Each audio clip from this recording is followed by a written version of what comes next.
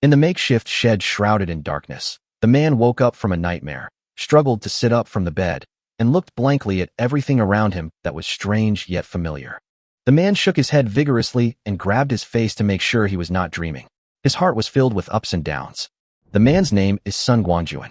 One day, the world suddenly ushered in the end of the world. In the end of the world, with his unremitting efforts, he finally accumulated enough resources, successfully broke through the bottleneck, and was promoted to a 7th-level mutant. But just as he was about to advance, he was betrayed by his lover and best friend, and a sharp knife suddenly pierced his heart. Until the moment he died, Sun Guangjun still couldn't figure out why all this happened. Sun Guangjun quickly browsed his phone and finally confirmed that he was reborn before the end of the world began. At this time, he was working as a labor export worker in a foreign land. Maybe, God saw that I died in misery and gave me a chance to start over. With a self-deprecating smile, Sun Guangjun stood up, walked out of the shed, and looked at Tokyo under the night sky. In his previous life, Sun Guangjun had average talent. Although he had awakened Earth-related abilities, his skills were not like those of other Earth-related ability users, such as Earth Walls, Earth Shields, Ground Spikes, and Swamps. Instead, he used Earth Escape, or it would be more appropriate to call it Earth Walking. Such a skill could be considered the ultimate tool for escaping life. However, while this escape skill was good, it was useless in a team. It had no offensive power and could only serve as a marginal figure in the team. Fortunately, Sun Guangjun had an ancestral treasure, the mountain and river ring, which provided him with a storage space, making his life a little easier. It was also because of the existence of the mountain and river ring that Sun Guangjun was able to accumulate enough resources to be promoted to the 7th level 10 years after the end of the world. However, he never dreamed that the day of his promotion would be the day of his death. Yes, the mountain and river ring. Thinking of this, Sun Guangjun hurriedly raised his hand. On his left ring finger was a simple and unadorned ring made of neither gold nor jade. Seeing that the Shanha ring was safe and sound, Sun Guangjun breathed a sigh of relief. With this treasure, and being reborn before the end of the world, why should he worry about making a world of his own in the future?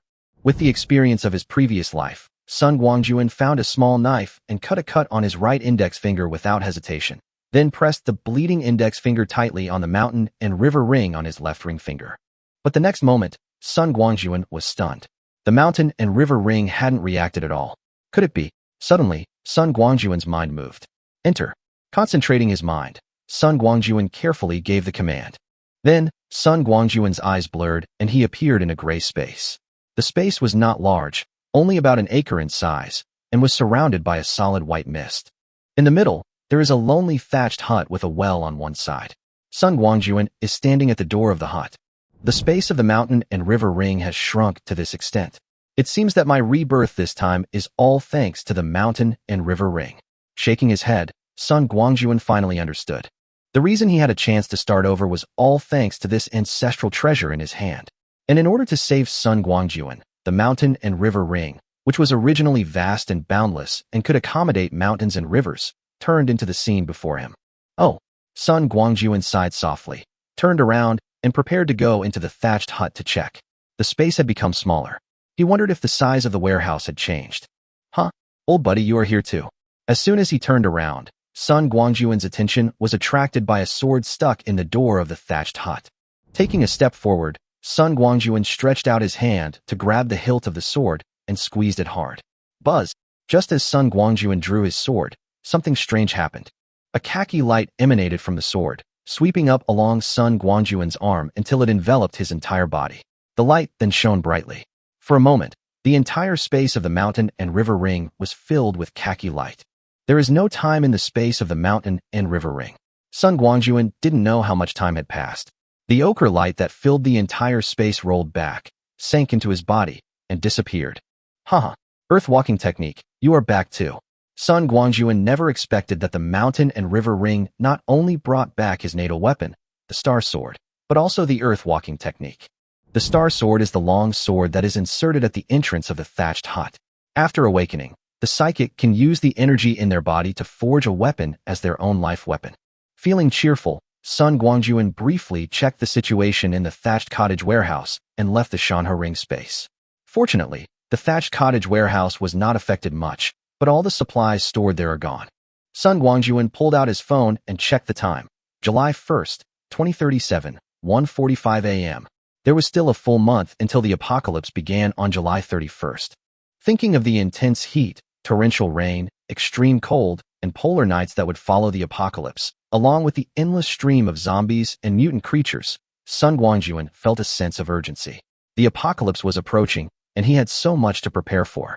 Suddenly, Sun Guangjun's finger stopped on the screen, pointing directly at the Bank of Japan headquarters. Haha, I heard that the Bank of Japan's underground vault holds the vast majority of Japan's gold reserves, totaling over 800 tons. Looking at this string of characters, Sun Guangjun sneered. It just so happens that the mountain and river ring needs to be upgraded to open up a larger space. These 800 tons of gold come at the perfect time. As the owner of the mountain and river ring, Sun Guangjun certainly knew that the size of the space inside could be upgraded, and the condition for the upgrade was to obtain gold and various jades for the mountain and river ring to absorb. Now that he had a target in mind, Sun Guangjun had to plan the steps ahead. After all, it was a country's central bank, a financial powerhouse. Even with his ultimate weapon, Earth movement technique, he still needed to plan carefully before taking action.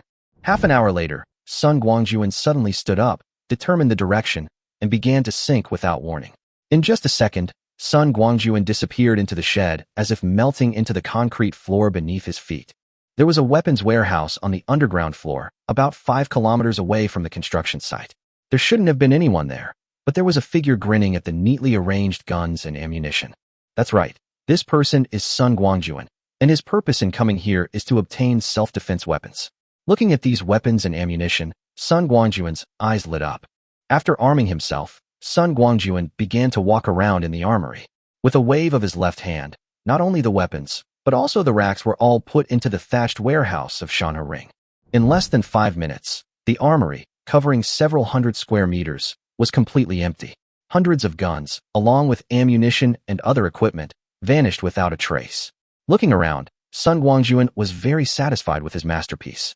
With a gentle wave of his hand, Sun Guangjun took away all the equipment, leaving behind an empty warehouse.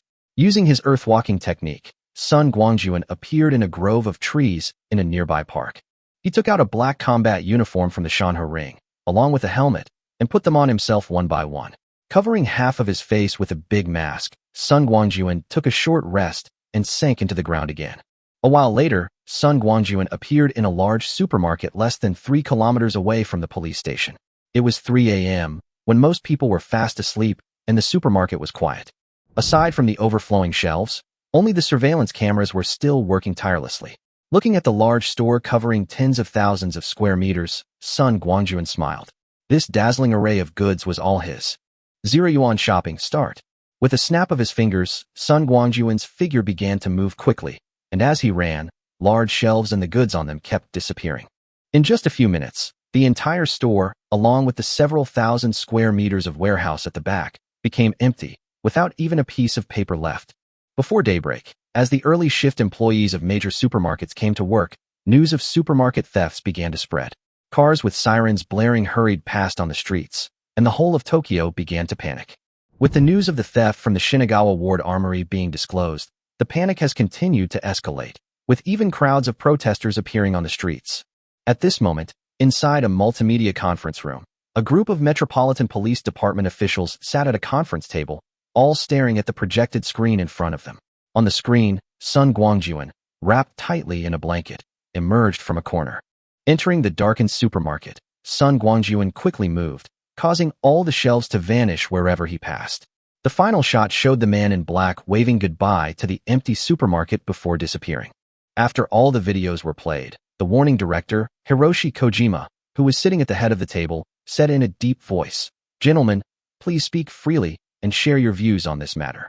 Matsumoto Kiyoshi, the head of the Criminal Investigation Division 1, who was sitting below, cleared his throat and said, "Director, based on the information we have so far, this series of thefts should have been committed by the same person. According to the time clues, it can be confirmed that the suspect first robbed the Shinagawa District Police Station, and after obtaining weapons and equipment in the armory, he committed a series of thefts. It can be said that the suspect appeared out of thin air and disappeared out of thin air. Equally puzzling is the suspect's modus operandi. The goods and the shelves disappeared out of thin air. This scene has never been seen before. Considering all the clues above, I'm afraid the only explanation is supernatural means. As soon as Matsumoto Kayanaga finished speaking, a police inspector shouted, "Absurd.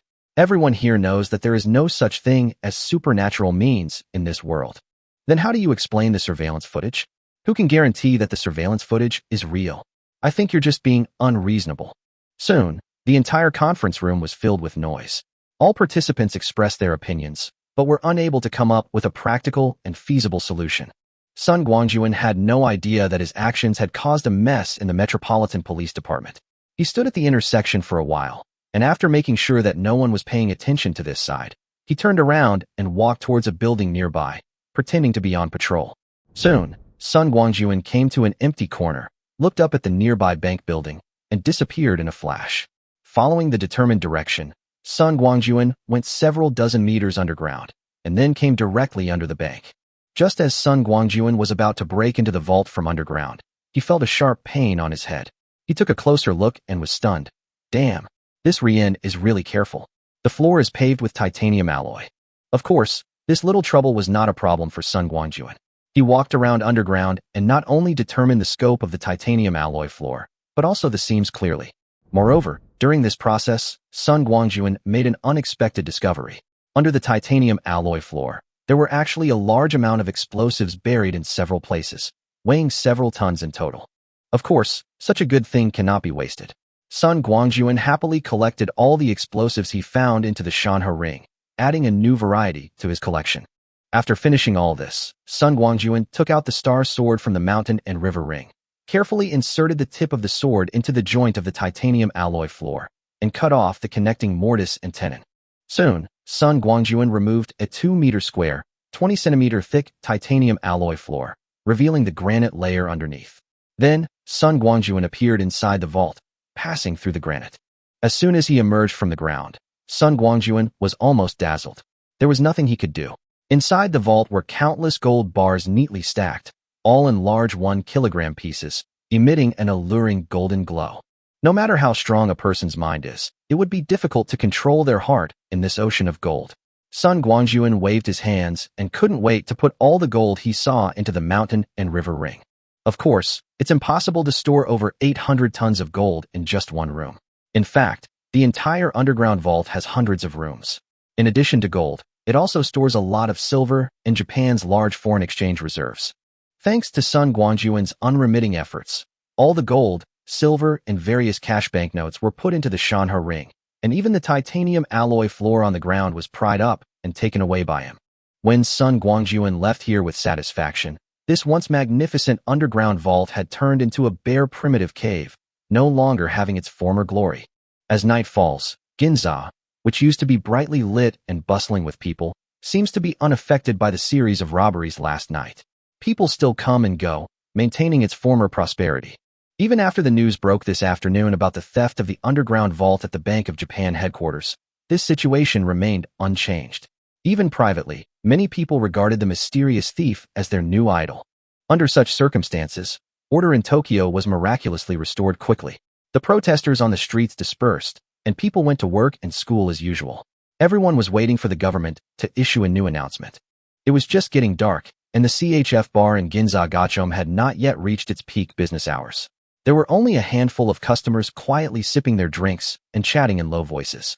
As the owner of CHF bar, Wu Feng stood in front of the floor-to-ceiling window in the second-floor office, looking at the bright lights and feasting outside the window, with an ambiguous smile on his lips and gently shaking the cocktail glass in his hand.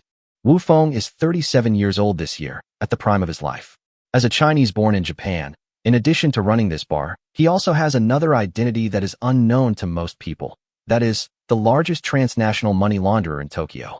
Although he was born in Japan and had only set foot on the land of Dragon Country a few times in his life, Wu Feng had a bloody nature and had no good feelings towards the Japanese. Today, Wu Feng was extremely happy to learn that a mysterious thief visited Tokyo and not only looted more than a dozen supermarkets and shopping malls, but also took away more than 800 tons of gold reserves at the Bank of Japan headquarters. You deserve it. This was Wu Feng's truest feeling at the moment. Bang, bang, bang. Just as Wu Feng was fascinated by the mysterious thief and wanted to worship him, there was a knock on the door. Come in. After calming down, Wu Feng returned to his desk and sat down, saying in a deep voice. The door opened, and Wu Feng's loyal subordinate, Tanaka Koji, walked in. Tanaka Koji said respectfully, "Boss, a mysterious guest came downstairs and asked to see you by name. He said he has a big business deal to discuss. Please come up." Wu Feng had no doubts. Anyone who could come here to find him was not a simple person. It was likely that they would make a huge profit. How could he turn them away? Yes. Koji Tanaka retreated respectfully and soon came in with someone. It was Sun Guangjun. "What is your name, sir?" Waving his hand to signal Tanaka Koji to leave, Wu Feng looked at Sun Guangjun, who came in with some curiosity. This man was very cautious and wrapped himself tightly. "No need to mention my surname, Sunday." Sitting across from Wu Feng in a familiar manner, Sun Guangjun said in Mandarin, "I'm here to exchange a piece of information for a business opportunity with Boss Wu." "Oh, you're from Long Country." Wu Feng also switched to fluent Mandarin and said with a smile, "I'm open for business here, and you're a fellow Long Country native, so there's no need for exchange. However, I'm quite interested in the news you're telling me, so why not tell me about it?" "Really?" Sun Guangjun smiled, but his entire face was hidden by the mask and sunglasses, so Wu Feng couldn't see his smile at all. "What if it's about your son Wu Yang?" "What? Do you have any news about Xiaoyang?" Wu Feng's face suddenly changed. It was no wonder Wu Feng was so frightened. His only son, Wu Yang, had been kidnapped a few days ago. As for how Sun Guangjun knew all this, it was because Wu Feng was an old friend of his. To be more precise, Sun Guangjun and Wu Feng had known each other for a long time, and they had a good relationship. It was Wu Feng who told Sun Guangjun all this personally. "So Mr. Sun is in cahoots with the kidnappers?" Wu Feng, a seasoned veteran, quickly calmed down. "Tell me, what exactly do you want? Money? Or something else?" "Boss Wu, you misunderstood." Upon hearing this, Sun Guangjun quickly waved his hands and said, "How could I be in cahoots with the kidnappers? I just happened to hear about this incident, and I have something to ask Boss Wu, so I shamelessly made this request." Chapter 5, Business. Sun Guangjun gave an address, and Wu Feng immediately took out his phone and made a few calls, his expression gradually relaxing. The office instantly fell silent, and neither of them spoke. Soon, Wu Feng's phone suddenly rang. "Hello, okay, I got it." After saying a few words, Wu Feng hung up the phone and smiled. "Haha, Mr. Sun, I really should thank you for the news just now. My subordinates just called and said that Xiaoyang is safe and on his way home." "Then congratulations." Sun Guangjun responded calmly. "With Boss Wu's ability, the kidnappers should have been caught, right? Then we should thoroughly interrogate the mastermind behind this." "Of course." Wu Feng nodded, his tone full of confidence. "Whoever dares to kidnap my son must pay the price. Whoever is behind this will be found." Looking at Wu Feng's smug expression, Sun Guangjun felt a little disdainful. If he truly knew who was behind this, he wouldn't be so confident. After all, what happened to Wu Feng's family was a bit too dramatic, and the ending was too tragic. Sun Guangjun had heard Wu Feng himself say that Wu Yang's kidnapping was actually orchestrated by Wu Feng's wife, Kobayashi Kyoko. All of this, in the final analysis, was simply a fight for profit, ultimately harming both Wu Feng and Wu Yang. The Wu Feng family had arrived in Neon since his grandfather's generation. Through 3 generations of hard work, they had become a prominent family, capable of shaking the very fabric of Tokyo, if not the entire city. The union of Wu Feng and Kobayashi Kyoko was, strictly speaking, a family alliance, a union of interests. If it weren't for the desire to consolidate his family's position, Wu Feng, given his distaste for a simple life, would never have married Kobayashi Tokiyoshi's daughter. Kobayashi Tokiyoshi, the second in command of the Sumiyoshi Kai, was a man of deep motives. By marrying his daughter to Wu Feng, he intended to gain more power and ultimately compete for the position of president. However, as time went by, Xiaolin found that Wu Feng was not easy to control and might lose control if he was careless. So, at the instruction of his father, Xiaolin Qingzi planned to kidnap his own son in an attempt to disrupt Wu Feng's mind and then secretly eliminate him. The goal was clear. Once Wu Feng was eliminated, the Wu family's painstakingly built wealth would be theirs. But the kidnapping operation went awry from the outset. The 3 men responsible for kidnapping Wu Yang, having succeeded, felt the money Kobayashi Kyoko offered was too little and demanded more. So, instead of following the plan, they chose to hide. Kobayashi Kyoko didn't expect her men to suddenly turn against her. In anger, she rejected their request and sent people to hunt them down. This made things more complicated and the kidnappers hid deeper. The 2 groups exerted their combined power, nearly turning Tokyo upside down, but the kidnappers remained evasive. Under the pressure of the 2 groups, the kidnappers finally gave in and demanded a ransom from Wu Feng. Wu Feng was no ordinary man. He had long been versed in the 36 stratagems. Using the kidnapper's clues, Wu Feng set a trap and successfully captured the kidnapper just as the ransom was being paid. After interrogation, he discovered that the kidnapper was a close relative. Just as Wu Feng was about to join forces to attack the Xiaolin family, an apocalyptic disaster struck, and Wu Yang, suffering from the torture of captivity, fell ill. The first wave of disasters in the apocalypse. High temperatures soared to 50 or 60 degrees Celsius, and Wu Yang couldn't survive. Furious over the loss of his beloved son, Wu Feng mobilized all his strength, vowing revenge on the Xiaolin family. But the Xiaolin family was well prepared, and Wu Feng's counterattack was no easy task. After several battles, Wu Feng not only failed to gain an advantage, but also suffered defeat due to the demoralization of the people and fled Japan alone. Later, Wu Feng returned to China and met Sun Guangjun. As for the fate of the Kobayashi family after the apocalypse, no one knows, but Japan was destroyed in the first year of the apocalypse. Recalling the past, Sun Guangjun slowly said, "Boss Wu, I have some cash that I'd like to transfer back to China through you." "Oh, money transfer, no problem." Wu Feng smiled and said, "This is exactly what I'm good at. Helping a brother is a small matter. Why would I ask for a handling fee?" Sun Guangjun was a little embarrassed and whispered, "Boss Wu, I have a lot of cash here, so I still have to pay a handling fee." "A lot?" Wu Feng was stunned for a moment and waved his hand. "It seems that brother Sun underestimated my ability. Hundreds of millions or even billions of funds are nothing to me. Okay, let's transfer $500 million first." "How much $500 million in cash?" Wu Feng was surprised. Who would have thought that Sun Guangjun would ask for $500 million right away? Although Sun Guangjun was dressed simply, he didn't look like a wealthy man at all. After all, who in this day and age still has so much cash hidden at home? Suddenly, Wu Feng's heart moved. Could it be that it's a bit much? Sun Guangjun smiled embarrassedly. "How about 300 million? Wu Feng quickly waved his hand. "It's not that I think it's a lot of money, but I didn't expect brother Sun to be so low-key and actually have such a large amount of cash hidden. However, I don't know where all this money came from. This is inconvenient to disclose." Sun Guangjun shook his head without hesitation, thinking, "This money came from the underground vault of the Bank of Japan. How can I just say it out loud?" Chapter 6 by a company. Faced with Sun Guangjun's unhesitating rejection, Wu Feng was not angry, but just smiled and said, "Brother Sun, don't worry. This deal can be done. But before that, shouldn't we get to know each other formally?" As he spoke, Wu Feng pointed to the mask on Sun Guangjun's face. "Haha, my bad. Since Wu Feng had already agreed to help transfer the money, Sun Guangjun stopped asking about the money's origins.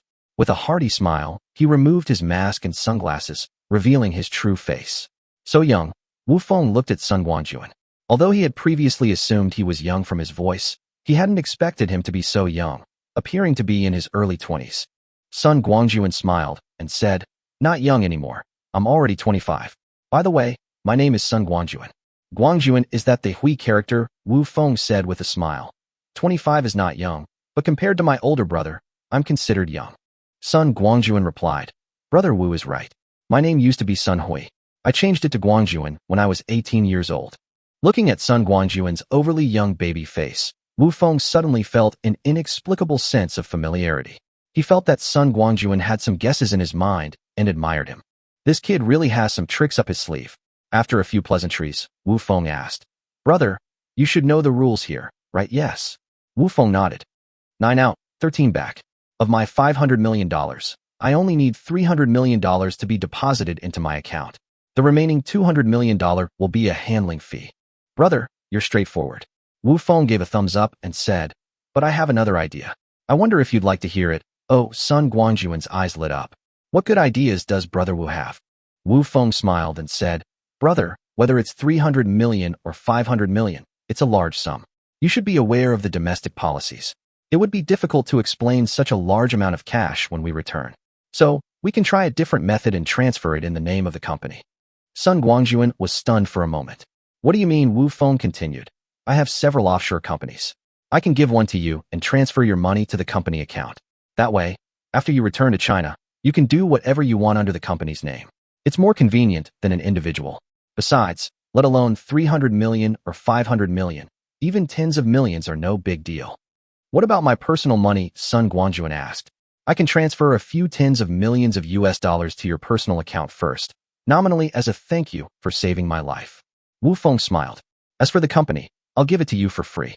I'll keep the handling fee, and the remaining 200 million will be transferred directly to the company account. Sun Guangjun's eyes lit up. Brother Wu, you're an expert. This idea was simply perfect. Sun Guangjun immediately thought that after returning home, he could recruit a few people and prepare some supplies in the name of investment. He could also use the money in his personal account to build the safe house.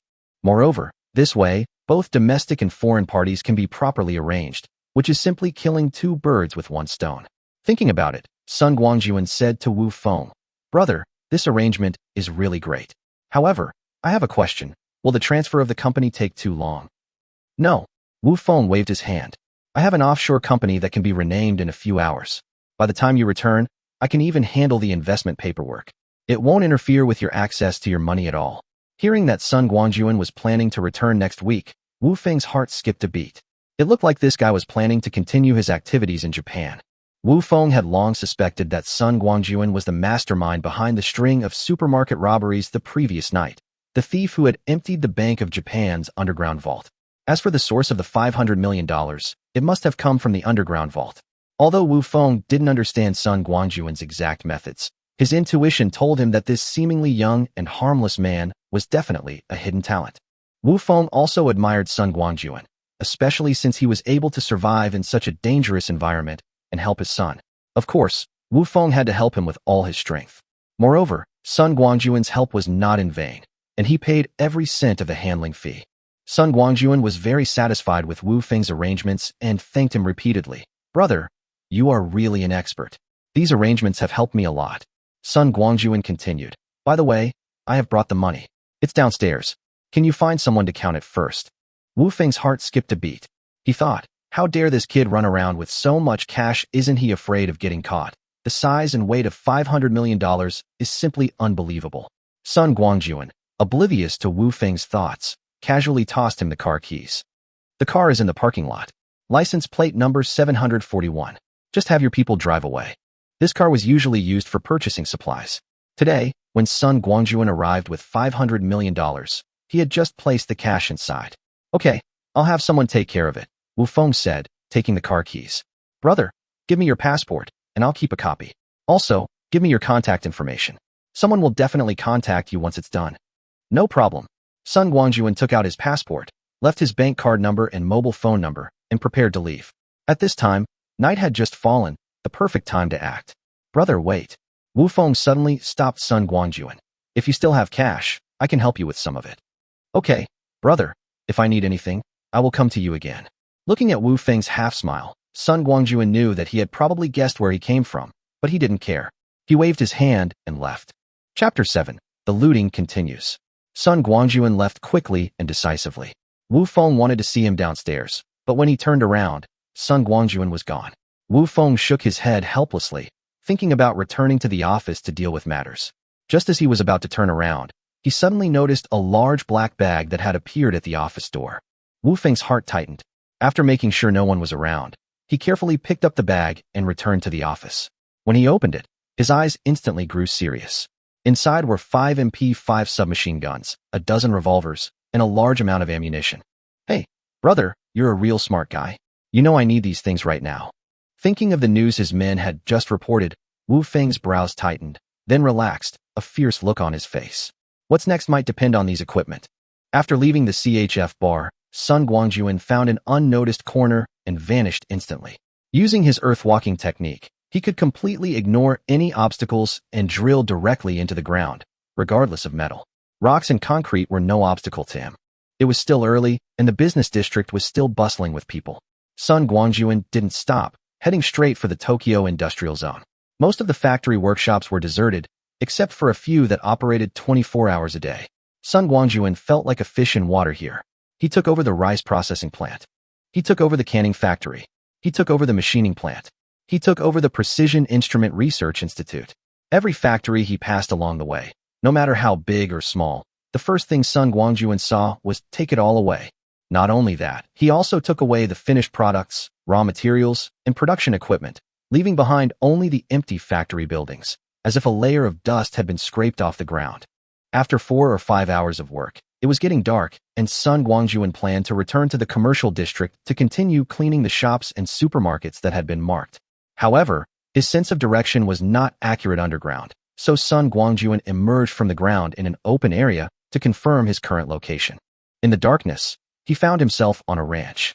The ranch in Japan was quite different from those in China. It wasn't just a breeding farm. It also offered diversified services, including deep processing of agricultural and sideline products and ecotourism. In the dark, Sun Guangjun casually surveyed the ranch, noting a variety of poultry and livestock: pigs, cattle, sheep, chickens, ducks, geese, and even a few ponies. Since I've encountered them, I won't let them go. This is a good opportunity to test out the new functions of the mountain and river ring. Sun Guangjun chuckled and waved his hand to collect the poultry and livestock. The mountain and river ring had already recovered some of its power, and with the help of over 800 tons of gold from Rian, its functions became extremely powerful. At first, Sun Guangjun didn't fully understand the principles of the mountain and river ring, but gradually he discovered that the objects absorbed by the mountain and river ring grew within the space. Behind the disappearance of gold, silver, jade, and stones, the space actually became more vast. Previously, the mountain and river ring could only hold items in a small area, but as it grew, the space expanded from a small area to infinity. This space not only accommodated poultry and livestock, but also contained vast tracts of farmland and forests. Sun Guangjun was now taking advantage of this opportunity to clear out all supplies from the ranch, taking almost all living things and equipment into the mountain and river ring. He left no trace, and the entire ranch's breeding area had been completely cleared out. Over 100 pigs, over 200 sheep, nearly 100 cows, tens of thousands of chickens, ducks, and geese, along with all the feed and equipment, were stored in the mountain and river ring. While this all seemed madness, these livestock were, in reality, the most precious resource. When the apocalypse arrived, these living creatures would become exceedingly scarce, and possessing them meant possessing hope for future survival. Sun Guangjun gazed at the now empty breeding area with satisfaction, a sigh of relief building within him. After the apocalypse, nearly all living things would be extinct. Everything he was doing now was accumulating resources for the future. After clearing the breeding area, Sun Guangjun moved on to the processing and storage areas, moving all supplies and equipment into the Shanhe ring. In the garage, he also found several off-road vehicles, a pickup truck, 3 refrigerated trucks, and even a Kawasaki H2 heavy motorcycle. Sun Guangjun smiled with satisfaction at his bountiful harvest and then turned to the ranch's planting area, which is the largest part of the ranch. On the 500 or 600 acres of farmland, various crops such as rice, corn, strawberries, and watermelons are planted, and there are also fruit trees such as apples, citrus, peaches, and grapes in the orchard. Seeing these farmlands, Sun Guangjun couldn't help but smile and started running in the farmland. Under the moonlight, his figure swiftly shuttled across the vast fields. Large tracts of crops, along with the fields, disappeared into thin air, leaving only large pits in their place. This was the real-life version of scraping the ground 3 feet. Chapter 8, Toyosa Fish Market. A little after 10 o'clock at night, on the road at the ranch's entrance, Sun Guangjun, dressed in black, mounted his Kawasaki H2 and casually blew a kiss. The engine roared deep, and the motorcycle instantly transformed into black lightning, disappearing into the night like a beast unleashed. Ever since he got the Kawasaki H2, he had stopped using earthwalking to travel. After all, while that ability saved energy, it still consumed his mental energy. Furthermore, his current ability, derived from the Star Sword, was only at level 1, and the limited mental energy within him wasn't enough to sustain it for long. He had been able to move at such a high intensity these past few days thanks to the constant supply of water from the well in the mountain and river ring. Otherwise, he would have collapsed long ago. Speaking of which, that well was truly miraculous. It looked ordinary, with an opening less than a meter high and a depth of 2 or 3 meters, yet it never dried up. No matter how he used it, the well was always full of water, and it had a miraculous effect of restoring both physical and mental strength. With the well, he could continuously activate his supernatural powers whenever he wanted, akin to an infinite pool of energy. However, now that he had faster means of transportation, he no longer bothered to use his earthwalking technique to drill underground. After all, the Kawasaki H2 is a monster capable of reaching 400 kilometers per hour, and the late-night streets of Tokyo are its home turf. This time, Sun Guangjun didn't return to Ginza to find Wu Feng. Instead, he set his sights on the outdoor gear and lifestyle stores in the area. Luxury goods are, of course, useless in the apocalypse, but he had to pick up some practical gear while he was passing through.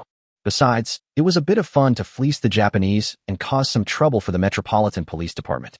So, under the night sky, he patronized every shop in Ginza 8 Chome, stealing everything, big or small. Whether it was displayed in a window or piled up in a warehouse, as long as it was useful, he put everything into the mountain and river ring. I unexpectedly found quite a few treasures, from tents and sleeping bags to mountaineering tools. I packed up everything, including climbing ropes, ice axes, ski poles, helmets, safety harnesses, cold weather boots, and more. He also collected a bunch of daily necessities, including mountain cookers, multi-purpose kettles, water purifier cups, binoculars, assault boats. He even packed a car, a motorboat, and a jet ski, like a fully armed survivalist. As for places like bars and nightclubs that were still open, he avoided them, too lazy to cause unnecessary trouble. After a sweep, Sun Guangjun's haul was incredibly rich, turning nearly the entire Ginza upside down. Just after 3 in the morning, he left through a discreet alley, hopped on his motorcycle, and waved toward the Ginza. Honestly, emptying a Ginza this size wouldn't be possible in 3 or 4 hours, and he had more important goals to pursue. With a flick of the accelerator, the Kawasaki H2 launched like thunder, surging onto the elevated road and heading straight for Toyosu. Toyosu Fish Market was his true destination tonight. Relocated from Tsukiji Market, it was one of the largest wholesale markets in Japan. It not only supplies agricultural and seafood products from across the country, but also boasts countless food stalls, making it a mecca for tourists and vendors. Its famous tuna auction, which begins daily at 5 a.m., is a spectacle comparable to an auction, often fetching sky-high prices for the king fish. The market, covering 400,000 square meters, is divided into several major areas: fresh fruit section, seafood unloading and sales area, seafood intermediate unloading area, and management facilities. Its cold storage houses tens of thousands of tons of high-quality seafood sourced from around the world, a true delicacy. Although the market was closed and tourists were prohibited from entering the core area, these restrictions meant nothing to Sun Guangjun. Using his earth-walking technique, he easily slipped underground into the core area of Fengzhou without being noticed. Before 4 a.m., the market was already brightly lit, and workers were busy preparing for the upcoming trade. He sneaked directly into the cold storage area from underground, and the heavy door was no match for him. Even the various high-end locks were merely decorative, completely useless to Sun Guangjun. The cold storage was freezing cold, shrouded in white mist, and under the light, he could see piles of various seafood. Sori, salmon, king crab, abalone, sea urchin, octopus. The variety of seafood was endless. He even saw thousands of tuna neatly stacked near the entrance, pristine and waiting to be auctioned. Bluefin, yellowfin, longfin, all slaughtered, like rows of piglets ready for slaughter, a breathtaking spectacle. These are all high-end goods that are rarely seen in other days, and now they are piled up like a mountain for him to choose from. It's really exciting. Sun Guangjun stood in the cold storage, feeling the exhilaration of buying for free, a feeling that made him almost ecstatic. However, he didn't rush into his purchases. Instead, he pulled out 2 new Nambu M60 revolvers. I don't understand these little Japanese. Why are they installing so many cameras in the cold storage? He complained, raising his hand to fire. With a gunshot, the nearest camera was shattered to pieces, the explosion echoing throughout the cold storage. Since he had already started, he might as well do it quickly. He quickly locked onto all the cameras and blew them up one by one, leaving no room for further trouble. He stopped only after blowing up the last camera, neatly ejecting the shell casing from the magazine. As he reloaded, he couldn't help but mutter, "This crappy gun only has 5 rounds. It's not even worth reloading after a few rounds." Chapter 9, Cleared Out. Sun Guangjun tucked his 2 loaded revolvers back into his waistband, raised his lip, and officially got to work. He rushed around the huge cold storage, his hands waving constantly, and piles of high-quality seafood were unnoticed into the Shanhe ring. Meanwhile, the 2 security guards in the market's monitoring room were dozing off, completely oblivious to the commotion in the cold storage. After all, under normal circumstances, who would have thought someone would sneak into a cold storage facility in the middle of the night? It would be a miracle if they didn't freeze to death. One of them yawned so hard his eyelids couldn't hold up, so he simply slumped over the table to catch a glimpse of the surveillance footage. He figured he could hold on a little longer and hand over his shift, but in his daze, he sensed something was amiss. The security guard forced his eyes open, glanced at the screen again, and then his gaze froze, his expression changing. What? Why are all the dozen or so surveillance cameras in the cold storage completely black? His heart raced, and he quickly grabbed his mouse to check the playback. A moment later, a masked figure in black appeared on the screen. He was wearing SWAT-style gear, holding a revolver, and calmly fired a shot into the camera. The screen lit up with flames, then fell into darkness. Then, one after another, the other cameras went dark. The security guard's eyes widened, wondering if he was dreaming. He rubbed them hard and looked at other scenes, which became increasingly terrifying. He couldn't help but scream, "Masked bandit!" The scream, utterly awake, startled the other security guard, causing him to sit up abruptly. He banged his knee on the corner of the table, gasping in pain. He was about to curse, but when he looked in the direction his companion pointed, his face froze. The scene showed the man in black raising his gun and firing. The background was clearly the cold storage. "What's going on?" He was so shocked that his mouth couldn't close. Masked bandit." His companion's face paled. The two of them exchanged glances, their minds conjuring only two words: "It's over." The next second, they both sprang to their feet, one quickly dialing the police, the other slamming the alarm button. "Mighty! Mighty! Mighty!" A shrill alarm echoed throughout the market, startling everyone still working. A nervous, rapid call soon filled the radio, alerting everyone. The Toyosu fish market had been targeted by a masked thief. It sounded like something out of a movie, but with their responsibility at hand, the security guards had no choice but to rush to the scene. They quickly surrounded the cold storage, escalating the announcements, and the Metropolitan Police Department was immediately notified. Within 10 minutes, a swarm of police cars roared in from all directions. Officers set up a cordon around the perimeter and began evacuating the crowd.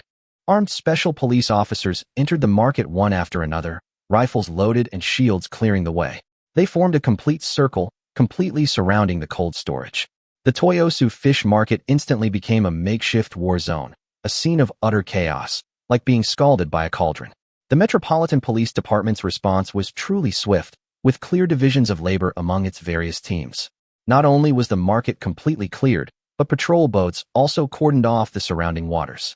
Several helicopters circled overhead, coordinating with ground operations. The entire area was practically sealed off by a dragnet.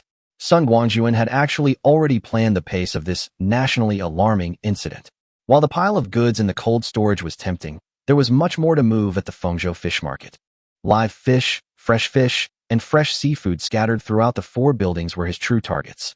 More importantly, if he could draw the police's attention to the cold storage, his subsequent actions would be much easier. The Toyosu fish market was just his appetizer tonight. The real action was yet to come. While everyone was focused on the cold storage, Sun Guangjun had already quietly relocated and infiltrated the market's surveillance center. He wielded his star sword, severing all the wires, then stored all the monitoring equipment and servers in his mountain and river ring. He then reappeared in the parking lot outside, filled with refrigerated trucks and transport vehicles of all sizes, all his possessions. Next stop was the third-floor dining area of the management building, once home to Tsukiji Market's bustling cluster of established shops. He now scooped up all the ingredients, pre-made products, seasonings, and even the kitchen equipment these restaurants used. Even the pots, pans, tables, and chairs were gone, as if the entire floor had been vacuumed clean. After finishing the dining area, Sun Guangjun headed to the fruit and vegetable section. A large amount of fresh fruits and vegetables formed a significant part of his haul. He swept through 4 buildings, including ingredients, equipment, vehicles, and tools, everything. He was like a tornado, disappearing without a trace, leaving only empty shells and astonishment in his wake. Mission accomplished, Sun Guangjun smiled with satisfaction, then quietly activated his earthwalk technique, easily leaving the besieged market. Meanwhile, the cold storage had already been completely surrounded by heavily armed SWAT officers, all on high alert. The negotiation expert, holding a megaphone, repeatedly shouted into the cold storage, "Masked thief, you're surrounded. Surrender now." The Metropolitan Police Department's top brass also rushed to the monitoring room, only to find that all the equipment had been removed, forcing them to use it as a makeshift command post. They'd been under immense pressure the past 2 days, with a supermarket robbery and the central bank's gold being swept away. The entire country was waiting for their explanation. Now that they had finally discovered the masked thief's whereabouts, they naturally launched a desperate effort to capture him, no matter the cost. Thousands of personnel were assembled on the scene, helicopters in the sky, patrol boats at sea. The momentum was even more intense than the roundup of terrorists. Unfortunately, as the sun rose and the first rays of golden light cast their shadows, the long-suffering bosses finally gave the order, a storming of the cold storage. With a loud bang, C4 explosives blew the door open, and special police filed in. However, the cold storage was empty, with nothing but icy air and a messy floor. All they faced was a figure that had long since vanished. Chapter 10. Ambition. Just as the Metropolitan Police Department's top brass was furious about the empty cold storage in Toyosu, a series of even worse news followed, slapping them in the face like a slap in the face. Across the Tokyo metropolitan area, hundreds of factories, warehouses, supermarkets, and farms were robbed. Most frighteningly, even the 8 Chome blocks of Ginza were affected, with even luxury goods being swept away. The Toyosu fish market was also looted, and the suspects easily escaped despite heavy blockades. News of the incident spread throughout the country, sending the nation into a state of panic. Social media platforms and news headlines were abuzz with this bizarre series of events, sparking widespread discussion. Some even raised a terrifying possibility: aliens had descended upon Japan. This theory resonated with high-ranking officials, and the Japanese government, taking advantage of the situation, issued a letter to all citizens, shifting the blame to alien life forms suspected of possessing unnatural powers. The official statement emphasized that the government was attempting to establish contact with the other side, hoping to achieve peaceful coexistence and coordinated development, and so on, solemnly displaying its intention to cooperate. Unexpectedly, this statement calmed many people, and the originally anxious public began to feel excited, as if what was waiting was not disaster but a new era of neon. The aliens chose us. Doesn't that mean Japan is the most special? Welcome the aliens. We hope they will bring advanced technology and help Japan rise. This isn't the end of the world, it's a turning point. We must hold on to the aliens' goodwill. For a time, such voices were overwhelming, and the entire country was caught up in a wave of inexplicable excitement, with even the theft itself being viewed as a friendly request. For Sun Guangjun, the effect couldn't have been more perfect. He had expected a nationwide wanted man, but instead, he was treated like an alien guest, admired by thousands. He made no secret of his next move. He headed straight for the shipyards and docks near Toyosu, and continued his $0 shopping spree. With the military and police fully cordoning off the Toyosu fish market, no one paid attention to these places. He took advantage of this opportunity to collect all the ships docked along the shore into his mountain and river ring. Not only that, but the half-finished ships in the shipyard, the steel plates piled in the warehouse, the welding equipment, the crane arms, and even 7 or 8 gantry cranes were all packed up and taken away. After another neat and tidy round of packing, Sun Guangjun rode his motorcycle out of the Tokyo metropolitan area, disappearing into the night like a gust of wind. Over the next few days, reports of alien visits continued to emerge from across the country. One day, a place was looted. The next, livestock mysteriously disappeared there. Sun Guangjun went into a frenzy, working nonstop for 5 days and nights, either collecting supplies or on his way to collect them, completely treating Neon as a self-service warehouse. Even if he was occasionally spotted on the street, he didn't mind. After all, they all bowed and called him Mr. Alien, offering him flowers. Of course, if he did encounter someone blocking his path, he wouldn't hesitate, just draw his gun and finish them off. The end of the world was approaching, so dying sooner or later made no difference. There was no point in dwelling on it. Sun Guangjun had a clear plan in mind. The sooner he could secure the resources, the greater his chances of survival. He didn't want to die, and he wouldn't wait for others to help him. 5 days later, he finally returned to the outskirts of Tokyo, but this time, his target was Lake Biwa in Shiga Prefecture, a major source of freshwater in Kansai. Lake Biwa, Japan's largest freshwater lake, covers a total area of 670 square kilometers and provides water to 14 million people. Known as the Lake of Life, it boasts a rich ecological environment and extremely valuable water resources. It is home to lush aquatic plants and over 40 species of fish, making it a paradise for freshwater life. With the apocalypse approaching and water resources becoming increasingly scarce, this lake's strategic value is no less than that of a small energy base. Sun Guangjun had already listed Lake Biwa as one of his targets, and later planned to visit the Great Lakes of the United States and Lake Baikal in the Great Bear Country. Of these, Lake Baikal is the most crucial. Over 400 meters above sea level, its waters are crystal clear and pollution-free, making it the largest freshwater lake on the planet. After the world plunged into apocalyptic catastrophe, the resources of Lake Baikal allowed the bear people to survive, becoming one of the few surviving nations. At that moment, Lake Biwa was thick with night, its surface as calm as a mirror. Sun Guangjun sped through the water in his speedboat, heading straight for the deepest part of the lake. Upon reaching it, He leaped into the water, and the mountain and river ring instantly lit up, as if awakening some dormant being. A massive vortex began to form on the lake's surface, centered around him, rapidly expanding. The entire lake began to sink, as if being drained away. From the air, the previously shimmering surface of the lake was now exposed to large swathes of the lakebed. The shallow southern area dried up first, revealing lines on the lakebed. 3 hours later, the once vast Lake Biwa was reduced to a few dozen puddles, surrounded by cracked mud. The scene was so shocking that it left one speechless. After completing the operation, Sun Guangjun quietly departed, leaving only the unknown where his next target would be. Meanwhile, in the manager's office on the second floor of the CHF bar, Sun Guangjun sat across from Wu Feng, legs crossed, swaying his glass of red wine. "Brother, I'm really impressed by you. Your operation is simply like a god." Wu Feng raised his thumb to the top of his head. Sun Guangjun smiled lightly, his expression indifferent.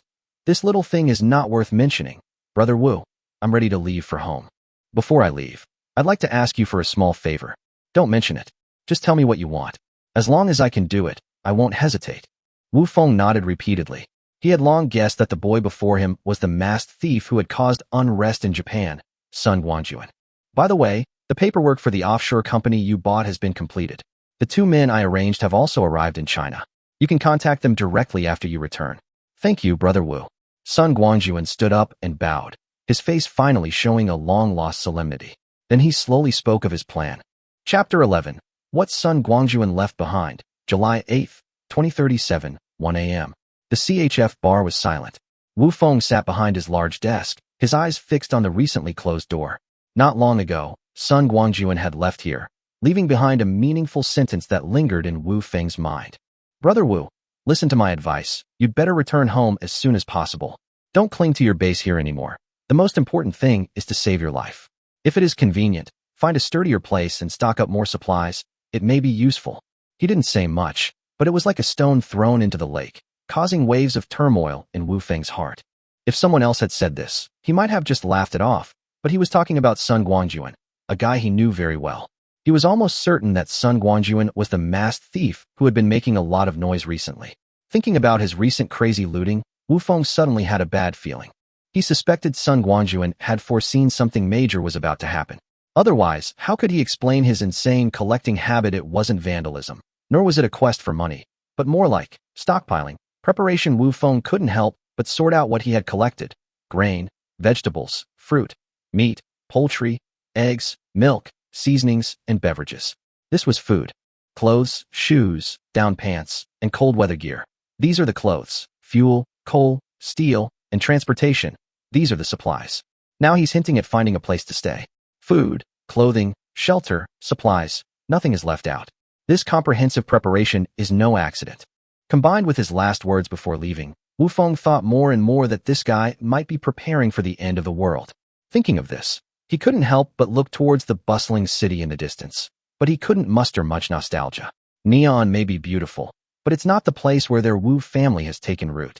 After all, they are still living under someone else's roof.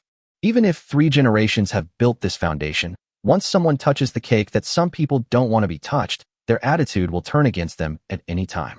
This battle with the Sumiyoshi Kai is the best proof of this. The Kobayashi family betrayed his son and coveted their property, but the outside world still asked him to consider the overall situation. Even with the alien invasion underway, officials still demanded they put aside personal grudges and fully cooperate in maintaining national stability. These days, many high-ranking figures have sent messages to Wu Feng, urging him to stop causing trouble and keep a low profile. Even more unsettling is the fact that even some of his own Japanese subordinates are beginning to veiled obedience, no longer fully following orders. The situation was clear. It was time to make a decision. Wu Feng frowned, took a sip of his wine, and slammed his fist on the table. "All right, let's start preparing and see what Sun Guangjun does next. If nothing works out, we can just return home and give up everything here." After making up his mind, he called a few trusted men and left the bar office. He had something more important to do, to see what Sun Guangjun had left behind. This was a secret estate located on the outskirts of Tokyo, purchased by the Wu family in a low-key manner years ago, and usually only a few guards were arranged. This place, hidden and heavily guarded, was their trump card. That same day, Sun Guangjun had called him, asking if there was a place to store something important. Now he was here to find out. Entering a sealed warehouse beneath the manor, Wu Feng was stunned. The scene before him was like a scene from a movie. Several huge piles of cash lay before him, piled high like small mountains. Dollars, euros, pounds, yen, every currency imaginable. He roughly estimated that the total amount must be at least tens of billions of dollars. And not tens of billions of yen, mind you, but actual dollars. Next to the mountain of cash, dozens of large black military boxes were neatly stacked.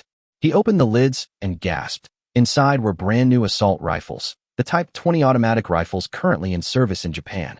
And that wasn't all. 5 M249 light machine guns and 3 M82 Barrett anti-material sniper rifles were also mounted on the ground. Even more outrageous, he actually saw 3 Carl Gustav M2 recoilless rifles, a sight that would put even the richest men of the cold weapon era to shame. At this moment, Wu Feng was completely certain that the protagonist of the recent alien-based theft incident was none other than Sun Guangjun. But honestly, he felt more grateful than anything else. For a gangster like him, acquiring a few pistols and submachine guns wasn't difficult, but acquiring this latest standard heavy firepower weapon was practically impossible. The Barrett M82, with its long range and powerful firepower, could knock down even light armored vehicles. With this, his combat power was instantly elevated to a new level. Suddenly, another thought occurred to Wu Feng. Xiaolin Dai and his daughter, the culprits who nearly killed his son, finally had a chance to settle accounts with them. They were usually extremely cautious, keeping a low profile and surrounded by numerous bodyguards, making it incredibly difficult to take action.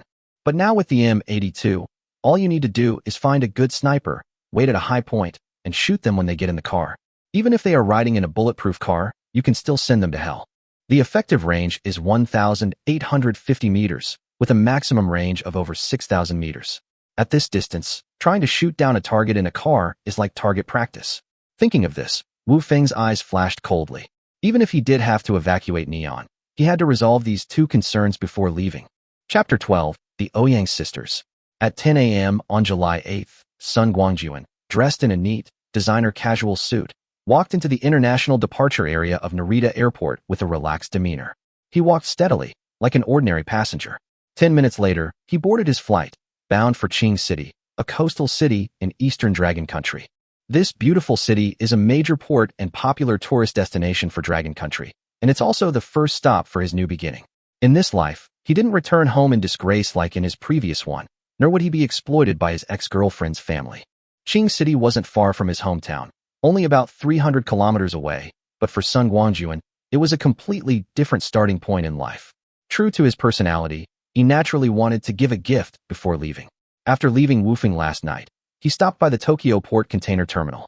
This port was a freight giant, its container yard alone spanning 1 million square meters, capable of handling tens of thousands of TEUs.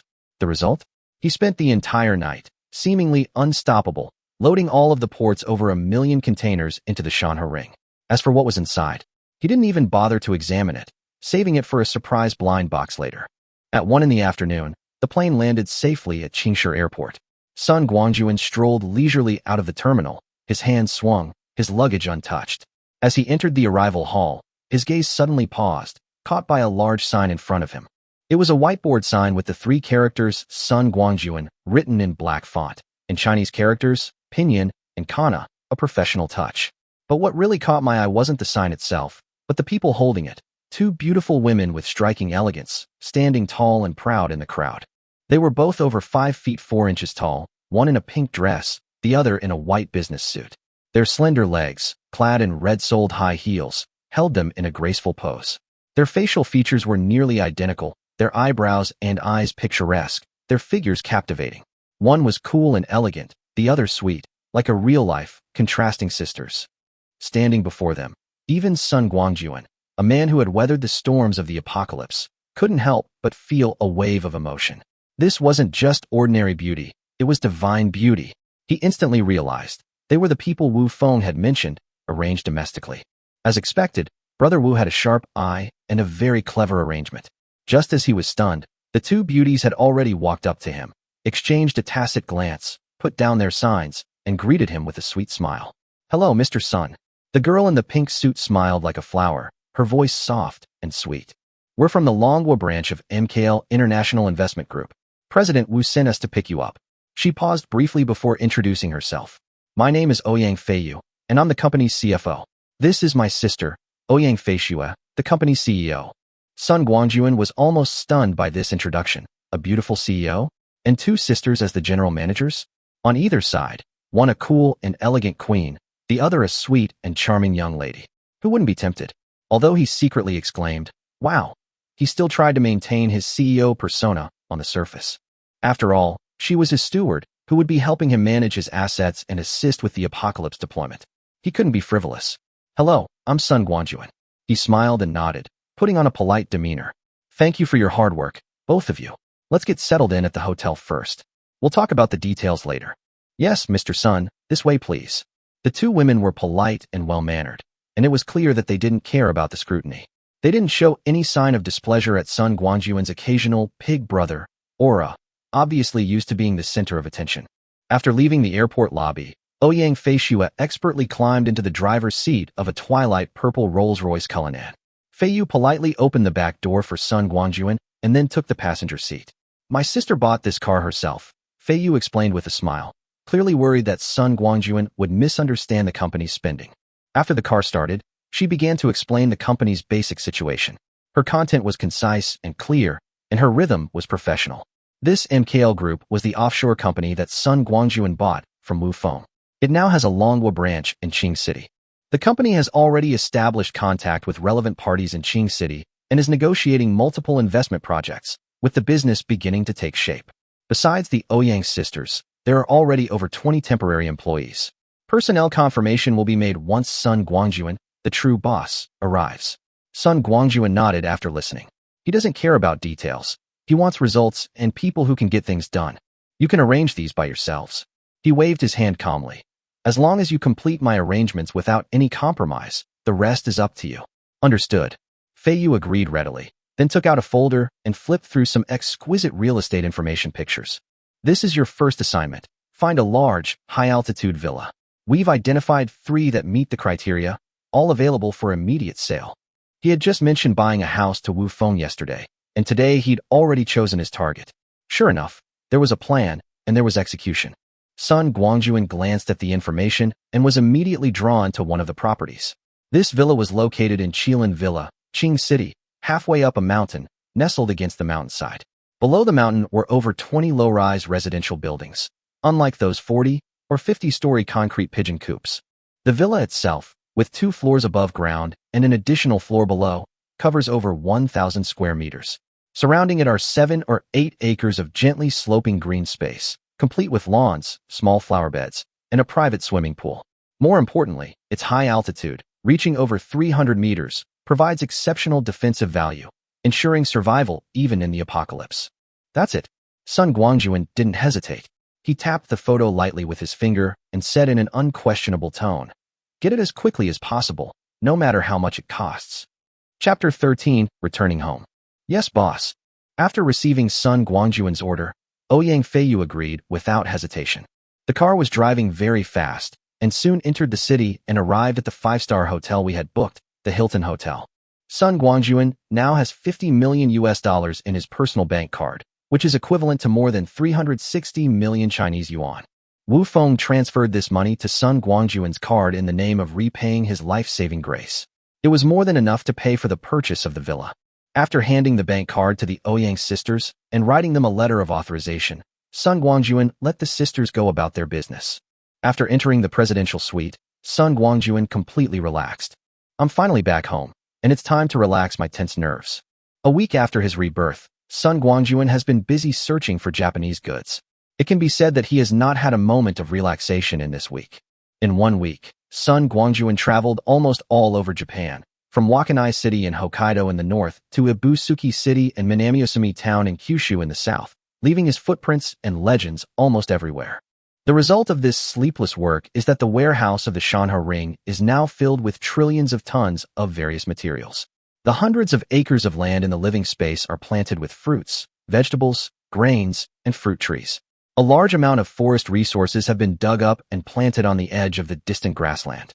In terms of animal resources, in addition to various common poultry and livestock such as chickens, ducks, geese, dogs, cats, horses, cattle, sheep, pigs, etc., There are also a large number of wild animals living in the grasslands and forests. There are animal resources unique to Japan, such as serow, macaque, sika deer, wolf, marten, black bear, brown bear, green pheasant, sparrowhawk, red fox, badger, honshu mole, ryukyu flying bat, field mouse, etc., as well as a large number of animals collected from zoos, such as lions, tigers, leopards, black bears, wild boars, elephants, wolves, foxes, chimpanzees, baboons, camels, yaks, monkeys, swans, larks, squirrels, golden pheasants, kangaroos, flamingos, peacocks, hippos, red-crowned, cranes, various common birds, etc. You can all see them in the Shanhe Ring, and there are even 8 national treasures.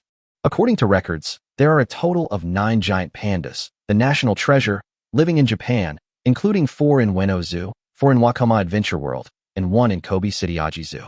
Now, except for the one in Kobe City Prince Zoo, all the others have been brought back by Sun Guangjun. If he had time, he would have brought back the only remaining one as well. As a family, we should be together. However, Sun Guangjun has already made up his mind that after the apocalypse breaks out, he will go to Neon again. By then, it will be the day for this national treasure to return home. After taking a comfortable bath, Sun Guangjun lay on the soft and comfortable big bed in the presidential suite. He couldn't fall asleep for a while, and kept thinking about the next plan in his head. The amount of supplies currently stored in the mountain and river ring is enough to support him to survive in the apocalypse. Based on the calculation that one person consumes 100 kilograms of grain, 200 kilograms of vegetables, 50 kilograms of meat, and 100 kilograms of fruit every year, he can fully afford to feed hundreds or thousands of people. Logically speaking, under such circumstances, Sun Guangjun did not need to go out and take risks, but his plan was to stay in the country for a week to sort out the shelter matters.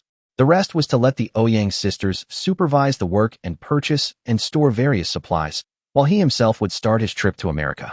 On this trip, in addition to collecting various food supplies, Sun Guangjun had 2 biggest goals. One was the Great Lakes region with rich freshwater resources, and the other was military supplies. Although they raided several bases of the People's Liberation Army in Neon and seized a batch of weapons and equipment, including various types of firearms, mortars, howitzers, armored vehicles, main battle tanks, self-propelled artillery, anti-aircraft guns, multiple rocket launchers, armed helicopters, air-to-ground, ground-to-ground, and surface-to-air missiles, etc. The quantity was limited after all. Where in the world are the most weapons and equipment? For this question, I believe that 10 out of 10 people would say America. And this is the biggest reason why Sun Guangjun made this special trip. With the arrival of the end of the world, superpowers are prevalent. The power of thermal weapons can no longer pose a threat to high-level superpower users. At the same time, due to the collapse of the industrial system, they cannot be replenished in time and gradually withdraw from the stage of history. However, this process is gradual and not accomplished all at once. As a person with awakened superpowers, it takes enough time to become strong, and during this time, thermal weapons still have great power. Compared with the proliferation of guns abroad, Sun Guangjun hopes to bring back a large amount of weapons and equipment to the country through his own efforts. While weakening the enemy and strengthening himself, he also does not mind buying or giving these things to the Chinese people, at least to increase their chances of survival in the end times. Of course, big goals are big goals. When passing by those large ports and docks, Sun Guangjun will of course take advantage of the situation to steal some things. When he has nothing to do, it is also a good idea to find something for the American phobos to do. The plan was almost done, and Sun Guangjun also felt waves of fatigue sweeping over him. After yawning and moving the pillow, Sun Guangjun closed his eyes and prepared to have a good sleep. Well, it feels good to be home. This damn sense of security. Ding-ling-ling. Just as Sun Guangjun was about to fall asleep, the cell phone on the bedside table suddenly rang. Zhou Yilin. Looking at the familiar name and number on the screen, Sun Guangjun frowned deeply. In the previous life, it was this childhood sweetheart who gave him the most cruel blow when he was happiest, and he completely forgot how his family had sucked blood from Sun Guangjun. When Sun Guangjun was very young, his parents died in a car accident.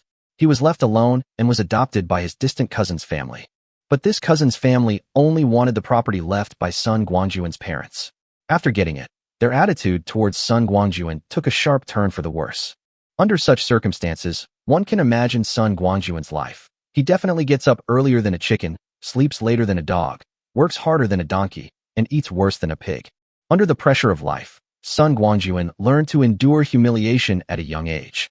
It was also at that time that he met Zhou Yilin, who was only 2 months younger than him and was a neighbor of his cousin's family.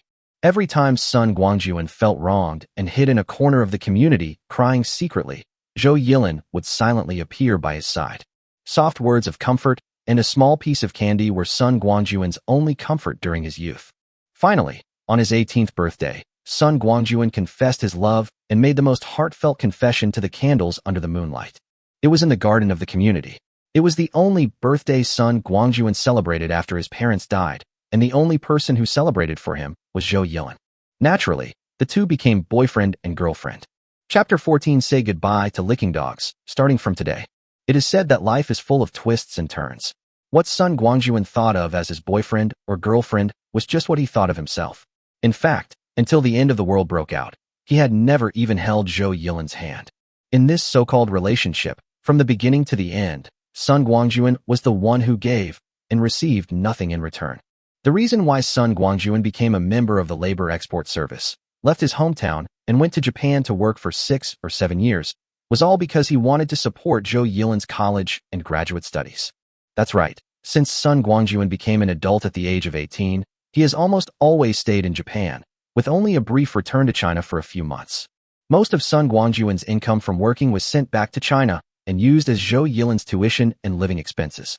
Sun Guangjun could earn about 14,000 yuan a month in Neon.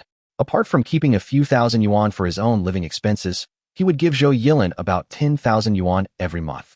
You have to know that the cost of living in Neon is very high. Although you live in a shed, you are responsible for your own food. The foreman will not care what you eat. It is absolutely impossible to eat well with just a few thousand yuan. Sun Guangjun has been able to support his life in the past few years with great perseverance. After the apocalypse broke out, Sun Guangjun, who happened to be in China, found Zhou Yilin as soon as possible and took her through the high temperature, heavy rain, extreme cold, and polar night. He also selflessly contributed the supplies he had worked so hard to find to their family, leaving only a small portion for himself that was barely enough to fill his stomach. Zhou Yilin's parents, as ordinary people without awakened special powers, were able to survive safely for 10 years in the apocalypse. It must be said that all of this was supported by the blood and sweat of Sun Guangjun. Even so, Zhou Yilin's parents constantly despise him for being incompetent. Later, people with special abilities began to awaken, and Zhou Yilin was lucky enough to awaken her water ability. In order to allow her to upgrade smoothly, Sun Guangjun would always give her the upgrade resources as soon as he obtained them. The result of doing this is that Sun Guangjun's ability level will always be lower than Zhou Yilin's. During this period, Sun Guangjun had to endure the constant teasing from Zhou Yilin's family.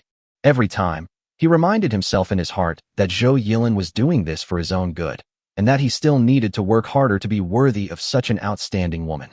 In his previous life, Sun Guangjun didn't think there was anything wrong with doing this, but after being reborn, looking back, isn't this just a complete bootlicker? Licking a dog, until in the end there is nothing left. Sun Guangjun's experience is the best description of this sentence. As for Zhou Yilin's actions, everything shows that she is a white lotus, a scheming bitch, and is collectively known as a green tea bitch. Originally, Sun Guangjun was planning to ignore this little white lotus for the time being, and wait until the end of the world broke out before finding a chance to settle the old accounts. However, he did not expect that on the first day of returning to China, this scheming bitch would come to him like a leech.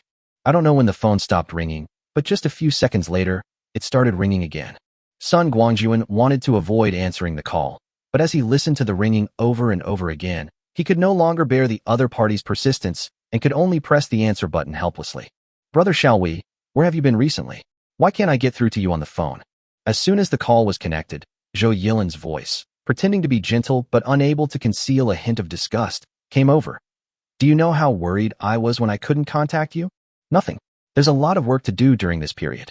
The foreman doesn't allow us to bring phones. Sun Guangjun said calmly. Why are you looking for me so urgently? Is there something wrong? How could Sun Guangjun not know what was going on? It's the beginning of the month again. It's time to transfer money. I'm relieved to know you're okay. Zhou Yilin's voice was soft and weak. It's not like home outside. You must take good care of yourself. Oh, and I've been accepted into our university's doctoral program. I'm about to graduate, so I've decided that this summer I'm going to work hard to earn enough money for next semester's tuition. Normally, When Zhou Yilin said this, Sun Guangjun would immediately feel extremely distressed, and then generously say that Zhou Yilin didn't need to worry about tuition and living expenses. She just needed to focus on her studies and be beautiful. But when he heard this today, Sun Guangjun couldn't help but frown. Why did these words have such a strong taste of tea? In his previous life, he was so stupid that he was fooled by such a simple trick for so many years. Yeah. To Zhou Yilin's surprise, Sun Guangjun said calmly, "You are 25 years old and a graduate student. It won't be difficult for you to find a temporary job. Oh, by the way, I just returned to China and spent all my salary last month on plane tickets. You have to rely on yourself for your tuition. But it's okay this way. Just treat it as some early training. You will have to work in the future anyway." These words made Zhou Yilin on the opposite side choke, and she couldn't help but frown. What's wrong with this guy? Didn't he always fall for this kind of thing? Did he get out of hand this time? Suppressing her inner irritation, Zhou Yilin patiently pretended to be surprised and said, "You're back home? Really? Where are you now? Will you come to see me? Brother, shall we? We haven't seen each other for almost a year. You didn't even come home for the Chinese New Year. You don't know how much I miss you." Listening to Zhou Yilin's chatter, Sun Guangjun felt nauseous. This was quite new to him. Why did he think listening to Zhou Yilin's chatter was a kind of happiness before? Maybe this is what they call changing times and changing things. After being betrayed in his previous life, Sun Guangjun found that he could remain calm and composed when facing Zhou Yilin again. However, the small flame of hatred in the deepest part of his heart was suppressed with great effort. There was no response from Sun Guangjun for a long time. If she hadn't heard a faint breathing sound, Zhou Yilin would have suspected that he had hung up the phone. Brother, shall we, are you still there?" Zhou Yilin couldn't continue her one-man show any longer, so she had to ask a question tentatively. "Yeah, I'm here," Sun Guangjun said. "I still have some work to do here. If you don't have anything else, I'll hang up." After saying that, without waiting for Zhou Yilin to say anything else, Sun Guangjun simply hung up the phone, threw the phone aside, turned over, and went to sleep. "Go to hell, you lick dogs. Whoever wants to be one can be one. I won't serve you anymore." Sun Guangjun is not willing to waste his precious time on such a scheming bitch. It would be better to sleep instead. Sun Guangjun felt relieved, but Zhou Yilin on the other end of the phone was dumbfounded. What's going on? Why has this idiot become so smart this time? No matter how he pretends to be gentle and pitiful, he just won't take the bait? What's wrong, baby? A shirtless man on the bed looked at Zhou Yilin, who had put down the phone angrily, and asked softly, "Why are you so angry? What's wrong?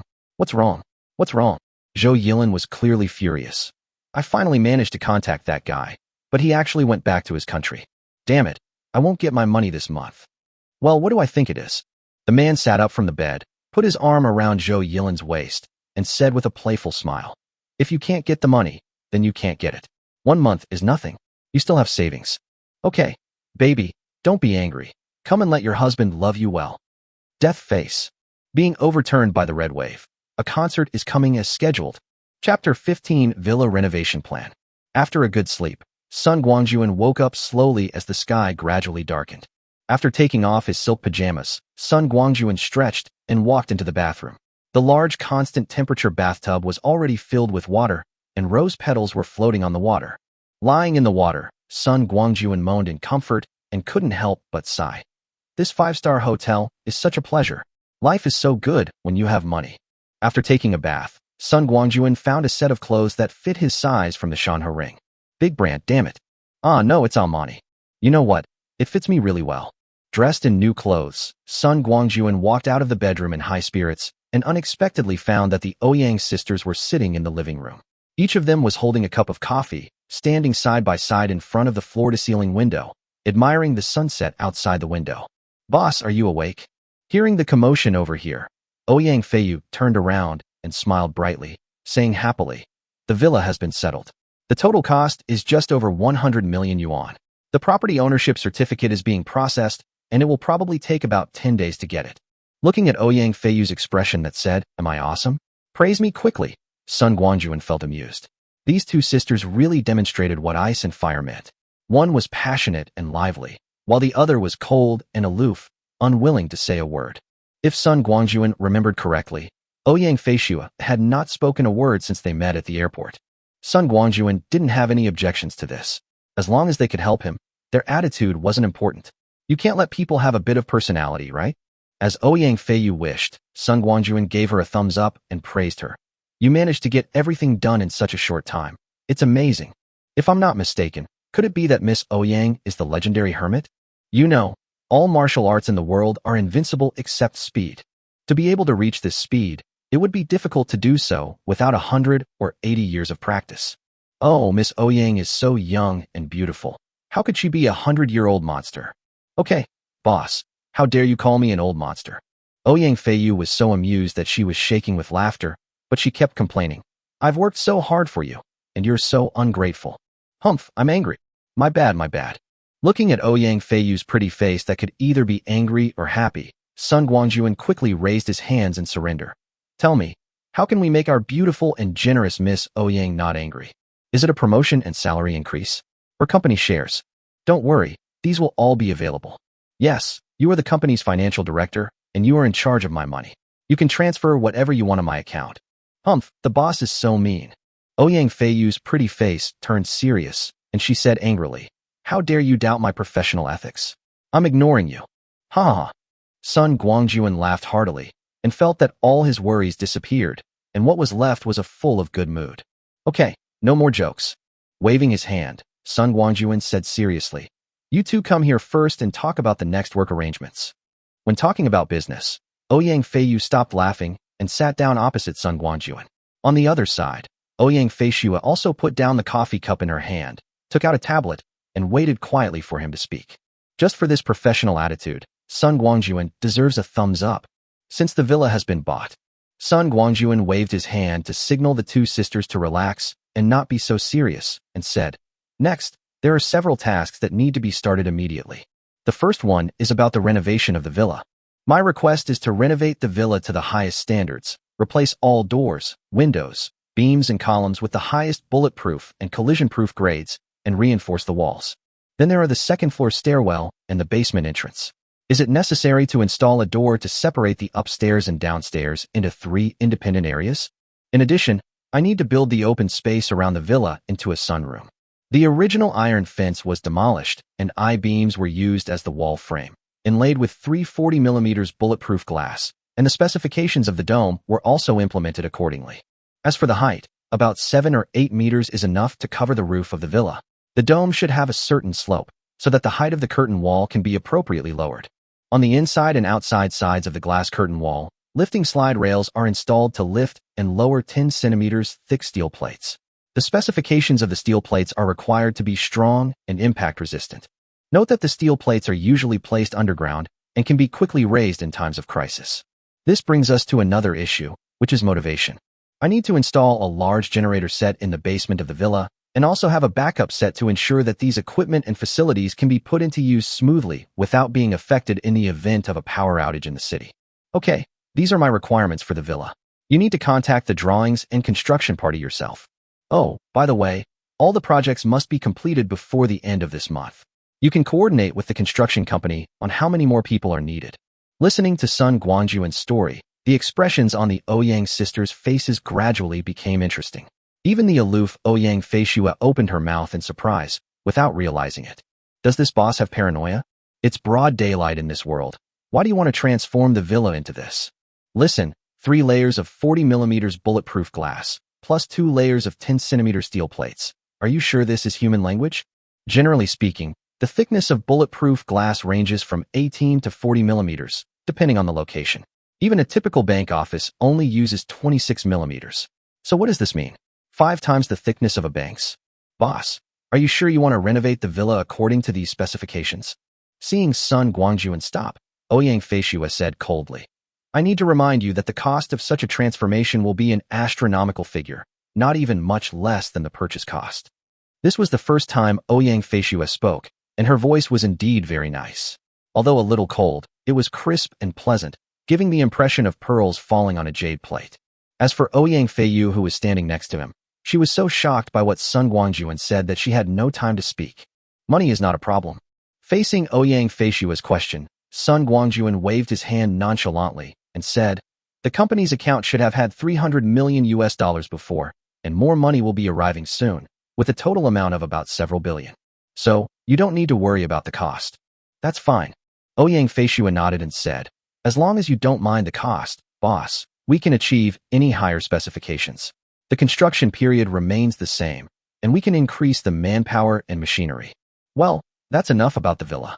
After getting Ouyang Feishua's confirmation, Sun Guangjun said with satisfaction, I am only responsible for making requests and spending money. How to realize it is your sister's business. By the way, you can buy another villa nearby to make your living more convenient. It will also be convenient for you to supervise the work nearby, and the money will be paid through the company's account. Remember, I don't want a shoddy project that cuts corners, but rather one that meets my requirements to the letter or even exceeds them. Chapter 16 Stockpiling Plan. Hearing Sun Guangjun's unquestionable words, Ouyang Feishue was speechless and could only silently write down all the requirements. Alas, who can blame him for being the boss? The main point is that he is rich and willful.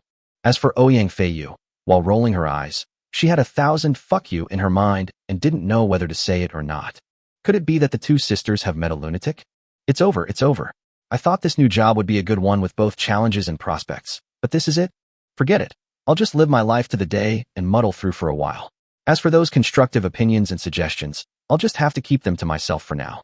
For a moment, Ouyang Feiyue felt that he had met the wrong person and got on a pirate ship. Sun Guangjun had no idea what the two sisters were thinking, so he continued, I'll leave the villa matters to you two sisters.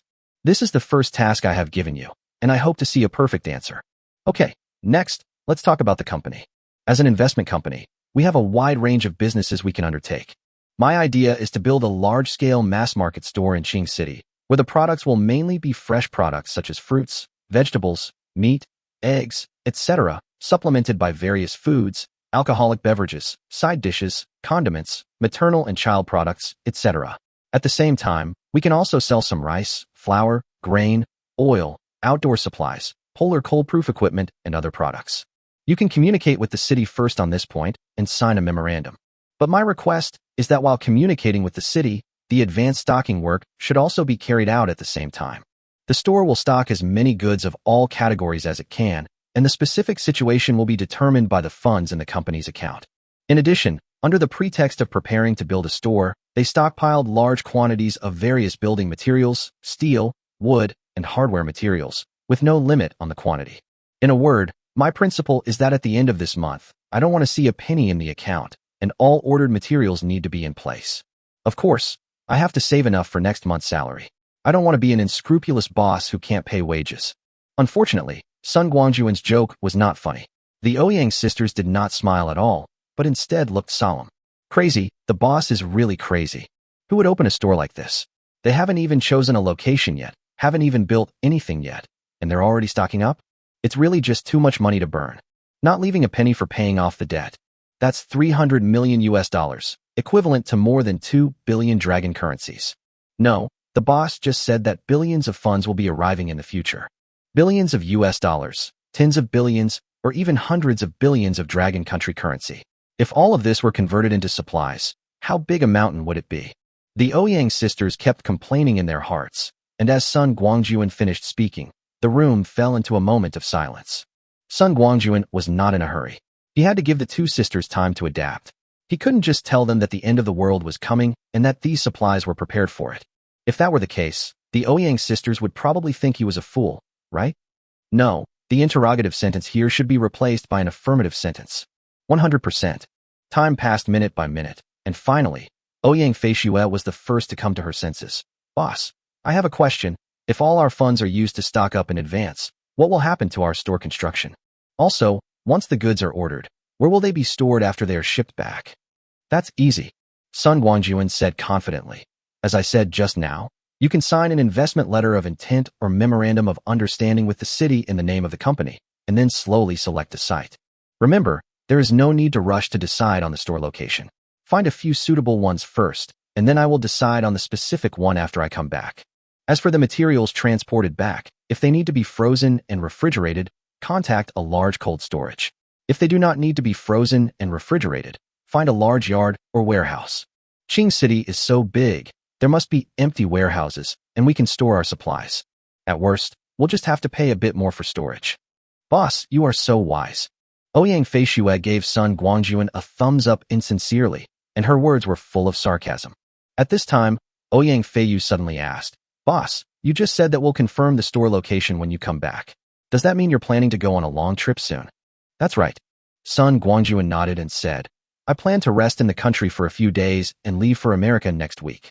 This is a trip that was planned a long time ago, and I'm telling you about it now. I will probably stay abroad until around the 20th and will be back before the end of the month. At that time, I will give you a vacation so that you can travel around the country and see the beautiful rivers and mountains of our motherland. Of course, if you like, as your boss, I don't mind accompanying you.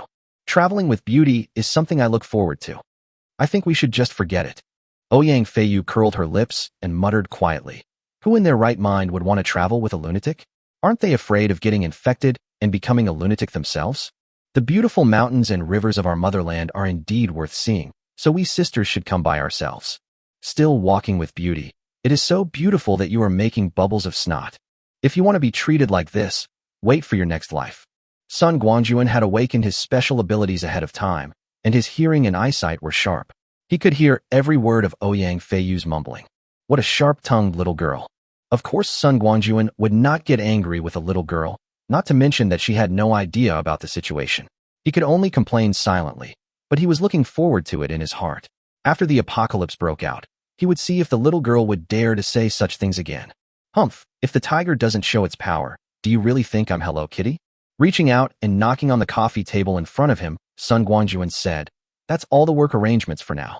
If you don't have any questions, then just follow my instructions. No problem, boss. We will definitely complete your request without any compromise. Ouyang Feiyu almost gritted her teeth as she said this. Okay, as long as you don't have any questions. Pretending not to notice the wonderful change in Ouyang Feiyu's expression, Sun Guangjun said, By the way, if you have any extra energy, you can do me a small favor. It's like this. I haven't lived in the countryside since I was a child, and I yearn for that kind of pastoral life. But now I'm busy with all kinds of things, and it's impossible for me to live in the countryside for a while. Therefore, I intend to choose a place in the suburbs to build an ecological ranch to raise some livestock such as dairy cows, fragrant pigs, ponies, as well as various chickens, ducks, geese, and so on. I would be very grateful if you could help me purchase a batch in advance. As for the location of the ecological ranch, I want to choose it myself after I come back. How about it? Two beautiful ladies. Are you willing to help me fulfill this wish? You're the boss. You have the final say. Ouyang Feiyu's eyes rolled almost to the horizon, but she agreed without hesitation. Chapter 17 King-Level Power. Everything was arranged. Sun Guangjun clapped his hands and said, That's it for now. It's time to get off work now. As your boss, and this is our first day together, I should treat you to a meal. I just checked and it says that this hotel serves good Shandong cuisine, especially seafood. I wonder if I would be honored to invite two beautiful ladies to dinner with me. Only a fool would not eat a free meal. Without waiting for Ouyang Feiyu to say anything to refuse, Ouyang Feiyu said bluntly, Sister, let's go and have a big meal. It's best to eat him out of money. This time, it was Ouyang Feiyu who rolled her eyes. Why wasn't this silly girl of mine alert at all? It was such a headache. After they sat down in the private room on the third floor, Sun Guangjun placed the menu in front of the two sisters and said, Order whatever you want.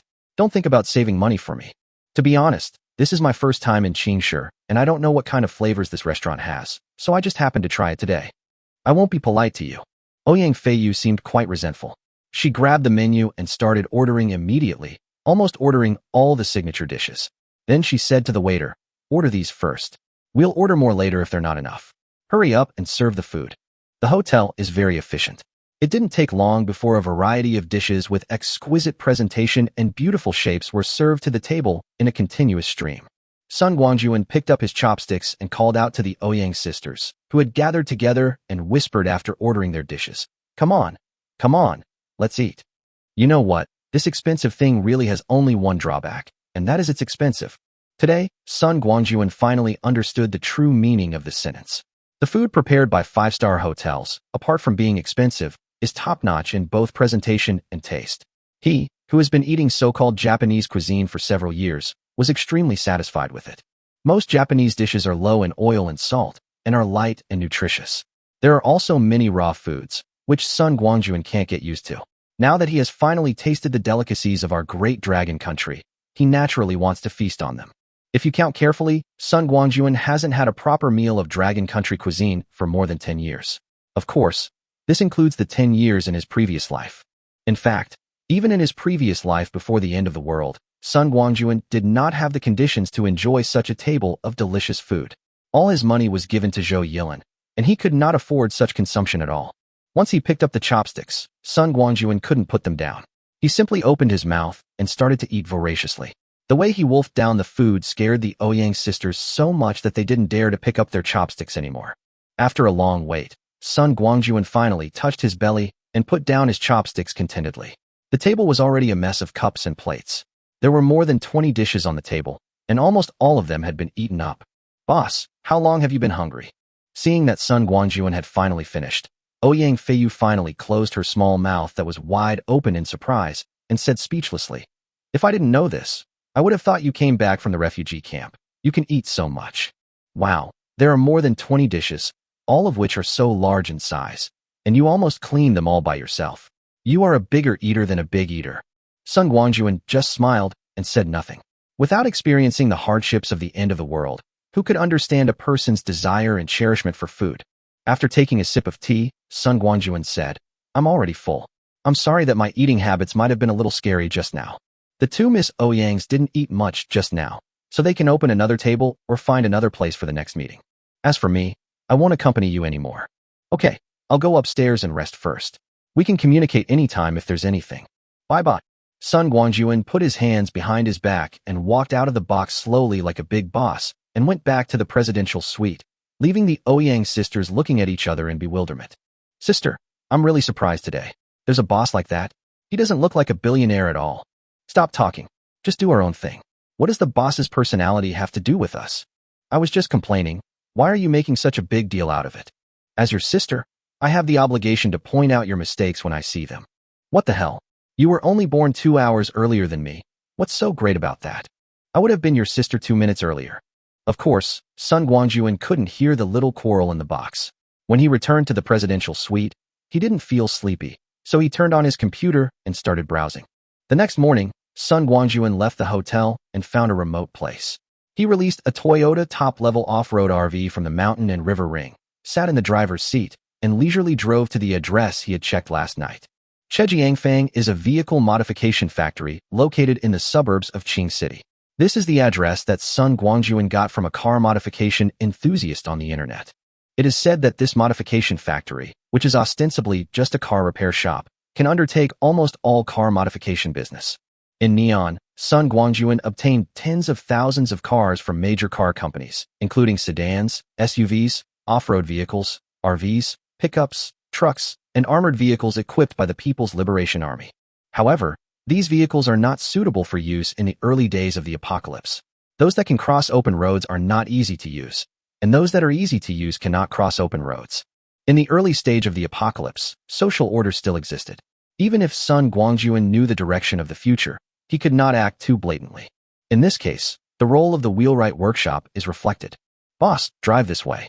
Seeing a brand new RV driving over, the worker at the door pointed the direction with a careful look and led Sun Guangjun to turn into the backyard from the small road next to it. "Boss, do you want to modify the car?" As soon as Sun Guangjun jumped out of the car, a strong man holding a wrench came up to him with a smile on his face. "King Xionglang?" Seeing the warm smile in front of him, Sun Guangjun's eyes froze. In his previous life, he was a ruthless man in the end times. Xionglang was a man of extraordinary talent. He awakened his special powers in advance during the 100-day polar night, becoming one of the first people to awaken. After that, he became a quasi-king for 3 years and a king for 5 years. He was the most popular person at the time. However, he was later plotted against, so he failed in his attempts to become an emperor several times. Sun Guangjun never expected that he would meet the future king in Qing City, and he never expected that this famous figure in the end times would be the owner of a car workshop. "Hello, Mr. Xiong. I was introduced here by a friend." Sun Guangjun patted the hood of the RV and said, "I want to convert this RV into a bulletproof version. I need to install anti-collision corners and anti-collision beams on the front and back of the car body. Can you guys do all this?" "It's a nice car, the latest top-of-the-line off-road RV. This is the first time I've seen one in China." Xionglang smiled and said, "It's no problem to modify it, but boss, your car is new and hasn't been registered yet. If you modify it, you won't be able to hang the license plate. How about you go and put up the sign first and come back later?" "Well, that's just a small matter." Sun Guangjun shook his head and said nonchalantly, "Just tell me how long it will take to complete the transformation according to my requirements. If you want to expedite it, it will take half a month and cost 300. Deal? I'll pick up the car in half a month. Neither of them hesitated and confirmed it in just 2 sentences. After paying the bill, Sun Guangjun got into the car that Xiong Lang was sending him back to and left the wheelwright's workshop. Chapter 18. Running Away Overnight. As for Xiong Lang, Sun Guangjun was not in a hurry to make friends with him. After all, the two of them had already known each other through the car modification incident, and there would be plenty of opportunities for them to get in touch again in the future. Before returning to the hotel, Sun Guangjun never expected that he would receive a call from his cousin. After turning 18, Sun Guangjun lost the right to continue living in his cousin's house, which was the direct reason why he later chose to work abroad. In the words of my cousins at the time, "You are already an adult, and it's time for you to learn to support yourself.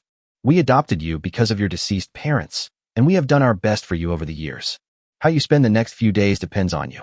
With just a few words, he sent the poor little guy Sun Guangjun away without mentioning the inheritance belonging to Sun's father and mother that they had seized. Now, after 7 years, this is the first time Sun Guangjun has received a call from them. Sun Guangjun did not answer the call immediately. He only pressed the answer button after returning to the hotel room. "Shall we? I'm your aunt. What are you busy with? Why don't you answer the phone?" As soon as the phone was connected, my cousin's aunt's pretended enthusiastic voice came from the other end. "Oh, I was driving with the windows open and didn't notice the phone ringing." Sun Guangjun made up an excuse and brushed it off, then asked, "Aunt, you called me. What's the matter?" "Look at you, kid. What are you talking about?" My aunt said angrily. "It's okay for me to care about you. You are such a silly kid. After all these years, don't you even go home to visit? Do you know that your uncle and I miss you very much? To be honest, it's also our fault that we are incompetent. If we could have earned more money at that time, you wouldn't have left your hometown at such a young age to work abroad. Shall we? Are you still blaming your aunt and uncle?" "It's not strange or not," Sun Guangjun said calmly. "Aunt, your family is living in harmony and happiness. I don't want to disturb you too much. Besides, I'm used to being alone after so many years. Aunt, if you have anything to say, just tell me directly. I'm very busy here." This child is having an affair with his aunt. My cousin's aunt seemed to be afraid that the night would be too long, and she scolded him, then said, "Shall we? I heard that you are back home now." Sun Guangjun said, "Yes, I just came back yesterday." After a moment of silence, the aunt said, "It's like this, your brother, Xiaohao, has just found a good wife and is getting married. I was thinking that since I haven't seen you for so many years, I'd take this opportunity for you to come home and have some fun together." In addition, upon hearing this, Sun Guangjun knew there must be something else going on, so he asked in a deep voice, "What else?" My cousin's aunt no longer hesitated and said directly, "Shall we? Your sister-in-law is asking for a betrothal gift of 500,000 yuan.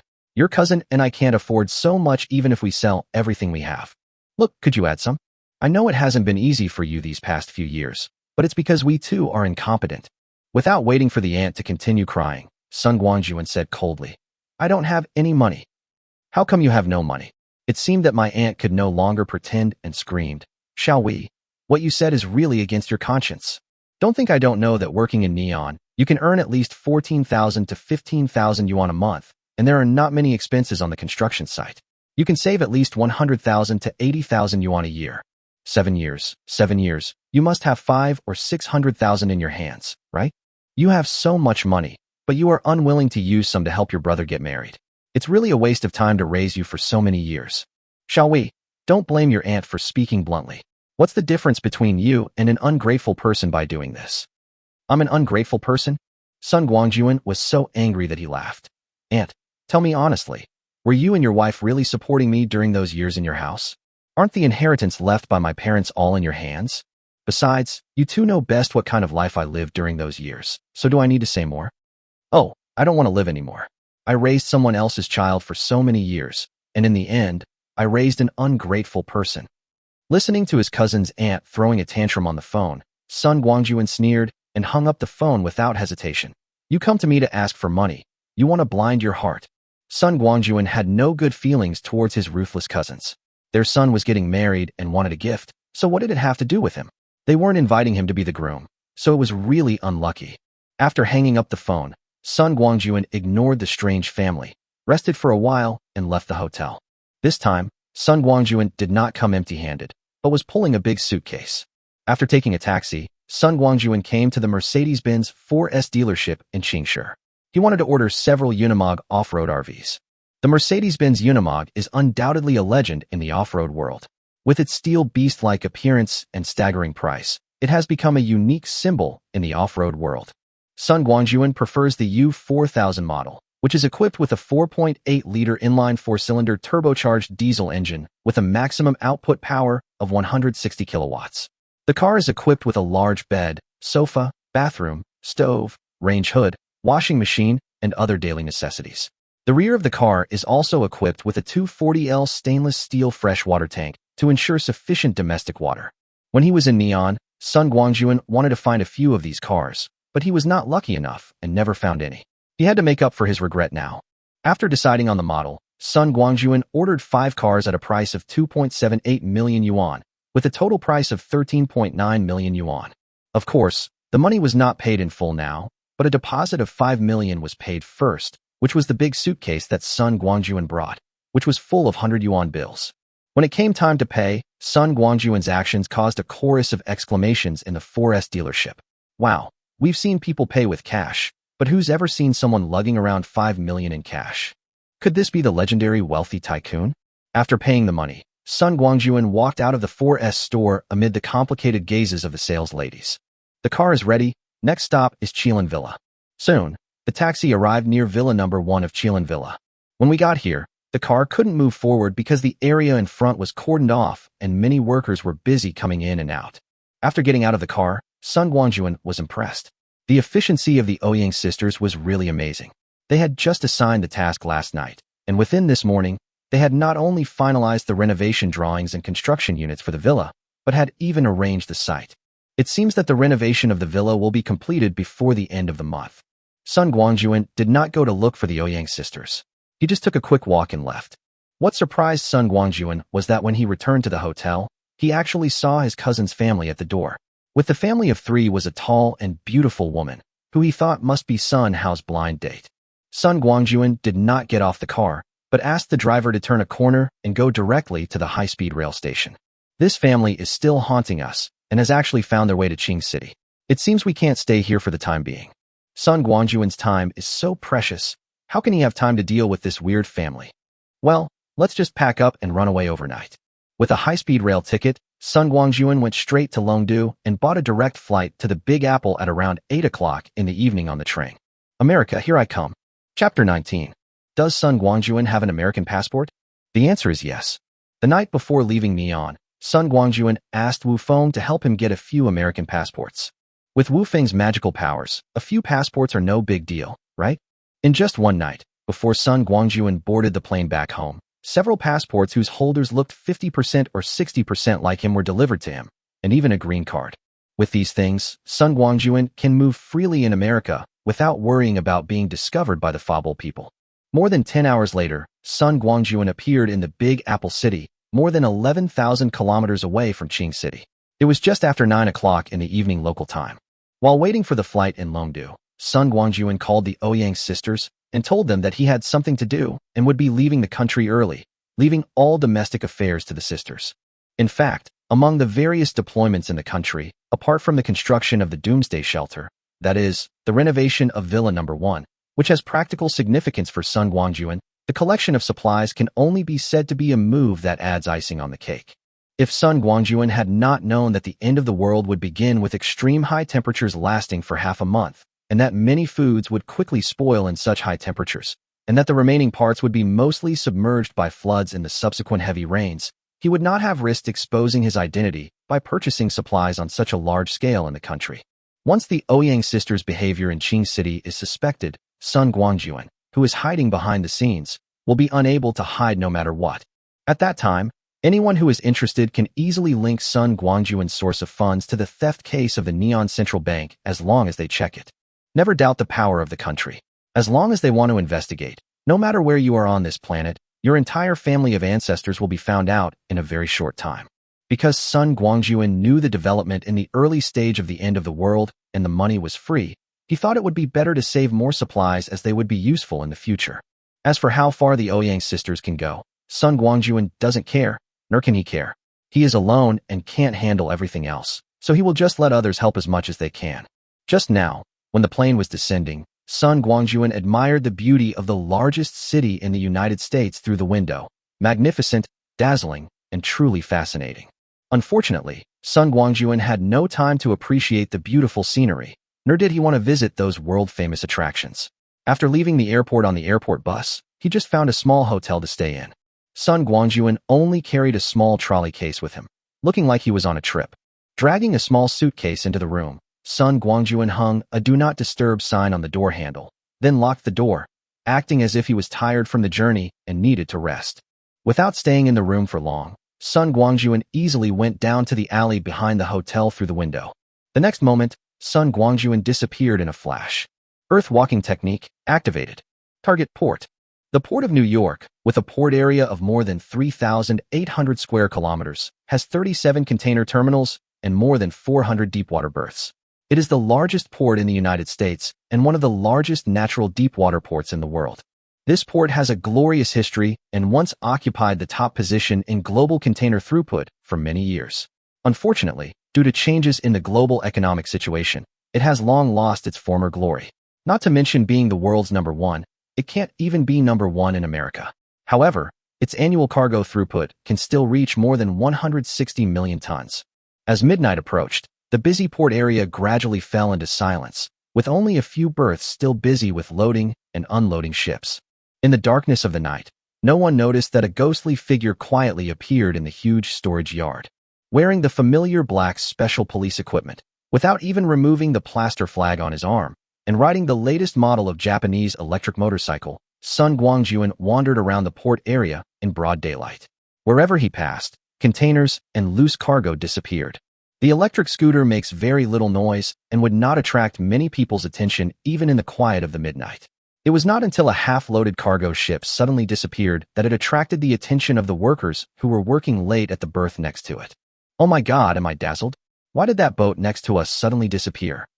A scream suddenly rang out, and a black man held his head, his eyes wide open in disbelief.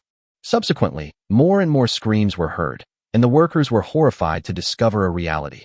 The originally full yard became empty, and those containers, whether full or empty, mysteriously disappeared. Soon, news of a mysterious theft at the port began to spread, sirens blared everywhere, and the phobos rushed to the port like crazy. The series of thefts that occurred in Neon some time ago have spread all over the world. Except for the Japanese who optimistically believe that they have encountered aliens and that the country has ushered in a great opportunity, people all over the world are watching the joke. But no matter how funny it is, no one wants something like this to happen to themselves. To be frank, in just a week, Japan's economy regressed by at least 20 years, and the loss of various materials amounted to trillions of dollars. With the previous experience of Neon as a lesson, the phobos immediately linked what happened at the port to the so-called aliens. After checking the surveillance, the phobal people quickly found Sun Guangjun. The truth was revealed. The thief ran from Neon to America. His figure and dress were exactly the same as those posted on the internet. The phobos were all furious. "You bully little Neon, but you even dare to come to America to make trouble. It's like an old man eating arsenic. You are tired of living. America, what is that? A beacon for the world. How can we allow villains to act so recklessly?" At the first moment, almost all the phobos in the United States took action, searching for the whereabouts of the thief while guarding against him in various places, vowing to make the damn thief suffer his first Waterloo in the land of the free. While the phobolos were rushing to act, Sun Guangjun had already arrived at the underground vault of the Federal Reserve Bank in Manhattan. This world's largest gold vault is located more than 20 meters underground and contains more than 8,300 tons of gold belonging to more than 60 countries, accounting for 1/3 of the world's gold reserves. It's said that this vault has no door at all. Instead, it consists of a 2.7-meter tall, 90-ton solid steel cylinder, reinforced with 140-ton reinforced concrete walls. A narrow, 3-meter-long passageway runs through the center. With the flick of a switch, the cylinder rotates 90 degrees, revealing the passageway for entry and exit. The entire cylinder system is manually operated, ensuring it remains open and closed even in emergencies like power outages. Even such a tight defense was easily broken through by Sun Guangjun from underground. Although Sun Guangjun was careful and secretive enough, his footprints were captured by the sensor elements on the ground as soon as he set foot here, and immediately, a shrill alarm began to sound. This sudden change did not affect Sun Guangjun.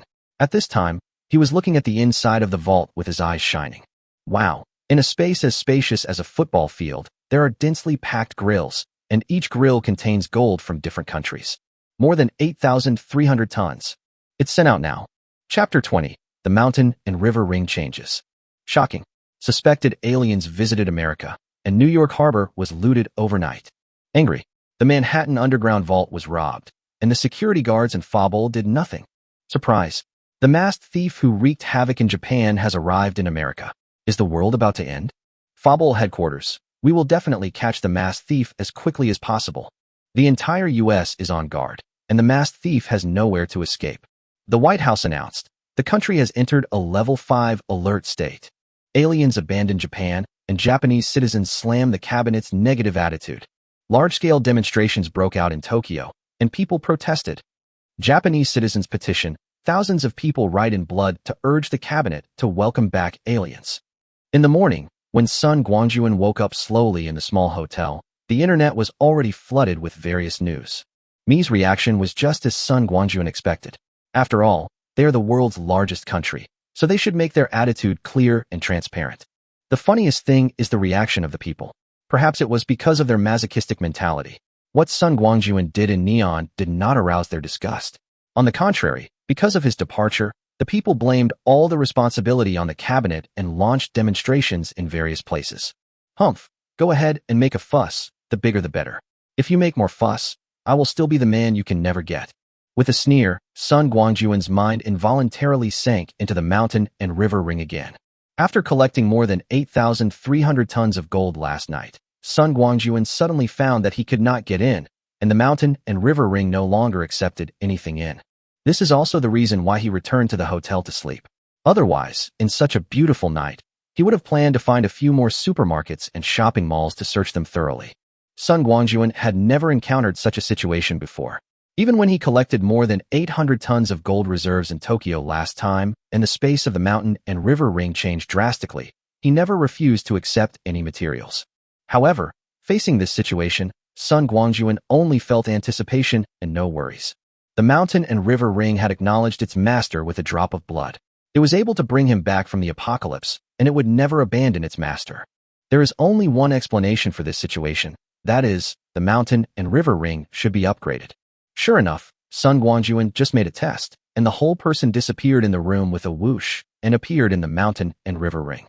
That's quite a change. Looking at the scene in front of him, Sun Guangjun couldn't help but gasp. The original thatched house disappeared and was replaced by a quaint two-story building. Through the open door and windows, you can see that there are tables, chairs, and beds inside, which is full of life. What is rather strange is that there is a staircase on each side of the second floor of the small building. The left one goes up, and the right one goes down. It is not known what they are used for. The hundreds of acres of land that originally surrounded the thatched cottage have all turned into lush green meadows. A winding stream flows through the meadows, and patches of flowers are dotted on both sides of the stream. Further away is a large forest, and in the distance, the silhouettes of mountains, rivers, and lakes can be vaguely seen. On the grass, groups of chickens, ducks, and geese are foraging.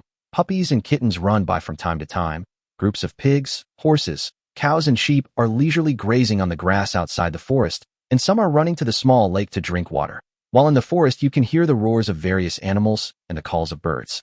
In the sky, a harrier shrieked, swooped down, grabbed a rabbit from the ground, then soared into the sky and flew towards the mountains. Not far behind the small building, there is a large bamboo forest. No, it would be more appropriate to call it a bamboo sea. Sun Guangjun clearly saw a national treasure shaking its fat body and slowly coming out from inside, holding a fat bamboo shoot in its arms. The scene before him told Sun Guangjun that the animals he brought back from Neon were living well here. But what about the crops and fruit trees? There was no sign of the vast amount of supplies in the small building. Sun Guangjun had never seen such a strange thing in his previous life. The space of the mountain and river ring at that time was just a little bigger than before. Could it be the effect of the gold last night? Yes, although Sun Guangjun was constantly collecting gold, silver, jade, and other precious stones in his previous life, everyone was living a hard life in the last days, and he did not have such a large range of activities that he could not go to other people's gold reserves to cause trouble.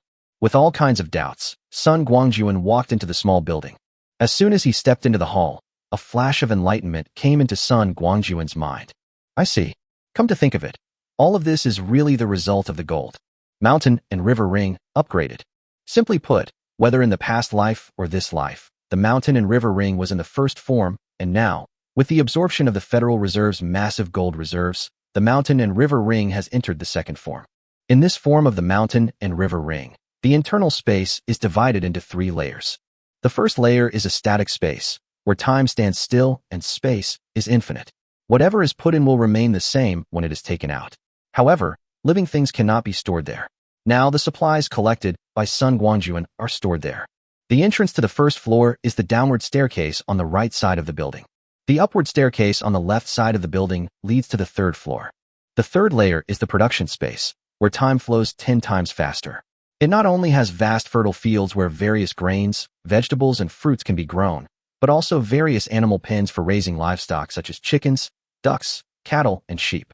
The crops and fruit trees that Sun Guangjun thought had disappeared are now planted in the fertile soil on the third layer. Sun Guangjun is on the second floor, the living space. The time here is the same as that of the outside world, allowing Sun Guangjun to live here, including the spiritual well. As for why the poultry and livestock stayed on the second level and did not enter the third level, it was because Sun Guangjun, as the owner of the mountain and river ring, had not yet made a choice. As for living space, there must be some necessary poultry and livestock. They have just been sent to the third floor to accelerate their growth, and we are still waiting for Sun Guangjun to make a decision. After learning about the changes in the mountain and river ring, Sun Guangjun laughed heartily. Now, the second layer of the mountain and river ring is really a world of its own. The first and third layers have their own magical features, which can be regarded as the best supplement. With the mountain and river ring in his hand, Sun Guangjun can completely create a new world after the end of the world. After touring the 3 floors, Sun Guangjun left, dragging his small suitcase downstairs to check out, as he still had a lot of things to do. "Sir, why don't you stay a few more days?" The obese proprietress leaned on the counter, processing Sun Guangjun's paperwork while saying mysteriously, "The Big Apple isn't very safe these days. Running around can easily lead to problems. Have you heard that the neon-masked bandit has come here? It's just aliens." Sun Guangjun shrugged and said nonchalantly, "I've already read the online reports. They're just exaggerated. This is a free country, and no one can stop me from traveling. Madam Boss, I wish you good luck." "Lucky you too." The proprietress handed the invoice and the change to Sun Guangjun, watched him walk out the door, and muttered softly, "That's what I mean. Those phobos are just looking for trouble. Aliens, what a great excuse. Isn't it all just their incompetence?" Chapter 21 Perfect Trip. Amid the proprietress's chatter, Sun Guangjun walked out of the hotel, facing the rising sun, and merged into the crowd on the street.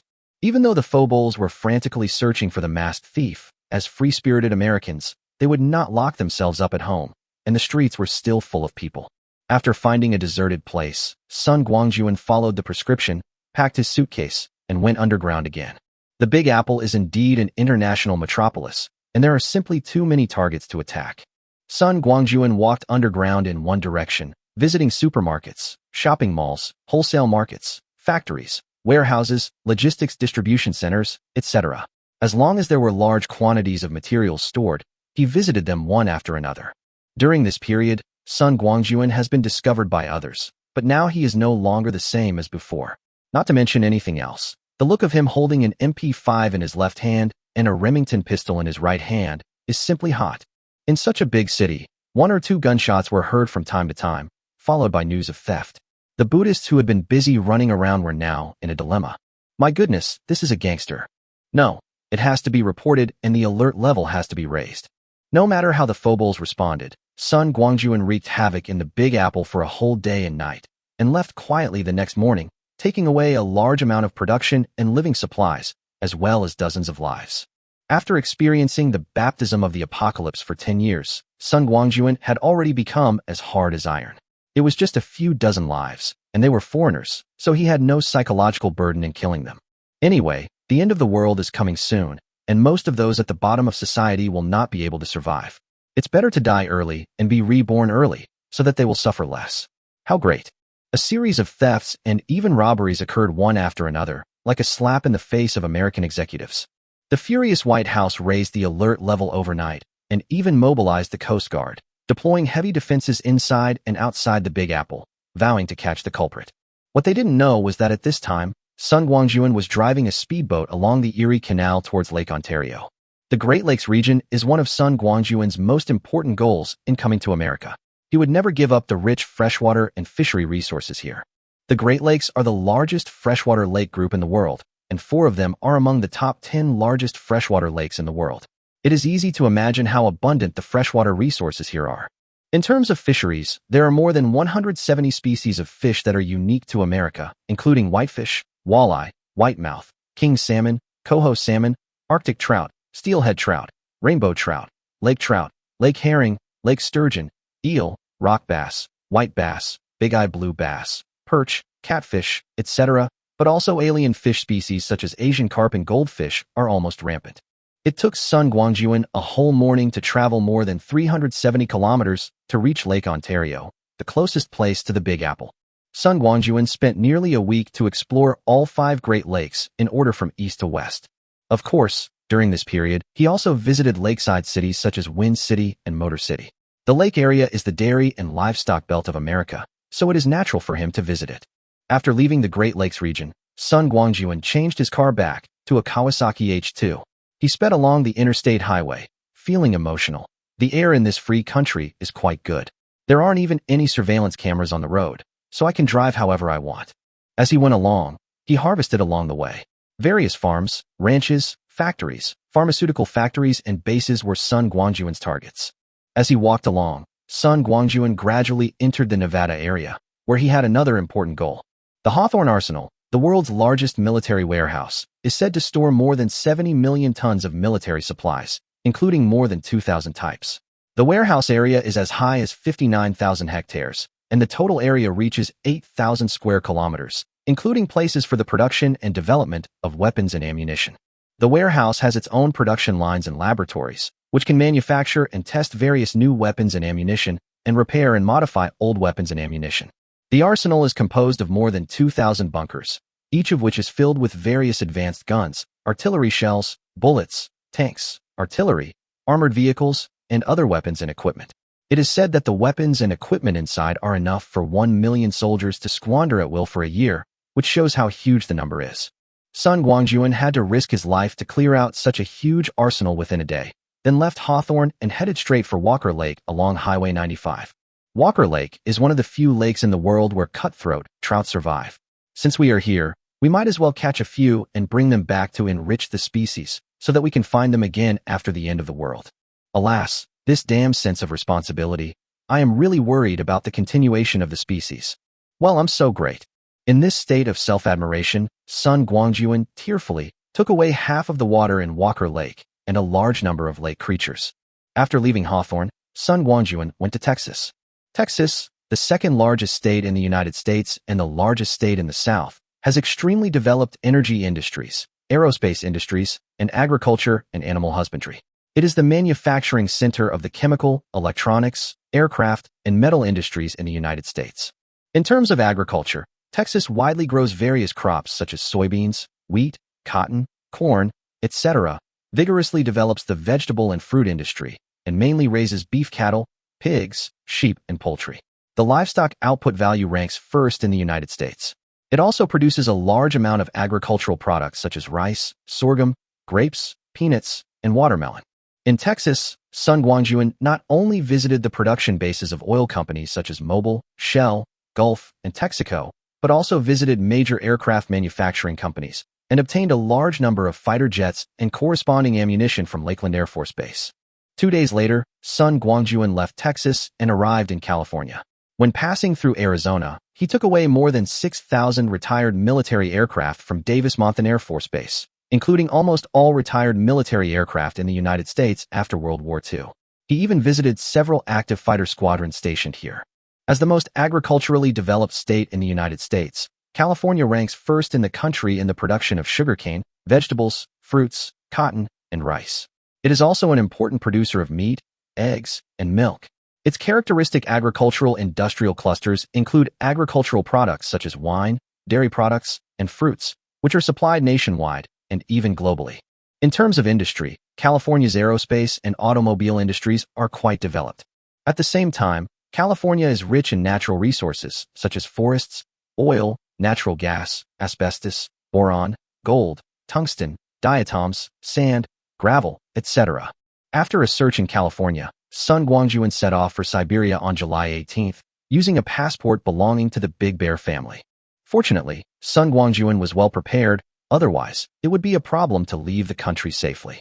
After suffering repeated robberies, the upper class in America was furious and the alert level was raised again and again. They wanted to impose martial law across the country just to keep the damn masked bandit. Going to the Big Bear's house was a trip that Sun Guangjun had planned in advance.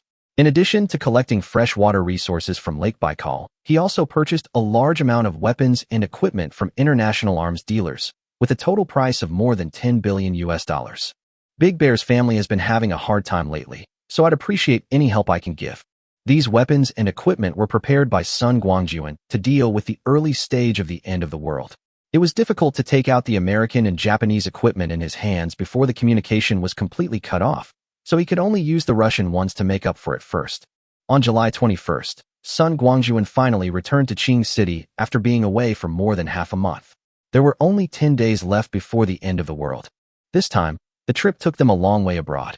The whole journey was perfect for Sun Guangjun, except for Laomi, who was clamoring every day on the international stage that the masked bandit and the forces behind him must pay the price. I just don't know how long it will take to achieve this goal. Chapter 22 Contact with Xionglang. After waking up, Sun Guangjun belatedly discovered a fact. Today was July 23rd, not the 22nd as he had previously thought, and it was also the 9th day in the countdown to the end of the world. Forgot about the time difference. Fortunately, this is not a big problem. It only takes one day, and it is not something I can't afford. I got up, washed, and then went to the restaurant to have a hearty breakfast, fried dough sticks and tofu pudding, which is a rare delicacy in the end times. Many guests of the Hilton Hotel witnessed a strange sight in the restaurant today. A well-dressed young man, with a bowl of tofu pudding in front of him, picked up a fried dough stick with great cherishment, dipped it carefully in the tofu pudding, took a small bite, closed his eyes slightly, chewed it slowly with great enjoyment, and finally swallowed it with great care. If you don't know, you might think this is a big meal. This guy is really an eye-opener for everyone to be able to enjoy the hotel's free breakfast in this way. Moreover, this guy can really eat. Even though he eats slowly, he eats a lot. Sun Guangjun doesn't care about other people's opinions.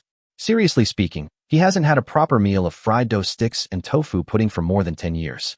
Having experienced the hardships of the end of the world, Sun Guangjun's appreciation for food is unmatched by anyone. After enjoying breakfast, Sun Guangjun went out to the car workshop. Half a month had passed, and he didn't know how the RV renovation was going. "Hey, boss, Sun is here. Please come in and sit down." Xionglang happened to be in the store. When he saw Sun Guangjun walk in, he immediately came forward to greet him. This was a distinguished guest, and he was so happy to pay, so he had to be treated well. "You're welcome, Mr. Xiong."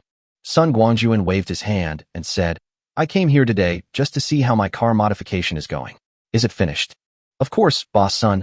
Please come this way." Xionglang led Sun Guangjun to the workshop, reached out and pulled off the car cover, pointed at the modified RV and said, "Boss Sun, please look. The materials and workmanship are absolutely the best." Seeing that the RV in front of him had indeed added a bit of toughness, Sun Guangjun nodded with satisfaction and said, "Boss Xiong, I have a question I would like to ask you. If you modify a car here to this specification, how long would it take at the fastest? How many cars can you modify at the same time?" Hearing this, Xionglan's eyes lit up. This was another big business opportunity, and he quickly said, "Boss Sun, what kind of car do you want to modify? You have to know that different cars have different levels of difficulty in modifying them, and the time required will naturally vary." "Understood." Sun Guangjun waved his hand and said, "Boss Xiong, I bought 5 Unimog 4000S, and they will arrive soon. I want to know, if I send it to you for modification, how long will it take to complete it?" "Unimog? 5. Xionglang almost dropped his jaw in shock. This guy was indeed a big spender. Fortunately, he collected his thoughts in time and did not embarrass himself on the spot. "Boss Sun, if I put aside other business for the time being and focus on modifying these 5 cars, I can handle it. The Unimog is a very tough car, and it is not difficult to modify it. However, the proficiency of the staff varies, so it will take at least 5 days to complete all the changes. And then there's the issue of cost. Don't worry about the cost." Sun Guangjun waved his hand and said proudly, "Just calculate it and give me a number. I can transfer the money to you immediately." Sure. Xionglang smiled awkwardly, knowing that he was a little anxious. Without waiting for Xionglang to make amends, Sun Guangjun took out his phone and called the Mercedes-Benz 4S dealership, asking them to send someone to deliver the car to the car workshop. The remaining payment was also transferred to the 4S dealership in front of Xionglang.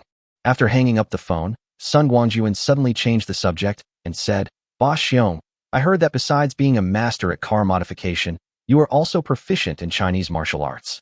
I wonder if there's a chance for me to have a discussion with Mr. Xiong." In his previous life, Xiong awakened superpower was strength. He was a master of hand-to-hand combat. With his powerful Mad Dog fist, he carved out a world for himself in the apocalypse. There is news that before the end of the world, Xiong was a famous master of Mad Dog fist, and he also had a title, Extrajudicial Justice Maniac. This means that this person is kind-hearted and chivalrous.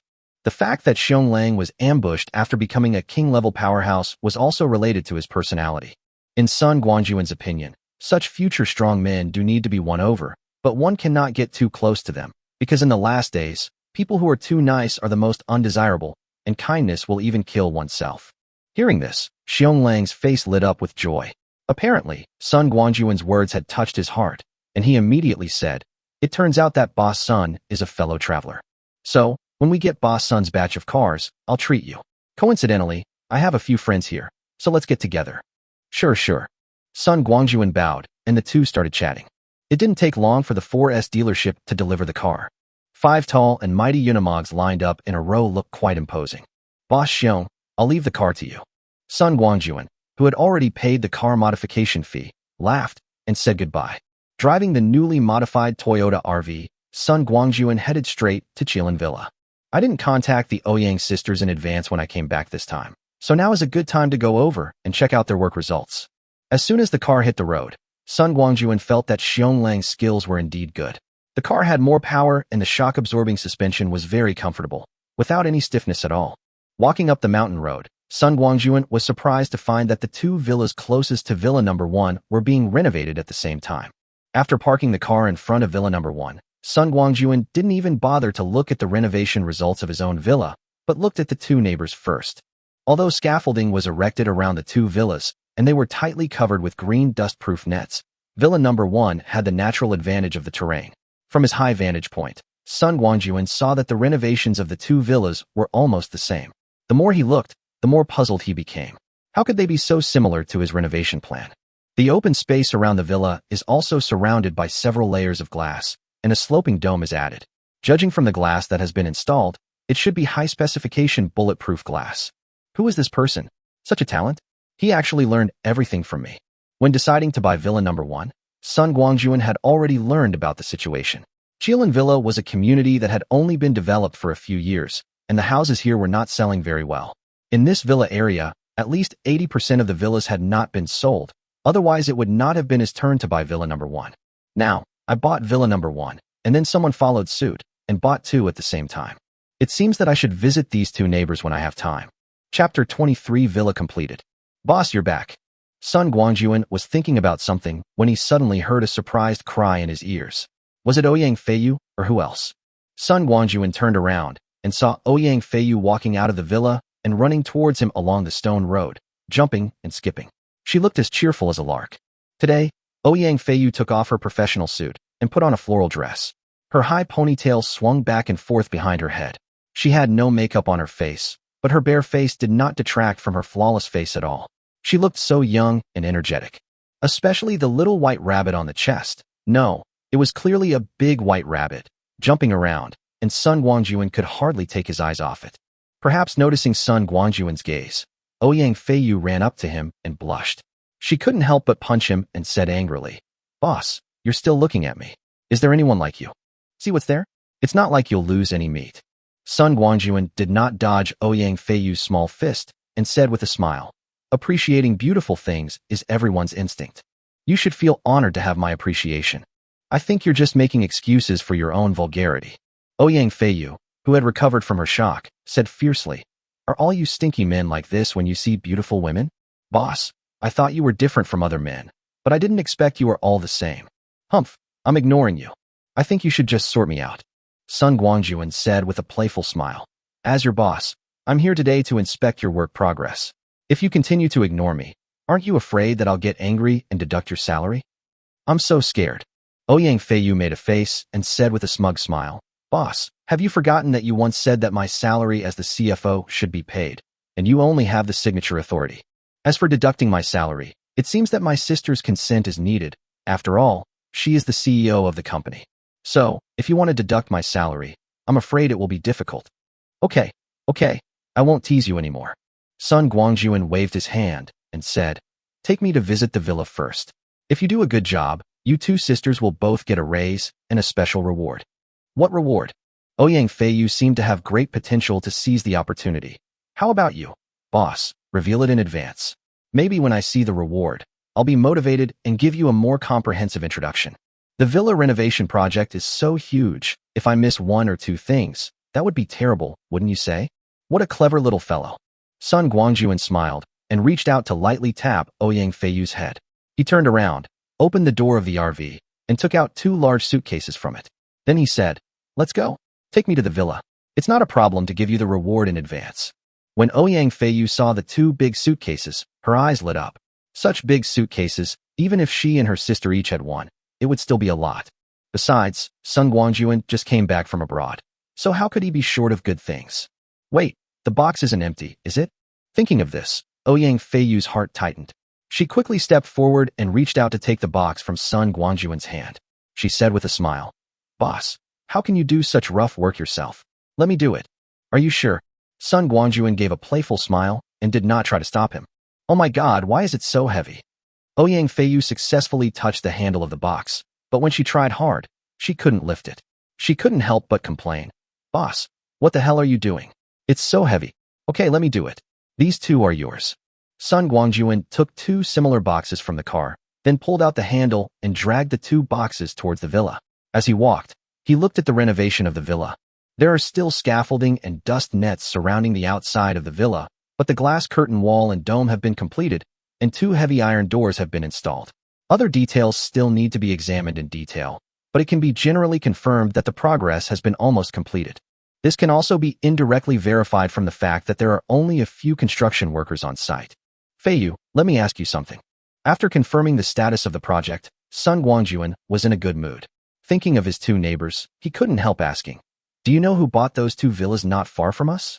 I know. Ouyang Feiyu dragged the 2 boxes easily and said proudly, not only do I know it, I also recognize it. By the way, I was the one who provided their renovation plan, including the construction team, which is the same as yours. How about it, boss? Am I doing great? Looking at Ouyang Feiyu's smug expression that said, praise me, Sun Guangjun couldn't help but complain in his heart. What was I wondering? It turns out there's a traitor. Then he thought again, that's not right. The Ouyang sisters just returned to China. How could they be acquaintances? Besides, these 2 sisters were the staff assigned by Wu Feng. There must be no problem with their professional ethics. How could they do something that betrays the interests of their boss? Even if it's for profit, it's impossible. By the way, Wu Feng. Sun Guangjun suddenly understood the key point. Those 2 villas were most likely bought by Wu Feng. Only in this way can the strange behavior of the Ouyang sisters be explained. After all, Wu Feng is the sisters' old master, and Sun Guangjun knows that Wu Feng has a good relationship with him. Sun Guangjun did not declare in advance that the villa renovation plan involves any secrets, so there is nothing wrong with the sisters doing this. When did Brother Wu return home? Faced with Sun Guangjun's sudden question, Ouyang Feiyu was stunned for a moment, and then asked awkwardly, boss, have you guessed it all? Is that so hard to guess? Sun Guangjun shrugged and said, given your professionalism, I can't think of anyone other than Brother Wu who would make you do this. So isn't it obvious? Boss, you are so smart. If she hadn't been pulling a suitcase in her hand, Ouyang Feiyu would have given Sun Guangjun a thumbs up. Why do you sound so unkind to me? Sun Guangjun suspected that Ouyang Feiyu was plotting against him, but he had no evidence. They had just reached the steps at the entrance of the villa. Sun Guangjun effortlessly lifted 2 suitcases weighing over 100 kilograms, strode up the steps, and entered the living room. Ouyang Feiyu also walked in and placed 2 suitcases in front of Sun Guangjun. Like a curious baby, she asked, boss, what on earth are you putting in these suitcases? They're so heavy. Wanna know? Open it and see for yourself. Sun Guangjun picked up a box and placed it flat on the coffee table. He nodded at Ouyang Feiyu and sat on the sofa. Ouyang Feiyu was not going to be polite with Sun Guangjun. After confirming that the box had no password, she reached out to open the lock and lifted the lid. Chapter 24 Wu Feng returns to China. Oh, it's money. The next moment, Ouyang Feiyu screamed and slammed the lid shut. She looked around like a thief, and after confirming that no one was around, she patted her chest and said to Sun Guangjun in a reproachful tone, "Boss, what are you doing? How did you get so much cash back?" As a qualified CFO, and with SGJ Sun Guangjun in charge of the capital inflow and outflow of such a large group company, although Ouyang Feiyu was accustomed to seeing large amounts of capital inflow and outflow, this was the first time she had seen so much cash put together, and the visual impact was quite great. Sun Guangjun stared at Ouyang Feiyu's small hands patting her chest up and down, and felt in his heart that the impact was so strong that he really wanted to hit his head against it and die. "Boss, please tell me." Ouyang Feiyu had no idea of Sun Guangjun's dirty thoughts. She hurriedly sat next to him and urged him, "Why do you have so much cash? Mobile payment is so convenient now. Cash is too unsafe. Also, there's no cash in this box, right? Oh, it's really irrational of you to do this. What else can I do? Give you two sisters a reward." Sun Guangjun suppressed the urge of nosebleed and interrupted Ouyang Feiyu, saying, "You two sisters, don't be biased. One box each, exactly 5 million. But I have to tell you in advance that if you two sisters want to take this money, you must agree to one condition of mine." "What conditions?"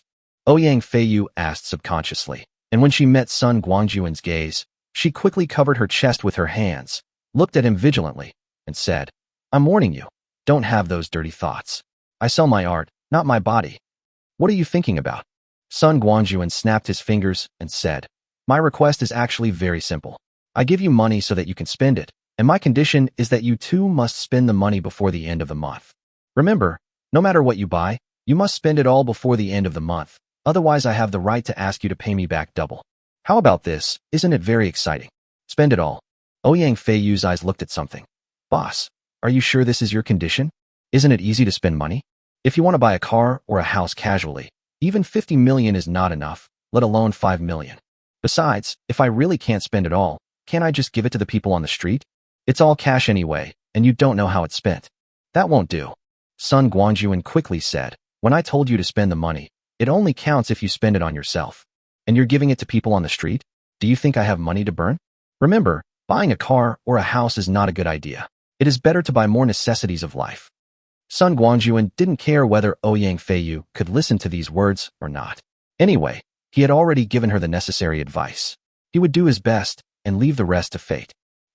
How are we going to spend it? This is 5 million. When Sun Guangjun added another condition, Ouyang Feiyu's face suddenly fell. "Okay, I'll figure out how to spend it later." Sun Guangjun waved his hand in front of her eyes and said, "Come back to your senses first. Isn't it time to report your work to me, your boss?" "Oh, reporting work." Ouyang Feiyu quickly perked up and said seriously, "Boss, you should have seen that the renovation of the villa is basically completed. There are only some details left to be dealt with. It will definitely be completed before the end of the month. As for the supermarket store, we have already confirmed several alternative locations with the city.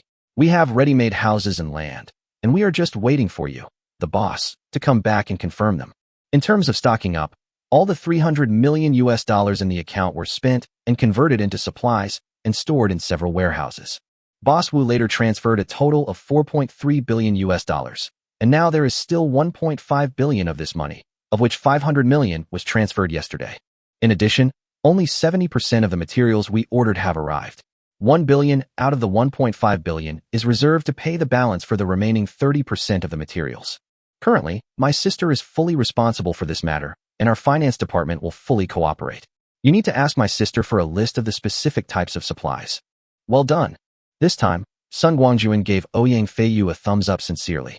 No matter what he bought, spending the money was a victory. "Go back and tell Feishua that I am very satisfied with your work. Also, the 500 million that just came in must be spent as quickly as possible. This time, we can choose a supplier nearby. After all, there are only a few days left until the end of the month, and delayed delivery must not occur.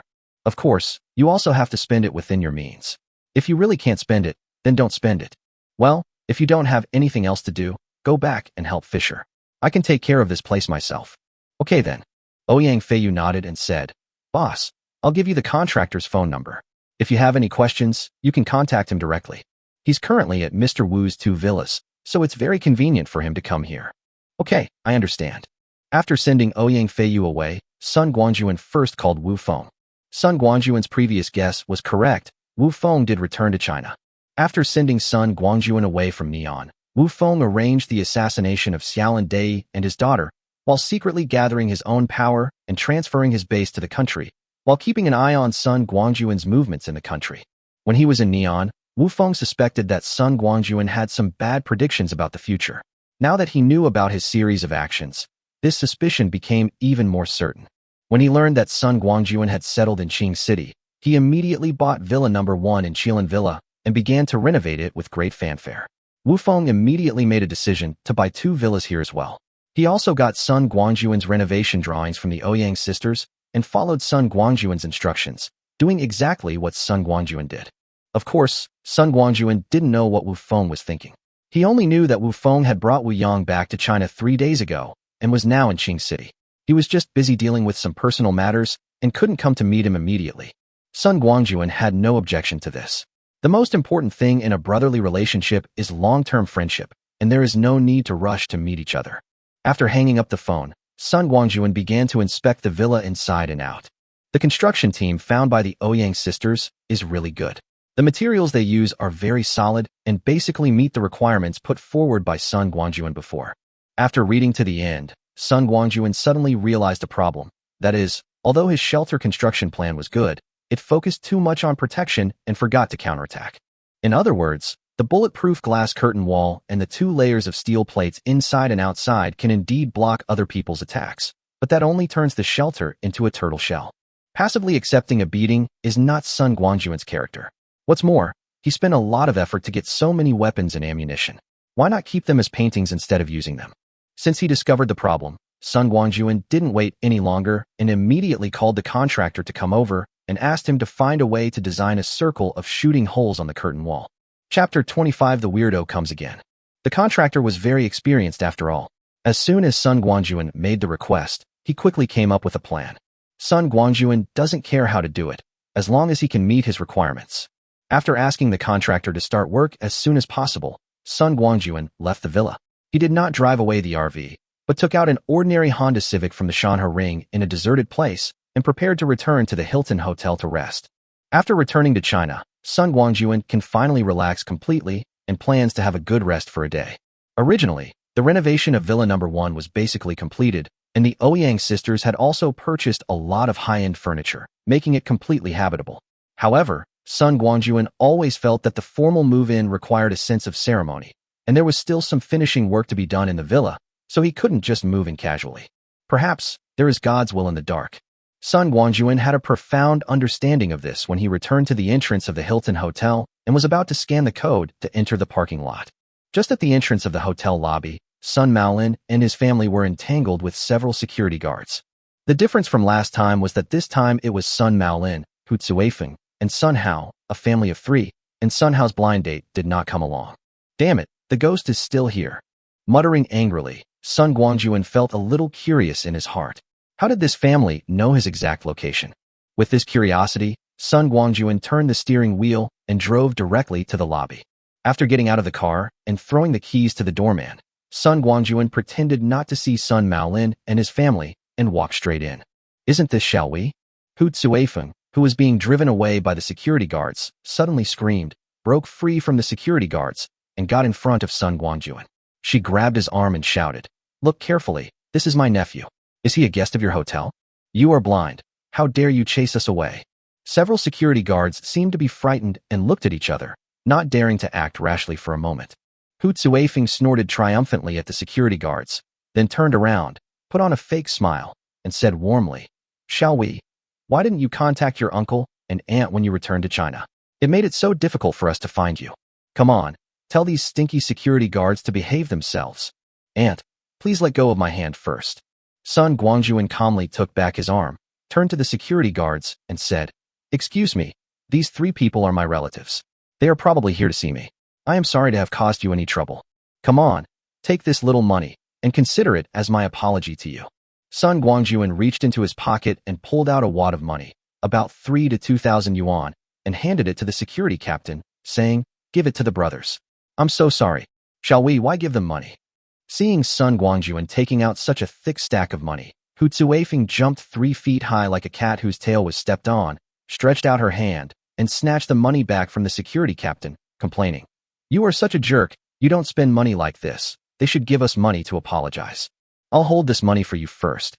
"Aunt, what are you doing?" Sun Guangjun was not one to suffer a loss. Without waiting for Hu Tsuifeng to put the money away, he raised his hand and took the money back again. He stuffed it into the pocket of the security captain and said, "You guys go ahead and do your work. I'll take care of these people." "Well, Mr. Sun, since he is your relative, we will not pursue the responsibility for causing trouble. You have to control them and not let them make any more noise and disturb other guests." The security captain glared at Hu Tsuifeng with a very bad look, then waved his hand and left the hallway with his brothers. "Uncle and aunt, please follow me in first." After sending the security guard away, Sun Guangjun left a word and walked into the lobby without looking back. "Tsuifeng, please stop talking." Sun Maolin pulled Hu Tsuifeng, who was still shouting, called Sun Hao, and quickly caught up with Sun Guangjun. When Hu Tsuifeng entered the presidential suite, her eyes almost popped out. The luxury here was beyond her imagination. A desire called greed was running wildly in her heart.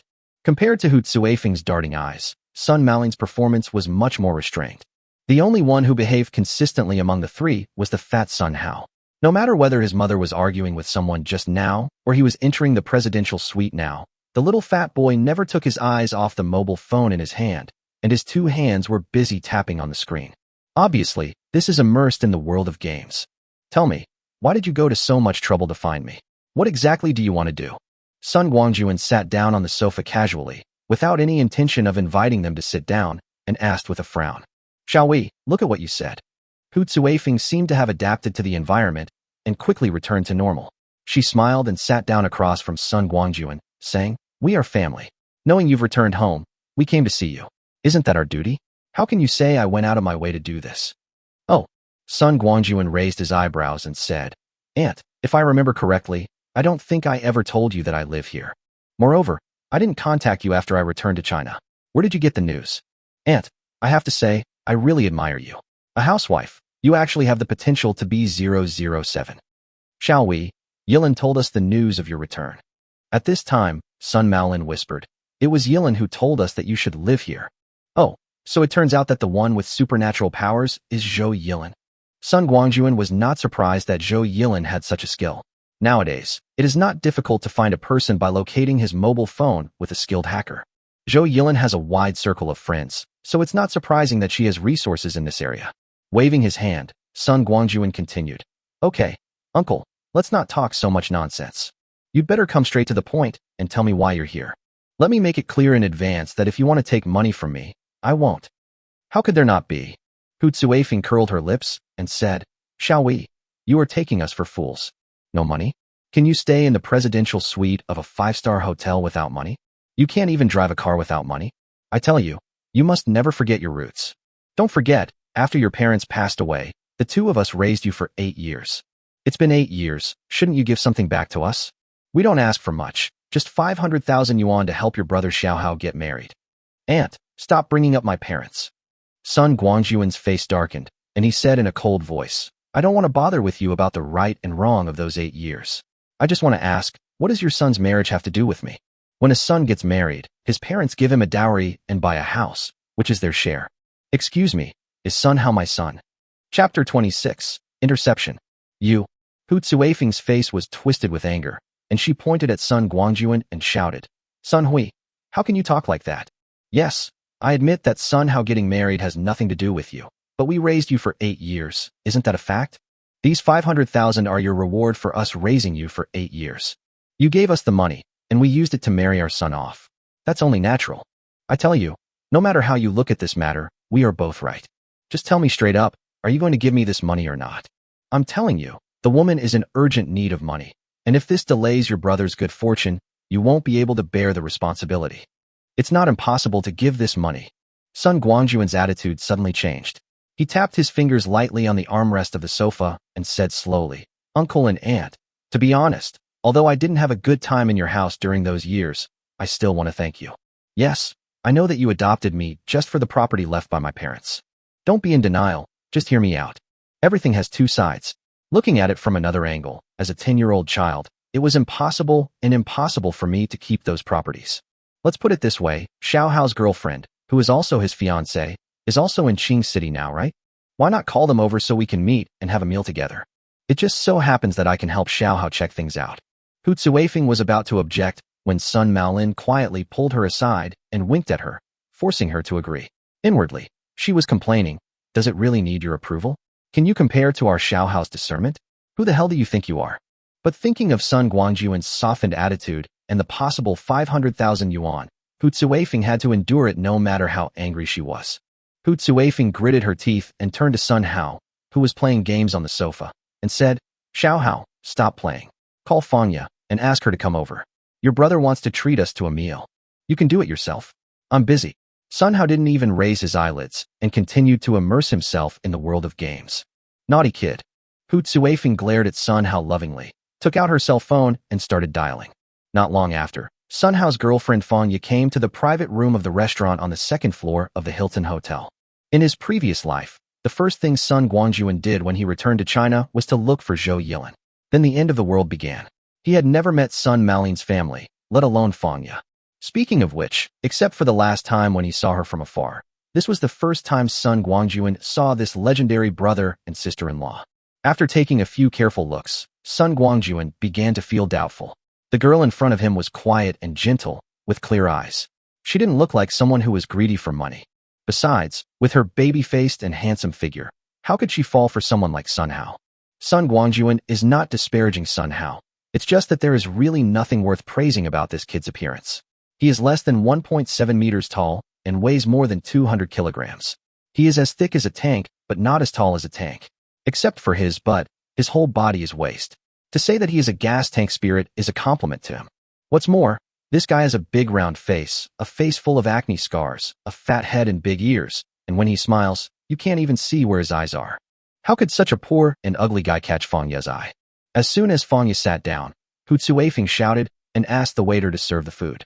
Then she took her little hand and kept praising her baby son. Ahem. Seeing the obvious resistance on the girl's face, Sun Guangjun couldn't help it. He coughed twice and said, Your name is Fanya, right? I heard you want a betrothal gift of 500,000 yuan. 500,000. Fanya widened her eyes in surprise and said subconsciously, No, I want 300,000 yuan, and I want to borrow. I don't care whether I'm borrowing or asking for it. And I don't care whether it's 500,000 or 300,000. Before Fanya could continue, Sun Guangjun waved his hand and said domineeringly, I'll give you 1 million. But you have to promise me to cancel your engagement with Sun Hao and marry me. Oh. As soon as the words were spoken, everyone in the room was shocked. Oh what? Sun Guangjun didn't give them time to react. He stood up, grabbed Fanya's arm, and strode out of the private room. Before leaving, he turned back and said, Uncle and Aunt, please enjoy this meal. This is my way of thanking you for introducing such a good daughter-in-law to me. Ha ha. Amidst loud laughter, Sun Guangjun walked away decisively, taking Fanya, who was still in shock and hadn't recovered. It's the other way around.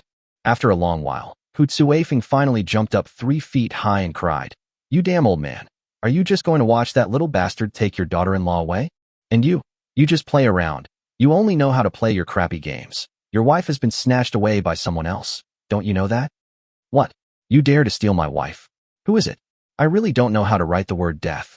Sun Hao finally took his eyes off the phone and shouted, Mom, don't worry. Is that Sun Hui the bastard? I'll kill him.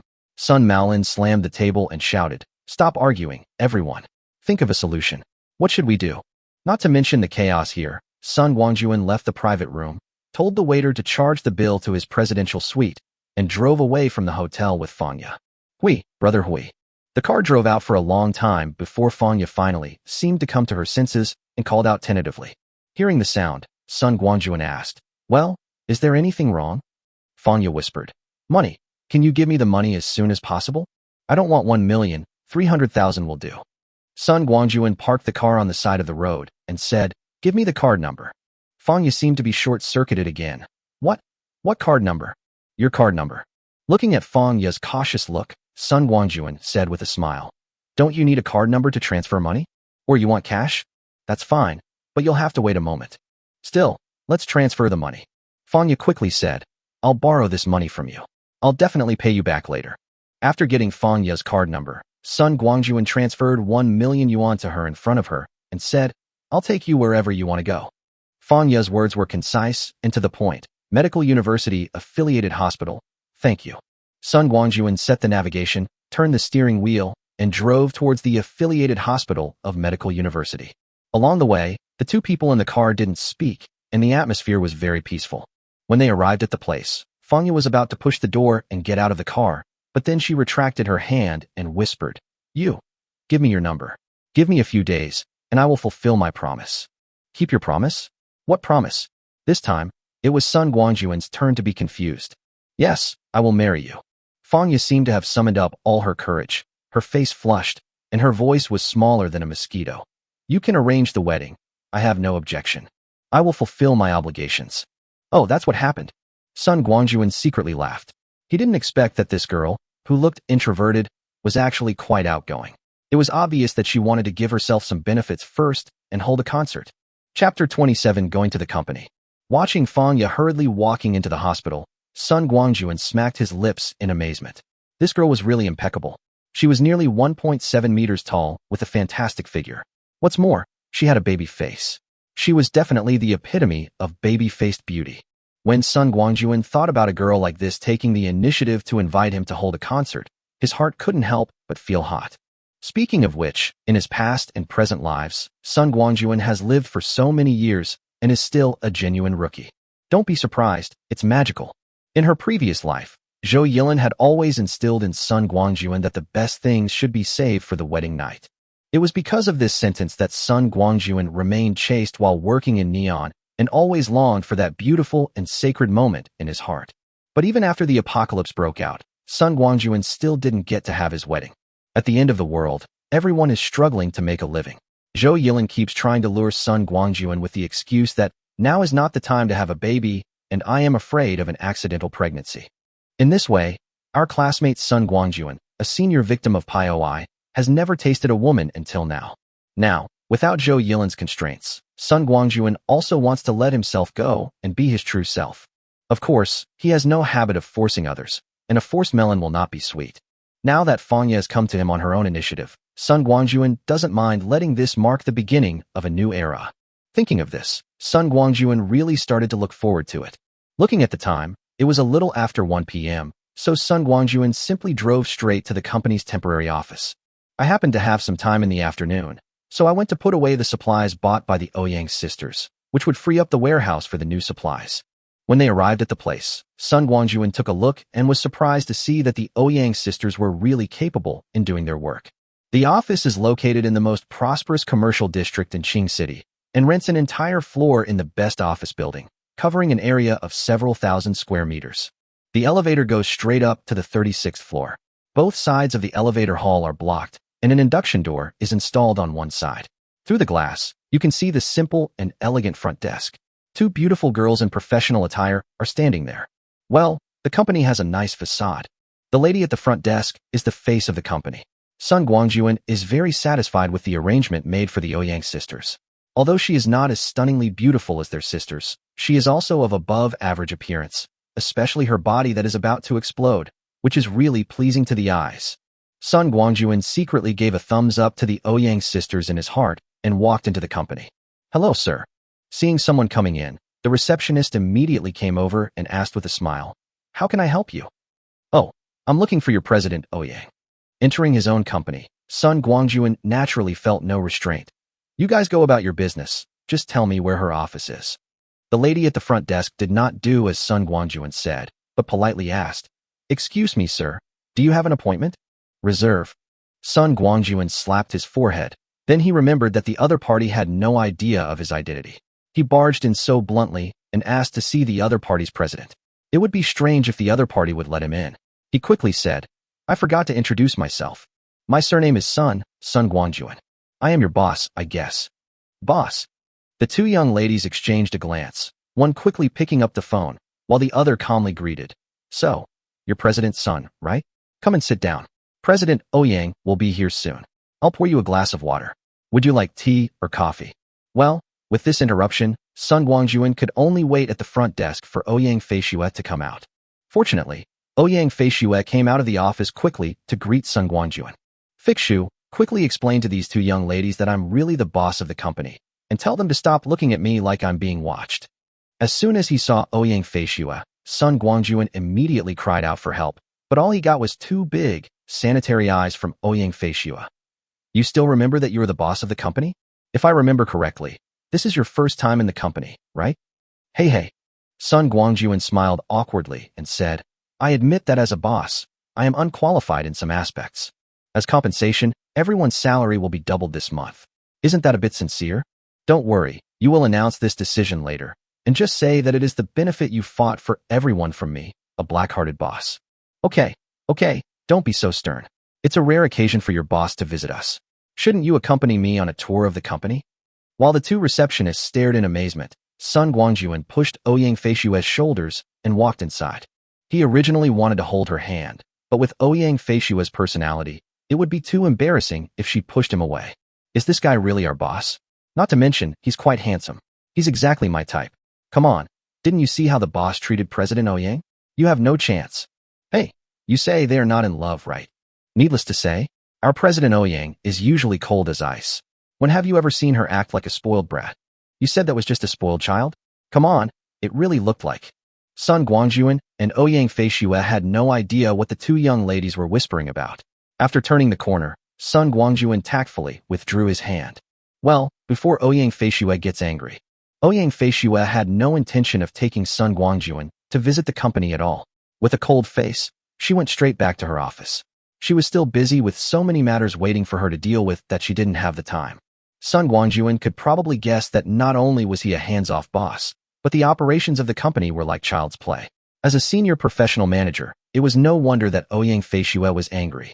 However, compared to Ouyang Feiyu's indifference, Ouyang Feishue is not good at expressing herself and can only express her dissatisfaction with this cold attitude. Sun Guangjun has reason to believe that if things continue along the normal trajectory, the two sisters will probably resign soon. It's a pity that the end of the world is about to begin. It doesn't matter whether the two sisters resign or not. It is estimated that the end of the world will begin before they resign. Sun Guangjun doesn't want to see these two beautiful girls, twins, wither away in the end of the world. Of course, if there was a chance to recruit someone, Sun Guangjun would definitely not refuse. Twins. Double the happiness.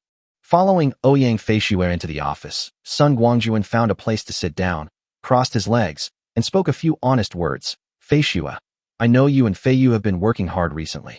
I also know that you two sisters are very dissatisfied with what I did. But I did this for a reason. I had to. Tom will prove this to me. Ouyang Feishue was busy processing the documents on the table and said expressionlessly, You are the boss, and we sisters don't need to worry about what you do. As for our hard work, didn't you reward us? Don't worry, even if it's just for the sake of the 5 million, we will get it done. Of course, your additional conditions are a bit strange. As she said that, Ouyang Feishue couldn't help but roll her eyes at Sun Guangjun again. Chapter 28, Ouyang Feishue's Discovery. In the morning, Ouyang Feiyu returned to the company and brought back the 4 large suitcases. In addition to 2 boxes full of various luxury goods, there were also 2 large boxes of cash. When Ouyang Feishue learned that this was a reward from Sun Guangjun, she was quite happy at first, but when she heard the conditions proposed by Sun Guangjun, her good mood immediately disappeared. My goodness, I'm so busy here that I'm about to be beaten to death, and I still have to spend 5 million before the end of the month. How can there be such a weird request? If you didn't want to give it to you, you should have said so earlier. What's going on now? Could it be that the idea is to get back the double amount? So immoral. Sun Guangjun didn't know what Ouyang Feishue was thinking. He waved his hand directly and said, Okay, enough nonsense.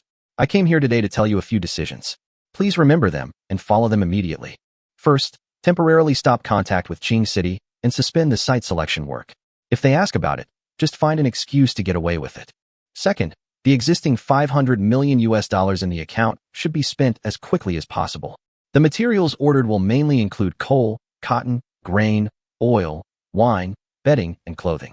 Some polar cold-proof equipment can be appropriately added.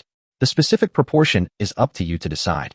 For these goods, full payment can be received before shipment, and the delivery time can be delayed to the first of the next month at the latest. Remember, you must stick to the delivery time. If you can't do it, find another company. Third, pay the money you owe to others as soon as possible. Don't be the kind of person who doesn't pay back the debt. Fourth, if there is more money coming in from President Wu, please transfer it all to my personal account. I have other arrangements. In addition to these, All other business of the company has been suspended, and those who need to take a holiday can take a holiday, and those who need to rest can rest. What do you think? Am I a very considerate boss? You don't have to worry about not having time to spend the 5 million, right? That's all there is to it. Please make your own arrangements. Standing up, Sun Guangjun stretched and said, "Oh, by the way, call Fei Yu over and ask her to go with me to inspect the warehouses where the supplies are stored. She knows the addresses, right?" Wait a moment. Ouyang Fei Xue didn't respond to Sun Guangjun's words. She typed on the computer for a while, closed it, stood up, and said, "Let's go." Leave? Not Fei Yu anymore. Sun Guangjun was a little confused about the situation. What do you want her to do? Ouyang Fei Xue rolled her eyes and said, "She is in charge of finance. It's good enough that she can help you supervise the renovation of the villa. You still want her to be in charge of the warehouse? What are you dreaming about? Everyone else is busy, and you want to inspect the warehouse, so I'm the only one who can take you there." My fault, my fault. An angry woman is not to be trifled with, so Sun Guangjun quickly said in a flattering manner. In that case, then we can only ask the beautiful and generous President Ouyang to take time out of her busy schedule to take a leisurely person like me for a spin. Snort. Ouyang Fei Xue ignored him, picked up a bamboo bag, and left the office first.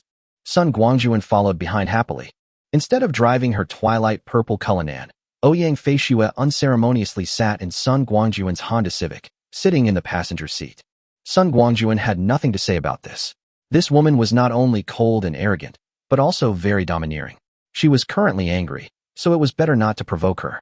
Under the guidance of Ouyang Fei Xue, Sun Guangjun drove to a large warehouse area. There were not only cold storages, but also ordinary warehouses and yards. Almost all the supplies bought by the Ouyang sisters were placed here. Taking the keys from the staff who stayed here, Ouyang Fei Xue took Sun Guangjun and inspected the warehouses one by one. Here, Sun Guangjun saw mountains of rice, flour, grain, oil, chicken, duck, fish, meat, snacks, tobacco, alcohol, sugar, tea, fruits and vegetables, clothes and bedding, steel bars and cement, coal, wood, etc. After each visit to a warehouse, Sun Guangjun would send Ouyang Fei Xue out. When he was alone, he would wave his hand and put the full warehouse of supplies into the Shanhe ring. In this way, Sun Guangjun took over one warehouse after another, and hundreds of millions of tons of materials were all put into his pocket. At first, Ouyang Fei Xue didn't notice anything, but after a while she became suspicious. In every warehouse, Sun Guangjun would stay alone in it for a few minutes, and after coming out he would lock the door with his own hands. This action seemed insignificant at first glance, but when she thought about it carefully, why did it seem so strange? Seeing that there were only a few warehouses left to look at, Ouyang Fei Xue took the opportunity when Sun Guangjun asked her to go out first again, turned around, and entered the warehouse he had just come out of. The keys are in Ouyang Fei Xue's hands, so it is very easy to get in. But as soon as he entered, Ouyang Fei Xue was dumbfounded. The warehouse that was full just now was now empty, and the mountains of supplies had magically disappeared. Although Ouyang Fei Xue was filled with doubt and confusion, she did not dare to stay for long. After taking 2 more glances to confirm that she was not mistaken, she quickly slipped out of the warehouse and locked the door. Then she patted her chest and forced herself to calm down. As soon as Ouyang Fei Xue came back, Sun Guangjun, who was completely unaware of the situation, walked out of the warehouse and locked the door himself. In fact, Sun Guangjun's unscrupulous collection of supplies was also intended to let the Ouyang sisters know. As for sending people away, it was just a pretense. The end of the world is just a few days away, so it's not wrong to let people around you know some information. In this world, there are not many people that Sun Guangjun can trust, and the Ouyang sisters have been working hard for him during this period of time, and he has regarded them as his own people. On the other hand, as a normal man, Sun Guangjun also had some thoughts about coveting the beauty of the 2 sisters. Of course, it would be better if you can accept it, but if you can't, you can only leave it to fate. Sun Guangjun is very open-minded about this. In the end times, although beautiful women are a scarce resource, for Sun Guangjun, who has no shortage of supplies, he can have as many as he wants. In this way, the 2 people, each with their own thoughts, visited the remaining warehouses. After handing the last key to Ouyang Fei Xue, Sun Guangjun said, "Fei Xue, I'm telling you in advance that I will transfer some of these supplies to another place. Please tell the staff to avoid any misunderstandings. Once the supplies are shipped away, the empty warehouses can be used to store new goods." "Okay, I'm going back now. Do you want to come with me, or go by yourself?" "Oh, I see. You go first. I'll stay and take care of some things." Faced with Sun Guangjun's attempt to cover up, Ouyang Feishue responded with a lack of interest and said nothing more. Sun Guangjun didn't suspect anything and drove away in his car. He had a lot of things to do. As soon as he left, Ouyang Feishue took out the key and checked the warehouses one by one. After several consecutive visits, Ouyang Feishue finally confirmed a fact. All the supplies in the warehouse were gone. Hiss! Ouyang Feishue took a deep breath and her expression became extremely serious. Did she accidentally discover her boss's huge secret? No. The fewer people who know about this, the better. These warehouses can no longer be used. Thinking of this, Ouyang Feishue called the person in charge here and asked him to evacuate all the company's staff. From today on, he would not have to take care of this place for the time being. As for the materials that are about to arrive, new storage sites will be activated. After doing all this, Ouyang Feishue breathed a sigh of relief. Chapter 29: Ordering Food. After leaving the warehouse, Sun Guangjun went straight back to Villa Number 1 and immediately called the Hilton Hotel to ask them to make a menu. He wanted to order 100 tables of fine banquets to entertain the workers. After the call, Sun Guangjun took out more than 20 large round tables from the Shanhe ring, placed them on the grass around the villa, and placed a few more in the living room of the villa. When inviting people to dinner, tables, chairs, and benches must be prepared. Sun Guangjun had planned this meal a long time ago, and he must treat the construction workers to a good meal. However, it would not take 100 tables to entertain the workers, a dozen or so would be enough. The remaining ones were secretly kept by Sun Guangjun and prepared to be stored in the mountain and river ring to be enjoyed slowly after the end of the world begins. Sun Guangjun also planned to use this excuse to order meals from major hotels in the city in the next few days, and then put them all into the Shanhe ring. However, if you want to order food and have it delivered to the villa, it is not very suitable. Sun Guangjun's original plan was to do nothing else in the few days before the end of the world and just concentrate on receiving various takeouts and meals ordered from major hotels at home. However, Wu Feng bought 2 villas next to Villa Number 1, which disrupted his plan. Both villas were under construction, with so many workers coming and going, and it was crowded. If Sun Guangjun just ordered meals from the restaurant and various takeouts so openly, it would inevitably attract the attention of some people. It seems that I need to find another suitable place to complete this final stockpiling plan. The Hilton Hotel acted very quickly and sent the menu to Sun Guangjun soon.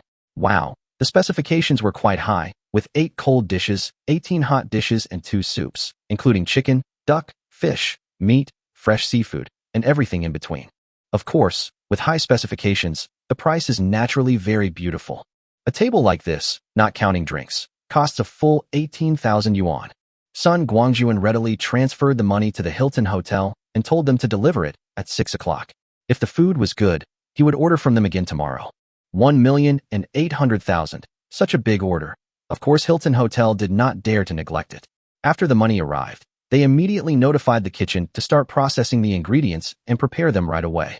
After the call, Sun Guangjun took out dozens of boxes of various drinks and liquors and piled them under the eaves of the villa. These were for the workers to drink in the evening. When everything was ready, Sun Guangjun called the contractor and asked him to bring all his brothers over in the evening and treat everyone to a big dinner together.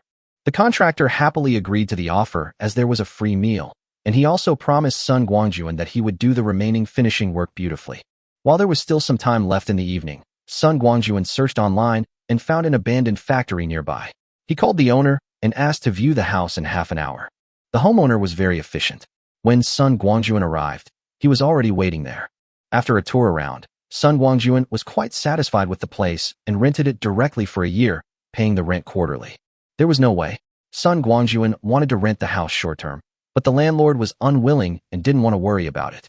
After getting the key, Sun Guangjun called Ouyang Feishue and asked her to find someone to deliver the purchased poultry and livestock here tomorrow. Before going to America, Sun Guangjun asked the Ouyang sisters to help him buy some livestock. Now that he is back, it is time to receive these livestock. Not long after Sun Guangjun returned to Villa Number 1, Hilton's food truck drove over. There were 100 tables of food, each with 28 dishes, and it took 2 vans to transport them. After sending the food delivery workers away, Sun Guangjun first put the extra 80 or so tables into the Shanhe ring, then placed the rest on the large round table and waited for the workers to arrive. The dinner that evening was a great pleasure for both the host and the guests. The dishes were delicious, there was plenty of wine, and the workers were all very happy while eating. When they were half drunk, Wu Feng also took the time to come over and join the banquet. Although Wu Feng returned to China with his son, it would take time for his huge industry in neon to be moved back to China. In addition, he was learning from Sun Guangjun to stockpile supplies. There were so many things to do that he was busy all day long. Facing Wu Feng, Sun Guangjun no longer concealed the truth, but he did not say it clearly. He just pointed out vaguely that he had a premonition that the world would undergo great changes in the near future, and preparing some supplies in advance would only benefit him and not harm him. They were all smart people, and Wu Feng roughly understood what was said. Without saying anything more, he just picked up the wine glass, toasted Sun Guangjun 3 times in a row, and hurriedly said goodbye and left. With the Ouyang sisters around, Wu Feng already knew what kinds of goods Sun Guangjun stockpiled, so copying homework was not something he could do easily. After seeing Wu Feng off, Sun Guangjun moved into the villa to experience the new house in advance. If there was anything he was not satisfied with, there was still time to make changes while the construction team was there. The next morning, Sun Guangjun rushed to the old factory that he had just rented. After a busy day, all the scrap metal in the original workshop was cleared out and thrown into the corner of the backyard. The spotlessly clean room was filled with rows of neatly arranged tables. After packing up, Sun Guangjun drove back to the Hilton, where he had not yet checked out of the presidential suite. However, Sun Guangjun did not come here to check out this time, but went directly to find the catering manager. Manager Lee, the food last night was delicious and the workers were very satisfied. As long as you are satisfied. Looking at the respectful Manager Lee, Sun Guangjun said with a smile, as for me, I plan to order another 1,000 tables according to yesterday's specifications. Starting from tomorrow at noon, there will be 100 tables in the morning and 100 tables in the evening. Is this okay for your hotel? Of course. Manager Lee's eyes lit up, and he said hurriedly, Don't worry, boss Sun, I guarantee it will be delivered to you on time. Sun Guangjun waved his hand and said, Manager Lee, I have a small favor that I need your help with. It's the tableware issue. The meals you delivered last night were all packed in disposable lunch boxes. Although this is very environmentally friendly, it always lacks a bit of flavor when placed on the table. So, can you help me solve this cutlery problem? Manager Lee was stunned. How do we solve this problem? Sun Guangjun said with a smile. Manager Lee, your hotel is so big. You must have your own purchasing channels. A few tables of tableware is not a small matter, right? What I'm asking is, could your hotel help us order a batch of tableware for the 1,000 banquet tables I've ordered? This extra cost can be included in the total amount, and I will pay for it. I know that time is tight, but since these tablewares are left by me, it's okay not to put your hotel's logo on them. I think this shouldn't be difficult for Manager Lee, right? It's not difficult. It's not difficult. Manager Lee said quickly, his heart burning with excitement. Not to mention the commission from the 1,000 banquet tables, it would be too easy for him to make some profit from the purchase of these tablewares. At this time, in Manager Lee's eyes, Sun Guangjun was no longer a customer. He was a pile of walking Dragon Country coins, the kind that glowed. Chapter 30 Shopping and Apologizing. After dealing with Manager Lee, Sun Guangjun left Hilton and immediately visited more than a dozen star-rated hotels in succession. He followed the same method with each hotel and asked them to deliver meals starting from tomorrow for 5 consecutive days. Faced with such a large order, these hotels naturally had no reason to refuse it. What's more, Sun Guangjun was paving the way with cash, so as long as the deal was done, he would pay the full amount immediately. After working for a whole morning and spending nearly 200 million yuan, Sun Guangjun finally stopped with satisfaction. The more than 10,000 tables of banquets were enough for him to eat for several years, and he no longer had to worry about going hungry in the apocalypse. But this was not enough. Sun Guangjun didn't even have time to eat lunch. He returned to the vicinity of Qilin Villa and began to shuttle through the streets and alleys. His target was those cooked food snack shops, selling roast chicken, roast duck, braised pork offal, braised beef, braised donkey meat, fried fish, fried meat, duck products, red sausage, egg rolls.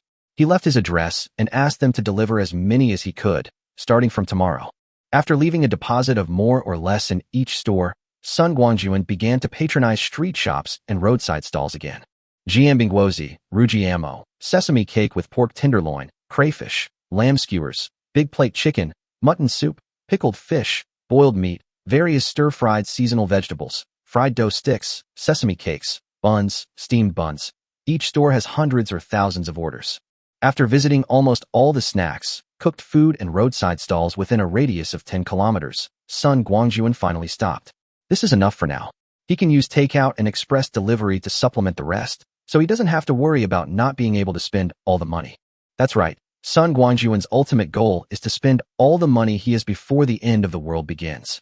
The company is managed by the Ouyang sisters, and the more than $4 billion have been almost spent, but Sun Guangjun still has a lot of money in his own card. At the beginning, there were more than 300 million Royal Chinese yuan in the card. The purchase of Villa Number 1 and its renovation cost about 150 million. The purchase of the car cost less than 10 million. The rest is still sleeping in the card.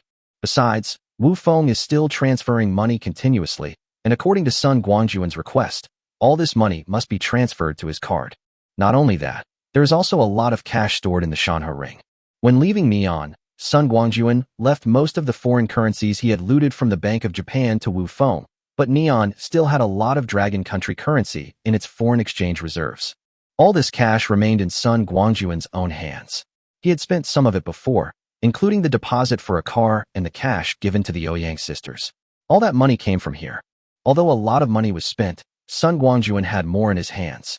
The end of the world is about to begin. It is useless to keep this money in hand. It is better to seize the time and exchange it all for supplies. Just like today, except for the consumption in those dozen star-rated hotels, Sun Guangjun basically used cash. You know what? The feeling of spending so much money is so great that he is almost a little overwhelmed. Sun Guangjun was obsessed with spending money, and the snack shops and delicatessens he patronized, especially the roadside vendors, were even more obsessed with it. Just think about it. A Rujiamo costs 5 yuan, and he goes up and gives people 10,000 yuan and asks for 2,000. 2,000. A vendor would be lucky if he could sell 2,000 in 10 days. Now he's made 10 days worth in one day. How can he not be overwhelmed? He's willing to be a little tired. After going around in circles, Sun Guangjun returned to the old factory almost at dusk. It was not because he wanted to come back, but because someone kept making life-threatening calls along the way, which reminded him that he still had some unfinished business here. Driving into the courtyard in a hurry, Sun Guangjun saw that the huge courtyard was brightly lit.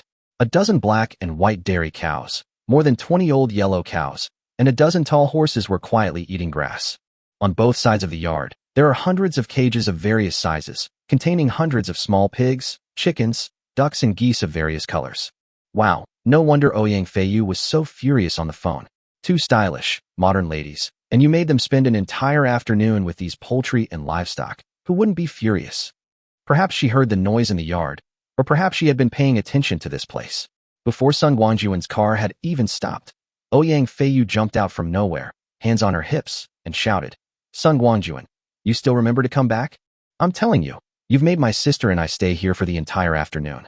You have to give me an explanation on how this is going to be settled." Ouyang Feiyu also came out. Although she didn't say anything, she stood silently beside Ouyang Feiyu, silently showing her support for her sister. Seeing that the situation was not good, Sun Guangjun quickly got out of the car, trotted all the way to the two sisters, and said with a smile, "My two little aunts, I was too busy and forgot about the things here. You two adults are so magnanimous, so please don't bother with me. Come, calm down. Whatever apology you need is easy to talk about, easy to talk about." Seeing Sun Guangjun's funny and humble look, Ouyang Feiyu couldn't help but burst out laughing. Sun Guangjun's eyes almost popped out when he saw his trembling appearance.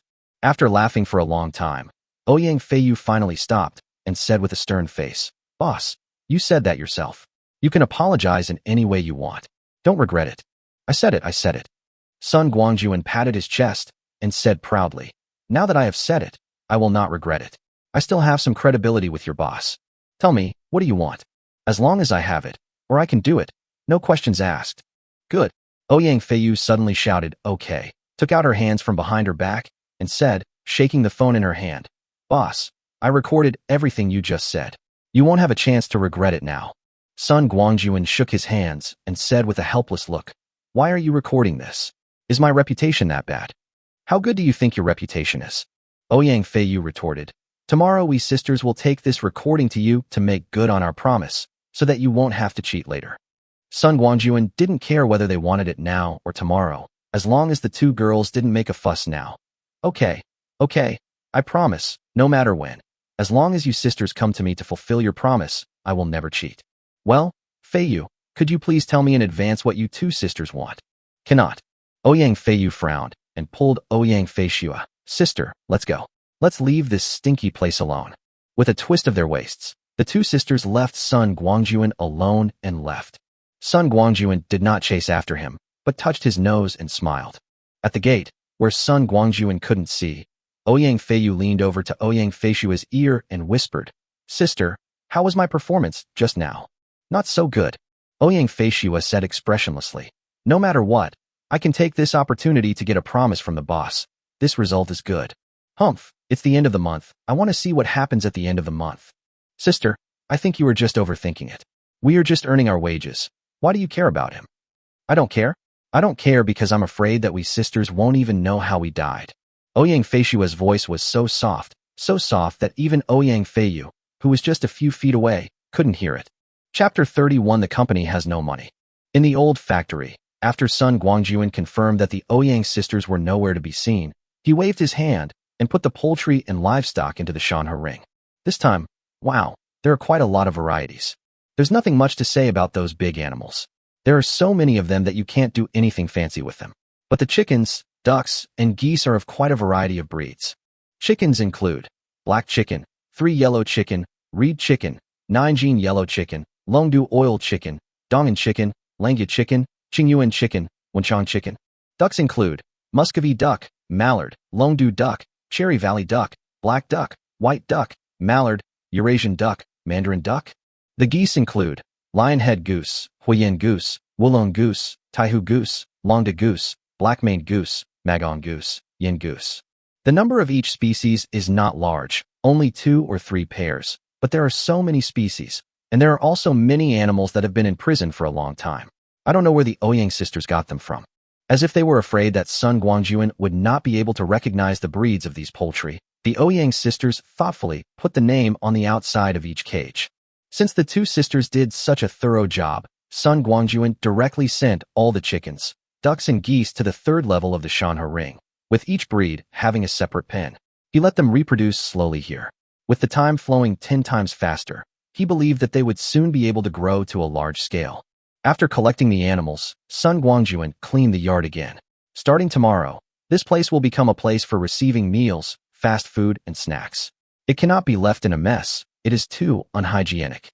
When Sun Guangjun finished packing and was about to lock the door and leave, he saw 2 Cullinans parked on the left and right of the intersection in front of the gate. They were the same model but different colors. One was the twilight purple that he had seen before, and the other was coral orange.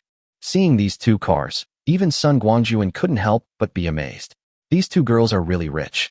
They each own a car worth more than 7 million yuan. Before Sun Guangjun could say anything, Ouyang Feiyu had already poked her head out from the coral orange and shouted loudly, "Boss, come with us." Sun Guangjun naturally had no reason to refuse the invitation of the beautiful woman. After locking the door, he drove his small Civic, sandwiched between the 2 Cullinans in front and behind, and returned to Villa number 1 of Qilin Villa. When the car stopped on the lawn in the villa courtyard, Sun Guangjun got out with a little disappointment and muttered, "I thought the 2 beauties invited me because they saw how hard I worked as a boss and wanted to give me some small benefits. I didn't expect that. I was too naive." Ouyang Feiyu, who had just gotten off the car, happened to hear this. She rolled her eyes and walked over, pinching her waist and shouting, "Boss, what are you thinking about all day long? And give you benefits? Are you the boss or are we the boss? Stop talking so much and hurry up and come in. I have work to report to you." Oh. Upon hearing that there was something important to do, Sun Guangjun stopped teasing the girl and quickly walked into the villa. After everyone was seated, Ouyang Feiyu fiddled with a teapot from somewhere and began brewing tea in a serious manner, while Ouyang Feishua solemnly took out a few folders and began to report. "Boss, according to your request, the remaining balance of 1 billion has been paid to the corresponding manufacturers. The remaining 500 million yuan was officially used up after the last order was confirmed this morning. Aside from the warehouses you personally sealed, here is a list of all remaining supplies and their storage addresses. Please review them." Handing the folder to Sun Guangjun, Ouyang Feishua continued, "As of this afternoon, the company only has $200 million in its account. It will be transferred to your account after the procedures are completed. At present, the company's remaining business is only to wait for order delivery and arrange people to unload the trucks and put them into storage. Please give me some instructions on how to arrange the other personnel." "Well done." Taking the folder handed over by Ouyang Feishua, Sun Guangjun flipped through it roughly and said, "Since the company currently has no business, it doesn't make sense to let those staff members continue to stay in the company. I think this is the way. When we get back to the company tomorrow, you should announce on my behalf that everyone except those who stay behind will have a holiday. As for the time, let's set it at half a month. By the way, before the holiday, I will pay everyone this month's salary in full. Just as I told you yesterday, I will pay double in your name. In addition, each person will receive a bonus of 100,000 yuan, and those who stay behind will receive an additional 100,000 yuan. Feiyu, you calculate the number later, and I will give you the cash. In addition, when a batch of supplies is taken out of the warehouse, 100 kilograms of rice, noodles, oil, fruits, and vegetables will be distributed to each person, and double the amount will be given to those who stay behind, which can be considered as a company benefit. As for the remaining personnel, in addition to the people responsible for receiving goods in the warehouse, I also need a few more. The work location is in the old factory building just now. You two can arrange a few of them to come over. Please note that you must respect the personal wishes of your employees. If they don't want to stay, just arrange for someone else. If that doesn't work, we can find a security company to temporarily transfer a few people over. Okay, I'll take care of it tomorrow. Ouyang Feishue agreed readily. At this time, Ouyang Feiyu placed a cup of tea in front of Sun Guangjun and asked with her head tilted, "Boss, you have arranged the employees, but what about us sisters? How are you going to arrange it? You too? Do we need to arrange this?" Sun Guangjun pretended to be surprised and said, "The company is suspending operations, not disbanding.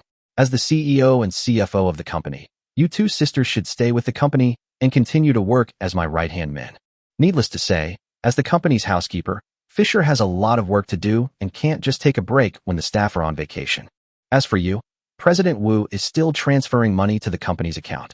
How to transfer this money to China and then to my account is all waiting for you, the CFO, to handle it. Why are you asking this all of a sudden? Are you so disappointed with the company that you're planning to run away? Who's running away with the bucket? I think it's you. Ouyang Feiyu glared at Sun Guangjun and complained, "I've never seen you run a company like this before. It's like playing house. What a guy. You didn't even choose a store location, but you just bought a lot of things randomly. After you bought everything, the whole company was given a holiday. If you didn't know, you would think you had money to burn." Feiyu shut up. Before Ouyang Feiyu could continue, Ouyang Feishue suddenly shouted, "The boss has his reasons for doing this. As subordinates, we just need to follow his orders. Why are you talking so much nonsense? If you want to complain, come back to me when you get back. Now shut up." Sister, Ouyang Feiyu felt a little aggrieved, but when she saw Ouyang Feishue's cold eyes, the words were on the tip of her tongue, but she couldn't say them anymore. Sun Guangjun glanced at Ouyang Feishue in surprise. It seemed like this girl had noticed something. Good. Very good. At times like this, I need people around me who can execute orders without compromise. With the help of the Ouyang sisters, it will be like adding wings to a tiger. Well, this sounds very high-sounding, but it's actually all excuses. Sun Guangjun just can't bear to part with the twin sisters. Chapter 32, The Last Stockpile. July 25th marks the 7th day of the countdown to the end of the world. Early in the morning, Sun Guangjun woke up on the large and soft bed in the master bedroom on the 2nd floor of the villa. This big bed was brought back by Sun Guangjun from Neon. It's really good craftsmanship, and it's very comfortable to sleep on. With a sigh, Sun Guangjun jumped off the bed and onto the floor, stretching his body. A good sleep makes you feel full of energy. Last night, after seeing off the Ouyang sisters, Sun Guangjun, who had nothing to do, took out his mobile phone and started shopping. He left his footprints on all the major online shopping apps, including JD.com, Taobao, and Pink6. Of course, Sun Guangjun did not order randomly. He mainly focused on food and drink, such as cured meats, candied fruits, local specialties, biscuits and pastries, nutritional healthcare, nourishing healthcare, dairy drinks, dried and fresh fruits, melons, pears and dates, and famous Chinese and foreign wines. It's still the same principle. Eating and drinking come first. By chance, Sun Guangjun discovered that these online shopping apps actually sold various fruit tree seedlings. This was like discovering a new world, and he immediately clicked on various purchases. This shopping trip lasted until after 1 a.m., and in total, Sun Guangjun spent more than 50 million yuan, almost using up the remaining balance on the card. Sun Guangjun calculated that with the speed of domestic and foreign companies, these things purchased online will arrive in about 3 or 4 days, with basically no delay. He can even continue online shopping in the next few days. After washing and tidying up, Sun Guangjun drove out to find a snack bar and enjoyed a comfortable breakfast. Then he leisurely came to the old factory. After finding an empty room, Sun Guangjun waved and threw out a dozen large suitcases, each of which contained 5 million in cash. He had prepared this last night to pay today's balance. The 50 million US dollars in his card is equivalent to more than 360 million manhwa currency. He spent 150 million on buying and renovating a villa, and nearly 20 million on buying and modifying a car. He paid a deposit of nearly 100 million to the hotel yesterday, and spent more than 50 million on online shopping in the evening. Adding some other expenses, more than 300 million was spent, and there is less than 30 million left in the card. Fortunately, we can add 200 million US dollars today, so we are not short of money. After stacking the boxes of money, Sun Guangjun took out a table and a recliner, sat down, and picked up his mobile phone again. This time, it's not online shopping, but takeout. I search for all the delicacies within a radius of 10 kilometers and start shopping again. As long as they are on sale, the minimum order is 180 pieces. This is because the platform has a quantity limit, and I can't order more than that. As Sun Guangjun's order payment was confirmed, the delivery guys nearby immediately went into a rush mode. It was so cool to grab this order, hundreds of orders at once. The delivery fee was doubled, and they didn't have to run around anymore. It was so satisfying. Each order cost hundreds or thousands of yuan, and Sun Guangjun spent over 1 million yuan before he stopped. His hands were so sore that he couldn't stand it anymore, and more than 2 hours had passed. After taking a breath, Sun Guangjun was still wondering why the company employees arranged by Ouyang Feishua were not in place yet, and then he heard a low engine sound coming from his ears. When I went out, I saw 2 Culinans, one in twilight purple and the other in coral orange. It was the Ouyang sisters who came in person. I say, why are you 2 here? Looking at the 2 girls who just got off the car, Sun Guangjun asked speechlessly, can we not come? Ouyang Feiyu rolled her eyes and said, this shabby place of yours is so dirty and messy. No one in the company wants to come here. There is no other way. We 2 sisters have to do it ourselves. So, we rushed here as soon as we finished dealing with the company's affairs. Alas, everyone else can have a holiday, but we 2 sisters are the only ones who have a miserable life, being exploited by you, a black-hearted capitalist. Okay, now that we're here, let's divide the work first. There was a lot of work to do today, so Sun Guangjun had no time to argue with Ouyang Feiyu. Today's task is actually very simple. I just ordered some takeout, which will be delivered soon.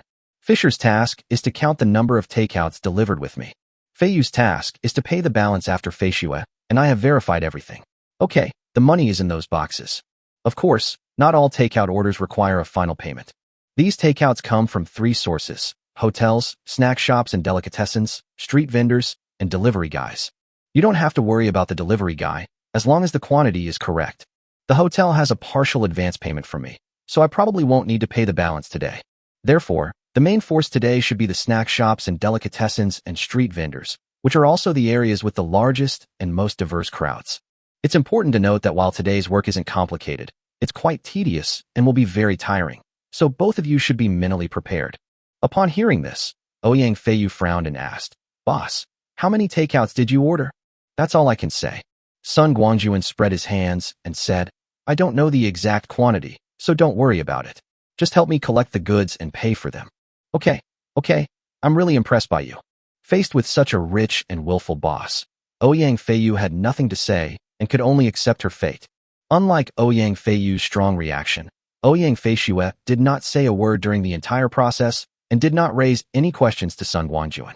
Not long after the 3 of them assigned the tasks, a delivery guy rushed over. Now that people have arrived, Sun Guangjun and Ouyang Feishua started to get busy.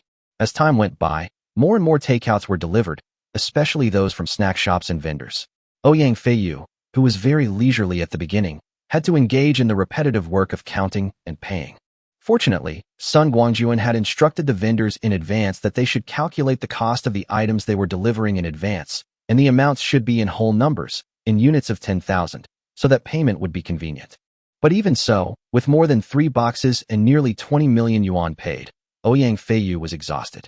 Sun Guangjun prepared several rooms for storing food in advance. Whenever each room was almost full, he would find an opportunity to put the food into the Shanhe ring. It was not until after 1 in the afternoon, when the last hotel food delivery truck had left, that the 3 of them finally calmed down and could take a good breath.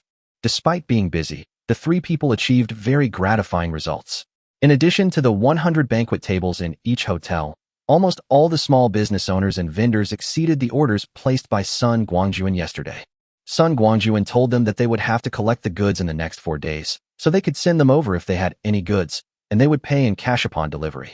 After receiving such a promise, all the small business owners and vendors went home happily to prepare goods. After seeing everyone off and taking a short break, Sun Guangjun called the Ouyang sisters and asked them to help order takeout. 3 people are always faster than 1 person. For 5 consecutive days, Sun Guangjun took the Ouyang sisters out early and back late every day, repeating the process of ordering, collecting, and paying. It was painful and happy, and a large amount of food was gradually concentrated in the Shanhe ring. The fruit tree seedlings and various seeds that Sun Guangjun bought online also arrived one after another, and he collected them all. Chapter 33: The Ouyang Sisters' Request. July 30th, the second to last day of the apocalypse. After collecting the last batch of food yesterday afternoon, Sun Guangjun locked the door of the old factory and bid farewell to it completely.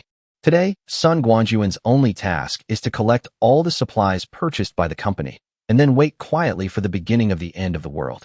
Last night, Sun Guangjun had already collected some materials piled up in the open air, such as coal, steel, wood, etc., so his task today was not heavy. At around 10 o'clock in the morning, Sun Guangjun, accompanied by Ouyang Feishue, collected all the supplies in the last warehouse.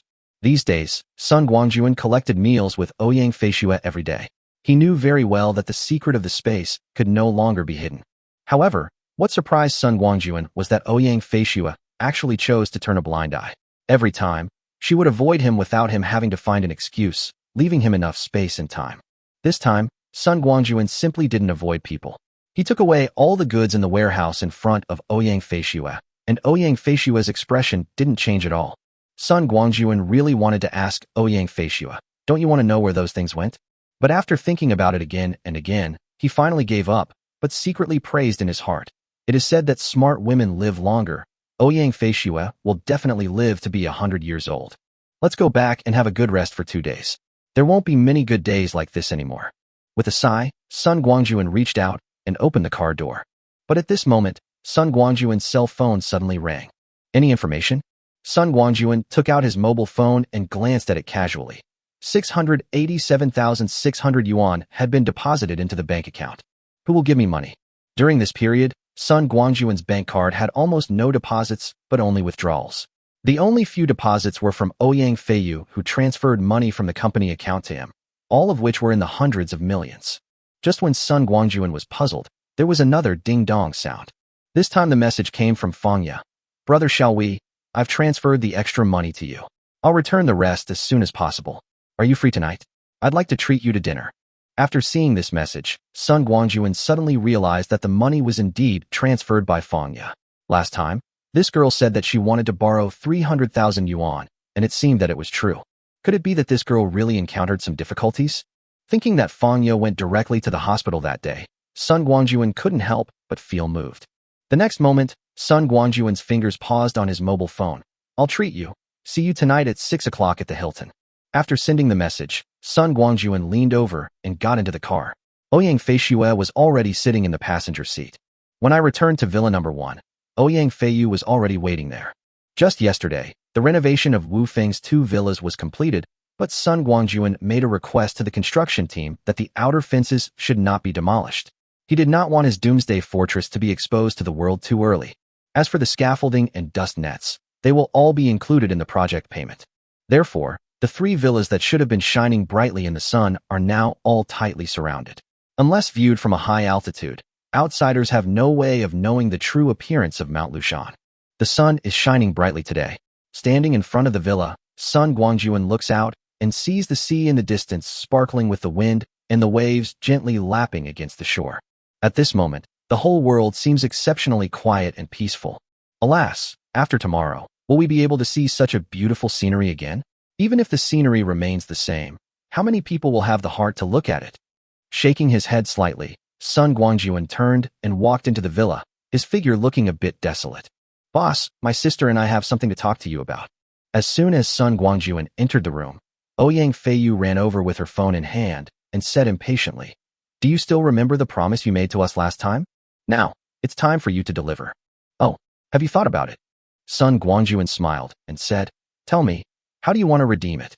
Do you want money or something?" "Neither." The person who spoke was not Ouyang Feishue, but the cold and silent Ouyang Feishue. "Boss, our request is very simple. That is, to have a room in your Villa Number 1. Before we make a serious mistake, you must not find a reason to drive us away. If you think a room for each of you is too much, we can share a room. Moreover, we can take care of all the household chores, including washing, cooking, and cleaning. After saying that, Ouyang Feishue raised her eyes and looked at Sun Guangjun's face steadily. Is it that simple? Sun Guangjun said without hesitation. Okay, congratulations, you now have the right to live in Villa Number 1. However, your room can only be on the first floor. The second floor is my private territory and no infringement is allowed. This must be observed. Apart from this, there are no special requirements. We can only analyze the specific situation at that time. Don't worry, if I want to kick you out, I will give you a chance to appeal. As long as your reasons can convince me, you can stay. Okay, you two can digest this slowly at home. If you feel you can't accept it, you can leave and I will give you another compensation plan. After saying that, Sun Guangjun stood up and walked out. As soon as Ouyang Feiyu saw Sun Guangjun was about to leave, he hurriedly shouted, "Hey, where are you going? Go out for a walk." Sun Guangjun raised his hand without even turning his head. Also, I won't be back tonight, so you guys can make your own arrangements. Sister, look at him. Watching Sun Guangjun leave like this, Ouyang Feiyu stamped her feet in anger, turned around, and complained to Ouyang Feishue. I really don't understand why you would make such a request. Although this villa has been renovated to be very sturdy, does it have any other advantages besides being sturdy? Since we have the boss's promise, why don't we just order something else? Why do we have to live in this cold villa like we're in prison? Just shut up right now. Ouyang Feishue frowned and said angrily, I've told you so many times to observe and think more, but you just don't listen. You act like a fool all day long. Let me ask you, we've been with the boss these past few days, receiving so much food. Aren't you curious about where it all went? Where else can we go? Ouyang Feiyu said unconvincedly. Didn't the boss say that he took on a business of supplying meals to a factory with 10,000 employees? The meals must have been delivered to the factory. This is just to fool a silly girl like you. Ouyang Feishue said unhappily. What about a factory with 10,000 employees? A factory with tens of thousands of employees, who doesn't have its own canteen. Why does it need to go out to order food? Besides, which factory would order food and require a 5-star hotel to provide the banquet? Let me tell you, those meals were all requested by the boss himself, and providing meals is just an excuse. Huh? An excuse? Ouyang Feiyu said in surprise. What does the boss want so much food for? Can we eat it all? And where did he put it? How come I didn't find it? Wait till you find out. Wait till you find out that the cucumber dish is cold. Ouyang Feishue scoffed, and then revealed a piece of news that shocked Ouyang Feiyu even more. If I tell you that those warehouses we rented before have long been empty, would you not believe it? How about I give you the key and you go and look for yourself? Chapter 34, The Sucker. Sun Guangjun left the villa. This time he did not drive the Civic he had been driving for a while, but directly took out a brand new van. Driving a van, Sun Guangjun headed straight for the nearest fishing village docks. Qing City is close to the sea and has a very developed fishing industry.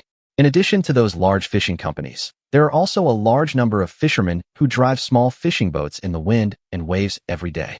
These fishermen's boats are small, and they can only operate near the coast. The seafood they bring back is also the freshest, and most of them are still alive after coming ashore. When he arrived here, Sun Guangjun picked up the live and good-looking ones and bought a lot of fish, shrimps, turtles, crabs, scallops, and conchs. He had someone deliver them all to the cargo compartment with seawater and then put them into the Shanha ring after leaving the dock. In the past few days, every night when it was quiet, Sun Guangjun would drive his speedboat alone to the open sea, find an uninhabited clean sea area, collect a large amount of seawater into the mountain and river ring, and even dive to the bottom of the sea to collect a large amount of seaweed. After a few days, a separate saltwater lake had formed in the mountain and river ring, and the water area was larger than the one he collected from the Great Lakes. Moreover, when collecting seawater, a lot of small fish and shrimps that cannot escape the vortex are also collected. This is inevitable. Now, the large number of live fish and shrimps that were previously looted from several fish markets in Japan and America all live in this vast and peaceful sea. Today, Sun Guangjun came to the fishing port to buy these fresh seafood just to add icing on the cake and increase the variety and quantity of his collection. After visiting several fishing villages in succession, Sun Guangjun stopped. They were all operating in the same sea area, and the types of fish they caught were similar. There was no point in continuing to catch any more. After leaving the fishing village, Sun Guangjun went to the flower and bird market again and started shopping as usual, of course, paying for things. All kinds of flowers, birds, Fish and insects were sent to vans by market operators like water. As long as the items were available in the market, no matter how expensive or cheap, they became Sun Guangjun's collection. All day long, Sun Guangjun drove the van, running around between major markets, buying all kinds of live animals and plants. He even went to the suburban countryside to buy large quantities of poultry and livestock. At the end of the world, especially after the polar night of 100 days, these living animals and plants will become rare and precious creatures. Although what Sun Guangjun is doing now has his selfish motives, it can be regarded as preserving a spark for the continuation of mankind. It was almost dark when Sun Guangjun rushed back from the suburbs with satisfaction. At this time, his car had been changed from a van to a cool-looking Alfa Romeo Giulietta GTM. The track version of the sports car roared on the road, attracting countless envious eyes. When the car drove into the lobby of the Hilton Hotel, Sun Guangjun even heard screams. Pushing the door and getting out of the car, Sun Guangjun casually threw the car keys to the doorman, then strode into the hotel in a fitted casual outfit. "Brother, shall we? You're here." As soon as Sun Guangjun entered the lobby, Fangya, who had been waiting there for a long time, came up to him. She was a little shy and didn't dare to look at Sun Guangjun's face. "Haha, Fangya, you're here so early?" Seeing Fangya's childlike face again, Sun Guangjun was in a good mood. He laughed and said, Let's go eat first." Sun Guangjun has some conflicting feelings towards Fangya. The baby-faced and big body is indeed very attractive, making people want to conquer her, but for money, she can turn around and dump her boyfriend, and even sell herself out. Isn't she a typical gold digger? Logically speaking, such a woman is absolutely fine, but if she really falls in love with him, he would be a fool. But what puzzled Sun Guangjun was that the woman actually returned a large part of the money and kept claiming that she would return the money, as if she had some difficulties. Sun Guangjun went to the appointment tonight just to see how things went. If a concert could be held, he would not refuse. After all, after the apocalypse broke out, who knew which bastard would get the love of such a beauty? But if the other person resists and simply wants to treat him to a meal, he will not force himself on them. Of course, a concert can only be enjoyable if two people go together. Since there were only two of them, Sun Guangjun did not book a private room, but asked manager Lee to reserve a table by the window in the revolving restaurant on the 46th floor. On the 46th floor, at a height of over 180 meters, you can dine here while overlooking the magnificent night view of the city. Sun Guangjun politely invited Fangya to take a seat and handed her the menu. "Order whatever you want to eat. Don't be polite to me." As soon as Fangya entered the luxuriously decorated revolving restaurant, she felt uncomfortable all over and felt that she was out of place here. When Fangya took another look at the menu, she was even more shocked. The prices were too good to be true. They were often in the 4 digits and above. This meal would easily cost over 10,000, right? Is it possible that the happiness of rich people is so simple and unpretentious? Fangya secretly pinched her shriveled purse and felt embarrassed for a while. Although Sun Guangjun said in the text message that he would treat Fangya to the meal, Fangya had already made up her mind that she must treat the meal. Seeing Fangya holding the menu and hesitant to order, Sun Guangjun smiled knowingly and said to the waiter beside her, "Bring 2 signature dishes, cold cuts, and seasonal vegetables. Please arrange them. As for the wine, open a bottle of liqueur." Upon hearing this, Fangya's heart tightened. She had just seen this wine on the menu, priced at 99.99. 10,000 yuan. 10,000 yuan just for a bottle of wine? While waiting for the food to be served, Sun Guangjun admired the city under the setting sun outside the window while wondering what was missing. Life in the end times is very monotonous and boring. If you have enough food and clothing, do you just have to hide in a villa and endure the dry days all day? Well, it seems I have to go to the technology market tomorrow. I heard that there are large-capacity USB flash drives that store a huge amount of film and television resources. It's a good time to purchase a batch. Waiter, how can you be so tactless? Here are some delicious foods and drinks. Pick out the best ones and serve them to me. Hurry. Just as Sun Guangjun was lost in thought, a sharp voice suddenly came to his ears. Sun Guangjun collected his wandering thoughts and turned his head to look. He didn't know when Sun Maolin and his family sat down diagonally opposite him. It was Hu Tsuifeng who was banging the table and yelling at the waiter just now. How come this family is here? Sun Guangjun frowned. The consumption here is so high. How can someone who can't even afford a betrothal gift of 500,000 yuan come here to consume? Why? Are you afraid we don't have money to give? Just when Sun Guangjun was puzzled, Hu Tsuifeng's sharp voice rang out again. Let me tell you, my nephew is a super VIP guest of your hotel, and the presidential suite is booked for several months. The millions he has deposited in the hotel Aren't they enough to pay for our meals? What a dog's eye for looking down on others. What are you looking at? Hurry up and serve us the food. Also, give us 2 bottles of 1982 Lafite and 30-year-old Matai. Can't finish drinking? I can't take the leftovers away with me. Worrying about nothing. Well, with just this shout, Sun Guangjun completely understood that it turned out that I was the one who was being taken advantage of. Chapter 35, Free Food and Drink. When Sun Guangjun heard Hu Tsuifeng talking about nephews, presidential suites, and millions, he knew for sure he was being taken advantage of. What a shame. Ever since he took Fang Yu away at the dinner table that day, Sun Guangjun has never seen Sun Malin's family again, and the family has not bothered him anymore. In the past few days, apart from ordering a meal once, he has not come to the Hilton again, so the presidential suite has become vacant. However, when the Ouyang sisters booked a room for Sun Guangjun, they booked it on a long-term basis, and the down payment alone was 5 million. For Sun Guangjun, 5 million is just a small number. It is quite nice to have a presidential suite in a 5-star hotel like Hilton as a long-term reservation. That's the end of the matter. Unexpectedly, Sun Malin's family took advantage of the opportunity. After thinking about it, Sun Guangjun felt that the trigger must be the lunch that day, and he acted too familiar with Hilton.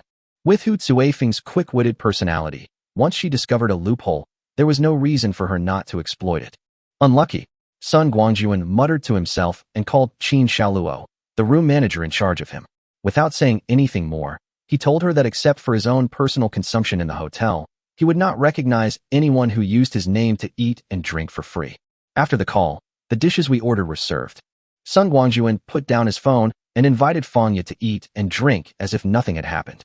Although the two of them didn't communicate much and there was a bit of awkwardness, the meal was still quite warm. It was warm and cozy on their side, but things started to get embarrassing for Sun Malin's table. It was just as Sun Guangjun thought. That day, Sun Guangjun took Fang Yu away at the dinner table. Hu Tsuifeng and Sun Hao were furious, but when they chased after them, Sun Guangjun and Fang Yu were nowhere to be seen.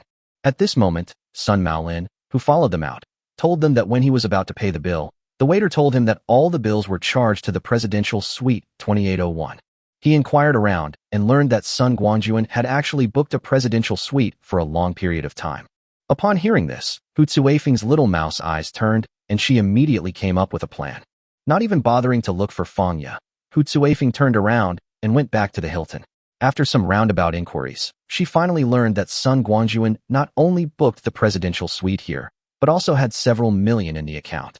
Hu Tsuifeng was now very nervous. She immediately found Qin Xiaoluo, who was in charge of Sun Guangjun's presidential suite, and took the initiative to state their identities as Sun Guangjun's cousins. Under the banner of Sun Guangjun, she asked the room manager to arrange food and accommodation for them.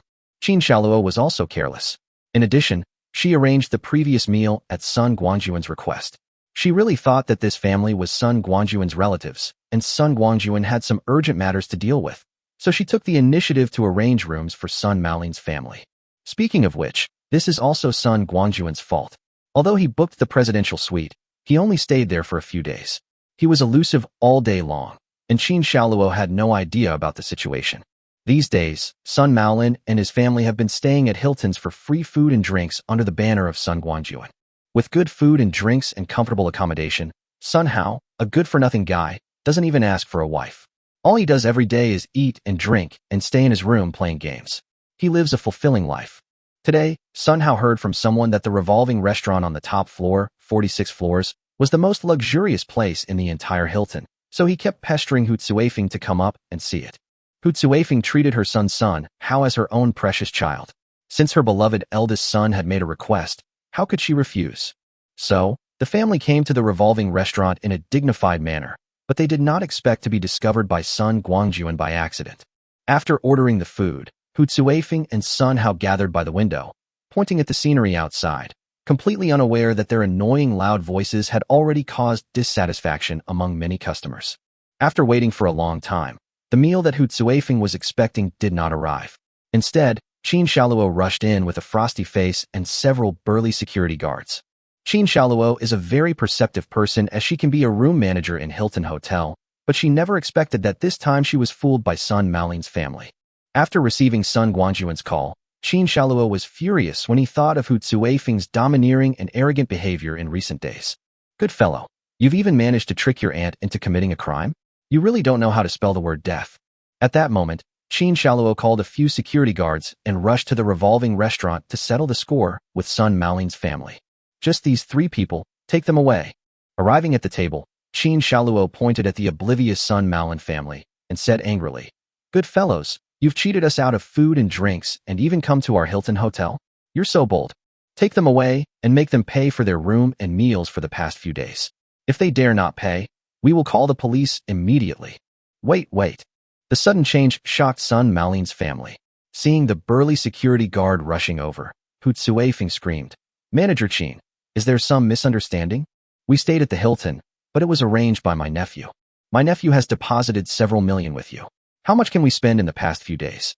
Do you have to say such harsh words? Let me tell you, if you dare to disrespect our family, be careful that my nephew will come back to settle the score with you. Humph, why don't you quickly have someone bring up the dishes we ordered? You can't afford to delay our family's meal." "Oh." Qin Shaluo was so angry that he laughed, and he was still pretending in front of me? "You don't know yet?" With a sneer on his face, Qin Shaluo said sarcastically, "Mr. Sun has already called. You are not his relatives at all, and he didn't arrange you here. There are so many strange things in this world, and there are people like you who pretend to be relatives and cheat for free food and drinks. Us." Being exposed in public, Hu Tsuifeng looked around anxiously. Fortunately, she had sharp eyes and could see across most of the restaurant at a glance, and saw Sun Guangjun and Fangya who were eating on the other side. Hu Tsuifeng suddenly jumped up 3 feet high as if she had grabbed a life-saving straw and shouted, "See, my nephew is right there. If you don't believe me, go ask him. Come on, follow me, and let's talk it out face to face." As she spoke, Hu Tsuifeng took the lead and rushed towards Sun Guangjun in a hurry. Sun Guangjun had certainly noticed the commotion here a long time ago. Seeing Hu Tsuifeng rushing over, he put down his chopsticks helplessly and said to Fangya, who was also surprised, "What a hassle. You can't even have a meal in peace." "Well, you don't have to say anything later, just watch the show." Just as he finished speaking, Hu Tsuifeng rushed over, grabbed Sun Guangjun's arm, and shouted, "Shall we? Tell them quickly that we are really your cousins, and we are definitely not scammers pretending to be relatives. Aunt, if you have anything to say, please speak slowly."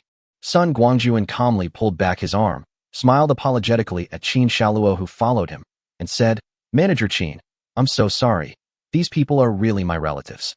But relatives are relatives, and I have never arranged for anyone to live here. As for whether some people are using my name to get free food and drinks, I know nothing about it, and it is not for me to decide. I think you should call the police right away. Otherwise, won't you be responsible for all the hotel's losses?" Chapter 36. Evildoers will be rewarded. Sun Guangjun's words were like a reassurance to Qin Shaluo. This girl was decisive enough and immediately ordered, "You guys, take them away first. Don't affect other guests dining." Upon hearing this, several security guards rushed forward and captured Sun Maolin and Sun Hao without any resistance.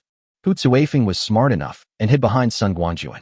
The 2 security guards who arrived a step late could only look at Sun Guangjun helplessly. They all knew that this was the hotel's real distinguished guest, so they didn't dare to offend him. Taking advantage of this opportunity, Hu Tsuifeng grabbed Sun Guangjun's arm again, pinched it tightly, and shouted urgently, "Shall we? You can't be so heartless. After all, we are your cousins. You can't just stand by and watch them take us away. Besides, you're so rich, we just ate a few meals with you. Why would we make such a fuss about it?" Sun Hao, who was restrained nearby, also shouted, "Yeah, Sun Hui, I just ate a few of your meals. Are you really so stingy? Don't forget, you grew up in our family. If it weren't for my parents, you would have died in some corner. Okay, now that you have money, you start to turn your back on people, right?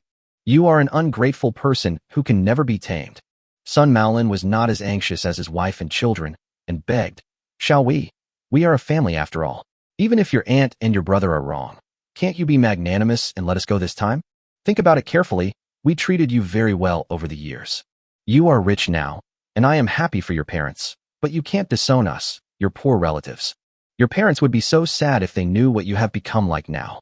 Not only did he clear himself of all charges, he also turned around and played a game of moral kidnapping. Sun Guangjun sneered, swung his arms, broke free from Hu Tsuifeng's claws, and sneered, "Uncle and aunt, there is no need to say so much nonsense. You have to bear the consequences of your own actions. Yes, I am rich. But what does my money have to do with you? Should I spend money on you? What a joke. You guys should think about how to pay the hotel bill. Don't worry, the hotel is reasonable. As long as you pay, they will not make things difficult for you. Okay, that's all I have to say. You'd better learn from this. Fanya, let's go. Hearing this, Fanya, who was twisting her fingers at a loss, hurriedly followed Sun Guangjun and walked out of the restaurant. Hu Tsuifeng wanted to chase after him and continue to pester him, but the two security guards who had been watching her closely would not give her a chance.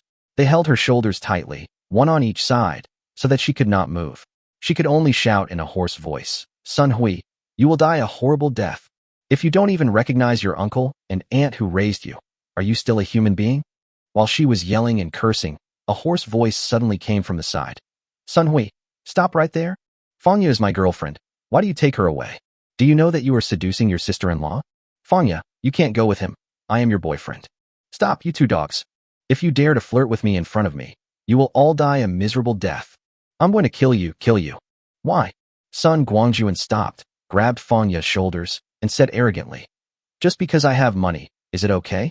Just because you can't afford a betrothal gift of 500,000, but I can give her 1 million. Is that okay? Sun Hao, if you don't have the ability, don't open your mouth carelessly. Be careful of your tongue being blown away by the wind. You should first think carefully about how to get through this difficult situation. Should I sell the house or sell the house? Ha ha ha ha. God has his own way. No one can escape it. This is the retribution for your family. Retribution. Do you understand? Stupid." After saying that, Sun Guangjun put his arm around Fang Ye's trembling shoulders, laughed heartily, and walked into the elevator. Sun Guangjun didn't care at all about what would happen to Sun Malin's family. There was no good person in this family. They ate everything and nothing was left. They were incompetent at nothing. They felt uncomfortable when they suffered a loss, and they could never get enough of taking advantage of others. Just like this time, if their family had not been thinking of taking advantage of them, they would have thought that even if they were discovered, Sun Guangjun would at least remember their old friendship, and he was so rich, so he could only grit his teeth and accept their payment. If not, who would force them to spend money at Hilton? I can only say that this is all my own fault, and I can't blame anyone else. In the restaurant, Qin Shaoluo asked the security guard to take Sun Maolin and his family away. She smiled and said to the guests in the restaurant, "Everyone, I am really sorry today, because some shameless people have disturbed your dining pleasure. To express our hotel's apology, I have just asked the manager for instructions. Today, everyone's meal bill will be discounted by 20%, and each table will be given a bottle of red wine. I hope you will bear with it. Finally, I wish you all a pleasant meal." There was such a big commotion in the revolving restaurant that the hotel management had already received the news. However, since Qin Shaoluo was still able to control the situation, no one showed up and let her take control of the overall situation for the time being. As for the compensation promised, it's no big deal. It will be calculated on Sun Malin's family later. In any case, the hotel will not suffer any losses.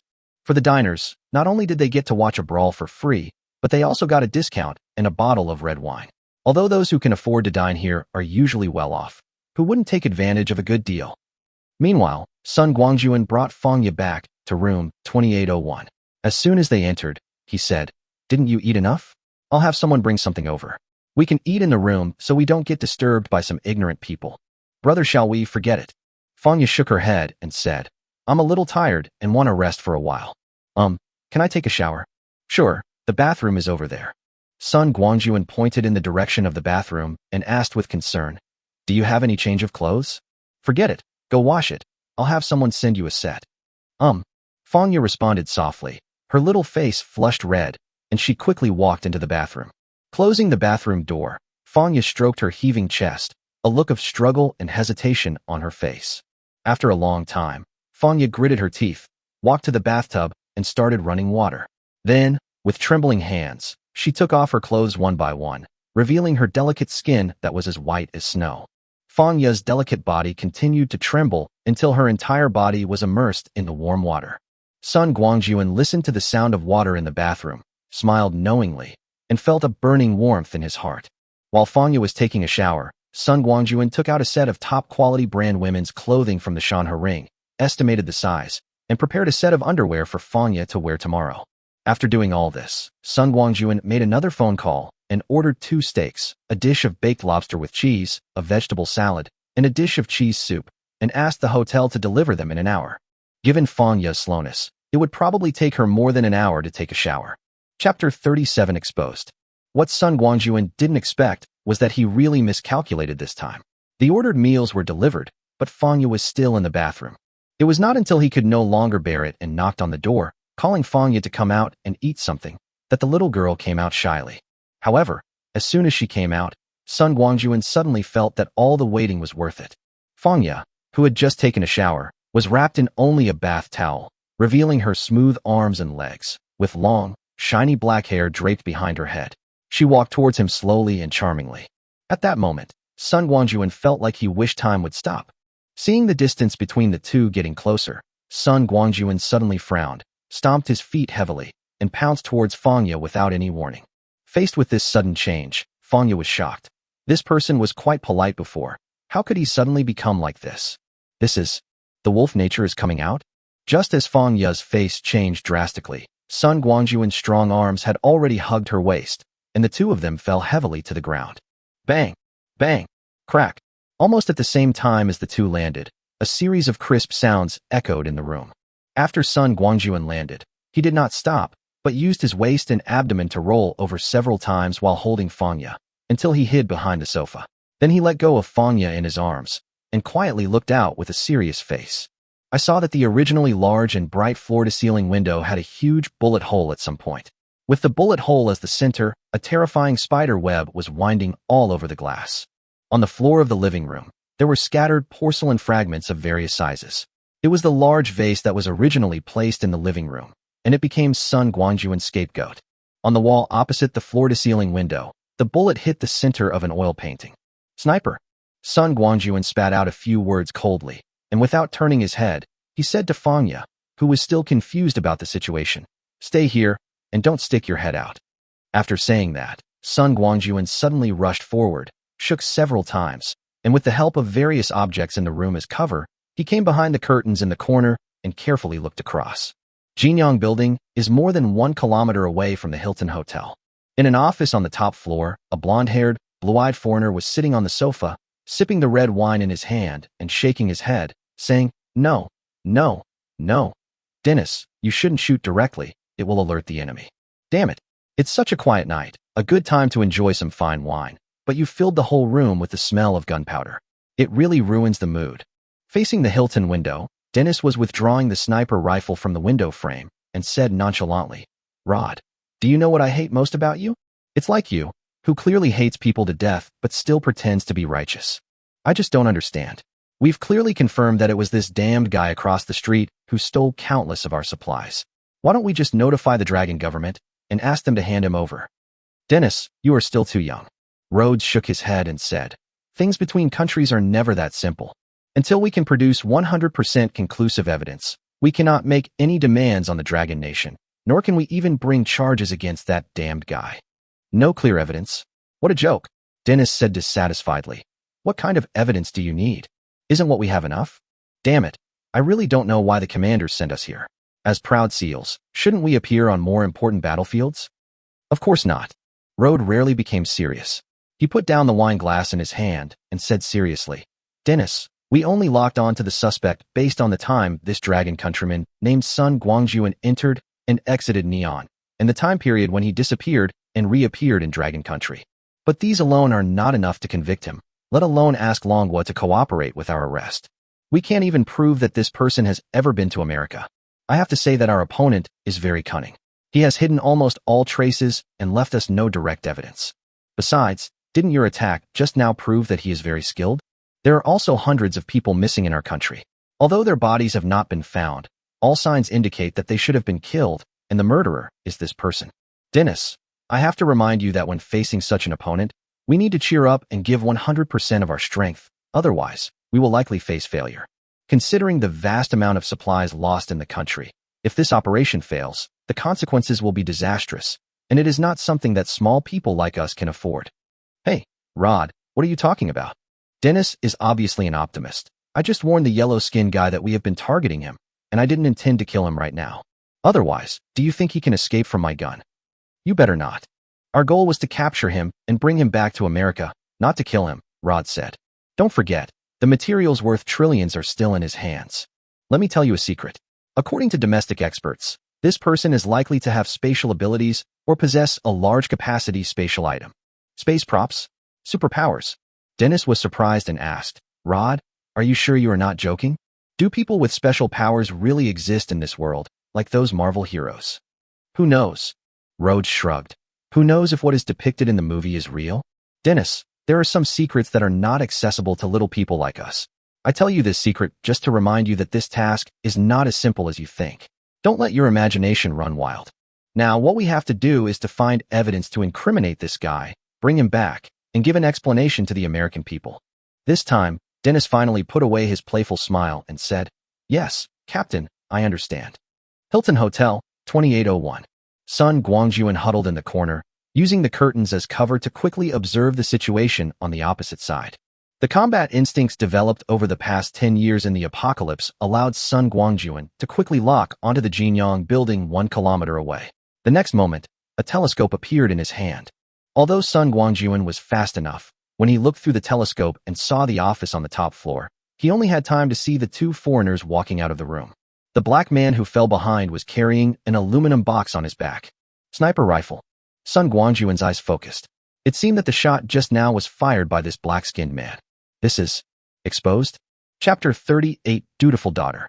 After seeing these two foreigners, Sun Guangjun realized that he had underestimated the power of America.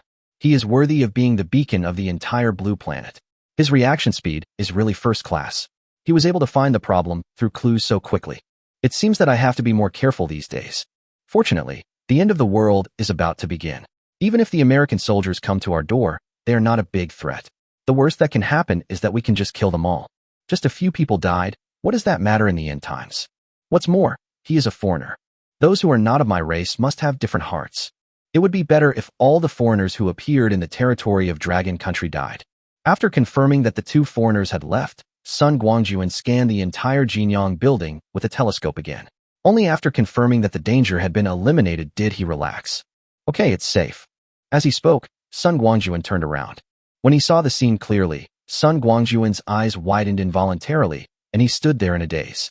Perhaps because of the excessive movement when she was held by Sun Guangjun, the bath towel on Fangya fell off at some point.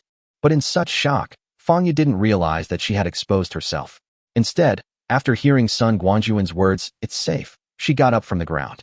Now, all the mountains, valleys, peaks and ridges fell into Sun Guangjun's eyes. Oh, perhaps it was because Sun Guangjun's gaze was too hot. Fangya looked down as if she had noticed something, and the next moment, a scream suddenly broke out. "I don't see anything." The scream woke up Sun Guangjun, who was somewhat intoxicated by the beautiful scenery. He quickly turned around, covered his eyes, and shouted loudly, "You rascal!" It would have been better if Sun Guangjun didn't shout.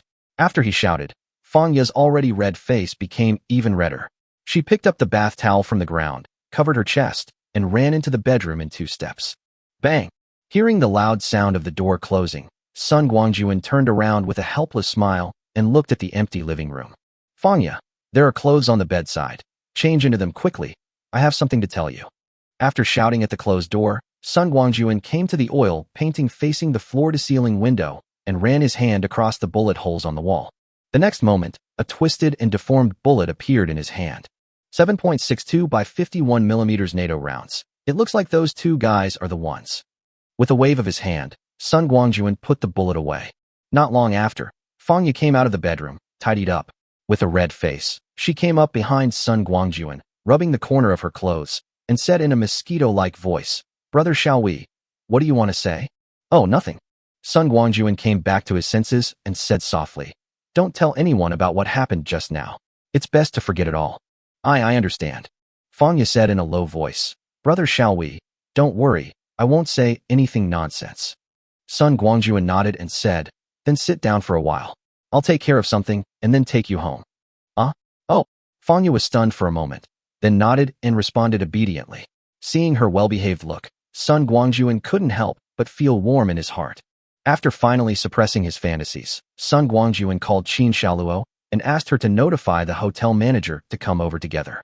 Not long after, Qin Shaluo and manager Chen Ping arrived at 2801. As soon as they entered the door, they were shocked to see the window that looked like a spider web. Then they saw the broken pieces of porcelain vase on the ground, and their hearts tightened. The two looked at each other, and Qin Shaluo stepped forward and asked, "Mr. Sun, what happened?" "Nothing. Someone is trying to assassinate me." Sun Guangjun said calmly, "I'm so sorry to have caused trouble for your hotel." I called you here to tell you that after I leave, you should find someone to clean up and replace the glass that needs to be replaced. The cost will be charged to my account. Remember, this matter ends with you, so don't cause trouble for the police officers. Don't worry, I won't refund the room, and any losses during this period will be my responsibility. Sure. Now that he knew what happened, Qinping felt relieved and said with a smile, Don't worry, Mr. Sun, we will do everything according to your instructions. Our hotel's consistent purpose is to serve our customers wholeheartedly. Okay, you guys decide what to do. Sun Guangjun waved his hand, interrupting Qinping's boasting, and said, I have something else to do, so I'll leave first. After calling Fangya, Sun Guangjun left the mess to Qin Xiaoluo and Qinping. Anyway, he had deposited 5 million here, which was enough to make up for the hotel's losses. 5 minutes later, the cool Alfa Romeo drove out of the hotel's underground parking lot and merged into the endless stream of traffic on the street. Looking back at Hilton, who was gradually moving away, Fangya hesitated for a long time, and finally couldn't help but ask, Brother Xiaowei, what happened just now? Sun Guangjun smiled nonchalantly and said, Nothing. Maybe I offended someone and they want to kill me. Fangya's voice softened. Huh? This is nothing. It's nothing. Sun Guangjun shrugged and said, Let's not talk about this anymore. Where do you live? I'll take you back. Fangya told the address, and Sun Guangjun turned the steering wheel and drove towards the destination. Soon, the car stopped in front of a small courtyard near the medical university. This is the new campus of the medical university. Although we moved here only a few years ago, you can still see many 1- or 2-story houses around here. Do you live here? Seeing Fangya about to get off the car, Sun Guangjun asked casually. No, this is rented. Fangya lowered her head and said, My dad came to Qing City for medical treatment. Living here is close to the hospital, and it is convenient for my mom and me to take care of him. The school also has a hospital. Although the conditions are not as good as those of the affiliated hospital, it is more convenient to find professors in the school. Is your father sick? Sun Guangjun was stunned for a moment. Then he understood. This girl probably wanted the 300,000 yuan for her father's medical treatment. No wonder there were both whole and small amounts. It seems that I was wrong to think she was a gold digger before. Thinking about the good thing that was interrupted by those two foreigners just now, Sun Guangjun felt a little relieved that he did not ruin the other person's chastity, but he also felt a little regretful that the baby-faced giant he had got was gone just like that. Well, it's a very contradictory mentality. On the one hand, Fangya is a filial daughter who asks for money to treat her father's illness, and she also said that it is a loan, not a demand. On the other hand, he is a little reluctant to give up such a childlike beauty. The end of the world is about to begin. It's better to give it to me than to give it to others. Sun Guangjun made up his mind and said, Fangya, go home and take care of your uncle first, and we can talk about our affairs another day. Remember, don't tell anyone what happened tonight. Fangya nodded with a red face, pushed open the car door, got out of the car, and walked into the small courtyard in front of her. After watching Fangya walk in, Sun Guangjun stepped on the accelerator and drove away. Chapter 39 Collapse of Evil Spirit. July 31st, the last day before the end of the world. In the morning, Sun Guangjun woke up in the bedroom on the second floor of Villa No. 1. Last night, after Sun Guangjun sent Fangya home, he went straight back to Villa No. 1. It was no longer possible to stay at the Hilton. Besides, the end of the world was about to begin, and there was no practical point in continuing to stay in the hotel. There were also many inconveniences. Sun Guangjun decided to just check into Villa No. 1 in advance. Looking at the bright sunshine outside the window, Sun Guangjun stretched lazily, walked to the floor-to-ceiling window, and looked at the calm sea in the distance. Will there still be peace tomorrow? After expressing his feelings, Sun Guangjun suddenly thought that it would be extremely hot starting tomorrow, with temperatures of 50 to 60 degrees Celsius lasting for half a month. Could Fangya's father bear it? Although I don't know what disease Fangya's father has, I think the medical expenses alone will be 300,000 yuan, so this disease must be serious. It would be difficult for a seriously ill patient to survive this first wave of extreme weather if they do not receive proper care. Thinking of this, Sun Guangjun quickly took out his mobile phone and ordered 4 air conditioners. The delivery address he filled in was the small courtyard rented by Fangya's family, and he required the installation master to come to the house today. Fangya and her parents' bedroom would share 2 units. After solving the air conditioning problem, Sun Guangjun ordered 2 household diesel generators and 3 tons of diesel. These 2 dealers are from Qing City and they promised to deliver the goods to your door today. The generator Sun Guangjun ordered is 12 kW, which consumes about 4 liters of fuel per hour. In total, 3 tons of diesel are enough for a month. Sun Guangjun prepared duplicate air conditioners and engines, one for normal use and one as a spare. The high temperature in the end times can easily cause damage to household appliances due to overheating. After doing all this, Sun Guangjun called Feng Yo again to tell her about it, so that when the installer came to her house, she would not be confused and refuse. Besides, doing good deeds without leaving a name is not Sun Guangjun's style. After being busy for more than half an hour, Sun Guangjun finally washed up, left the bedroom, and had breakfast. Opened the heavy titanium alloy door leading from the second floor to the first floor. This door was installed by Sun Guangjun himself last night, replacing the original stainless steel door. As soon as he opened the door, Sun Guangjun heard chattering and laughter coming from the living room. He was stunned for a moment. Then he realized that it seemed that the Ouyang sisters had moved in. Come to think of it, with these 2 girls who are more beautiful than flowers around, the days in the end times will not be so difficult to endure. Sure enough, after turning the corner of the stairs, Sun Guangjun saw the Ouyang sisters in the living room and several large suitcases. The 2 Miss Ouyangs are here so early? Laughing heartily, Sun Guangjun walked down the stairs and said, "It's only a little after 7 o'clock. I guess the 2 Miss Ouyangs haven't had breakfast yet? I just wonder if I have the honor to invite these 2 beautiful ladies to have breakfast with me." Ouyang Feiyu rolled her eyes at Sun Guangjun in annoyance and said, "Boss, we would like to have breakfast with you, but unfortunately, you got up too late and we have already eaten. So, then forget it." Sun Guangjun waved his hand tactfully and said, "Since you 2 have brought your luggage, you can stay on the first floor. You can choose any room you want. Well, you guys do whatever you want. I'm going out to have breakfast first." As he spoke, Sun Guangjun walked out of the villa, rode a small electric scooter, and leisurely went down the mountain. He found a breakfast stall outside the community and had his favorite fried dough sticks and tofu pudding. The end of the world is coming. From now on, if you want to eat something, you can only cook it yourself or eat the food stored in the mountain and river ring. It is no longer possible to experience the hustle and bustle of the city. After breakfast, Sun Guangjun took advantage of the time he still had and drove his van to the technology market, picked up various film and television resources, and bought hundreds of large-capacity USB flash drives. With these things, Sun Guangjun would not feel bored even during the 100-day polar night. Just think about it. Outside it is icy and snowy, and it is pitch dark in the polar night. But Sun Guangjun can stay in a warm shelter, watching various movies and TV series, eating various delicacies, and drinking some wine. How comfortable that must be. However, after returning to the villa, Sun Guangjun did not take out these resources, but unloaded dozens of large boxes of firecrackers and fireworks from the truck. Ouyang Feiyu, who heard the noise and saw that Sun Guangjun had bought so many firecrackers, couldn't help but ask curiously, "Boss, why did you buy so many firecrackers? Don't you know that these things are not allowed in urban areas now? If you're not allowed to release it, then you can't release it?" Sun Guangjun said with a smile, "Today is the day when the 3 of us officially move into Villa Number 1. This is the real joy of moving into a new house. How can we not celebrate? As a traditional Chinese, when celebrating a new house, you must set off 2 firecrackers to blast away the bad spirits. Don't worry, at most we'll be fine, and we can afford it. Whatever you like." Since she couldn't persuade him, Ouyang Feiyu didn't waste any more words and pulled the silent Ouyang Feishua back to enjoy the air conditioning.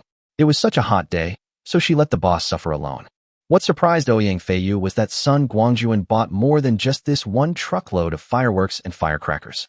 Before lunch, Sun Guangjun set off several strings of firecrackers with a bang of 100,000 bangs, which made the entrance of the villa a sea of red. Then, amid the choking smoke, he went back to the villa to eat. Ouyang Feiyu originally thought that he would just set off a few fireworks to satisfy his desire, but he didn't expect that not long after lunch, 1 truck after another drove up, unloading all the fireworks and firecrackers.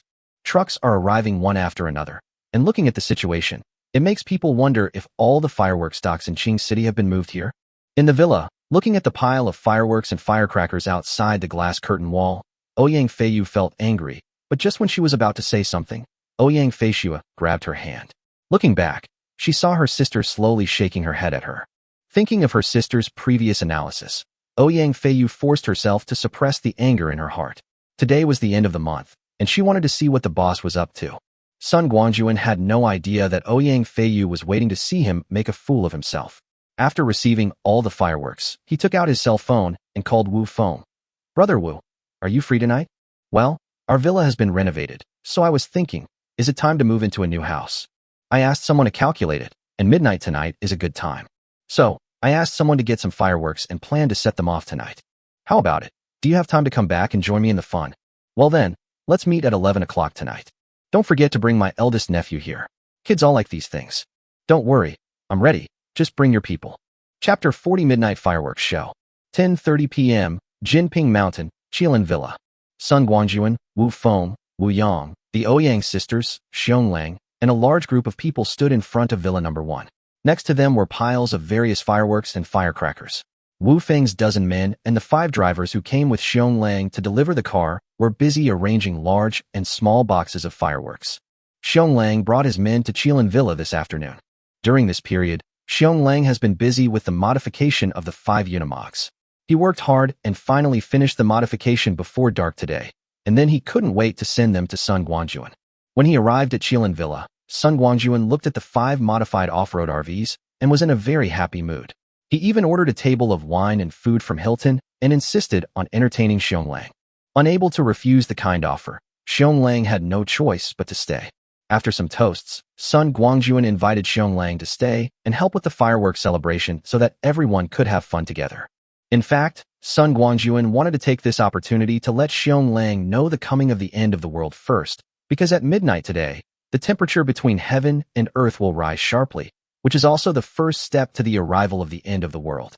However, the outbreak of the apocalypse never happens overnight, nor will it be noticed by everyone at the first moment. Instead, it is not until various irreversible consequences are caused that people will slowly realize that the apocalypse has really come and the past days can never be returned. If Xionglang could detect it in the first place and respond effectively, he would have a great advantage at the beginning of the apocalypse. Sun Guangjun wanted to befriend Xionglang and even win over this future strong man, but he would not easily reveal his secrets. Being able to make suggestions to this point was already the limit of what he could do at the moment. As for Wu Feng, although his business in Neon has begun to move to the mainland, it is not easy for him to complete the transfer of such a huge industry with such a large family and huge business. During this period, Wu Feng was very busy, but there were still many things he had not had time to deal with. He copied Sun Guangjun's plan for material reserves. Although the results were very good, they were not even half of what the Ouyang sisters bought. Of course, here in Qing City, Wu Feng has a lot of supplies on hand, but he doesn't know how much of it can be preserved in the upcoming high-temperature weather. It was not until after 9 o'clock in the evening that Wu Feng finished his work and hurried over with his son Wu Yang. After everyone gathered, Sun Guangjun happily directed Wu Feng and Xionglan's men to place the fireworks and firecrackers delivered in the afternoon on the open space between the 3 villas, and lit a huge bonfire in the middle. Because there were so many fireworks and firecrackers bought, Sun Guangjun took out a large bundle of paper twists and ingeniously connected the fuses of all the fireworks and firecrackers together. Now, the area between the bonfire and the glass curtain walls of the 3 villas is almost filled with densely packed fireworks boxes, just waiting for the time to come, and the grand spectacle of all flowers blooming will appear. Even so, only less than 1/3 of the fireworks have been set off, and there are still several rounds to go after one round. As for the strings and bundles of firecrackers, Sun Guangjun said that they could just be thrown into the bonfire when the time came. There were so many of them anyway, and if they were not set off in a simple and rough manner, they would not be able to finish setting them off until dawn. As time passed, the preparations were coming to an end. Sun Guangjun held a pocket watch in his hand and looked at it from time to time. The countdown begins. 10, 9, 8, 1, 0, ignition. As everyone counted down to 10, Sun Guangjun personally lit the paper wick wrapped in gunpowder. Laugh! The fire snake moved quickly, and soon the fuse of the first box of fireworks was lit. Bang! Bang! Brilliant fireworks exploded in the air, and then countless more fireworks began to rise into the sky and explode, getting bigger and bigger. Qilin Villa is located on a high ground, and now, almost half of the people in Qing City can see the gorgeous rain of flowers.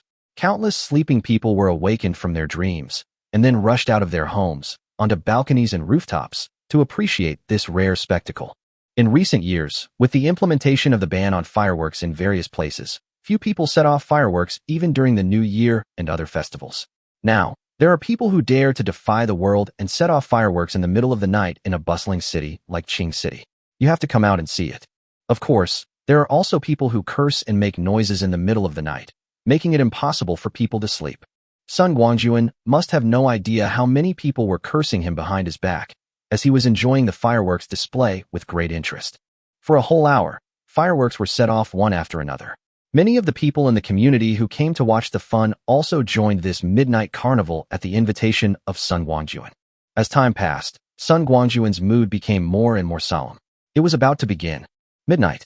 Without any warning, the temperature suddenly began to rise sharply, and in a very short time, it reached over 50 degrees. Qing City is a coastal city located in the north of Manhwa. The highest temperature here in summer has never reached 40 degrees. Now that the temperature has risen, those who have gone out of the house to watch the fireworks will feel it immediately.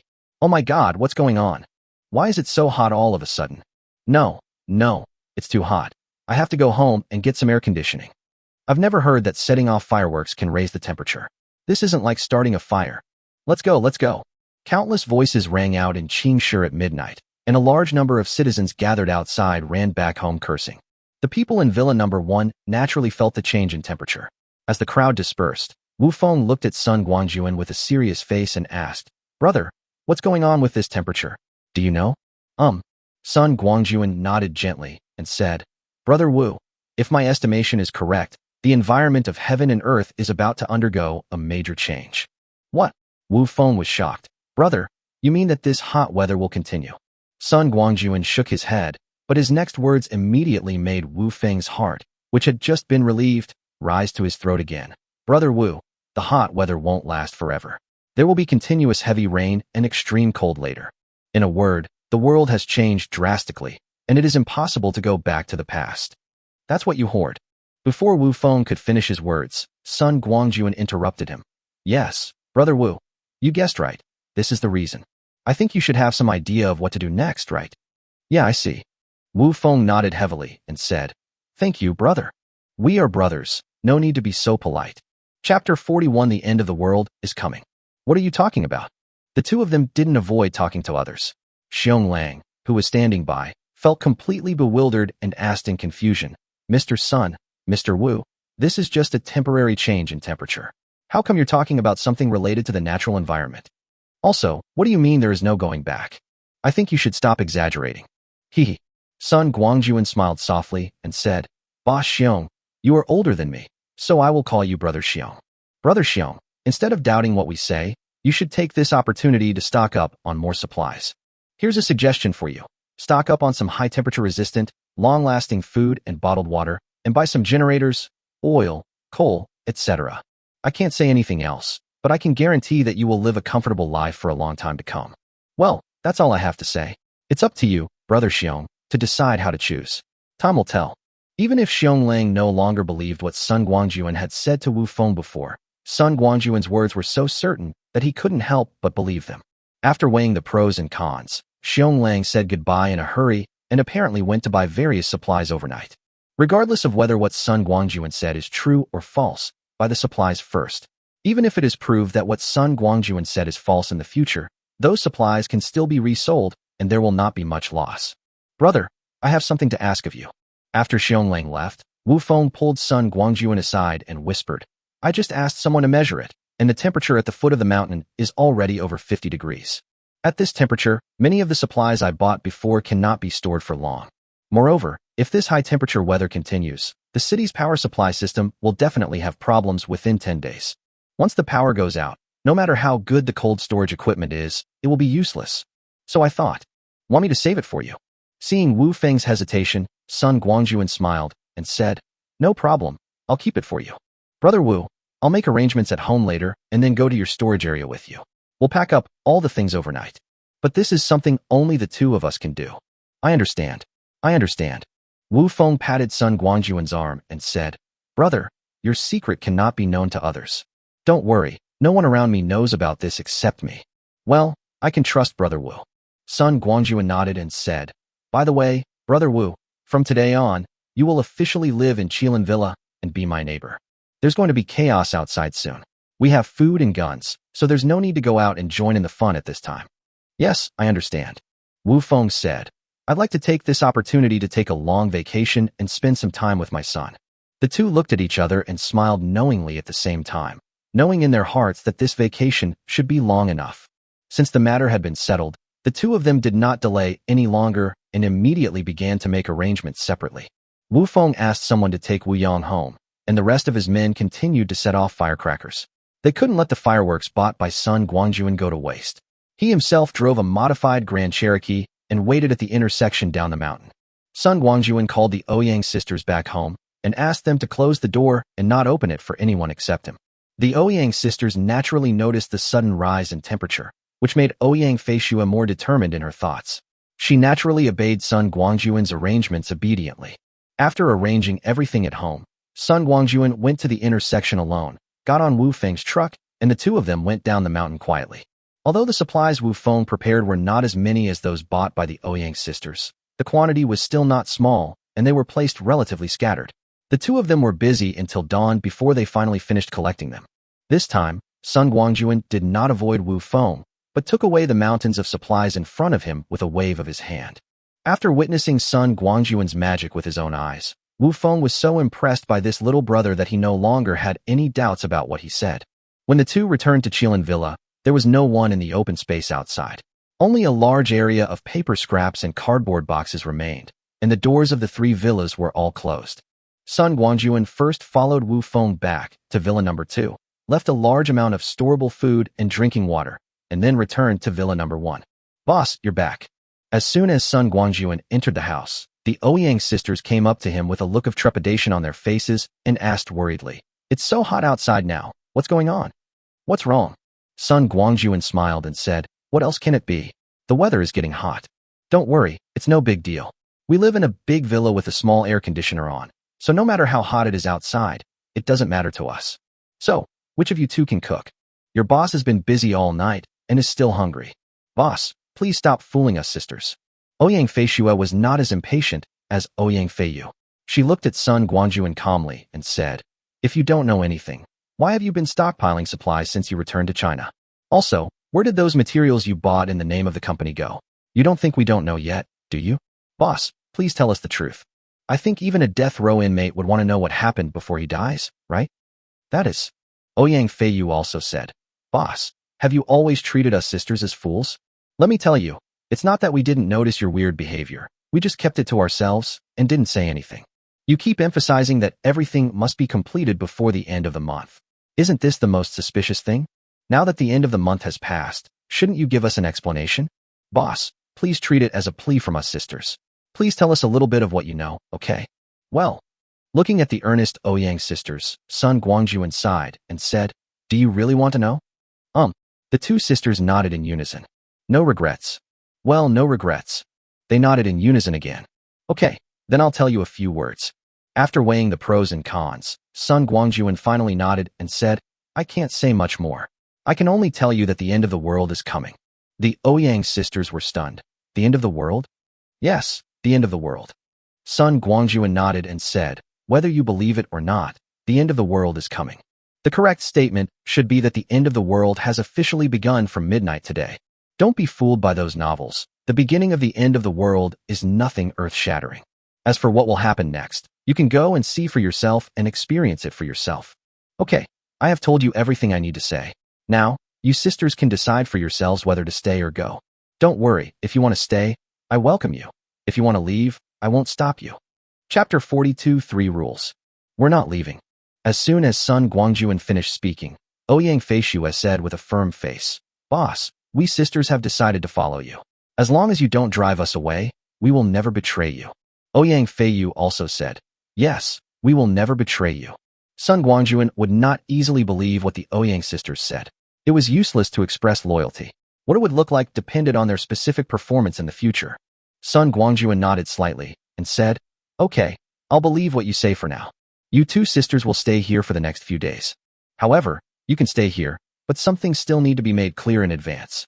I have just told you that the end of the world has begun. It is hot now, and there will be other extreme weather in the future. In order to successfully survive in this apocalyptic world, I think we need to establish 3 rules. It should be." Ouyang Feishua nodded and said, "Boss, go ahead and tell me. As long as the conditions you propose are not too excessive, we sisters will never say no." "Okay then." Sun Guangjun slammed the table and said, "You all don't understand the end times as well as I do. So the first rule is that if you go out with me, my words are orders, and you must obey them 100% without any doubts. Is this okay?" "No problem." The Ouyang sisters agreed without hesitation. Okay, let's talk about the second one. Sun Guangjun continued. It is said that human hearts are unpredictable. Since we are already in the end times, with the gradual loss of social order, the evil in people's hearts will continue to grow over time. So, my second rule is that at no time should you be too naive, and you must not be morally kidnapped by anyone. In other words, even if someone dies in front of you, you are not allowed to help. Can you do this? Boss, isn't this a bit too much? Ouyang Feishuet didn't say anything, frowning in deep thought. Ouyang Feiyu said quickly, since you said it is the end of the world, then human life will definitely be greatly affected. In this situation, if we have the means, isn't it a good thing to help those who are on the verge of death? Good news.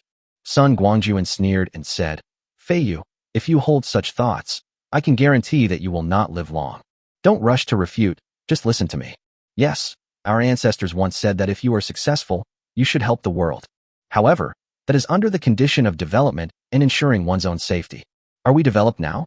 Maybe you think that with the supplies we prepared before, we are one of the wealthy ones. But do you know how long the apocalypse will last? If the apocalypse continues, no matter how much supplies we have, they will eventually run out. Also, there is a saying that goes, a little bit of rice is a favor, a peck of rice is repaid with hatred. And there is also a saying that greed is like a snake swallowing an elephant. At the end of the world, everyone is struggling to survive, and everyone lives for himself. If you are kind-hearted, there will be only one result. You will be dragged to death by the people you saved. Think about it yourself. If you save someone, don't you have to take care of their food and drink? If you don't care, why are you saving people? After taking care of one meal, what about the next meal? Once you suggest letting it go, those people will morally blackmail you and put you on a pedestal so that you cannot refuse their unreasonable demands. In this case, do you still want to keep them? If you think so, then I'm sorry, you should leave now. I don't need a nice guy with a heart of a saint around me. Boss, I think your idea is too extreme.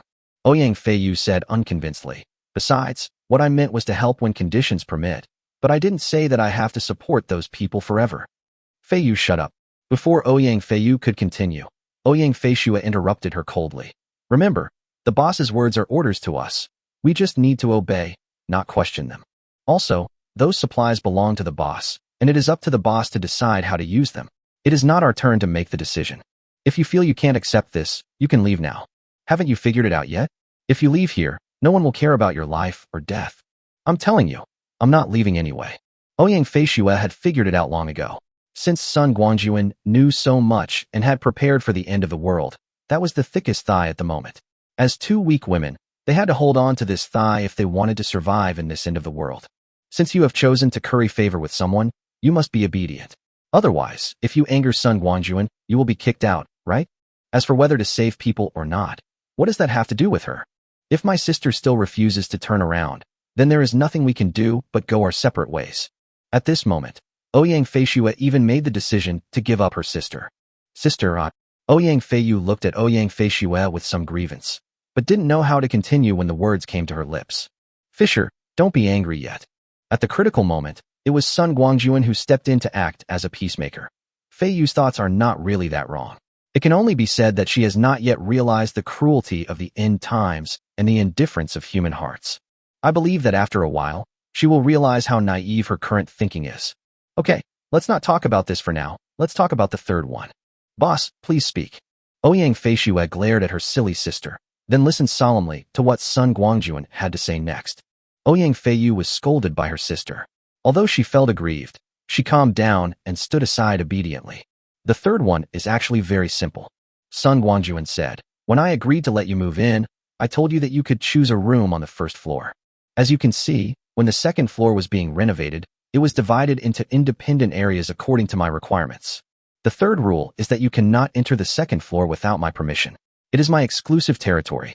Of course, it is not completely impossible to go to the second floor, but that is a matter for the future. Let's see how the situation develops later. Remember, this villa is the foundation of our survival in the apocalypse. Currently, only the three of us can live here. If anyone comes knocking on the door, no one can be let in without my permission. Boss, we remember this. Ouyang Feishua said, as long as we don't have your permission, we won't open the door to anyone who comes, even if it's President Wu. In short, boss, just wait and see how we sisters behave in the future. If there are any violations, we will do whatever you want with us, and we will have no complaints. Okay, that's the attitude I want. Sun Guangjun laughed heartily. Alright, Fei Xue, don't be angry with Fei Yu. To be frank, you two are still good sisters. Well, today is our first day officially staying here. Let's prepare some delicious food and celebrate. Chapter 43 Fanya asks for help. At noon, Sun Guangjun took out a table of previously ordered banquet from the Shanhe Ring, opened 2 bottles of fine red wine, and had a great meal with the Ouyang sisters. After eating and drinking, Sun Guangjun returned to the second floor, turned on the air conditioner, and took a comfortable nap. No, it should be called rest.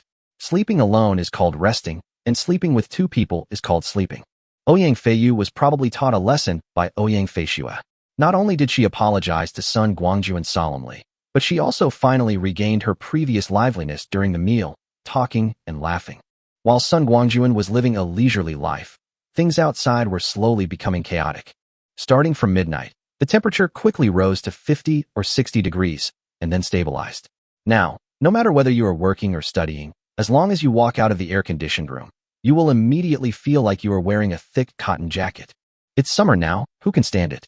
Some people wanted to find a cool place to escape the heat and take the opportunity to take a vacation, but the news on the internet had already spread. The sudden temperature rise has affected the entire Blue Star.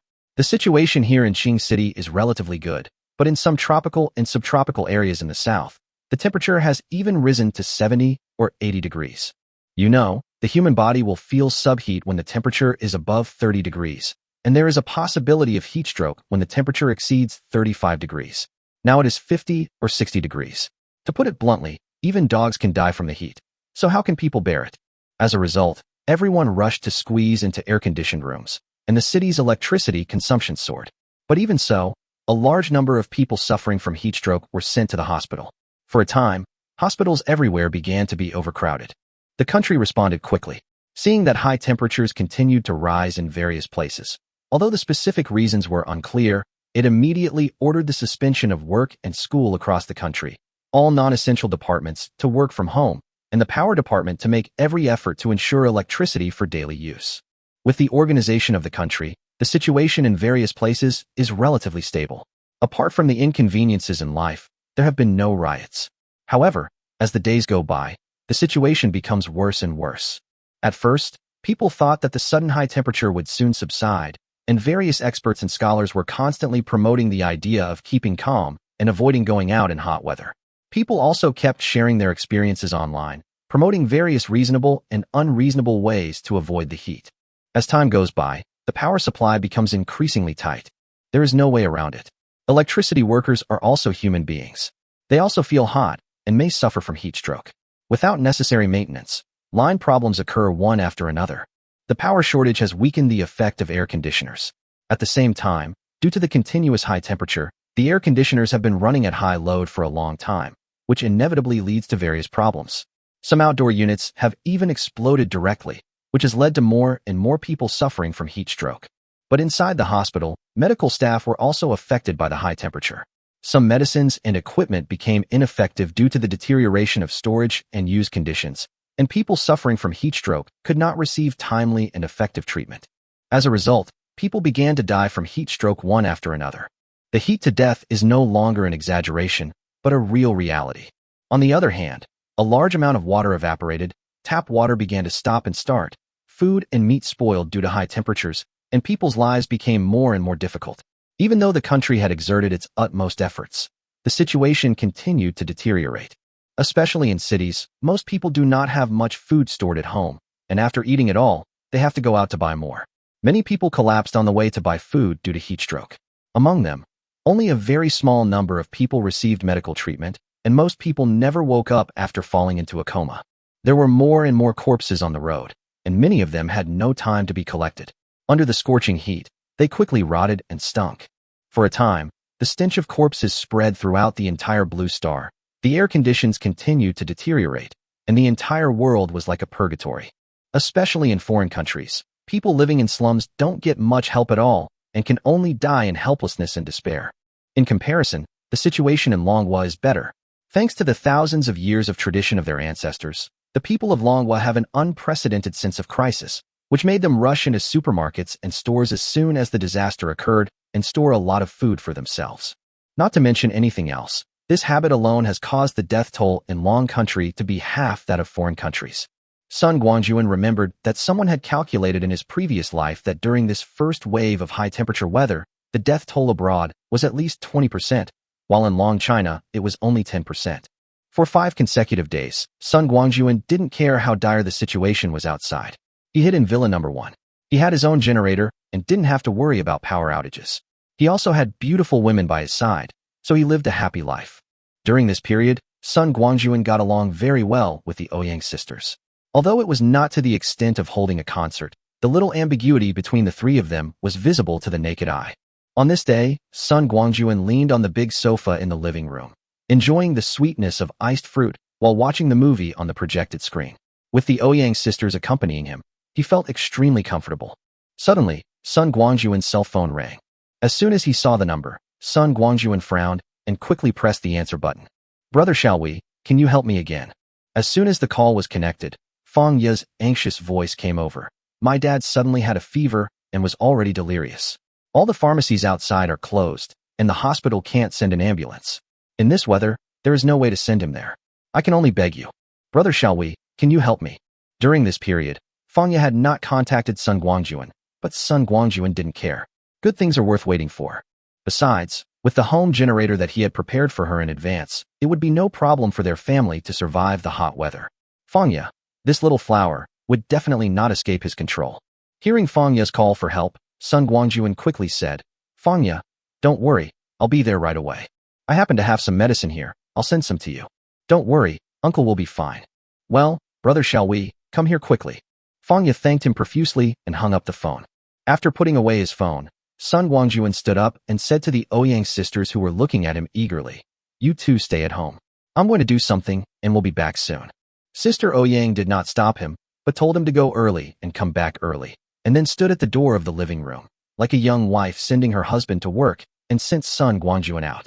Well, these two sisters are becoming more and more obedient. A Unimog drove out of the underground garage.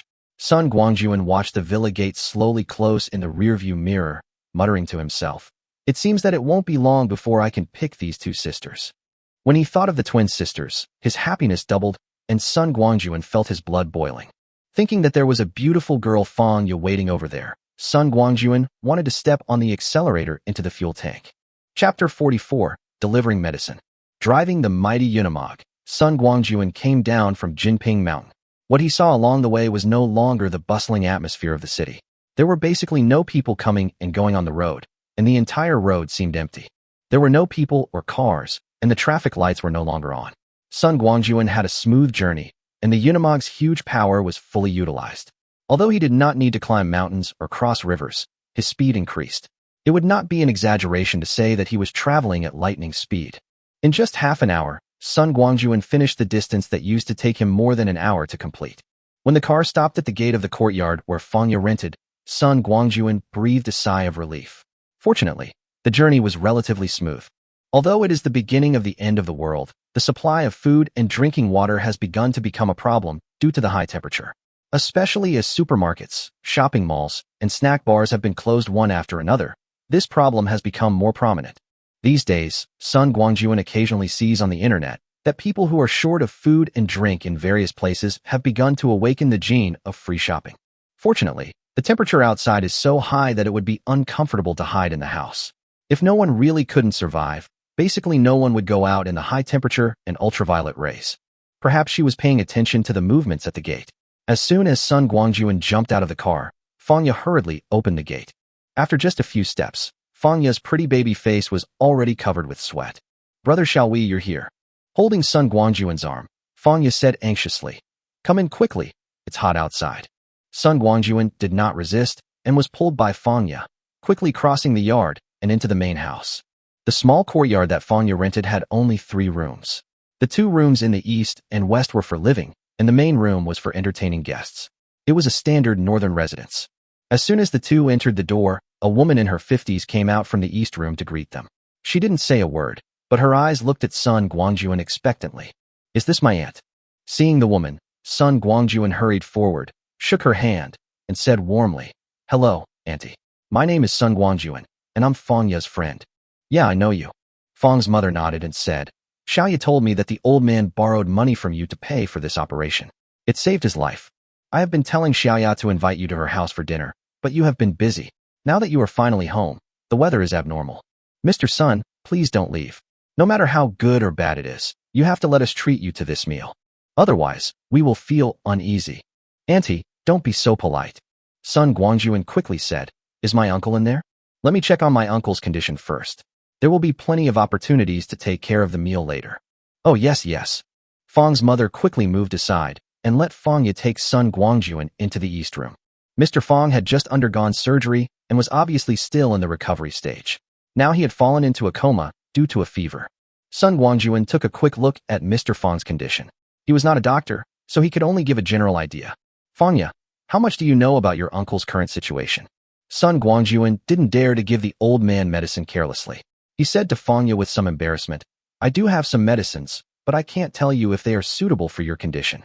Fangya quickly said, Brother Xiaoyi, I know everything about my dad's situation. He just had surgery and is healing well with no infection. He is now suffering from a fever because he is weak and cannot tolerate the changes in the weather. I guess it might be because when I went out to the bathroom yesterday, I walked out of the air-conditioned room and couldn't stand the temperature difference between inside and outside, so I had symptoms of heat stroke and fever. However, there was no fever-reducing medicine at home, and all the pharmacies outside were closed, so there was nowhere to buy medicine. I've tried all sorts of ways to cool it down, but there's really no other way, so that's why I'm calling you. Now, I need regular antipyretic and anti-inflammatory medication. With the medication, my dad's fever will go down, and the rest is just a matter of slowly recovering. Take these medicines first. They are all commonly used medicines and should be able to meet your needs. Sun Guangjun took off his backpack and pulled out a large bag of various medicines. He handed it to Fangya and asked curiously, Fangya, you sounded very logical just now. Could it be that you studied medicine? Fangya nodded gently, and while skillfully taking out the pills and feeding them to Fang's father on the bed, she said, Brother Xiaoyi, I am a student at the medical university, majoring in clinical medicine. Although I haven't graduated yet, I've interned in a hospital and am confident in diagnosing some common diseases. I see. Sun Guangjun nodded thoughtfully. It seems that Fangya is really a treasure. In the end times, not only are food and water extremely precious, but medicines and medical staff are even more scarce. Although Sun Guangjun has prepared a large amount of medicine, he really lacks a medical staff who understands medicine. It seems that we need to find an opportunity to try to bring Fangya to Villa number 1. However, Fang's father and mother still need to find a safe place to settle her. Well, there is no need to rush about this matter. Now is only the first wave of the apocalyptic disaster. The order is still there, so there is no need to rush to gather manpower. In fact, Sun Guangjun prefers Qilin Villa. Qilin Villa is built on Jinping Mountain. The terrain is high enough to withstand the coming heavy rain without any problems. There is no need to worry about being flooded by accumulated water. Moreover, Qilin Villa was built only 2 years ago, and the occupancy rate is not very high. Not to mention the 50 or 60 villas scattered on the hillside. Even the multi-story buildings at the foot of the mountain are still more than half empty. Such a good place, nestled in the mountains and facing the sea, is easy to defend and difficult to attack. With a little repair and some defensive measures installed at several key intersections, it can become an excellent Doomsday base. Although he had suffered losses at the hands of the team in his previous life, Sun Guangjun felt that it was mainly because he was too stupid at that time and trusted Zhou Yilin too much, that green tea bitch. In this life, he was not prepared to be a lone wolf. The days of the end of the world are hard enough. Why put yourself in a situation where you are surrounded by enemies and have to be alone? The most important thing is that Sun Guangjun prepared so many supplies in advance. He alone would not be able to finish them in hundreds of lifetimes. If he did not take the opportunity to develop his own power, it would seem a bit unfair to himself for the opportunity of rebirth. Thinking about his own plan, Sun Guangjun chatted with Fangya while observing Fang's father's condition after taking the medicine. It turned out that Fangya's judgment was indeed correct. Just over half an hour after Fang's father took the medicine, his feverish red face gradually returned to normal and his breathing became much smoother. It looks like Uncle should be fine. Without waiting for Fang's father to wake up, Sun Guangjun stood up and said, Fangya, take good care of your uncle and aunt. If you need anything, call me and I will send it to you as soon as possible. Okay, if there's nothing else, I'll go back first. Fangya nodded and suddenly said shyly, Brother Xiaoyi, wait until my dad recovers. I will come to find you. Chapter 45, Rich Harvest. With Fang Ye's shy promise, Sun Guangjun refused Fang's mother's invitation to stay for dinner, got in his unimog, and left in a very cool manner. However, although Sun Guangjun appeared calm on the outside, his heart was burning with passion. After leaving the courtyard, Sun Guangjun did not rush back to Jinping Mountain, but turned the steering wheel and headed straight for Qingshi Zoo. In Qing City, Sun Guangjun did not want to go on a shopping spree for free. Of course, that was before the end of the world. After the order completely collapsed, he was not going to stay at home all the time. Instead, he had to search for supplies like other survivors and try to make himself no different from others. Before that, he had 5 goals: the zoo, the botanical garden, the forest wildlife world, the ocean park, and the polar underwater world. These 5 places have a large number of animal and plant resources, not only in large quantity, but also in extremely rich variety. If Sun Guangjun could collect all 5 places, his collection would be even more diverse. It is now the 6th day since the end of the world. If Sun Guangjun rushes over now, he should still have time to collect most of the plant resources. If time is delayed a little longer, under the long-term extreme high temperature, who knows how much will be left? Not to mention anything else. When it comes to the ocean park and the polar ocean world, what Sun Guangjun wants are the fish, shrimps, turtles, crabs, and other marine creatures living there, not a pot of fish soup. The road was smooth and Sun Guangjun arrived at his first destination of the day, the zoo, very smoothly. Qingdao Zoo is a comprehensive urban ecological park with a history of more than 100 years. According to records, there are more than 120 species and thousands of animals of various types living here, including precious animals such as the Siberian tiger, Qinling antelope, and mandrill. There are more than 50 species of first and second protected animals alone. In addition to the rich animal resources, there are more than 150 species and nearly 30,000 trees of various kinds, as well as a large number of shrubs and flowers. Due to the high temperature, the zoo has been closed to visitors for a long time, and even few staff members are left. That's right, people are barely able to survive, so who has time to care about these animals? The Toyota RV arrived at the zoo gate, knocked open the electric retractable door, and drove into the park in a swagger. Sun Guangjun changed the car in an empty place on the way, and even used the ground walking technique to run several blocks away. He did this because he didn't want to leave too many clues about himself. Although it would be more convenient to use the ground walking technique, Sun Guangjun was not sure whether there were any people left behind by his targets. If they were caught by someone, it would be a disaster. This happens in the country, unlike abroad, where Sun Guangjun can act with impunity and without any restrictions. If he met someone abroad, the worst that could happen would be a burst of bullets at him. But it was different in China. The people he met were all his compatriots, and Sun Guangjun would not kill them easily unless it was necessary. The Toyota RV modified by Xiong Lang was strong enough. Driven by the surging power, it rushed into the depths of the park and finally stopped in a dense forest. Sun Guangjun opened the door and got out of the car. With a wave of his hand, he put the RV into the mountain and river ring. After looking at the surrounding environment, Sun Guangjun moved quickly. Wherever he passed, the flowers, plants, and trees disappeared one after another, leaving only big pits in their place. Ever since the mountain and river ring was upgraded and opened up the 3rd layer of space, it has become more convenient for Sun Guangjun to collect things from it. For example, for flowers, plants, and trees, he only needs to reach out and touch them lightly to effortlessly collect a towering tree. There was basically no one in the zoo, so Sun Guangjun immediately started waiting mode, running back and forth in the huge park. Even if he met a staff member who heard the noise and came out to check, he would knock him out. Of course, Sun Guangjun did not leave the man alone after knocking him unconscious. In this hot weather, if people stay where they are without any shelter, they will probably get heat stroke and dehydration in no time, and they may even lose their lives. It is said that God is merciful. Sun Guangjun put all the people in a small dark room that had been prepared in the mountain and river ring. Even if these people woke up in the middle of the night, they would not know where they were. That way, after collecting the entire zoo, he could find a cool indoor place and put these people there. As Sun Guangjun continued to wander around, the number of animals and plants in the zoo became fewer and fewer.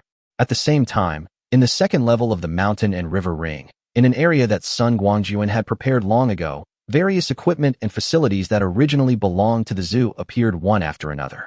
The animals didn't even have to move their homes. They just moved to a more comfortable place to live. Sun Guangjun would rather avoid such trouble, but these animals are all artificially raised. If they are released into the wild rashly, their survival ability is really worrying. He can only keep them here for a while and remove the cage bars when the time is right. Fortunately, Sun Guangjun did not need to feed them by himself. He only needed to think about it, and the large amount of supplies stored in the first layer of the mountain and river ring would appear in the right place to complete the feeding of these animals. If not, Sun Guangjun would be too busy to feed the animals, and they would starve to death. Sun Guangjun worked for more than 4 hours to finish the zoo, which covers an area of more than 30 hectares. He left with a lot of harvest, leaving only large pits in the park, like the surface of the moon. This time, although some animals in the park died due to high temperatures and lack of food, the basic species were still there. The plants were resilient enough, and although some showed signs of withering, only a few died. Sun Guangjun was also secretly glad that the high temperature did not last too long. If it had lasted for 3 or 5 days, the harvest would have been greatly reduced. After leaving the zoo, Sun Guangjun visited the remaining 4 places in order of distance and stored a large amount of animal, plant, and marine biological resources in the Shanhe Ring. These 5 places almost spanned most of the urban area of Qing City, and each covered a large area. After a busy day, it was already noon the next day. Sun Guangjun had already awakened his special abilities, and he also had the mountain and river ring, which he could go into to rest in the cool air at any time. He was not affected much by the high temperature, but he was still very tired. Coming out of the botanical garden, thinking about the increasingly rich biological resources in the Shanhe Ring, Sun Guangjun released the Toyota RV with great satisfaction and set off on the journey home. Another day passed, and the situation in the city became increasingly desolate. Not a single person could be seen on the road. The flowers, plants, and trees on the roadside were all wilted, their leaves curled and yellow, and there were many fallen leaves and dead branches on the ground. Thinking about the grand occasion before the end of the world and comparing it with the current situation, Sun Guangjun felt sad. It was a pity that all the things in the past could only become part of his memories, and now he was experiencing this process of becoming a memory. Chapter 46, Arming the Ouyang Sisters. More than 10 kilometers away from Jinping Mountain, Sun Guangjun found a secluded place, parked the RV, and then activated the ground walking technique and returned to Villa number 1 of Qilin Villa silently. Sun Guangjun did this for safety reasons. In the past few days since he officially moved into Villa number 1, whenever Sun Guangjun walked to the second-floor rooftop and looked out at the sea and sky in the distance, he always had a faint feeling that he was being spied on. This feeling was vague. He once used a high-powered telescope to look around, but he never found any suspicious people. Sun Guangjun also had a rough guess about this. As expected, the source of this feeling should be the 2 people from America. There is no way. They have a country to back them up, and it is the world's most powerful country. The resources and power they possess are not comparable to those of Sun Guangjun, a lone ranger. Yesterday, when Sun Guangjun went to deliver medicine to Fangya, he drove the Unimog out in a high-profile manner because he wanted to take the opportunity to lure those 2 people out and see if there was any chance to kill them. It is best to nip the danger in the bud as early as possible. But to Sun Guangjun's surprise, the 2 men were so cunning. He had given them so many chances, but they didn't fall for it. In the basement of Villa number 1, Sun Guangjun emerged from the ground. Sun Guangjun felt a headache when he thought of 2 elusive enemies who were secretly watching him. Forget it. If I want to deal with them, there will be plenty of opportunities in the future. For now, I'd better stay in hiding to avoid them finding any clues and attracting more revenge from America. As long as we can get through the high temperatures of the next 10 days or so, with heavy rains around the world, the satellites in the sky will become ineffective and communications in various places will begin to have problems. We can deal with those 2 little mice at any time. No, we need to make some preparations before that. Suddenly remembering something, Sun Guangjun hurriedly got up and went to a large empty room. The renovation of Villa number 1 mainly focused on reinforcement of the 2 ground floors, and the underground floor was divided into several areas. In addition to reinforcement, the interior decoration of the room where Sun Guangjun came mainly focused on the installation of softening, sound-absorbing, and energy-absorbing materials. The room is about 10 meters wide and more than 50 meters deep. Opening the heavy door, Sun Guangjun walked into the empty room and released various items. In a short time, the room has changed a lot. On one side of the room, near the wall, targets were placed every 3 meters. On the other side, 3 or 4 meters from the wall, there was a long row of tables. There was nothing on the tables, but on the shelves behind them were various weapons: pistols, rifles, shotguns, submachine guns, military crossbows, recurve bows, pulley bows. On one side of the table, there is a large screen target reporting device, and on the other side are a large number of ammunition boxes and spare weapons. The batch of weapons that Sun Guangjun took out was quite diverse. There were more than a dozen types of pistols alone, including military and civilian versions in service in various countries. After the arrangements were completed, Sun Guangjun went upstairs into the living room. Seeing Sun Guangjun coming up from the basement, the Ouyang sisters who were chatting in the living room were surprised at the same time. "You too, come with me." Without waiting for the Ouyang sisters to ask questions, Sun Guangjun waved at them and turned back to the basement. The two sisters looked at each other and both felt that Sun Guangjun was a little different today, but they still followed obediently. When the three of them entered the indoor shooting range that had just been set up, the Ouyang sisters were almost shocked. They had witnessed the decoration of this villa with their own eyes, and they were the ones who inspected it. How could they not know that this place had been set up as a shooting range? Especially the shelves full of various weapons, which simply blinded the sisters' eyes. "Aren't these real?" Sun Guangjun walked to the shelf, took out a few pistols and a few boxes of bullets, then stood behind the table and said to the Ouyang sisters who were stunned beside them, Feiyu, stop staring. This is what I just arranged. Come here, both of you. Today I'm going to teach you a lesson called Survival and Self-Preservation in the Apocalypse. Boss, that's the real thing in your hand, right? Ouyang Feiyu stared at everything in the room in amazement, feeling like her brain was almost shutting down. Of course it's the real thing. Sun Guangjun picked up a USP pistol and quickly dismantled it into a pile of parts. He said, "This is the end of the world. We are constantly facing the test of life and death. I won't be bored and get a room full of toys for you to play with. Come, take a look. This pistol is called the H-Cander's USP pistol. It is a semi-automatic pistol produced by German Heckler Koch. It uses the 9x19mm Parabellum pistol cartridge, has an effective range of 50 meters, and a magazine capacity of 15 rounds. As he spoke, Sun Guangjun had already reassembled the parts into a complete pistol, opened a box of bullets, and loaded them into the magazine one by one. Soon, the magazine was full. Sun Guangjun inserted the magazine into the gun, pushed the bullet into the chamber with a clatter, raised his hand, and fired rapidly at the target opposite. Snap, snap, snap. The crisp sound of gunfire continued to echo in the room. Soon, the magazine was empty, and the target detector beside the table made a sound. Target number 2, 15 rounds on target, highest score 10, lowest score 7, total score 139. I haven't played with a gun in a while, so my hands are rusty. Throwing the empty chambered pistol onto the table, Sun Guangjun muttered something in dissatisfaction, then continued, "See? This place is about 40 meters away from the target, which is right within the pistol's range. What you two have to learn today is loading bullets, loading the gun, and shooting. Come here, I'll tell you the key points. Remember, only by mastering sufficient self-protection skills can you better protect yourself in the apocalypse. If you sisters don't want to die at the hands of someone else one day in the future, you must study hard." Listening to Sun Guangjun's long speech, the Ouyang sisters felt as if their three perspectives were shattered. Although Sun Guangjun clearly told them that the end of the world had come and the high temperatures in the past few days were indeed abnormal, the Ouyang sisters subconsciously did not want to believe it at all and did not realize the cruelty of the end of the world. But today, Sun Guangjun actually wanted to teach them how to shoot, which finally made the Ouyang sisters alert. At that moment, the two sisters gathered around Sun Guangjun and listened to his explanation attentively. Soon, the two sisters each picked up a pistol, put on large noise-canceling headphones, and started shooting at the targets opposite them for the first time in their lives. It has to be said that these two sisters are indeed elite talents with high IQ. Through Sun Guangjun's explanation and correction, they quickly mastered the essentials of shooting and shot in a very professional manner. Seeing the two sisters get the hang of it so quickly, Sun Guangjun smiled with satisfaction. This is his first step to arm the Ouyang sisters. Chapter 47 Charming. The Ouyang sisters spent the entire day at the shooting range, and even their lunch was prepared by Sun Guangjun and delivered to the range. As it was getting dark, the two sisters finally came out of the basement, rubbing their sore arms. No, I'm so tired." Ouyang Feiyu fell onto the sofa, not caring about her image at all. She collapsed there with a look of despair on her face. On the other side, Ouyang Feishua was a little better than Ouyang Feiyu, but not much better. "You two finally decided to come up?" Hearing the noise in the living room, Sun Guangjun came out of the kitchen, wearing a funny flowered apron, and said with a smile, "How was it?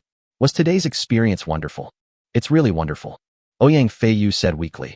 "Boss, I don't have any strength left. My ears are buzzing with the sound of gunshots." "Me too," Ouyang Feishua also said. "Fortunately, this whole day's hard work has not been in vain. We have already mastered the basic shooting of the pistol and can basically achieve an on-target rate of more than 80%. If we just give us a few more days, we will definitely be able to hit the target 100% of the time. Very good results.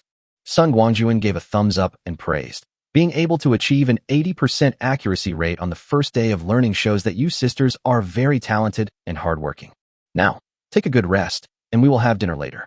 To take care of you sisters, our main dish today will be steak. The top-grade A5 Wagyu beef has been marinated and is ready to be cooked. Come on, tell me, how well done do you want it? Never mind the doneness. I feel like I could eat a whole cow right now. Perhaps reminded by Sun Guangjun, Ouyang Feishue felt a huge sense of hunger coming over her. She struggled and said, "Boss, what you have to do now is to let me eat as soon as possible. Otherwise, I feel like I will starve to death." "That is," Ouyang Feiyue echoed. "Boss, please have some mercy on your two beautiful and hardworking subordinates and give us something to eat as soon as possible." "Wait, right away." Seeing that the two girls looked starving, Sun Guangjun quickly picked up 2 pieces of chocolate from the coffee table, stuffed one into each of their mouths, and then ran back to the kitchen. In order to save time, Sun Guangjun simply didn't fry the steak. He took out the marinated marbled beef, put it on the chopping board, and started cutting it. In less than 2 minutes, the beef chopped into small pieces and mixed with onion pieces were put into the pot, and a fragrant aroma began to spread in the kitchen. Soon, the fragrance drifted into the living room through the open kitchen door. The Ouyang sisters on the sofa sniffed their pretty little noses, their faces drooling. "I didn't expect the boss to have such skills." Ouyang Feiyue wiped the saliva that was about to flow from the corner of her mouth and said, "If nothing else, just smelling this fragrance will tell you that the taste must be good." Ouyang Feishue didn't say anything, but just kept glancing towards the kitchen.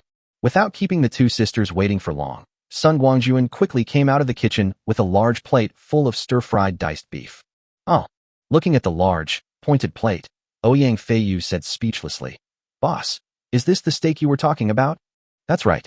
Sun Guangjun made good use of his thick skin. The beef used is A5 grade marbled Wagyu beef. The marinating method is authentic filet steak, and the oil used is authentic olive oil. This is steak, isn't it? However, in order to save time and prevent you two beautiful and elegant Miss Ouyang from starving, your boss chose a frying method that saves time and effort. It can be regarded as my exclusive creation. Come on, stop standing there and come over here and try it. Looking at the plate of so-called steak that looked really ordinary, Ouyang Feiyue really wanted to throw the plate on Sun Guangjun's face, but the tempting aroma kept drilling into her nose, and she was reluctant to do so. With some effort, Ouyang Feiyue managed to sit up from the sofa and walk to the dining table with Ouyang Feishue. But the two men had been shooting for almost the entire day, and this short break not only failed to relieve their fatigue, but instead released all the tiredness. Their forearms were so sore that they could hardly even lift chopsticks. "Boss, my hands are sore." After trying for a long time, Ouyang Feiyue still couldn't succeed in eating the delicious food. She pouted and looked at Sun Guangjun pitifully. "Me too, boss." Ouyang Feishue, who has always been strong-willed, also rarely showed her little girl attitude. Okay, you guys should put down your chopsticks." Sun Guangjun picked up the chopsticks helplessly and fed 2 pieces of beef to each of them, muttering, "You two, you're so desperate right after you started practicing with your guns, and you don't even know how to take it easy. It's also my fault. I forgot that you are 2 delicate girls and didn't remind you in advance. Alas, the sins you have committed will eventually come back to haunt you. I'm a big boss, but I still have to serve you 2 for dinner.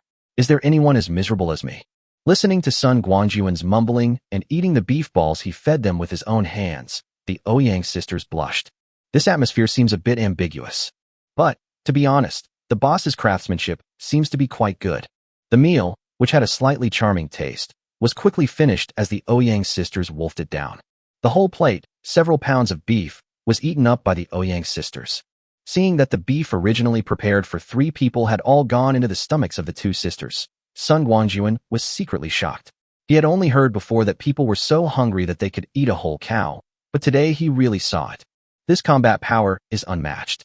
After sending the empty plates back to the kitchen, Sun Guangjun returned to the living room. The 2 sisters had already returned to the sofa and continued to sit slumped, both rubbing their stomachs, but because their hands were sore, they cried out from time to time. Looking at the pitiful appearance of the 2 women, Sun Guangjun walked over and put his hands on Ouyang Feishue's shoulders. Ouyang Feishue's delicate body froze when someone held her shoulders down. Just as she was about to struggle, She heard Sun Guangjun's voice in her ears. Don't move. I'll help you press it to relieve your fatigue. Otherwise, if you two continue like this, forget about continuing your practice tomorrow. Don't worry, your boss is not that kind of person, and I won't take advantage of you. Feeling the appropriate strength, Ouyang Feishue gradually relaxed, but her pretty face was red as if blood was dripping out. After massaging her shoulders for a while, Sun Guangjun turned to the side and began massaging Ouyang Feishue's arms, from top to bottom, even pressing her finger joints. Especially when he was kneading the little hands. The soft touch made Sun Guangjun feel distracted, and he almost lost his mind. Ouyang Feiyue, who was standing by, watched Sun Guangjun's hands moving on her sister's shoulders and arms, and her sister moaning from time to time. She felt envious, jealous, and a little worried. Why am I not the first? Isn't it too embarrassing to call your sister? Will he press it for me later? Can I bear it? For a moment, Ouyang Feiyue's heart was beating like a deer. Chapter 48 Fangya in Danger. At 9 o'clock in the evening, Sun Guangjun rushed back to the bedroom on the second floor with anger in his eyes, went straight into the bathroom, took out a large bucket of water from the Shanhe ring, and poured it over himself without even taking off his clothes. Two little goblins. Sun Guangjun finally managed to suppress the anger in his heart. He was so angry. Just now, he was kind enough to help the Ouyang sisters with massage to relieve muscle fatigue, but after the two women got over the initial embarrassment, they actually started to tease him. Wow, it's like the two of them are competing. Each one's screams are more seductive than the other. They are so relaxed. But Sun Guangjun's anger was successfully provoked, and the two of them quickly returned to their room to rest, leaving behind a string of silver bell-like laughter. After taking off his wet clothes, Sun Guangjun simply took out several buckets of water from the mountain and river ring and took a good bath. Then he put on a set of silk pajamas and returned to the large and comfortable bed. Even at night, the temperature outside remains high. In ordinary residence homes, even if the air conditioner is adjusted to the lowest setting of 16 degrees, the temperature in the house is still above 30 degrees and cannot be lowered at all. If Sun Guangjun had not requested the installation of powerful refrigeration equipment during the renovation, the situation in Villa No. 1 would be similar to that outside. Since the beginning of the apocalypse, the refrigeration equipment has been working at full capacity. Even when there is a power outage, there is a self-contained diesel generator to provide electricity. Thanks to the refrigeration equipment, the temperature on all 3 floors of the huge villa is kept at around 20 degrees Celsius, which is very cool and comfortable. Pulling over a soft duvet, Sun Guangjun prepared to have a good sleep. After all, dreams can hold anything. What's more, after turning into a pig, Sun Guangjun really had a dream. In the dream, he and others held a concert on this big bed, and it was such a thrilling concert. However, the opponent's face kept changing. Sometimes it was Ouyang Feishue, then Ouyang Feiyue, and the next second it became Fangya. Even Hilton's pretty room manager Qin Shaoluo sang a chorus with Sun Guangjun. Ding ling ling. Just when Sun Guangjun was dozing off, a quick phone call rang from the bedside table. Who? Sun Guangjun picked up the phone and saw that it was an unfamiliar number, so he answered it immediately. Not many people know his number, and there won't be any boring sales calls at this time. Since someone came to his door, there must be something wrong. Mr. Sun, right? A hoarse voice came from the other end of the phone, speaking in an awkward Longwa dialect, saying, "Your woman is in our hands. If you don't want your woman to get into trouble, rush to number 9 Linhai Road immediately. Remember, you only have 1 hour." My woman. Sun Guangjun was stunned, but before he could ask anything, the other party hung up the phone. Number 9 Linhai Road is not far from Jinping Mountain, but Sun Guangjun remembered that it seemed to be an unfinished building. He called me late at night and asked me to go to an unfinished building. It was obvious that he was an enemy, not a friend.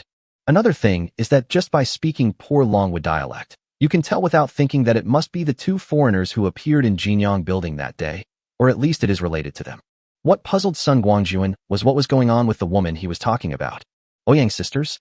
Impossible. As for the defense capabilities of Villa No. 1, it cannot be said to be impregnable, and it is not easy for ordinary people to enter. No, it's Fangya. When Sun Guangjun thought about the feeling of being spied on these days, he suddenly realized that his feeling was not wrong. It was just a pity for Fangya who was innocently involved. No, I have to save her. After quickly sorting out his thoughts, Sun Guangjun changed his clothes, opened the door, and went downstairs. Before going out, Sun Guangjun listened attentively at the door of the Ouyang sisters and made sure that the 2 sisters were in the house before he went out with peace of mind. Still driving the mighty Unimog, Sun Guangjun sped all the way to number 9 Linhai Road. The roar of the engine could be heard from far away in the night sky. Driving at almost the maximum speed limit of the Unimog, Sun Guangjun took more than half an hour to successfully arrive at number 9 Linhai Road. This is an unfinished building. The developer ran away due to a broken capital chain before the main building was topped out. Later, the domestic real estate market was sluggish, and for nearly 10 years, this place has been left idle with no one taking it over. It even became a paradise for scavengers and vagrants. Through the dilapidated gate of the construction site, Sun Guangjun saw that the yard was overgrown with weeds and in a dilapidated state everywhere. Perhaps someone noticed Sun Guangjun's arrival, and a light flashed on a building, as if the other party was leading him. Humph, an old-fashioned trick. With a cold snort, Sun Guangjun turned over the wall and walked inside according to the other party's instructions. The construction site was quite large. In addition to 20 or 30 half-built buildings, there was also a large area of wasteland. It took Sun Guangjun 5 or 6 minutes to walk to the building where Guangliang was. Standing at the door of the building, Sun Guangjun did not rush in. Instead, he took out his cell phone and dialed the unfamiliar number. "I'm here, come out and see me." Pa, Mr. Sun is really brave. The other party did not speak, but hung up the phone silently. The next moment, a burst of applause and footsteps sounded. The blonde and blue-eyed Rhodes walked out of the building, stood on the top of the stairs, and looked down at Sun Guangjun from above. Whether you have courage or not is easy to say. Seeing Rhodes's appearance, Sun Guangjun had basically confirmed his identity and said calmly, "Since you invited me so late at night and said so confidently that my woman was invited by you, then I must come and meet you." TSK. Rhodes sneered contemptuously and said, "I didn't expect that the ruthless masked thief would actually be a sentimental person." "Stop talking nonsense." Before Rhodes could continue, Sun Guangjun's face turned cold, and he said in a cold voice, "I don't know whether you are a masked thief or not, and I don't care who you are. Let him go immediately. Otherwise, the consequences will be something you won't be able to bear." No, Mr. Sun, I think you misunderstood," Rhodes said with a smile. "Don't you see the situation clearly? Now, it's us who should make the offer, not you. Have you forgotten that your woman is still in our hands?" "I can't forget it," Sun Guangjun sneered. "However, you keep saying that my woman is in your hands. Don't you want to produce some evidence? In other words, I have to be sure who you kidnapped. Is she dead or alive now? It's easy to get evidence." Rhodes took out his cell phone, pressed a few buttons, and turned the screen around. Sun Guangjun looked closely and saw that Fangya was tied to a chair, her face flushed, but she was motionless, obviously unconscious. At this time, Rhodes said, "Dennis, can you hear me?" The phone screen shook for a while, and then a strange voice came out. "Hey, Rod, I'm listening. Are you going to show our Mr. Sun the current situation of Ms. Fang?" Immediately. Then, the picture started to rotate, and it was obvious that the other party was circling around Fangya. Chapter 49 hit. "Mr. Sun, this is an instant message, not a video. Can you confirm that?" Rhodes said at the right moment. "Now, can we have a good talk? Come on, what are we talking about?" Fangya was in the hands of the other party, and Sun Guangjun felt powerless, like a fish on the chopping board. Damn it, these two guys are really haunting me. Last time I shot myself in secret, and I haven't settled the score with them yet. Now they dare to kidnap Fangya again. They really don't know how to write the word death. At this moment, Rhodes and Dennis were already on Sun Guangjun's kill list, the kind that killing them twice would not be enough. "Mr. Sun, I'm very curious, what methods did you use to take away so many supplies?" Rhodes looked very confident and said with a smile, "Don't be so quick to deny it, Mr. Sunday. If we can't confirm your identity as the masked thief, do you think we will act rashly? What's more, as you know, with the current weather, if you go outdoors without air conditioning or refrigeration equipment, you may get heat stroke at any time. So, please be honest and tell us, where did you hide so many supplies? Or do you really possess spatial abilities like those boring experts say, and those disappeared supplies are all in your personal space? Want to know the answer? Go to hell and ask your Satan." Sun Guangjun sneered and suddenly disappeared in front of Rhodes. The next moment, Sun Guangjun's figure emerged from behind Rhodes, holding a long sword with a cold glow in his hand. Rhodes was already alert enough. The moment Sun Guangjun disappeared, he reached out and pulled out the pistol from the outside of his thigh, turned around, and was about to shoot, but what greeted him was a cold light like a streak of silk. The star sword swung down, and Rhodes had no time to react. A line of blood appeared on his forehead and slowly spread downwards. A gust of wind blew, and Rhodes' body suddenly split in the middle, falling heavily on both sides, splashing a large amount of dust. Sun Guangjun split Rhodes into two halves with one sword, and without stopping, he disappeared on the spot in a flash. As for Rhodes' body, just leave it here to rot and stink. Sun Guangjun has no time to collect it. Without even having time to put away the Unimog outside the construction site, Sun Guangjun directly activated the ground-walking technique and moved underground. In the small courtyard near the medical university, in Fang Ye's bedroom, Dennis was lying on a large sofa with his legs crossed, enjoying the air conditioning. The sofa was facing the air outlet of the air conditioner. The cool breeze blowing on his body was so comfortable that Dennis narrowed his eyes. It's not that Dennis has no sense of crisis, but today's mission is too simple for an elite Navy SEAL like him. Tonight, Dennis and Rod split up into two groups. One of them would sneak into Fang's house to kidnap Fang Ye, while the other would meet with Sun Guangjun, use the machine to subdue him, and then take him back to America. Compared to the difficulty and danger on Rhodes' side, Dennis's side was not difficult at all. They were just three ordinary people who were powerless and old, weak and sick. It was easy to capture them. Things were exactly as Dennis had imagined. He completed the task very easily. Now, he just had to wait for news from Rhodes, and then enjoy the tenderness of the little beauty before retreating back home. It was so easy and enjoyable.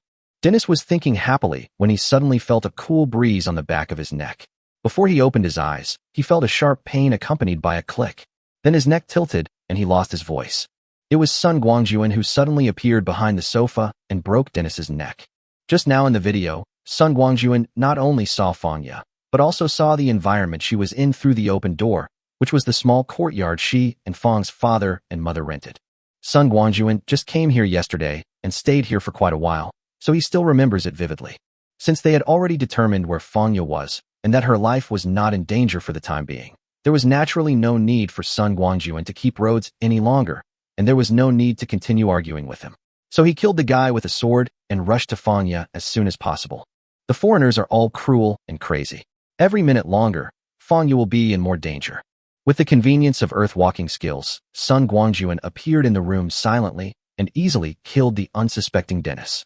With a wave of his hand, Sun Guangjun put Dennis's body into the mountain and river ring.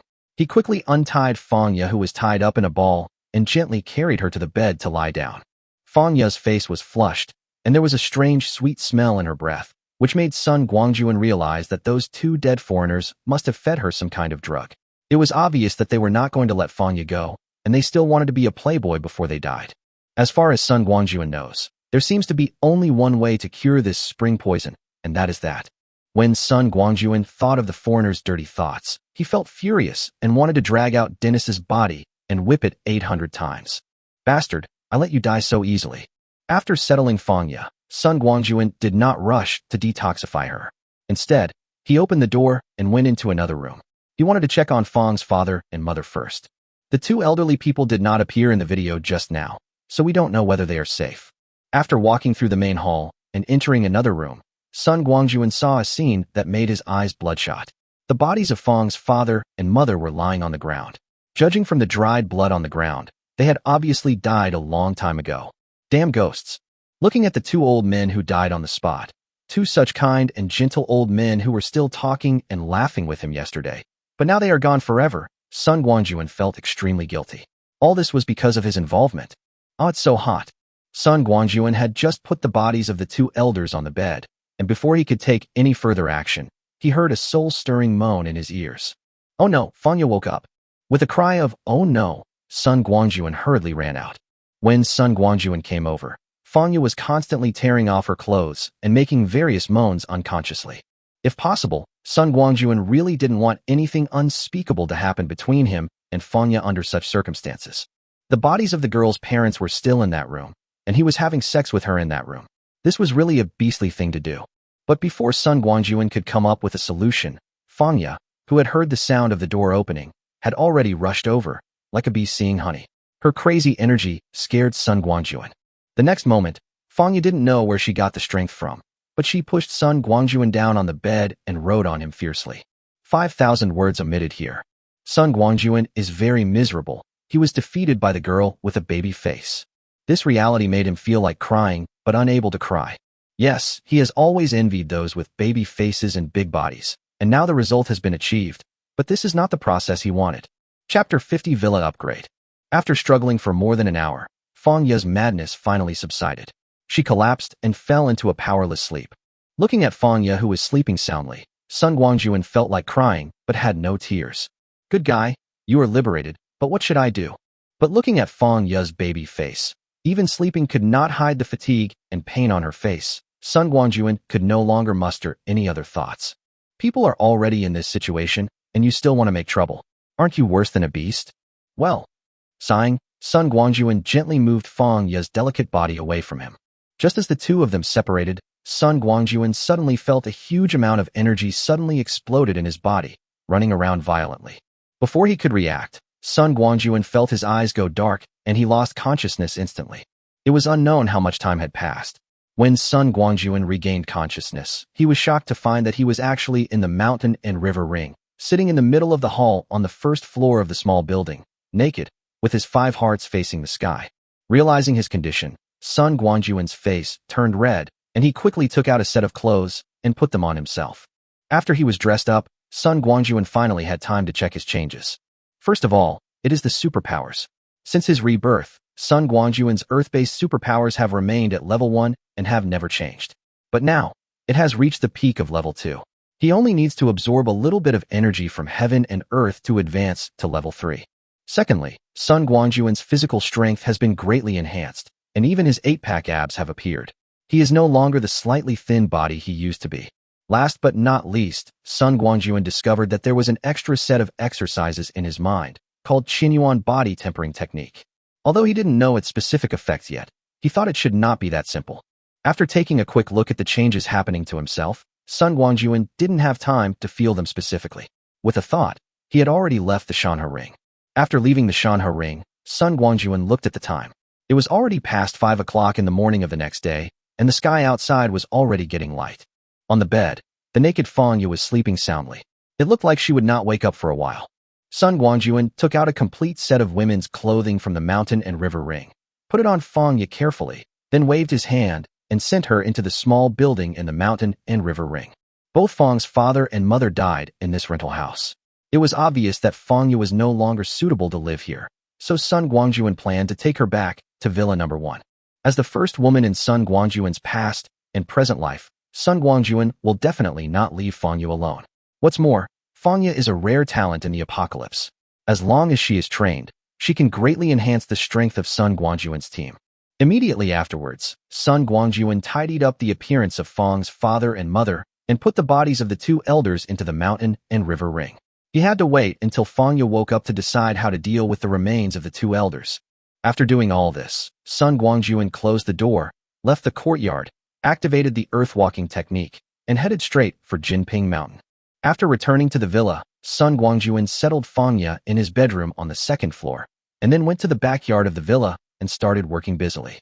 There are a large number of military equipment brought back from America in the Shanhe ring.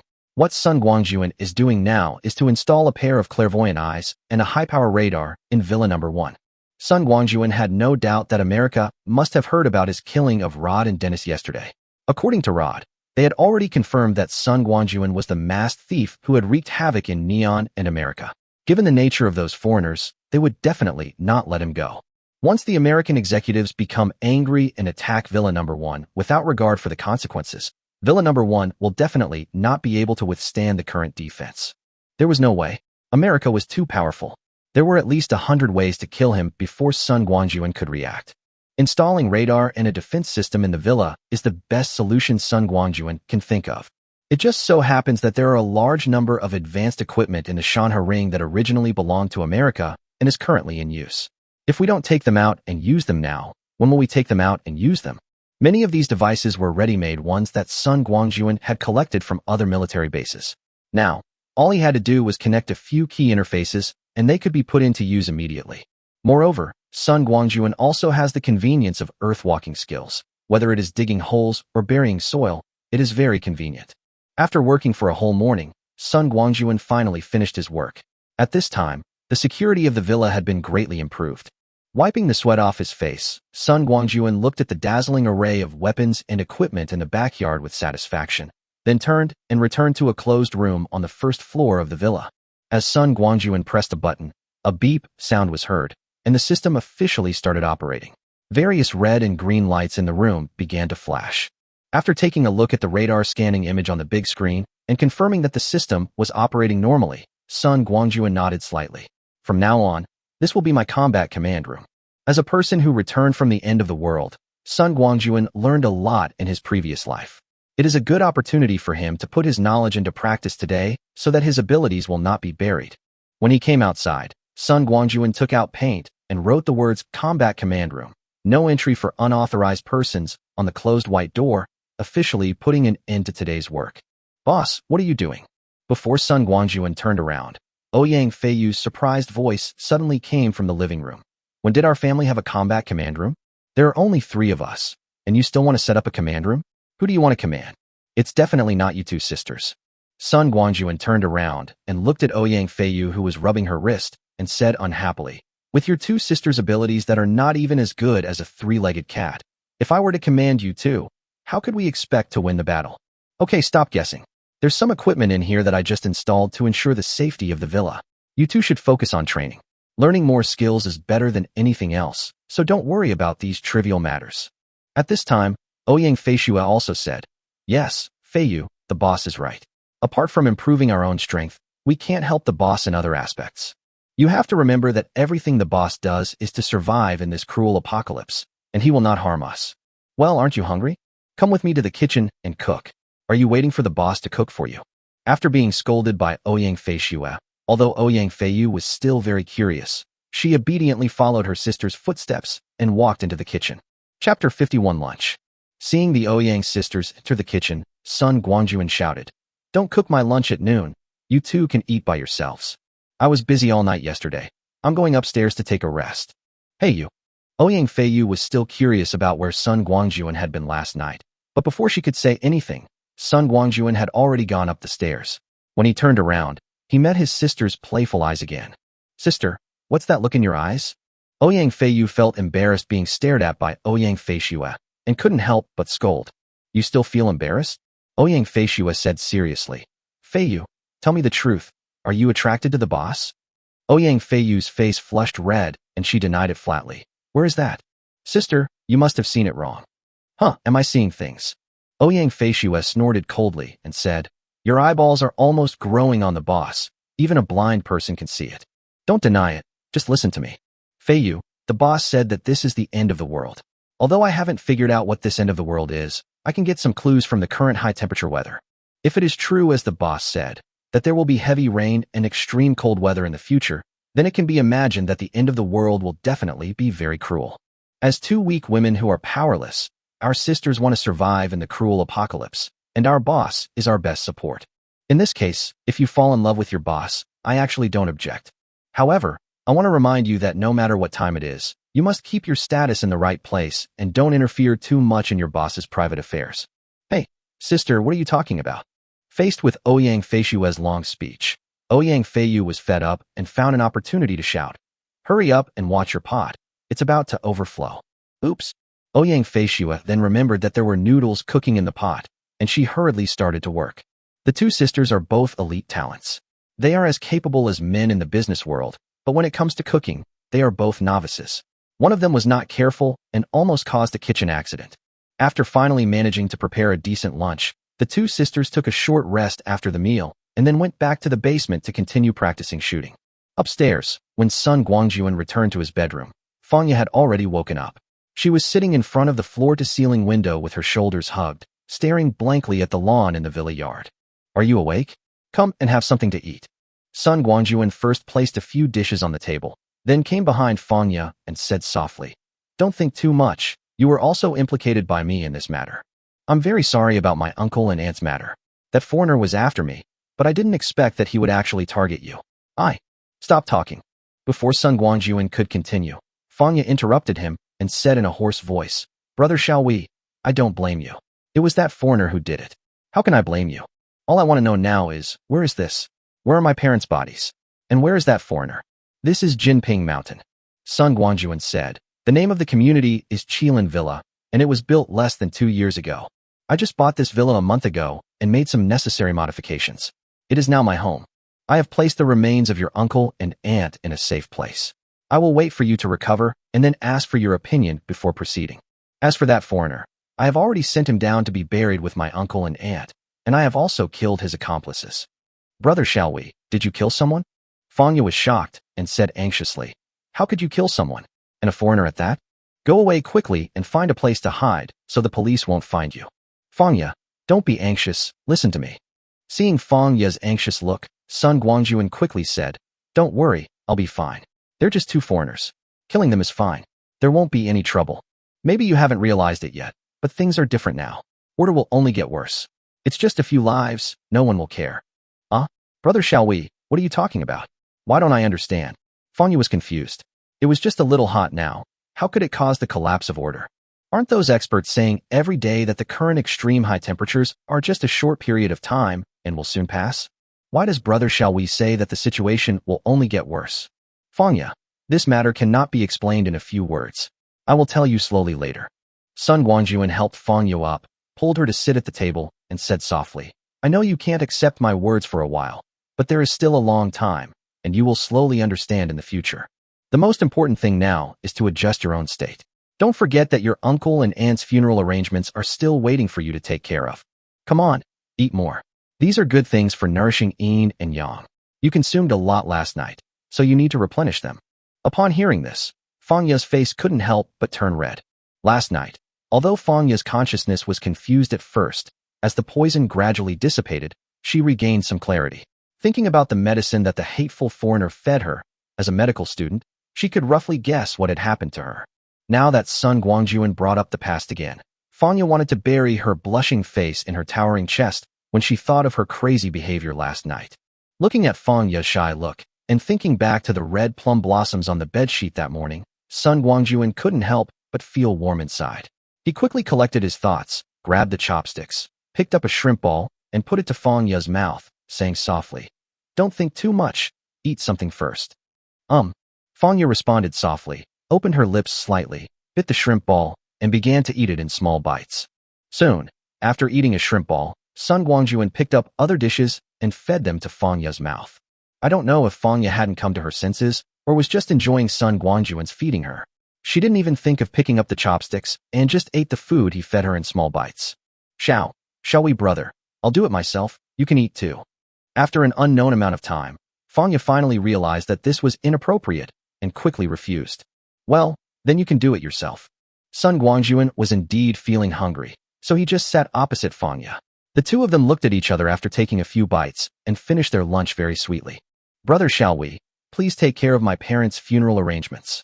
After lunch, Fangya, who had already accepted reality, said softly, in this weather, the bodies can't be kept here. It's better to bury the two elders as soon as possible. Okay, I'll take care of it. After sending Fangya, who was feeling unwell, back to bed to rest, Sun Guangjun went downstairs and continued to install defensive facilities in the villa. Chapter 52. So you are such a mountain and river ring. The new defensive measures did not add much. After all, the area inside the glass curtain wall was limited, and there was a huge basement, which did not leave much room for Sun Guangjun to maneuver. The radars and missile interception systems in the backyard were all installed by him by squeezing in wherever he could. In addition, the dome needs to be equipped with a telescopic device to ensure that the interceptor missiles can be launched smoothly.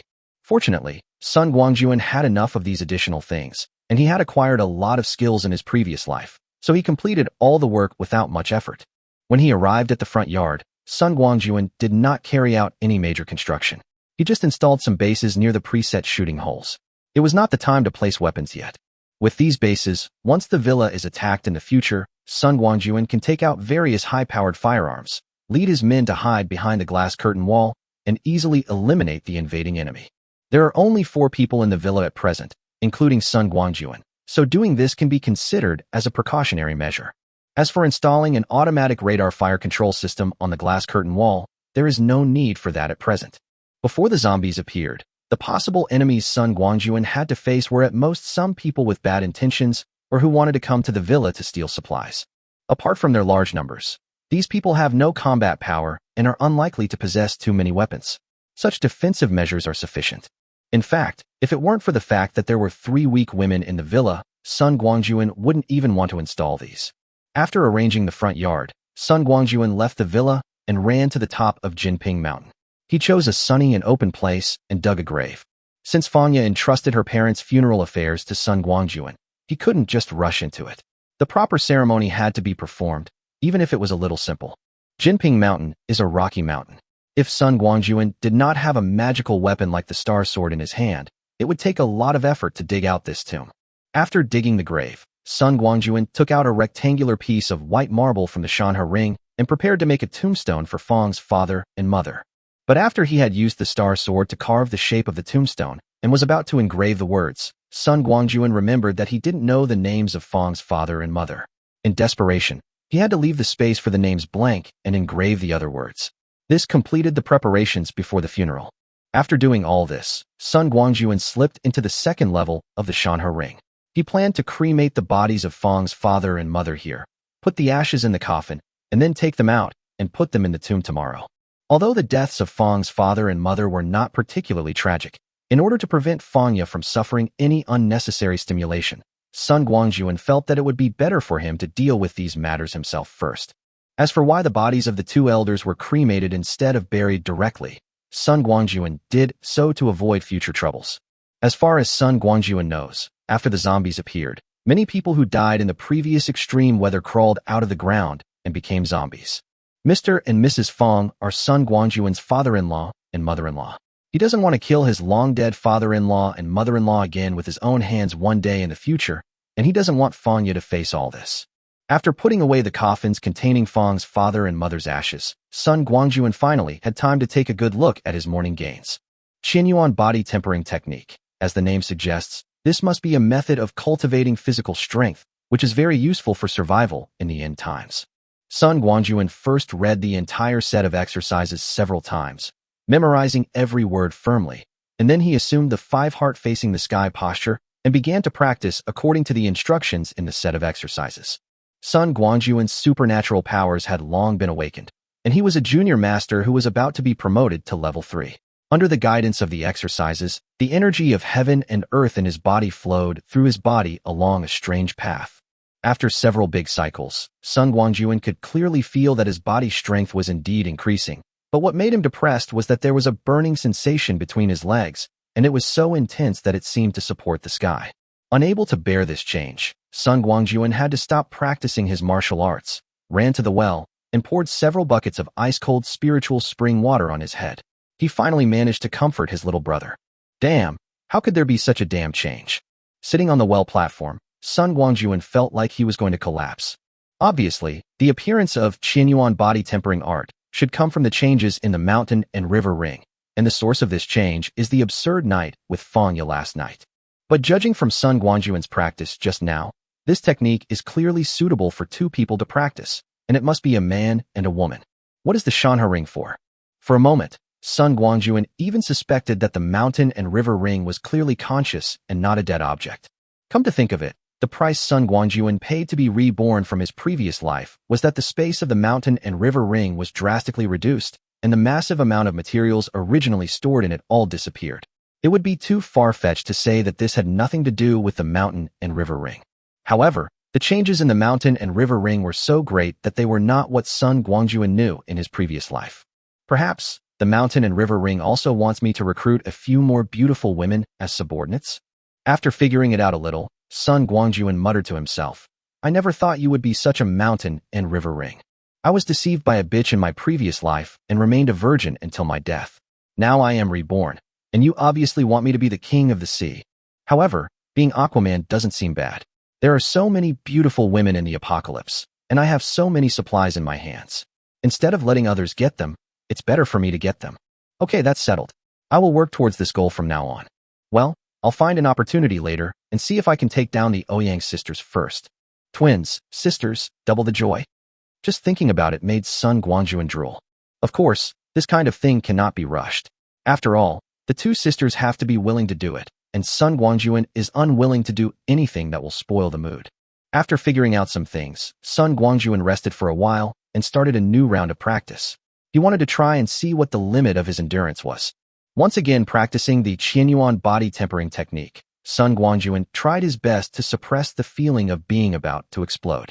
He had to stop only after completing 12 full cycles.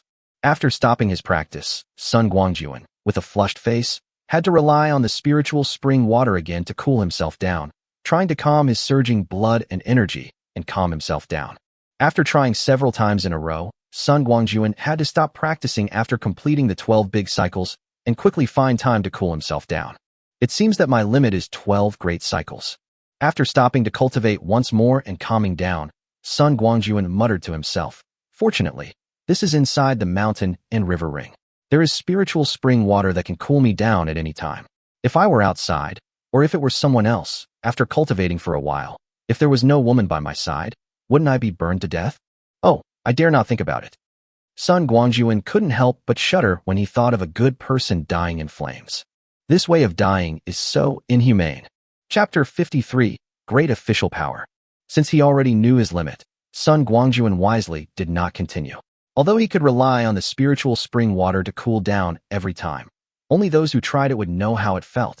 After changing his clothes in the small building and getting himself tidy, Sun Guangjun slipped out of the mountain and river ring, appeared on the top of the mountain, and went down the mountain to go home. When Sun Guangjun returned to Villa Number 1, it was already completely dark. When he entered the living room, Sun Guangjun happened to meet the Ouyang sisters coming out of the basement. It seemed that the two sisters had been practicing hard at the shooting range for another afternoon. The two sisters greeted Sun Guangjun and were about to go into the kitchen to make themselves some food, but Sun Guangjun stopped them and said, "Wait a moment, I'll introduce someone to you." After saying that, without waiting for the two sisters to say anything, Sun Guangjun hurried upstairs. A few minutes later, Sun Guangjun brought Fangya, who was dressed in plain clothes, downstairs and came to the Ouyang sisters. "Let me introduce you. This is Fangya. Fangya, they are twin sisters. This is the elder sister, Ouyang Feishua, and this is the younger sister, Ouyang Feiyu. You guys get to know each other first. I'll go to the kitchen to cook." Looking at Fangya, who was obviously having difficulty moving, the Ouyang sisters glanced at Sun Guangjun inconspicuously, and at the same time, a sense of crisis arose in their hearts. At this time, Sun Guangjun quietly called Ouyang Feishua aside and whispered, "Feishua, Fangya's parents just passed away. Please help me comfort her." After Ouyang Feishua nodded, Sun Guangjun went into the kitchen and cooked a table full of delicious dishes himself. The dinner was a bit dull. Fangya was still immersed in the grief of losing her parents, while the Ouyang sisters looked at each other from time to time or secretly glanced at Sun Guangjun, feeling a little bit tasteless. The three women didn't say much, and Sun Guangjun didn't do much to liven up the atmosphere. Fang's father and mother had to be buried tomorrow, so it would be inappropriate to say anything at this time. After dinner, Sun Guangjun found a room on the first floor and settled Fangya down. Although he had physical contact with Fangya, Sun Guangjun always believed that it was just a deal between Fangya and him in order to pay for Fang's father's surgery. Besides, what happened last night was even more complicated and could not be explained clearly in just a few words. The most important thing is that the death of Fang's father and mother was caused by Sun Guangjun, and he made this clear to Fangya. In this situation, it is still unknown what Fangya will do next. Some people's temperament will change drastically after experiencing extremely painful things. Sun Guangjun has heard of many such examples. Wan Fangya hated him and blamed him for her parents' deaths. She took advantage of the opportunity when he was asleep to avenge her parents. That would be a disaster. After being reborn for a while, Sun Guangjun is a person who values his life very much. Before figuring out Fangya's true attitude, he will not put himself in possible danger. What's more, Sun Guangjun practiced the Qinyuan body tempering technique in the afternoon and got himself into a rage. Now if he continues to stay in the same room with Fangya, there's no guarantee that he will really do something beastly. But Fangya was obviously in a state of turmoil last night, and now she is still unable to move around easily, so she can't bear his attack again. Therefore, it would be most appropriate to arrange Fangya on the first floor first. When I came out of Fangya's room, the Ouyang sisters were no longer in the living room. Beep, beep. Sun Guangjun was just about to go back to the second floor to rest when the video doorbell installed at the living room door suddenly rang. This was the first time the doorbell rang since he moved into Villa Number 1. Sun Guangjun looked over following the sound and suddenly realized what was going on. Who could it be? It definitely wasn't Brother Wu. If he came, he would definitely call first. Thinking in his mind, Sun Guangjun walked to the door and pressed the answer button. The screen flashed, and several figures appeared, two of them wearing police uniforms. Sun Guangjun's eyes lit up. This other policeman was quite interesting. There was nothing special about the middle-aged male policeman. He was just an ordinary middle-aged man. But the young female policeman who was still a trainee police officer following him was really too eye-catching. The young policewoman looked to be about 20 years old, over 1.7 meters tall, and was wearing a standard summer policewoman uniform. However, the thin light blue shirt and dark trousers could not hide her charming and graceful figure at all. Looking forward, the chest is bulging high. Although it is not to the point of bursting, the size is still quite impressive. Looking down, her waist is so slender that it can be held in one hand, and with the police belt as a backdrop, she looks very fragile. Further down, there are two long legs that are longer than the old driver's life. Although the specific shape of the legs cannot be seen clearly, the length alone is enough to kill people. The little policewoman was wearing a hat, and due to the lighting, Sun Guangjun couldn't see her specific appearance through the screen, but this didn't prevent him from making a basic judgment that she was definitely a beauty with a score of more than 9 points. At this time, a middle-aged woman standing in the front said, "Is anyone there? Is this Mr. Sun? I'm Sun Guangjun. What can I do for you?" "Mr. Sun, the thing is, we are from the community committee. My last name is Lin, and you can call me Director Lin. We are here to register all residents of the complex according to the city's requirements. Please open the door." The man came for important business, and Sun Guangjun was not an anti-human person. Upon hearing this, he opened the door outside and personally came to the eaves to greet him. Soon, a group led by Director Lin was welcomed into the living room by Sun Guangjun. "Director Lin, and everyone else, please take a seat." After welcoming the people in, Sun Guangjun took out a few bottles of iced drinks from the refrigerator and gave one to each person. In such hot weather, being able to drink iced drinks is definitely the highest standard of hospitality. Sun Guangjun felt that he was absolutely sincere, but the subsequent development of things was somewhat beyond his expectations. "Mr. Sun, I just took a look. You've surrounded the entire courtyard of your villa with glass curtain walls, and there's a dome on top. This doesn't comply with regulations." As soon as he sat down, Director Lin said with a stern face, "According to the records of our neighborhood committee, you carried out such a large renovation of the villa, but did not register it with the community and the street. In other words, you are building without approval, which is a violation of regulations. Logically speaking, your behavior must be punished, and at the very least, all the illegally built glass curtain walls and domes must be demolished. However, this is a special period. The city from top to bottom is working hard to fight against extreme high temperatures and has no time to take care of your affairs. Let me make a decision and allow you to keep your current renovations. I'll deal with your situation after the extreme weather passes. This is our neighborhood committee's care for you during this special period. Don't think that you can be safe just because we haven't dealt with you yet. Your behavior." Hearing this, Sun Guangjun felt so disgusted. "What the hell? I invited you in and gave you iced drinks, and in return you have to talk official language to me. What a great official power. Chapter 54, someone else is coming. I don't want to listen, you bastard." Looking at Director Lin's big mouth moving up and down and chattering nonstop, Sun Guangjun could hardly suppress the anger in his heart. Now is the beginning stage of the end of the world. These people obviously do not realize the true cruelty of the end of the world. They still think that they could do whatever they want in the past. It's already this time, and you still want to care about my illegal construction? The real purpose is to take advantage of the opportunity to gain benefits, right? Complaining in his heart, Sun Guangjun simply turned on the shielding function of his ears automatically, just to see what you guys are going to do.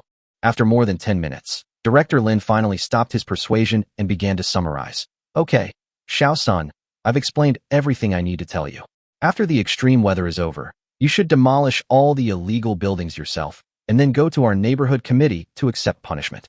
Considering that this is your first offense, I'm only giving you a small fine, which is already lenient, understand?" My goodness, he was calling me Mr. Sun just now, but now that he has been caught, he immediately changes the name to Little Sunday. How realistic. After a pause, Director Lin raised the bottle of Fat House Happy Water in his hand, gulped down half the bottle in one breath, burped with satisfaction, and then continued. "Okay, let's get down to business. Xiao Sun, we are here to register. How many people live in your house now? Where are they from? What are their contact information? All of this needs to be registered. Here is the form. Please fill it out first. I will tell you why I do this. The extreme weather during this period has caused great trouble to the lives of the general public, and some citizens have even run out of water and food at home. Due to the influence of high temperatures, many municipal projects cannot resume normal operation for a while. In order to ensure the basic living needs of citizens, the city has specially prepared a batch of supplies to distribute to the general public to help everyone get through this difficult period. Supplies are hard to come by. According to the city's requirements, they must be distributed based on the number of people, and everyone needs to claim them with their real name. Also, please join this group, which is a large group for all the owners of our Chilean villa. We all live in the same neighborhood. We're all neighbors. We see each other every day, so we can help each other if we have any problems in the future, right? While Director Lin continued to chatter, Sun Guangjun picked up the registration form and filled in his name and contact information on the page belonging to Villa Number 1. As for the Ouyang sisters and Fangya, it's better not to expose them for now. Sun Guangjun had no shortage of supplies and did not need to covet the little relief supplies distributed by the city. Not to mention just 3 people. He could afford to support even more people. After filling it out, Sun Guangjun stuffed the registration form into Director Lin's hand, took out his phone, scanned the code, and joined the Chilean Villa community group. Then he couldn't wait to say, "Director Lin, I filled out the form and joined the group. Is there anything else?" Sun Guangjun clearly wanted to see him off. How could Director Lin, an old fox who had practiced for 1,000 years, not hear it? I secretly swore in my heart, "Boy, wait until the heat subsides and see how I will deal with you." Putting aside other things, just because it's an illegal construction, not only will I make you tear it down yourself, but I will also fine you a huge sum of money. I'm heartbroken. I'm fine here. While secretly annoyed at Sun Guangjun's lack of tact, Director Lin said, "Xiao Sun, let me introduce you. These 2 are Officer Zhang and Officer Xia, who are in charge of our area." Sun Guangjun quickly greeted the 2 police officers. "Hello, officers. I'm Sun Guangjun." "Hello, Mr. Sunday." The middle-aged male police officer stood up and shook hands with Sun Guangjun, then said with a smile, "I'm Zhang Shenkong, the police officer in charge of the area, and this is my assistant, Xia Zi. If you have any problems in the future, you can contact us. Especially if you encounter any crimes, you must notify us immediately." "Thank you, Officer Zhang." Sun Guangjun thanked him and exchanged contact information with Zhang Shenkong and Xia Zi. After doing all this, Director Lin took his men away. Before leaving, he did not forget to glance at Sun Guangjun, and that look was full of warning. Sun Guangjun would not care about this old hag who didn't understand the situation and always put on airs. No matter how she acted, she would be vulnerable in the face of absolute strength.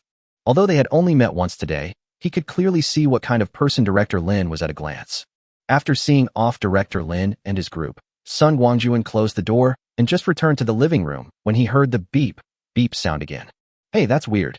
Confirming it was the doorbell ringing again, Sun Guangjun couldn't help but frown. "I've been living here for the past few days, and no one has come to visit. Why is it like today, with waves of people coming and going?" When he opened the screen, Sun Guangjun discovered that it was the police officer Zhang Shenkong who had returned. However, the people following him, except for the young policewoman Xia Zi, were not Director Lin and the others, but 3 dignified and capable men. Confused, Sun Guangjun asked, "Officer Zhang, is there anything else? Or did you leave something here with me?" "Neither."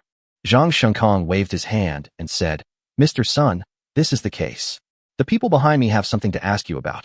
Well, we happened to meet them when we were going down the mountain, so I brought them here with me. Please open the door and meet them, Mr. Sunday. Come in."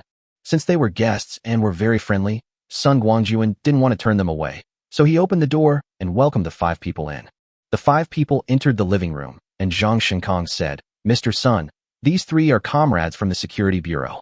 They want to see you. Everyone please take a seat first." After Sun Guangjun invited the 5 people to sit down, he took out various drinks from the refrigerator as usual and served them. Then he said, "I wonder what you 3 want to talk to me about. Mr. Sun, my last name is Wang.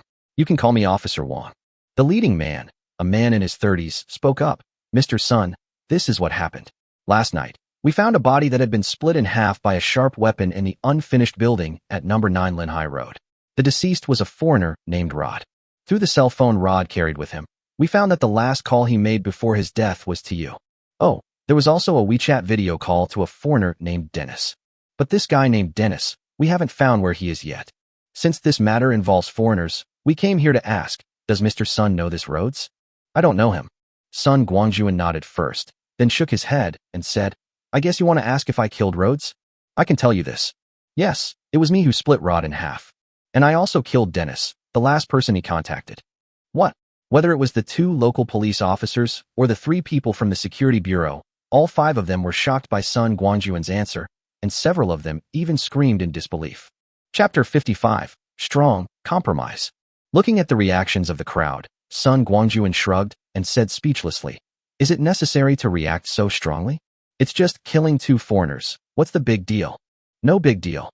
Upon hearing this, Officer Wang's face darkened and he said in a deep voice, Mr. Sun, do you know that your behavior could easily cause diplomatic disputes? As long as it involves foreigners, it's no small matter. Sun Guangjun curled his lips and said, Is that so? I say, you guys, have you been kneeling for so long that you don't know how to stand up? What's wrong with foreigners? They just have a nose, a mouth, 2 arms and 2 legs. So what's so scary about that? Snort. Officer Wang snorted coldly and said, That's easy for you to say. Mr. Sun, do you know the identity of that Rhodes? I guess I guessed it. Sun Guangjun nodded and said, Rod and that Dennis. They should both be American Navy SEALs, right? You really know? Officer Wang was stunned for a moment, then continued, Mr. Sun, since you knew their identities, why did you kill them? You have to know that once America notifies us and demands that the murderer be handed over, we will be in a passive position. Then do you know why they came to our dragon country? Sun Guangjun did not answer but asked, I killed them. Of course I had my reasons for killing them. If you want to know, I can tell you. I'd love to hear more. Sun Guangjun smiled and said, I'm not sure exactly what they came to China for, but the night before the high-temperature disaster, I was sniped from a distance. I don't know what type of sniper rifle the other party used, but the bullet was 7.62 by 51 millimeters NATO standard bullet. I believe you all know better than I do which countries are using this type of bullet. And just last night, a female friend of mine was kidnapped, and then the other party called me and asked me to meet her at an unfinished building. Then you all know that the murderer was Rod, and his end was that he was split in half by me. As for Dennis, I confirmed his location when Rod video called him. What happened next was simple. I rushed to the scene, killed Dennis, and rescued my friend. However, my friend's parents were unfortunately killed by Dennis. Well, this is what happened. I can only say that I was forced to kill, and it was self-defense. If you insist on giving me a title and taking me to America to ask for credit, that's not impossible. It just depends on whether you have the ability. Sun Guangjun's words were powerful. I killed those 2 foreigners because they kidnapped and killed people. If you insist on holding me responsible, I can't guarantee that I won't fight back. Cough. Officer Wang coughed dryly and said awkwardly, Mr. Sun, you may have misunderstood. We came here just to understand the whole story, not to arrest you. Moreover, we roughly know what those 2 foreigners are after. This incident may be related to the series of thefts in Neon in America some time ago. Well, Mr. Sun, this is all I can reveal. I hope you don't mind. Goodbye. As he spoke, Officer Wang stood up, waved his hand, and led the way out. Well, this time it was Sun Guangjun's turn to stand there in a daze. Just leave like that? Don't ask anymore. Well, the country has become increasingly powerful over the years, and its backbone is indeed stronger than before. After coming to his senses, Sun Guangjun quickly stood up, quickly chased after him, and politely saw the man out the door. Watching the heavy door of the villa slowly close behind him, Officer Wang suddenly let out a sigh of relief for no reason. Boss, what's wrong with you? A subordinate nearby asked curiously. Since Sun Guangjun has already admitted that he killed someone, why aren't we carrying out our arrest mission? Zhang Tao, shut up. Officer Wang shouted. If you have anything to say, let's get out of here first. Seeing this, the other people didn't dare to say anything more. They just quickened their pace and got into the car parked not far away. Soon, the 2 cars drove down Jinping Mountain. Only after they were some distance away from Qilin Villa did Officer Wang stop the car, turn around, and say sternly, Zhang Tao, Zhao Jia, you must keep what happened tonight to yourself and tell no one. Boss, what? Yes, boss. Our order is to find the murderer who killed Rod and bring him to justice.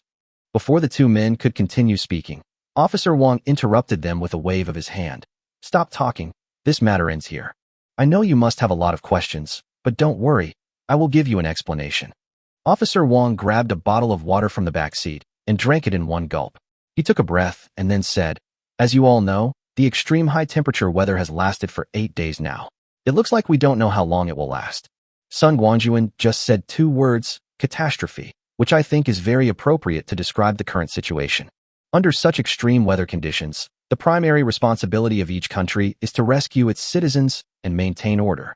America and Japan suffered a series of thefts some time ago, resulting in the loss of a large amount of supplies. I think this is also the reason why their people come to China and go crazy. As for why they targeted Sun Guangjun, it was simply because they suspected that he was involved in this matter.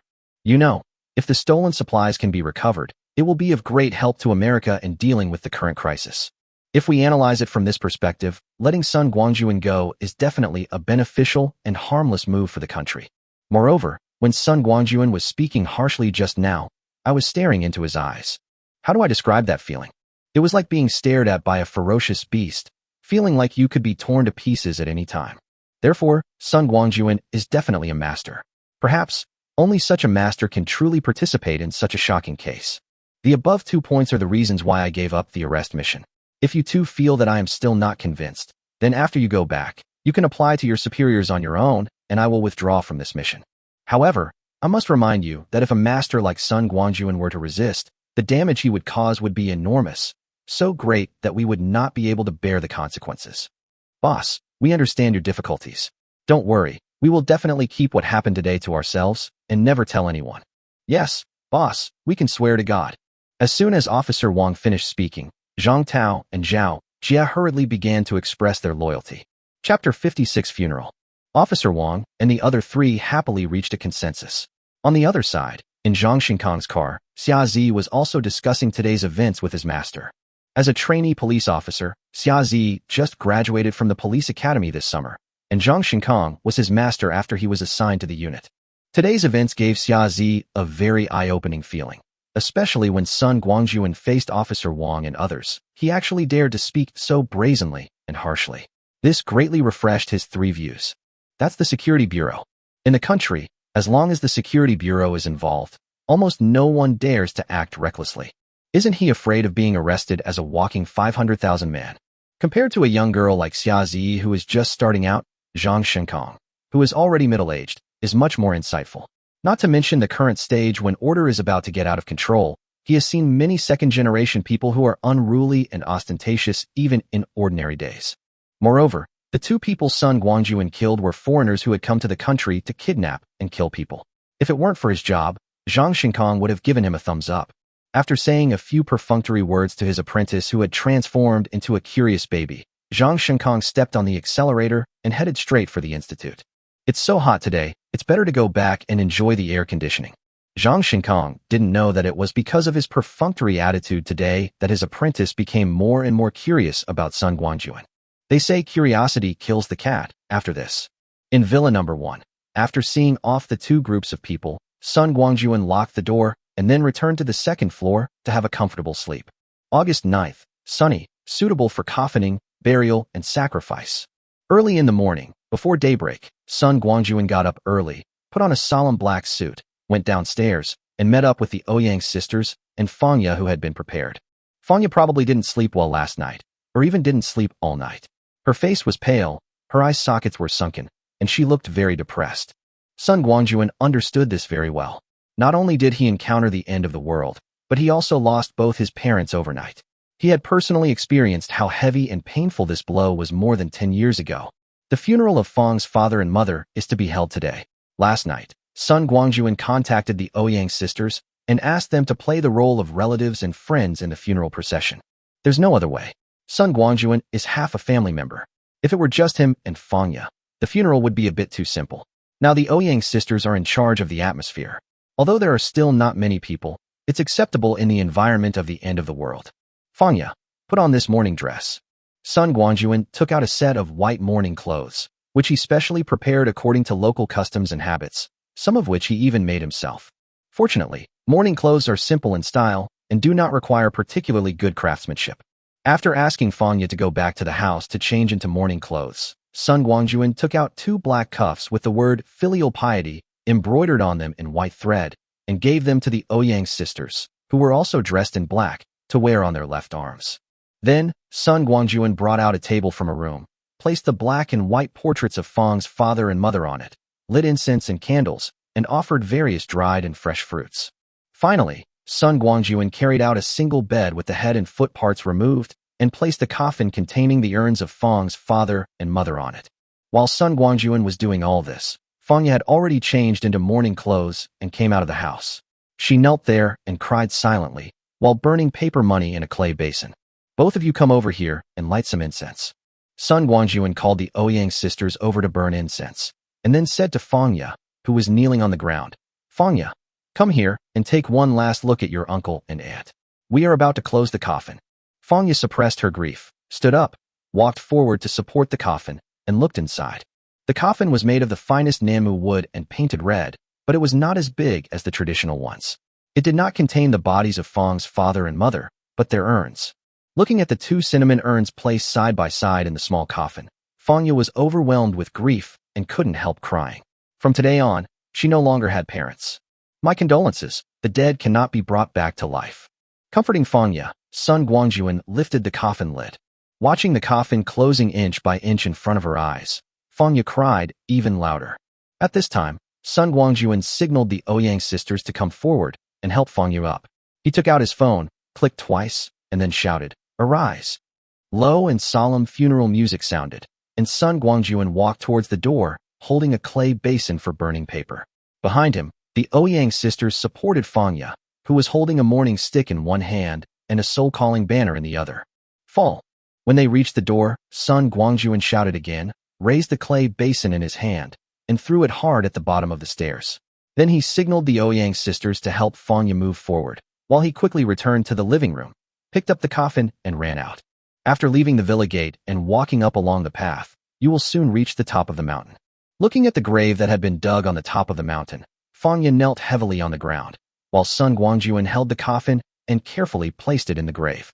After putting the coffin in place, Sun Guangjun took the wreaths, flower baskets, paper people, paper horses, and other paper items that he had prepared yesterday and placed them around the tomb one by one. Then he picked up a shovel and handed it to Fangya. According to the rules, the first shovel of soil should be filled by Fangya, the filial daughter. Fangya suppressed her grief, scooped up a shovel of dirt, and sprinkled it on the coffin. Then she handed the shovel to Sun Guangjun, and she returned to the grave and knelt down again. Sun Guangjun swung the shovel vigorously, and in a few strokes he filled the dug soil back into the tomb. Soon, the grave was erected and the tombstone with words engraved on it was also erected. After lighting a fire and burning the paper figurines and several bundles of yellow paper, Sun Guangjun whispered to Fangya, "Fangya, kowtow to your uncle and aunt again, and let's go back." Fangya kowtowed, and Sun Guangjun and the Ouyang sisters bowed 3 times. After the ceremony, Sun Guangjun personally helped Fangya, and the 3 of them went down the mountain and returned to the villa. At this time, it was almost noon. After returning home, Sun Guangjun went into the kitchen himself and made a pot of pork belly stewed with cabbage and tofu, which is called makeshift. After the funeral meal, today's funeral is officially over. To be honest, today's funeral not only had few people, but the procedures were also extremely simple, and all the steps that could be streamlined were streamlined. There was no other way. In this special period, being able to have such a funeral was already a very decent death for Fang's father and mother. There were people dying of heat on the streets outside at any time. Not to mention burying them. There was not even anyone to collect the bodies.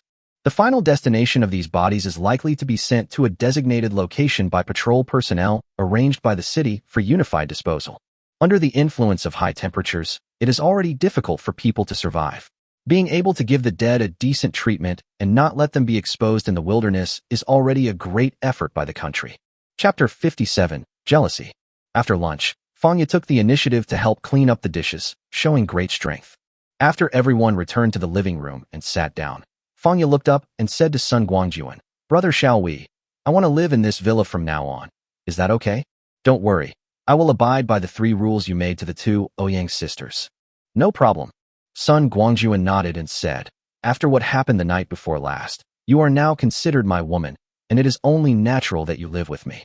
However, the situation that day was rather special and could be considered an accident. I will give you some time to accept me and will not force you. Of course, if you end up choosing someone else." "Brother Xiaowei, please stop talking." Before Sun Guangjun could continue, Fangya interrupted him. "Although I can't guarantee that I will be with you in the end, I am sure that I will not look for anyone else. Also, yesterday I heard from the 2 Ouyang sisters that they were undergoing shooting training. I also want to join, is that okay?" Of course, the end of the world has already begun, and it's always good to have more self-protection skills. Sun Guangjun said, "However, you haven't rested well these 2 days. What I mean is that it's fine if you want to join, but it's better to start from tomorrow. What you need to do most now is to go back to your bedroom, get a good night's sleep, and try to adjust yourself to the best state. You know, shooting training requires both mental and physical strength. If you don't get enough rest, even if you participate in training, it won't be very effective." "Yes, I understand." Fangya nodded heavily, got up obediently, and went back to her room to rest. The 2 of them were chatting animatedly with each other, but the Ouyang sisters on the side looked a little pale. When they saw Fangya last night, they both felt a sense of crisis. Their boss looked serious, but he turned out to be a playboy. It had only been a few days, and he had already started bringing women home.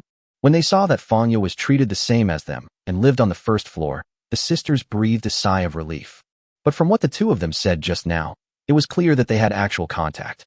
What was going on? My goodness, the two sisters guarded the house every day, but they still couldn't keep it safe and were broken into by Fangya, an outsider. My boss is just a pig. He has two beautiful flowers at home, a pair of lotus flowers, and he acts serious and then runs out to cheat. Is this how he bullies people? It's not that the Ouyang sisters have set their sights on Sun Guangjun and regard him as their exclusive love that no one else can touch, but the two sisters now understand that in the end of the world, there is no better choice than to hold on to their boss's big, thick legs. The highest level of currying favor is to become the boss's own person. This is a natural advantage for women, especially beautiful women. Who doesn't want to be a boss lady? It can be said that the Ouyang sisters have secretly prepared themselves mentally countless times. If one day the boss becomes ruthless and stretches out his claws towards them, should they obey or not? For a moment, a feeling of unwillingness surged in the hearts of the two sisters. Why? Sun Guangjun didn't know that the Ouyang sisters were secretly jealous. Even if he knew, he would only smile complacently and think, "Look, my charm is so irresistible. Feiyu, you two should rest for a while before continuing the training. There's no need to put too much pressure on yourself. A sharpshooter isn't made in a day. Besides, your boss has plenty of guns and ammunition. Even if your shooting skills are not accurate, we can still cover you with firepower. Have you heard the saying, when you are poor, you use precision strikes. When you are rich, you use firepower coverage. There's no other way. We're one of those wealthy people now. If we really encounter an enemy, don't think about saving bullets for me, the boss." Waving his hand, he released a large chilled watermelon. Sun Guangjun was too lazy to pretend in front of the Ouyang sisters. He cut the watermelon while giving instructions, nagging and nagging, with a lot of Versailles words, which made the Ouyang sisters roll their eyes. Boy, is this what we wanted to hear? Even if you don't make promises, you should at least give us some sweet talk, right? Otherwise, how could you let us sisters fall into your arms? I really don't know how you, with your EQ which is so low, managed to find that beautiful girl Fangya. If it weren't for the end of the world, someone like you would have been single for the rest of your life. Sun Guangjun had no idea what the two beauties were thinking and thought he was very humorous. After cutting the watermelon, Sun Guangjun invited the Ouyang sisters to eat some, while he picked up a piece and ate it while walking towards the basement. He said, "I'll set up a dressing room next to the shooting range later and put some clothing and equipment suitable for shooting. If you sisters have any styles you want, you can tell me in advance, and I'll see if I have any in my collection." "Got it, boss." The Ouyang sisters were almost speechless. You had two beautiful girls, but you didn't flirt with them or spend time with them. Instead, you went to the changing room. "Boss, you are such a dog." Snort. Ouyang Feiyu stamped her feet, snorted, and ran back to the house to rest. "I just had a good meal, and will take a break before practicing shooting. Once my shooting skills are good, I will definitely find time to shoot the boss, preferably to kill that blind bastard." Compared to Ouyang Feiyu's rage, Ouyang Feishua was much calmer. So what if the boss had another woman? This was the end of the world, and the social order was on the verge of collapse. Who would care about the issue of multiple husbands and wives? This man is capable and has many women around him. Isn't this what he should have? All you need to do is to become the best among these women. This is the key. Thinking of this, Ouyang Feishua did not follow her sister's footsteps, but picked up a piece of watermelon and started eating it comfortably. Don't even mention it. On such a hot day, sitting with a small air conditioner on, eating iced watermelon, and watching the heat waves rolling outside, this feeling is really unique. After slowly finishing a piece of watermelon, Ouyang Feishua elegantly wiped the juice from the corner of her mouth, tidied herself up simply, and got up to walk towards the basement. In the basement, Sun Guangjun had cleared out a storage room next to the shooting range and filled it with shelves against the wall. The shelf is no more than 2 meters high and is divided into 3 layers. The upper and lower layers are small. The upper layer is for sundries, and the lower layer is for shoes. The middle layer has a large space for hanging clothes. There is a row of lockers on one of the walls, and each person can choose one to store their personal belongings and underwear.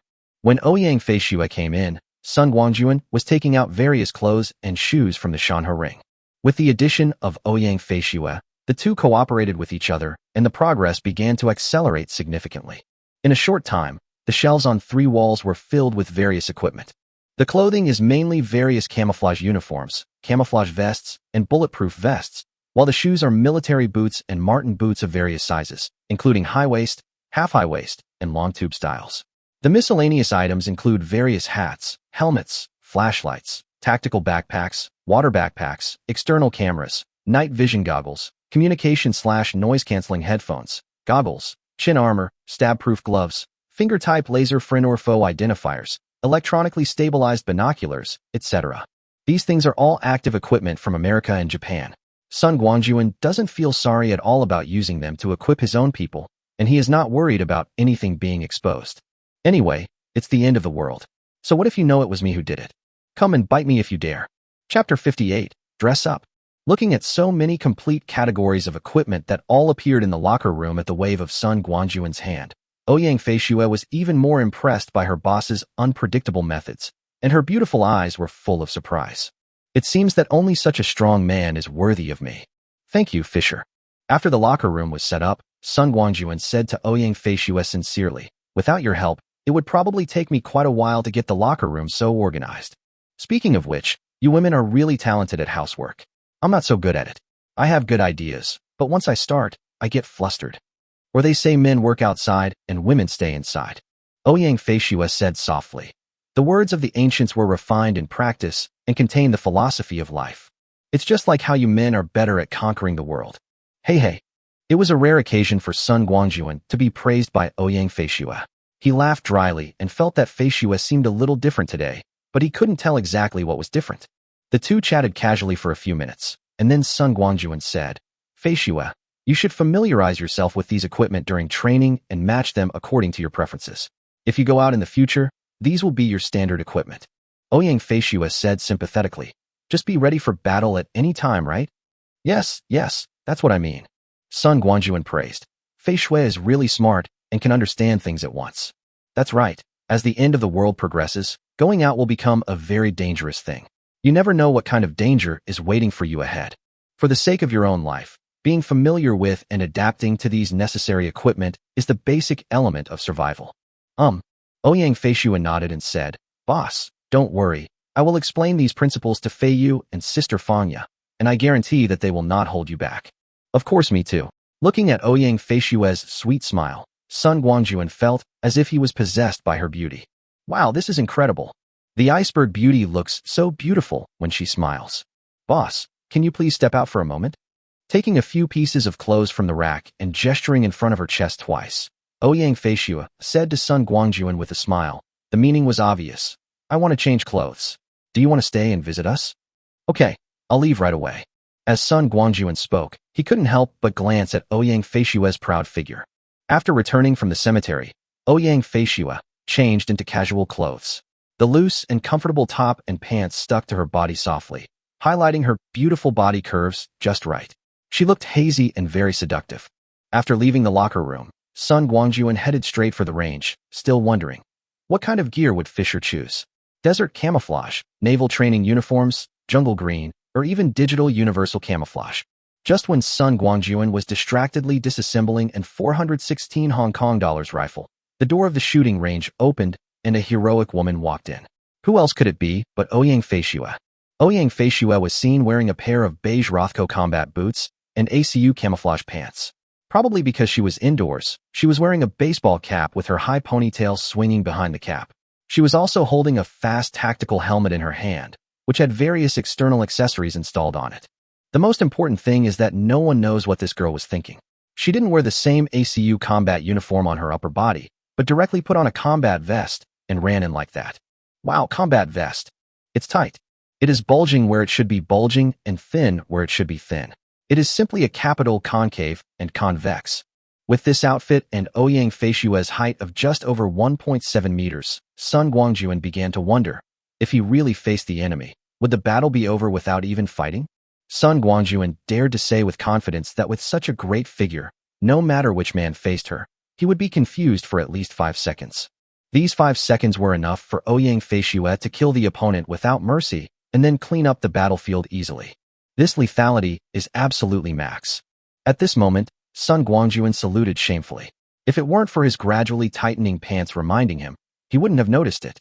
Oh my god, this place is not suitable for staying for long.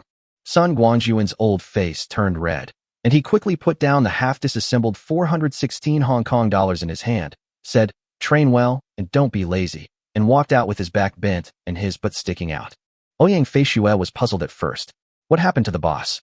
He was staring at her with a straight face just now. Why did he run away in the blink of an eye? When she saw Sun Guangjun's strange posture, she suddenly understood. Ouyang Feishue smiled silently. The boss is sometimes quite cute. Well, it's cute.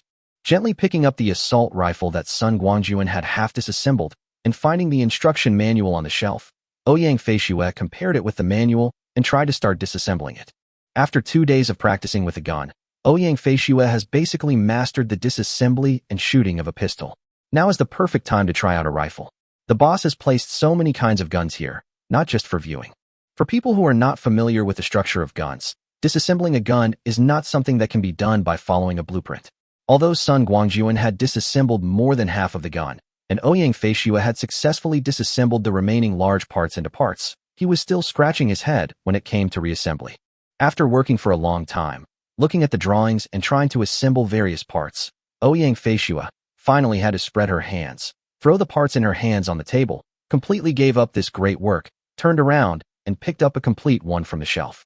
Well, if there are good ones, who would want to use the scattered ones? Holding an M4A1 assault rifle, Ouyang Feishue aimed at the target and calmly pulled the trigger. Data.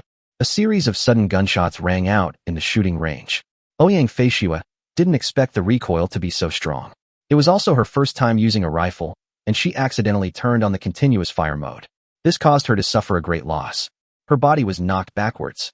If she hadn't released the trigger in time, she might have been injured. Even so, Ouyang Feishue's shoulder socket was hurt by the collision, and her originally snow-white skin became visibly red and swollen.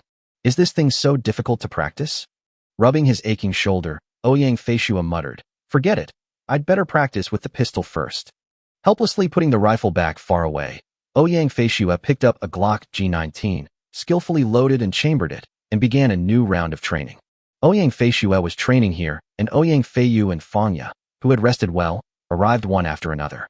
Seeing the new equipment on Ouyang Feishue, the two girls were indescribably envious. When they heard that Sun Guangjun had set up a new dressing room with a full set of combat equipment, the two women were overjoyed and rushed to the dressing room to choose the equipment they liked. Not long after, the two girls, looking brand new, walked into the shooting range in a heroic manner. Standing next to Ouyang Feishue, they were truly 3 battlefield roses. Chapter 59 Green Tea appears. 3 roses with thorns gathered in the shooting range to study and practice hard. Although the Ouyang sisters were annoyed with Fangya, the novice, for stealing the house early, practicing with a gun was a serious matter that concerned the safety of the team in the future. The two sisters were sensible and did not do anything tricky. They taught Fangya the key points taught by Sun Guangjun and the experience they had figured out on their own without keeping anything secret. Sun Guangjun was completely unaware of all this, and he had no idea that Fangya did not listen to his instructions to rest, but ran to the shooting range to become a student of the Ouyang sisters. If he knew about this situation, I'm afraid Sun Guangjun would complain. With the skills that the Ouyang sisters have just learned for 2 days, how dare they be someone else's master? Having just made a fool of himself in front of Ouyang Feishue, Sun Guangjun left the basement in disgrace and returned to the second floor in a flash. He didn't want his ugly appearance to be seen by Ouyang Feiyu or Fangyu again. It was too embarrassing. After returning to the second floor, Sun Guangjun had nothing to do for a while and was not sleepy at all, so he simply took out his mobile phone and started browsing it out of boredom. Perhaps due to the large-scale outage of industrial and commercial electricity, the current power supply is relatively normal, the communication network is fine, and various video software can be used normally. Unfortunately, all the short videos are about the high temperature. Some are about the tragic situation in various places. Some are about promoting the secrets of beating the heat. Some are about crying. Some are about buying supplies at high prices. And there is no shortage of wealthy people showing off their wealth. After looking around, Sun Guangjun quickly lost interest. He had already experienced all kinds of suffering in the end times, so there was no need to feel other people's pain here. After closing the video software, Sun Guangjun's hand slipped and he accidentally opened WeChat. This group is quite interesting. Sun Guangjun doesn't have many friends on WeChat. In fact, there are only a few people in his contacts. At this moment, at the top of the WeChat page, there is a WeChat group called Chilan Villa Owners Group, and the number of unread messages shows 999+. After joining this group last night, Sun Guangjun immediately set it to Do Not Disturb mode and had no idea about the dynamics in the group. Now seeing so many unread messages, he was a little surprised. Didn't they say the occupancy rate at Qilin Villa wasn't high? Why were there still so many people chatting in the group chat? After opening the group chat, Sun Guangjun slid the screen to the top and began to read the messages one by one. You know what? It's quite interesting. Everyone in the group is a talented person. Yes, it's the end of the world, and it's extremely hot outside. Going out is risky, and there's nothing to do at home, and you have to go hungry. It's better to hang out in a group chat, which can divert your attention and make the feeling of hunger less intense. Looking at the wonderful speeches in the group, Sun Guangjun laughed foolishly while scrolling down. Soon, a name caught Sun Guangjun's attention. Zhou Yilin, the tenant of room 508, building 6? Is it the same name or the same person? This profile picture also looks familiar. Sun Guangjun was filled with doubts and quickly reached out and clicked on the portrait to check the specific information. Dream Fairy. Confirmed, this is the WeChat name of Zhou Yilin's little green tea. It seems that it is the same person. Isn't this little green tea studying in Qizhou, the provincial capital? Why did she come to Qing City, hundreds of kilometers away? Haha, it seems that this little green tea girl refused to give up after hitting a wall last time. First, she instigated Sun Maolin's family to cause trouble, but when she saw that there was no effect, she decided to do it herself. Is she ready to go into battle barehanded? Sun Guangjun sneered in his heart. He was just worried that he wouldn't have time to settle the score with you. He didn't expect that you, a little green tea girl, would come to his door yourself. If he let you go again, Sun Guangjun would probably regret it in the future. However, although the little green tea girl is close at hand, she has not come to his door after all. Sun Guangjun has to think of a way to seduce her and make her show up on her own initiative, and then he can take good care of her. Sun Guangjun felt excited when he thought about Zhou Yilin coming to him excitedly, but ended up being rejected and being teased by him. Well, that's it. Thinking of this, Sun Guangjun's eyes turned and a plan came to mind. The temperature is now around 50 or 60 degrees every day. What is the most precious thing at this time? I believe that if you ask this question, 11 out of 10 people will give the same answer: food and water. Hey. With a wicked grin, Sun Guangjun opened the refrigerator, took out several bottles of Fat House Happy Water, cut an iced watermelon, and took out several delicious dishes from the mountain and river ring, all of which were good things such as shrimps, swimming crabs, beef, and mutton, filling the table. Afterwards, Sun Guangjun took a few photos of the table full of delicious food, and then took a selfie of himself holding a bottle of Fat Otaku Happy Water with white smoke coming out of the bottle. After sending all these photos to the group, Sun Guangjun also added a very Versailles caption. In such a high temperature, what could be more satisfying than enjoying a table full of delicious food alone and drinking a sip of iced Fat Otaku Happy Water? After spreading the bait, Sun Guangjun just waited for the fish to take the bait. As soon as Sun Guangjun sent these photos to the group, they were like depth charges and immediately caused a sensation. My goodness, the high temperature has lasted for the 9th day. Everyone at home is short of food and drink, but you are here eating and drinking to your heart's content. Enjoying a table full of delicious food alone? Why don't I eat you to death? So, the envied crowd tagged the owner of Villa Number 1 in the group chat. Some wanted to buy supplies, some threatened moral blackmail, some cursed, and some wanted to join forces with Sun Guangjun. There are countless different kinds of living beings. Just as Sun Guangjun thought, Zhou Yilin was indeed in the group and saw the photos sent by Sun Guangjun. Ever since she contacted Sun Guangjun more than a month ago, and he hung up the phone indifferently, Zhou Yilin has felt a sense of crisis. This bootlicker is about to run away. However, despite her young age, Zhou Yilin is an expert in team making. Knowing that it is not a good deal, she did not rush to find Sun Guangjun to explain anything, but found out where Sun Guangjun was through her boyfriend. Zhou Yilin's boyfriend has a relative who works in a mobile company and is a technical engineer. With an insider, it is extremely easy to find a person's location through their mobile phone number. After learning about Sun Guangjun's specific location in Qing City, Zhou Yilin pretended to call Hu Tsuifeng and indirectly revealed the news of Sun Guangjun's return to China. That's right, it was Zhou Yilin who instigated Sun Maolin and his family to come to Qing City. This woman also kept providing Hu Tsuifeng with specific information about Sun Guangjun's location. Zhou Yilin actually had a very simple idea. Knowing very well the character of Sun Maolin's family, she wanted to use this family to make Sun Guangjun remember his previous painful memories and then remember her good qualities.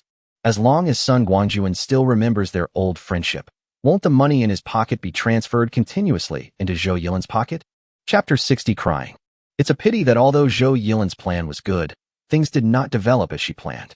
Sun Maolin's family came to cause trouble, But Sun Guangjun didn't even meet them and mysteriously disappeared for more than half a month. The relative of Zhou Yilin's boyfriend was really capable. Not only did he locate Sun Guangjun's position, he also found out that he frequently went in and out of the Hilton Hotel before he disappeared. After learning this, Zhou Yilin could easily come to the conclusion that Sun Guangjun seemed to have become successful. My goodness, could this be the legendary first blow after getting ashore, killing the ex-girlfriend first? I never thought that you, Sun Guangjun, with your thick eyebrows and big eyes, would be such a heartless guy. Zhou Yilin continued to provide information to Hu Tsuifeng while complaining in her heart. She couldn't wait to run to Qing City, ready to take action herself when the opportunity arose. But Zhou Yilin was still on her way to Qing City, so Sun Guangjun packed up his bags and ran away overnight, heading for America. Moreover, after Sun Guangjun ran away, his mobile phone was always kept in the Shanhe ring, and there was no signal at all. Zhou Yilin couldn't find him even if she wanted to locate him. In her opinion, Sun Guangjun had mysteriously disappeared. However, Zhou Yilin firmly believed that since Sun Guangjun chose Qing City as his first stop after returning to China, he would definitely not run too far. His current disappearance was just to avoid Sun Maolin's vampire family. The boss he works for works on a construction site, so it's common for him to be busy for 10 days or half a month. So Zhou Yilin stayed in Qing City, waiting for Sun Guangjun to show up again so that she could respond immediately. Hard work pays off. Zhou Yilin really waited for Sun Guangjun to appear in Qing City again and followed his footsteps all the way to Qilin Villa. After finding out that Villa No. 1 was bought by Sun Guangjun, Zhou Yilin now understood that Sun Guangjun was absolutely sure to have made a fortune. With the idea of playing the long game to catch a big fish, Zhou Yilin rented a small house in Qilin Villa and lived there, preparing to create opportunities to have an accidental encounter with Sun Guangjun in a foreign land and win his heart back. At this point, the so-called boyfriend no longer mattered to Zhou Yilin. That's Villa No. 1, and the price is more than that of a small target. Is it something that ordinary people can afford? Since Sun Guangjun bought Villa No. 1 without blinking an eye and started a large-scale renovation, it can only mean that he has more money, otherwise he would not spend it like this. Zhou Yilin felt excited when she thought that Sun Guangjun might have more money than a small goal. Mine. Mine. All mine. Unfortunately, before Zhou Yilin's various plans could be implemented, the end of the world came and the hot weather trapped her at home. In order to keep an eye on Sun Guangjun, Zhou Yilin had been watching the gate of the community with a telescope almost every day. By chance, she had stockpiled a lot of convenience foods and drinking water at home. Unexpectedly, they would come in handy now. These days, she has been living on these stocks. But seeing that the high temperature continued to persist and the supplies at home were running out, Zhou Yilin became more and more anxious. Just when she was about to go to the house regardless of the consequences, Sun Guangjun popped up in the owner's group. When Zhou Yilin saw Sun Guangjun appear in the group, she was overjoyed, and at the same time, she was drooling over the delicious meal in the photo. Yes, isn't this a good opportunity for a chance encounter? An idea suddenly came to Zhou Yilin, and she couldn't wait to pick up her phone. She first tagged the owner of Villa No. 1 in the group. Brother Xiaowei, is that you? Then, call Sun Guangjun. Sun Guangjun never expected that just a few minutes after he spread the bait, Xiaoluka called him. It seems that this woman has been having a hard time recently. When she saw the benefits, she immediately pounced on him impatiently. Humph, you've come just in time. I've been waiting for you. With a sneer, Sun Guangjun swiped his finger and answered the phone. Hello, who is this? Brother Xiaowei, you finally answered the phone. As soon as the call was connected, Zhou Yilin cried and said, You know, I have been looking for you for a long time. Last time you said you had something to do and hung up the phone. I called you again the next day, but I couldn't get through. Brother Xiaowei, I'm so worried, afraid that something might happen to you. During that time, I was extremely anxious and called you every day, but the call was never connected. It just so happened that at that time a company in Qing City invited me to an internship and promised to sign an employment agreement with me so that I could start working immediately after I graduated from my doctoral program. So, despite my parents' opposition, I resolutely came to Qing City, just to work and look for you at the same time. Thank God, I finally got news from you today. It's so great. By the way, Brother Xiaowei, how did you become the owner of Villa No. 1 in Qilin Villa? If I hadn't also rented a house here at Qilin Villa, I really don't know when I would have met you. Brother Xiaowei, are you okay? The weather outside is so abnormal now, and the temperature remains high. You must take good care of yourself. Don't forget, your uncles and aunts are always watching you in heaven. If you are not doing well, they will be heartbroken, and I will be even more heartbroken. Brother Xiaowei, why don't you move in with me? I still have some food and water that I saved before the high temperatures. If we use them sparingly, it should be enough for us to hold out until national rescue arrives. Listening to Zhou Yilin crying about her loyalty and righteousness while not forgetting to package herself as a strong and independent modern woman, Sun Guangjun laughed secretly in his heart. Just you? Still a doctoral student? Your master's degree student is a fictitious character created just to cheat me of my money. A horse really doesn't know how long its face is. As for Zhou Yilin's invitation to him to live with her, Sun Guangjun scoffed at it. Anyone with eyes can tell from the photos I sent to the group that I am living a carefree life with plenty of supplies. And you even invited me to live with you. You can't lie like that, can you? You're still mentioning my parents. Are you trying to morally blackmail me? Listening to Zhou Yilin chattering away, Sun Guangjun felt both angry and amused, and at the same time, he felt extremely regretful for his mindless bootlicking behavior in his previous life. This little green tea girl was full of nonsense in her words, but at that time, he was like a blind man. He believed everything she said without any doubt. I'm afraid that when the little green tea girl was spending his money, she was still calling him a typical idiot. When Zhou Yilin finally stopped to catch her breath, Sun Guangjun quickly said, Yilin, how did I become the owner of Villa Number 1? That was just me flattering myself in the group. In fact, this villa belongs to my friend, and I just came here temporarily to show him the house. As it turned out, it happened to be in extreme weather, and I was trapped here. Fortunately, my friend had prepared a lot of supplies in advance, and the villa also has its own high-power diesel generator to ensure the power supply. You should have seen that I'm doing fine now, so you don't have to worry. Well, I still have to go inspect the house. After all, I am responsible for guarding the house, so I won't talk to you anymore. After saying that, Sun Guangjun simply hung up the phone and couldn't help laughing anymore. Chapter 61. Being able to eat is a blessing. Listening to the beeping sound of her phone, Zhou Yilin was so furious that she couldn't help but curse. Damn Sun Hui. You bought the villa yourself, but you lied to me that you were renting it out for someone else to watch over. Is there anyone like you? Have you forgotten all the kindness I've shown you in the past? What a conscienceless, ungrateful person. After cursing for a while, Zhou Yilin stopped dejectedly. What would happen if she continued cursing? Sun Guangjun couldn't hear it, and even if he did, it wouldn't hurt at all. She was wasting so much saliva here in vain. Humph, you want to get rid of me like this? Dream on. Forcing herself to calm down, Zhou Yilin wanted to reflect on what went wrong and what she should do in the future to get Sun Guangjun back under her skirt. No, to the edge of her skirt. A servant under the skirt? He, Sun Guangjun, is not qualified enough. A licker is a licker, no matter how rich he is. Zhou Yilin was racking her brains here, but Sun Guangjun was extremely happy. After laughing for a long time, Sun Guangjun was happy enough and began to enjoy the delicious meal on the table. Now that everything is taken out, it would be pointless to put it back. It would be better to eat it to satisfy your stomach.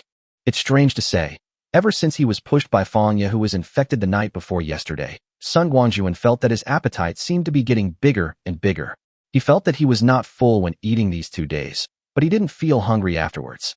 Today, Sun Guangjun prepared this seafood-based meal because on the one hand, he wanted to stimulate Zhou Yilin's little green tea, and on the other hand, he also wanted to try whether his guess was correct. It was only a little after 3 in the afternoon, and it had been just 2 hours since Sun Guangjun had finished eating the funeral meal prepared by Fang's parents. He didn't feel hungry at all, but the delicious food in front of him still made him salivate. Of all things in the world, only delicious food and beautiful women should not be wasted. The beauty is still downstairs. Although I have the intention, it still takes time. The delicious food is right in front of me and within my reach. Without saying a word, Sun Guangjun picked up the chopsticks and started showing off wildly. In the past, when he ate, he always followed his usual habit of putting down his chopsticks when he was almost done. But today, he finally let his stomach go and ate like a whirlwind. In less than an hour, Sun Guangjun had eaten up all the food on the table, which was enough for 3 or 4 people. He even ate the soup with rice. Sun Guangjun put down his bowl and chopsticks with satisfaction, picked up a bottle of Fat House Happy Water, and drank it. He breathed a sigh of relief, but his face became solemn. Sure enough, the energy of heaven and earth began to recover at the beginning of the end of the world. In his previous life, Sun Guangjun heard a very convincing statement that at the beginning of the end of the world, before awakening superpowers, if one could eat a lot, it would be of great help to the later awakening of superpowers. In other words, whoever is more capable of eating in the early stage will have a greater advantage in the later stage, and the awakened supernatural attributes may be better. But when it comes to eating, you can't eat as much as you want. After all, the human stomach is limited. When you are full, you can't eat more even if you want to. Moreover, Food is scarce in the end times, and wanting to have a full meal every day is a luxury that not everyone can afford. Take Sun Guangjun himself, for example. At this time in his previous life, he was still braving the scorching heat and running around outside every day to buy supplies for Zhou Yilan's family. He didn't have much money to begin with, and there were few shops open in the hot weather. The amount of food and water he could bring home every day was pitifully small, and most of it went to Zhou Yilan's family, so he himself could never get enough to eat. Therefore, Sun Guangjun had only heard of this legend and had no personal experience of it.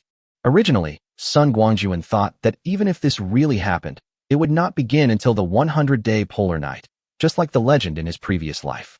He had looted so many supplies, which was also a way to prepare for this in advance. Regardless of whether it was true or not, he had to test it.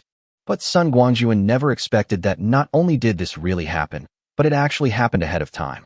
To be honest, this is definitely a good thing for Sun Guangjun, who has a lot of supplies. Moreover, through the experiment just now, he also figured out one thing. That is, his stomach was like a bottomless pit. After eating such a large table of food, he was only 80% full and did not feel bloated at all. What does this mean? It means that he has enormous potential. The ability he will awaken in the future will definitely be 1 in 100. But the question arises again, didn't he awaken his supernatural power in advance? How can he awaken it again at this time? After thinking about it, Sun Guangjun couldn't figure out the twists and turns here, so he simply stopped thinking about it. He would just eat as much as he could. He didn't lack food anyway. Besides, as the old saying goes, being able to eat is a blessing. I suffered so much in my previous life and was hungry every day. It's time for me to compensate myself for having a good mouth in this life. Thinking of this, Sun Guangjun put his heart back in his stomach. He picked his teeth, leaned leisurely on the sofa, and hummed a little tune. After watching a movie in the room with a projector, Sun Guangjun looked outside and saw that it was already dark. Thinking that the 3 women were still downstairs, some resting and some practicing shooting, Sun Guangjun had an idea. Why not prepare a big meal in the evening to see if the 3 women could eat more? Do it when you think of it. Sun Guangjun went downstairs to the kitchen and started working enthusiastically. Spare ribs, stewed, premium Wagyu beef, sauced, pork head, mixed, lamb, boiled. Soon, various chicken and duck meats were served on the table. There aren't many dishes, only about 6 or 7, but they are all in large portions and are served on large stainless steel trays instead of ordinary plates. Before Sun Guangjun finished his work, 3 heroic female heroes came up from the basement, arm in arm and talking and laughing. Hey, the boss is cooking himself today? Looking at Sun Guangjun busy in the kitchen, Ouyang Feiyu exclaimed in surprise. Looks like I'm going to have a feast today. Sister, Fangya, let's go back to the house and take a shower, then come out to enjoy the boss's feast. It's no wonder Ouyang Feiyu made such a fuss. The 2 sisters really didn't have much cooking skills, and the food they made was barely edible. The boss, Sun Guangjun, was always elusive, and they either ate the prepared food saved from before. It was quite rare to have a meal made by him personally. Seeing Ouyang Feiyu running away happily, Ouyang Feiyu smiled and pulled Fangya and said, Sister Fangya, have you ever eaten the food cooked by the boss? It's really rare for a grown man to have such good cooking skills. I haven't eaten it. Fangya blushed and whispered, what happened between me and brother Shelwi was just a deal. We haven't known each other for long. He is willing to take me in now, and honestly, I am very grateful. Huh. Ouyang Feiyu was stunned. So, Sister Fangya, there is a story between you and the boss? Come, tell your sister, don't be embarrassed, we are all sisters. If Sun Guangjun saw Ouyang Feiyu's gossipy look now, he would definitely think that she was possessed by Ouyang Feiyu. Chapter 62, 3 Drunk Women. The 3 girls came up from the shooting range chattering. Sun Guangjun had already noticed the noise and took a moment to take a look. Just this one glance almost made Sun Guangjun unable to take his eyes away. The 3 women were dressed similarly, all wearing military boots, camouflage pants, small vests, and flawless faces. Moreover, all 3 women have amazing figures, about 1.7 meters tall, with long legs, willow waists, and high ponytails. They walk with a surging gait. In addition, they have been practicing shooting for an entire afternoon, so they have a feeling of walking out of the smoke of gunpowder. My goodness, at noon, just one Ouyang Feiyu had already made him look bad, and now there were 3 of the same type standing side by side? Sun Guangjun, whose nose was almost burning, quickly turned around and concentrated on taking care of the food cooking on the stove, thus avoiding making a fool of himself. Soon, the 3 women washed and rubbed themselves, changed out of their military uniforms, walked out of the room one after another, and gathered in the dining room, and Sun Guangjun's last dish was served on the table. Boss, what good day is today? Looking at Sun Guangjun, who came over with 2 bottles of wine, Ouyang Feiyu asked with a mischievous smile. We have lived in this villa for almost 10 days, but I have never seen you so diligent. What happened today? Are you welcoming Sister Fanya? It seems that once Sister Fanya comes, we sisters will benefit from her. At least the food here is much better than before. Sister Fanya, please don't be angry.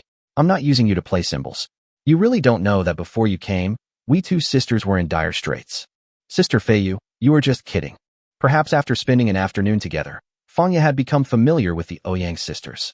Hearing this, she pushed Ouyang Feiyu away and said something annoyed. Sun Guangjun placed the open red wine in front of the 3 women and said, Feiyu, you're the only one who talks too much. Even delicious food can't stop you from talking. If you ask me, I should really starve you for a few meals to let you know what it means to be in dire straits. Fanya, don't listen to your sister Feiyu's nonsense. Can I really starve her? Come, don't just sit there. You're the youngest, and you came the latest. Pour some wine for your 2 Ouyang sisters. We're all family from now on. Fanya responded, picked up the red wine, and poured a third of it into each of the goblets in front of the Ouyang sisters. She smiled and said, Sister Feiyu, Sister Feishua, I'm new here, so I hope you 2 will take good care of me from now on. Seeing Fanya pouring herself a glass, Sun Guangjun picked up the white wine glass in front of him and said with a smile, Come, let's drink this glass together. On the one hand, we welcome Fanya's arrival, and on the other hand, we also wish us all the best in this end times. Come on, cheers. Cheers. The 3 women stood up together, clinked their glasses with Sun Guangjun's, raised their glasses, and took a sip, while Sun Guangjun drank it all in one gulp. Putting down the 8-cent cup in his hand, Sun Guangjun exclaimed with a grin, This mitai is indeed the national liquor. It tastes really strong. It's soft on the tongue and a nice slurry on the throat. It lives up to its reputation. After sighing for a while, Sun Guangjun picked up his chopsticks, pointed at the large trays on the table, and said, Come on, eat everything. I made it clear that I didn't make so many delicious dishes today just to show off to everyone. My request is simple. Our goal tonight is liquidation. Eat as much as you can, until you can't swallow anymore. Boss, aren't you making things difficult for me? Looking at the large trays piled high with chunks of pork, beef, mutton, and whole chickens and ducks, Ouyang Feiyu opened her mouth exaggeratedly and said, So many dishes, all meat dishes, and you want us to eat them all? Listen, is this what you say reasonable? How mad and crazy must one be to make such a request? Feiyu, please stop talking. Seeing that Ouyang Feiyu was getting more and more outrageous and the words she used were getting more and more harsh, Ouyang Feishua could not stand it anymore and said with a stern face, The boss worked hard to prepare such a large table of food for us. Where do you get so many sour words from? Yes, the boss did say to eat it all, but didn't he also say to eat until you can't eat anymore? Just eat yours honestly. As for how much is left, we have a real foodie here. Don't you think so, boss? Looking at Ouyang Feishua's seductive eyes, Sun Guangjun shuddered all over. This is what a master is. On the surface, he is scolding his sister, but in fact, every word he says is to put himself on a pedestal. At this time, Fangyo also said, Yes, Sister Feiyu, you must have misunderstood what brother shall we meant. He's just worried that we won't be able to relax and won't be able to eat enough, right, brother shall we? Yes, you are all right. Sun Guangjun didn't care about their reactions. He ate his meat with a sip of wine and a bite of meat, and said vaguely, Today's main feature is a large portion to satisfy your appetite. At the same time, I also want to test how much you 3 really eat. This way, when you cook next time, you can arrange it according to your personal appetite. After all, it is the end of the world and food is precious. Although we are not short of these things, we should not waste them. Okay, let's eat. Seeing Sun Guangjun eating with his mouth open, the appetites of the 3 women were also aroused. After eating a few chopsticks, they simply let go of their reserve and started eating and drinking as well. When they were enjoying the meal, the 3 girls raised their wine glasses and started drinking against each other. A bottle of red wine is only 750 milliliters. Thanks to the efforts of the 3 women, it was finished in just over 20 minutes after the meal started. When Sun Guangjun saw the condition of the 3 women, he knew that they were obviously drunk, so he quickly stood up and brought over 2 more bottles of red wine. If you like to drink, drink as much as you want. Now the 3 women drank one glass after another. Later, they even threw away their chopsticks.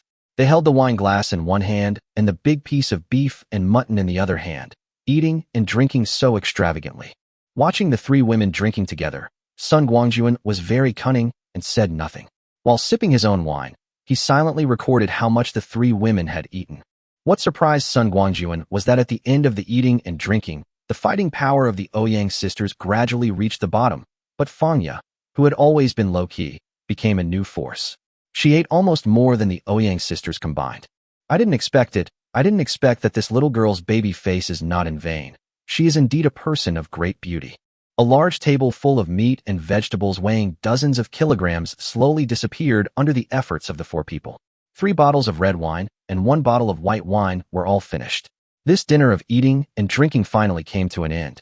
Perhaps because she had never drunk much red wine before and underestimated its strength, Fangya was the first to fall, and soon after, the Ouyang sisters also died, one after another. Looking at the 3 women slumped in the chairs, Sun Guangjun smiled bitterly. Well, it's up to me, the boss, to clean up the mess. Chapter 63 Moral Kidnapping. After cleaning up the remaining meat and vegetables on the table, Sun Guangjun stood up, picked up Fangya, who fell first, and sent her back to the room. He helped her clean the grease off her hands and face. Just as he was about to go out, Sun Guangjun turned around and found that Fangya was tearing her clothes in an impatient manner, and it seemed that she was not sleeping well. Sighing, Sun Guangjun turned back, took off all of Fangya's clothes, shoes and socks, and changed her into a comfortable set of pajamas. Anyway, the two of them had already been honest with each other before and had done some extreme things, so what's wrong with helping to change clothes? After changing clothes, Sun Guangjun covered Fangya with a thin quilt, poured a cup of warm water, and placed it on the bedside table, then left the room. Outside, there were 2 drunk cats, the Ouyang sisters, waiting to be dealt with. When it came to the Ouyang sisters, Sun Guangjun didn't dare to be as rude as he was to Fangya. He just sent them back to their respective rooms, asked them to take off their shoes and lie down, clean their hands and faces, and put a glass of water on the bedside table. That was all.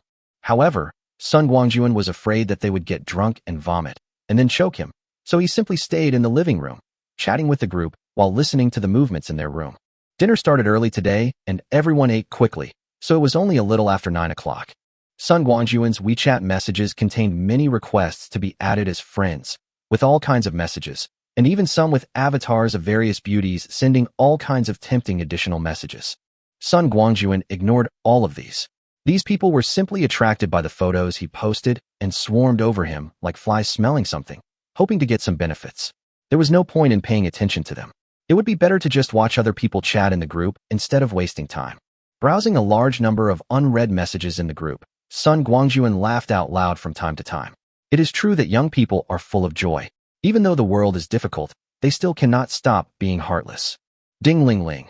Just when Sun Guangjun was overjoyed, the screen changed and the phone rang. Who is it? Calling so late. Seeing that it was an unfamiliar number on the screen, Sun Guangjun muttered something and pressed the answer button. Hello, is that Xiao Sun? As soon as the call was connected, a loud voice, typical of middle-aged and elderly women, came over. I say, you are really busy. What took you so long to answer the phone? Upon hearing this voice, Sun Guangjun couldn't help but feel disgusted. He frowned and asked, Excuse me, who are you? Me. Can't you even recognize my voice? The other party spoke at a speed like a machine gun. I am Director Lin from the community. Oh, yes, you don't have my phone number. Come to think of it, it's my fault. Yesterday, I just asked you to join the group and forgot to leave you my number.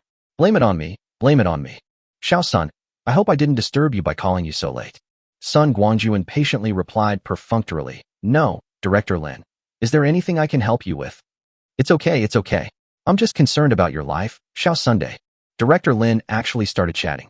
Xiao Sun, we all live in the same community. Logically speaking, distant relatives are not as good as close neighbors. We should help each other, right? You have just moved into our community and may not know it yet, but in fact, the residents in our community are all very kind. We get along with each other like a family on a daily basis. Besides, our country has a tradition that when one side is in trouble, all sides will come to its aid. Director Lin's babble was so confusing that Sun Guangjun was completely bewildered. He had no choice but to interrupt her. Director Lin, just tell me what you want to say. I'm quite busy here. Hearing Sun Guangjun's impatience, Director Lin cursed inwardly. I've spent so much time talking to you, and you just won't take the bait, right? Since you're so ungrateful, I won't be polite to you anymore. Thinking of this, Director Lin's tone changed, no longer as warm as before, but replaced with a condescending tone. Xiao Sun, it's like this. The recent high-temperature weather has not subsided, and residents have to run the air conditioner at home 24 hours a day. As you know, if the air conditioner is turned on for a long time, some problems are inevitable. Look, there are several households in the community whose air conditioners have been broken for several days. If they don't find a way to solve the problem, they may get into trouble. After research and decision by our neighborhood committee, we decided to evacuate these residents who were in trouble to other homes with larger living areas and smaller populations. Your villa number 1 is so large that only you live there, and the house is cool enough to meet the requirements of being an evacuation point.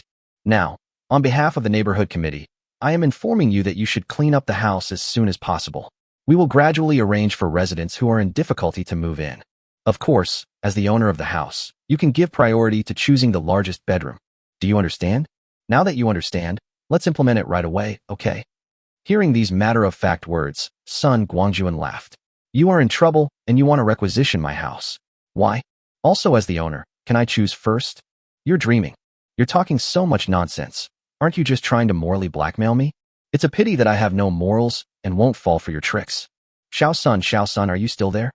Seeing that Sun Guangjun remained silent, Director Lin became increasingly dissatisfied. He raised his voice 8 degrees and said sternly, "Let me tell you, the neighborhood committee's decision is also in line with the city's requirements. Don't even think about confronting the city. Now is a difficult time, and we all need to unite and work together to overcome the difficulties. You can't drag your feet at this time. Don't forget, the problem of your villa being illegally built has not been resolved yet." Yeah. Sun Guangjun couldn't help it. This old woman was too shameless. She made the story of plundering sound so high-sounding. He gritted his teeth and said, "Director Lin, since you have said this, I will also say one thing to you. It is wishful thinking to arrange for someone to live in my villa number 1. As for whether it is an illegal building or not, if you have the ability, bring people to demolish my house. Also, I'll give you a piece of advice. Don't treat others as fools. I can see through your dirty thoughts from 8 miles away. Well, that's all I have to say. Feel free to use whatever tricks you have. I'll take over." Xiao Sun, what are you talking about? Director Lin was like an old dog whose tail had been stepped on, and he yelled into the phone. Am I doing this for myself? It's all for the stability and harmony of our community. Explain yourself to me clearly. What do you mean by I'm treating others as fools? What dirty thoughts do I have? I tell you, you are slandering me, slandering state officials, and even more so, slandering our neighborhood committee. You must give me an explanation today, otherwise, I will never let you go. I'll call the police to arrest you. Whatever. After saying these 2 cold words, Sun Guangjun hung up the phone. Sun Guangjun, you? Hearing the busy tone on the phone, Director Lin was completely furious. Chapter 64, Shameless Mother and Son. Sun Guangjun, I'm not done with you. I'm not done with you. After hanging up the phone, Director Lin slammed the table and yelled, "You bastard. I'm talking to you on behalf of the neighborhood committee and all the owners of the entire community. How dare you have such an attitude? You really don't know how to live or die. No, I have to think of a way to teach this arrogant guy a lesson. I can't let him get away with it. Why is it that while everyone else is short of food and drink and has to endure temperatures of 40 or 50 degrees, Sun Guangjun can live comfortably in a big house and eat all kinds of delicacies? During this difficult period, we should donate any supplies we have to help those residents who are in need." Director Lin was raging in frustration in her living room when the door to a nearby bedroom opened. A portly young man rubbed his eyes and walked out, mumbling, "Mom, which grandson messed with you again? Isn't it Sun Guangjun from villa number 1? Seeing his eldest son come out, Director Lin's expression finally softened, and he began to complain to his son. "Dagong, you said that Sun Guangjun, he really doesn't know what's good for him. The day before yesterday, I went to his house to register. Seeing that his family was well off and had enough food and drink, I tried to point it out to him several times, but he just pretended to be confused. So today, I found an excuse to teach him a lesson, but I didn't expect to be scolded by him. I'm so angry. Please help me think of a way to deal with this bastard. Mom, I think you are getting old and confused." Looking at the crying Director Lin Dagong curled his lips in disdain and said, "Don't you see what time it is now? Your tricks are no longer effective. Just think about it. How many people are dying of heat outside? How many are dying of starvation and thirst? I also saw it yesterday. Sun Guangjun showed off his wealth in the group and posted a picture of a seafood feast. His behavior is clearly seeking death. Don't you want to teach him a lesson? Leave this matter to me. I'll find some friends and spread the news among the homeowners group. saying that Sun Guangjun's family has hoarded a large amount of supplies. Upon hearing this, Director Lin asked doubtfully, "Will it be effective just by spreading the news? Why didn't it work?" Lin Dagong curled his lips and said, "At a time like this, who doesn't lack supplies? We first spread the news that Sun Guangjun has a large amount of supplies. As long as we light a small fire, those who are about to die will naturally go back to Sun Guangjun to ask for supplies. By then, whether Sun Guangjun gives it or not, he will be in a difficult situation. Think about it. If he gave it to Zhang San, would Li Si give it to him? If he gave it to the Qin family, would the Zhou family give it to him? No matter how much supplies we have, can we afford them in this way? Once he wakes up or the supplies are used up, that will be his death." Having said that, if Sun Guangjun was stingy, that would be even better, as his villa number 1 would immediately become the target of public criticism. When the time comes, we just need to raise our arms and lead everyone to settle accounts with him. Won't those hungry people follow immediately? "Oh, son, you are so smart." Director Lin slapped his thigh, almost jumping 3 feet high with excitement, and said repeatedly, "This is a good idea, let's do it. This time I want to see how Sun Guangjun dies." At this time, Lin Dagong rubbed his fingers towards Director Lin, made an internationally accepted gesture, and said, "Mom, this isn't difficult to do, but if we want to achieve the best results, we still have to bleed a little first. After all, if we don't offer any benefits to people when we're looking for them to do the work, they won't be willing to do it, right? A little blood?" Director Lin glared and said, "What are you using to bleed? Dagong, you know our family situation. The little we have left is only enough to last for a few days. If we give it to others, what will we do ourselves?" "Mom, please don't hide it from me," Lin Dagong said with a smile. "I knew it a long time ago. The supplies from the city arrived 2 days ago, right?" Director Lin's face changed drastically, and he asked in astonishment, "How did you know?" It's no wonder that Director Lin changed his expression. This matter is really of great importance. In fact, Qing City raised a batch of supplies a few days ago and distributed them to various streets and neighborhood committees, asking them to take the lead in distributing them to residents who are having difficulties in life. But here in Qilin Villa, Director Lin and several other neighborhood committee leaders did not distribute the supplies according to the city's arrangements. Instead, they secretly seized the supplies and prepared to divide them among a few people. At most, they distributed a small portion to their close relatives or those who knew about the situation. This matter was done very secretly.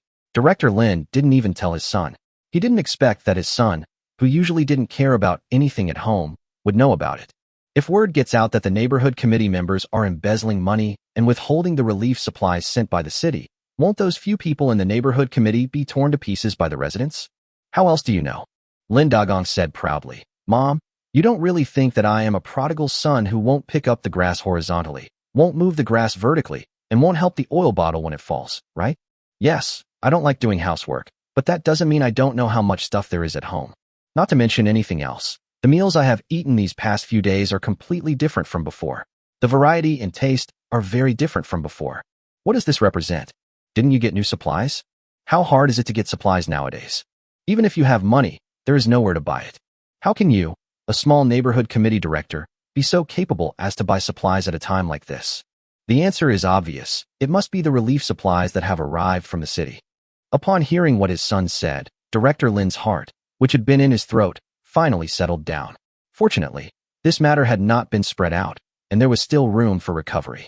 Director Lin was relieved, but Lin Dagong was anxious. "Mom, you should give me some advice and take some things with you so that we can find someone to do the work for us." "Mom, you can't catch a wolf without sacrificing your child. Think about Sun Guangjun's huge villa and the supplies inside.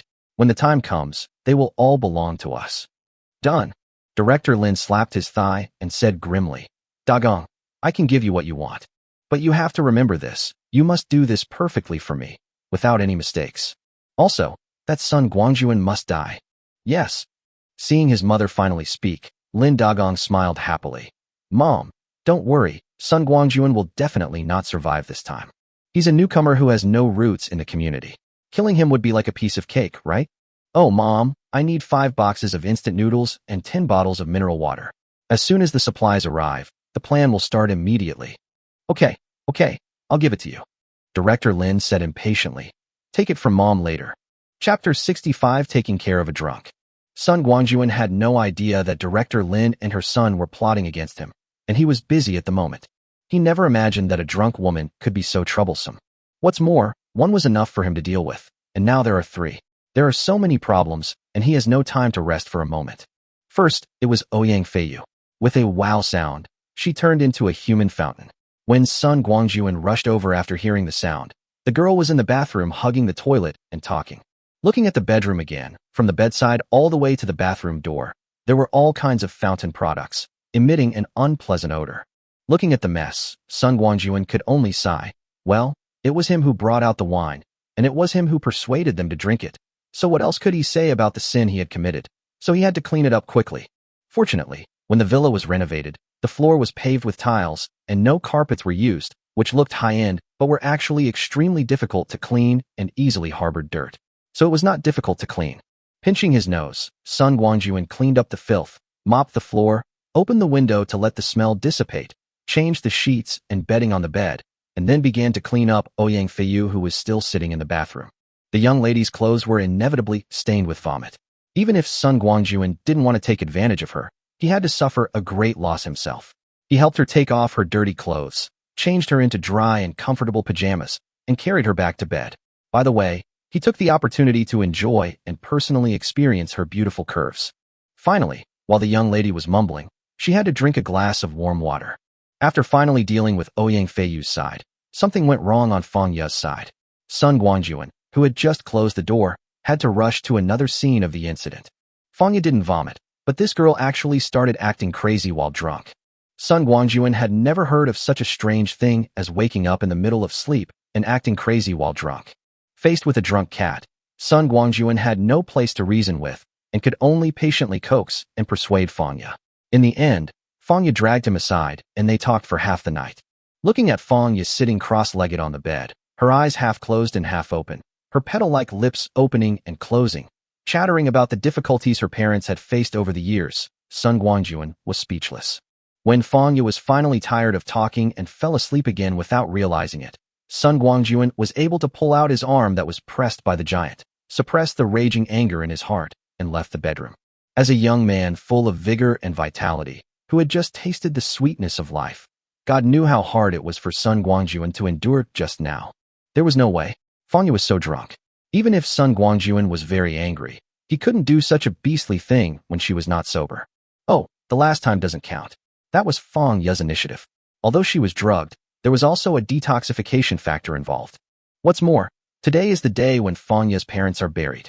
Sun Guangjun fled from Fang Ye's bedroom, took out a bottle of ice-cold beer from the refrigerator, and drank it in one gulp, which helped him suppress his anger a little. Sun Guangjun stayed in the living room the whole time. He even went in to cover Ouyang Feiyu with a blanket and fed Fang Ye half a cup of warm water. However, what surprised Sun Guangjun was that while the two rooms were in chaos, Ouyang Feiyu's room was completely quiet, without any movement at all. It was already early morning, and Ouyang Feiyu and Fang Ye had completely quieted down. Sun Guangjun finally felt relieved. Just as he was about to go back upstairs to rest, Sun Guangjun suddenly remembered that there was still no movement from Ouyang Feiyu. No, he had to go over and check what was going on. But isn't it a bit presumptuous to just run into a girl's boudoir like this? Even though I carried her in with my own hands. While still hesitating in his heart, Sun Guangjun had already consciously turned towards Ouyang Feiyu's bedroom.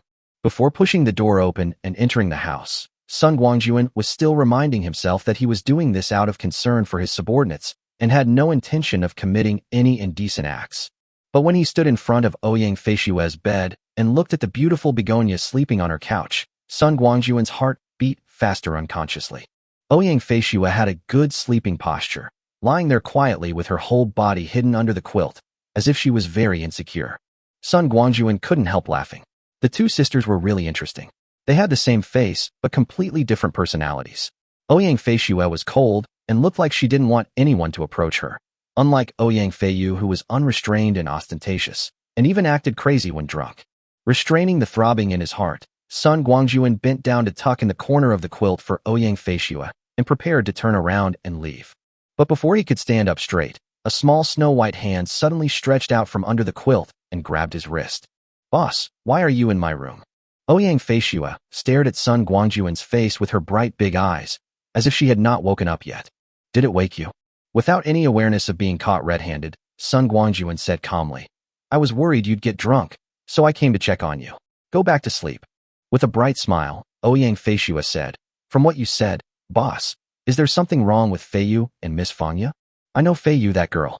She's always noisy, and even more unruly when she drinks. She's really tiring you, boss. It's okay to be a little tired. As if he had found a kindred spirit, Sun Guangjun began to pour out his grievances. The key is that she is so noisy and vomits alcohol everywhere. After vomiting, she holds onto the toilet and won't let go. It's really a headache. And Fangya, who looked so quiet, actually got drunk and acted crazy, pulling me aside and nagging me. Puff. Seeing that what Sun Guangjun said was interesting, Ouyang Feishua laughed out loud and said softly, Boss, are you afraid that I will make a scene like Feiyu? Don't worry, although my alcohol tolerance is not very good, I still have no problem with my drinking habits. At least I won't make a fuss. Just don't make a fuss. Sun Guangjun nodded and said, Since you have nothing to do, I will go back first. It's getting late and I need to rest. Just as he was about to leave, Sun Guangjun felt a force suddenly coming and pulling him towards the bed. Well, after all this time, Ouyang Feishua was still holding his wrist. In a moment of carelessness, Sun Guangjun almost fell on Ouyang Feishua. Fortunately, he used his free hand to support himself on the bed, thus avoiding making a fool of himself on the spot. However, his waist still bent down unconsciously, and his head was right near the head of the bed. Suddenly, a sweet fragrance wafted into his nose.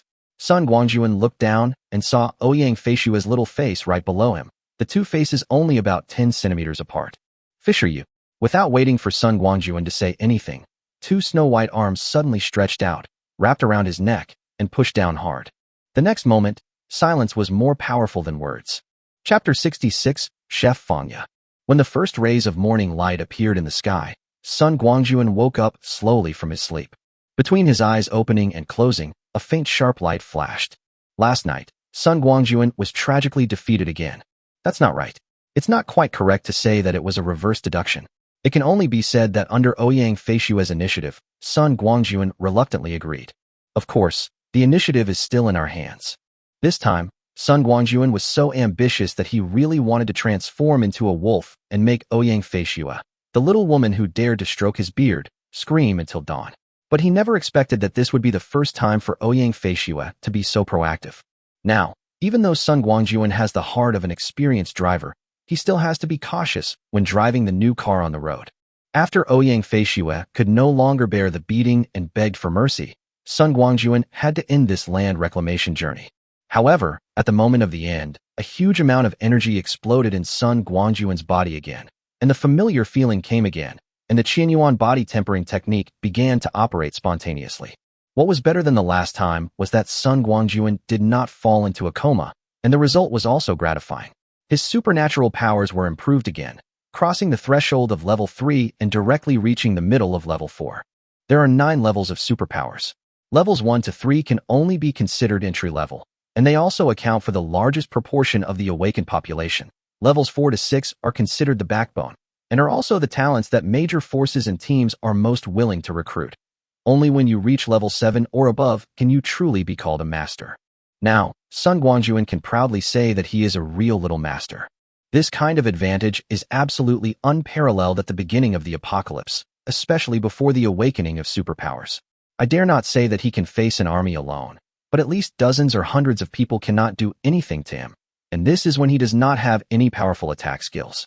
By the time Sun Guangjun adapted to the changes in his body, Ouyang Feishua had already fallen asleep, nestled in his arms. Putting his arms around Ouyang Feishua's waist, Sun Guangjun closed his eyes and fell asleep contentedly. It's the first time I sleep in my life, so comfortable. Just as Sun Guangjun was still savoring the memory, a soft touch came from his side, bringing his thoughts back to reality. Looking down, Ouyang Feishua opened her bright eyes, and her gaze met Sun Guangjun's. With a gentle smile, Ouyang Feishua said softly, "Good morning, boss." "Good morning to you too." Sun Guangjun scratched her nose and said with a smile, "It's still early. Do you want to sleep a little longer?" "No more sleep." Ouyang Feishua didn't know the difference between sleeping and resting, but she still shook her head gently, leaned against Sun Guangjun's body, and said, "Boss, I just want to be held like this by you for a while longer. This feeling is so good, very safe and comfortable. If you want to hug me, there will be plenty of opportunities in the future." Sun Guangjun smiled and said, "Let's hurry up and get up now. Otherwise, Feiyu and Fangyu will block us in the house later." Oops! Ouyang Feishua screamed and sat up suddenly. If her sister really knew that she had pulled her boss onto the bed, she would probably laugh at her. When the quilt was lifted, Sun Guangjun was feasting his eyes. The mountains, peaks, rivers, and valleys were all before his eyes. Then, Sun Guangjun watched helplessly as pieces of clothing covered up the beautiful scenery one by one. After a while, neatly dressed Ouyang Feishua was standing in front of Sun Guangjun. During the whole process, she did not feel embarrassed at all and showed her beauty to Sun Guangjun so generously. Yes, he has taken advantage of everything. So why would you still care about this? After getting dressed, Ouyang Feishua saw Sun Guangjun still lying in bed, leaning against the headboard, staring at her with burning eyes. She couldn't help blushing and stamped her feet, saying, "Boss, what are you doing? Didn't you see enough last night? Hurry up, get dressed and get up." The Creator gave humans a pair of eyes to appreciate beauty. Sun Guangjun laughed, picked up his clothes, and put them on one by one.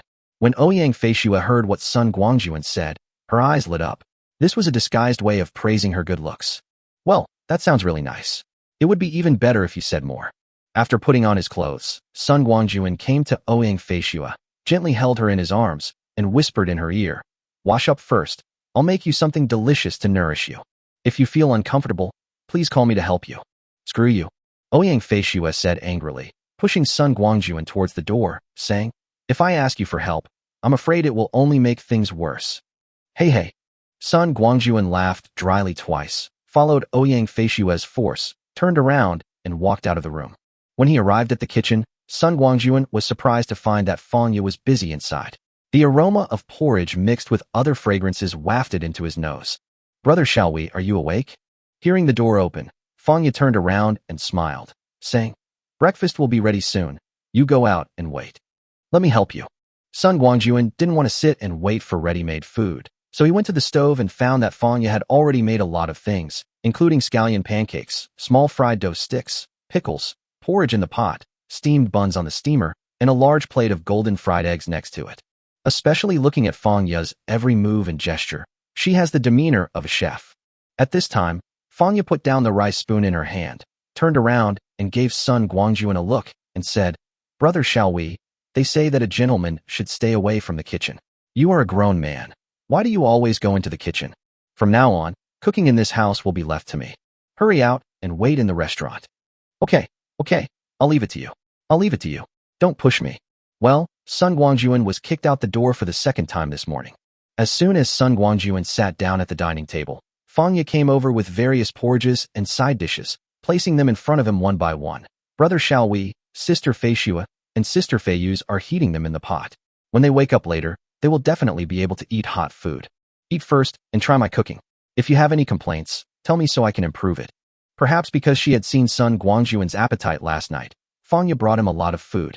Moreover, Fangya's cooking skills are really good, and the food she makes is all delicious. Sun Guangjun tasted them one by one and gave Fangya a thumbs up under her expectant gaze. "Fangya, it's really good. I didn't expect you to have such good cooking skills. It seems that there is no problem in handing the kitchen over to you." "Thank you, Brother Xiaowei, for the compliment." A smile broke out on Fangya's little face. "Hey, Fangya, wait a minute." Seeing Fangya turning around to go back to the kitchen, Sun Guangjun quickly stopped her. "Later, make a dish of stewed duck with wolfberry and stewed black chicken with red dates. You and your sister Feishua should eat more to replenish your body." Hearing this, Fangya's face turned red, and then even redder. Both of these dishes are good for replenishing qi and blood, so their flavor is self-evident. Chapter 67 Wu Feng's Concern. Sun Guangjun ate a lot and ate very slowly for this breakfast. The Ouyang sisters came over one after another and were all full, but he was still eating slowly. This also had an advantage. He also mixed in 2 bowls of the old duck soup and black chicken soup specially stewed for Fangya and Ouyang Feishua, and finally cleaned up all the duck and chicken that no one ate. Moreover, Sun Guangjun made a new discovery. Compared with last night, Ouyang Feishua's appetite had increased a lot, almost as much as Fangya. "Can I eat it? Is this a good thing?" But it was not like this yesterday. After a little thought, Sun Guangjun roughly understood the difference. Compared to last night, Ouyang Feishua had only one change. That is, she had changed from a girl to a woman. Perhaps, this is the direct reason why her appetite has increased, and the reason why Fangya can eat so much is probably related to this. "Oh my god, am I that awesome now?" I can even help others open the door to superpowers in advance. Just when Sun Guangjun was secretly rejoicing, Fangya and Ouyang Feishue were worried. Fangya was drunk last night and didn't notice that her appetite had increased. Now, like Ouyang Feishue, she was surprised at when she became so good at eating. Is this going to turn me into a glutton? Noticing something strange happening to the two girls, Sun Guangjun immediately expressed his concern. When he learned that the two girls were worried about their increased appetite, Sun Guangjun laughed and told them, "Don't panic. This is a good thing and will be of great benefit to your future." As for the benefits, Sun Guangjun kept it a secret and let them experience it for themselves when the time comes. He also told Fangya that when cooking these days, she should cook as much as possible, not be afraid of wasting ingredients, and not worry about not being able to finish them.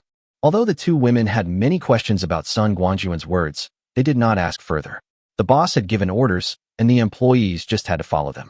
Anyway, the boss did a lot of mysterious things, so this one was not a big deal.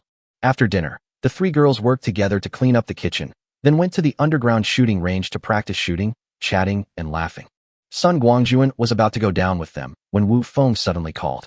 In the first few days of the apocalypse, Wu Feng followed Sun Guangjun's advice and hid in Villa number 3, rarely going out.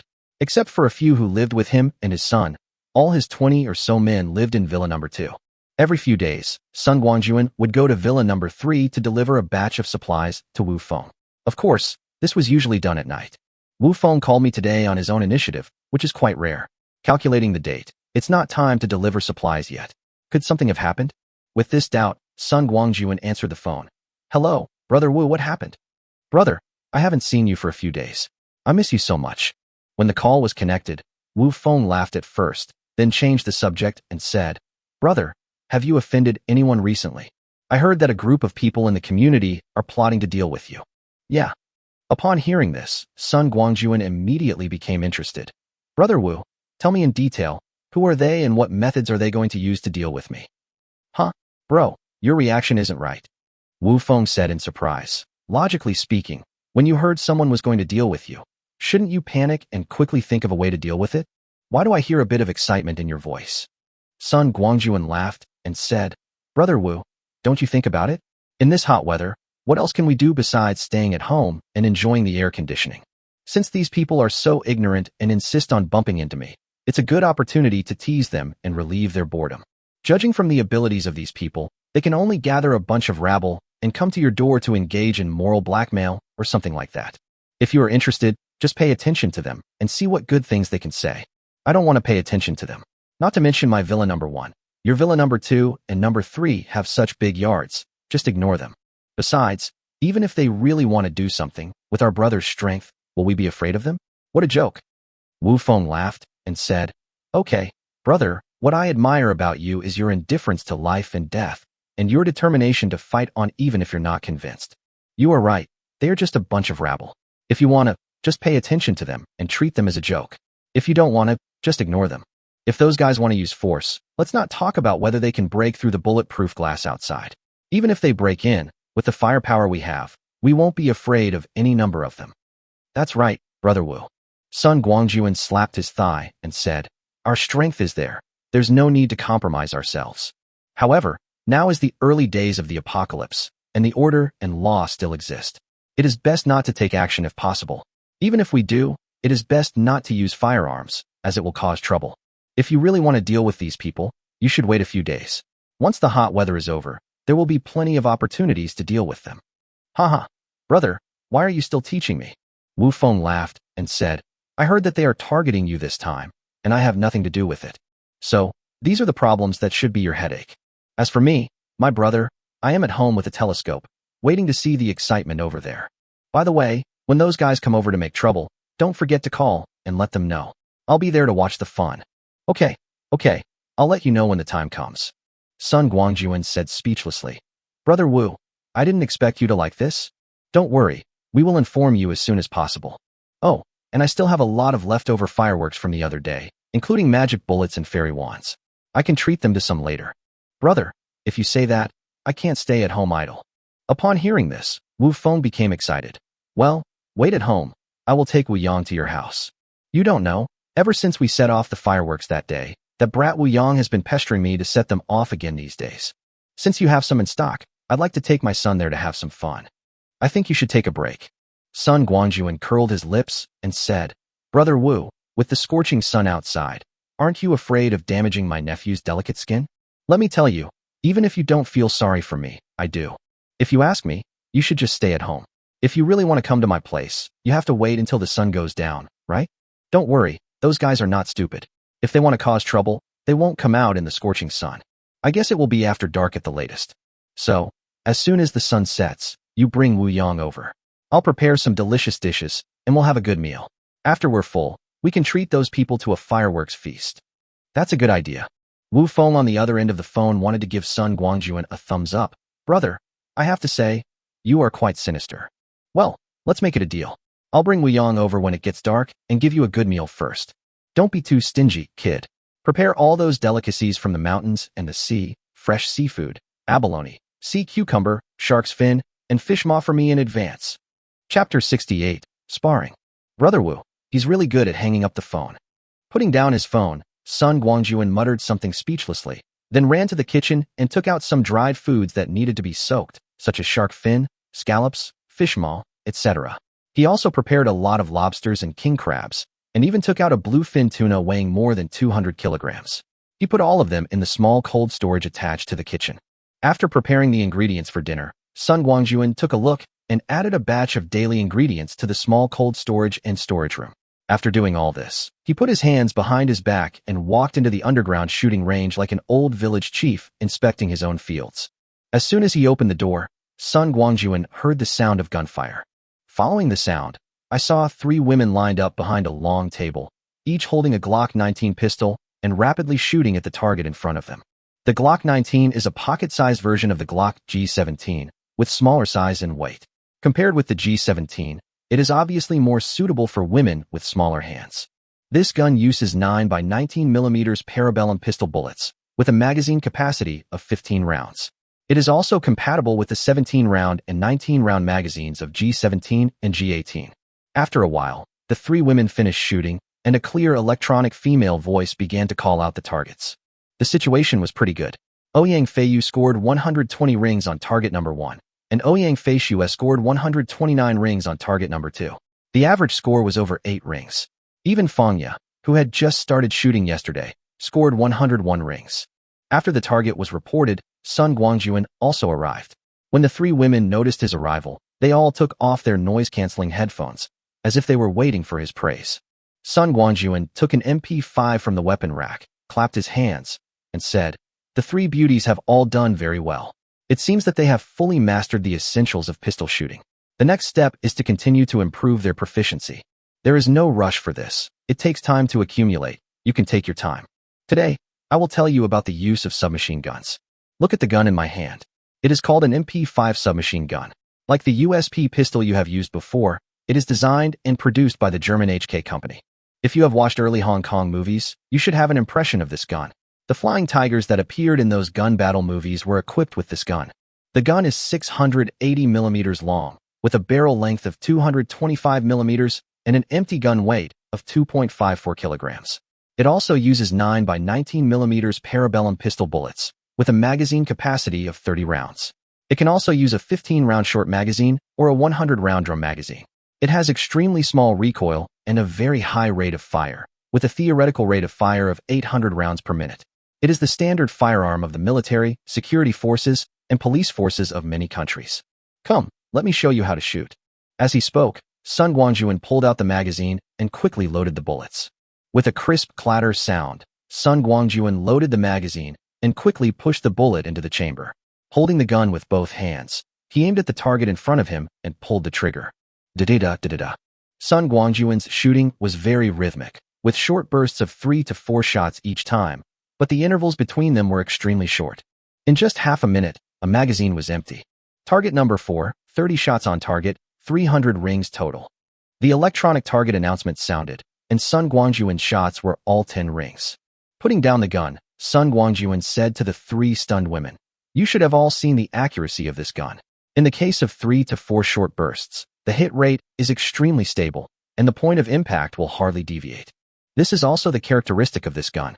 In fact, if you fire a long burst, The muzzle will deviate to the upper right at about 2 o'clock after the third or fourth shot, and it will not be easy to pull it back. If the firing is long bursts of more than 7 to 10 rounds, you will feel that the muzzle is obviously out of control at the end, and the subsequent bullets will miss the target to the upper right. You will need to stop and realign the target before firing again. You need to pay more attention to this feature when practicing. Of course, this is a submachine gun after all, and the purpose is fire suppression. Even if the shooting is not so accurate, it is actually not a big deal. As for fire coverage, there's no problem as long as the muzzle isn't too off-center. You don't need to waste too much energy on this. So, the three of you will first familiarize yourself with this gun today and learn how to shoot it. I will teach you how to disassemble it later when I have time. Turning around, he took 2 more guns from the gun rack. Sun Guangjun gave one to each of the 3 women, and then taught them step by step how to change the magazine, load the gun, aim, and fire. In order to help the 3 women better master the essence of short-burst shooting, Sun Guangjun gave them all MP5J, which was specially made for the Japanese military and police. Its biggest feature is the 3-point trigger. When all 3 girls got the hang of it and were unleashing a storm of metal at the target, Sun Guangjun brought over a whole box of bullets and loaded them while supervising their practice. The 3 women were quite unfamiliar with the technique at first. They held their guns and aimed for a long time before they solemnly pulled the trigger and then aimed carefully. After getting familiar with it, the 3 girls became interested and kept pulling the triggers with their little hands as if they were holding a fun toy. Later, they switched to the continuous fire mode and experienced the essence of long and short bursts of fire for themselves. For a moment, the sounds of da-da-da and da-da-da shooting kept echoing in the shooting range. Sun Guangjun was loading bullets alone, and he could hardly keep up with the consumption rate of the 3 women. I have to say that the recoil of this MP5 is really small. When the butt of the gun is against the shoulder, you can hardly feel it. It is even smaller than the USP of the same brand. Of course, although the recoil is small, it does not mean that it does not exist. Especially when firing 3 short bursts, the continuous impact force is still considerable. The 3 women each shot 5 or 6 shuttles. After the excitement wore off, they finally felt tired and finally freed Sun Guangjun's hands. Taking advantage of the 3 women's break, Sun Guangjun explained to them how to use a shotgun. The requirements were simpler. They just needed to know how to load and fire the shotgun. That was all. As it was almost noon, the 3 women changed out of their military uniforms, washed up, and finally ran to the kitchen. The 3 girls seemed to have discussed it beforehand. Fangya was the chef, and the Ouyang sisters helped out. While chatting and laughing, the 3 sisters prepared a sumptuous lunch. They had to continue training in the afternoon, so the 3 girls didn't drink any alcohol. Even when Sun Guangjun suggested drinking some ice-cold beer to cool down, they all refused in unison. This time, for people were having dinner together. Ouyang Feiyu was surprised to find that not only the boss Sun Guangjun was a big eater, but even Fangya and her sister had become big eaters. Their appetites were more than enough for 2 or 3 of her. Something is wrong.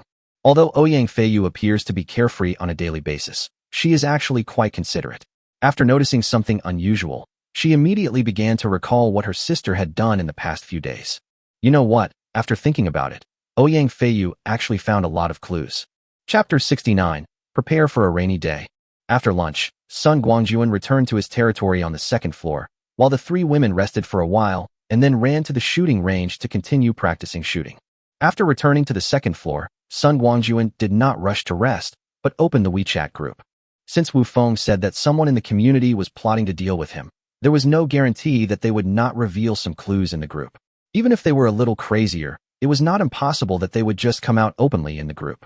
In the WeChat group, as usual, there are a lot of messages tagging Sun Guangjun, and there are even more messages asking to add friends. Reading from the top to the bottom, they all want to get some supplies from Sun Guangjun, especially drinking water. There was a woman who claimed to be a mother and told Sun Guangjun earnestly that her baby was only 7 months old and the family would soon run out of water. She begged Sun Guangjun to give her 2 bottles of water, and she was willing to give anything in exchange. To be honest, these words seem quite touching, but at the root, the water shortage in her home was not caused by Sun Guangjun, nor was it his responsibility. Instead of pestering Sun Guangjun here, she should go to Director Lin. This is what Sun Guangjun thought and did. He replied directly in the group, "If you have any difficulties, go to the neighborhood committee. Director Lin is a warm-hearted person and will definitely do his best to solve the difficulties for everyone. It's moral kidnapping. Who doesn't know that? Moreover, Sun Guangjun also told others that Director Lin had assured him that disaster relief supplies organized by the city would arrive in the next few days. Instead of waiting at home, everyone should go to Director Lin to ask when the supplies would arrive, or if the supplies had already arrived but were withheld by the neighborhood committee. Now, Sun Guangjun took advantage of the situation and directly shifted the blame to Director Lin. Old hag, you want to plot against your grandpa, son? I'll make arrangements for you first. Sun Guangjun easily resolved the undercurrent in the group and ignored all requests to add friends. As for Zhou Yilin, after the phone call yesterday afternoon, there has been no movement from her except for a few messages such as have a good rest and eat on time. This bitch must be holding back some big move. Sun Guangjun did not relax because of his understanding of Zhou Yilin, but his current strategy was to counter each move with a countermove and to use stillness to control movement. After all, his absolute strength was there, and he believed that Zhou Yilin, a little green tea girl, would not be able to make much waves. After finishing all this, Sun Guangjun began to practice the Qianyuan body tempering technique. After 12 big cycles, Sun Guangjun felt that the situation was better than before, and the feeling of being on the verge of exploding at any time was not as strong as before. It seems that as the level of superpowers increases, tolerance is also increasing unknowingly. After finally suppressing his anger, Sun Guangjun went to bed. No, he wanted to rest because he might have a big show to perform in the evening, so he had to replenish his energy.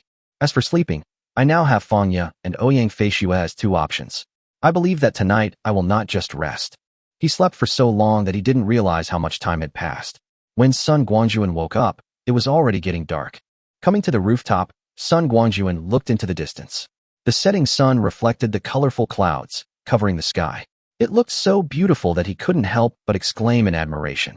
It's a hot day, but the scenery is still nice. It's a pity that I can't enjoy such beautiful scenery for a few more days. Similarly, Sun Guangjun's good days of leisure will not last for a few more days. It is really inconvenient to go out in hot weather. When heavy rain comes and the temperature returns to normal, that will be the time for Sun Guangjun to show his skills. Today is August 10th. In 5 days, the high temperature will subside. Sun Guangjun should start making an action plan now. Going out in heavy rain is actually quite dangerous, but Sun Guangjun has reasons to go out. On the one hand, there were supplies scattered throughout the city waiting for him to collect. Otherwise, those things would eventually be submerged in the raging flood. On the other hand, the mountain and river ring was still waiting to be upgraded. Before, Sun Guangjun only collected gold from abroad, but he had not touched the gold in China.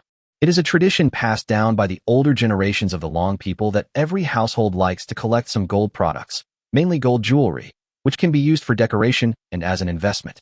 This has also led to the existence of countless gold shops of all sizes in Long country. Even if each gold shop only has 2 or 3 kilograms of gold in stock, there are so many shops. If all the gold were collected, the total amount would definitely not be a small number. More importantly, the upgrade of the mountain and river ring is not limited to gold, but also various jades and jades. Coincidentally, while the dragon people love gold, they love flawless jade even more. To put it bluntly, after the hot weather passed, Sun Guangjun's main task was to go out and collect gold and jade, and at the same time collect various usable supplies encountered on the road. Just as Sun Guangjun was planning his future course of action in his mind and making preparations for a rainy day, his cell phone rang. Well, no need to look, it must be Wu Feng coming over. Sun Guangjun can see the figures of both father and son from where he is. Without even answering the call, Sun Guangjun went downstairs directly, opened the door, and walked out of the villa to greet them. Ha ha, brother, you are quite smart. Wu Feng drove his Grand Cherokee until he stopped at the steps. Before he even got out of the car, a voice came out. You don't even need to answer the phone. You know it's us, father and son, and the door is open. If nothing else, just this service attitude is definitely worthy of a thumbs up from me, brother. Come on, son, let's get off the bus.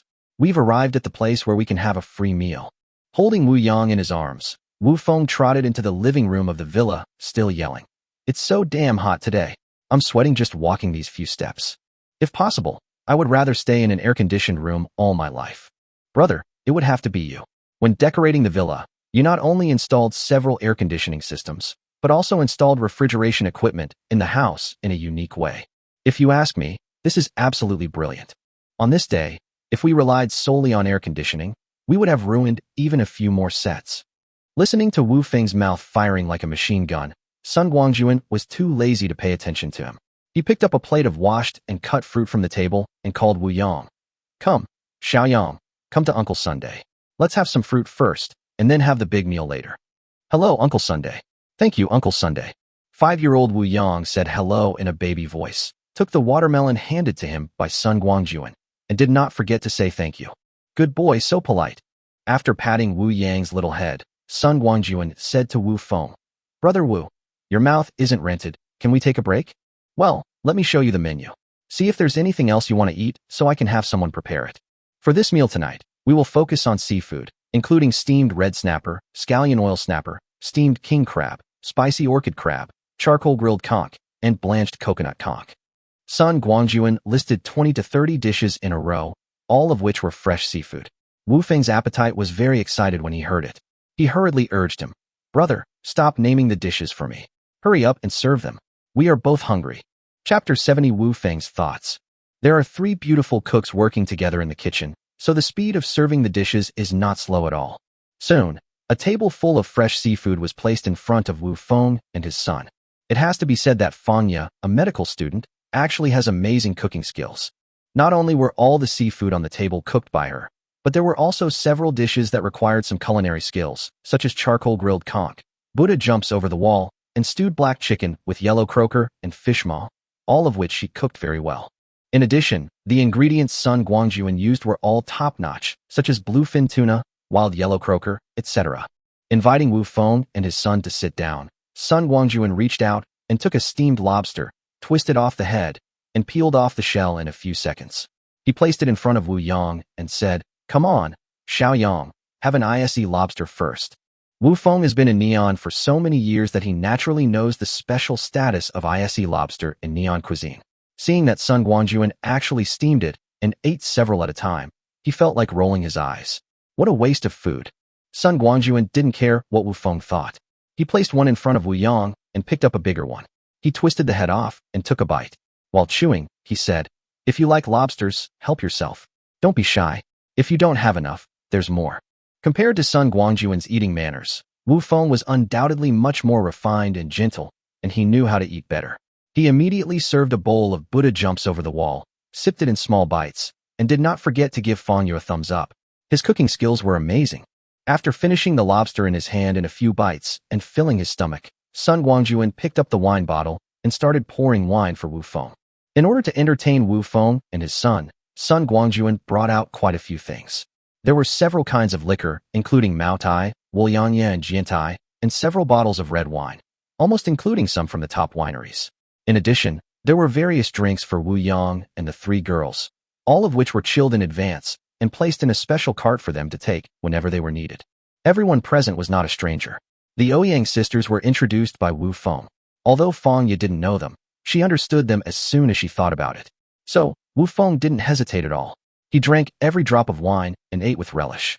To be honest, such a feast, filled with fresh seafood, would not be easy to find even before the apocalypse, let alone in this apocalypse where supplies are scarce. The meal lasted for more than 2 hours before everyone put down their chopsticks contentedly. There was something important happening in the evening, so Sun Guangjun and Wu Feng didn't drink much, just about 1 bottle of wine each. This amount was nothing for them. The 3 girls heard that there would be something exciting to watch in the evening, and considering what happened last night, they simply didn't drink. As for Wu Yang, he is just a little brat, and you can't let him drink even if he wants to. After handing the cups, plates and bowls on the table to the 3 girls to clean up, Sun Guangjun sat down with Wu Feng in the living room. Brother, what happened tonight should only be the beginning. Wu Feng lit a cigarette, blew out 2 smoke rings with satisfaction, and said, I'm worried that under the instigation of those with ulterior motives, you won't have peace here from now on. Although those people can't possibly break through the villa's defenses, it's annoying to see a group of them coming here every now and then to cause trouble. What does Brother Wu mean?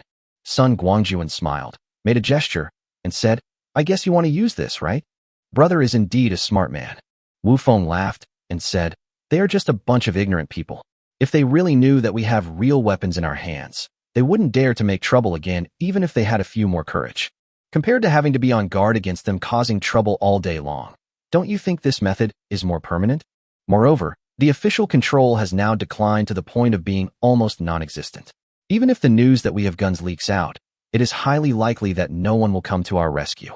Sun Guangjun understood that Wu Feng wanted to establish his authority, but that was somewhat contrary to his idea. They were just a bunch of greedy people. He could just let them fend for themselves. Why bother taking them seriously? As for the possibility that they might come to make trouble every now and then, just consider it as adding some fun to this boring doomsday. Besides, they can't make trouble for a few days.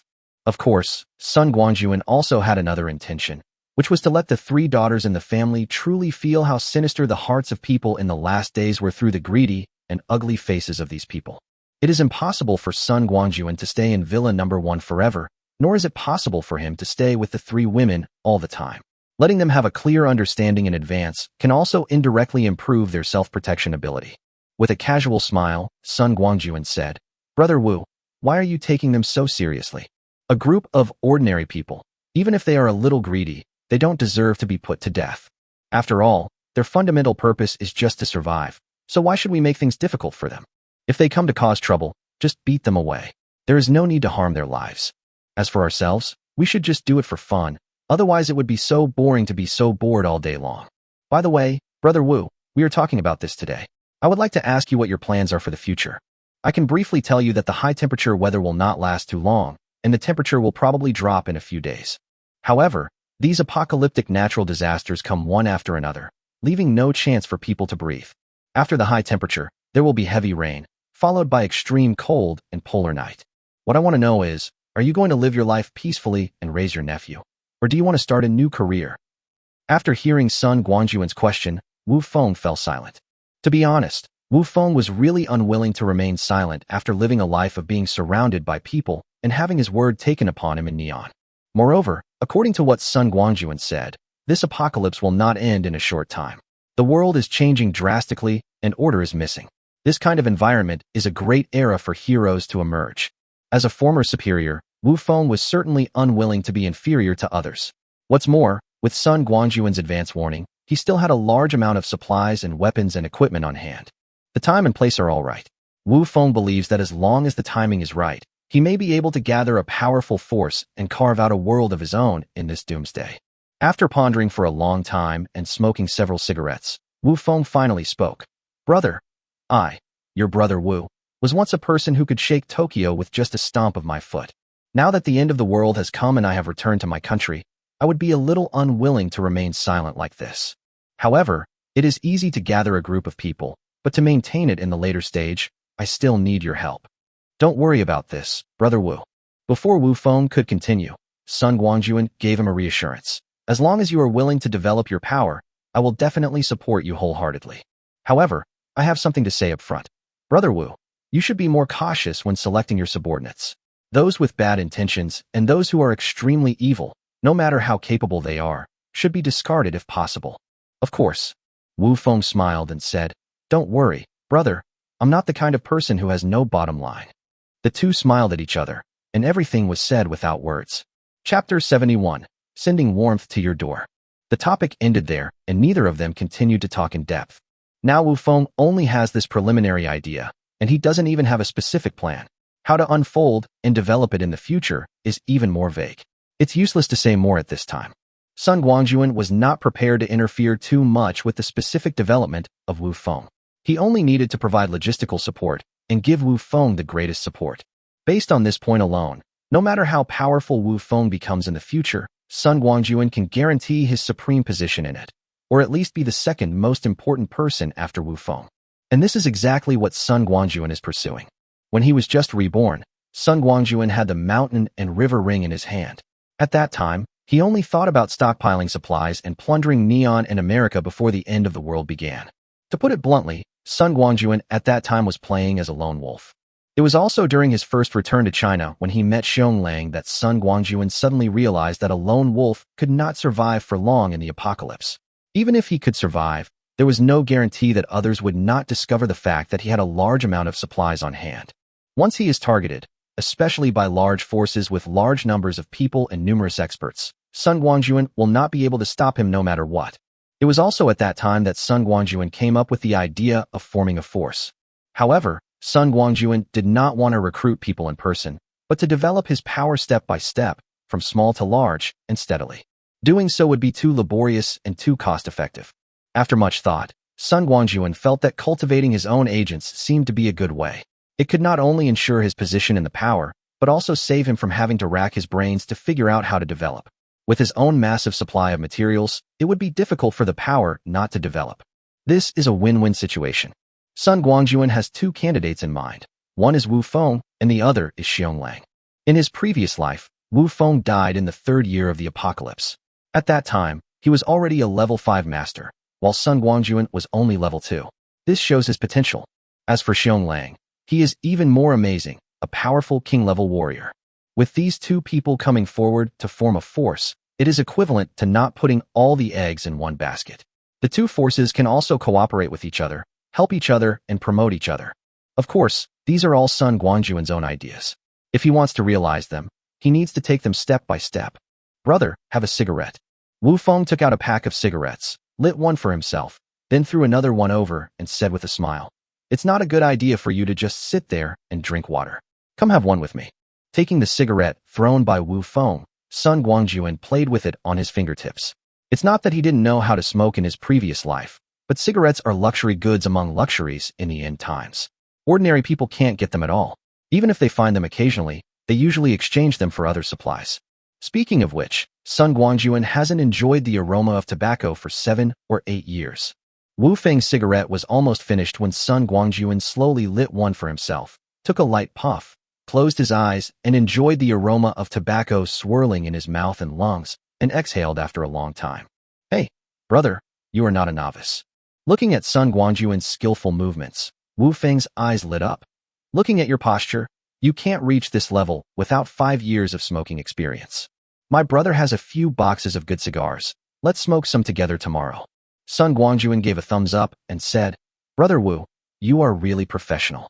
You can come up with little words like gray eggplant right out of the box." The two were chatting when the doorbell suddenly rang.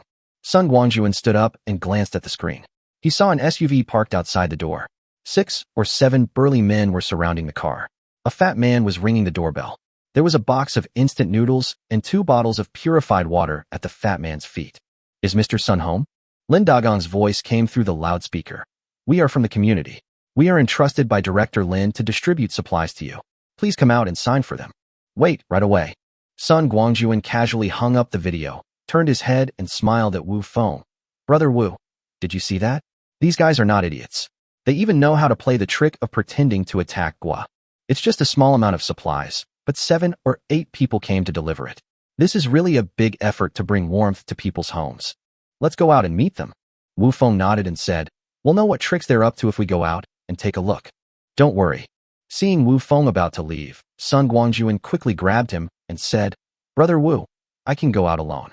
You take my eldest nephew and the 3 people from my family and lie in ambush behind the door. When I give the order, you take those fireworks and blast them with all your might." Haha, on such a hot day, a close-up fireworks show would be enough to make them drink a pot of wine. Greeting the 3 girls, along with Wu Feng and his son, the group arrived at the gate in a mighty procession. After signaling a few people to get ready, Sun Guangjun opened the door a crack, just enough for him to pass sideways and walk out.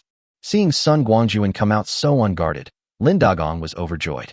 He made a few subtle gestures with his hands behind his back and said enthusiastically, "Mr. Sun, here are the supplies. A box of instant noodles and 2 bottles of purified water. Just count them and sign them later." As he was talking, several burly men who had been surrounding the car came over quietly. Sun Guangjun smiled inwardly, but pretended to know nothing and bent down to check the pitiful supplies. "Get started." Seeing Sun Guangjun bending over, Lin Dagong felt that the opportunity had come effortlessly. He yelled and rushed over to hug Sun Guangjun's waist tightly. On the other side, several big men who surrounded him took out the sticks, wrenches, and other weapons hidden behind them and rushed towards Sun Guangjun with ferocious looks. "What are you doing?" Sun Guangjun pretended to be shocked and struggled hard. In fact, he broke free from Lin Dagong's restraints effortlessly. Then he pushed Lin Dagong into the crowd rushing over and took 2 steps back. It was dark at night, and Sun Guangjun deliberately did not turn on the lights at the gate. The burly men who rushed over had no idea who they were surrounding. The sticks and wrenches in their hands rained down, hitting Lin Dagong so hard that he screamed in pain. At this time, Sun Guangjun had quietly returned to the door and did not forget to take away the instant noodles and purified water before leaving. No matter how small a mosquito leg is, it is still meat, not to mention instant noodles and purified water, which are extremely popular items in the apocalypse.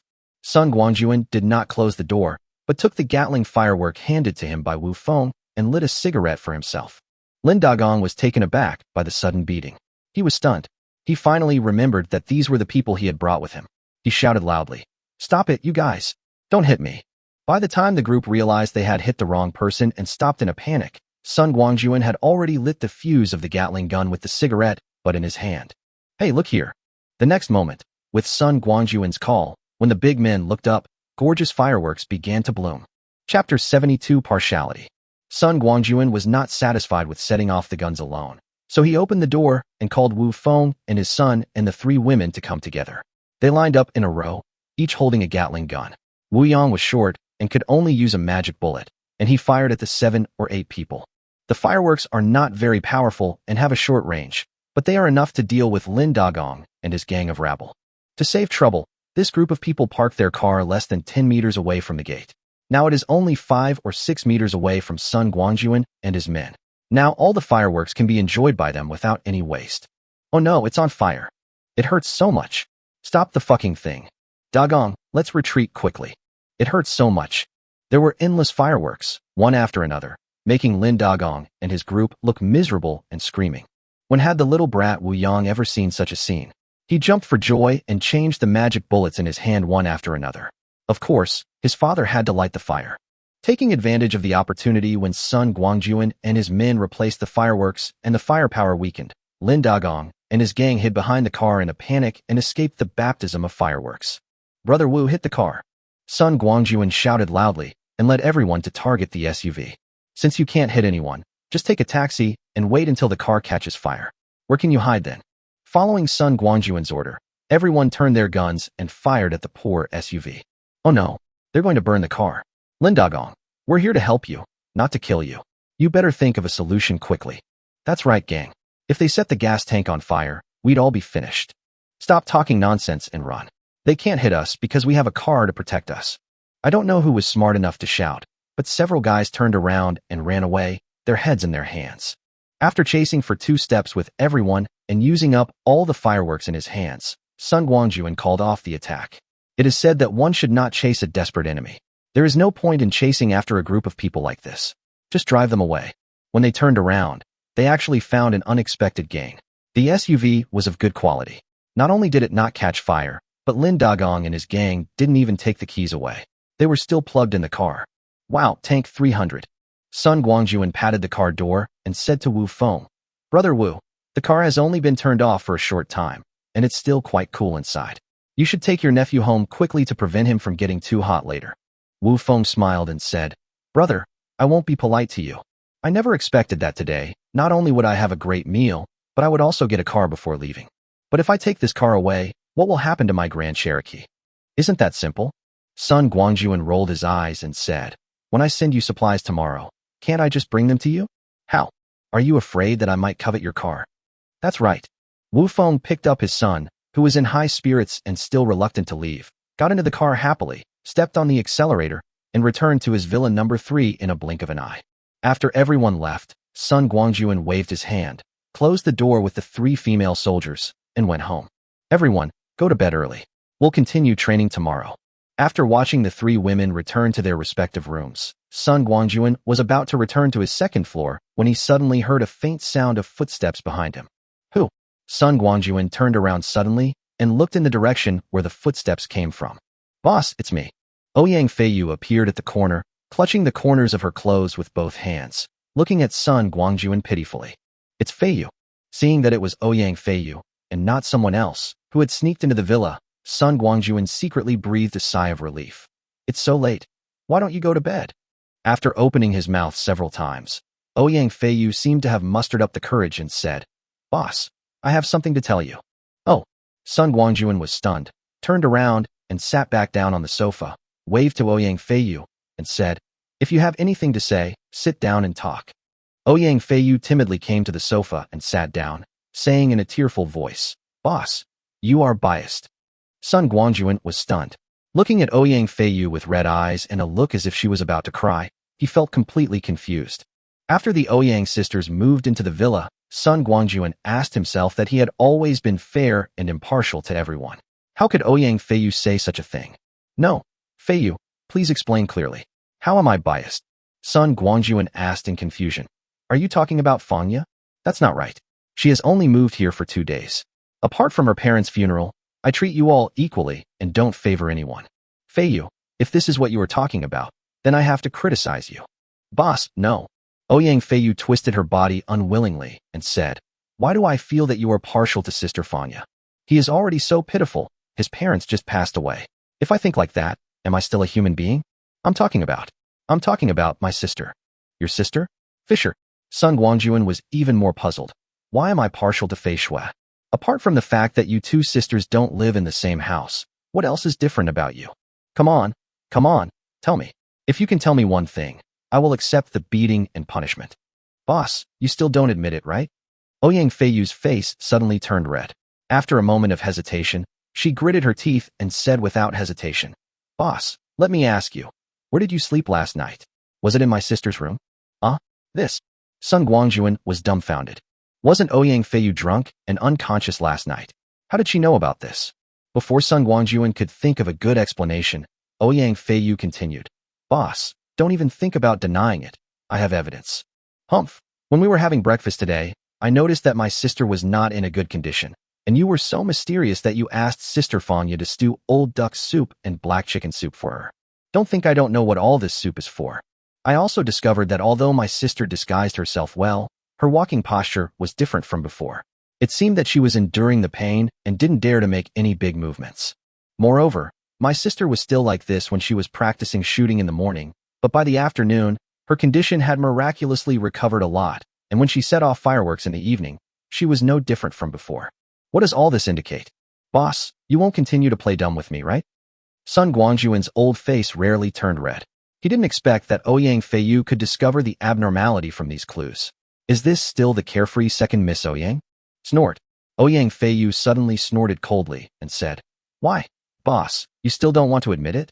Do you want me to call my sister out so we can have a three-way confrontation? I'm telling you, don't try to fool me with lies.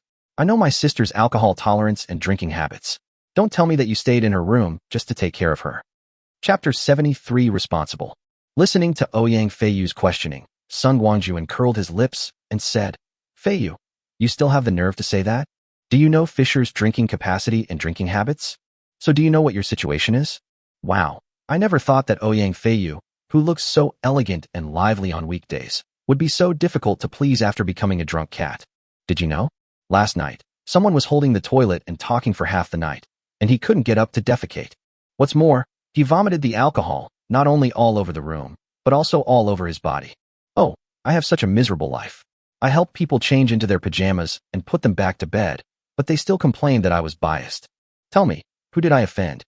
Listening to Sun Guangjun's sarcastic tone, Ouyang Feiyu's face turned even redder. She also knew what she would be like when she was drunk, but she didn't expect that all of this would be seen by the boss. In fact, when Ouyang Feiyu woke up this morning and found that she had changed into pajamas, she suspected that it was Sun Guangjun who changed it for her. This suspicion was further reinforced when I saw the vomit-stained clothes that had been taken off in the bathroom. Now that Sun Guangjun had revealed the truth in front of him, Ouyang Feiyu was so embarrassed that her toes almost dug through the soles of her shoes. She wished she could just dig out a 3-bedroom apartment on the floor and hide inside. Suddenly, an idea flashed through Ouyang Feiyu's mind. Something was wrong. It seemed like the boss had diverted the topic. I came to talk to my boss about him being partial to my sister, but how come the conversation ended up talking about me getting drunk last night? The boss is so cunning. No, I can't let the boss lead me around anymore. I have to get my rhythm back. Do you think you can fool me so easily? No way. In a flash of inspiration, Ouyang Feiyu suddenly understood a lot of things, and her originally pounding heart instantly calmed down. When Sun Guangjun stopped talking, Ouyang Feiyu crossed his arms across his chest and said with a sneer, Boss, why don't you continue? Go ahead, I quite like to hear it. I was just drunk and you saw me looking ugly, right? What's the big deal?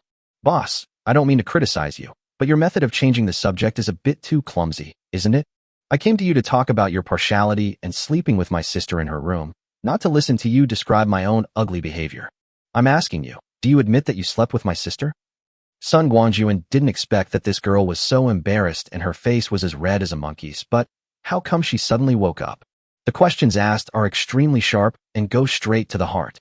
Under Ouyang Feiyu's scorching gaze, Sun Guangjun felt like he had nowhere to hide. Oh my god, when did this girl's eyes become so sharp? Seeing that there was no escape, Sun Guangjun steeled his resolve and said in a very straightforward manner, "Yes, I slept with your sister. Now, Fei Shui and Fangya are both my women. Do you have any objections?" Ui. Sun Guangjun admitted it just like that, which made Ouyang Feiyu, who was waiting to see what tricks he would come up with, suddenly confused and hesitant, not knowing what to say. Wow.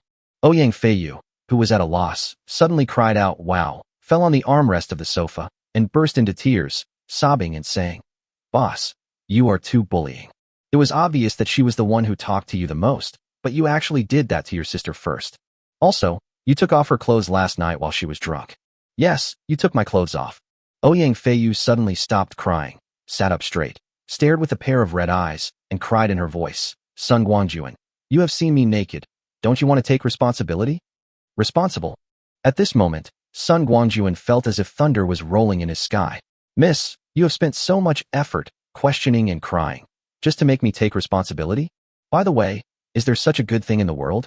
The beautiful woman took the initiative to throw herself into my arms. "Yes." Looking at the goose-like Sun Guangjun, Ouyang Feiyu nodded and said, "You stripped her naked and looked at her. Shouldn't you be responsible? If you really want to be a scumbag, not only me, but also my sister will not let you go." Sun Guangjun smiled bitterly. "Feiyu, it's understandable that you let me be responsible for you. Although what happened last night had its reasons, it was done by me after all, and I don't deny that. But if I take responsibility for you, then wouldn't I also be a scumbag to Fei Shui and Fangya? And will you be considered as stealing a man from your sister?" "Bah." Ouyang Feiyu looked at Sun Guangjun with disdain and said, "Boss, you don't think I can't see through your little tricks, do you? Let me tell you, I knew from the first time we met that you had feelings for us two sisters. Note, it's for all of us sisters together, not just one of us. Everyone knows the dirty thoughts of you men who have women all over the place. Scumbag, you have been a scumbag for a long time, don't you know it? You are thinking about us sisters while bringing Fangya back from outside. If you are not a scumbag, who is? So, stop trying to cover up your behavior and just honestly admit that you're a scumbag, right?" "Okay, I admit it, okay?" Now that everything has been said, Sun Guangjun no longer hides it. "I've been such a scumbag. Do you still want me to be responsible for you?" "Want?" Facing the rogue Sun Guangjun, Ouyang Feiyu said decisively, "You already have two women, my sister and Fangya, so one more person won't be too much, right? Besides, you have always coveted us sisters. Even if I don't take the initiative to point it out this time, sooner or later, your claws will reach out to me. My sister is right. It is the end of the world now. As a weak woman, if I don't want to struggle to survive outside, I can only find a thigh to hold on to. And you, boss, are undoubtedly the thickest thigh right now. Men are warlike and women admire the strong. This is their nature. I don't deny that I have a good impression of you, boss. Otherwise, I wouldn't come to you in the middle of the night and talk about such embarrassing topics. Boss, now that things have come to this, don't you understand what I'm thinking?" "Ha ha ha." Sun Guangjun suddenly burst into laughter. "I understand. How could I not understand? Feiyu is anxious because she sees that Fei Shui and Fangya have both become my women. Look, you've come to me to take responsibility. Don't worry, I will take responsibility." As he spoke, Sun Guangjun stood up, strode to Ouyang Feiyu, bent down, and hugged Ouyang Feiyu in his arms like a princess. "Let's go. I'll take Feiyu into the bridal chamber." Taking big strides, Sun Guangjun carried Ouyang Feiyu in his arms and went straight to her boudoir. Ouyang Feiyu's wish came true. She wrapped her arms tightly around Sun Guangjun's strong neck, buried her little head in his chest, hiding her blushing face. The doors close and the concert begins. Chapter 74. It's raining. The next morning, there was another big-bellied man at the table. Although Ouyang Feiyu, a novice, had some difficulty in moving, he still got up and ate according to his usual schedule. Pretending to be nothing had happened, he cleaned up the kitchen with Ouyang Feiyu and Fangya and went to the shooting range to practice shooting. Sun Guangjun quietly left Ouyang Feiyu's room before dawn, at Ouyang Feiyu's request. This girl is shy. Although she took the initiative to come to Sun Guangjun and ask him to take responsibility, she still didn't want Ouyang Feiyu and Fangya to see any flaws. Since she had such a request, Sun Guangjun naturally cooperated. Although Sun Guangjun had decided not to be a bootlicker long ago, they were still his women, so it was okay to pamper them appropriately. After breakfast, Sun Guangjun went to Wu Feng's home, returned the daiki to him, and also helped him replenish a batch of supplies. What surprised Sun Guangjun was that he had brought back all the weapons and equipment that he had left for Wu Feng in Neon, including some weapons that Wu Feng already had. Now, these things are stored in the basement of Villa Number 3. After returning home, Sun Guangjun began to practice in seclusion. Every day, he would practice shooting with the 3 women. Well, the 3 women practiced during the day, and he practiced at night. The 3 women were all newbies and were in the process of getting used to the new skills. Surprisingly, none of them objected to this. After practicing for several days in a row, Sun Guangjun made a new discovery. Not only did the 3 women's appetite increase greatly, but their strength, speed, reaction, and even memory also increased significantly. Sun Guangjun guessed that perhaps this was related to the Qianyuan body tempering technique that he was practicing. It seemed that this technique was not an evil method of collecting and replenishing energy, but was beneficial to both parties. It was just that his benefits seemed to be greater. With the support of the 3 women and through continuous practice, Sun Guangjun's ability level barely broke through to level 5. What's more regrettable is that when he was practicing the Qianyuan body tempering technique, he actually discovered that the energy of heaven and earth had begun to recover. Although it was extremely small, it was not as imperceptible as before. After making this discovery, Sun Guangjun taught the 3 women the skills he had practiced in his previous life, asking them to practice them first and then replace them with better ones later. Kung Fu was very common in the previous life, and it didn't even have a name, Kung Fu. I'm the only one who doesn't deserve a name? Okay, you're so noble, you're amazing, and it was always called the basic Kung Fu. It can be said that these days, Sun Guangjun's family of 4, yes, 4, 1 dragon and 3 phoenixes is also 4, are living in harmony and peace. However, even though the 3 women knew about each other's relationship with Sun Guangjun, no one broke the window paper between them. This also forced Sun Guangjun to move to at least 2 rooms every night before he could completely release his feelings. Every time, Sun Guangjun would sigh and think that it seemed that he still needed to work hard to realize the dream of sleeping in the same quilt. Villa Number 1 is peaceful and harmonious, with no external disturbances. Perhaps because they suffered a great loss that night, Lin Dagong and his mother, Director Lin, never came to cause trouble again, including Officer Wang. 5 days passed in a flash. On the evening of August 15th, after Sun Guangjun finished working in 3 rooms one by one, he walked out of Feng Ye's room. Behind him, Feng Ye had already turned into a puddle of mud, and soon a faint snoring sound was heard. I looked at the time, and it was almost 11 o'clock at night. Sun Guangjun walked into the bathroom on the first floor and took a comfortable bath.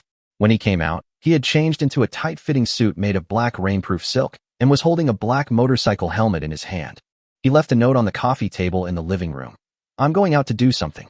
You 3 just wait at home. Sun Guangjun opened the door and walked out directly.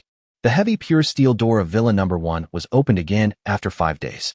Sun Guangjun stood there with his hands behind his back, and the door slowly closed behind him, tightly shut. Feeling the night breeze on his face, Sun Guangjun murmured, "Sure enough, the high temperature is coming to an end.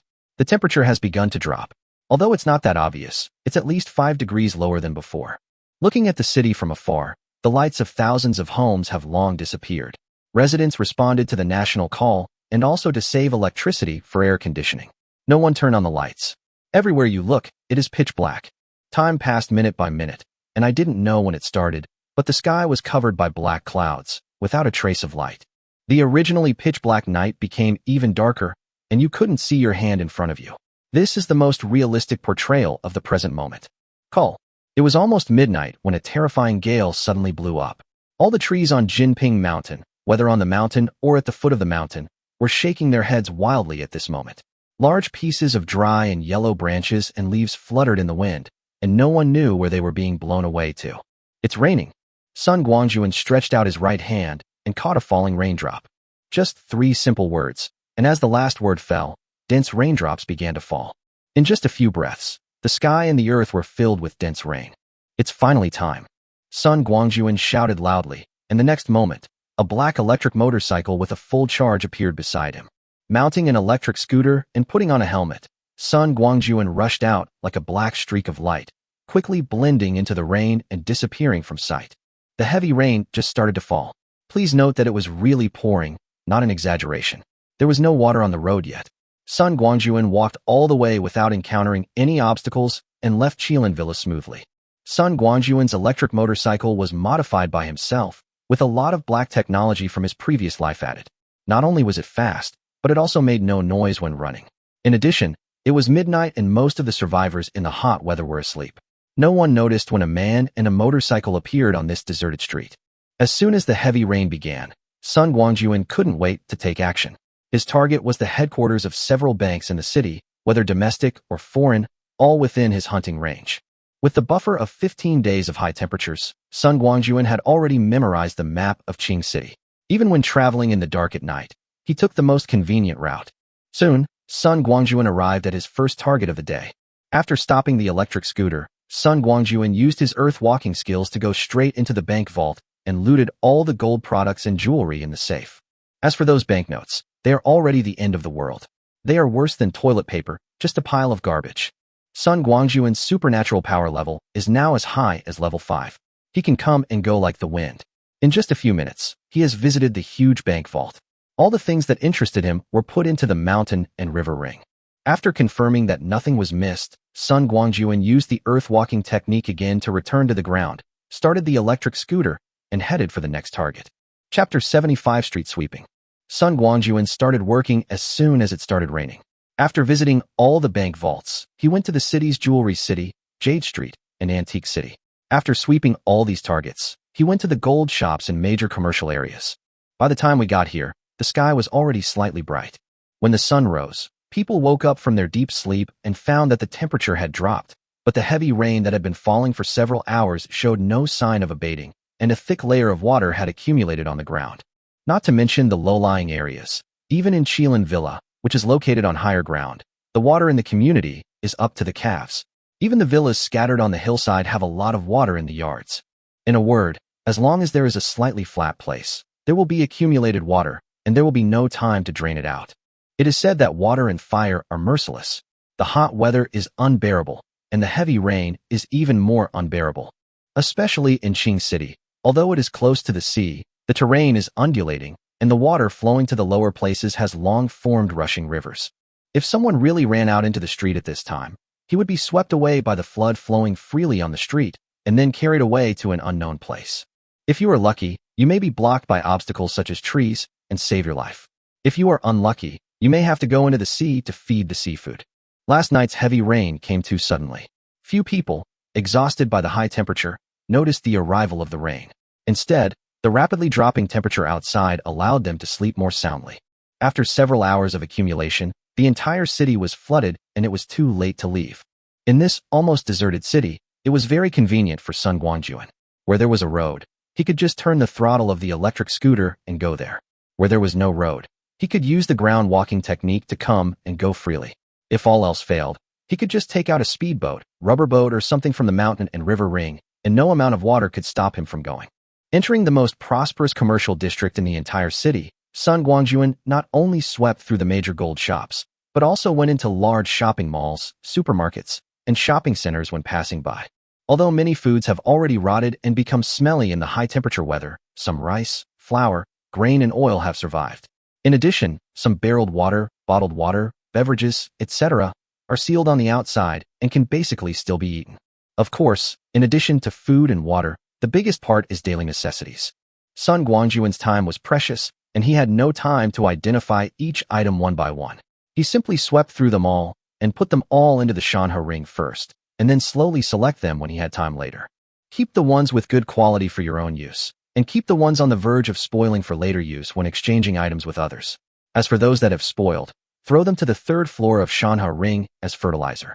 Don't think that Sun Guangjun is going too far. Under the continuous heavy rain, these things are likely to be submerged in water. Even if Sun Guangjun doesn't collect them, not much will be left. Of course, Sun Guangjun would not go into all places.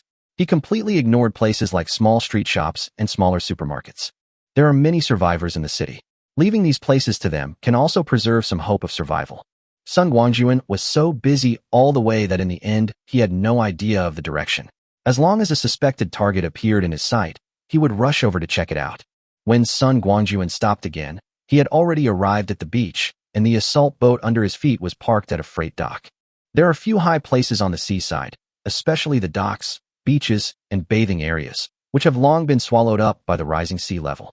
Even some ships docked at the shore sank in the harbor due to the wind and waves because they did not have time to drain the accumulated water. Turning around, Sun Guangjun saw what seemed to be a container yard in the distance. He quickly turned the rudder and steered the speedboat straight ahead. After a while, Sun Guangjun came closer and looked at the piles of containers being exposed to the rain, his heart filled with joy. With a wave of his hand, the stacked containers disappeared in groups and all entered the mountain and river ring. After taking over the container yard, Sun Guangjun simply did not go to the city. Instead, he changed to a high-powered motorboat and began to sweep along the coastline. This time, Sun Guangjun collected all kinds of ships, whether they were fishing boats, cruise ships, yachts, passenger and cargo ships, and even small sampans. As long as they appeared in Sun Guangjun's sight, they could not escape the fate of entering the mountain and river ring. The coastline was winding, and as Sun Guangjun was wandering around, he actually found the base of the Northern Fleet. Unfortunately, the warships in the base had already gone to who knows where, and even the soldiers were nowhere to be seen. It seems that the troops have received orders and have evacuated in advance. Sun Guangjun muttered something and drove his motorboat into the base. After a circle, he somehow arrived at a warehouse. The door of the warehouse was wide open, with some large army green boxes still remaining inside, but no one was there. Sun Guangjun came closer, opened a box and checked, and found that it was full of Type 95 rifles. It seems that this is a Marine Corps arsenal. He picked up a Type 95 rifle, pulled the bolt and tried it, and found that it was intact, but not brand new. Sun Guangjun understood that the weapons stored here should be weapons discarded by the Marine Corps. It was just that the troops evacuated too hastily and could not take so many things with them, so they left these old weapons behind. Sun Guangjun took a quick look and saw that there were about 70 or 80 boxes here, all of the same specifications. Assuming there were 10 guns in each box, that would be 700 or 800 guns. If this is obtained by someone, it can instantly form a considerable force. With the mentality of being kind to others and making good use of waste, Sun Guangjun took the batch of guns for himself without hesitation, then left the warehouse to look for matching ammunition. Having a gun without bullets is no better than using a fire poker. In the huge camp, the seawater has reached a depth of more than 1 meter. Sun Guangjun drives the motorboat effortlessly around, looking for various warehouses. Believe it or not, he actually found quite a few good things, including Type 95 rifles, Type 92 pistols, and their matching ammunition. He also found hundreds of Type 81 rifles in a warehouse. Although no bullets were found, this thing used the AK Series 7.62 by 39mm ammunition, which Sun Guangjun had no shortage of. But apart from these older guys, there are no newer or more powerful ones. It seems that the army is also worried that leaving too many high-powered weapons may not be a good thing. As for these old items, even if someone gets them, the damage caused will be limited. Chapter 76 Return. After searching the camp inside and out, Sun Guangjun didn't find anything decent. Not only had the warships been evacuated, but even the shore-based weapons had been dismantled. It seems that the military's evacuation was well prepared. The heavy rain almost wiped out all traces. Sun Guangjun could not judge whether the fleet had withdrawn long ago or left after the rain. However, it did not matter. The withdrawal of the army meant that order was not far from a real collapse. Next, how to survive in this doomsday depends on each person's own means. After expressing his feelings, Sun Guangjun left the camp on his motorboat and continued his mission of collecting supplies. When Sun Guangjun returned to Villa Number 1, it was already the evening of August 19th. After walking along the coastline, Sun Guangjun began to sweep through major industrial enterprises, collecting industrial equipment and raw materials, including building materials markets, steel markets, etc. These were all necessary for establishing power and restoring order in the future. For 4 consecutive days and 3 nights, Sun Guangjun traveled almost all over Qing City. He destroyed 4 motorboats and consumed countless amounts of fuel. Except for a short stop at each place, the motorboat was running at maximum power almost every moment, carrying Sun Guangjun back and forth continuously. After 4 days and 3 nights of heavy rain, the sea level has risen by nearly 20 meters. Many places have become a water town, and the beauty and tranquility of the coastal city in the past are gone. Qilin Villa is located at a relatively high altitude, but the multi-story building area at the foot of the mountain is flat. Not only is the underground garage filled with water, but there is also 2 or 3 meters of accumulated water in the community. Sun Guangjun rowed a rubber boat slowly into the residential area, and had to stop only when he reached the intersection leading up the mountain. The originally flat, winding mountain road has now become a natural flood diversion channel. The water flowing down from the top of the mountain continuously converges here, like a rushing river, flowing into the community. The rubber boat, which was rowed purely by hand, was hit by the water flow and could not move forward. Looking at the slope of the winding mountain road, Sun Guangjun was very skeptical. Even if he drove a motorboat, he might not be able to go up the mountain smoothly. Sun Guangjun secretly thought it was a bad idea. If he had known this would happen, he would have used the earth walking technique outside the community and returned directly to Villa Number 1. Why would he bother disguising himself here? Helplessly jumping off the rubber boat, Sun Guangjun waited until his feet touched solid ground before folding the rubber boat. Earth walking technique activated. 5 minutes later, Sun Guangjun, soaked all over, stood under the glass dome, looking up at the sky. Unfortunately, the white felt cloth laid to block the sunlight during hot weather was still on the dome, sticking wetly to it. Sun Guangjun could not see anything at all, and could only hear the sound of dense raindrops hitting his ears. Well, with a long sigh, Sun Guangjun, exhausted both physically and mentally, turned around and walked towards the villa gate with heavy steps. "Hey boss, you're back?" The sound of the door opening startled the 3 women who were eating in the restaurant. Ouyang Feiyu was the first to jump out. When she saw that it was Sun Guangjun, she immediately screamed and rushed over, throwing herself into Sun Guangjun's arms, crying, "Boss, where have you been these days? The phone call is not connected and the person cannot be found. You know, we were worried to death." At this time, Ouyang Feiyu and Fangya had also run over.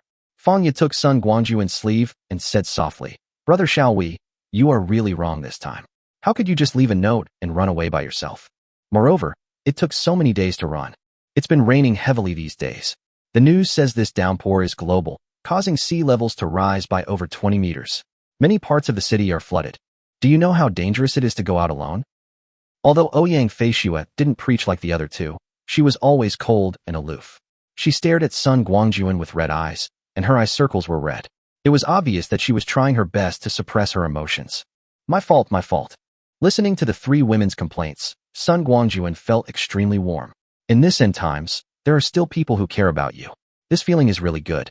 Letting go of Ouyang Feiyu, Sun Guangjun reached out to hold Ouyang Feiyu and Fangya, pulling them tightly into his arms, and said softly, "I admit that I ran out without saying hello to you in advance, especially in such extreme weather. It's my fault. However, I went out to do serious business and had to go out. You know, opportunities often only last for a moment and are fleeting. If you miss this time, you may never have it again. Moreover, I have enough confidence in myself that weather like this will not affect my actions at all. Or do you not believe in your husband's ability?"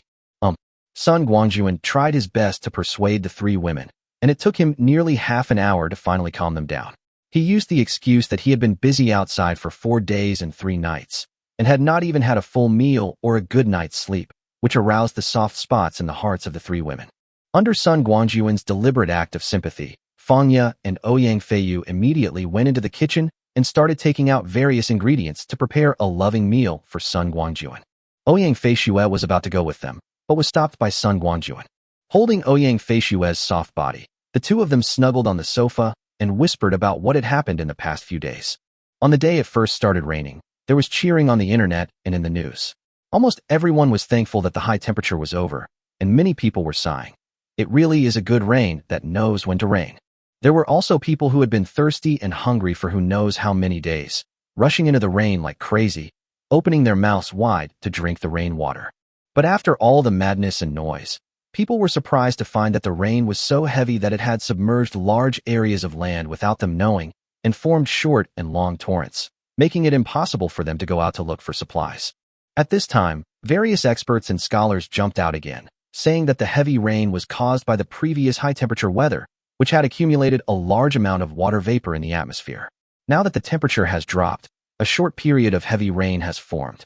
However, the amount of water vapor in the atmosphere is limited, and the heavy rain will not continue like this. It will stop soon, and people can then return to their normal lives. Unfortunately, with the lessons learned from the previous high-temperature weather, the credibility of the experts and scholars has declined a lot, and not many people believe what they say. As time passed, people were shocked to find that the rain was endless and showed no sign of stopping. People, who had just calmed down, began to panic again. Chapter 77 Refreshed. After experiencing the previous high-temperature weather, no one has much food left. Now with heavy rain and floods coming, it is simply a luxury to go out and look for supplies. This panic has been amplified step by step with the shortage of food, and the official control has been continuously weakened. It is now on the verge of complete collapse. All these things also made the 3 women who stayed in Villa Number 1 increasingly worried about Sun Guangjun's safety. Fortunately, the 3 women also knew that worrying was useless. After all, they were too incompetent to always stay by Sun Guangjun's side and help him. As the saying goes, knowing shame leads to courage. After realizing this, the 3 women began to train like crazy. Although Sun Guangjun had only been away for 4 days, the 3 women had already practiced shooting quite well. They were able to operate all the guns that Sun Guangjun had taken out, whether they were rifles, pistols, submachine guns, sniper rifles, or shotguns, with great skill and a high hit rate. After listening to Ouyang Feishue's report, Sun Guangjun nodded calmly. The further deterioration of the situation outside was all within his expectations, and it was also something he had personally experienced in his previous life. However, during the time when he was away from home, the 3 girls were able to consciously strengthen their training and increase their strength, which made Sun Guangjun very pleased. There are still more than 100 days before the awakening of their superpowers. If the 3 girls can awaken in advance, it will provide him with great help.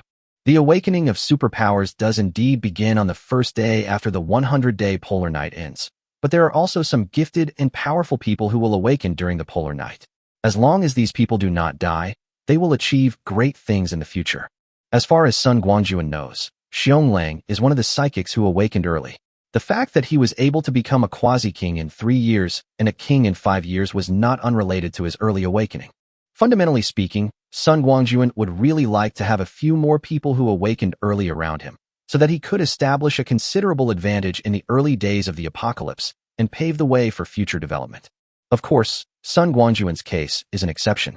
His supernatural power awakening was brought back by the mountain and river ring and the star sword, so it does not count as his own awakening.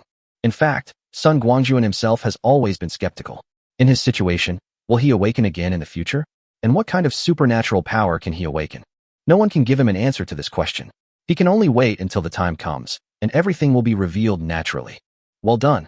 After praising Ouyang Feishue a few words, Sun Guangjun briefly talked about his experiences in the past few days.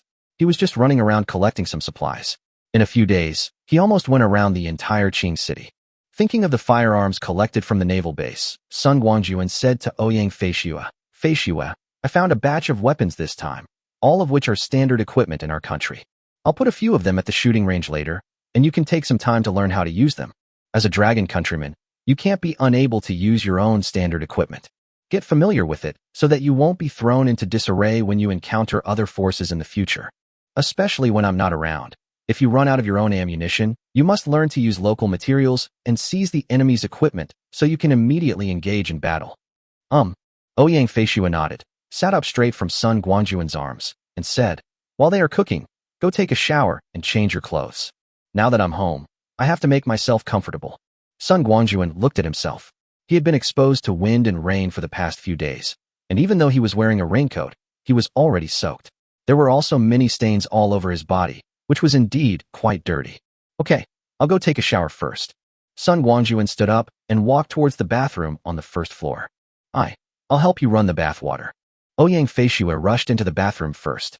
In the spacious bathroom, Ouyang Feishue was running the water briskly, bending down from time to test the water temperature, not minding at all that her graceful curves were all seen by Sun Guangjun. Sun Guangjun was furious when he saw this. He had just started to experience sexual intercourse and was getting used to it. He had been empty-handed for several days, so how could he resist such temptation? Before he knew it, Sun Guangjun had leaned behind Ouyang Feishue and quickly took off his clothes. "Fisher, let's take a shower together, come on." Following Ouyang Feishue's scream, countless splashes of water flew up, and both of them fell into the bathtub. More than an hour later, Sun Guangjun, dressed in a refreshing outfit, walked out of the bathroom and first sent the limp Ouyang Feishue back to the room. Then he came to the restaurant refreshed and began to enjoy the loving meal carefully prepared by the beautiful chef Fanya. As soon as Sun Guangjun sat down, Ouyang Feiyue ran over and sat down next to him. Before Sun Guangjun could make a move, a piece of beef was brought to his mouth. "Oh, this service is quite thoughtful." Sun Guangjun was in a good mood and happily enjoyed the delicious food that Ouyang Feishua brought to him. Fangya couldn't bear to watch the two of them being so affectionate. She rolled her eyes and went back to her room to take a shower. I just finished cooking and I smell of cooking fumes. It's time to take a good shower. As soon as Fangya left, the two of them became even closer. Since no one was watching, they dared to do anything. The two of them enjoyed the meal so much that it was extremely delicious. Sun Guangjun was only 70% full when he couldn't stand Ouyang Feiyu's teasing anymore. He simply put down his chopsticks, leaned over, and gave her a princess hug, then went straight to Ouyang Feiyu's room. Little devil, if I don't teach you a lesson, you'll be rebelling. After more than an hour, Sun Guangjun left Ouyang Feiyu's room, turned a corner, and entered Fangya's room. Brother Xiaowei, let me tell you something. No one would have thought that Fangya was the youngest of the three women, had the best figure, and was also the one with the best physical strength. Although she was also weak and frail, Fangya still raised her spirits and said, "Since yesterday, someone named Xiong Lang has been contacting you." He didn't say what it was about, but from his expression, he seemed quite anxious. Since he couldn't get through to you, he kept calling Sister Fei Shui and told her that when you come back, you must tell him as soon as possible. Xiong Lang is looking for me. Sun Guangjun had never heard Ouyang Feishua talk about this. Perhaps she was too excited to see him come back, and then too tired, so she forgot about it. When he was out, Sun Guangjun's cell phone was always kept in the Shanhe ring. There was no signal at all, and he couldn't receive anyone's calls. It was normal that Xiong Lang couldn't find him. I just don't know what this guy wants to talk to him about. Looking for it so urgently. I see. As Sun Guangjun stood up and put on his clothes, he said, Xiaoya, you should get some rest.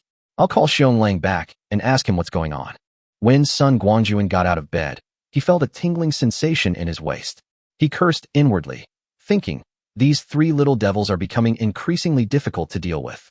Yes, after passing the novice stage and with their bodies getting stronger, the three women are now getting better. Sun Guangjun can still subdue one or two of them, but if all three attack together, this kind of round-robin battle, if Sun Guangjun's body had not been strengthened by supernatural powers, he really would not be able to cope with it. Chapter 78, Xiong Lang asks for help. Having too many women is also a problem. There are only 3 of them, but Sun Guangjun already feels that he can't handle it. He can't imagine if there are 10 or 8 more of them in the future, he will not be able to survive. It seems that his strength is not strong enough.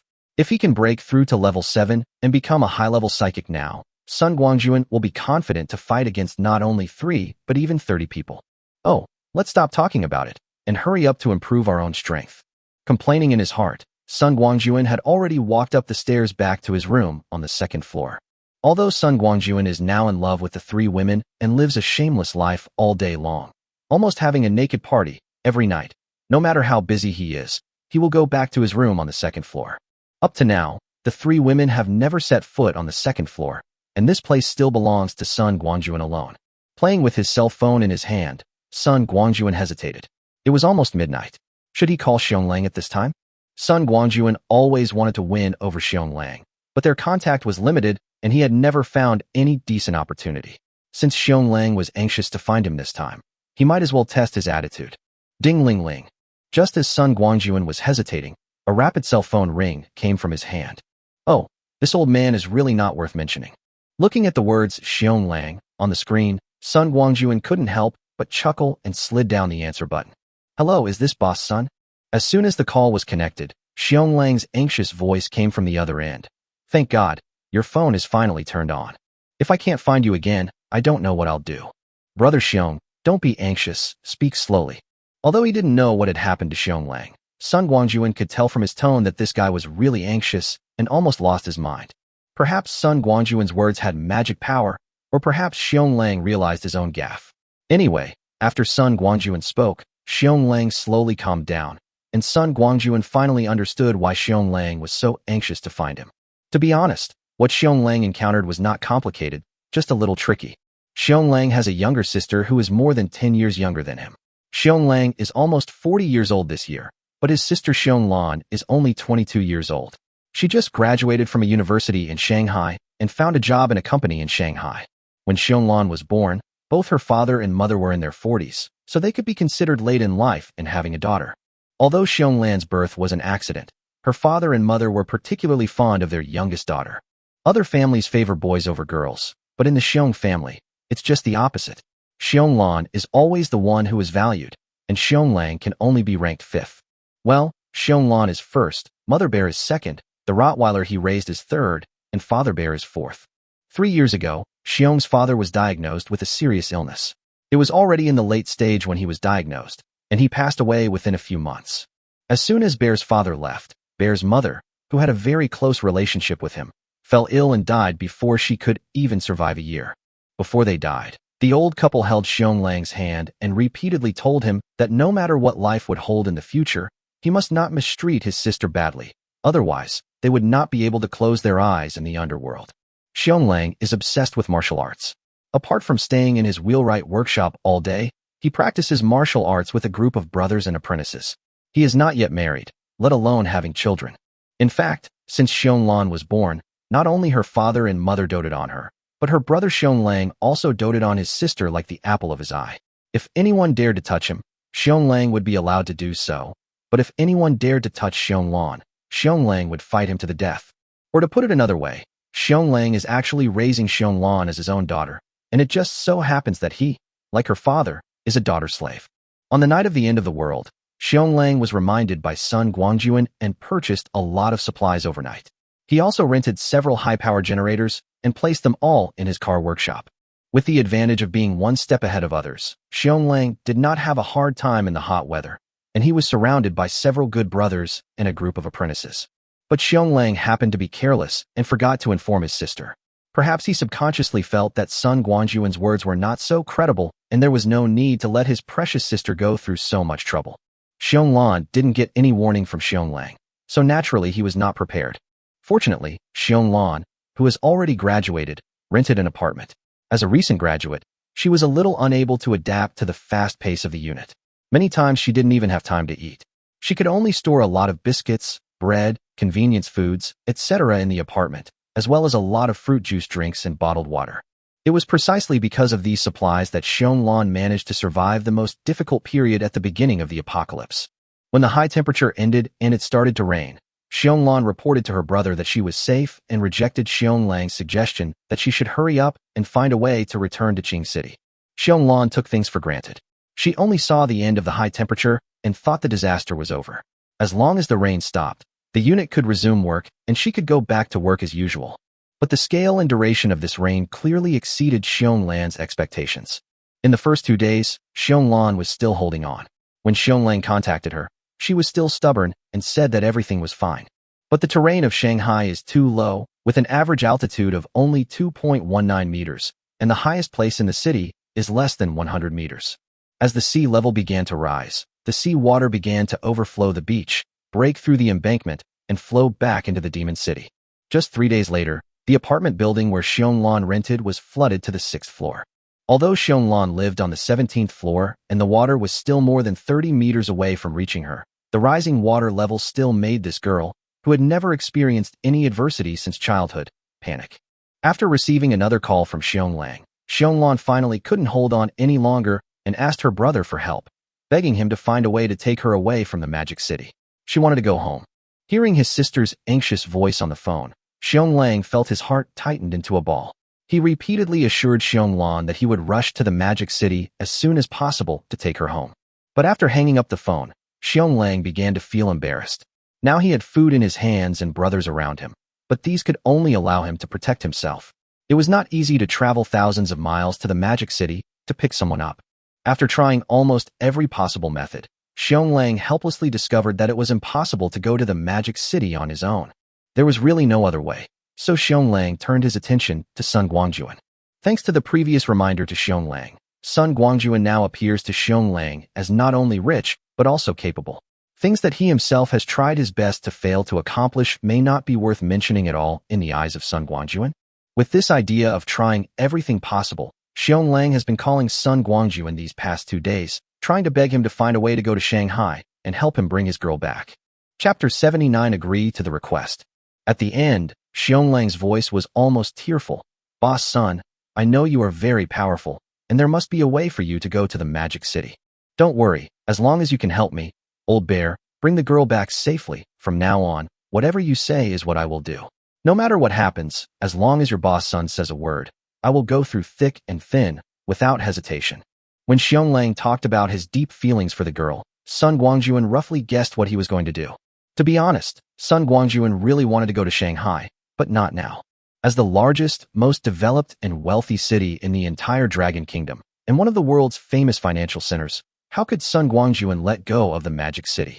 However, the things Sun Guangjun needed were not necessities of life, so it was okay to leave them there for now. At most, he could take out some of the stored supplies later and trade them with the survivors in the Magic City, and he could get those things easily.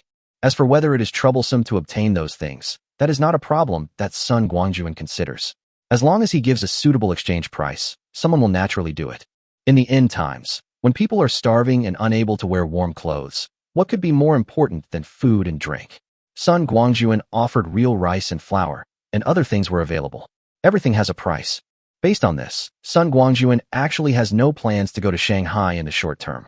But since Xionglang made the request, it meant that he had indeed reached the point where he had no choice but to do so. Sun Guangjun was somewhat tempted. This was a great opportunity to win over Xionglang. To say that he had conquered someone seemed a bit like taking advantage of someone's misfortune, but it was extremely feasible for Sun Guangjun to gain Xionglan's gratitude and start a cooperative relationship between the two. Having made up his mind, Sun Guangjun stopped Xionglang from continuing, saying, "Brother Xiong, to be honest, I do have a few boats that can take me to the Magic City by sea. But you also know that it is raining heavily every day now. It is dangerous to sail out to sea at this time. Besides the sea route, the land route is obviously impassable, and there is no way to fly. Boss Sun, I know you're in trouble," Xionglang said awkwardly. "If possible, could you lend me your boat so I can go to the Magic City by myself?" "Brother Xiong, you misunderstood me." Sun Guangjun waved his hand and said, "I mean, if we want to bring our sister back, the only way is by sea, and there are so many dangers along the way. So could you please not go with us? Don't worry, I will make this trip myself and bring our sister back no matter what. I just don't know if you can trust me, Brother Xiong." "I can trust it, of course I can trust it." Hearing Sun Guangjun's offer, Xionglang couldn't wait to say, "I know what kind of person Boss Sun is. If I didn't trust you, why would I say this? But, Boss Sun, it might be a bit risky for you to make this trip alone. It would be better to bring a few people with you. Although I, Old Bear, don't have many skills, I do know a few basic boxing and kicking techniques, so if we run into any problems along the way, I might be able to help out a bit." "Brother Xiong, you'd better forget it," Sun Guangjun said. "The sea route from Qing City to Shanghai is less than 400 nautical miles. I use a Barracuda SV-17 high-speed wave-piercing patrol boat, which can reach a maximum speed of 53 knots. Even at the highest speed, it would take more than 8 hours to reach the Magic City. If we take into account the current rain and the factors of entering and leaving the city, this time will be even longer. However, the speedboat's range is less than 1,300 kilometers or 700 nautical miles. The fuel tank on board is not enough, so the boat has to store additional fuel on board, and the more the better. Because no one can predict what kind of accidents will happen on the road, it is better to be prepared than not to be prepared. Brother Xiong, you don't want me to find our girl and then have to swim back halfway because I run out of fuel, right? Therefore, on this trip, the number of people can only be kept as small as possible, and as much supplies as possible must be prepared. Don't get me wrong, I'm not asking you for supplies. I have plenty of those things. I'm just telling you why I'm not taking you with me." Sun Guangjun's words sounded very clear, but he deliberately ignored one problem. That is, he did not bring Xionglang with him, nor did he say that he would bring anyone else, deliberately giving Xionglang the illusion that he had other people. Oh well. Sun Guangjun explained it so clearly that Xionglang had no choice but to give up his plan to go with him. He said, "Boss Sun, I'll send my sister's address to your phone later." "No problem." Sun Guangjun nodded and said, "Brother Xiong, I just came back from outside today. I'll rest for a night and set off tomorrow morning. Don't worry, I will bring our sister back safe and sound and hand her over to you personally. Boss Sun, I, Old Bear, will remember your kindness forever." As soon as Xionglang said his thanks, he was interrupted by Sun Guangjun. "Brother Xiong, we are brothers, don't be so formal. However, if you don't follow me to the Magic City, don't be idle here in Qing City. What I mean is, take this opportunity to see if you can gather some trustworthy people with good character to expand your own strength, so that when our sister comes back, you can better protect her, right? Of course, this is just my suggestion. Brother Xiong can decide for himself how to do it. Okay, I still have to prepare supplies and gather people, so I won't chat with Brother Xiong anymore. After we pick up our sister, we two brothers will have a couple of drinks. Haha, Brother Xiong, just wait for my good news." After ending the call with Xiong Lang, Sun Guangjun thought about it. This trip to Shanghai might take several days. Before leaving, he had to make sure his family was settled. He couldn't just leave a note and go like last time, leaving the 3 girls at home worried. He got up and went to the first floor, found a large empty room, and took out many clothes and supplies that he had collected in the commercial street this time, including many luxury brands. Among the jewelry in the gold shop, after entering the Shanhe ring, only gold and jade will be absorbed, and other things like platinum, silver, gems, diamonds, etc. will be preserved intact. Sun Guangjun picked out the good-looking ones and took out quite a few. After almost filling the room, Sun Guangjun went to the storage room and small cold storage connected to the kitchen and added a batch of ingredients. Because the 3 girls have strengthened their bodies, they have big appetites, and Sun Guangjun doesn't want to starve them. Finally, Sun Guangjun came to the shooting range. In addition to taking out several newly acquired domestically made weapons, he also replenished some of the weapons he had taken out before. Especially in terms of ammunition, he was fully prepared. With this batch of weapons and equipment, Sun Guangjun was sure that even if someone came to attack the villa when he was not at home, the 3 women could repel the enemy's attack. What's more, Wu Feng is guarding nearby. The 3 villas are arranged in a T-shape, which is enough to form crossfire. As long as the invading enemy does not deploy heavy weapons, it will be extremely difficult to break through such defense. Chapter 80 Arrival. The next morning, when Fangya got up early and prepared to make breakfast, she found that Sun Guangjun was already busy in the kitchen. Seeing Fangya come in, Sun Guangjun quickly said, "Xiaoya, I'll make breakfast today. Go back to your room and rest for a while. I'll call you when the meal is ready." Fangya did not leave as Sun Guangjun requested, but walked to the stove to help Sun Guangjun. But when Fangya saw, she saw that in addition to the seafood porridge still cooking on the stove, Sun Guangjun had already prepared various common breakfasts such as steamed buns, fried dough sticks, sesame cakes, and steamed buns. He also cut a lot of ready-made braised dishes such as braised beef, pork head, sausage, roast chicken, etc., as well as many side dishes. Looking at the dazzling array of dishes, Fangya smiled slightly. She knew that Brother Xiaowei would not cook honestly. Look, except for the pot of porridge, almost everything is ready. Does he really think others can't see it? As the saying goes, seeing through but not saying anything, Fangya did not expose Sun Guangjun's lazy behavior, but helped him to bring all the cut and plated dishes and staple foods to the table outside. By the time the seafood porridge was out of the pot, the Ouyang sisters had already finished washing up and arrived at the restaurant one after another. For the first time since the rain, the whole family sat together and had breakfast. While eating the sumptuous breakfast, the 3 women were a little surprised. Sun Guangjun seemed to be too honest today. He just sat there and ate quietly, as if he was following the rule of don't talk while eating and don't talk while sleeping. But the 3 women knew clearly that this guy was not a law-abiding person, and he had never been so honest when eating before. Could it be that something important happened? Seeing that the 3 women seemed to have discovered something, Sun Guangjun did not wait for them to ask questions and took the initiative to say, "Don't overthink it, nothing happened. Remember, the 3 of you, the most important thing right now is to fill your stomachs and train well. By the way, I put some things in the empty room on the east side of the first floor. You can sort them out when you are free. If you see anything you like, you can take your pick. Also, I have some new weapons in the shooting range, so you should familiarize yourself with them as soon as possible." Seeing that Sun Guangjun was talking endlessly, as if he was about to make arrangements for his funeral, Ouyang Feishue's face turned serious and she asked in a cold voice, "Boss, you've made such detailed arrangements. Are you planning to abandon the 3 of us sisters and run away alone again?" "Hey, did you see that?" After a dry laugh, Sun Guangjun said, "Actually, this matter is not what you think. Fisher, do you still remember that Xiong Lang has been looking for me these past 2 days? The reason I went out this time was because of Xiong Lang's request to help him save someone. Don't worry, it won't take long this time, and I'll be back soon." After a few simple explanations, Sun Guangjun tactfully shut up. For things like this, the more you talk, the more mistakes you make. The 3 women are all very smart, and it's easy for them to find loopholes if you're not careful, so it's better to be careful. Despite this, Sun Guangjun was still surrounded and nagged by the 3 women for a long time, and finally signed numerous unequal treaties, which allowed him to escape successfully. Of course, the most important thing is that Sun Guangjun promised the 3 women that this time he would not be unable to contact anyone like before. He would call at least once a day to report his safety. A few days ago, Sun Guangjun went to several telecommunications stores and got a lot of phone cards, the kind that can be used as soon as they are plugged in. It just so happened that he had countless mobile phones in his hands, so he could get whatever he wanted. After finishing the meal in fits and starts, it was already past 7 in the morning. Sun Guangjun gave the 3 girls a few more instructions and then got up and left the villa. At the gate of Villa number 1, 3 women stood under the glass dome, watching Sun Guangjun, who was dressed in black and wrapped tightly, get on the rubber boat and use the accumulated water on the ground to paddle directly down the mountain.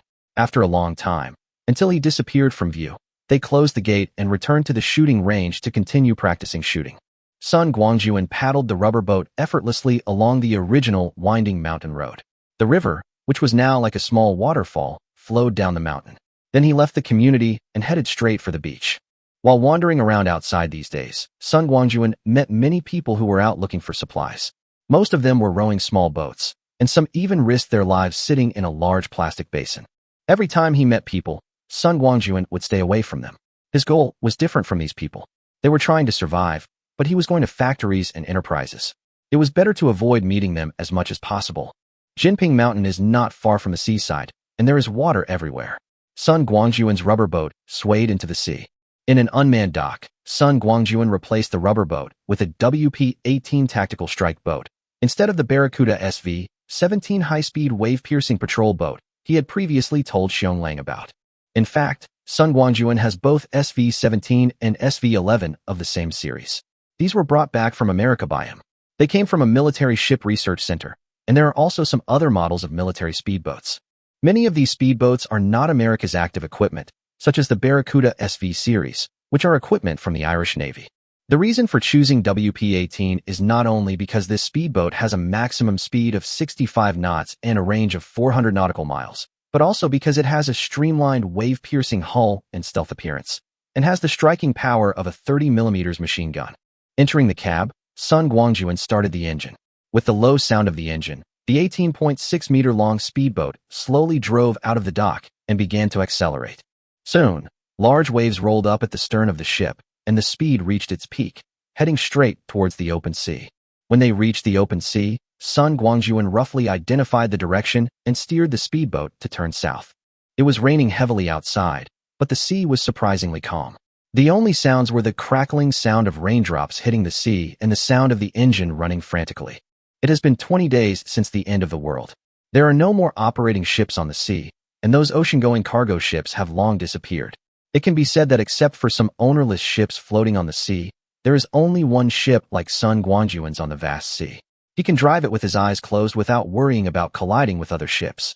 Facing the vast water for a long time is a very boring thing. After setting up the automatic driving, Sun Guangjun simply took out a tablet, put it on the dashboard, and watched the movie with relish. After driving for more than 5 hours, Sun Guangjun estimated that they should have reached the sea area near Shanghai. He then took out a brand new mobile phone, installed a SIM card, and turned it on. After opening the navigation software, Sun Guangjun corrected his course under the guidance of the navigation and headed towards the coast of the Magic City. Magic City, this world-famous city, is the first time that Sun Guangjun will set foot on the land here in his past and present lives. Chapter 81 Little Harvest. Faced with the Magic City so close at hand, Sun Guangjun did not rush into the city. Instead, he moored the boat to the coast, patrolled along the coastline, and finally chose an abandoned dock and docked WP-18 there. Satellite remote sensing technology is so advanced nowadays. Sun Guangjun was afraid that someone would monitor his whereabouts through satellite technology, so he chose a place with a roof to cover it up.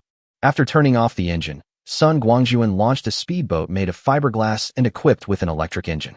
It has a maximum speed of 35 knots and can move quickly across the water in almost silence, even in shallow waters. Sitting in the assault boat, Sun Guangjun took out some fast food, which were all ready-made goods he had saved up before, to satisfy his stomach. After eating and drinking, Sun Guangjun put the WP-18, whose engine had cooled down, into the mountain and river ring. Then he turned on the engine, operated the assault boat, left the dock, and headed towards the Magic City. Sun Guangjun had the exact address given by Xionglang and the location from Xionglan in his mobile phone, but he did not rush to find Xionglan. Instead, he headed towards the destination he had already decided on. It is now the 5th day of rain. Xionglan's residence is on the 17th floor, at least 50 meters above sea level. Assuming that the sea level rises by about 5 meters every day, she will be safe for at least 5 days. Of course, Xionglan might have to suffer a little, depending on how much supply she has and whether she will encounter bad neighbors. But Sun Guangjun believed that as the sister of the Mad Dog Fist Master Xionglan would definitely not be a weak and fragile lady, and she should have some ability to protect herself. Due to the delay, it was already dark when Sun Guangjun entered the urban area. Along the way, Sun Guangjun would occasionally see 1 or 2 rubber boats passing by, and even duck boats from the park sailing openly through the streets. There were usually more than one person on the boat, some rowing, some scooping water out, and looking for possible shops nearby. After discovering the target, 1 or 2 people will be sent out from the boat to dive into the water, and will soon return to the boat with more or less supplies. There was no way. The terrain of the Magic City was too low, and most of the shops were located on the ground floor of the buildings, which had long been submerged underwater. Without entering the water, there was really no way to get supplies out of those low-lying buildings. As for the bagged foods floating on the water, they had already been picked up. Regardless of whether it has been soaked in water or not, at a time like this, it is a great blessing to have something to fill your stomach. Otherwise, are you waiting to starve to death? When they saw Sun Guangjun passing by, the people on the boat all looked alert. Although they did not take out their weapons and assume an attacking posture, their hands were hidden in their clothes or in the invisible corners of the boat, and they were obviously ready to attack at any time. Whenever he saw such a scene, Sun Guangjun would wave his hands to indicate that he was not a threat, then adjust his course to increase the distance between the two sides and avoid conflict. It seems that the situation in Shanghai is not optimistic. After encountering such situations several times in a row, Sun Guangjun secretly sighed in his heart. These people must really have no chance of survival, so they ran out together to look for supplies. Their vigilance should be because they have experienced or witnessed the situation of evil people running rampant in the end times. In comparison, those who can find a boat are still lucky. At least they still retain the hope of survival. They are much better than those who have no ability to find food, stay at home waiting for rescue, and only know how to complain about the world. When he arrived in the city, Sun Guangjun didn't even need to look at any map. He just had to drive in the direction where the tall buildings were concentrated. There was a clear difference between residential buildings and commercial buildings, and it was easy to distinguish them. In addition, most of the low buildings have been submerged in water, so there are basically no obstacles for boats to move. Soon, Sun Guangjun found the Shanghai headquarters of major banks one after another. No matter whether they were domestic or foreign, the underground vaults in these places were all visited by Sun Guangjun. However, Sun Guangjun was obviously a step too late. The gold reserves and cash in the underground vault had been taken away at some point, leaving only the empty underground vault flooded by the flood. This happened to several companies in a row, and Sun Guangjun was very disappointed. He was hoping to make a fortune from the Magic City, but he didn't expect this result. It seems that we have underestimated the power of the country. The speed at which these valuables were transferred is quite fast.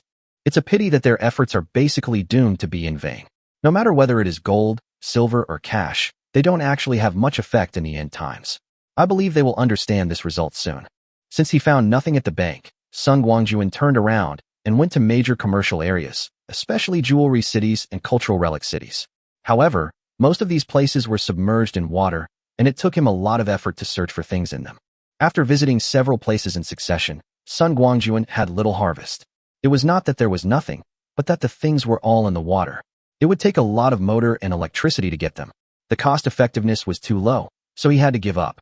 As the sky was about to brighten and the night had passed, Sun Guangjun had no choice but to steer the boat towards the address given by Xionglan. A day passed, and the water level rose several meters. It was time to go and meet Xionglan. In an apartment building in Wanhiyuan community, 3 young women were staring at the thin door with nervous expressions and heard a loud, dull sound of banging on the door. The apartment was over 100 square meters in size, but it looked like it had been robbed. The house was in a mess, and all the big items, such as sofas, refrigerators, washing machines, microwave ovens, etc., were almost all piled up at the door.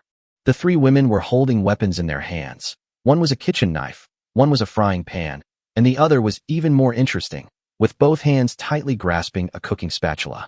Except for the one holding the kitchen knife who was relatively calm, the remaining 2 had their hands and feet shaking, which showed how nervous they were.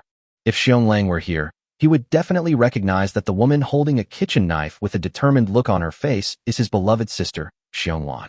Wanhiyuan community is a large residential area with both commercial apartments and high-rise residential buildings. There are also more than a dozen villas on the side and back of the community. The population living here is as high as tens of thousands. After Xionglan graduated, she rented an apartment here. Xionglan's family is well off, And she has parents and a brother who love her like the apple of their eye. From childhood to adulthood, she has never been short of money. When renting a house, she only considers whether it is comfortable to live in and doesn't care about the price at all. The apartment she rented was not only large, but the landlord also provided her with all the necessary furniture and appliances, and the quality was quite good. This also allowed Xionglan to successfully survive the first wave of natural disasters in the apocalypse. However, Xionglan obviously could not survive the second wave of natural disasters, especially after she took in 2 women. Chapter 82 Man-Made Disaster. What Sun Guangjun didn't know was that Xionglan didn't actually tell Xionglang the truth, or at least not the whole story.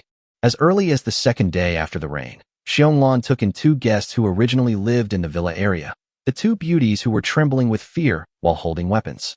It was the arrival of these 2 beauties that brought great crisis to Xionglan.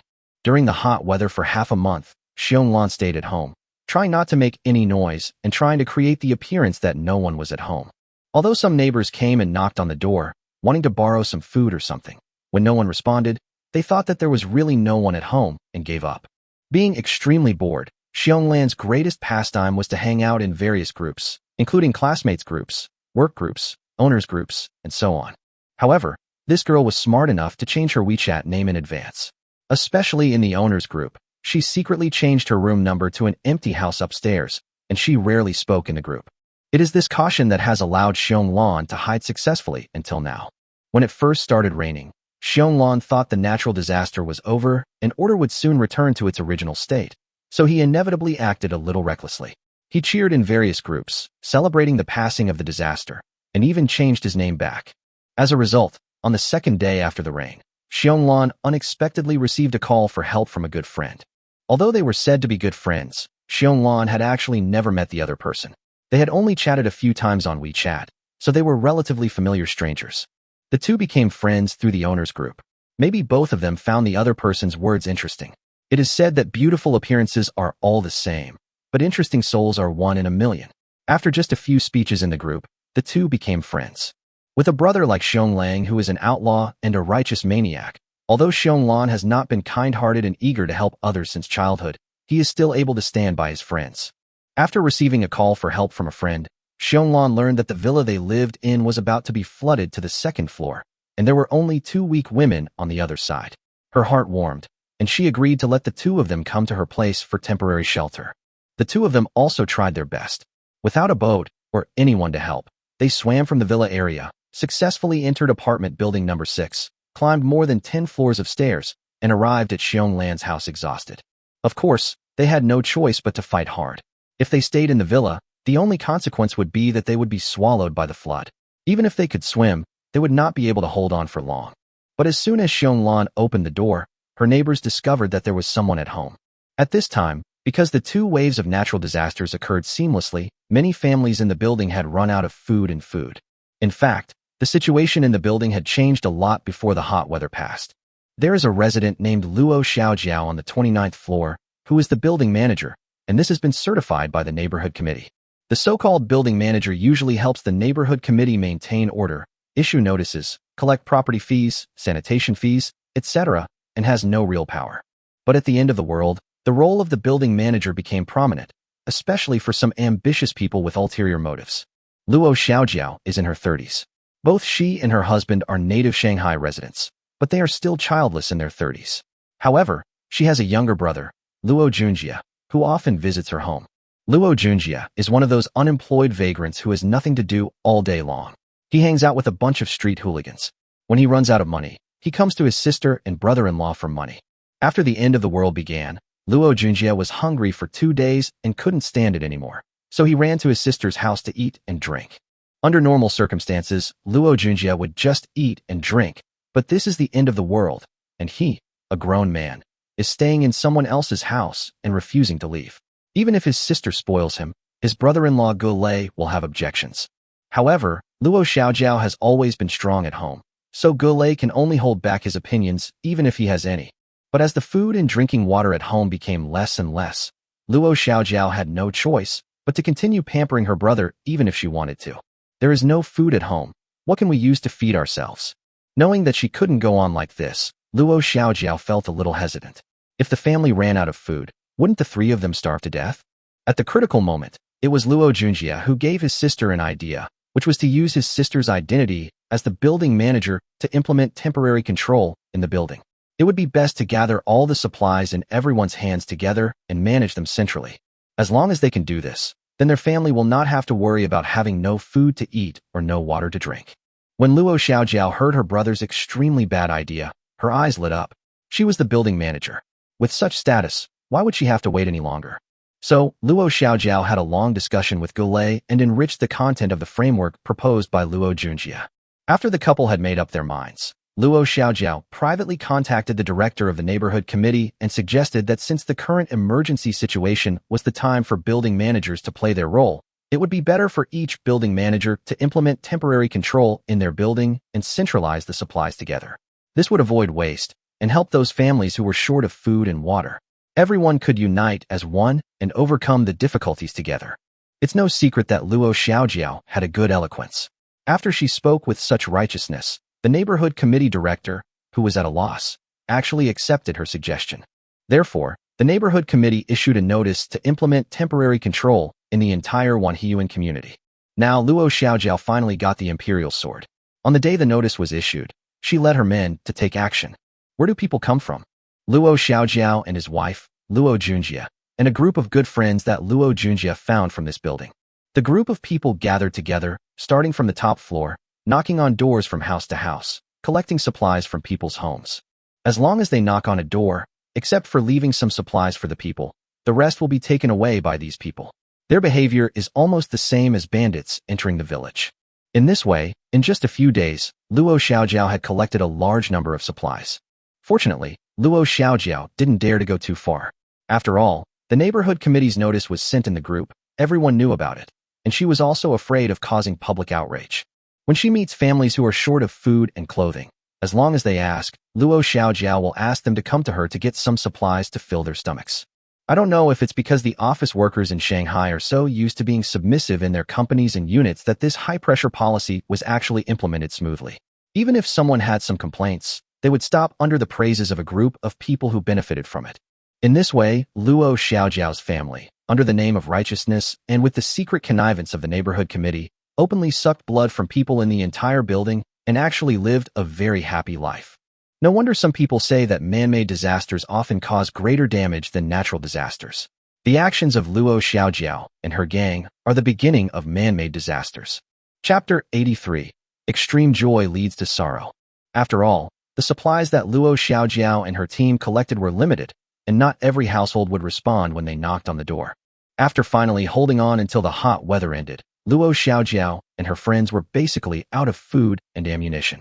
As for those needy people who asked her for supplies, Luo Xiaojiao would provide a little help every time to cover up for herself, while at the same time she would talk big, emphasizing that there were not many supplies and asking everyone to understand. It must be said that although Luo Xiaojiao went too far and her starting point was selfish, she was able to help many people survive. After the heavy rain started, Luo Junjie got 2 rubber boats from somewhere. Taking advantage of the fact that the water was not deep, a group of people went out and looted a lot of supplies, which finally solved the urgent problem. But Luo Xiaojiao always thinks of danger and believes that the supplies she has are not enough to ensure safety. Moreover, because of the previous temporary control, people now ask her for supplies every day. Although each person gets a small amount, the population is so large that when added together it becomes a significant number. So, after some secret discussion, Luo Xiaojiao came up with a new trick, which was to organize the people in the building to go out together to search for supplies. As the building leader, she provided rubber boats, and the price for those people to use them was that 30% of the supplies they brought back had to be distributed to the people in the building. To put it bluntly, these 2 rubber boats have now become Luo Xiaojiao's money-making tool, and the rental fee is ridiculously high. Of course, Director Luo, under the banner of justice, did not give the 30% of the supplies he collected to her, but kept them in the building for unified management to help the elderly, weak, sick, and disabled. As for the young people who are strong and capable, no one should be idle. They should form teams spontaneously and take turns to go out. There will be no idle people in the building. With resources delivered to their doorstep without any work, Luo Xiaojiao's family began to enjoy their apocalyptic life again. Luo Junjie even gathered his gang of cronies and acted arrogantly in the building every day. It is unimaginable how bad a young gangster in his early 20s can become after losing supervision. As the heavy rain continued to fall, the water on the ground became less and less, and it became increasingly difficult to go out and search for supplies. At this time, another problem began to emerge. That is, the residents on the lower floors, their houses were gradually flooded, and they could only helplessly move their valuables to higher floors. But people can't live in the corridor all the time. Even if they can tolerate it, it will be inconvenient for the people on the original floor to come in and out, and more problems will arise. You should know that Building 6 is a large commercial and residential building in Wanhyuan community. It is 40 stories high, and there are more than 10 to 20 households on each floor. There are quite a few people living here. There is an old saying, too many chickens don't lay eggs, too many people make things messy. With only 2 rubber boats, only a few people were able to go out to search for supplies, and most of the rest stayed in the building. Combined with the people living in the corridor, the situation suddenly became chaotic, and all kinds of conflicts occurred every day. Luo Xiaojiao didn't care about the various people in the building. Since these people still had the energy to quarrel, it meant they were not hungry yet. However, as more and more floors were flooded, the number of people moving to the corridors of higher floors grew larger and larger. Luo Xiaojiao had to come up with a temporary solution, which was to count out 2 vacant rooms in the building and try to accommodate as many people whose homes were flooded as possible. So Luo Junjie and his cronies went online again in a show of force, knocking on doors one by one. If no one responded, they would start prying and breaking down the doors. After entering, they would search the houses first, taking away useful and valuable things, and then hand over the empty houses to Luo Xiaojiao. Of course, Luo Xiaojiao and others have the final say on how these houses are distributed. If there are benefits offered, they will be arranged first. If it is a good house, then it will be arranged later. If there are no benefits, or the family is old, weak, sick, or disabled, then they will be arranged later. Several families will be crammed into one house. You should be thankful for having a house to live in. Why else would you want a bicycle? Anyway, with those vacant houses, the building, which had been in chaos for several days, finally regained its quiet for a short time. After witnessing the chaos in the building, Xionglan was afraid that the 3 weak women would suffer a great loss. In addition, the supplies at home were about to run out, so the previously stubborn girl had to send a message for help to her brother. There was no way out. The supplies were used up. Xionglan was absolutely unwilling to bow down to that woman Luo Xiaojiao. She had witnessed the chaos in the building in the past few days. No matter how high-sounding Luo Xiaojiao's words were, Xionglan saw through her evil plan at a glance. What's more, the gang of hooligans headed by Luo Junjie have not done much good these days. There are many young girls who were bullied by them and dared not say a word. Xionglan didn't think about what would happen if the 3 beautiful girls on his side were discovered by Luo Junjie.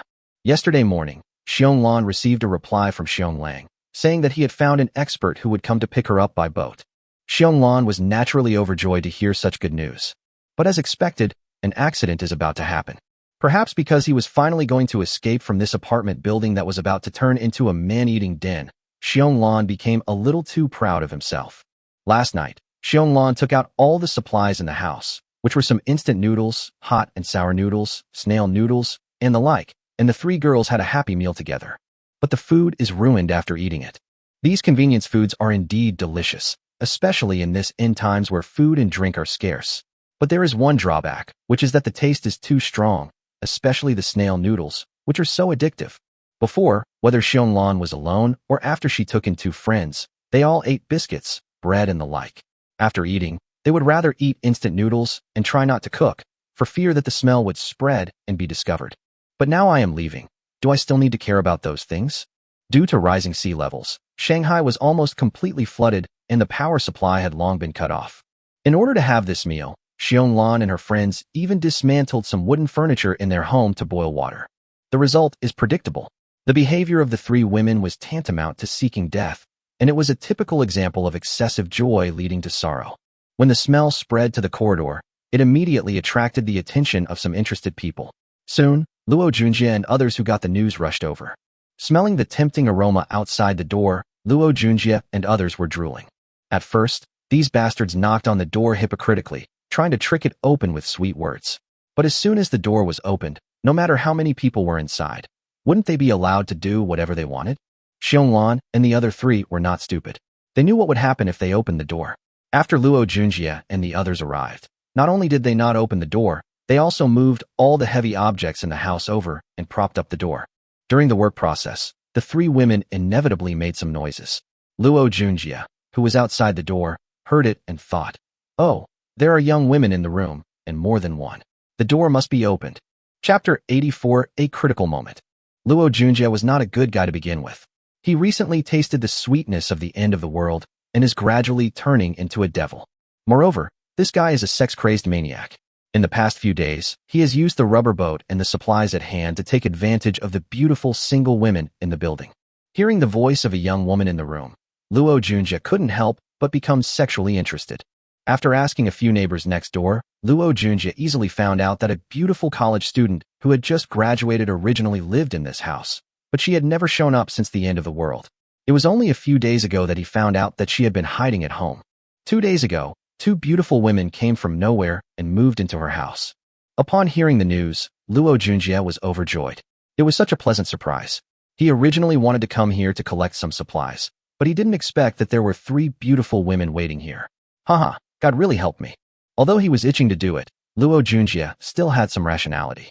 He knew that there were so many people on this floor, so it would not be a good time to use violence openly, at least not right from the start. So, after knocking on the door for a long time without getting any response, Luo Junjie temporarily stopped. However, before leaving, he made a harsh statement that he would come again tomorrow and would not be so polite then. Xionglan wanted to ask Xionglang for help again, but her cell phone was out of battery and turned off automatically before she could even get through. The other 2 women swam out of the water and their cell phones had been lost somewhere long ago. At this point, the 3 women were completely at a loss. They could only reinforce the door as much as possible and each took a handy weapon ready to fight with Luo Junjie when he broke in. In this way, the 3 women spent the night in anxiety. When it was dawn, what was supposed to happen finally happened. Luo Junjie and his men visited the 17th floor again, targeting Xionglan's residence. Moreover, Luo Junjie did not come empty-handed this time, but brought demolition tools, a crowbar, and several fire axes. As usual, he knocked on the door and shouted a few words. After getting no response, Luo Junjie shouted loudly, "Everyone, please pay attention. There is no response when I knock on the door of room 1709. What does this mean? That means there is no one in the house. According to the arrangement of the neighborhood committee and also the request of our building manager Luo, the uninhabited houses will be arranged in a unified manner. This morning, the flood submerged the 7th floor and the 8th floor has started to flood. In order to accommodate the residents on the 7th and 8th floors, I will now lead people to break down the door of room 1709. Is there any objection to this decision?" In the corridor on the 17th floor, apart from a few people watching the fun, the rest were Luo Junjie and his men. Naturally, no one would raise any objections. Especially those who are just watching the fun. They all say that it is none of their business. Just watch the fun and don't make any sound. Otherwise, if they attract the attention of these bastards and ask them to give up their houses, they will be in trouble. It's not that no one knows about the evil deeds of Luo Junjie and others, but since it hasn't happened to me, it has nothing to do with me. Who cares about other people's life or death? Seeing that no one objected, Luo Junjie waved his hand triumphantly. "Brothers, go ahead and tear down the door." Then, a group of big men holding fire axes rushed up with ferocious looks and started to break down the door with force. Inside the door, the 3 women who had been trembling with fear all night long finally couldn't bear it anymore and fell into a drowsy sleep until dawn, when they were awakened by a loud noise. After figuring out the situation outside the door, the 3 women realized that it seemed to have really come to the last moment. Xionglan forced herself to calm down and called the 2 girls over. The 3 of them gathered together and watched the situation at the door nervously, waiting for the moment when the enemy broke in and fought them to the death. Sun Guangjun followed the address given by Xionglang and found the Wanhyuan community. Following the instructions on the map, Sun Guangjun arrived at Building 6 and found that the building door had already been submerged in water. This type of commercial and residential building is different from ordinary residential buildings. The stairs are all inside the building, but there are windows at both ends of the corridor, so people can enter and exit from here. Otherwise, they have to break other people's windows and enter and exit from their homes. However, the flood has already come up, so it doesn't matter where you enter or exit from, because the floors close to the water are basically uninhabited anyway. Sun Guangjun broke a window at random and jumped into the room. He turned around to deflate the rubber boat, folded it, and put it into the backpack on his back, actually put it into the Shanhe ring, then opened the door and waded into the corridor. Through the signs in the corridor, Sun Guangjun discovered that this was the 8th floor. After finding the stairwell, Sun Guangjun walked up the stairs. The higher he went, the more confused Sun Guangjun became. Something seemed to be wrong in the building. The residents on the lower floors should have moved out, but many of the doors had been broken open, apparently with blunt instruments like axes and hammers. Suddenly, Sun Guangjun heard the sound of someone banging on the door, which made him feel uneasy. It can't be such a coincidence, right? The house that was smashed should not be Xionglan's. Sun Guangjun silently comforted himself in his heart, but quickened his pace. Regardless of whether it is true or not, the situation in this building is obviously very bad. It is better to find Xionglan as soon as possible and take her away. It is said that one should be loyal to the person who trusts him. Since Sun Guangjun accepted Xionglan's request and came to help him get his sister back, he couldn't give up halfway, and he couldn't let Xionglan make any mistakes. Sun Guangjun quickly reached the 17th floor in 2 steps. When he pushed open the door of the stairwell, Sun Guangjun's eyes almost popped out. The accident happened on the 17th floor, and many people were gathered at the door of room 1709. At this moment, Sun Guangjun felt fortunate that he arrived in time. Although Xionglan's condition was not good, it was not the final moment, although it would be soon. Sun Guangjun was sure that if he had not come today, given the current situation, no matter how powerful Xionglan was, he would probably not be able to escape. Stop it! Without time to think anymore, Sun Guangjun shouted loudly, strode to the back of the crowd, pushed away the people blocking his way, came close, and cursed in a deep voice. A bunch of bastards! You have nothing to do after eating your fill, right? How dare you come here and smash the door? Get out of here now. Otherwise, I will make you regret coming into this world. From the whispers of the crowd just now, Sun Guangjun already roughly knew the identity of this group of people.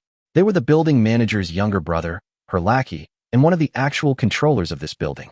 Sun Guangjun didn't have any good feelings towards this group of people, let alone speak to them in a nice tone. Yo! Seeing that someone dared to stop him, Luo Junjie stepped out of the crowd, came to Sun Guangjun in a nonchalant manner, and said frivolously, "You cracked a stink bug while cracking melon seeds. What are you pretending to be in front of me? Make me regret coming into this world? What a big tone. Come, show me what you are capable of to say such big words." Sun Guangjun reached out and touched his lower back, then swung his hand. A fine steel baton appeared in his hand, and he sneered, "With this." Taking a step forward, Sun Guangjun swung a stick at Luo Junjie on the head. Chapter 85: A Hero Saves a Beauty. Luo Junjie never expected that Sun Guangjun would dare to attack him on the spot over a disagreement. He was caught off guard and suffered a great loss. Seeing Sun Guangjun's baton coming towards his head with a woohoo sound, Luo Junjie was frightened and tried to dodge by turning sideways. Unfortunately, Luo Junjie's action was half a beat slower than his brain. He only had time to dodge his head, but his shoulder was hit hard by the stick. Sun Guangjun is now a level 5 mutant. His body has been strengthened countless times. It is no exaggeration to say that he has infinite strength. Although this blow didn't use full force, it was still very powerful. There was a crisp sound of crack, followed by Luo Junjie's scream like a pig being slaughtered, echoing in the corridor on the 17th floor.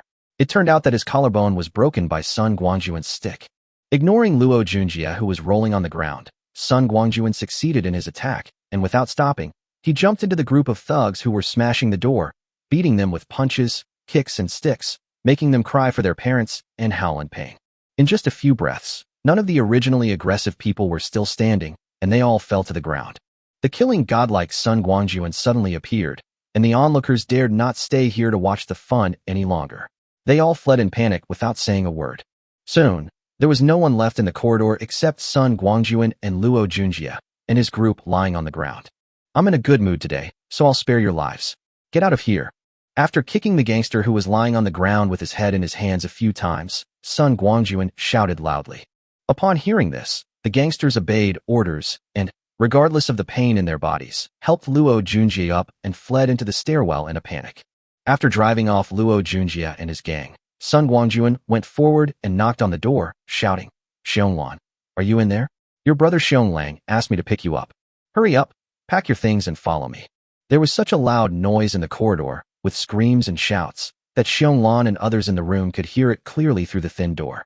However, the 3 frightened women did not open the door after hearing Sun Guangjun's calls. They were afraid that this was a trap to trick them into opening the door, and that endless disasters would be waiting for them outside. The 3 women looked at each other and nodded at the same time. They all made up their minds that they would never open this door today, no matter what. Sun Guangjun outside the door shouted for a long time, but found that there was no movement in the room. Not to mention opening the door and warmly welcoming him. There was not even a response. Having a rough idea of what was going on, Sun Guangjun could only shake his head helplessly. It seemed that violence was the only option. Sun Guangjun raised his foot and kicked the door hard. To his surprise, he found that the door frame was shaking and the door did not open. Sun Guangjun doesn't simply think that this is because of the high quality of the door and door lock. It seems that the girl from Brother Xiong's family is quite quick-witted and knows to put something behind the door. Muttering to himself, Sun Guangjun stepped forward, grabbed the door handle, exerted force with one arm, and pulled it out suddenly. Now, Sun Guangjun pulled down the entire door and door frame. It's not that Sun Guangjun is really that strong that he can remove the door with just a kick and a pull, but the door had already been violently demolished by Luo Junjie and was already badly damaged. Now Sun Guangjun is just the last straw that broke the camel's back. Of course, this straw was indeed a bit thick. Throwing aside the door, Sun Guangjun looked at the various furniture, appliances, and sundries that almost blocked the ceiling in front of him, and couldn't help but have a headache. This big girl is really energetic. How much effort must she have put in to make the house like this? While sighing, Sun Guangjun dragged the debris into the corridor, thinking with a sense of evil in his heart. Am I considered a hero saving a damsel in distress? I just don't know what this Sister Xiongga looks like. Can she be called a beauty? You said Brother Xiong is so careless. He asked me to pick someone up for you, but he didn't even want to give me a photo. After working for more than half an hour, Sun Guangjun finally opened a passage. Die. As the last layer of obstacles was pushed down, Xionglan suddenly shouted angrily and rushed forward with a kitchen knife in his hand. Sun Guangjun was startled by the sudden scream. Before he could react, a figure rushed over and started slashing around with a kitchen knife in his hand. The key point is that he was chopping and screaming with his eyes closed. Taking a small step back, Sun Guangjun easily avoided the oncoming attack, letting the kitchen knife chop back and forth no more than 5 centimeters away from him, completely speechless. Okay, let's save our energy. With a simple reach, Sun Guangjun snatched Xionglan's kitchen knife and threw it aside. With a lightness in his hand, Xionglan finally opened his eyes, which had been closed all this time. When he saw that only Sun Guangjun was in front of him, he asked in a trembling voice, Are you really sent by my brother? That's fine. Sun Guangjun touched his nose, smiled awkwardly, and said, You are Xionglan, right? Your brother Xionglang entrusted me to take you back to Qing City. Well, it looks like the situation here isn't very good, so you should pack up quickly and come with me. By the way, if you don't believe me, you can call your brother to confirm it. As he spoke, Sun Guangjun took out a cell phone and handed it to Xionglan, and teased, You don't even remember your brother's phone number, do you? Of course I remember. Miraculously, in the face of Sun Guangjun's teasing, Xionglan quickly returned to normal. While taking the phone, he did not forget to give Sun Guangjun a big hygienic eye. Xionglan ran aside to make a phone call, and Sun Guangjun then discovered that there were 2 women in the room, hiding in the corner and shivering. Didn't Xionglan say he only had one sister? How come there were 2 more? Sun Guangjun didn't understand what was going on and didn't bother to care. Anyway, he had promised Xionglan that he would bring his sister back. What did other people have to do with him? Sun Guangjun is not a saint, nor is he a saint. He agreed to help Xionglang pick up Xionglan. On the one hand, he wanted to win over Xionglang, and on the other hand, he also wanted to take the opportunity to visit the Magic City. Now that both goals have been achieved, he just wants to take Xionglan back quickly and doesn't want to cause any more trouble. Sun Guangjun had made up his mind. After Xionglan finished the call and confirmed it, he would just take her away. He would let the 2 of them fend for themselves. Looking at the bare walls of the house, their things should have been used to block the door, so there was no need to pack anything. Xionglan only needed to take her own clothes. In fact, according to Sun Guangjun's idea, Xionglan didn't even need to bring clothes. After returning to Qing City, she could just ask Xionglang to help her find some. Chapter 86. Unable to express worry. It took long enough to break into the house and find the people. Sun Guangjun didn't believe that the gang of thugs would give up so easily. Maybe they had already gathered people and were waiting for him on the floor near the water. Sun Guangjun wasn't afraid of Luo Junjie coming for revenge. No matter how many people there were, what could he do? The worst that could happen was that he would just take out his gun and start shooting, fighting his way out. Anyway, he would leave after picking up the person, and he wasn't hanging around in Shanghai, so he wasn't afraid of being noticed. Given the current transportation conditions, even if the authorities were notified and sent people to arrest him, by the time they arrived, he would have already fled to the sea. Not to mention that it is even a question whether the authorities can still operate effectively. But no matter what Sun Guangjun was afraid of was that Xionglan didn't seem to have learned any skills from her brother. If such a delicate girl got injured in the conflict, it would go against Sun Guangjun's original intention. You came to pick someone up, but ended up picking up a wounded person? While Xionglan was still on the phone, Sun Guangjun finally had the opportunity to take a good look at the girl that Xionglang had been thinking about. Xionglan is estimated to be over 1.75 meters tall. If she wears high heels, she will be half a head taller than Sun Guangjun, who is 1.8 meters tall. However, although Xionglan is tall, she does not look out of proportion at all. Her posture is very straight, especially her two long legs wrapped in tight jeans. They are slender and straight, with a perfect figure. Her willow-like waist is like a deadly knife, which is very eye-catching. Her face was covered in dust and sweat, probably because of the obstacles she was facing, so it was hard to tell what she looked like. However, from her face shape, eyebrows, and slender swan neck, it could be seen that she was a beauty for sure. With a casual glance, Sun Guangjun discovered that the two women who had been hiding in the corner looked somewhat familiar. I don't have any acquaintances in the magic world? Sun Guangjun was puzzled and couldn't help but take a few more glances. The more he looked, the more familiar it looked. At this time, Xionglan probably finished the call, finally confirmed Sun Guangjun's identity, and walked out of the room. However, Xionglan did not go to Sun Guangjun. Instead, she ran to the corner with a happy look on her face, pulled the two girls, and shouted excitedly, "Sister Zishi, Sister Fengjiu, we are saved. We are saved. See, that's the person my brother sent to pick me up and take me back to Qing City. I've just confirmed it with my brother. You two come back to Qing City with me. My brother said that this person is very powerful and can definitely escort us back to Qing City safely." Really? That's really great. The slightly older woman, whom Xionglan called Sister Zishi, finally stood up, and Sun Guangjun finally saw her appearance clearly. Isn't this that guy? Although there were layers of dirt on her face, Sun Guangjun still recognized her. This woman with a familiar name turned out to be a big star. In his previous life, when Sun Guangjun was working in Neon, he liked to watch domestic movies and TV series when he had nothing to do. He didn't expect that the female star who he could only admire on the screen before would actually appear before him in real life. Now that we know the true identity of Zishi, the Fengjiu mentioned by Xionglan should be another big star who belongs to the same company as Zishi. The world is so wonderful. Sun Guangjun just sighed and frowned at Xionglan's decision. What did this girl just say? Do you want to take these two stars back to Qing City?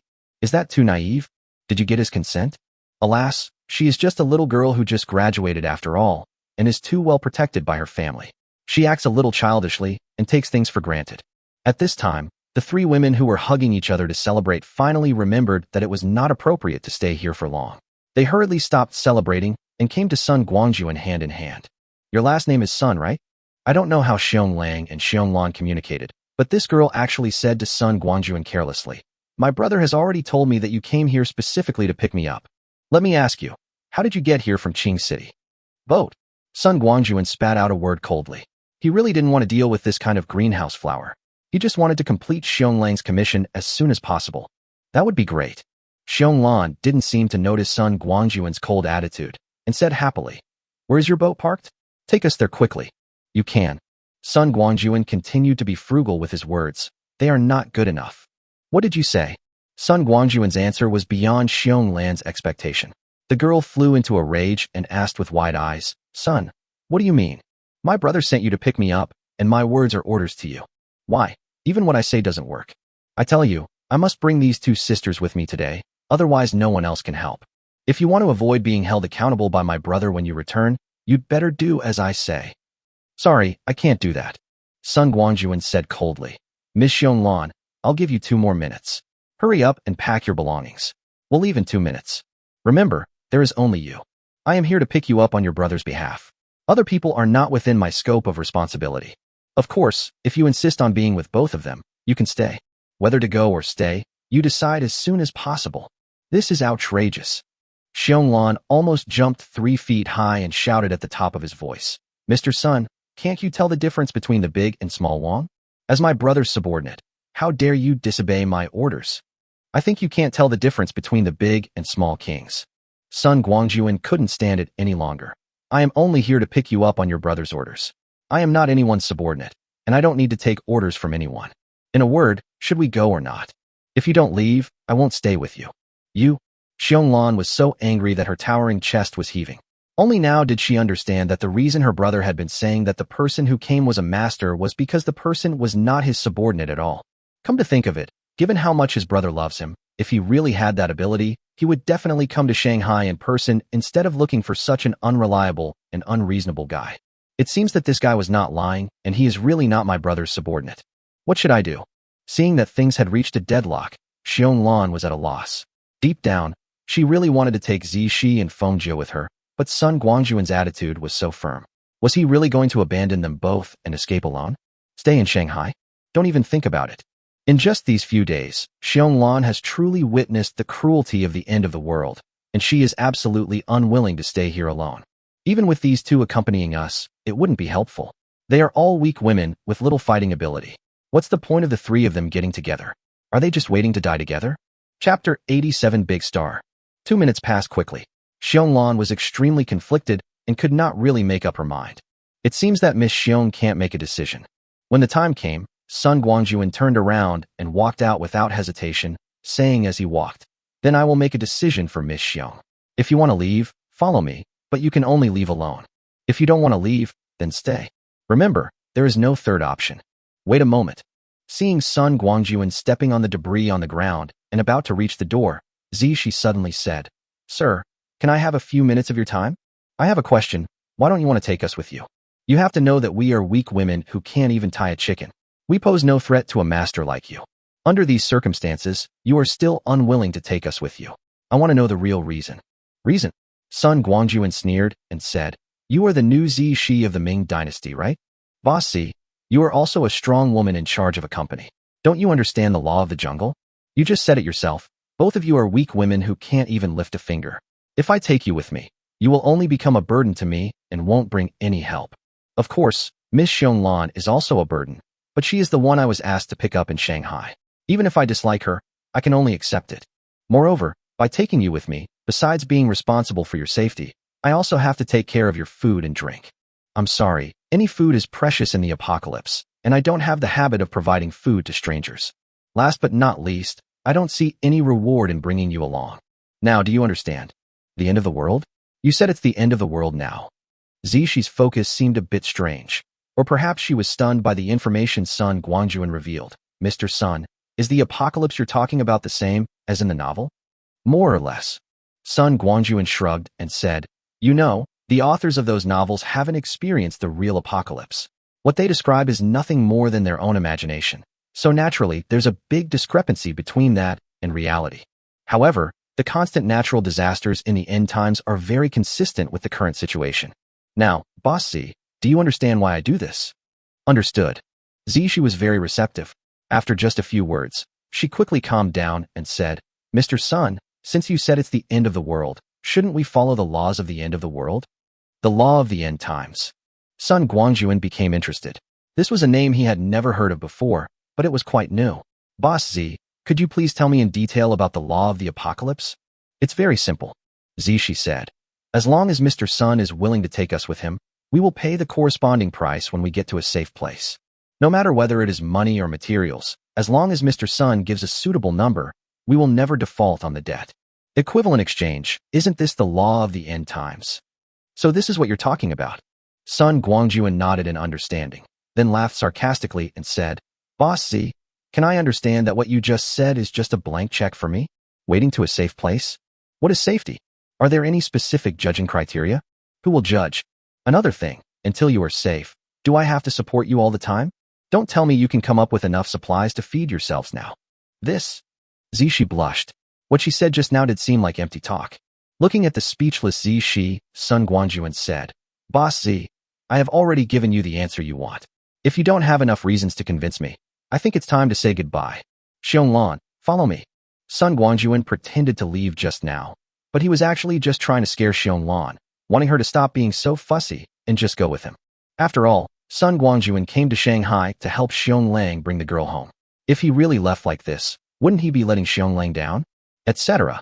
Seeing that Sun Guangjun had already grabbed Xionglan's arm and was about to take her away by force, Zixi suddenly said, "Mr. Sun, I have a new exchange condition. Could you spare me one more minute to listen to me? Explain. After receiving Sun Guangjun's response, Zishi quickly organized her words and said, Mr. Sun, I can surrender to you and become your subordinate. From now on, I will do whatever you want me to do, as long as it is your order, Mr. Sun, and I will not hesitate. All I ask for is the safety of our sisters. What do you think of this exchange, Mr. Sun? Interesting. Sun Guangjun smiled coldly and said, taking a beautiful celebrity like you as my subordinate is indeed quite challenging, and it is also quite prestigious to tell others about it. But that's not enough. Boss C, let's not beat around the bush in front of others. I'll just say what I want to say straight out. Your conditions can only exchange for your own safety. It's not enough to want to bring your sisters along. As I said, the end of the world has come, and I can't waste precious food to feed a useless person. Besides, you have no right to decide someone else's life for him. If you want me to take you, my sister, with me, fine, the conditions are the same as yours. However, you should think carefully. It is not easy to be my subordinate. Hey. At the end of his speech, Sun Guangjun deliberately showed a lewd smile. You can experience the meaning of it yourself. I believe she is a smart person and will figure it out. Sure enough, after hearing what Sun Guangjun said, Zishi pulled Feng Jiu aside without saying a word, and the two of them whispered a few words. Not long after, the two women returned to Sun Guangjun again, bowed respectfully, and said that they were willing to be Sun Guangjun's subordinates and be at his disposal from then on. Sun Guangjun also knew that this so-called loyalty under coercion was just a temporary measure by Zishi and the others. Once the right opportunity was found in the future, the two of them might immediately turn against each other. But what Sun Guangjun wanted was just the satisfaction of having two big stars as his subordinates. It didn't matter whether they were sincere or not. With the two women's almost non-existent combat capabilities, does Sun Guangjun still expect them to charge into battle for him? Forget it. He doesn't have the habit of forcing his men to die. Sun Guangjun had already made up his mind to take these two big stars back with him and treat them as two pets. After all, he had so many supplies that it didn't matter if he had two more people. As for his previous refusal to take the two people away, if he hadn't done that, would they have obediently served him? These days, if you want to recruit a subordinate but don't use some tricks or something, wouldn't that make you look too low? Chapter 88 Blocking People. Since the three of them had already reached an agreement on the terms of the exchange, Sun Guangjun didn't hesitate and immediately pulled out two revolvers from his backpack and handed them to Zishi and Feng Jiu, saying, as my men, you will use these two guns for the time being. Hide them all for me, don't take them out to show off. It's not the time to show these things openly at this stage. Moreover, this is only for your temporary self-defense. When we return to Qing City, I will find someone to give you systematic training. Then you can choose what kind of weapons to use based on your personal characteristics. Come, let me teach you how to use this thing. Clear. The two women nodded in unison, and after Sun Guangjun gave a brief explanation, they carefully put away their guns. Where's mine? Where's mine? Seeing that Sun Guangjun and the two girls were ready and about to set off, Xiong Lan, who had been ignored, became anxious. How come they both had weapons, but I didn't? Looking at Xiong Lan's snow-white little hand stretched out in front of him, Sun Guangjun rolled his eyes rudely and said, yours what? Gun. Xiong Lan said anxiously, Sister Zishi and Sister Fengjiu both have it. Why don't I have it? Mr. Sun, you should treat everyone equally and give me a gun as well. After all, we are walking together and we are in danger together. You all have guns, so what should I do then? You don't have to. Sun Guangjun said, with my protection, you won't need that thing. Besides, I gave it to them because they are my subordinates. I gave it to them temporarily for self-defense. I will have to take it back after we leave here. As for you, let your brother figure out a way when you get back. Okay, stop talking nonsense and hurry up. Don't forget to take the things you need with you. Once you leave, you won't know when you'll be able to come back here again. Upon hearing this, the three women couldn't help but feel a little sad, especially Zishi and Feng Jiu. They were originally staying at Xionglan's place. When they thought about the hardships they had endured these days, and now they had to leave their homes and careers behind, how could they not feel so bad?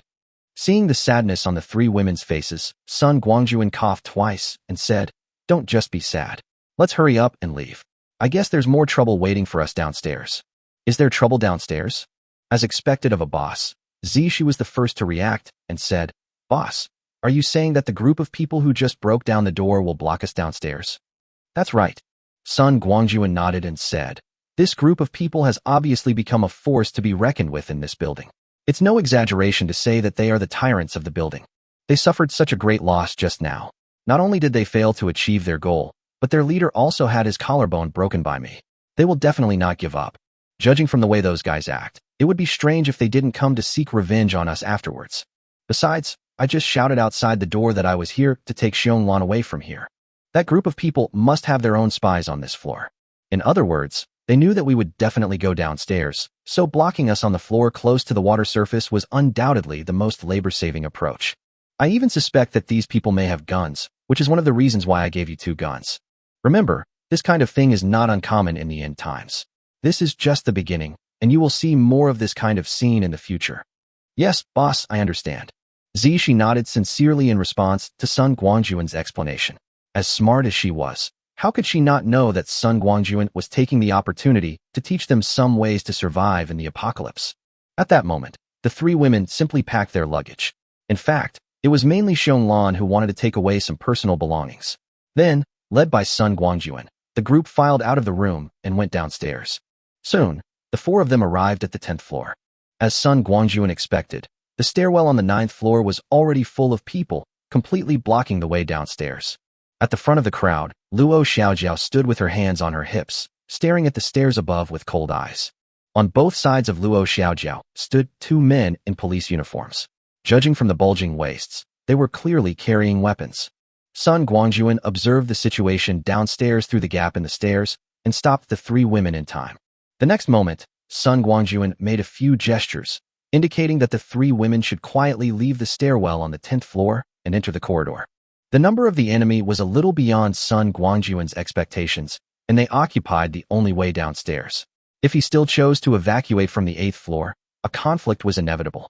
Although he has unlimited firepower equipment, it is only the beginning of the end of the world, and Sun Guangjun has not thought about killing people. After all, everyone is a dragon countryman, and there was no hatred between them. It would be cruel to take people's lives because of a small conflict. As for whether these people are causing trouble or whether their hands are stained with blood, these are not issues that Sun Guangjun should consider. Moreover, in the end times, the fittest survive and countless people have died. Sun Guangjun cannot and will not be responsible for those innocent deaths, and he cannot take responsibility for it. Boss, what's going on? Entering the corridor, Zishi, who was originally in charge of the rear guard, came to Sun Guangjun and asked in a low voice, "Has the road below been blocked by them?"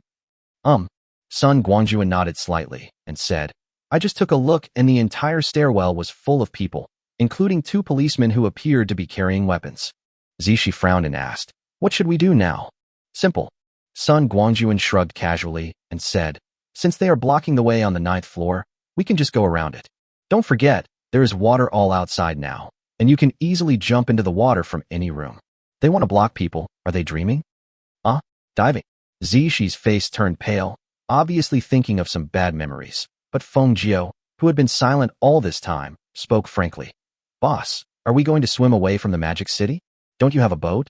Can we have a boat come and pick us up? I really don't want to soak in water again. It's too uncomfortable." Sun Guangjun shook his head and said, "My boat can't enter the city, so I can only park it at the seaside. Besides, I'm the only one coming to Shanghai this time, so if we want to get on the boat, we have to find a way to get there ourselves." As he spoke, Sun Guangjun found a half-open door, pushed it open, and walked in. The heavy rain continued to fall. After the residents on the 7th and 8th floors moved to the upper floors, most of the residents on the 9th and 10th floors also moved out in advance, which made things convenient for Sun Guangjun and his friends. Chapter 89 Return. After opening the window and looking down, Sun Guangjun discovered that the height from here to the water surface was only about 4 meters. Taking out a neatly folded rubber product from his backpack, Sun Guangjun opened the package and threw it towards the window. With a slight bang sound, the rubber skin quickly expanded and unfolded, soon becoming an inflatable boat. Then, Sun Guangjun took out a rope and tied it to the window frame to test its strength. Then he said to the 3 women, "You all know how to tie an Italian half-buckle rappelling knot, right? If you don't know how, come here and I'll teach you." Obviously, the 3 girls were all young ladies who had never done housework and were not familiar with this escape method popular among Spider-Man. At this moment, they could only obediently gather around Sun Guangjun and listen carefully to his explanation. Fortunately, the Italian half-hook rappelling knot is simple and easy to learn. As long as you have a stainless steel half-hook and a rope, it is easy to learn. After confirming that the 3 women had mastered it, Sun Guangjun was the first to slide down and landed accurately in the rubber boat. then waved to the three women to come down quickly. Zishi was still the last one left to provide cover, while Xionglan and Fengju slid down one after another. After Zishi came down, Sun Guangjun shook his hand, untied the knot of the rope, coiled the rope, and put it into his backpack. Then he took out a few folding aluminum alloy oars, handed them to the three women, and asked them to row quickly. The three girls were very curious about Sun Guangjun's backpack. Wow, it was almost as big as Doraemon's. It was just a not-so-big backpack, but it contained everything. It was amazing. Sun Guangjun didn't care what the three women thought. He urged them to hurry up and row the boat. He took back the two revolvers from Zishi and Fengjiu and stayed at the stern, keeping an eye on the situation in front, behind, and around him at all times. He also had to correct the course for the three women from time to time. Perhaps because escaping was the most important thing, the three women almost all unleashed their inner strength when their own safety was at stake and paddled the boats very hard. Looking at Sun Guangjun again, after leaving Wanhyuan community, he simply sat down and watched the three women sweating profusely. He himself was leisurely humming an unknown little tune, and he was just short of drinking 2 glasses of wine from a whole bottle. Seeing this scene, Zishi and Fengjiu were fine. They had just joined Sun Guangjun and swore to be the boss. Now was the time for them to show their abilities. Even if they had complaints in their hearts, they had to endure it. But Xionglan was different. When had this young lady ever suffered such hardship? As soon as the initial energy wore off, she immediately felt her hands and feet sore and weak, and she couldn't help but complain. I say, some people are so shameless. They are pretending to be helping my brother to take over my business, but they are actually acting like the boss. Good fellow, the one who rescues others can do nothing but work, while the one being rescued has to work himself to death. Is this even fair? Sun Guangjun was not one to indulge her and immediately retorted, Oh, Miss Xiong is really a delicate woman. You've only rowed for a few minutes and you can't do it anymore? Alas, it's because I have a good brother that I can still think about living a happy life in this doomsday. Hey, Boss C, you and Fengjiu take a break first. I'll take over. Xionglan was almost angry to death. Okay, you can clearly see that I'm the one who's tired, but you want to let them both rest. What kind of person are you? Then he thought again.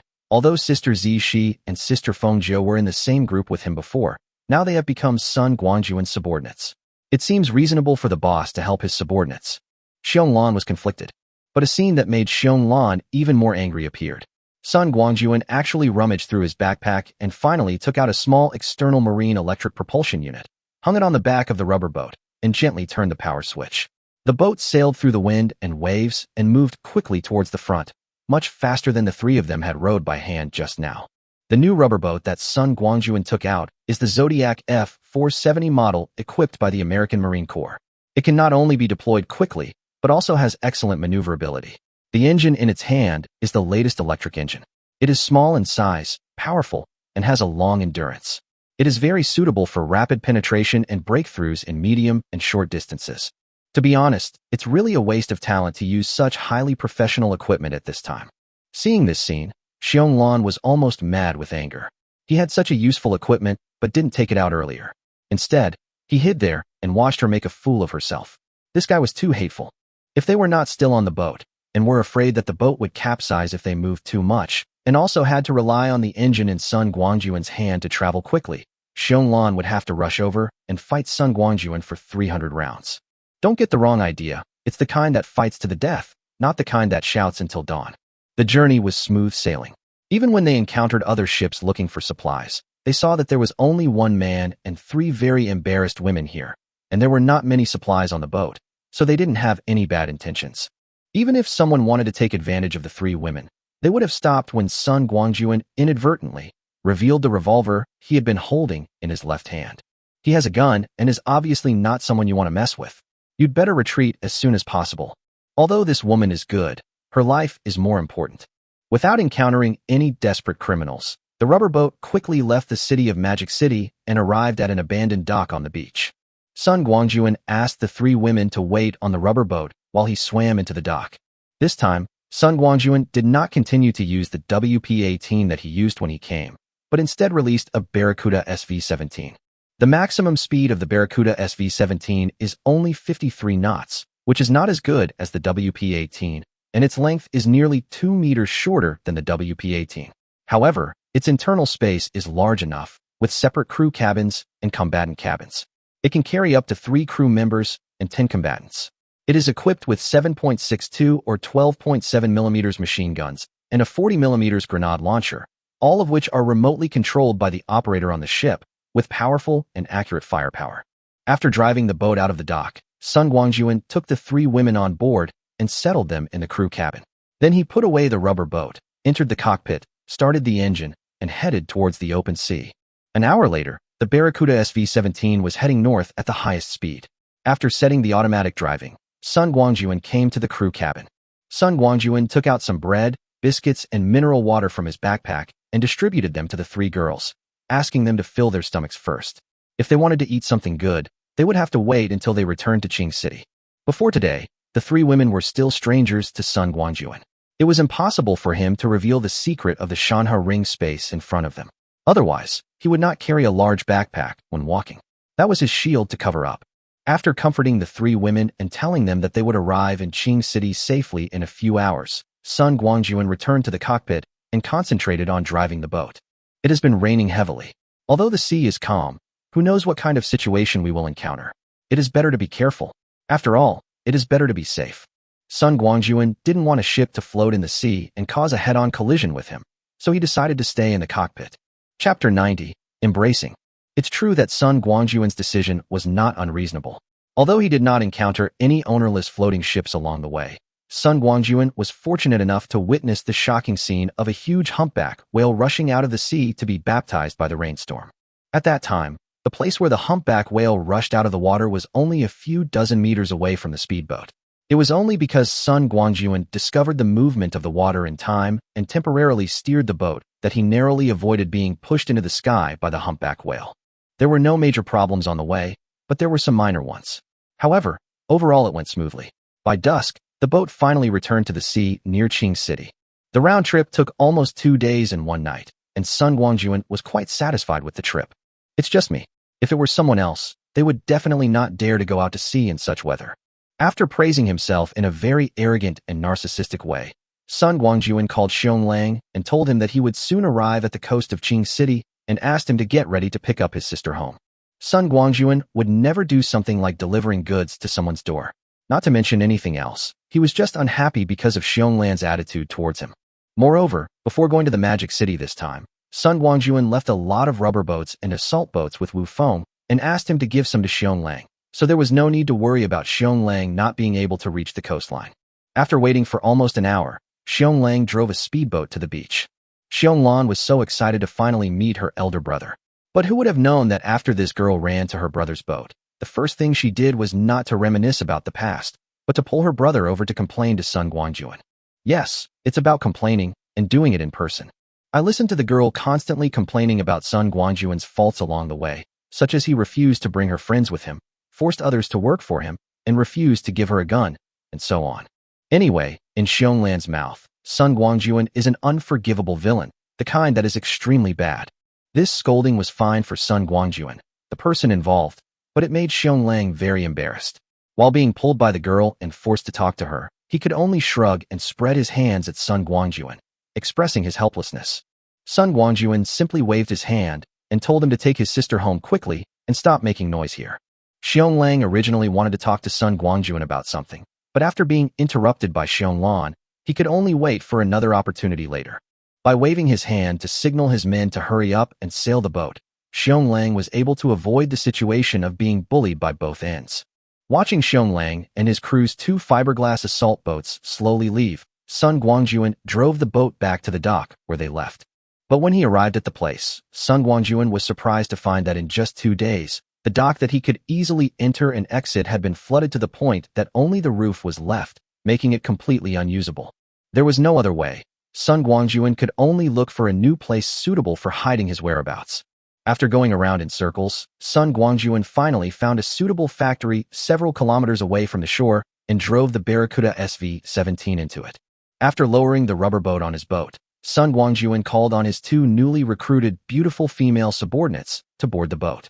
After leaving the factory, he made an excuse, saying that he had to go back to reinforce the gate to prevent the boat from being stolen by others, and quietly went back alone to put the boat away. No place is as safe as Shanha Ring. Besides, the water level is rising all the time. In a few days, this factory will be submerged. It is not a good idea to leave the ship here. Back on the rubber boat, Sun Guangjun took over the engine, turned on the ignition switch, and headed straight for Qilin Villa. The two new female subordinates were a surprise. Sun Guangjun had thought about it on the way and decided not to take them back to Villa number 1 for the time being. Instead, he would find an empty villa nearby and settle them down first. To put it bluntly, Sun Guangjun accepted these two people, one because they were big stars, and the other because he was greedy for their bodies. But there are already 3 women in the family, and Sun Guangjun has had actual contact with them. He doesn't want to take the 2 women back home like this. If he gets jealous again, it will be troublesome. If Sun Guangjun makes the 3 people in the family unhappy because of the 2 people he hasn't succeeded in getting, wouldn't that be a loss for him? Things like this should be taken slowly. The most important thing is that Sun Guangjun is still not sure about the loyalty of Zixi and Feng Jiu. Who knows if they will have other thoughts after they settle down. All of these will take time to verify. When Sun Guangjun just bought Villa number 1, he investigated and found that the occupancy rate of the villas in Qilin Villa was not high. Not only had nearly 1/3 of the villas not been sold, but even among those that had been sold, many were empty and no one lived in them. In fact, Sun Guangjun had been eyeing these vacant villas before, and after the end of the world, he had observed them carefully and knew roughly which villas were empty. Due to the terrain of Qing City, the entire road is not covered by water, and some ground is exposed intermittently. Whenever the waterway reached the end, Sun Guangjun would ask the 2 women to get off the boat, drag the rubber boat forward, and continue sailing when they reached water. After walking and stopping here and there, the group finally arrived back at Qilin Villa around 9 o'clock in the evening. Heavy rain continued, flooding the entire city. The power supply in Qing City had been cut off long ago, and the community was almost pitch black except for sporadic candlelight and flashlights. With the help of the cover of night, the 3 of them returned to the community quietly without attracting anyone's attention. The road leading up the mountain had long since turned into a river, with extremely turbulent water. Sun Guangjun, with 2 weak women who had no training, had no choice but to abandon the mountain road and instead find some areas with relatively flat terrain and less deep water, and then drag the 2 women up the mountain. Below and to the side of Villa number 1, separated by 5 or 6 villas, is Villa number 17, which was also the target that Sun Guangjun had found long ago. Villa number 17 is not far from Villa number 1 in a straight line, and the 2 families can greet each other by standing at the door. Before this, Sun Guangjun had observed it for a long time and used the convenience of earth walking to check it out personally, confirming that there was no sign that anyone had lived there. This was where he planned to temporarily accommodate the 2 big stars. After a long journey, by the time they arrived at Villa number 17, the 2 women were exhausted. There were several times when, if Sun Guangjun had not held them back, the 2 women might have been washed away by the flood. Sun Guangjun was also helpless. He didn't expect that the 2 women's physical strength would be so poor. In the end, he could only hold the 2 women's slender waists on the left and right, and bring the 2 women to the destination by himself. If an outsider who doesn't know the inside story sees this scene, he would probably envy the treatment Sun Guangjun is treated, with beauties on both sides. Isn't this a man's dream? Chapter 91 Settlement. When they reached the door, Sun Guangjun freed one hand, took a thin wire, and fiddled with the lock in a few seconds. Then he opened the door, waded through the water in the yard, and finally half-hugged and half-carried the 2 women to the relatively dry porch. You 2 take a rest here for a while. Leaving the 2 women limply sitting on the ground, panting, Sun Guangjun walked over to open the door and said, "This house has been vacant for a long time. I'll go in and clean it up first, and then I'll take you in later." Zixi and Feng Jiu were so tired that they could hardly speak. The 2 of them, soaked all over, could only snuggle together and watch Sun Guangjun walk in. This villa should not have been sold yet. It has only been simply renovated with a cement floor and white walls. After Sun Guangjun confirmed that no one was here some time ago, he cleaned it up, swept away the dust, and then placed some simple furniture. Since he was going to arrange for people to move in, and they were to be 2 beautiful and charming superstars, Sun Guangjun naturally had to decorate the place well. There are so many high-end furniture and furnishings in the Shanhe Ring. Just taking out a few pieces can make this empty villa look very classy. After entering the villa, Sun Guangjun first changed into dry clothes, and then began to think about decorating the villa. Not knowing the 2 women's tastes, Sun Guangjun simply arranged the furniture and appliances, then found an empty room to use as a warehouse, put out some sheets, quilts, clothes, shoes and socks, and let the 2 women choose for themselves. Due to time constraints, Sun Guangjun only decorated the living room on the first floor and the 2 south-facing bedrooms on the second floor before stopping. Then, Sun Guangjun went to the basement, took out a diesel generator, and connected it to the villa's power system. Of course, before starting the generator, Sun Guangjun carefully pulled thick double-layer velvet curtains over all the windows of the villa to ensure that no one outside could see the lights inside, and then he stopped. The villa has a separate water supply system, which was modified by Sun Guangjun in advance. He placed a large water tank in the attic and then connected it to the original water supply pipe of the villa. After doing all this, Sun Guangjun started the generator, went to the bathroom to plug in the temporary water heater, then walked out the door and brought the two women in. After a short rest, the two women managed to regain some strength. They supported each other and walked into the house. Looking at the warm light, they almost shed tears. It's the first time I see lights in so many days. I never realized that such a simple light could be so warm. After closing the door, Sun Guangjun said, "Boss, see, this is a special period and conditions are limited, so you guys just deal with it for now. The two south-facing rooms on the second floor can be used for living. You two can decide which room to live in and allocate it among yourselves. By the way, there are a lot of clothes and bedding in the first room on the north side of the second floor. You two can go up and pick out a few pieces. Then go back to your room and take a hot bath. I'll get you something to eat." "Thank you, boss." She thanked Sun Guangjun with a gleam in her eyes and tried her best to pull Feng Zhou up the stairs step by step. Watching the two women go upstairs, Sun Guangjun had no intention of going over to help. They were going upstairs to take a shower and change clothes, so why would he follow them? Even though you are greedy for her body, there is no need to be so impatient. After entering the kitchen, Sun Guangjun took out some kitchen utensils, all of which were electric. The municipal water, electricity, and gas supply has been cut off for a long time. Now if I want to cook, I have to use electricity or burn a wood stove. Sun Guangjun found it incredible to think of burning a wood stove in a high-end villa, although this kind of thing would become extremely common after the extreme cold arrived. As for what to feed the two girls, Sun Guangjun thought about it, and finally took out 2 buckets of instant noodles with braised beef flavor, a timeless classic. He boiled a pot of water to soak the noodles, poured a cup of hot water for each of the two women, and placed them on the dining table. Then Sun Guangjun returned to the living room and sat down. Sun Guangjun did not leave much food for the two women. He only put 2 boxes of instant noodles and several large buckets of purified water in the kitchen. Sun Guangjun didn't have to wait too long. The two women probably just took a quick shower, changed into dry clothes, and went downstairs. Although Sun Guangjun did not plan to give the two women any preferential treatment in terms of food, only instant noodles, he did not treat them harshly in terms of clothing. He gave them all first-line big brands, such as Valentino, Balenciaga, Hermes, and Chanel. These things were collected by Sun Guangjun in the city's commercial district a few days after it rained. There was no use for them. It just so happened that these big stars all liked big brands, so it wouldn't be a waste to give them to them. After taking a hot bath, the two girls' complexions recovered a lot. They were no longer as pale and miserable as before after being caught in the rain. They once again had rosy lips, white teeth, and bright eyes. Seeing the two girls walking towards him so gracefully, Sun Guangjun's heart was beating fast. Wow, the grace of these big stars is really not exaggerated. Just in these few steps, their charm is fully displayed. Sit down first. After calming down, Sun Guangjun said, "Boss, see, time is running out, and we only have instant noodles. Let's have a couple of bites first. You two listen to me while you eat. Although you are already my subordinates, I currently do not have any power of my own. There is nothing I need you to do, and you can only be placed here temporarily. There are instant noodles and purified water in the kitchen. If you are hungry, you can make your own. Tomorrow and the day after tomorrow, I will send you some supplies such as rice, flour, meat, vegetables, eggs, milk, etc. You keep this phone. It has my number in it. If you encounter any situation, you can contact me at any time. However, you need to be careful when living here, especially at night. It is best to close the curtains to block out the light so that people don't notice that there is someone living here. There is nothing we can do about this. Water, electricity, and gas have been cut off throughout the city, and the electricity here is provided by household diesel generators. At this time, being able to use a generator means a lot to those who are starving and cold. Boss C is a smart man, so I don't need to say much. Also, if you regret it, you can leave at any time and I won't stop you. Well, that's all I have to say.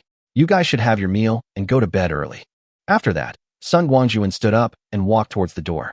Before leaving, he said, "It's best not to open the door to any strangers except me. Safety is the most important thing," etc. Seeing that Sun Guangjun's hand had already grasped the door handle, Zishi quickly spoke up to stop him. Unexpectedly, Sun Guangjun raised his hand without even turning his head and said, Boss Z, you have just arrived in a completely unfamiliar place, so you should adapt first. We will have plenty of opportunities to talk about anything later, so there is no need to rush. I'm leaving. This time, Sun Guangjun had no regrets. He opened the door and walked out of the house, and soon disappeared into the rain. Chapter 92, Where is Home? Sun Guangjun left in a carefree and happy manner, leaving the two women behind in a state of shock. Especially Zishi, who thought she had hidden her little thoughts very well, but she didn't expect that others knew everything about her. Look how good what you said just now is. You can leave at any time if you regret it. Zishi asked herself. If she put herself in Sun Guangjun's shoes, she would not be able to be as magnanimous as him. Of course, there is another possibility. This guy is playing the long game to catch a big fish, or he is fearless. Suddenly, Zishi thought of a word that Sun Guangjun had been saying, Doomsday. Could it be that the end of the world has really come? While Zishi was frowning and thinking, Feng Jiu was eating instant noodles in big mouthfuls. Soon, the entire bucket of noodles went into Feng Jiu's stomach. Licking her lips, Feng Jiu looked towards the bucket belonging to Zishi with an unsatisfied look. Sister me, why don't you eat? Are you not used to it? Otherwise, how about I help you with something? Staring at the bucket of instant noodles that exuded an alluring aroma, and glancing at Zishi's reaction from time to time, Feng Jiu cautiously stretched out her sinful little hand. Seeing that Feng Jiu was about to succeed, Zishi suddenly came to her senses and slapped her. Oops! Feng Jiu couldn't help but cry out in frustration and looked at Zishi and said, Sister me, I just saw you standing still for a long time and thought you couldn't stand this kind of junk food, so I wanted to help you. Look, my hands are all red from clapping for you. You deserve to be red. Who said I don't eat? I was just thinking. She didn't even look at the coquettish Feng Jiu. She was a foodie. As long as there was food, she would ignore everything else. Seeing she pull the instant noodles over to her and eat them with a fork, Feng Jiu's mouth was almost drooling. She pouted and said, If you don't want to eat, then don't eat. Why are you trying so hard? Ignoring Feng Jiu's mumbling, Zishi devoured the instant noodles in 2 or 3 mouthfuls, and even took a sip of the soup from the noodle bucket before saying, All you do is eat all day, and you don't even know when you'll be sold out. Come on, can't you use a little more brains? Look at what you said, sister me. Facing Zishi's scolding, Feng Jiu was not ashamed but proud, and said sweetly and innocently, I am with sister me all the time. Why do I need a brain? Anyway, I will listen to you, sister me, on everything. Looking at the innocent Feng Jiu, Zishi couldn't help but frowned, and then relaxed her delicate brows. Forget it. It's not the first day I've known my silly sister. Do I still expect her to change drastically? Ignoring Feng Jiu, Zishi took the 2 instant noodle buckets on the table to the kitchen. She wanted to throw them into the trash can, but then she thought, she didn't know how long she would be staying here and how much supplies she would have to consume. She decided to keep the noodle soup for a while. Maybe it would be useful tomorrow morning. If you save a little now, you may be able to survive in the future. Returning to the living room, she said calmly, Fat 9, I think we should have a good talk. Oh, sister me, you're so annoying. You're calling me Fatty 9 again. Feng Jiu pursed her lips and wanted to continue complaining, but seeing Zishi's serious expression, she lowered her voice unconsciously. Sister me, if you want to talk, just do it. Don't be so serious, okay? I'm scared. Well, Zishi couldn't help but sigh, stroked Feng Jiu's black and shiny hair, and said, Fat Jiu, sometimes I can't help but envy you. All you do all day is eat and sleep. You don't have to worry about anything, and you live a simple life. How wonderful it is. Unfortunately, I don't have your blessing. I was born to be a hard worker, and it's impossible for me to have a leisurely life. Miss me, I don't understand what you are saying. Feng Jiu said with a confused look on her face. Aren't we safe now? Besides, the guy surnamed Sun also said that if we change our minds and don't want to be his subordinates, we can leave at any time. Isn't that great? He is so gullible. We were just pretending to be nice temporarily, but he believed it? What a complete fool. Sister me, didn't he leave a cell phone for you? Can we please contact the company as soon as possible? I really don't want to drift around anymore. As long as we can contact the company, we can go back to Longdu, back to our own home. No matter how good the outside world is, it is not our home. Company? Go home. Zishi smiled sadly and whispered, Where is the company? Where is home? Zishi and Feng Jiu appeared in the Magic City because they had just finished all the work at hand and had a rare window of time, so they went to the Magic City together to relax. Zishi has a villa in Wanheyuan community, which she bought not long after her debut. After arriving in Shanghai, the two of them have been living here. Unexpectedly, When the end of the world began and high temperatures broke out, the two of them were trapped in one human community. Feng Jiu was bored, so she flirted in the owner's group and ended up meeting Xionglan. When two people with both funny traits meet each other, they naturally have endless topics to talk about because they have similar interests. Although they have never met, they soon became close friends and became good friends who can talk about anything. From high temperatures to heavy rains. Although she had billions of assets, she couldn't buy any supplies at all. Even if she saved again and again, the little supplies in the villa were quickly consumed. After being hungry for several days, they cried out to the sky and the earth for help, but no one answered. When they were almost out of strength from hunger, Feng Jiu suddenly asked Xionglan for help. Just like a drowning person grabbing a rope, Zishi was overjoyed to know that Feng Jiu had made such a good friend in the community, and hurriedly urged Feng Jiu to contact her quickly. In this way, Zishi and Feng Jiu survived and lived in Xionglan's house, where they spent the most difficult days. However, Xionglan's supplies were limited. Although the two of them avoided starving to death, they were still not full, especially Feng Jiu, a foodie. It was very difficult for her to endure. Fortunately, Sun Guangjun showed up in time and took them away from the magic city. He also gave them some bread and biscuits on the boat. They also had some instant noodles just now, which helped Feng Jiu satisfy her cravings. It has been too long since he had a full meal. Otherwise, would Feng Jiu, a big star with an annual income of tens of millions or even hundreds of millions, care about a bucket of instant noodles? I guess he wouldn't even want to take a look. What Feng Jiu didn't know was that before the rainstorm, Zishi had contacted the company and the staff countless times, but faced with the continued high temperature, the company had already closed down. Even if she could contact those staff members, those with good tempers would still comfort you and then say that they could do nothing to help them in their predicament. But those with bad tempers would start by greeting your whole family and using foul language, forcing you to hang up the phone quickly to avoid further suffering for your ears. It was precisely because of the experience of running into obstacles everywhere and having nowhere to turn that she realized the reality. Things are really different now than before. Chapter 93: The Final Decision. Perhaps in Feng Jiu's view, Zishi's words about joining Sun Guangjun and working for him were only temporarily forced by the situation, but only Zishi herself knew that those words were definitely not false, or not entirely false. She was testing the waters. If Sun Guangjun was really a trustworthy person, what would happen if she really joined him? As a woman, no matter what time, you always have to find someone to rely on. It's not like she hasn't been a strong woman before. Otherwise, where did she get the nickname Desperate Sanyang before the apocalypse? She was the boss of the company, but what was the result? Just a body covered in scars. Tired.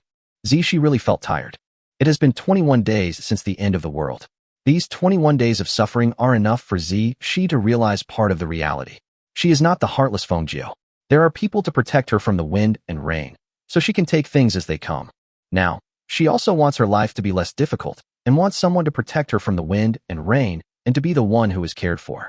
Just as she was thinking about the future and showing a rare weak attitude, Sun Guangjun had already returned to Villa Number 1. It is not as difficult as going to Villa Number 17. As long as Sun Guangjun steps on the ground, he can activate the earth walking technique and return to Villa Number 1 without anyone noticing. When Sun Guangjun pushed open the door of the villa, he was shocked to find that all the girls who usually liked to squeeze into the living room were gone, and the spacious living room seemed empty. Looking at his watch, Sun Guangjun realized that it was already past 1 in the morning. Oh, in the apocalypse, it's really hard for ordinary people to struggle to survive.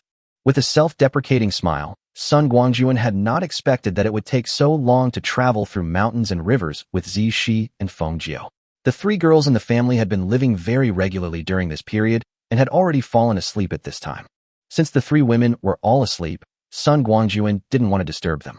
He was also very tired, so he decided to go back to the 2nd floor to rest. After a good sleep, when Sun Guangjun woke up, it was already dawn. After stretching comfortably, Sun Guangjun washed up, dressed neatly, and went downstairs to find food. As expected, the 3 girls had breakfast and went to the shooting range to practice shooting. Sun Guangjun didn't find any leftover food in the kitchen, so he had to cook for himself. After a hearty meal, Sun Guangjun hummed a little tune and staggered to the underground shooting range. As soon as the door opened, 3 guns were pointed at him almost at the same time, which scared Sun Guangjun. After seeing that it was Sun Guangjun, the 3 women finally breathed a sigh of relief, put down their guns, and gathered around to ask about his well-being.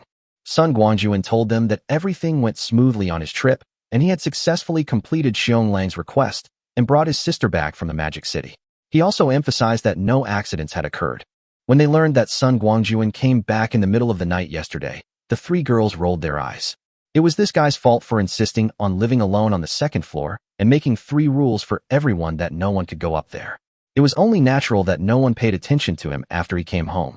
Seeing that the 3 women had already started practicing the use of automatic rifles, Sun Guangjun thoughtfully made a suggestion that they should just practice in the yard. The underground shooting range was less than 50 meters away, which was fine for practicing with pistols and submachine guns, but the rifles were a bit too close. Hearing Sun Guangjun's suggestion, the 3 women all cheered. The shooting range was located underground.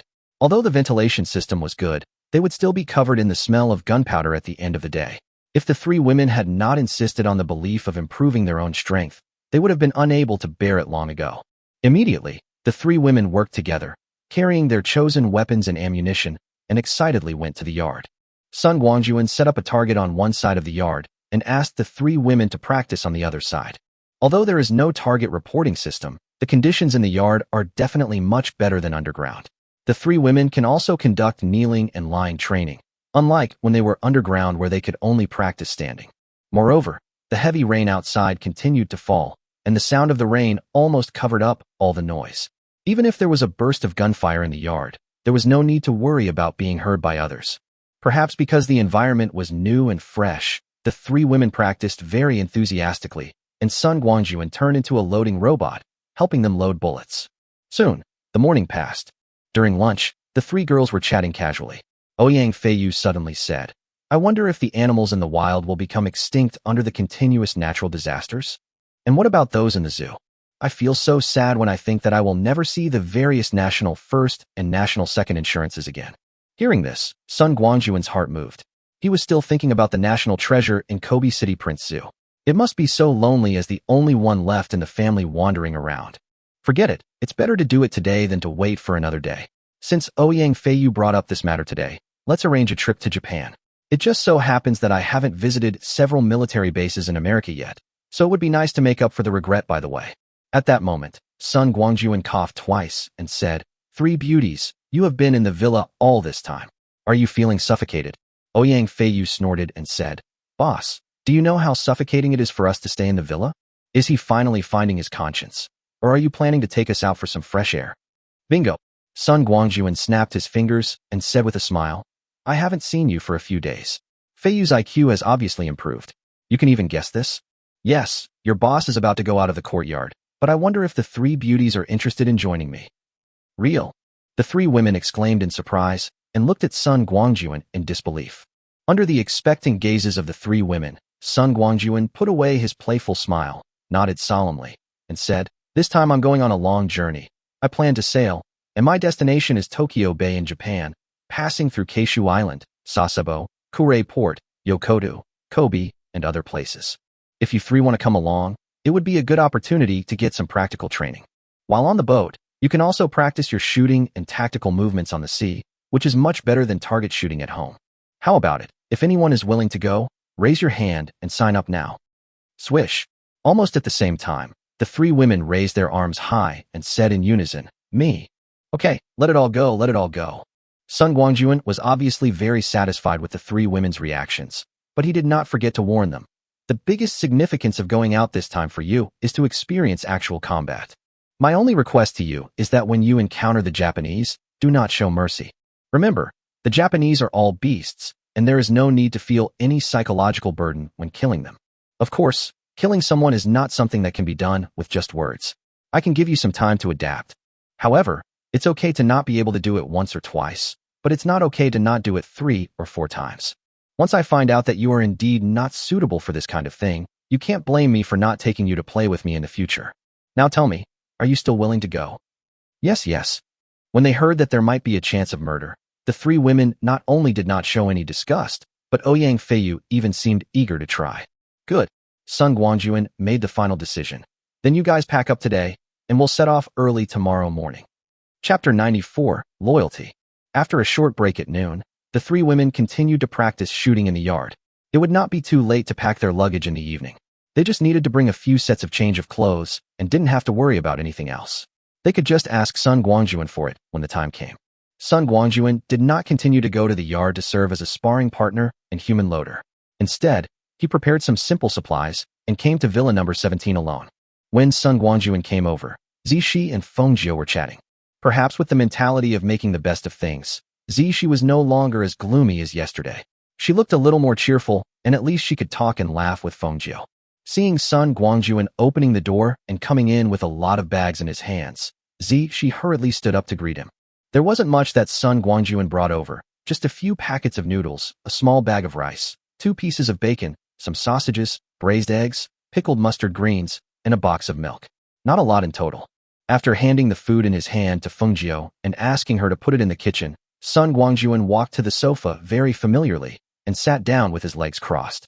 Compared to Sun Guangjun's calmness, Zixi's performance was much more restrained. She just stood in front of him and did not sit down. Sun Guangjun raised his hand to signal Zixi to sit down and said, "Boss Z, I have to go on a long trip tomorrow.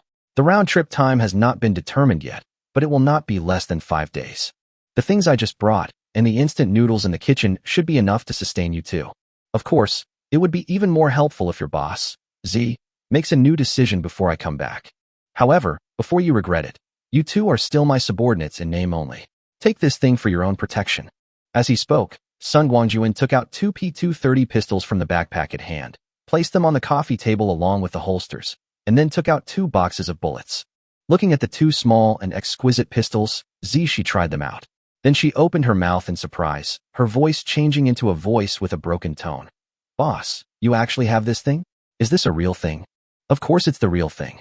Sun Guangjun laughed and said, "I'm giving them to you to defend yourself. I wouldn't take out 2 toys, would I? This is the P230 police pistol produced by SIG Sauer. It has a caliber of 9 mm, a total length of 168 mm, an empty gun weight of 460 grams, and a magazine capacity of 7 rounds.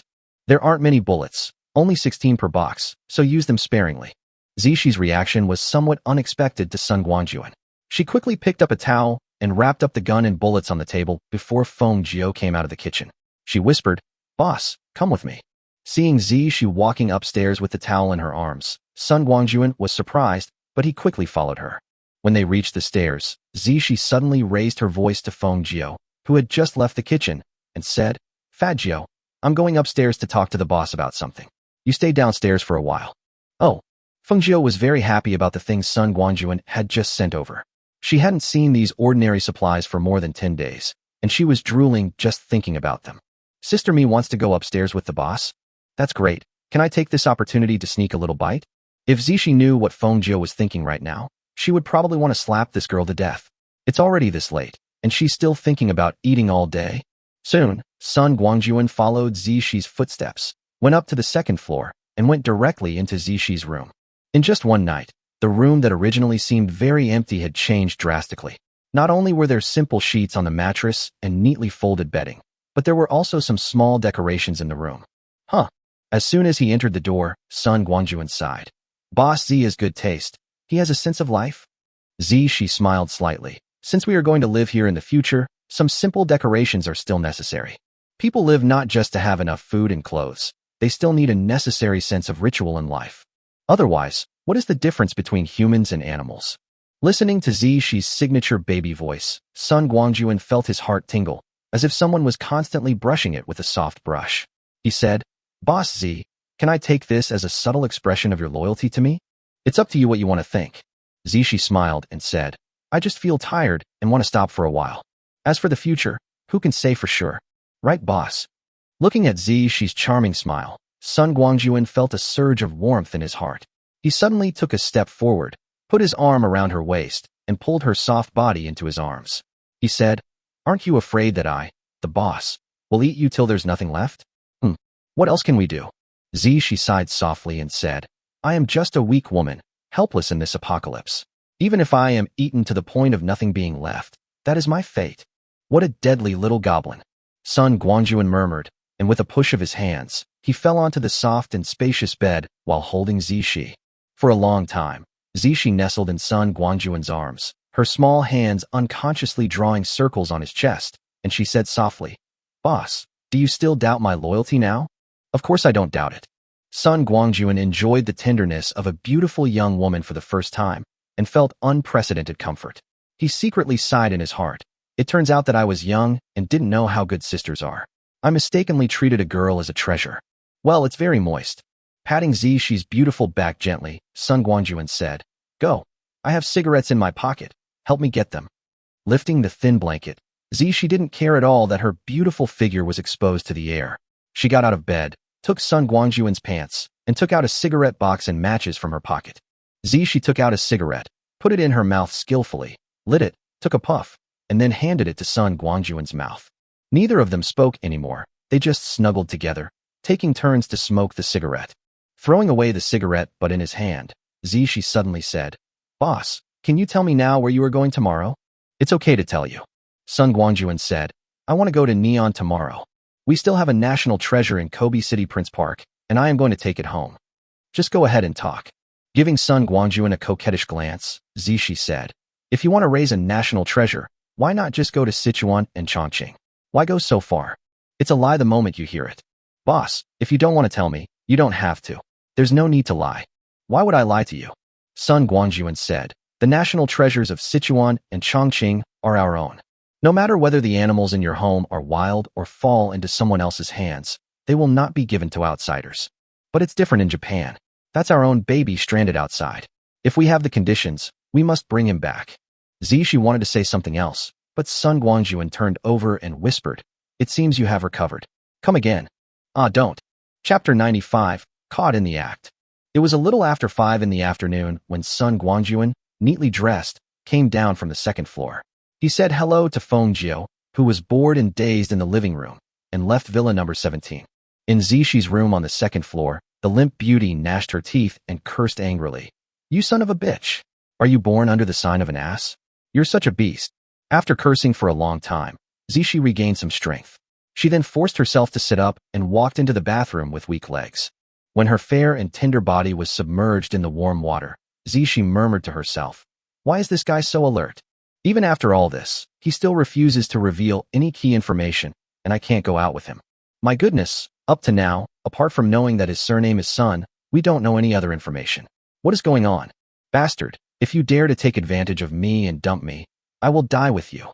Having said that, when Zishi thought about the reality, she felt powerless.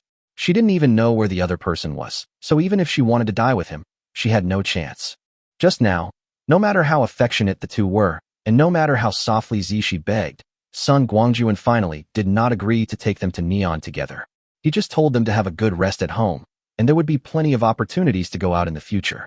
Sun Guangjun certainly had his reasons for doing this. Zishi and Feng Jiu were both ordinary people who had not received any training.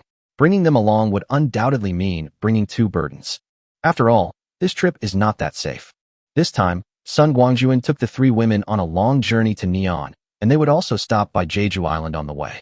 In addition to bringing back the national treasure pandas, his goal was actually to target those bases in America. In other words, bringing the national treasure home was just a high-sounding excuse Sun Guangjun made for himself. Although it has been more than 20 days since the end of the world, the Japanese and American soldiers are not all dead. Once the two sides encounter each other, a battle is inevitable. That is when the training results of the 3 women will be truly tested. If a fight really breaks out, Zishi and Feng Jiu will not only be unable to help, but will also become a drag. Besides, the 3 girls didn't know about Zishi and Feng Jiu's existence. If Sun Guangjun rashly let them get together, it would be like an old man eating arsenic and thinking he had lived too long. Not to mention anything else, the noise alone is enough to give him a headache. After returning to Villa number 1, Sun Guangjun simply prepared the supplies that might be needed this time, and went back to bed to recuperate, without even going downstairs to eat dinner. The 3 girls were already used to Sun Guangjun's appearances and disappearances. After making a phone call and knowing that he was on the second floor, they felt relieved and ignored him. In Villa number 17, Zishi took a comfortable hot bath and came down from upstairs refreshed. Feng Jiu was not seen in the living room, but Zishi could easily tell from the rustling sounds in the kitchen that the little girl was probably hiding in the kitchen and eating secretly. Alas, this girl has suffered a lot during this period of the apocalypse. She is such a greedy person, but she has to endure hunger all day long. Now that she has sufficient supplies sent by the boss, and she has been hungry for so many days, it would be strange if she could endure it. "Hey, sister me, When did you come down? Just as she sat on the sofa, quietly thinking about life, actually recalling the wildness just now, Feng Jiu walked out of the kitchen. When she saw her, she couldn't help but screamed and hurriedly hid the things in her hands behind her back. She looked in the direction of the voice and saw Feng Jiu holding a bowl of freshly cooked instant noodles. It was quite luxurious, with braised eggs, ham, and pickled mustard greens. In her heart, she sighed that this girl knew how to eat, but she had a stern face and said unhappily, "Why are you still hiding? I've already caught you in the act, and you're still thinking of hiding? You said you, girl, only think about eating all day and never think about honoring your sister me." "Sister me, what are you talking about? This is made for you, to help you replenish what you just consumed."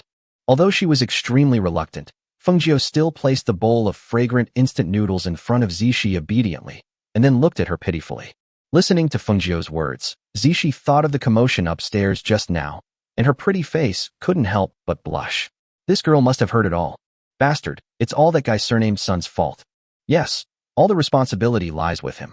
Quickly finding someone to take the blame in her mind, and then looking at the pitiful Feng Jiu, Zishi rolled her eyes and said unhappily, "What are you standing there for? Go to the kitchen and get a bowl, and eat together. Do you really think your sister me is the same as you? How can I finish such a big bowl?" "Yeah, that's great. Thank you, sister me." With a cheer, Feng Jiu ran to the kitchen happily and quickly took out a set of bowls and chopsticks. Soon, the whole bowl of noodles was eaten up by the two of them working together. Putting down the dishes, she burped comfortably, while Feng Jiu cleaned up the table in a very interesting manner and took the dishes to the kitchen. When Feng Jiu came back again, she suddenly said, "Fat Jiu, what are your plans for the future?" Intent. Feng Jiu blinked her big innocent eyes and said sweetly, "I'll just follow sister me wherever sister me goes, I'll go. We are good sisters, and we will never be separated." That.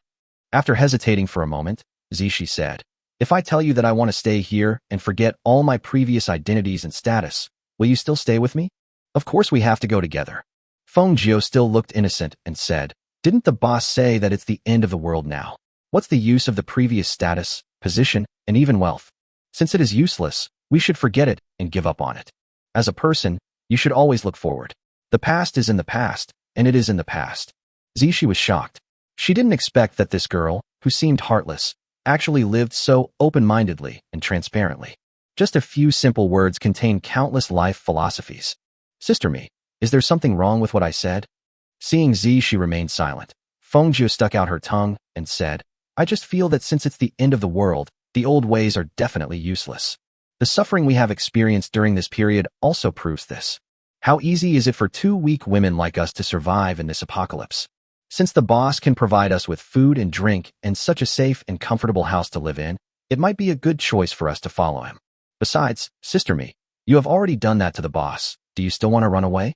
Sister me, you are not young anymore. You are already 29. It is rare to meet someone who suits your taste, so just go with it. You little girl, you dare to tease me, right? You are not young anymore." Like a cat whose tail was stepped on, Zishi rushed towards Feng Jiu in frustration, and the two women started fighting on the sofa. Alas, women, age is always a taboo topic, and female celebrities are no exception. Chapter 96. Someone is following. The next morning, when it was still dawn, the door of Villa Number 1 opened, and three women dressed in tight clothes came out one after another. The three women were dressed similarly, all wearing black leather jackets and leather pants, flat-heeled boots, black motorcycle helmets on their heads, and black leather gloves in their hands. They each carried a delicate small backpack, looking like motorcycle girls. Behind the three women, Sun Guangjun, who was dressed almost the same way, came out carrying an inflatable boat. Putting the rubber boat in the puddle in front of the door, Sun Guangjun called the three women on board. After everyone was seated, he picked up the oar and gently pushed it towards the ground through the puddle. Although Villa Number 1 is located closest to the top of the mountain in the entire community, and there is no need to worry about being flooded, the falling rainwater and the accumulated water along the glass dome gathered in the open space at the door, and there was no time to drain them away, resulting in nearly half a meter of water accumulation here, and the rubber boat could easily float on the water. The boat started off swayingly and soon arrived at the intersection going down the mountain, and then was carried down by the current. Sun Guangjun personally sat at the bow of the boat to steer it. Although the water became more and more turbulent and the temporary river channel became more and more winding, the boat still entered the flat area of the community at the foot of the mountain very smoothly. At this time, Sun Guangjun took out a small electric motor from his backpack and handed it to Ouyang Feishue at the stern of the boat. She controlled the boat and drove out of the community towards the beach. It had been raining heavily for 7 days. Even in areas with high terrain and good drainage facilities, a large amount of water had accumulated. The rubber boat encountered almost no obstacles and sailed smoothly out of the city and into the area that originally belonged to the seaside. Following Sun Guangjun's command, Ouyang Feishue drove the rubber boat to a very hidden area. This was originally a cliff by the sea with a lighthouse. Now the rising sea level has submerged the base of the lighthouse, but there are still some woods and houses around it that can serve as a shelter. With the help of the surrounding obstacles, Sun Guangjun released the Barracuda SV-17 again. After inviting the 3 women to get on board, Sun Guangjun folded up the rubber boat, then entered the cockpit and started the engine. As the engine started, the Barracuda SV-17 slowly drove out of the hidden area full of obstacles and headed straight to the southeast. However, what was strange was that Sun Guangjun did not sail at the maximum speed right after he came up, but instead sailed at a speed of less than 10 knots, neither hurried nor slow. As soon as the 3 women entered the cabin, they began to change their clothes. They took off their leather jackets and leather pants, changed into a full set of ACU camouflage uniforms, put on bulletproof vests on the outside, and then put on fast tactical helmets with various external accessories, and put on face armor. The only thing they did not change was the flat-heeled boots on their feet. Soon, the originally charming motorcycle girl transformed into a heroic female hero. After changing clothes, the 3 women finally had time to observe the situation outside the cabin. Looking at the slowly receding scenery outside, Ouyang Feishue said in surprise, "Didn't the boss say this speedboat could reach a top speed of over 50 knots? It doesn't look like that now." After being reminded by Ouyang Feishue and Fangya also noticed something unusual, but they did not make a fuss like Ouyang Feishue. Ouyang Feishue said calmly, "If you don't understand something, why don't you just ask the boss? Just go, you're not afraid of him." Ouyang Feishue, a man of action, couldn't stand being provoked. She quickly ran to the cockpit and asked, "Boss, aren't you in a hurry to take the national treasure home? You're taking so long. How long will it take for you to arrive?" "It's Feishue." When he got on the boat, Sun Guangjun had already taken off his helmet, turned around with a bright smile, and said, "It's urgent, but some things still need to be dealt with in a timely manner. Otherwise, there might be trouble in the future." "Trouble?" Ouyang Feishue keenly noticed the suspicious point. His face became serious and asked, "Boss, is someone following us? What do you need me to do?" "Don't worry, it's just a little trouble. It can be easily solved." Sun Guangjun waved at Ouyang Feishue and said, "Come, Feishue, I will teach you how to sail. After you learn it, you will be the one to steer the ship wherever we go. By then, you will be Captain Ouyang." "Oh no." Ouyang Feishue curled her lips and said, "Captain Ouyang? There are 2 people named Ouyang on this ship. Does anyone know which one I'm talking about?" "Captain Feishue, then." Sun Guangjun chuckled and said, "How about I change the name of this ship to Feishue? Then you can truly live up to the title of Captain Feishue." "I don't care." Ouyang Feishue is a typical example of someone who says one thing and does another, but acts honestly. She said she was disgusted, but her body walked into the cockpit honestly, and under Sun Guangjun's guidance, she started to learn seriously. In this way, one taught and the other learned, and it was a hands-on approach, and more than an hour passed quickly.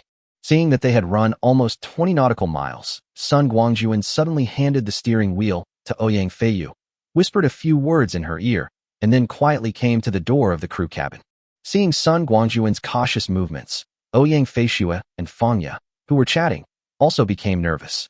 The 2 women picked up their assault rifles at the same time and were about to come towards Sun Guangjun. Sun Guangjun waved at them, signaling them to stay calm, and then he took out a fishing net, the kind that is thrown by hand. After quickly straightening out the hand-throwing net, Sun Guangjun made a few gestures to Ouyang Feishue in the cockpit. Since taking over the steering wheel, Ouyang Feishue has been slowly reducing the speed. Now, after receiving the signal from Sun Guangjun, he immediately stopped the engine. The speedboat that lost power could only rely on inertia to slowly glide forward. Sun Guangjun quietly opened the cabin door. His eyes swept across the sea surface behind him, searching for clues amid the sound of heavy rain hitting the water. "It's you." At a certain moment, Sun Guangjun shouted softly, leaned out of the cabin, twisted his waist, and turned around, and threw out the hand-cast net in his hand. It instantly opened into a big circle and covered the sea surface. After the net sank for a while, the sea surface suddenly churned, and the net rope in Sun Guangjun's hand began to shake violently. Seeing this, Sun Guangjun quickly retracted the net rope, and when he felt the force of the struggle, he increased his speed. Soon, a humanoid creature tightly wrapped in a fishing net was pulled out of the sea by Sun Guangjun. Come up! With a loud shout, Sun Guangjun exerted force with his arms and pulled the fishing net and the humanoid creature in the net into the cabin. Phew, it's really heavy. Sun Guangjun threw the net rope onto the ground without any intention of opening the fishing net. It was not until this time that Ouyang Feishue and Fang Ye discovered that the person pulled up by Sun Guangjun was actually a person wearing a full set of diving equipment and carrying a small propeller on his back in addition to an oxygen tank. Boss, what's going on? Ouyang Feishue asked in surprise. Who is this person? Well, someone is following us.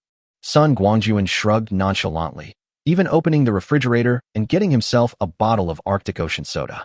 He said slowly, "It's just that the person who was following him was a bit stupid. Not only did he easily expose his whereabouts, but I also caught him with ease. Don't you agree, Officer Xia?" Chapter 97. Capturing the Stalker Alive. Police officer? Ouyang Feishue and Fang Ye were both shocked when they heard Sun Guangjun's words. Could this underwater tracker who was tied up like a dumpling be a police officer?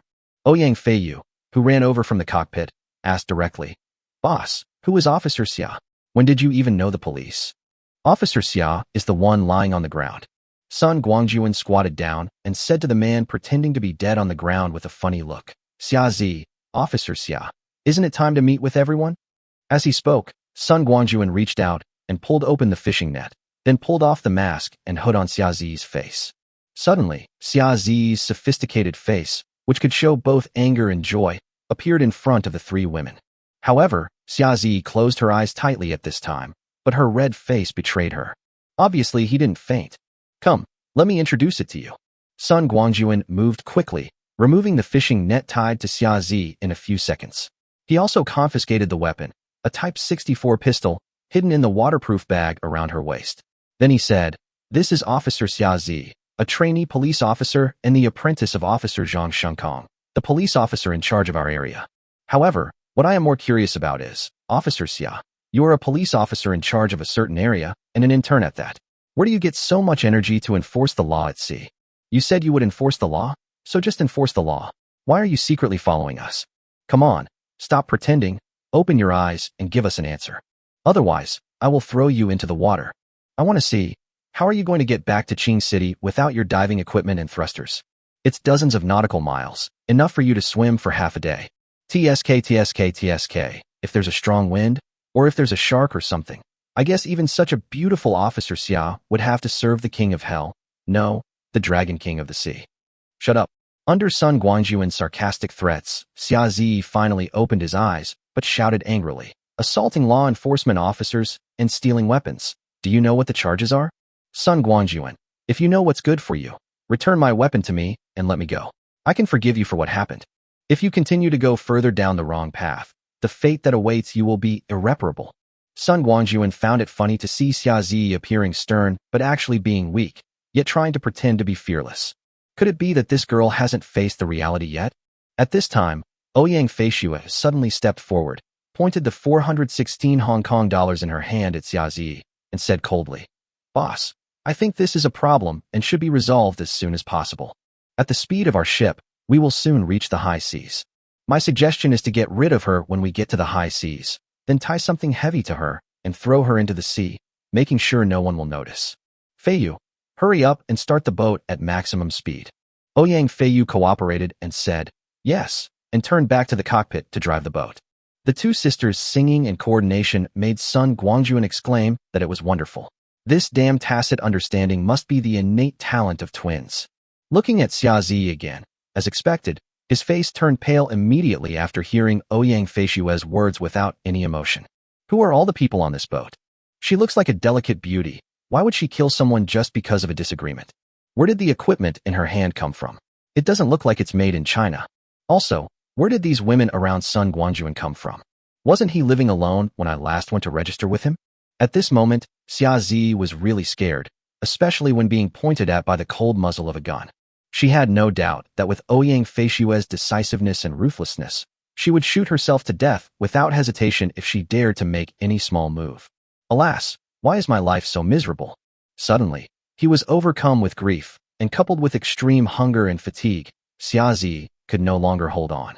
His body swayed twice, and he collapsed to the ground in dejection. Ouyang Feishue was stunned. Could her few words have such great power? Fortunately, Ouyang Feishue reacted quickly and realized that the man was not scared by his words, but that he had already reached the limit of his body and could collapse at any time. At this time, Fang Yaqi stepped forward, felt Xia Zi's breath, opened her eyelids, and took a look, then checked her carotid artery, then turned to Sun Guangjun and said, "Brother, shall we?" She fainted. I took a look and found that her condition was very bad.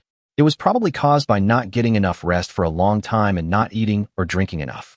If you want to keep her, I suggest you give her intravenous treatment now. Fang Yi didn't say the rest. If she didn't want to keep it, there was no need to go through so much trouble. She could just throw it into the sea. Given Xia Zi's current condition, let alone without her diving equipment and thrusters, even if she had them, she probably wouldn't be able to return to the shore alive. Sun Guangjun discovered that someone was following him when he left the lighthouse on the seashore. It was also Xia Zi's fault that her tracking skills were a bit poor. Despite having a full set of diving equipment, she still surfaced from time to time to observe the direction of SV-17's movement, then dived back into the water and used the thrusters to quickly catch up. The reason why Sun Guangjun was sailing slowly was actually because he was fishing.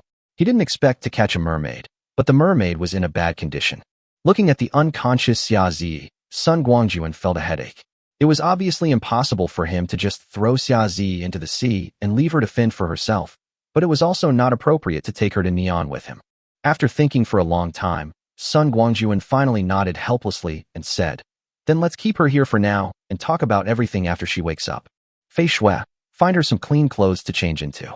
It's not a good thing for her to be all wet. Not only will it make her uncomfortable, but it will also cause her to get sick. Fangya, after she changes her clothes, give her N4."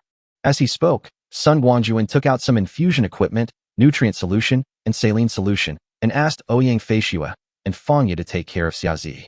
He then returned to the cockpit and took over Ouyang Feiyu's driving work. Soon, under the control of Sun Guangjun, SV-17 rushed forward at the maximum speed, raising a large cloud of water mist behind the ship. Not long after, Ouyang Feishue came to the cockpit and said, "Boss, Sister Fangya has already given Officer Xian 4. Her condition is relatively stable and her life is not in danger. I'm glad I didn't die." Sun Guangjun nodded and said, "Feishue, when she wakes up, talk to her and see if she can join us. If we find out that she is not the same kind of person as us, we will leave her there when we arrive in Jeju Island. If she is willing to join, then we will take her to Neon and let her help us kill the Japanese. This can be considered a test for her joining." Chapter 98, Teaching at Sea. "Okay, boss." Ouyang Feishue nodded in agreement, then changed the subject and said, "But, boss, I don't think things need to be so troublesome. I guess that Officer Xia must have encountered some kind of accident and was hiding in the lighthouse. He happened to meet us and then followed us. In my opinion, she came after us most likely to ask for help and had no ill intentions. In other words, you must have misunderstood her intentions and then took a series of radical measures, which led to the current situation. If everyone was calm at the beginning, it would definitely be very different. Boss, is there a possibility that Officer Xia is actually in love with you? What are you talking about?" Sun Guangjun glared at Ouyang Feishue unhappily and said, "Before today, we only met twice, both within one day. To be exact, she came to our house twice within an hour. Do you remember that on the day of Fang Ye's parents' funeral, she went with Director Lin from the community to register the permanent population? After leaving with Director Lin, she came back with several people from the security bureau and confirmed some things with me. We've only met twice and haven't spoken much, so talking about love or not is a bit far-fetched. Boss, that's because you don't understand women." Ouyang Feishue smiled and said, "When you were talking to Officer Wang from the security bureau that day, I overheard a few words. I guess it was at that time that Officer Xia became extremely curious about you. It is said that curiosity kills the cat. For a woman, curiosity is often the beginning of her downfall. Otherwise, why would she be hiding alone in the lighthouse and chase after you when she saw you? I think you should be the one talking to her when she wakes up. Also, shouldn't be on board. Boss, take my advice, don't rush to make a decision on whether she stays or leaves. Once we get to Jeju Island, find a place to have a good talk. Don't worry, I don't mind having another sister." Sun Guangjun felt as if he was possessed by Ouyang Feishue's eyes, and at the same time, countless ripples arose in his heart because of her words. Yes, who can resist the temptation of a stunning little policewoman? Sun Guangjun had to admit that he was shamefully moved. Okay, I accept your suggestion.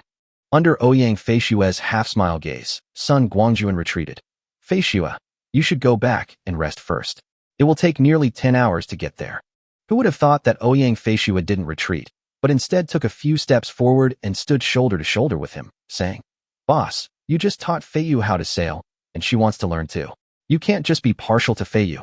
When the icy beauty started to act coquettishly, even the hardest bones of Sun Guangjun became numb, and he quickly said, Teach, teach. As long as you want to learn, I will teach you now. I only ask one thing of you. Please take back your magical power of the clamp sound. I'm afraid if you say a few more words, my hands will shake and the boat will capsize. Chuckle.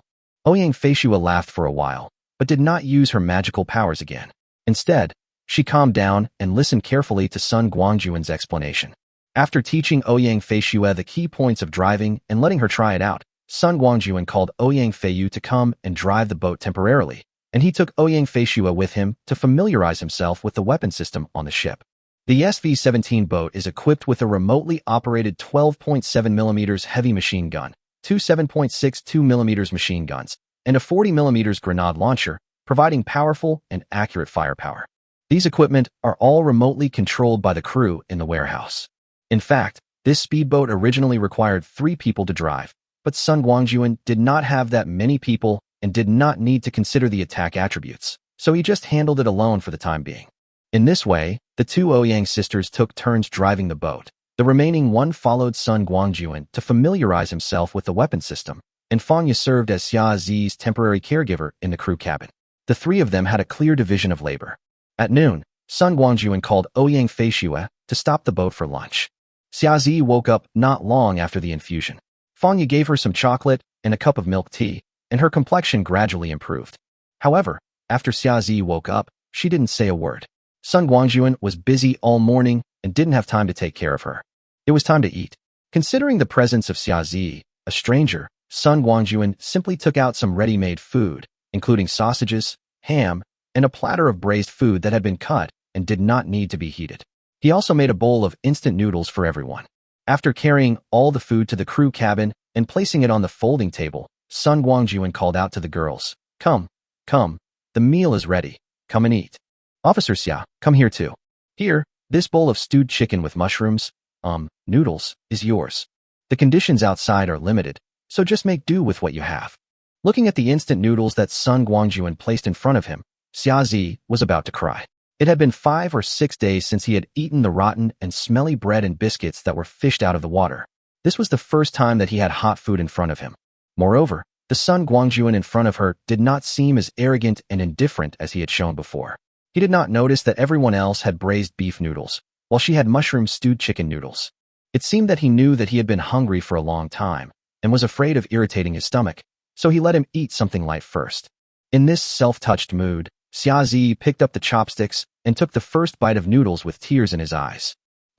As the noodles entered his mouth, Xia Zi let out a satisfied moan and could no longer control himself, so he began to eat them in big mouthfuls. Soon, Xia Zi wolfed down the whole bowl of instant noodles. When her chopsticks were about to reach for other dishes on the table, Fanya suddenly stopped her. Officer Xia, your gastrointestinal function has not fully recovered yet. It is not suitable for you to eat a lot at the moment. Please restrain yourself for the time being. I have some chocolate here if you feel hungry. You can have one. As she spoke, Fanya placed a few pieces of chocolate in front of Xia Zi. Xia Zi was very disappointed that she couldn't enjoy the delicious food in front of her. However, everything Fanya said made sense and was also for her health. She could only suppress her craving, got up silently, and went to a corner of the cabin. Looking at Sun Guangjun and his friends, although the staple food was only a bowl of instant noodles, there were quite a few dishes on the table, especially various braised dishes, all of which were placed in large sealed boxes, packed full. Others were eating happily, but Xia Zi could only watch helplessly. This made him feel extremely aggrieved. He could only turn his head to look at the corner and force himself to take his attention away from the dining table. Fortunately, Sun Guangjun and the others may have noticed Xia Zi's mood and knew that it was best not to stimulate her too much at this time. They quickly ate up all the food on the table, then quickly cleaned up the battlefield and folded the table again. Finally, without the temptation of food, Xia Zi felt much more at ease. Chapter 99 Huge Harvest. After lunch, Sun Guangjun asked the Ouyang sisters to rest first, while he took over the steering wheel and steered the speedboat quickly across the sea. Qing City is about 350 nautical miles away from Jeju Island in a straight line. At the speed of SV-17, it would take about 7 hours to get there, but there were delays along the way, so the trip inevitably took a little longer. It was not until dark that the speedboat passed the southwest corner of Jeju Island and turned towards Siagwapo City. In addition to being a tourist city, Siagwapo City also has a naval base comparable in size to Yokosuka. It belongs to America and can dock large aircraft carrier fleets. Sun Guangjun parked the speedboat about 20 to 30 nautical miles away from the Siagwapo naval base and asked the Ouyang sisters and others to stay on the boat. He went into the sea alone, and only after he was far away from the speedboat did he quietly release a small submarine. This small submarine is the product of a research institute in Japan. It can only accommodate one person and can operate in areas with a water depth of less than 50 meters. Its underwater speed can reach more than 30 knots. It is originally a very useless product. Its only advantage is that it is powered by electricity and can travel silently. In addition, it is very small and has a stealth paint job, so it is basically not discovered. What is the current situation at the naval base, whether there are any ships docked, and how many people are protecting it? These are all unknown. Under such circumstances, Sun Guangjun did not dare to take the risk with the 3 women, let alone run in and wander around openly. That would simply mean that he did not treat the American soldiers as human beings, and it could easily result in loss of life. Soon, the small submarine approached the naval base from underwater. Sun Guangjun approached a surface ship from a depth of 7 or 8 meters and quietly surfaced. Upon closer look, wow, there are quite a lot of warships. In addition to the Dokdo-class amphibious assault ship, 3 types of destroyers, 4 types of frigates, 3 types of submarines, missile boats, Soyang-class supply ships, tank landing ships, training ships, etc., which belong to Smida's own family, and about 70 or 80 ships. There is also a Nimitz-class aircraft carrier, which should be the Reagan judging by its hull number, and 3 Ticonderoga-class missile cruisers, 4 Arleigh Burke-class destroyers, 2 Seawolf-class nuclear submarines, and a supply ship assigned to this aircraft carrier. Looking at the densely packed ships, Sun Guangjun felt his scalp tingling. What had stimulated America and Semida to gather so many warships here? 70 or 80 warships already account for nearly half of the naval power of the Semida family, plus a full-strength aircraft carrier formation. What are they trying to do? What Sun Guangjun didn't know was that he was actually largely responsible for the current situation. It's said that America is the boss of the world. With so many serial robberies, people quickly lock their target on him through various clues. In order to recover the massive amount of lost supplies and fearing a violent reaction from Manhwa, America only sent a small number of Navy SEALs to sneak into Manhwa through secret channels to investigate Sun Guangjun. Of course, catching Sun Guangjun and finding out what secrets he has is also one of America's goals, and the most important one. While deploying personnel to conduct secret investigations, in addition to Manhwa, America was also prepared to go to war with Manhwa at any time. The Siagwapo Naval Base is a preset assembly point for America. To this end, in addition to sending a complete aircraft carrier formation, these guys also mobilized more than half of the military forces from my younger brother's family. What Sun Guangjun sees now is actually only a part of it. Many ships have sunk in the harbor due to heavy rain and are now lying on the seabed. America's plan was very good. As long as they found solid evidence, they would send out troops from several assembly points at the same time. With the army approaching, they didn't believe that Manhwa would not hand over the culprit. As long as Sun Guangjun is in their hands, they will be able to dig out all the secrets from him and use him for their own purposes. However, the arrival of the end of the world forced America's plan to be aborted halfway. Due to the impact of a series of natural disasters, many of these concentrated ships have sunk, and the remaining ships are not in good condition. A large part of them have accumulated water seriously, and the hulls are tilted, and they may capsize at any time. Sun Guangjun had no idea about the twists and turns involved. He was so happy to see so many ships gathered together. This would save him a lot of trouble. At that moment, Sun Guangjun drove his small submarine and started the task of collecting ships. For every ship, Sun Guangjun would first put it into the first layer of the Shanho ring. If it could be put in, it meant that there was no one on board. If it could not be put in, it would be placed in a space on the second layer that had been prepared long ago. In order to successfully collect the ships this time, Sun Guangjun prepared many independent spaces in the second floor of Shanho Ring in advance. They were all closed areas with a length of 400 meters, a width of 100 meters, and a height of 50 meters. What he thought was that if there were people on the target warship, he would put the warship in these enclosed spaces first, and then deal with the soldiers on the ship when he had time. Once they got into the Shanhe ring, which was still a confined space, it was extremely easy for Sun Guangjun to kill them. As he was collecting, Sun Guangjun reached the shallow sea area and suddenly found that there seemed to be quite a few warships lying on the seabed beneath his feet. Corpses in military uniforms could be seen around from time to time. It then dawned on him that there were still many warships here. Now, Sun Guangjun became more motivated and quickly increased the speed of collecting. Soon, all the ships still on the water were taken away by Sun Guangjun. The originally crowded sea was now empty, and not even a small sampan could be seen. Among these hundreds of ships, nearly 1/3 of them have people on board. They were thrown into the second-level space by Sun Guangjun and will be imprisoned for a while. After finishing his work with the surface ships, Sun Guangjun operated the small submarine and headed straight for the seabed. There were still many sunken warships there, which could not be missed. Apart from some scratches from the sinking, these warships are otherwise intact. After being salvaged and drained of water, they should still be usable. At most, the weapons and equipment on them can be replaced. Anyway, Sun Guangjun has more than enough inventory to use up, so he doesn't care about this little consumption at all. At last count, Sun Guangjun had more than 100 ships at his disposal, all of which were the most advanced models in service in these two countries. Not only did Sun Guangjun take away the ships, he also found the ammunition warehouse. No matter whether it was flooded or not, as long as it contained ammunition, there was only one word: take it. After almost sweeping the entire Xiaoguopo naval base, Sun Guangjun left the sea area with satisfaction. The only thing that made him a little regretful was that all the fighter planes at the airport near the naval base had been moved, probably because they were afraid of being flooded and had to be evacuated urgently. With so many ships, Sun Guangjun was more excited than emptying the Hawthorne warehouse. Don't forget, there are several naval bases in Neon, and there are more warships there than here. Chapter 100, Just Want to Survive. With a fruitful harvest, Sun Guangjun happily returned to the location of SV-17. The naval base was too large, and the flooded areas had to be searched. Sun Guangjun wasted a lot of time going back and forth, and it was already early morning when he returned. The three girls had already had dinner, and fortunately Sun Guangjun left them enough food before leaving. Otherwise, the three girls, whose appetites had increased greatly, would probably have starved. When Sun Guangjun came back, the three women were waiting for him. Only Xiaozi was too weak and fell asleep early. After putting away the small submarine, Sun Guangjun entered the cabin of SV-17. Originally, Sun Guangjun wanted to set off directly to Neon, but when he saw Xiaozi sleeping soundly, he suddenly remembered that he had to settle this little policewoman before going to Neon.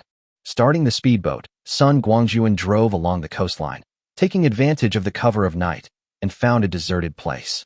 By the time Sun Guangjun stopped the boat, the bumpy ride had woken Xiaozi up. Sun Guangjun left the cockpit and came to the corner of the passenger compartment.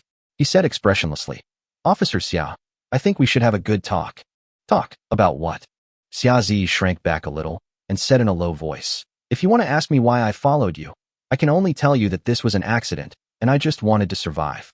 Things turned out just as Ouyang Feishua had guessed.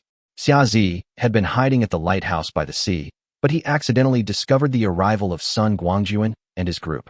I don't know what happened, but Xiaozi identified the only man among the four, Sun Guangjun, whom he had met twice before, even though Sun Guangjun was covered tightly from head to toe at the time. Especially when Sun Guangjun launched a nearly 20-meter-long speedboat with a wave of his hand, she became more convinced of this idea. Originally, Xiaozi wanted to ask Sun Guangjun for help, but before she could say anything, Sun Guangjun and his men got on the boat and left. With no other options, Xiaozi, hoping for a lucky break, put on the only diving equipment he had and followed in the direction Sun Guangjun and the others left. It would be more appropriate to say that it was chasing rather than tracking. The reason why Xiaozi hid in the lighthouse by the sea started from the first few days of rain. Since the hot weather started, Xiaozi and his colleagues have been working normally at the institute.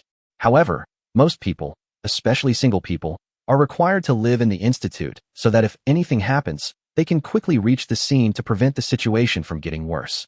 However, as the high temperature continued, order was on the verge of being completely out of control. Xiaozi and others' persistence was more of a symbolic significance. Faced with various situations that could break out at any time, they could not control them even if they wanted to. On the second night after it started raining, a group of thugs from the nearby blocks gathered together at some point and rushed into their station in the dark, aiming to steal the guns and ammunition in the armory. From the director to the trainee policewoman like Xia Zi, no one expected such a sudden change. They were already exhausted from the high temperature and could not stop the large number of thugs, and were quickly dispersed. Fortunately, the limited weapons in the institute were distributed before the attack. Even newcomers like Xia Zi were given an old Type 64 rifle, but the ammunition was limited and there was only one spare magazine. Under the guidance of her master Zhang Xinkong, Xia Zi and her husband took advantage of the chaos to escape from the station, but they had not run far when they were washed away by a flood. Xia Zi was a good swimmer, and he managed to swim across the street that had turned into a river despite the impact of the current. However, Zhang Xinkong was washed away to an unknown place, and the two of them separated. Unable to find any trace of Zhang Xinkong, and obviously unable to return to the institute, Xia Zi, a newly graduated outsider, could only wander aimlessly in the huge city. Perhaps it was luck, or perhaps it was fate, but Xia Zi finally arrived at the lighthouse on the cliff by the sea and took up temporary shelter there. He definitely couldn't go back to the institute. Even if peace had returned there, Xia Zi would be powerless given his physical strength at the time and the difficulties and obstacles he had encountered along the way. Fortunately, there were some food reserves in the lighthouse, as well as a set of diving equipment and a small propeller, probably left behind by the previous tower keeper or diving enthusiast. It was with this little bit of food and some supplies salvaged from the water from time to time that Xia Zi was able to survive until today. After listening to Xia Zi's experience, Sun Guangjun shrugged and said, "Officer Xia, I sympathize with your situation. But you have to know that sympathy doesn't mean anything else. I can only say that I can't help you. Okay, enough talk. You can get off the boat now. This is Jeju Island. Although it is just an island, its altitude is high enough, so there is no need to worry about being submerged by seawater. With the training you've received, I believe it's enough to survive here. Finally, good luck." "What? You want to kick me out?" Xia Zi's expression changed drastically, and then he said firmly, "I won't leave. Mr. Sun, you just said that I have received formal training. You must believe me. I will never become a burden to you. I can help you with a lot of things. My request is simple, to survive." Facing Xia Zi's plea, Sun Guangjun said calmly, "Officer Xia, survival is what every person who survives the apocalypse is always pursuing. But I'm afraid you have some misunderstanding about us. I might as well tell you that our final destination on this trip is Neon. According to the plan we made before we set off, we do not rule out the possibility of killing any surviving Japanese people. So, do you still want to follow us?" "Want?" Xia Zi said with a determined look. "Isn't it just murder? Although I have never actually killed anyone, I watched executions up close when I was in school and have long been accustomed to scenes of death. So, Mr. Sun doesn't have to worry at all that I won't be able to adapt to that kind of situation. What's more, those who were killed were all Japanese devils, so I won't have any psychological burden. Please believe me on this point. Mr. Sun, although I have never witnessed your methods, I have a rough guess. Are you threatening me?" Before Xia Zi could continue, Sun Guangjun's face changed drastically. He said, "Officer Xia, it's better not to talk about things that are not true. Otherwise, it will easily bring disaster upon yourself." "I see." Xia Zi nodded in understanding and said, "But to be honest, I personally admire what Mr. Sun has done. I have a suggestion that will make Mr. Sun willing to take me in without worrying about my betrayal." "Oh," Sun Guangjun smiled and said, "I'd like to hear more about it." "That means I'll be your woman." Xia Zi said, "If I become your bedmate, do you still need to worry about me betraying you?" Chapter 101 in public. Hearing Xia Zi's suggestion, Sun Guangjun looked at her in surprise. "You know what? This girl is pretty and has a great figure, so this suggestion is really tempting. But why does it sound so magical that a top beauty who you have only met twice and have spoken to you for no more than 5 sentences suddenly says she wants to marry you? What's even more magical is that the origin of this beauty seems to be somewhat complicated. She is a police officer and has had contact with people from the security bureau. She knows that he has killed 2 foreign agents, and it is very likely that she has seen his spatial ability with her own eyes." Just as Sun Guangjun was hesitating, Xia Zi suddenly stepped forward and whispered in his ear, "Mr. Sun, I know you're worried that the secret of your space will be known to others. Once this news leaks out, many people will turn their attention to you based on what you did before the disaster. Not to mention others, even Neon and America will pester you endlessly. Although you are very strong, you are still an individual after all. When facing a country, or 2 of you, that is not enough. So, I think you'd better accept my advice. I can kill you too." Looking at Xia Zi, who seemed to have him in his arms, Sun Guangjun gritted his teeth and said, "That way, It seems to be a permanent solution. After all, when it comes to keeping secrets, nothing is safer than the dead. You won't. Xia Zi suddenly extended her tongue and gently licked Sun Guangjun's earlobe, then quickly stepped back, revealing a charming smile, and said, Mr. Sun, you're going out with 3 beauties, and you're going to Neon. It's obvious that you have a special relationship with these 3 ladies. This shows that you, Mr. Sun, are definitely a man who cherishes women. And I think I am still somewhat good-looking. Can you bear to destroy such a beautiful woman like me? Moreover, although I am a novice, I have come into contact with a lot of things in that area. Our police academy has a major called appraiser. They have countless resources, much more than what can be found on the market. Coincidentally, I have a senior who is majoring in that field. With her help, I can say that I have watched countless films and know everything about infantry and cavalry. So, I will definitely please you better than these 3 sisters. Most importantly, I have received professional training and can help you in other areas, such as helping you build a qualified security team. As he was talking, Xia Zi suddenly broke down and shouted, Sun Guangjun, are you a man? People have put aside their pride and self-esteem to beg you. Why are you still hesitating? I just want to live. Looking at Xia Zi squatting on the ground, holding her head and crying like a helpless child, Sun Guangjun couldn't help but feel a trace of pity in his heart. Yeah, she just wants to survive. What's wrong with that? It would be too cruel to just kill her or leave her alone on Jeju Island where she is unfamiliar with the place. In comparison, keeping her by my side seems to be a better choice. It is raining heavily now. Even if all the communication base stations can still work, they will not be able to last for a few days. The communication is interrupted.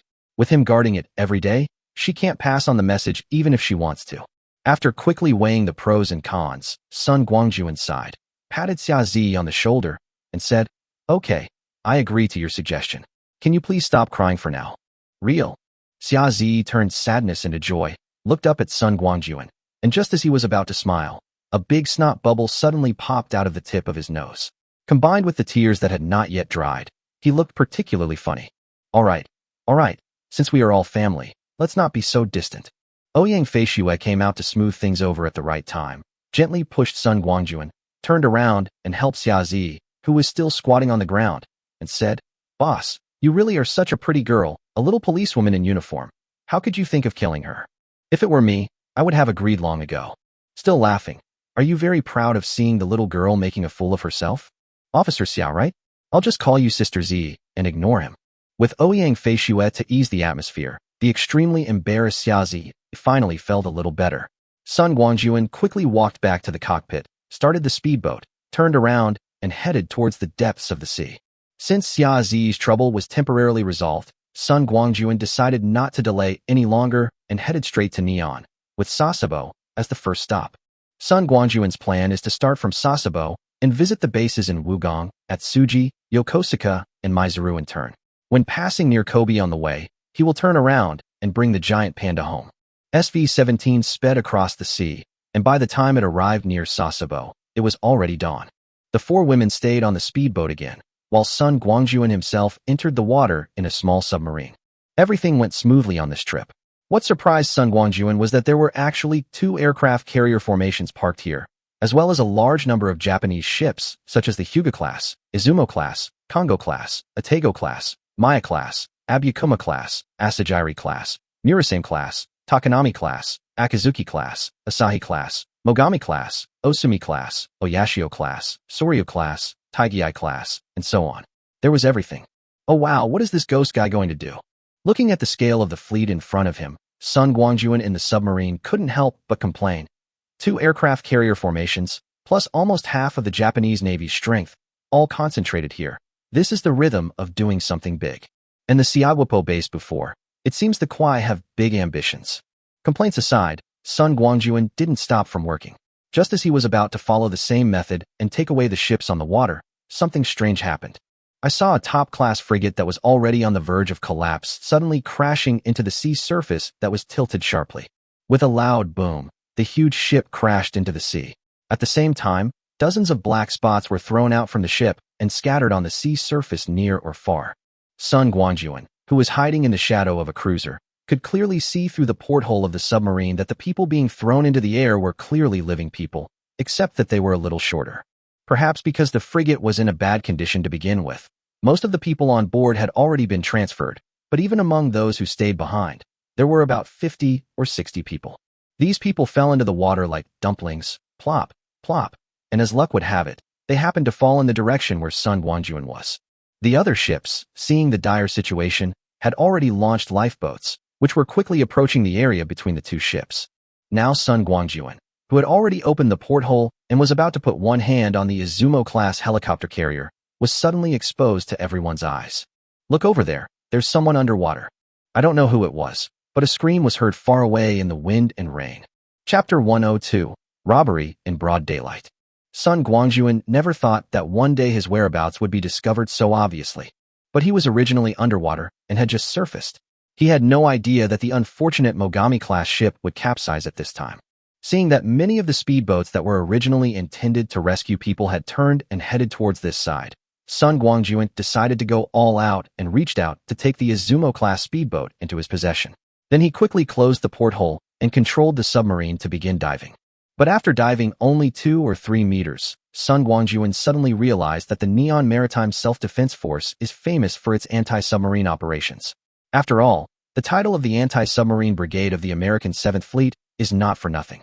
I just dived straight down, in a military port where the water depth was only about 40 meters at most.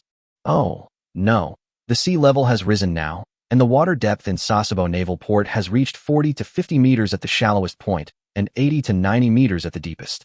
But at a distance of less than 100 meters, there was no need for anti-submarine helicopters to take off. The anti-submarine weapons on the destroyers alone were enough to blow him into pieces. Fuck, this is forcing me to fight to the death. Sun Guangjun angrily slapped the dashboard and instantly made up his mind. In this water where there is neither sky nor ground, Sun Guangjun's earth-walking skills that he relies on to save his life are completely useless. It is not impossible for him to enter the space of the mountain and river ring, but he will still be in the same place when he comes out. There are enemy warships everywhere here. Aren't we just waiting to be surrounded? Besides, outside the naval port, there were 4 women waiting for him in a speedboat. Forced by various circumstances, Sun Guangjun now has no choice but to fight hard. Damn it, this time I'm going to openly seize all of your ships right under your noses. Let's see what you can do to me. After quickly thinking it over in his mind, Sun Guangjun waved his hand, and the submarine under him suddenly disappeared, and he himself appeared in the sea. The next moment, a started motorboat appeared under Sun Guangjun's crotch. Holding the handlebars with both hands and lifting them up hard, Sun Guangjun stepped on the accelerator and suddenly rushed out from the water. Fortunately, he only entered the water 2 or 3 meters deep, so it was easy to get out without worrying about the motorboat stalling. Sun Guangjun's actions before diving undoubtedly shocked everyone who witnessed the scene.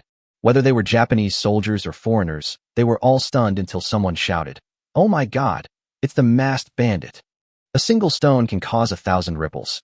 With so many warships gathered here, these soldiers more or less know something about what happened in the 2 countries before. Now that the real situation appears before them, how can they not be shocked? As various exclamations continued to ring out, almost all the soldiers on the warships learned this shocking news. The masked thief had visited Sasebo and had taken away one of their warships. The next moment, almost everyone was on alert. Perhaps catching the masked thief would be within their grasp. As a result, speedboats were launched into the water one after another, and fully armed soldiers boarded the speedboats and surrounded the direction where Sun Guangjun disappeared. Sun Guangjun was unaware of the changes on the water. As soon as he came out of the water, Sun Guangjun stepped on the accelerator and the motorboat accelerated suddenly. At the same time, a bullpup MP5 submachine gun appeared in his left hand, and he swept it towards the sailors struggling on the sea. At a distance of dozens of meters, with the high firing rate of the MP5, several Japanese soldiers who were the first to be hit were quickly shot into sieves, while Sun Guangjun quickly broke through the interception of several speedboats and rushed towards the nearest frigate. In their own military port, it was raining heavily. No one, whether it was the Japanese soldiers who fell into the water or those who came to rescue them, carried any self-defense weapons, and they were caught off guard by Sun Guangjun. By the time they reacted, the motorboat had already sailed away with waves all over the sky. However, Sun Guangjun soon encountered trouble again. After successively retracting 2 frigates and a destroyer, the encircling speedboats were finally in place. Seeing that he was trapped in the encirclement, Sun Guangjun maneuvered the motorboat quickly on the sea, put away his MP5 that had run out of bullets, and replaced it with an M249 rifle. The ammunition box was placed at his feet. Relying on his incredible arm strength, Sun Guangjun held the gun with one hand and sprayed bullets at the oncoming speedboat and the soldiers on the boat. Faced with Sun Guangjun's stubborn resistance, the Japanese soldiers may have been afraid. After all, in their eyes, Sun Guangjun was an alien, and he was definitely more valuable alive than dead. But if it were the American soldiers, they wouldn't have so many concerns. I saw a Mark 6 coming towards me, equipped with two 7.62mm machine guns, which were rapidly spewing fire snakes and rolling towards Sun Guangjun's position. The SEALs on the boat were also aiming at this side and firing continuously. Fortunately, Sun Guangjun's movement was quite agile, almost bringing out the small, fast, and agile characteristics of the motorboat to the extreme. In addition, this was in a crowded military port, so he avoided being beaten into a sieve on the spot. Faced with the attack from several speedboats, Sun Guangjun did not confront the enemy head-on, but turned the direction and drilled into the gap between the two frigates next to him. Moreover, Sun Guangjun was very cunning and passed by one of the frigates, avoiding the dense rain of bullets, quickly captured the frigate, and then dived behind another frigate. It's true that so many warships parked closely together really made things convenient for Sun Guangjun. This gives him countless excellent shields, so even if a small number of enemies rush close to him, he can kill them with a single volley of bullets. Can't be solved? Then the best thing to do is to leave. Anyway, Sun Guangjun is the only one here, and the others are enemies, so there is no need to worry about accidental injuries. In this way, Sun Guangjun was like a cat playing with a mouse. He seemed to be beaten and ran away in panic, but the result was that the warships of the joint fleet kept disappearing on the sea. On an amphibious landing ship with a displacement of nearly 20,000 tons, a general with two Venus stars on his shoulders clenched his hands holding a telescope tighter and tighter, and he didn't even notice that his knuckles turned white. Watching with his own eyes the ships in his fleet disappear one after another, along with the soldiers on board, their lives or deaths unknown, but he was powerless to do anything, made Vice Admiral Thomas feel heartbroken, furious, but also deeply powerless. Messenger. Knowing that this situation could not continue, Vice Admiral Thomas quickly made a decision. Notify all ships to start immediately and disperse in their own directions. At the same time, the shipborne helicopters sought an opportunity to take off and attack the masked bandit. General, I'm afraid it's too late. Before the messenger finished recording the order, a 23-year-old man said solemnly, "It takes time to launch the ships. At the current rate at which the ships are disappearing, we simply don't have time to disperse. As for helicopter takeoff, it is also unrealistic in such weather conditions." Chapter 103. One person's encirclement. Wonderful. Lieutenant General Thomas shouted angrily. Colonel Kevin, what did you say? Could it be that I didn't expect it? But what can I do? Are we just going to watch helplessly as our fleet disappears one after another and finally gets caught in one fell swoop, with all the soldiers annihilated? Sorry, I can't do it. I can only make the decision I think is most correct within the scope of my authority. And what you have to do is not to question my decision, but to execute it. Do you understand? Idiot. After Thomas spit it in his face, Colonel Kevin could only stand there and be scolded. Who made him do such a stupid thing? The messenger who was stopped by Colonel Kevin wisely slipped away and went to issue the order signed by Thomas. Kevin, record the message. Thomas, who had lost his temper for a moment, finally calmed down and said in a deep voice, telegraph to the Navy headquarters, the military headquarters, and Congress that our combined fleet was attacked by masked bandits on the morning of August 24th. The man's methods were strange, and he was suspected to have spatial abilities that could make ships disappear quietly. At present, our unit has suffered considerable losses, with more than 20 ships missing. I have ordered the entire fleet to evacuate on the spot. Speedboats are being launched from each ship and helicopters are being taken into the air to intercept the masked bandit with all our strength. Also, I swear to live and die with the fleet. General, no. After recording Thomas's dictated message, Kevin said excitedly, General, there's an old saying in Dragon Country. As long as the Green Mountains remain, there's no need to worry about lack of firewood. This saying is equally applicable to our current situation. This masked bandit is very strange and obviously cannot be dealt with by conventional means. Why don't we withdraw with the fleet and preserve our manpower for the future? Yes, General, the overall situation is more important. With Kevin taking the lead, all the officers and staff in the command room came forward to dissuade them. No need to persuade me. Thomas waved his hand, stopping everyone, and said with a bleak expression, as the fleet commander, I can't just watch my fleet being destroyed by the masked thief. Now, as the commander, I issue the last order. The flagship should retreat immediately and leave a speedboat for me. I will personally stop the masked bandit. You don't have to say anything, just follow the orders. After that, Thomas took out an assault rifle from the cabinet by the wall, loaded a few magazines into his belt, loaded the bullets into the chamber with a clatter, pushed aside the people in front of him, strode out of the command room, and boarded a speedboat that was about to be launched on the side of the ship. "General, wait for me." Colonel Kevin suddenly shouted, picked up a rifle, and followed closely behind. Seeing that the remaining people were about to come over here, Thomas quickly stopped them and said, "Your mission is more important, which is to take our flagship away from here and escape the clutches of the masked bandit. Remember, after retreating to a safe distance, order all ships that can be contacted to cover the area with maximum firepower. Even if I die, I will let the masked thief be buried with me." "General." Amid the cries of their subordinates, the speedboat carrying Lieutenant General Thomas and Colonel Kevin slowly descended and soon reached the surface of the sea. Not to mention the tragic moment that Thomas was experiencing here, Sun Guangjun soon discovered the unusual movements of the fleet. Those big guys that were originally dormant on the sea surface started to ignite and began to move slowly towards the open sea. "Are you planning to run away?" What wishful thinking. Seeing that the duck he had caught was about to grow wings and fly away, Sun Guangjun became furious and simply stopped entangled with those speedboats. Instead, he used the cover of those big guys and headed straight for the periphery. When they reached the outermost area, Sun Guangjun drove the motorboat in a large circle. Wherever he went, all the ships disappeared.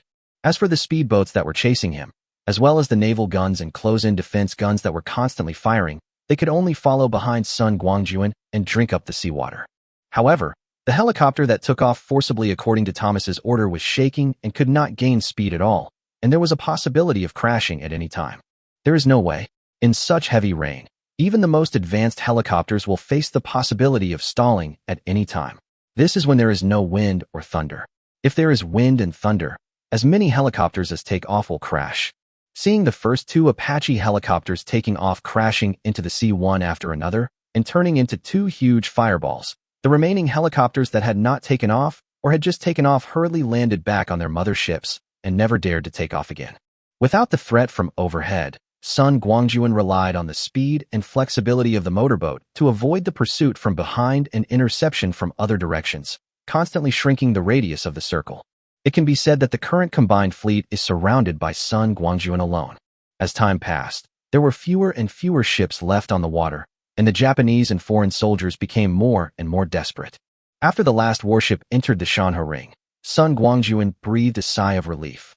Now, he could finally have some fun with those annoying pursuers.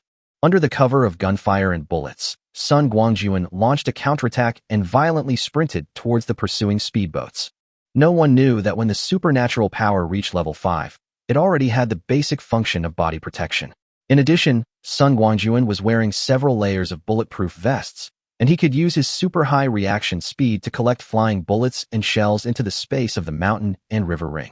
With the combination of several favorable conditions, Sun Guangjun managed to fight his way in and out of the enemy's formation 7 times without any harm. Although he did not have the invincible power of Zhao Zilong of Changshan, his results were much more brilliant. Wherever Sun Guangjun passed, there was nothing floating on the water except the soldiers. Soon, the huge naval base became empty, with only heads floating on the water. Seeing these sailors who were dead or alive, Sun Guangjun laughed out loud. He had single-handedly defeated an entire large-scale combined fleet, including 2 complete aircraft carrier formations. This was an unprecedented record since the beginning of the world. What happened next was simple. Sun Guangjun held the gun in his left hand and stepped on the accelerator with his right hand, moving back and forth across the water. Wherever the muzzle of the gun pointed, bright flowers of blood continued to bloom on the water. From time to time, Sun Guangjun would take out a Gustav recoilless rifle or an RPG rocket launcher and fire at the gathered sailors. Sun Guangjun had no psychological burden in slaughtering these sailors who had lost the protection of their warships. Those who are not of my race must have different hearts. What's more, most of those killed were Japanese devils. If this matter were to be spread, Sun Guangjun would probably be awarded the title of national hero. Thanks to Sun Guangjun's unremitting efforts, there were fewer and fewer soldiers still alive on the water. The blood flowing freely dyed the sea's surface red, and the smell of blood attracted many sharks, which were tearing the corpses apart. After circling around a few times and confirming that there were no more survivors, Sun Guangjun turned around and left the deserted naval base. Chapter 104, Continuous Missing. After successfully returning to the speedboat, Ouyang Feishue and the others surrounded him and asked Sun Guangjun with concern why it took so long. It was not like this before in Xiaoguopo. Sun Guangjun didn't want his women to worry about him, so he made up an excuse and fooled them. However, when he was left alone, Sun Guangjun felt more and more that something was wrong. America, Japan, and South Korea had gathered so many ships together. It was definitely not for show. There must be some big move. It was just that the apocalyptic disaster came suddenly and disrupted their plans. As a result, he got all the benefits. Sun Guangjun was both satisfied and relieved about this reality. He had figured it out. Considering what happened to Rhodes and Dennis before, with such a large action by these three countries, it was estimated that he was most likely the target. Fortunately, the end of the world came in time. Otherwise, when these foreign soldiers arrived, the Dragon Kingdom would probably take action against itself. No, we have to speed up. Sun Guangjun got angry and called the Ouyang sisters, asking these two green hands who had just learned how to drive a boat to join him. The three of them took turns driving the boat, going directly through the accumulated water on land, almost in a straight line all the way to Wugong. There was nothing special at sea before, but once I got to land, I would occasionally run into Japanese people rowing small boats out to look for supplies, either alone or in groups. Sun Guangjun had only one attitude towards these people. He opened fire directly, killing people and sinking the ship. As for the supplies collected on the ship, take them all away. Things have changed, and now it is Sun Guangjun's turn to kill and rob the Japanese. It's a pity that it is raining heavily and he can't burn anything. In this way, SV-17 almost rushed all the way to Wugong. However, this time Sun Guangjun was obviously disappointed. He thought it would be another big harvest, but there was no decent warship except for a few supply ships loaded with supplies and ammunition docked here. Despite his disappointment, Sun Guangjun still accepted these supply ships with a smile, and even did not spare those that sank at the bottom of the harbor. No matter how small a mosquito leg is, it is still meat, and he could not leave the supplies to the Japanese anyway. After leaving Wugong, Sun Guangjun headed straight for Kobe. When he arrived at the Prince Zoo, Sun Guangjun was dumbfounded. Since it was close to the sea, the entire park had been submerged by the rising sea level. As for the only national treasure left in Japan, no one knows where it has disappeared to. Sun Guangjun searched around Kobe several times and even captured a few survivors to inquire, but he could not find any trace of the giant panda. He saw neither the panda alive nor its body dead. Considering the urgency of the trip, today is August 25th, and there are only 5 days left until the rainstorm ends. Sun Guangjun had to make a regrettable decision to give up the search for giant pandas, leave Kobe, and head for Tokyo Bay. The SV-17 continued to rush through the water, advancing rapidly on land. When encountering an impassable road section, Sun Guangjun would choose other means of transportation, such as a hovercraft or even an amphibious armored vehicle. When he reached the water, he would use the SV-17 again. After almost a day and a night, Sun Guangjun and his team arrived at the Atsugi Naval Air Base in Kanagawa Prefecture at noon on the 26th. However, the place had long been a swamp, and the aviation team originally stationed here had disappeared. Sun Guangjun, who found nothing, was not discouraged. Since there was nothing here in Atsugi, there was still the most famous Yokosuka ahead. Atsugi is not far from Yokosuka, and it only takes more than an hour to get there. Yokosuka is worthy of being an aircraft carrier home port. After Sasebo stationed 2 aircraft carrier formations and almost 1/3 of the Maritime Self-Defense Force, Yokosuka now has an entire aircraft carrier formation and a Maritime Self-Defense Force of almost the same size as that in Sasebo. However, all these warships were on high alert, and there were countless speedboats shuttling back and forth on the water around the port. Standing on the top of a mountain a few kilometers away from the port, Sun Guangjun witnessed all this and couldn't help but frown deeply. Fuck. Punching the tree beside him, Sun Guangjun muttered, I should have thought of this earlier. They must have made some preparations after causing such a big commotion in Sasebo. Fortunately, it is not necessary to get these ships. Once the extreme cold and night come, no matter how powerful these ships are, they will be frozen on the sea, unable to move, and lose their original deterrent power. When the polar night is over, Japan will be almost on the verge of extinction, and there will be no need to worry about them anymore. It's just an aircraft carrier and a few dozen surface ships. Giving them up won't be a big deal, right? Forget it. There's no point in going head-on. Let's just get ready to go home. After comforting himself, Sun Guangjun made another difficult decision. He didn't need to go to the Wuha base next and went home directly. But Sun Guangjun was really unwilling to go back empty-handed. If he was alone, he would not hesitate at all even if he had to confront the fleet in the port head-on. Now that he has 4 women around him, Sun Guangjun feels a little restrained. It was really a mistake. He should not have brought the 3 of them with him this time. However, overall, Sun Guangjun has reaped considerable rewards. He has acquired 3 aircraft carrier formations, hundreds of large and medium-sized surface ships, and more than a dozen submarines. No matter from which perspective, he cannot be considered a failure this time. It can only be said that it is a little regrettable and not perfect. Having made the decision, Sun Guangjun no longer hesitated and turned to the 4 women around him and said, "For beautiful ladies, I regretfully have to inform you that our trip to Neon will have to end here. Next, we will embark on our return journey. However, in order to make up for your possible regrets, I decided to change the means of transportation in the next trip, cross the state, and then go home by sea. The trip is expected to take about 3 days, so please be prepared to explore the surrounding area. Now, please invite the 4 ladies to change their clothes. When traveling, you should look like a tourist. It's not the same as wearing a military uniform all the time." "Boss, are you telling the truth?" Ouyang Feiyu looked at Sun Guangjun in surprise. "Are we really going to walk back while playing?" "Certainly." Sun Guangjun nodded and said, "Let's find a place to rest for the night, and then set off early tomorrow morning to start our journey." Woo hooray! After getting Sun Guangjun's confirmation, especially with a night's rest, the 4 girls cheered in unison. Ouyang Feiyu even grabbed Sun Guangjun's neck and gave him a big kiss on the face. Looking at the 4 excited girls, Sun Guangjun couldn't help but smile. They had been traveling almost nonstop these past few days, and they were really exhausted. It was time for them to have a good rest. Chapter 105 Search. Since the 4 girls had no objection to his suggestion, Sun Guangjun immediately took them down the mountain.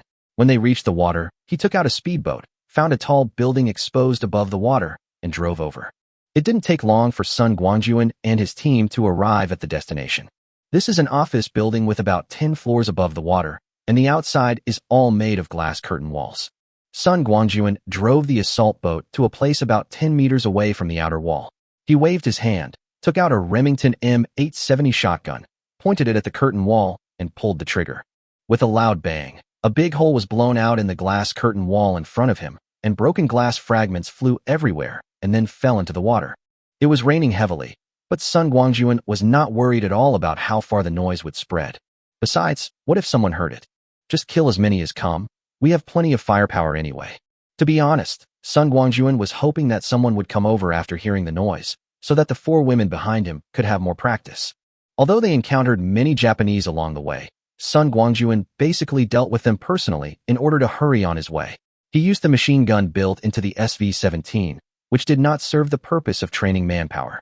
What disappointed Sun Guangjun was that despite such a big commotion here, no one came until he cleaned up the gap created by the blast, drove the assault boat into the building, and found the location of the stairs.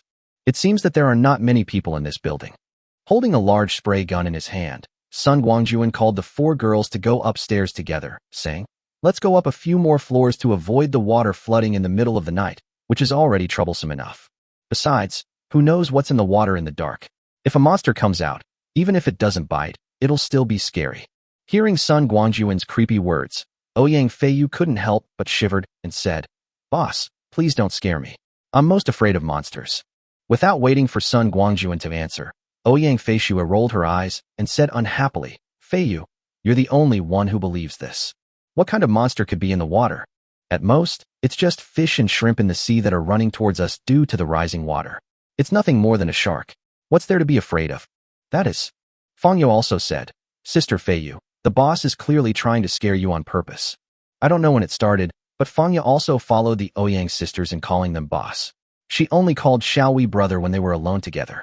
Hearing what they said, Sun Guangjun, who was walking in front, suddenly stopped, turned around, and said seriously, "Although what you 3 said just now has some truth, this situation is only suitable for the moment. Now is only the beginning stage of the apocalypse, and the first 2 waves of natural disasters have not yet passed. Once the 100 days of polar night are over and superpowers begin to awaken, who knows what kind of changes will happen to those surviving creatures. At that time, you have to be careful about everything you encounter. What's more, this is Japan. The Japanese are openly discharging nuclear waste water into the sea. Who knows how many dirty things they have done behind the scenes. Maybe they can really create some monsters. Of course, I'm just giving you a heads up so you don't get hurt by accident. After hearing what Sun Guangjun said, the three women looked at each other, felt a sense of empathy, and turned to discuss with Sun Guangjun what kind of monsters would appear. On the other hand, Xiaozi, who had been silent the whole time, had a gleam in his eyes and thought to himself, this Sun Guangjun really knows a lot about the end of the world. It seems that he must have sensed the coming of the end of the world before. Otherwise, he would not have been so bold as to plunder 2 countries in succession. As they were talking, the group of 5 had already climbed up several floors along the stairs. Sun Guangjun felt that the distance was about right, more than 10 meters. The rising speed of the water level could not pose any threat to this place. If he closed the fire door of the stairwell, he would not be afraid of anything getting in. Even if something really came in, the huge noise when the door was broken would be enough for them to prepare for the enemy in advance. Okay, this floor. Pushing the door open and entering the corridor, Sun Guangjun said, Fei Xue, you're at the back. Don't forget to lock the door. Then we split into 2 directions and searched the entire floor to see if there were any survivors hiding there. You guys form a group of 3. Officer Xia, follow me. Officer Xia, is everything okay? No problem. Xia Zi agreed immediately and then subconsciously asked, what should we do if we encounter survivors? What to do? Sun Guangjun clapped his Remington rifle and said, of course we should kill them directly. Otherwise, why would we keep them around for the new year? Oh.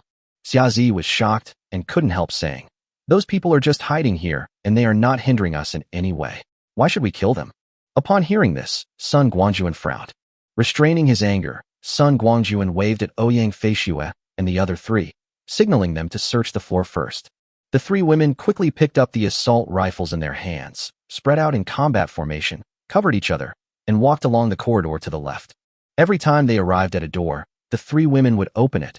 2 of them would cooperate with each other to go into the house to search, and 1 would stay on guard.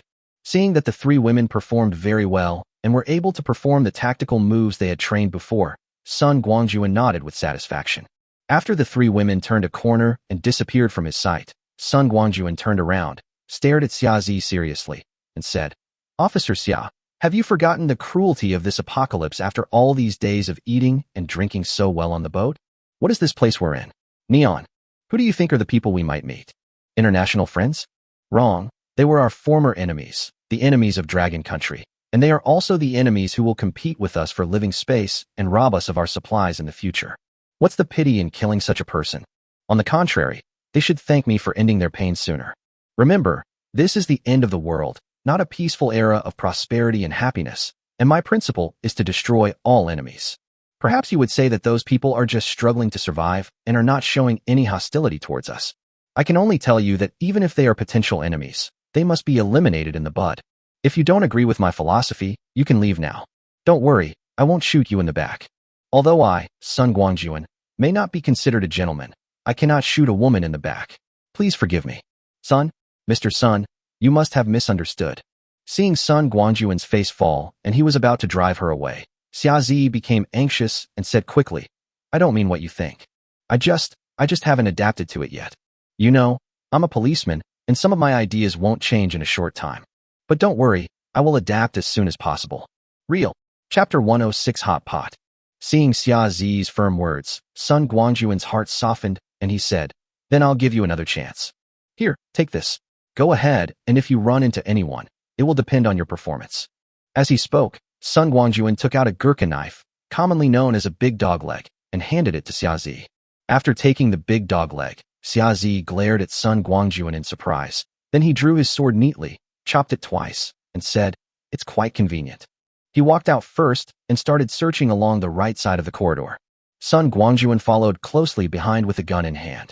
It's not that he wants to make things difficult for Xia Zi on purpose, but this little policewoman's ideas and concepts have obviously not yet adapted to the end of the world. Since she wants to stay by his side in the future, she must adapt as soon as possible. Soon, the 2 teams met in the middle of the circular corridor and checked all the rooms, but found no signs of other people. At that moment, Sun Guangjun chose a corner away from the stairs and elevator hall. It was a very spacious room with some office desks and chairs in it, and it was quite clean. Sun Guangjun took the 4 girls with him, and they all worked together to clear all the tables, chairs and benches in the room to the side. Then Sun Guangjun asked the 4 girls to change their wet clothes. Although everyone was wearing raincoats, there was no shelter on the assault boat, and in such heavy rain, Everyone's clothes were already soaked, so they definitely needed to change. After the four girls changed their clothes, Sun Guangjun entered the room again. He placed 5 tents along one wall and put mattresses inside. These would be the beds for the 5 people tonight. Okay, it's done. After finishing everything, Sun Guangjun clapped his hands and said, "Next, it's the highlight of today eating. Come on, tell me what you want to eat. Eat meat. Vegetable. Is it okay not to eat instant noodles?" As soon as Sun Guangjun finished speaking, the Ouyang sisters and Xia Zi expressed their opinions. Apart from the fact that Xia Zi's request was simple and even humble, the disagreement between the Ouyang sisters was a bit bigger. One wanted to eat meat and the other wanted to eat vegetables. They were completely going in opposite directions. At this time, Fangya said weakly, "Boss, why don't we eat hot pot? There are meat and vegetables to satisfy everyone's needs." Sun Guangjun nodded in agreement and said, "Hot pot is good. I think we should have hot pot. Do you two agree?" "Agree," the Ouyang sisters said in unison. Ouyang Feiyu even put her arm around Fangya's shoulders and said with a smile, "Sister Fangya is really thoughtful. Let's eat hot pot. But I want to eat copper hot pot. Electric ones are boring, and I have to set up a generator, which is not troublesome enough." "That's not difficult. Just eat copper hot pot." Sun Guangjun made the decision immediately and asked everyone to prepare the venue together. Soon, a large table was placed in the middle, on which was placed a huge copper hot pot, with red charcoal fire already burning. This is a double-flavored hot pot. On one side is the broth made from an old hen with a few red dates and wolfberries floating in it, and on the other side is the hot and spicy red oil base. Surrounding the hot pot are plates of various fruits, vegetables, and meat dishes, lamb rolls, fatty beef, shrimp balls, tripe, duck intestines, fish fillets, various meatballs, morels, chicken mushrooms, bamboo fungus, various mushrooms, lettuce, spinach, baby cabbage, various green leafy vegetables, as well as wide noodles, potato chips, frozen tofu, etc., all of which are essential dishes for hot pot, filling up a large table. At the outermost edge of the table, there is prepared sesame sauce, and on the table next to it are various condiments that can be added at any time according to personal taste. There is also a large amount of beer, drinks, and mineral water of various brands and flavors, dozens of bottles in total. The charcoal fire burned very vigorously, and the soup base soon began to bubble up with steam. Come on, let's eat." The pot was boiling. Sun Guangjun picked up his chopsticks, picked up the fat and tender mutton rolls, and put them into the pot, and did not forget to say, "Don't be polite. Eat whatever you want. When eating hot pot, you have to do it yourself. You can't blame others if you are not full. If it's not enough, we can always order more. If there's anything else you want, just let us know. We'll have enough for today." Looking at the steaming copper hot pot in front of him, the aroma of food lingering in his nose, Xia Zi felt as if he were in a dream. Is this still the apocalypse where no one can get enough to eat and everyone is starving? Even before the apocalypse, a table like this would have been a luxury, right? These days on the speedboat, Xia Zi had already seen Sun Guangju in space and knew that he could always take out rich and delicious food, but it was basically some vegetarian fast food. She didn't expect that this guy would be so rich. "Sister Zi, what are you daydreaming about?" Ouyang Feiyu, who was sitting next to Xia Zi, saw that she was in a daze and quickly touched her. She also very considerately picked up a piece of mutton and put it on the dish in front of her, saying, "Hot pot should be eaten while it's hot. It won't taste good when it gets cold." "Thank you, Sister Feiyu." Xia Zi felt like crying, especially when the mutton roll dipped in sesame sauce took a bite and the aroma exploded on his taste buds. The authentic taste, Xia Zi dared to say, was more delicious than all the hot pots she had eaten before. Looking at the other people at the table, whether it was Sun Guangjun or the 3 women, they were all eating with big mouthfuls of food. Infected by this atmosphere, especially with the delicious food in front of him, Xia Zi's stomach had already started to rebel. He finally let go of his reserve and imitated them, eating with big mouthfuls. This is how it is with eating. When you see others eating with relish, your own appetite will unconsciously increase. Soon, Xia Zi put down his chopsticks with a satisfied look on his face, and his hand unconsciously reached under the table to rub his slightly bloated belly. How many days has it been? Since the end of the world, Xia Zi has never been as satisfied as he is now. Sure enough, being able to eat enough is the happiest thing in the world. No wonder our ancestors always said that food is the most important thing for the people. But the next moment, Xia Zi was surprised to find that although she was full, the other 4 people at the table had no intention of stopping. No matter whether it was meat or vegetables, they put them into the pot one after another. After they were cooked, they were quickly divided up by the 4 of them, just like a whirlwind.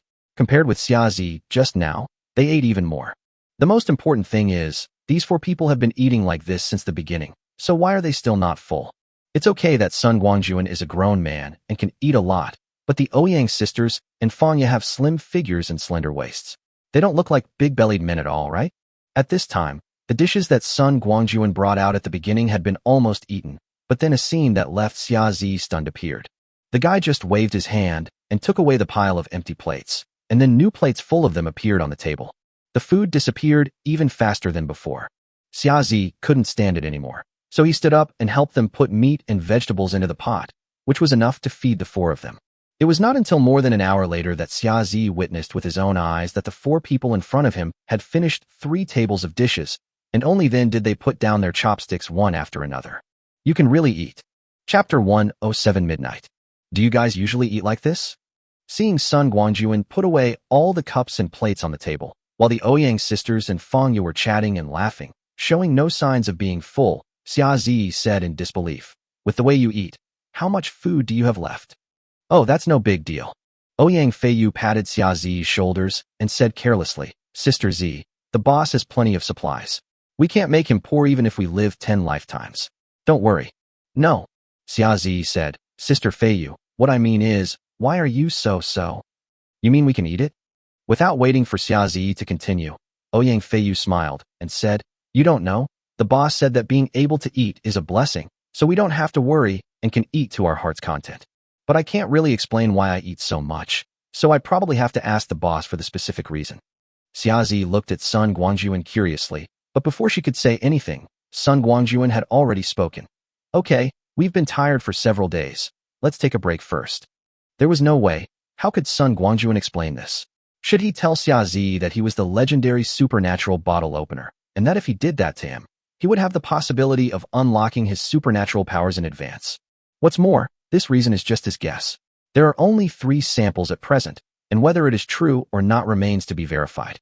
After watching Sun Guangjun enter the outermost tent, the 4 girls chatted for a while and then returned to their tents. After drifting on the sea for several days, sailing and traveling, the 4 girls had neither slept well nor eaten well.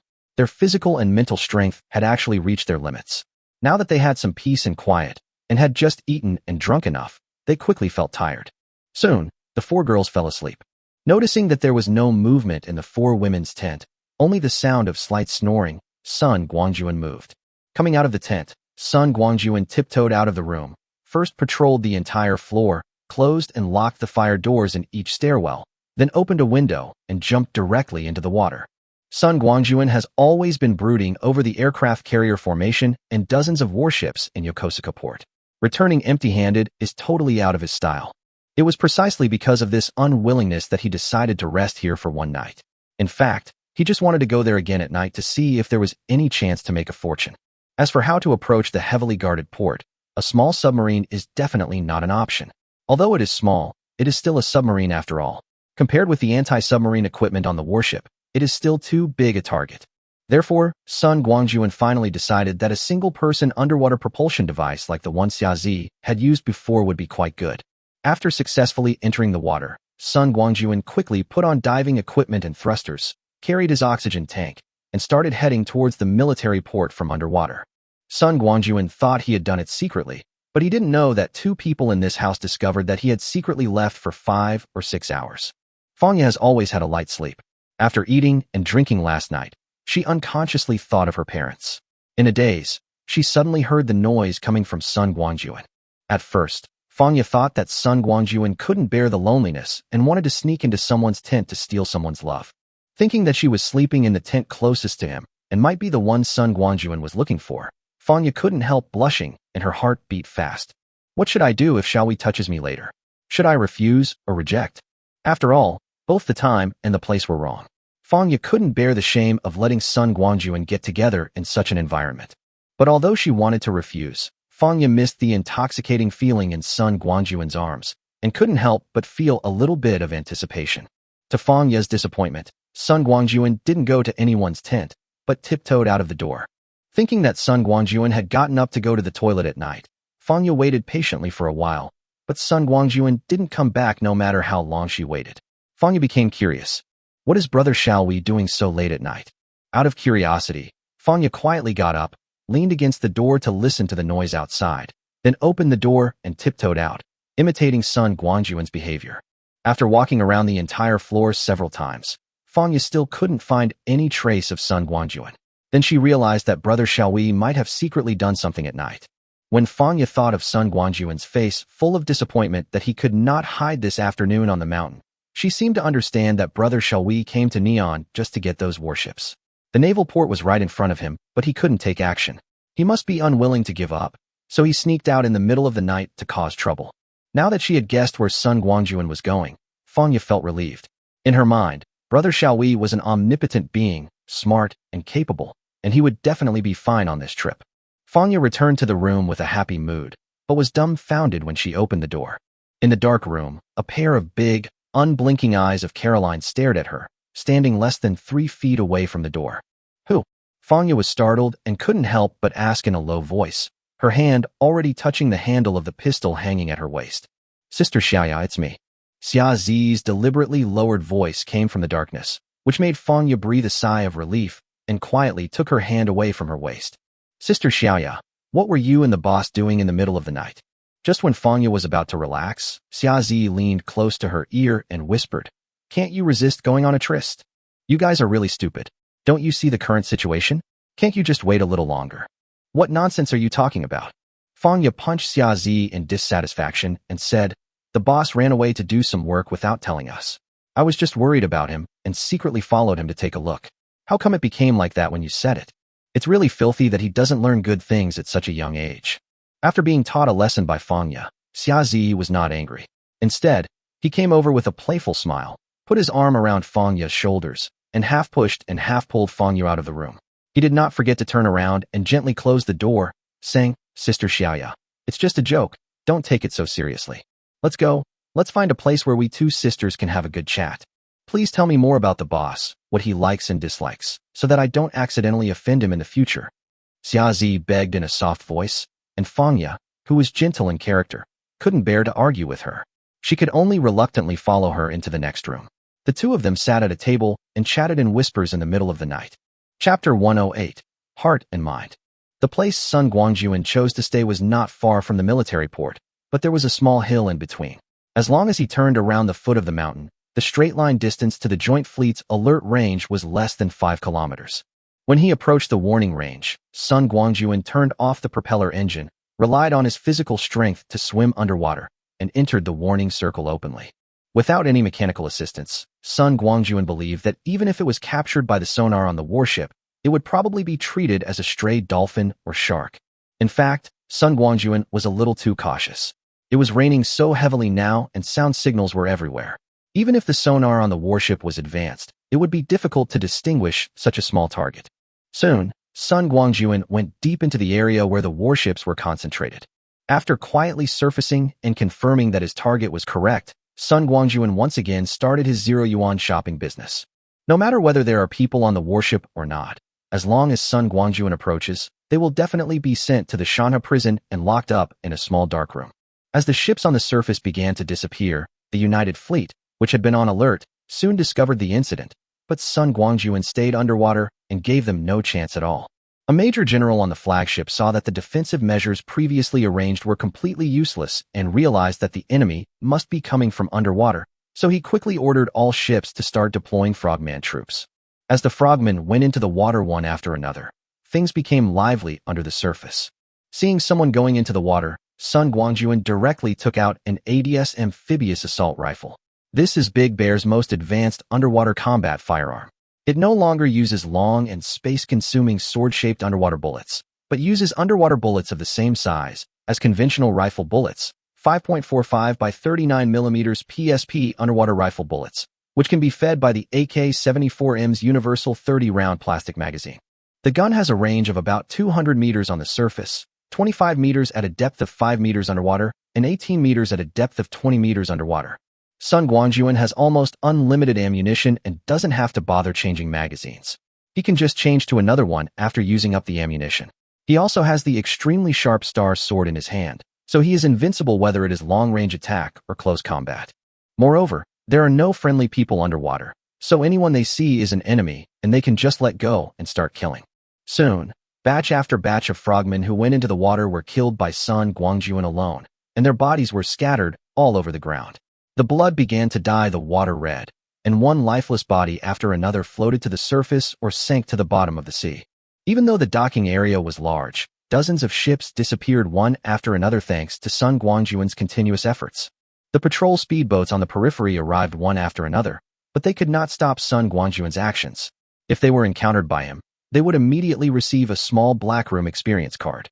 This time, Sun Guangjun was also ruthless. His main goal was to leave no blade of grass behind. Except for the soldiers who jumped into the water, all boats would be taken away without leaving a single one. After collecting all the ships, Sun Guangjun jumped out of the water, released a motorboat, and began hunting down the sailors. Just like in Sasebo, Sun Guangjun drove a motorboat in one hand and an M249 musket in the other, maneuvering freely on the sea. As long as he saw a person, he would fire a volley of bullets at him. After circling this area for dozens of times, Sun Guangjun couldn't guarantee that no one would slip through the net, but if anyone could escape his pursuit, it would be a blessing from heaven. After wreaking havoc in this vast water area for 4 or 5 hours, Sun Guangjun finally stopped with satisfaction, turned over and jumped into the water, and started his return journey. It was several kilometers away, and when Sun Guangjun returned to the office building again, it was just midnight. When he came back, the 4 girls' tents were all quiet. He thought they were all fast asleep and had no idea that he had sneaked out and done something big. Little did he know that only the Ouyang sisters were left in the room. Perhaps he was really tired. Sun Guangjun did not notice that 2 people were missing from the room. He returned to his tent feeling refreshed and soon fell asleep. Well, my mind is finally clear. I can sleep well tonight. No, I can have a good rest. Sun Guangjun slept very soundly.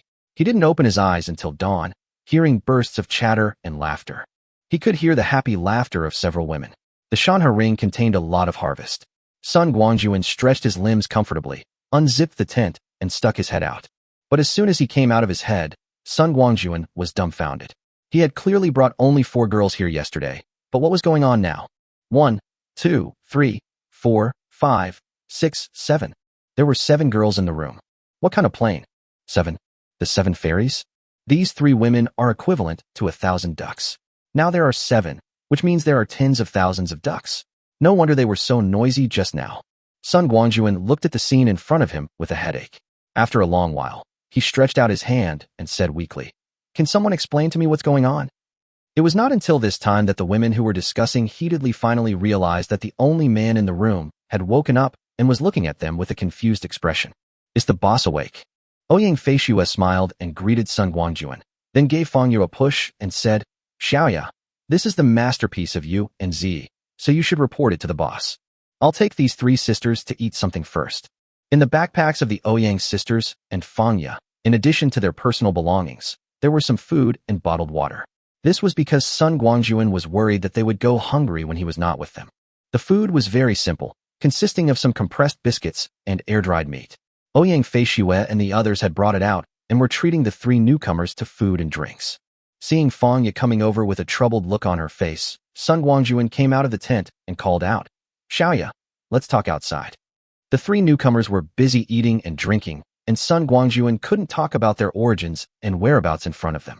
It would be most appropriate to go to another place to find out the whole story. Following Sun Guangjun to the next door, Fangya hesitated for a long time before saying, "Brother, shall we? This is my fault. I brought 3 people back without your consent.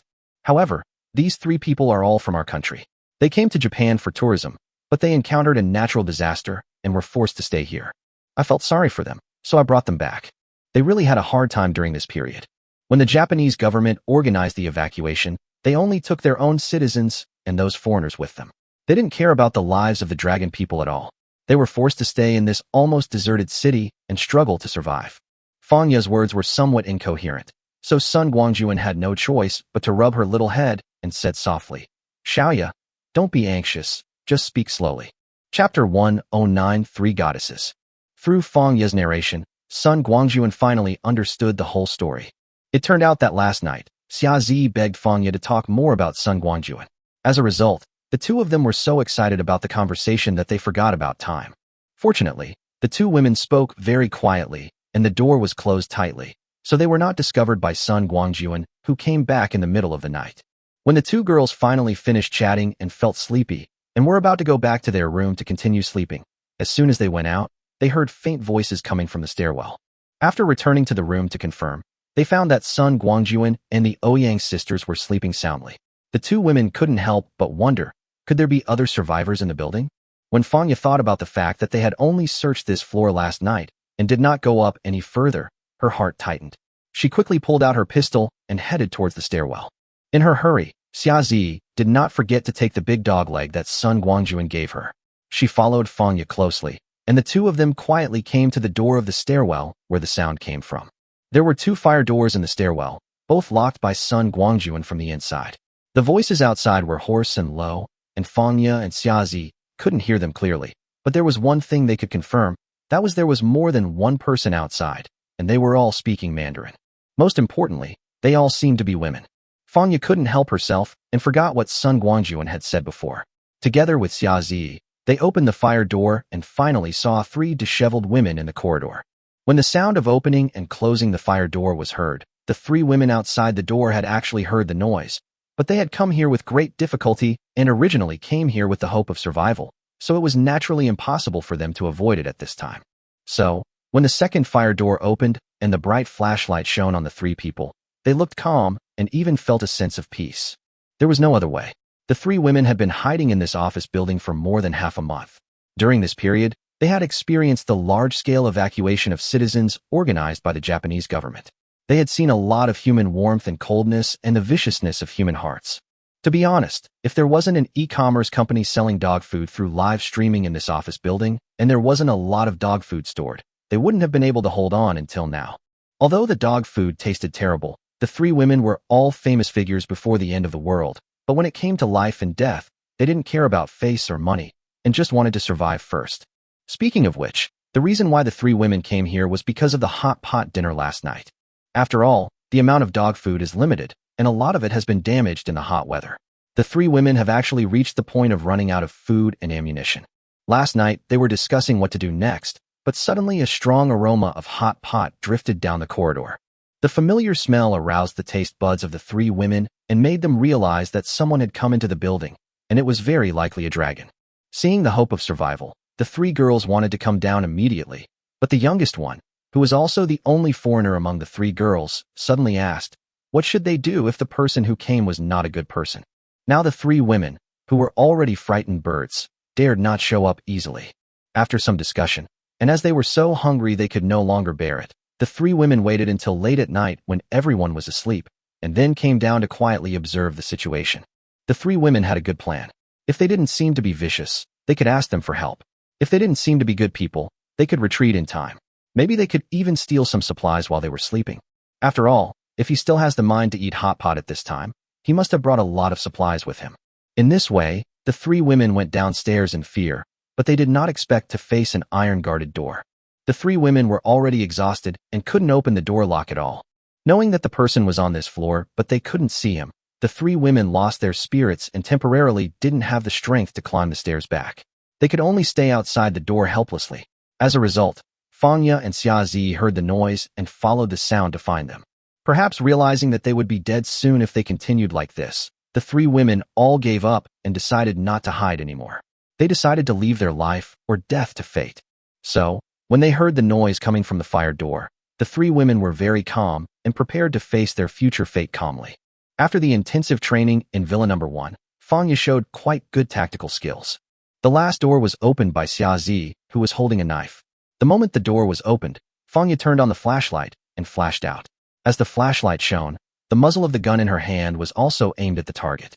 However, after seeing the faces of the three women clearly, Fanya was quite surprised. These three were all public figures.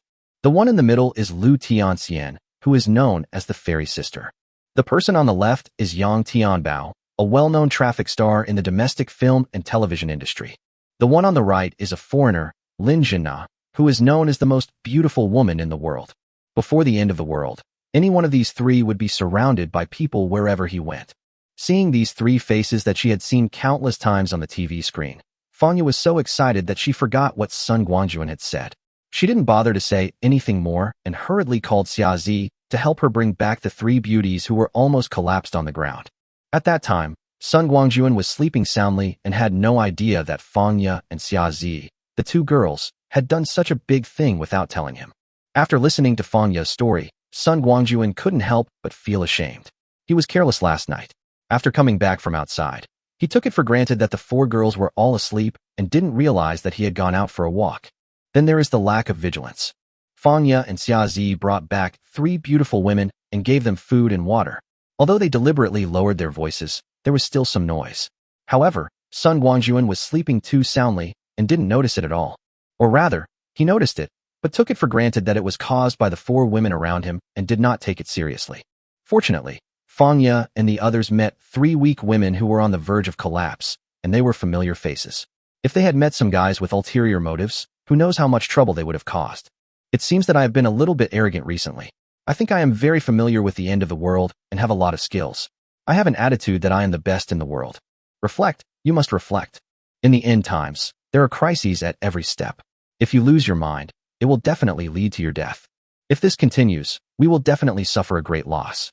After quickly completing self-criticism in his mind, Sun Guangjun had to face the follow-up of this matter, which was the fate of the three beauties.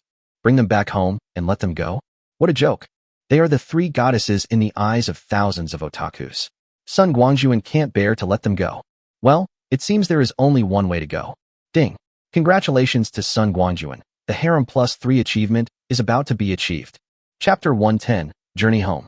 Since he had already decided to take the three women back to China to satisfy his not-too-dirty little thoughts, Sun Guangjun could not be too harsh on Fangya for her reckless behavior last night. After all, although Fangya did not abide by the three rules she had agreed upon when she moved into Villa Number 1, the result was still quite good and did not bring her any danger. To put it bluntly, the so-called three rules that Sun Guangjun set were not only to confirm his own position, but also because his biggest purpose was to prevent them from getting hurt because of their kindness. After a moment of silence, Sun Guangjun said to Fangya, "Xiaoya, your behavior this time is very rash and dangerous. Just imagine, if the people hiding outside the door this time were enemies, and their weakness was all pretended, or they were instructed by someone with ulterior motives, what would the consequences be? It is very likely that your recklessness has put all of us in crisis. But let it go this time. You saved 3 big stars, which is equivalent to a meritorious service. Then the merits and demerits will be offset, and I will not hold you responsible this time. But you have to learn this lesson and not be so reckless again. If you encounter the same situation as last night again, the best way to deal with it is to come back and call for help instead of running over to check it yourself. Remember that?" "I remember." Fangya nodded her head honestly, smiled at Sun Guangjun, and said, "Brother, shall we?" "Thank you. Why are you being so polite to me?" Sun Guangjun put his arm around Fangya's shoulders and said, "Come on, now that the dark clouds have dispersed, let's hurry up and pack up our things and return home as soon as possible." Fangya took the initiative to put her arms around Sun Guangjun's waist, snuggled into his arms, and rubbed her little face against his chest. The time and place were not right, so the two of them just had a quick taste, and then returned to the room hand in hand. Looking at the 3 goddesses whose complexions had recovered a little, Sun Guangjun clapped his hands. After all the women looked over, he said loudly, "Everyone, we have rested here for a whole night. It is time to set off to return home. Of course, our team is getting bigger and bigger, and the 3 new members are not in good health, so we can only divide the work. So, Fisher, you 2 take them downstairs first. Wait for me at the speedboat, and put on your raincoats. Xiaoya, please stay with Officer Xiao and help me pack my things. Time is tight and the task is heavy, so let's wait until we get on the boat to have breakfast. Let's all overcome it. Let's get started." "Yes."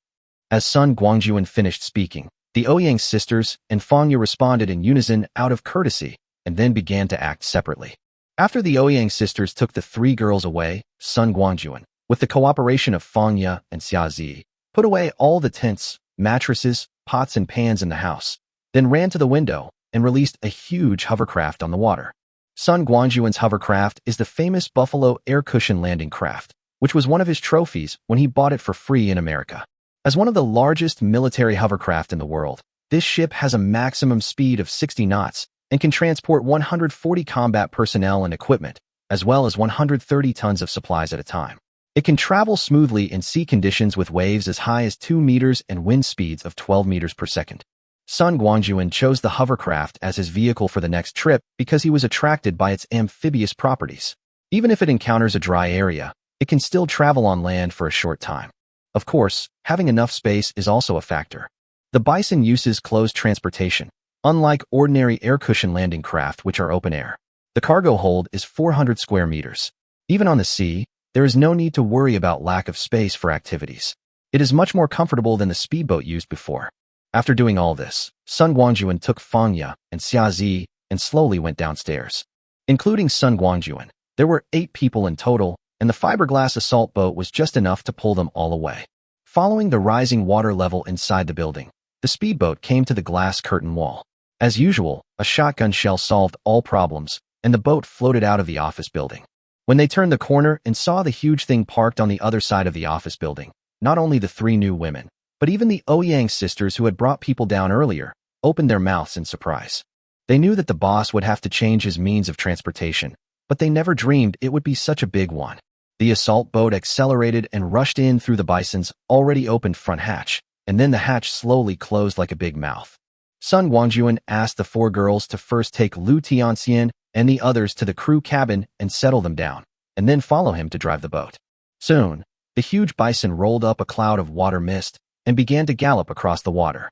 While the boat was setting sail, Sun Guangjun took out some ready-made food from the Shanhe ring and had breakfast with the 4 women. He also did not forget to give some to the 3 goddesses in the crew cabin. After the hovercraft was running smoothly, Sun Guangjun taught them some simple driving skills, left 2 of them to drive the boat, and the other 2 followed him to familiarize themselves with the fire control system on the boat. The Bison is equipped with 2 AK-6 36-barrel 30mm automatic cannons, which are very sharp close-in defense weapons that can attack not only anti-ship missiles, but also surface ships, air defense, amphibious landing shore bombardment support, minesweeping, and other multiple targets. Sun Guangjun was very happy to have these 2 powerful weapons. If he encountered a gathering place of Japanese devils on the road, he would just open fire on them. If there were few people, he would let the 4 girls go up and practice their shooting skills. The Bison air-cushion landing craft moved along the water surface all the way to the southwest.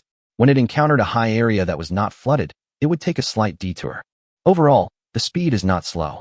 More than an hour later, the Bison, which was moving almost in a straight line, passed by the foot of Mount Fuji. Sun Guangjun discovered through the telescope that any slightly flat place on the mountain was full of tents. Obviously, this was a resettlement point for the Japanese. Judging from the size of the tents, there were more than 100,000 people here.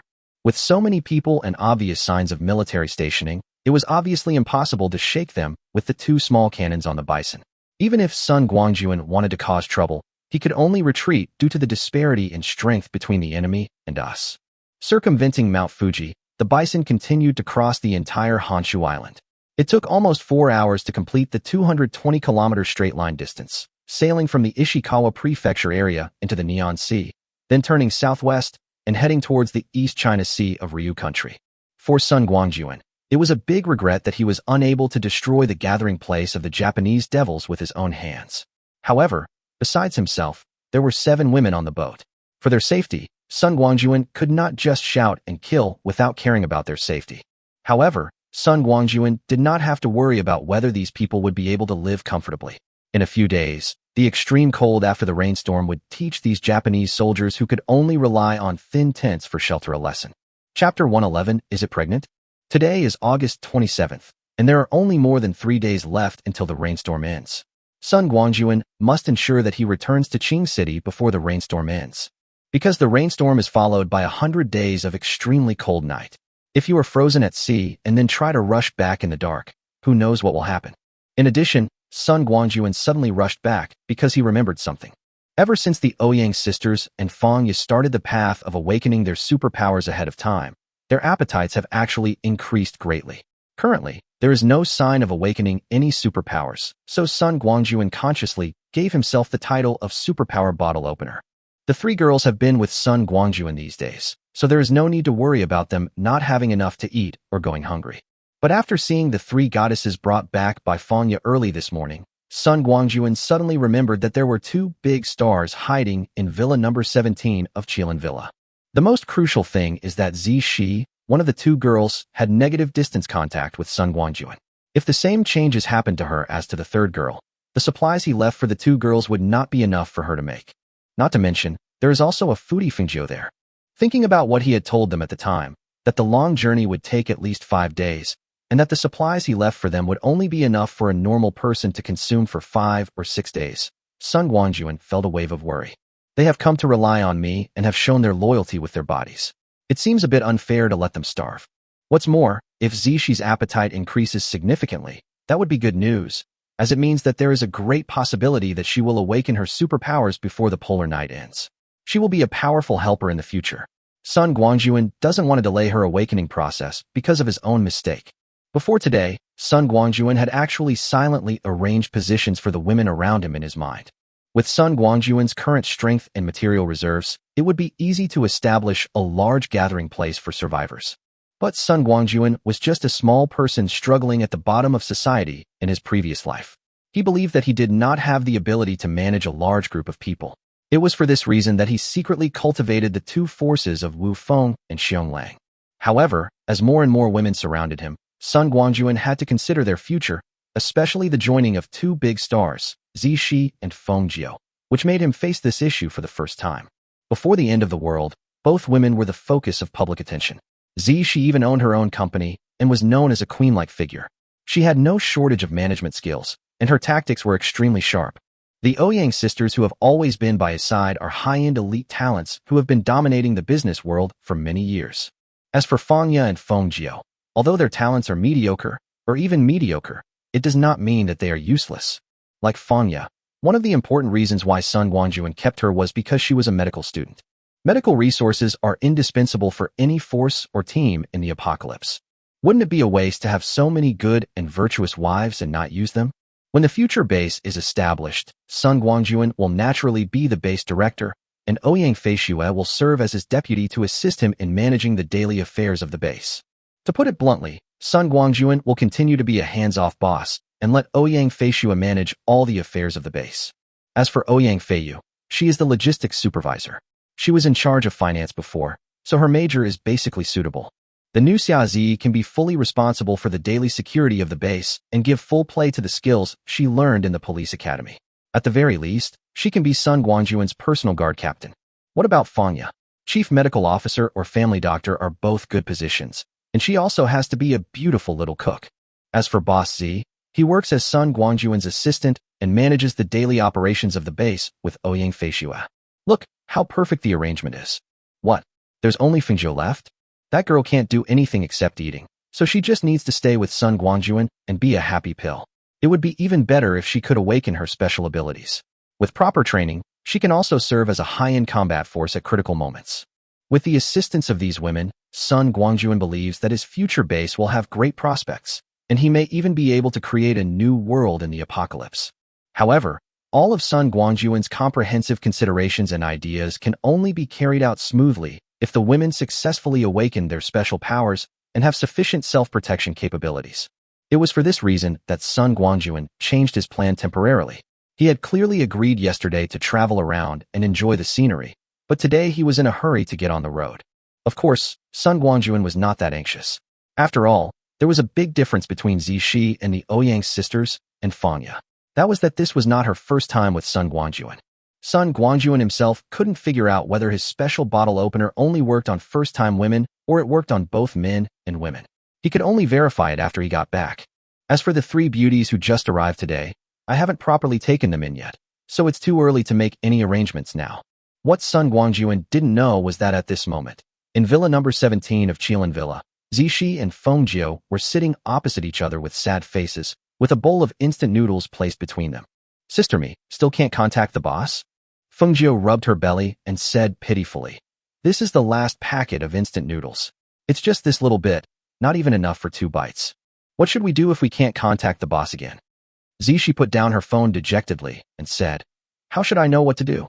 It's all your fault. You spent all day thinking about cheating, and now you're getting your comeuppance.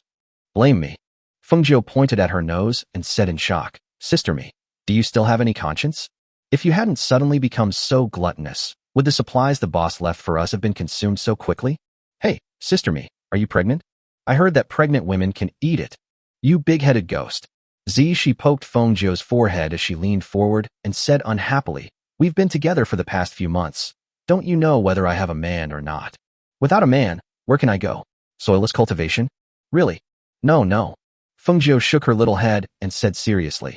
The day before the boss left, you two stayed upstairs for quite a while. I don't need to tell you what happened. Pa.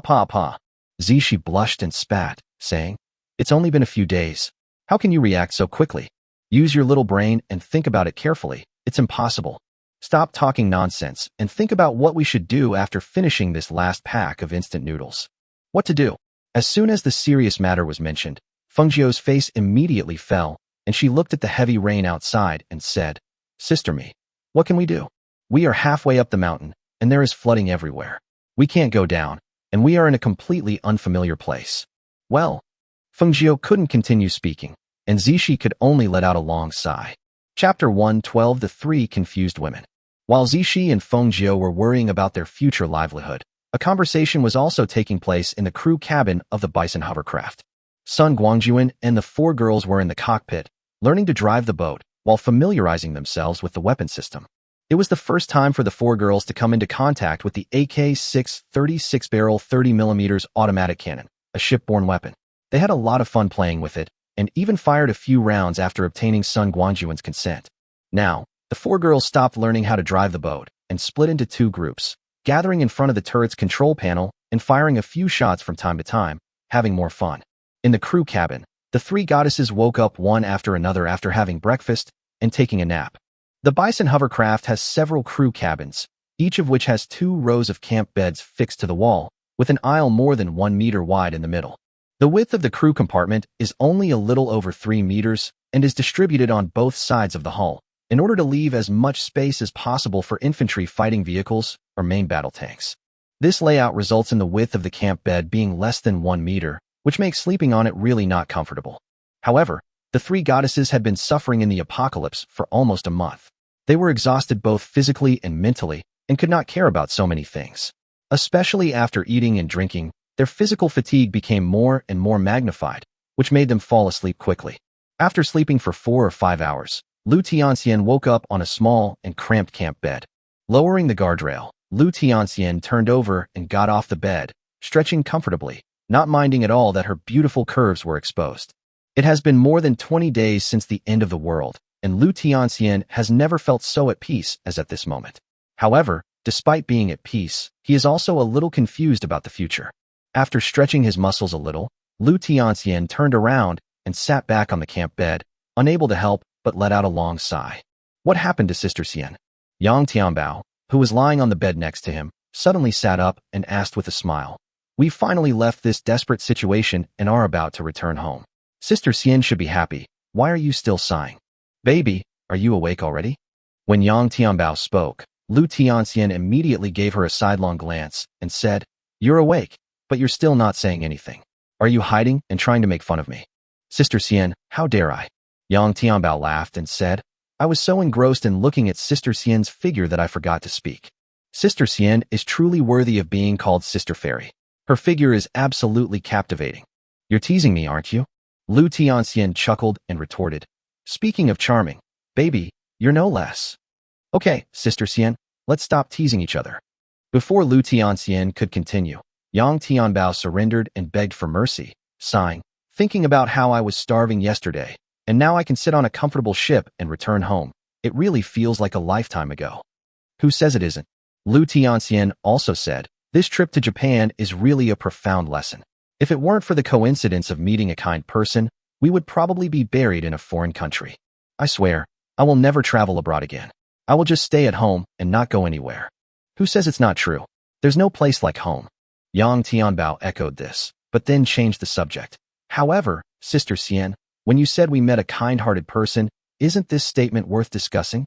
Looking at Yang Tianbao doubtfully, Lu Tianxian said, You mean? That's right. Yang Tianbao nodded and said, Miss Fong and Officer Xia whom we met last night are definitely kind people. But for others, that might not be the case. Yeah, I think so too. Lin Jinna, who had been silent, suddenly sat up and said in agreement. The people who saved us should be led by that gentleman. But this morning, when the gentleman saw us, although he didn't say anything, he immediately called Miss Fong out, obviously to ask about our situation. After returning, he immediately announced his departure. There has been no communication between us since this morning. This situation makes me wonder how he plans to arrange for us. You two are a bit better off. After all, you are dragon people. For the sake of our compatriots, he might not do anything to you. But I am a foreigner, and I have no one to rely on in your dragon country. You can imagine the ending. Nana has a point. Yang Tianbao agreed and said, as beautiful as you are and a public figure, which man wouldn't want to be your concubine? However, I don't agree with you that our situation might be better. Men are all the same. They are pigs at heart. It would be strange if they didn't have any bad thoughts when they see a beautiful woman. Putting aside other things, just look at Sister Xian's beauty and the fact that she is the goddess in the eyes of countless men. Do you think he will let you go easily? Aren't you the same? Lu Tianxian said. Let's not criticize each other. I'm afraid the final outcome will be similar. Don't forget, this is the end of the world. Order has long been out of control, and we have fallen into the hands of others. I am afraid we can only be slaughtered at their mercy. Sisters, are you a little too pessimistic? Just as the atmosphere in the cabin began to grow tense, Lin Jinna, who had first brought up the topic, said with a smile, although I just said that my ending is predictable, that doesn't necessarily mean it's a bad thing. Think about it. Since order has gotten out of control, and we are a few weak women, and we were public figures before, I'm afraid the result will be the same no matter who we meet. Since this is already destined, why don't we look at it more positively? At least, I don't dislike this guy. He's young, capable, and looks okay. It doesn't seem like I'll be at a disadvantage if I follow him. You're quite open-minded. Lu Tianxian complained. Sometimes I have to admire you, Smita, for always being able to live contentedly in your own world. I admit he's young, but how do you know he's capable? Isn't this simple? Lin Jinna said. How could you brave such a heavy rain and drive a hovercraft from your dragon country to Neon? If you don't have the strength, how could you do that? Besides, you don't think he came here just to pick us up, do you? There must be something else going on. Meeting us was just an accident. These days, everyone is struggling to survive, but he can run so far to cause trouble. This is proof of his strength. Also, didn't you notice that the four ladies, including Miss Fong, were very obedient to him, which shows that he has completely conquered these four beauties. Also, the equipment they are wearing is not from your dragon country, but standard American equipment. I know that in your dragon country, civilians are prohibited from owning guns. They don't look like soldiers, but they have such sophisticated equipment. What does this mean? Chapter 113, Awakening. Stop, stop, stop. Faced with Lin Jinna's endless chatter, Yang Tianbao couldn't bear to listen any longer. Nana, in short, what you mean is that we should accept our fate. You can say you accept your fate, but I prefer to actively try to accept it. Lin Jinna nodded seriously and said, facing such a strong man, it doesn't seem difficult to understand why I fall in love with him. You may not be able to imagine how shocking the visual impact is when you stand on the assault boat and watch him holding a powerful shotgun and shattering the glass curtain wall with one shot. Maybe you will say that I admire the strong, but hasn't it been the case since ancient times to obey the strong? When the gods created human beings, they had already divided their responsibilities. Men were responsible for being strong, conquering cities and fighting wars, while women only needed to be men's vassals. Remember, there's an old saying in your dragon country, men take charge of the interior, while women take charge of the exterior. Isn't that what it means? Nana, your idea is very dangerous. Yang Tianbao said seriously. Of course, this may be related to our different educational backgrounds. The education I received taught us that men and women are equal and women hold up half the sky, instead of what you said, that men are superior to women and women are just vassals of men. So, I cannot agree with what you said. Even if order is broken now, I don't think we have to rely on men to survive. We can be independent and make our own way in the world. Perhaps. Lin Jinna shrugged nonchalantly and said, Sister Yang, you may be right, but have you ever thought that what you thought was self-reliance and self-improvement is actually no longer valid now? To be frank, if it weren't for that man whose name we still don't know, we would probably still be trapped in that office building, with no food or water, waiting to die. Moreover, if you want to rely on your own efforts to become stronger, it takes time, and even more so, it requires foundation. Unfortunately, we don't have these now. Moreover, even if we have everything ready, it is still a road that is destined to be extremely difficult. Since there is a ready-made road to heaven, why should we take a rough and difficult path? Of course, I don't know whether this road is the way to success or not. I can only take it one step at a time and see. Regardless of what you two choose, I've already made up my mind. As long as that man asks me to stay, no matter what method he uses, I will stay. After saying that, Lin Jinna stood up and walked out of the cabin. leaving Lu Tianxian and Yang Tianbao looking at each other in bewilderment. After a long while, Lu Tianxian finally spoke. Baby, I think what she said makes sense. Faced with an unpredictable future, why should we choose a path that is destined to be extremely difficult? Let's imagine that this time we are following him back to China, but we don't know the specific stopover location, and we can't expect him to take the initiative to take us to where we want to go. So, in a perhaps unfamiliar environment, with floods everywhere, it seemed that we had no choice but to stay with him. Even if we take a step back and say that he is a good man and is willing to take us anywhere, where can we go? Home before the end of the world? With such a heavy flood, the house might have been submerged under water long ago. Rely on relatives and friends? Who can we turn to? Where are they? Are they still alive? How can we contact them? These are all problems we have to face. Even if that person has a good temper, he can't accompany us to look for someone who is very likely gone, right? It is impossible for us to have such unrealistic expectations. So, I think we should consider what Nana said. Perhaps, staying is really a good choice. Yang Tianbao frowned and said, Sister Xian, why do I feel like what you said is like, since I can't resist, I might as well just go along with it and enjoy it. Lu Tianxian didn't answer but asked, Baby, I remember you weren't a female boxer before. Why do you always talk like you're boxing now? If it was before the end of the world, fighting might be nothing, no one would bother with you. But what time is it now? It's the end of the world. All I can say is, you'd better put that idea aside. It's not good for you. Giving Yang Tianbao a look that reminded him of his mistake, Lu Tianxian also stood up and left the cabin, running to the spacious middle area. But soon, Lu Tianxian returned to the cabin again. There's no way. The breakfast I had was digested long ago, and I'm hungry again. What surprised the two was that Lin Zhina had disappeared since she left the cabin, and Lu Tianxian didn't see her outside just now. What the two of them didn't know was that since Lin Zhina had already decided to stay with Sun Guangjun, she chose to act immediately and decisively. Just after coming out of the cabin, Lin Zhina found a passage after a few turns. This little girl was very brave and went in without hesitation. In the cockpit, Sun Guangjun was holding the helm boredly. There was nothing on the vast sea except the rain curtain that blocked his vision. With Sun Guangjun's physical fitness enhanced by supernatural powers and surpassing that of ordinary people countless times, he didn't need to pay much attention and could just rush forward. However, although Sun Guangjun was idle, his eyes were wide open. There is no way. The four girls who are having fun playing with automatic cannons are definitely a beautiful sight. Especially after getting on the big ship, the three women probably felt safe and took off most of their equipment, especially the heavy bulletproof vests and camouflage uniforms that were soaked by the rain. They all took off their clothes. Just imagine, four young and beautiful girls wearing only tight vests and carrying 416 Hong Kong dollars assault rifles on their backs, chattering and playing with artillery in front of you. The temptation is simply overwhelming. It can be said that only 1/10 of Sun Guangjun's attention was on the bison's route, and the remaining 9/10 was all focused on appreciating the beautiful scenery in front of him, letting his eyes enjoy a big meal of ice cream. Bang, bang, bang. Just as Sun Guangjun was getting angry but had to suppress it, there was a knock on the cabin door. Turning his head, Sun Guangjun saw a pretty face with a smile like a flower through the glass. Outside the warehouse door, there was a small hand as white as jade, waving at him playfully. Without disturbing the four girls' fun, Sun Guangjun set the automatic driving and came to the hatch. Opening the cabin door, Sun Guangjun asked in a deep voice, Miss Lin, what's the matter? Appa, do you know me? Lin Zhina covered her heart in surprise, revealing a charming smile. Oh God, I'm so happy. Chapter 114 confirmed.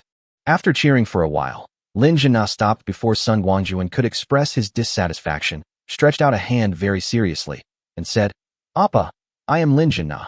Please give me your guidance. I haven't asked yet. What's your name, Appa? Sun Guangjun. Sun Guangjun grabbed the jade white hand that was extended to him, squeezed it lightly, and then released it, saying, Miss Lin, why didn't you stay in the cabin to rest? Why did you come here? Appa, don't misunderstand. Lin Zhina quickly said, I was just bored in the cabin and wanted to go out for a walk. Appa, can I join them? As she spoke, Lin Zhina pointed at the four women in the cockpit.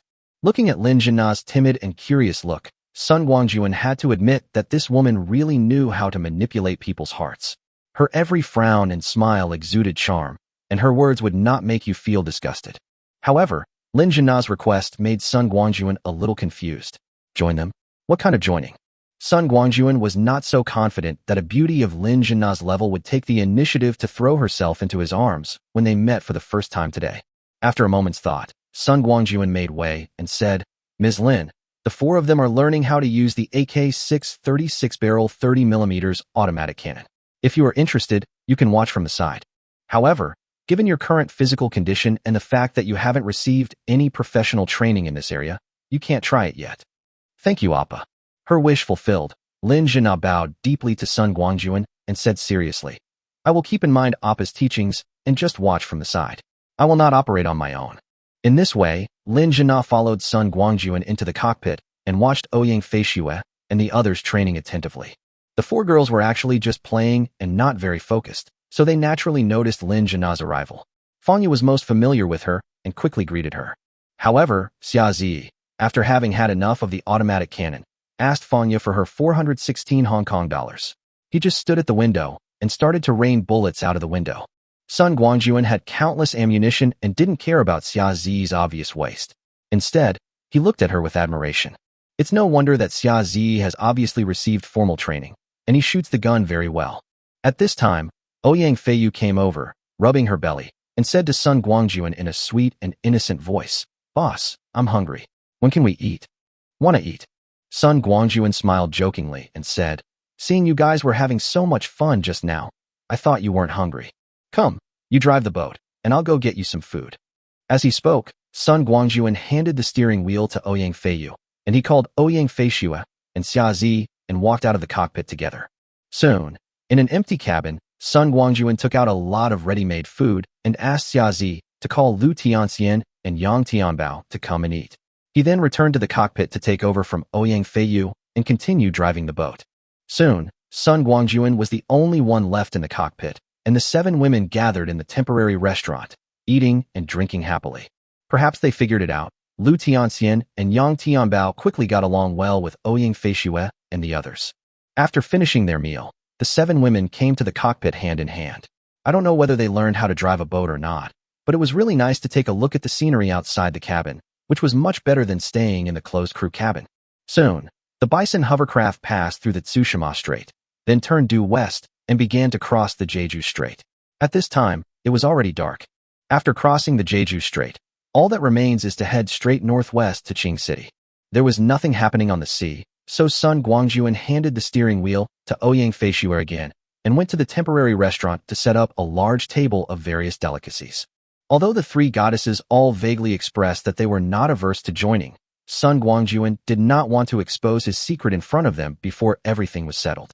The reason why a secret is that few people know it. If everyone knew it, could it still be called a secret? After rushing all the way, the hovercraft finally entered Qing City in the early morning of the 28th. There were too many people this time, so Sun Guangjun did not plan to change to a rubber boat or a salt boat in the offshore area, as he did before. Instead, he took advantage of the cover of night and drove the hovercraft directly into the city. However, in order to conceal their presence, Sun Guangjun turned off all the lights on the boat. Even if any survivors noticed them passing by, they would only hear a loud noise and see nothing in the darkness. The Bison hovercraft is 57.3 meters long and 25.6 meters wide. Under normal circumstances, it would definitely not be able to travel within the city, but now there are water towns and swamps everywhere, so there is no obstacle to its passage. Soon, the huge hovercraft entered Qilin Villa and rushed directly towards the top of the mountain along the winding mountain road. Sun Guangjun didn't want to go through the trouble of pulling people up the mountain and wading through water one by one like last time. It would be better to keep it simple and rough this way. Finally, the Buffalo hovercraft roared to a stop in front of the open space at the door of Villa Number 1. The gangplank at the bow was lowered, and 7 beauties, led by the Ouyang sisters, walked out one after another. Before stopping the boat, Sun Guangjun had told Ouyang Feishue to lead the girls back to the villa first, while he would stay outside to take care of the rest. Ouyang Feishue knew that he didn't want to be exposed in front of the 3 newcomers, so she gladly accepted the cover mission. Sun Guangjun waited on the boat until Ouyang Feishue and the others had all entered the villa and the lights in the living room started to light up. Then he jumped off the boat. After turning around and packing up the boat, Sun Guangjun was not in a hurry to go home.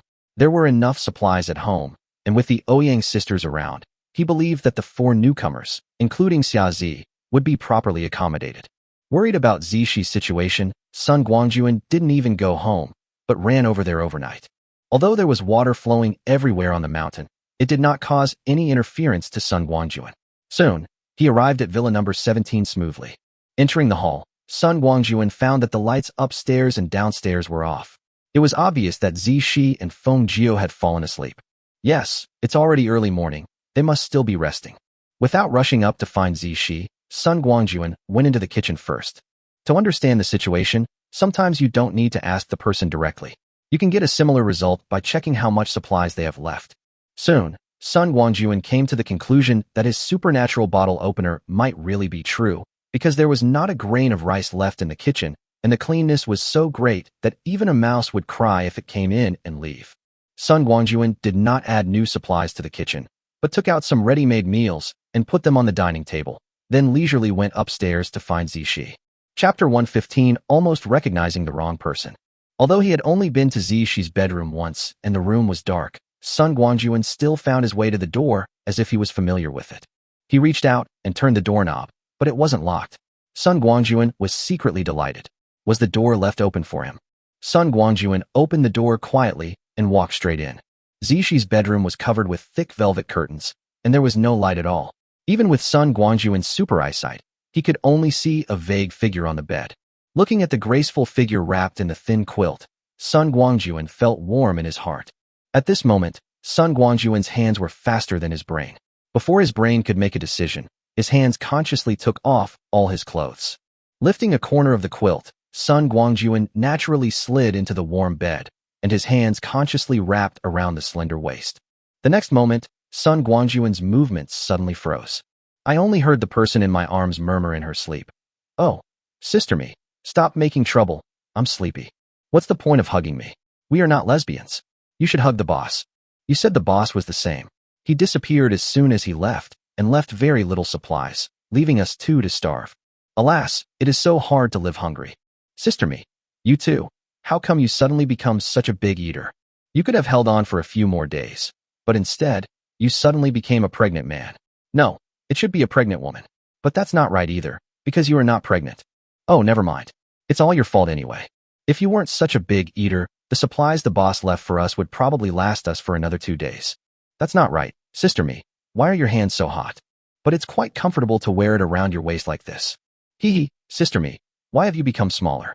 With your current size, I guess you can no longer be called Demimi. That's not right. How come it got smaller and harder?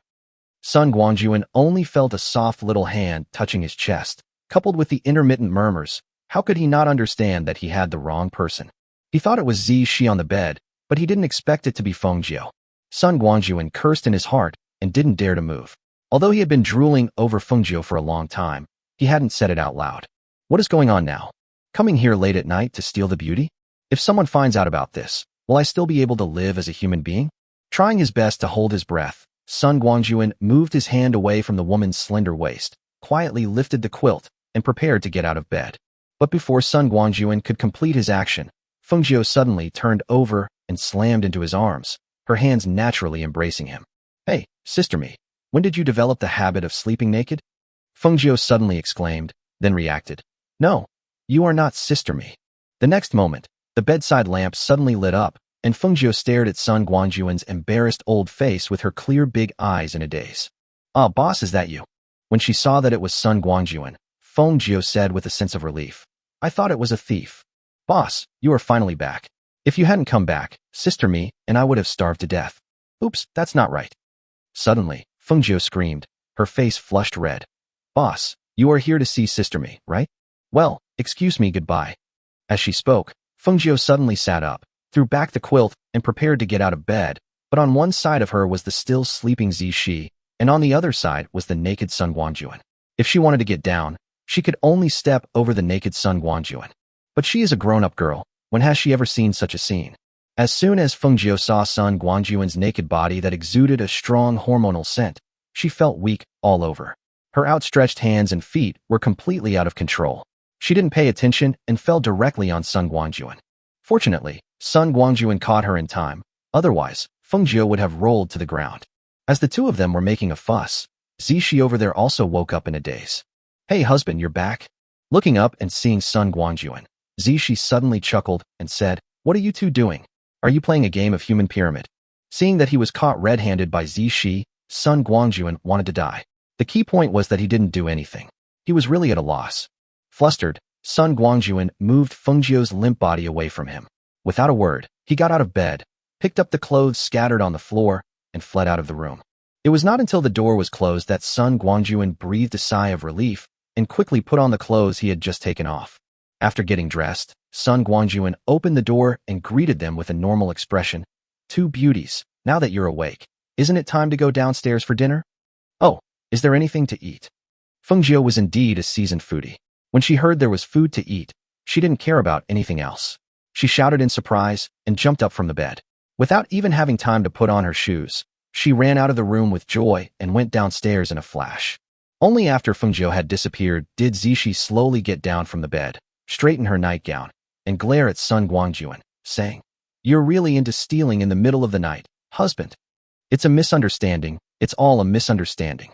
Sun Guangjun was thick-skinned and didn't even blush as he said, "I didn't know you two would sleep in the same room. I thought you were alone. This is not it. A short separation is better than a new marriage. I just wanted to tell you about it. Who knew there was someone else?" "Oh, are you still feeling wrong?" Zishi glared, revealing her queenly temperament. "It's all your fault. He's been gone for so many days, leaving only a little food behind. If he'd come back 2 days later, he'd probably have me and Fatty Nine to collect our bodies." As she spoke, Zishi walked into the bathroom and began to wash up. When this was mentioned, Sun Guangjun felt really embarrassed and hurriedly followed him in, leaning against the bathroom door frame, and explained, "Speaking of this, it's really my fault. I didn't consider it one level less. When I left supplies for you, I only thought of treating you according to the standards of ordinary people and forgot about the changes you might have experienced. From what you said, I suddenly have a huge appetite. Do you know what's going on?" She washed her face, brushed her teeth, and went to the bathroom in front of Sun Guangjun without any hesitation. When she heard what Sun Guangjun said, her mood did not change much. She said calmly, "Tell me more about what happened." Sun Guangjun said, "The root of this matter should be me. It may be related to the method I practice. The women who have had relationships with me will experience a series of changes. But that's a good thing, don't worry." Chapter 116, The Good Years. After Sun Guangjun explained the connection between eating too much and the upcoming awakening of superpowers, Zishi suddenly realized and said, "That's a good thing. I can awaken my superpowers early." Superpowers? I never thought that I would have the opportunity to become a person with superpowers. It's really exciting to think about it. But, husband, you said that the more you eat, the stronger your awakened superpowers will be in the future. Doesn't this put a burden on you? After all, I can only rely on you for support now, and you need to provide all my food and drink." Sun Guangjun laughed and said, "Don't worry, your husband has nothing else but enough food and drink." I said, "Can you please stop being so slow? I've prepared a feast in the restaurant. If you're late, aren't you afraid that all the food will end up in Fengjiu's belly?" "Oops." When Sun Guangjun reminded her, Zishi exclaimed, "I really forgot. That girl is a foodie. How can she resist when she sees something delicious? No, I have to hurry." As she spoke, Zishi grabbed a towel and wiped the water stains off her face. She didn't even bother putting on makeup anymore and rushed downstairs, shouting as she ran, "Fat Nine, shut up and leave some for me." Sun Guangjun followed behind with amusement and did not forget to tidy up the clothes he had just hurriedly put on. When they got downstairs, Sun Guangjun saw the two women sitting on either side of the dining table, happily eating. Fengjiu, in particular, devoured the food with chopsticks in her right hand, while her left hand was clutching a large chicken drumstick, her mouth stuffed full. How could she still look like a goddess? It seems that he is really hungry. The two girls were enjoying the meal. Sun Guangjun did not go over to join in the fun. Instead, he sat in the living room, took out a cigarette, and smoked it leisurely. Sun Guangjun is not addicted to smoking. He is the type of person who can smoke or not. However, this situation makes him feel peaceful and at peace, and it seems inadequate if he does not smoke a cigarette to express his feelings. After lighting the cigarette, Sun Guangjun was about to put away the cigarette box and lighter, but suddenly remembered that she seemed to have the same skill, so he put them on the coffee table instead. In the restaurant, although Fengjiu was a foodie, she was the type with big eyes and a small stomach. In front of the table full of delicious food, she quickly gave in. She rubbed her bulging stomach and could only watch Zishi continue to enjoy the meal slowly. Tsk tisk. Watching the food on the table disappear as Zishi's mouth opened and closed, with no sign of stopping, Fengjiu couldn't help but say enviously, "Sister me, I really envy your stomach that can never be full. I can't do that." There's delicious food in front of me, but my stomach can only hold so much, so I can only look at it. Envious, right? Zishi glanced at Feng Jiao and said proudly, "It's a pity that you can't envy my ability. You, just stand by and watch me enjoy this table full of delicious food." Humph, don't you think about what you said yesterday? Is it my fault that I have a big appetite and finished everything? Think about it. Does more of that food go into your stomach, or do I eat more? I would rather go hungry and save food for you, but in the end, you blame me. Now you envy my appetite? It's too late. Feng Jiao pouted pitifully, wanting to pick up the chopsticks and fight Sister Mi for another 300 rounds. But her bloated belly told her that their fighting abilities were not on the same level, so it would be better for her to surrender and not humiliate herself. Feng Jiao stopped talking, so Zishi let her go and continued to enjoy the food in front of her. Although Zishi's speed was not fast, her little mouth was always busy. She slowly and leisurely ate up most of the dishes on the table. Comfortable. Putting down her chopsticks, Zishi stood up, stretched contentedly, and said as she walked towards the living room, "Fat 9, I'm full and don't want to move now. I'll give you a chance to show off. Clear the table and wash the dishes in the kitchen." Oh, Feng Jiao was stunned. Zishi's words were like a critical blow to her. She watched others eat for a long time, and in the end she was still responsible for cleaning up the battlefield. How could she seek justice? But facing Zishi's consistent dominance, Feng Jiao wanted to resist, but didn't have the courage. After struggling for a long time, she finally went to wash the dishes obediently. Zishi came to the living room and sat down next to Sun Guangjun naturally. She was greeted by Sun Guangjun's doting smile. "Boss Z, I didn't expect you to have such a skill. You really know how to control your subordinates." With a smug smile, Zishi leaned back on the sofa and said, "Of course, if I didn't have any skills, would I be worthy of your title of Boss Z?" "With whom?" Seeing Zishi's smug look, Sun Guangjun put his arm around her shoulders and teased her. "Have you forgotten how you begged for mercy? Do you want me to take you upstairs to reminisce? Why? You feel sorry for that little girl and want to avenge her?" Zishi obviously didn't buy Sun Guangjun's tricks. She leaned on his shoulder and said with a smile, "Husband, let me tell you the truth. Are you attracted to that girl? Do you want me to help you create an opportunity? By the way, when you recognized the wrong person just now, did you get it wrong? How did it feel? What kind of hand?" Sun Guangjun curled his lips and said, "I just hugged her waist, and she woke up and started complaining. I was confused. She realized something was wrong, and then you woke up. Isn't this still happening?" Zishi rolled her eyes at Sun Guangjun and said, "You men are never satisfied. Then shouldn't you satisfy your husband?" Leaning close to Zishi's ear, Sun Guangjun whispered, "We were almost intercepted by that girl just now. Now that you've had your fill of fighting, shouldn't we get some real practice?" "Virtue." After another eye roll, Zishi said softly, "Hubby, please wait a moment. I'm too full and don't want to move now. If you insist on making trouble, be careful I'll vomit all over you." "How disgusting." Sun Guangjun fanned his nose with his hand in disdain, leaned over and took a cigarette from the coffee table, lit one and passed it to Zishi's lips, saying, "Come on, Boss Z, have a cigarette after dinner. It's better than a living god." Well, the service was good. After taking the cigarette and taking a puff, Zishi sat up straight, acting like a queen, and said, "Since you've performed so well, I will reward you well later." "Thank you for the reward, madam." Sun Guangjun responded in a very servile manner. Being with Zishi, Sun Guangjun had a very relaxed and comfortable feeling, as if he had unloaded all his burdens and everything was peaceful and quiet. The two of them were flirting with each other, and Feng Jiao in the kitchen was gritting her teeth. She was washing dishes, but her eyes kept glancing into the living room, muttering under her breath, "You two bastards. It's really an eyesore. Oh, I can't bear to see." But when she finally cleaned up the kitchen and rushed into the living room angrily, wanting to accuse these two inhumane guys, the living room was empty and the two men were no longer there. "Oh, I'm so mad." Everyone ran away, and Feng Jiao could only be furious. She didn't dare to really rush upstairs to pull those two guys out. What if she saw some scenes that were not suitable for children? Hey, I can't think anymore. There is a picture. Chapter 117, All Talents.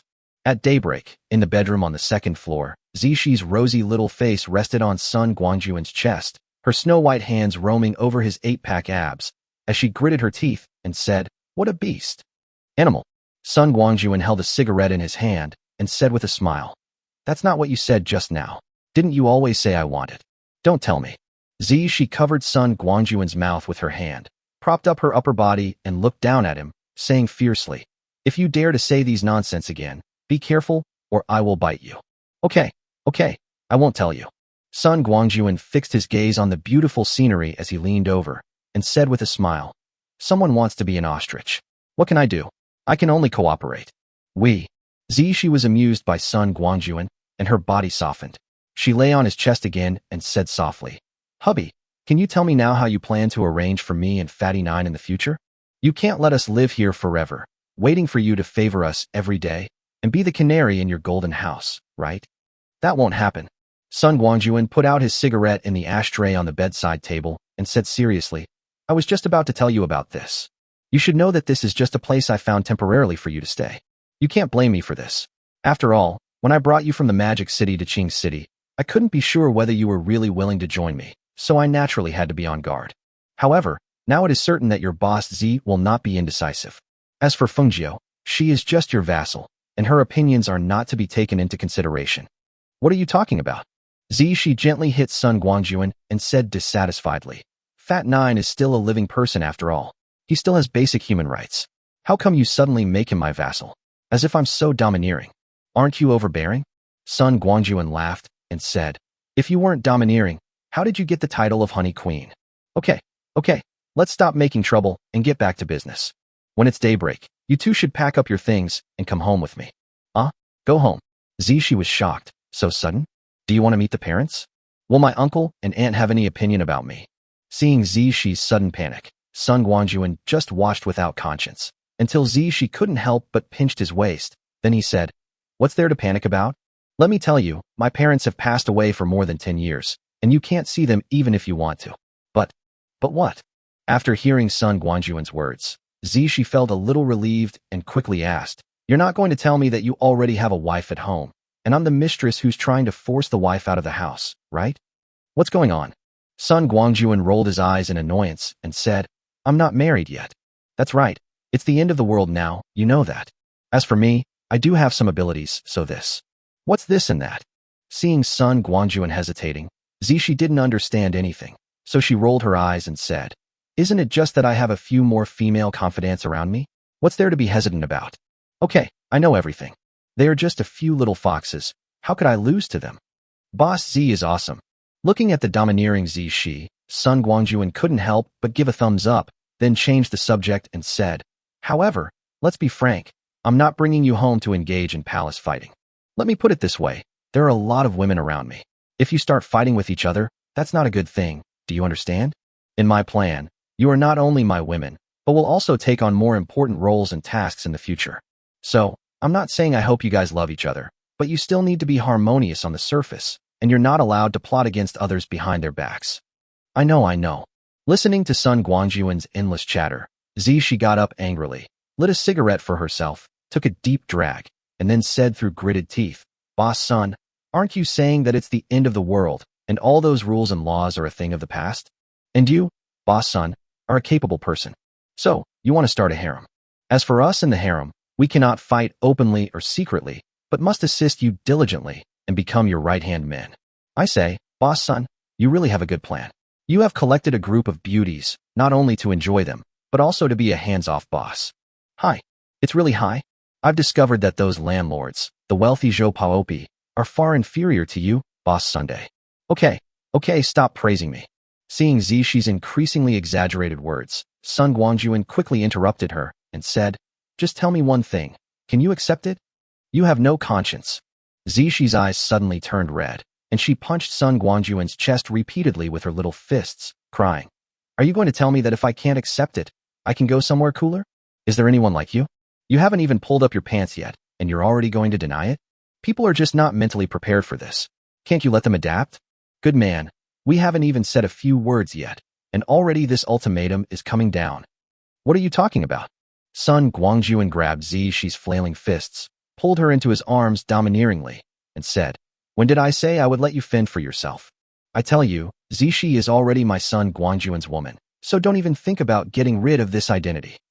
After suppressing She's dissatisfaction with his domineering attitude, Sun Guangjun softened his tone and consoled her. What I wanted to say just now is that if you can't accept it, then just stay here for a while and don't meet with them. However, based on my understanding of you, Boss Z, you are not the kind of person who would escape. I know you are quite resistant to having other women around me, but you have to understand that this is the end of the world and everything is different from before. The reason I want you to go back with me is that I'm worried that you and Fengjiu will live here alone. If you encounter any danger, I'm afraid I won't be able to take care of you. It's the end of the world. Danger is everywhere. If we all gather together, we will be safer. Also, in this doomsday, compared to those who are just surviving, we can use the advantages we have to make a career. And you, in my future plans, exist as my right-hand man. Zishi pointed at her nose somewhat unconfidently and said uncertainly, "Am I so important?" "Of course." Sun Guangjun smiled confidently and said, "Talents need to be assigned to specific people. If you fall into the hands of a parasite or a male chauvinist who is obsessed with the end of the world, you will probably become a tool for venting your anger. But I have only one advantage, which is that I am good at discovering the strengths of people around me. Therefore, you, or rather all of you, will become an important part of my life." Chapter 118, The Women Meet. After a lot of effort, Sun Guangjun finally persuaded Zishi to put aside her grudges and go home with him. There was no other way. Sun Guangjun was good at using the stick and carrot strategy. Zishi was unable to defeat him and could only convince him with reason. It took a lot of effort and he showed off his eloquence and skills, but in the end he had to sign the treaty under duress. As for Fengjiu, her opinion doesn't matter. Well, not only Sun Guangjun thinks so, Zishi also thinks so. At 8 o'clock in the morning, the sun should have risen and the sky should have been bright, but because of the continuous heavy rain, the whole sky was dark. Fengjiu, who had been waiting anxiously in the living room, finally saw Sun Guangjun and Zishi coming down from the stairs, dressed neatly.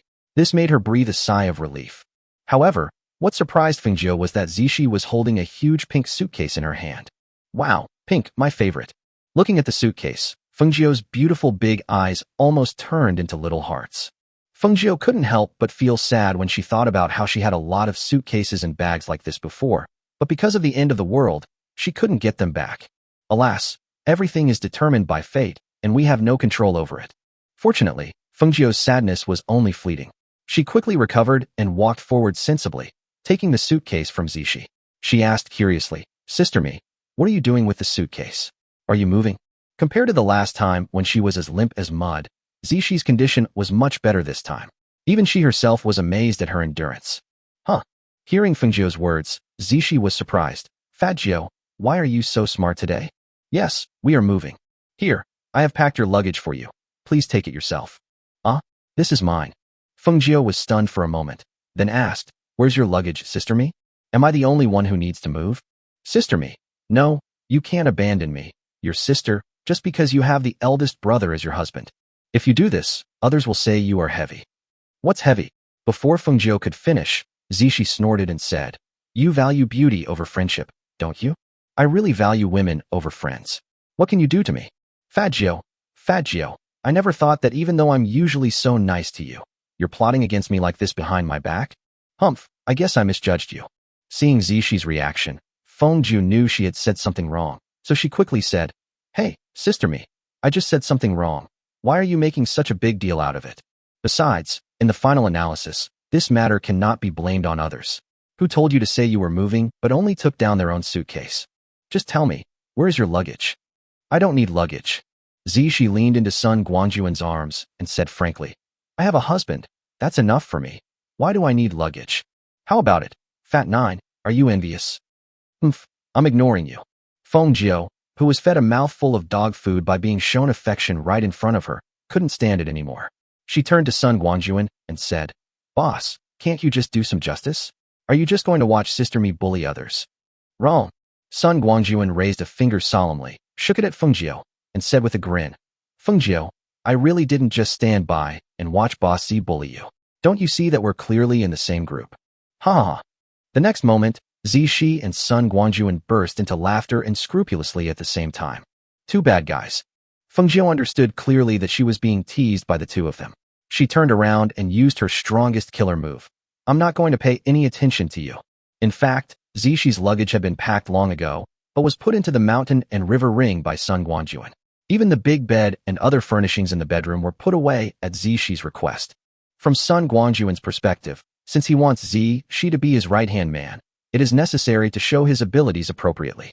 Sure enough, seeing Sun Guangjun magically make all the objects disappear, although Zishi didn't have stars in her eyes like Fengjiu, She was also shocked and became more convinced of Sun Guangjun's words. Zishi and Sun Guangjun ignored Feng Jiu, who was in a bad mood, and quickly put on their raincoats, rain boots, and rain hats, and then walked out of the villa hand in hand. Standing under the eaves, watching the heavy rain, Zishi frowned and said, "Husband, it's raining so hard. How are we going to get there?" "How do you go?" "It depends on your husband." Sun Guangjun waved his hand, and a motorboat suddenly appeared in the water under the steps. "Look, isn't this the best car? Come on, wife, please get in the car." Helping Zishi sit on the motorboat, Sun Guangjun started the engine and stepped on the throttle.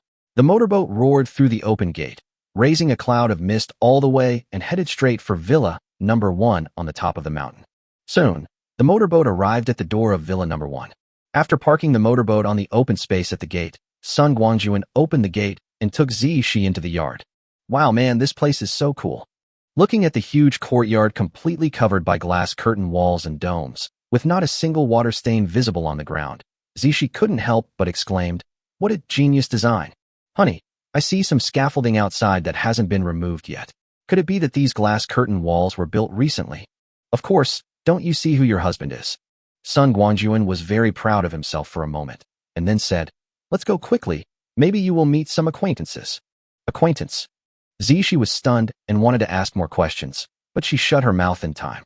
Anyway, it was only a few steps away, and the mystery would be revealed soon. Why was she wasting time talking to this arrogant guy? It has to be said that Zishi is smart and strong, and she managed to sway Sun Guangjun, who wanted to show off. The commotion was boring, and Sun Guangjun touched his nose a little embarrassedly. Soon, the two of them arrived under the eaves and were about to go up the stairs when the door of the villa opened. Led by the Ouyang sisters, almost all the women in the villa rushed out at once. Sisai? Baby. Looking at the two former good sisters who were obviously standing on the edge, Zishi couldn't help but cover her mouth in surprise. No wonder that stinky guy said he would meet acquaintances. It turned out to be these two. Unexpectedly, the stinky guy was really capable and brought them both back. Wait, who is that? Is she the most beautiful intercontinental girl in the Smecta family? It's true.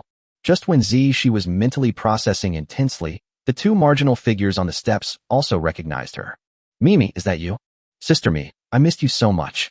After two screams, the two girls rushed over and grabbed Zishi's arms, crying and shouting. Chapter 119 Forgot. Originally, Zishi was wearing a full set of rainproof gear, with her hat pulled down very low, so the girls couldn't see her face clearly for a moment, but her baby voice was so recognizable that when she opened her mouth, how could Lu Tianxian and Yang Tianbao not recognize it? Especially Yang Tianbao. She is Zishi's closest best friend.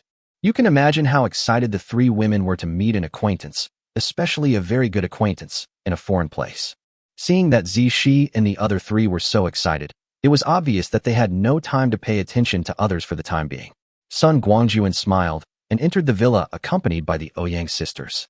There are more and more women around Sun Guangjun. It is impossible to say that the Ouyang sisters have no objections, but they also know that they are just relying on Sun Guangjun for survival and have no right to care. At first, the two sisters were not used to it, but now they are gradually becoming numb. Forget it. I've known for a long time that the boss is not a good person, and in this apocalyptic world, I'll just let him be. Just don't play the only listen to the newcomer's laughter game. Besides, I have only been following the boss for a few days. After all, he's a newbie. Since we are all newcomers, and some are about to be newcomers, what is there to be afraid of? Don't forget, you are sisters, so the happiness will be doubled. Thinking of this, the Ouyang sisters felt less upset. As for Fangya, Sun Guangjun lent money to her father for surgery, and then delivered medicine and attended the funeral. The little girl's heart has long been tied to Brother Xiaowei. As long as Brother Xiaowei has her in his heart, nothing else matters. The three women completed their own strategies in their minds.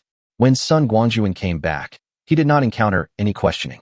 Instead, he sat comfortably on the sofa like a big boss, with the beauties serving him tea and water. Especially the little girl Lin Jinna, probably because she felt that she was alone and in a foreign country. She almost stayed by Sun Guangjun's side and refused to move. She was so fawning. If Sun Guangjun had not had some composure and there were not so many people around, he would probably have carried her into the room immediately, done something good for her, and would not want to leave. For a moment, the entire Villa Number 1 was filled with laughter and joy, just like it was New Year's Day. This was a rare sight in the end times. The happy time passed very quickly, and in the blink of an eye, it was noon. Knowing that the girls had just returned yesterday and were exhausted from the journey, Sun Guangjun cooked for them himself.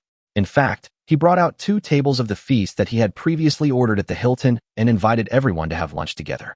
When everyone was seated, their glasses filled with wine, and they were about to start eating, she suddenly said, "No, hubby, we seem to have forgotten something. What could be more important than eating?" Sun Guangjun didn't react and said nonchalantly, "The world is big, but eating is the most important thing. We don't have so many rules in our family. We eat when we should eat and drink when we should drink. We don't need to wait for anyone. Come on, let's eat." Oops, wait. Zishi was anxious. She stood up and said, "Hubby, Fengjiu, we forgot about Fengjiu. That girl is still waiting for you to pick her up. As it turned out, as soon as I saw Sisai and the baby, I forgot about her." Yes. Sun Guangjun then remembered that he had actually forgotten about Fengjiu and quickly put down his chopsticks and said, "You guys eat first, I'll be back soon. Then, Zishi, please explain it to everyone."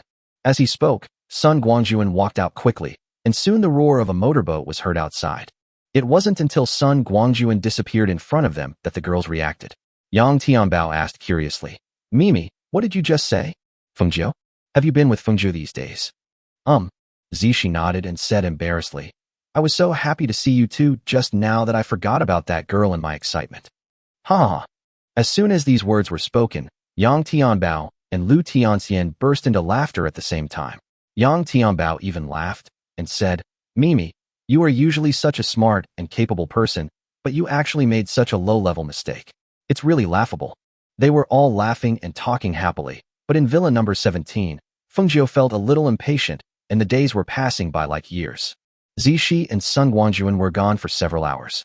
If they hadn't told her before they left that they would be back to pick her up soon, Fengjiu would have really thought that these 2 dogs had left her alone to find somewhere to have some fun and live their shameless little lives.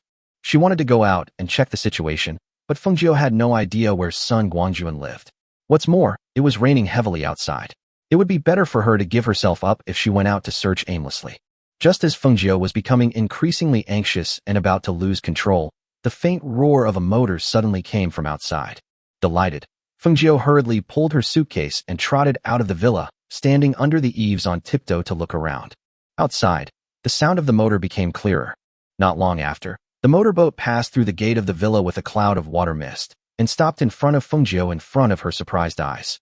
The moment she saw Sun Guangjun, Fengjiu almost burst into tears and choked up, saying, "Boss, you're finally back. I thought you two didn't want me anymore." Seeing Fengjiu's aggrieved look, Sun Guangjun laughed and said, "Fengjiu, I'm so sorry. But it's really not my fault. It's all your sister Mi's fault. She met 2 acquaintances and was so busy reminiscing about the past that she completely forgot about you. Now, it was almost time for dinner, and when I asked her, she remembered that she hadn't picked you up yet. Come on, put on your raincoat first. Don't let the rain get to you." Zishi, who was chatting and laughing with Yang Tianbao and the others, had no idea that a huge pot was quietly put on her head. Here, Sun Guangjun jumped off the motorboat, took out a raincoat, and carefully put it on Fengjiu. Just this one subtle gesture touched Fengjiu deeply. In comparison, it seemed that the eldest brother was much more reliable than Sister Mi, and was also gentle, considerate, and attentive. Oops, there are so many advantages that I can hardly count them all. After Fengjiu put on a full set of rainproof gear, Sun Guangjun considerately helped her sit on the motorboat, then started the engine and took her back to Villa number 1. When the motorboat stopped again, Fengjiu was shocked to find that the distance between the 2 villas was only this short. At this moment, Fengjiu had a rare moment of enlightenment, and she began to deeply doubt what the boss had just said. How much of it was true and how much was false? Sun Guangjun didn't give Fengjiu a chance to think further. After parking the motorboat, he took her through the hall and into the restaurant. Fengjiu was stunned when she saw 8 beautiful women sitting around a huge round table, as well as several familiar faces. She also forgot her previous doubts. Sun Guangjun's attention diversion technique was successfully performed. Chapter 1, 20-Old Huang. After greeting and exchanging a few pleasantries with the 2 seniors in the circle, Fengjiu sat obediently next to Zishi. It seems that this girl is clear-headed and knows who she is. She didn't let him down at the critical moment. Seeing Zishi's smug look, Yang Tianbao and Lu Tianxian were secretly angry. Unfortunately, they were all independent traders and did not have their own company like Zishi, so it was impossible for them to ask a little sister to come and support them. At this time, Sun Guangjun had already sat back in his seat. Seeing that the girls hadn't touched their chopsticks, it was obvious that they had been waiting for him, so he quickly greeted them. I told you not to wait. Aren't you afraid of being starving? Come on, eat quickly. There are other things to do after dinner. At Sun Guangjun's invitation, the women started to eat. Soon, the 4 people with smaller appetites, Lu Tianxian, Yang Tianbao, Lin Jina, and Xia Zi, put down their chopsticks one after another. Then the foodie Fengjiu also said that she was full. However, the remaining 4 people, together with Sun Guangjun, managed to finish all the dishes on the 2 tables. After dinner, Sun Guangjun invited all the girls to sit in the living room. After everyone was seated, Sun Guangjun said to the 3 new celebrities, now that you are back in China, what are your plans? If you want to leave, wait 2 or 3 days until the heavy rain stops, and you can leave. At that time, I can arrange a car for you, but I can't help you with the rest. However, there is no need to make a decision in a hurry. Everything will have to wait until the rain stops. You might as well stay here for the next few days and train with them. In this apocalyptic world, the more skills you have, the more hope you have of survival. After saying that, Sun Guangjun turned to Ouyang Feishue and said, Feishue, please take them to the shooting range to get some pistols and teach them. Xia Zi, you have received special training, so just follow Feishue and be a temporary instructor. Okay, if you don't have any questions, let's take a break and start. By the way, Feishue, don't forget to arrange rooms for Zishi and Fengjiu. After saying that, Sun Guangjun stood up and went back to his territory on the 2nd floor. There are so many women downstairs. Let them solve any problems on their own. You will get familiar with them slowly. Back in the bedroom on the 2nd floor, Sun Guangjun had a good rest.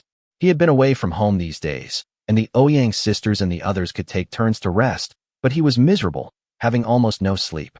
Now that he was home, he naturally had to rest well. Sun Guangjun slept until after 4 in the afternoon before waking up slowly.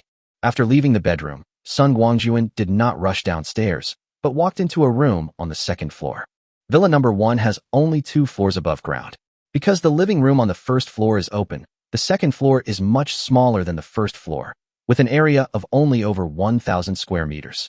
On both sides of the open space of the living room on the 1st floor, one side is Sun Guangjun's bedroom, and the other side has always been empty and has not been decorated at all. In fact, to this day, Sun Guangjun has not stepped into this room many times. It is an empty room, and there is nothing to enter. As soon as he entered the room, Sun Guangjun disappeared in a flash. In front of the small building on the 2nd floor of Shanhe Ring, Sun Guangjun's figure suddenly appeared, scaring the big yellow dog playing in front of the door. When the big yellow dog saw that it was Sun Guangjun, it ran over with its tail wagging, circled around him, and rubbed his trouser legs affectionately. This big yellow dog was raised by Sun Guangjun on the construction site before the end of the world. After receiving 800 tons of gold from Rian, he kept it in the Shanhe Ring. Sun Guangjun missed the dog very much after not seeing it for a long time. And this time, he came to take the big yellow dog out. After rubbing the big yellow dog's head twice, Sun Guangjun turned around and looked at the little friend who had just played with it. I saw that guy was round and fat, with only black and white colors on his body. There were 2 black ears sticking out of his big white head, and he was wearing a pair of big sunglasses. He looked like a big boss of a high school gang. However, this guy doesn't have the temperament of a big boss at all. Instead, he is naive and his eyes reveal the clarity and cuteness of a college student. That's right, the big yellow dog's little playmate is a nationally protected animal, the famous iron-eating beast, the national treasure, the giant panda. Judging from its size, this giant panda is still in its infancy and is less than half a meter tall when standing up. I don't know how it became good friends with the big yellow dog, as they are from different species. When the little giant panda saw Sun Guangjun, he showed no sign of fear. He looked at him curiously for a few seconds, but found that he had no interest in the biped. So he turned around and took out a bamboo shoot from somewhere and started chewing it with a crunch, crunch sound. Oh, you have quite a temper. Sun Guangjun laughed at himself, lowered his head, and said to the big yellow dog, Old Huang, when it comes to close relationships, it's still you. Well, say goodbye to your friends. I'm going to take you to a new place. Lao Huang is the name of the big yellow dog. In the past few years that it has accompanied Sun Guangjun, it has successfully completed the upgrade and transformation from Xiao Huang to Da Huang and then to Lao Huang. Old Huang seemed to understand what Sun Guangjun said. He ran over and growled a few words to the little giant panda, as if saying goodbye. While the 2 guys were getting cuddly with each other, Sun Guangjun pulled out a Lijo red dog, a snow mastiff, and 2 Shiba Inus from the grass in the distance. Sun Guangjun was going to take these dogs outside to be raised. Sun Guangjun remembered that in his previous life, there was a wealthy dog breeder who was lucky enough to awaken a wolfhound. With the help of this wolfhound and a group of dogs under his command, this guy was very famous for a while and was known as the Dog King.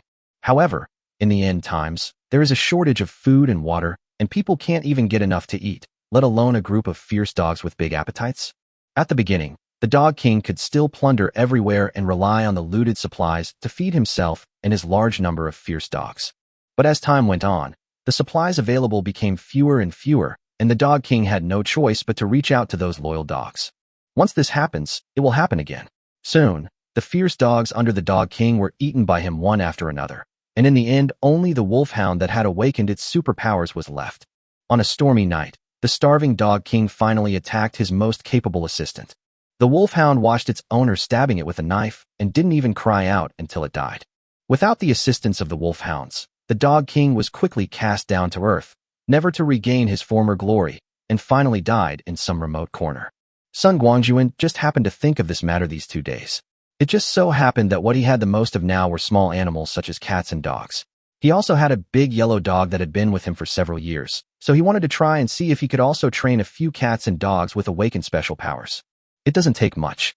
As long as one of them is successfully awakened, it will definitely be a great help to Sun Guangjun. What's more, compared to people, Sun Guangjun is more willing to trust these small animals. At least as long as he treats them well, he doesn't have to worry about them betraying him. Chapter 121: The Three Bullies in the Village. Sun Guangjun was ready, and Lao Huang also completed the farewell ceremony with the little giant panda. But when Sun Guangjun was about to take them away, the other dogs were fine, but Lao Huang was special.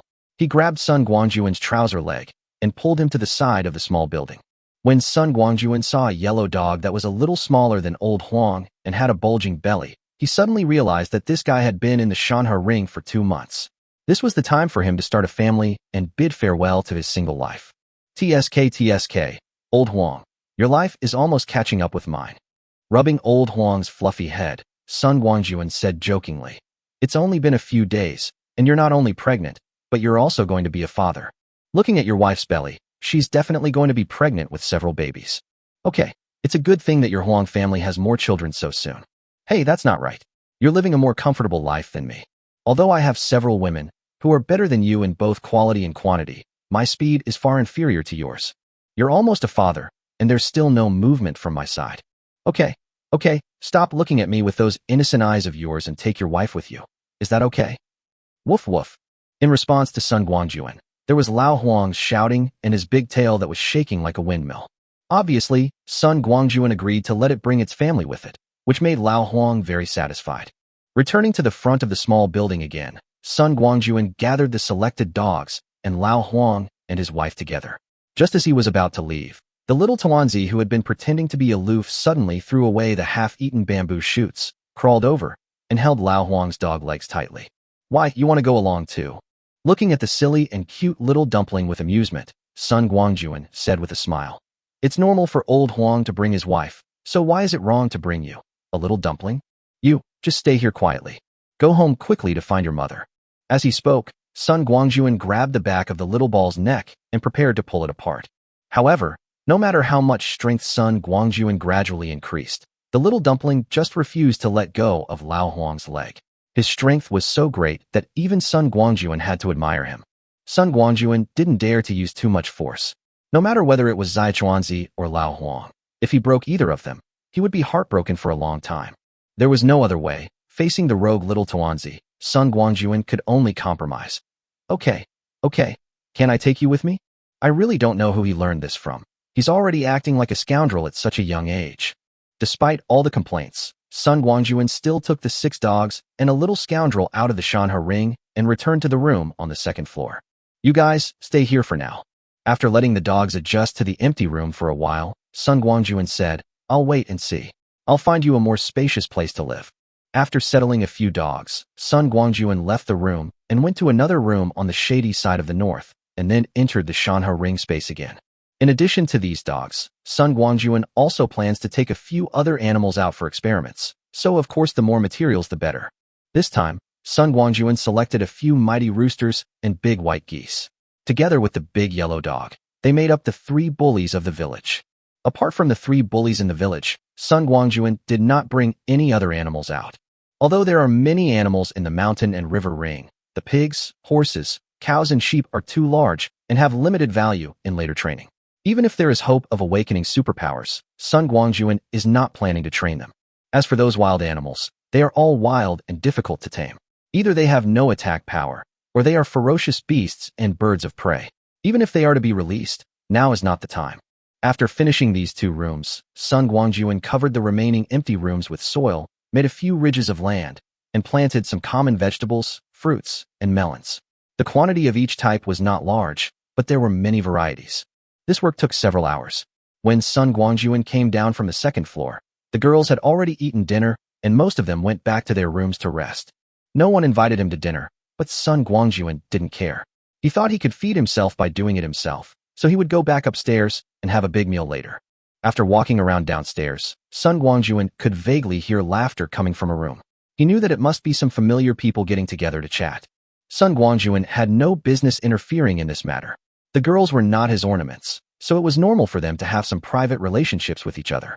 Walking out of the villa, Sun Guangjun's eyes turned to the figure who was shooting seriously at the temporary shooting range. Sun Guangjun did not cover up too much in Villa Number 1, nor did he draw the curtains tightly like he did in Villa Number 17.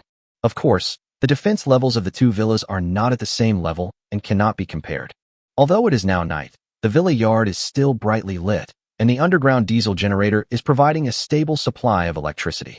At this time, there was only one person in the temporary shooting range, holding a pistol in both hands, aiming half sideways, and firing steadily. Soon, a magazine was used up. The man ran over to change the target paper, then ran back to his original position. While loading bullets, he looked at the used target paper, frowning and thinking. "Officer Xia, what are you thinking about? So serious?" As he spoke, Sun Guangjun had already come up behind Xia Zi, looked at the target paper, and said with a smile, "The results are not bad. Most of them are above 8 rings, with only a few shots below 8 rings." The sudden sound scared Xia Zi so much that the gun was almost pointed at him. After seeing Sun Guangjun's big face clearly, Xia Zi patted his chest and breathed a sigh of relief, saying, "Boss, do you know that scaring others can kill them? Oh my god, luckily I reacted quickly. What if someone else had shot you a few times? You're just too focused." Sun Guangjun shrugged and said, "I came here openly and honestly, but you just didn't notice it. Officer Xia, your grades are obviously good. Why are you frowning? You're talking about this." Xia Zi raised the Glock G19 in his hand and said, "This is the first time I've used this type of gun. I understand the principles, but I always miss the point when shooting.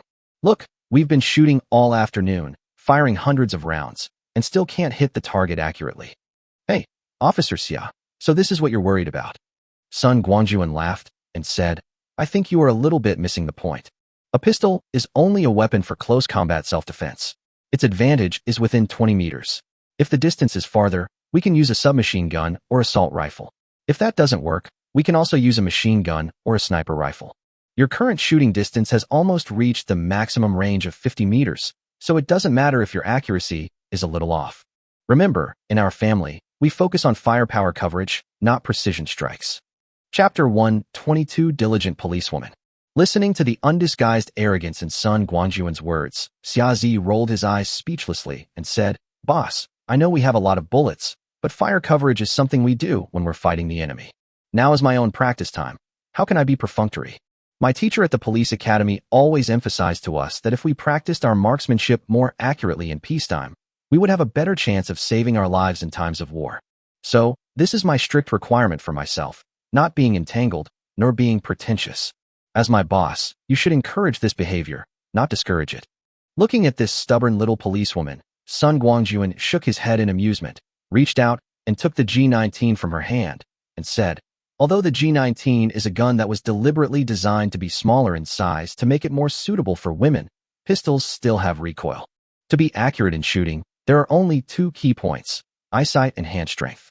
As long as you have strong enough hands, a steady grip, and good eyesight, there is no way you can't hit the target." As he spoke, Sun Guangjun raised his pistol and fired at the target without even taking aim. After emptying a magazine without pause, Sun Guangjun turned to Xia Zi and said, "Go, bring back the target paper." "Oh." Xia Zi ran over obediently, took off the target paper and replaced it with a new one, then trotted back. While running, Xiaozi was terrified because there was only one bullet hole on the target paper, although this bullet hole was a little bit bigger and a little bit irregular. But this also shows that all 15 bullets in Sun Guangjun's magazine hit the same point, with only an imperceptible deviation. Xiaozi had never seen such miraculous shooting skills before. Even the best shooting instructor in their police academy could not achieve such a result. "Boss, how did you do that?" Returning to Sun Guangjun's side, Xiaozi looked at him with a changed look. He was very convinced and asked with a bit of expectation, "Can you teach me? Didn't I tell you just now?" Sun Guangjun laughed and said, "I just said that as long as you have strong hands and good eyesight, there is no such thing as a gun that you can't hit the target. You have received formal training in the police academy. Now your eyesight is sufficient and your sense of gun is also good, but your hand strength is a little lacking. The strength in his hands is not enough to offset the impact of the recoil, so naturally he can't be as accurate as me. Therefore, what you should do now is not to practice shooting skills desperately, but to find ways to strengthen your core strength. Of course, building strength is not something that happens overnight. It's a long-term, cumulative process. Is there no quick fix?" Xiaozi said distressedly, "Boss, the world is so chaotic right now. I don't want to be the useless person around you, and I don't want to be a burden to you. I want to become stronger, and become stronger as quickly as possible. It's not that there is no solution at all." Sun Guang pondered for a moment and said, "It may have been impossible to increase strength at the fastest speed before, but this is the end of the world, and everything is possible. As long as you awaken your superpowers, your body will be greatly strengthened. Will you still be worried that your strength will not increase then? As far as I know, there will be 2 opportunities to awaken superpowers in the coming days. It depends on whether you can seize them. The first time will be the 100-day polar night that will begin in 2 days. As long as you eat as much as possible during this period and allow your body to obtain a large amount of energy, you will have the opportunity to awaken your superpowers in advance. Of course, the probability varies from person to person, and generally speaking it is not high. The second time is on the day when the 100-day polar night ends. A magical energy will appear between heaven and earth. Once absorbed, there is a high chance of awakening superpowers. Now, you know what to do, right? Got it. Go back and have a good rest, then eat more." Xiaozi said excitedly, then asked, "But, boss, a person's appetite is limited. Even if you don't mind gaining weight and eat as much as you can, what should you do if your stomach is full? As for how much one eats, it's truly a matter of talent. We can only do our best and leave the rest to fate." Sun Guangjun had no way to deal with this situation. He couldn't tell the policewoman that sleeping with him would increase her appetite, right? Wrong. Faced with Sun Guangjun's helplessness, Xiaozi suddenly said, "Boss, the 2 sisters Ouyang, Fangya, and the sister Zixi who just arrived today, all of them have huge appetites, beyond the imagination of ordinary people. I once secretly asked Sister Ouyang, and although they didn't say it explicitly, I could guess a little that the 3 of them have a special relationship with you. Although Sister Z she just came today, she already calls you husband. So, the fact that these 4 of them can eat so much must have something to do with you. Boss, when we were in Jeju Island, I told you that I could be your woman. Are you still hiding it from me? Let's go back to the room now." Seeing Xiaozi's change from being pitiful to being extremely resolute and firm, pulling his sleeve and about to go back to the room, Sun Guangjun was almost numb. Has this girl learned how to change her face? Her emotions changed so quickly. Although Sun Guangjun was very tempted by the policewoman's cordial invitation, he did not come to the yard to play late at night because he had some important business to do. But before Sun Guangjun could think of an excuse, Xiaozi suddenly burst out with strength that was completely disproportionate to her body size and dragged him into the house. Since the girl was already like this, Sun Guangjun couldn't keep up appearances anymore. As for the so-called serious business, it didn't seem that urgent. It wouldn't be too late to do it tomorrow. Soon, with Sun Guangjun's half-hearted push, Xiaozi successfully dragged him into the room. When the 2 of them spoke frankly to each other, Xiaozi's courage suddenly disappeared completely. The young policewoman came to her senses and finally remembered what shyness meant. Seeing this situation, Sun Guangjun had no choice but to turn passive into active and start to take control. What Sun Guangjun didn't expect was that no matter how bold Xiaozi spoke and how rich his theoretical knowledge was, he was still a novice in the final analysis. There was no choice but for Sun Guangjun to become a pioneer again and drive this brand new car carefully. Fortunately, Sun Guangjun, who had become an experienced driver, had excellent driving skills and had several experiences as a novice driver. He quickly got through the initial adjustment period, and the 2 of them gradually got into the groove. What Sun Guangjun didn't expect was that although the little policewoman's physical strength was average, her endurance was very strong. This time, the two of them were evenly matched, and after a fierce battle, they were evenly matched. Chapter 123, Settling the Three Tyrants. The battle lasted for more than an hour before it was finally declared over. Even so, Sun Guangjun saw that Xia Zi was a novice and was worried that she would suffer tomorrow. Otherwise, the two of them would have to fight for another 300 rounds. After coaxing Xia Zi to sleep, Sun Guangjun did not stay in her room, nor did he go to anyone else's room. Instead, he ran to the yard to do carpentry work. Sun Guangjun took out some small wooden houses from the yard and placed them near the glass curtain wall on the east side. These cabins are prepared for Lao Huang and his dogs. Sun Guangjun does not intend to let these little guys live on the second floor all the time. Not to mention anything else, the smell alone is unbearable. There are 4 cabins in total, 1 big and 3 small. 2 Shiba Inus live in 1 cabin. They were chosen by Sun Guangjun entirely because of their good looks and cute appearance. The Snow Mastiff and the Lijo Red each live in 1 cabin. The remaining largest and most luxurious cabin belongs to the Huang couple. Compared with the 3 smaller rooms that are less than 2 meters high, Lao Huang's room is 2.5 meters high, and its length and width are more than twice that of the other 3 rooms. After all, the couple are about to become parents, and old Huang has been with Sun Guangjun the longest, so he deserves some special treatment. In order to leave each dog with its own space to move around, Sun Guangjun did not put the 4 wooden houses together, but separated them by a distance, then fixed them to the ground with anchor bolts, and covered them with soft and clean straw. Looking at the 4 neatly arranged dog houses, Sun Guangjun clapped his hands, very satisfied with his masterpiece. With such comfortable dog houses, he believed that the dogs would be very happy living here. Turning back to the second floor of the villa, Sun Guangjun brought all 6 dogs downstairs. After assigning them their respective homes, Sun Guangjun said with a smile, "You little ones, from today on, live here." These dogs, owned by Mr. and Mrs. Huang, have inherited the fine traditions of Chinese pastoral dogs and are models of gentleness, courtesy, frugality, and modesty. In addition, Mrs. Huang is pregnant, so Sun Guangjun did not impose any restraints on them and let them roam freely. The 2 Shiba Inus have little attack power. At most they can just bark a few times to scare people. However, the Snow Mastiff and the Lijo Red were not easy to deal with, and they were not very familiar to Sun Guangjun. Fearing that they would hurt the girls in the family, Sun Guangjun had to chain them and confine them to the vicinity of the kennel. However, Sun Guangjun plans to tame them in the next few days, and he believes that they will be obedient in a few days.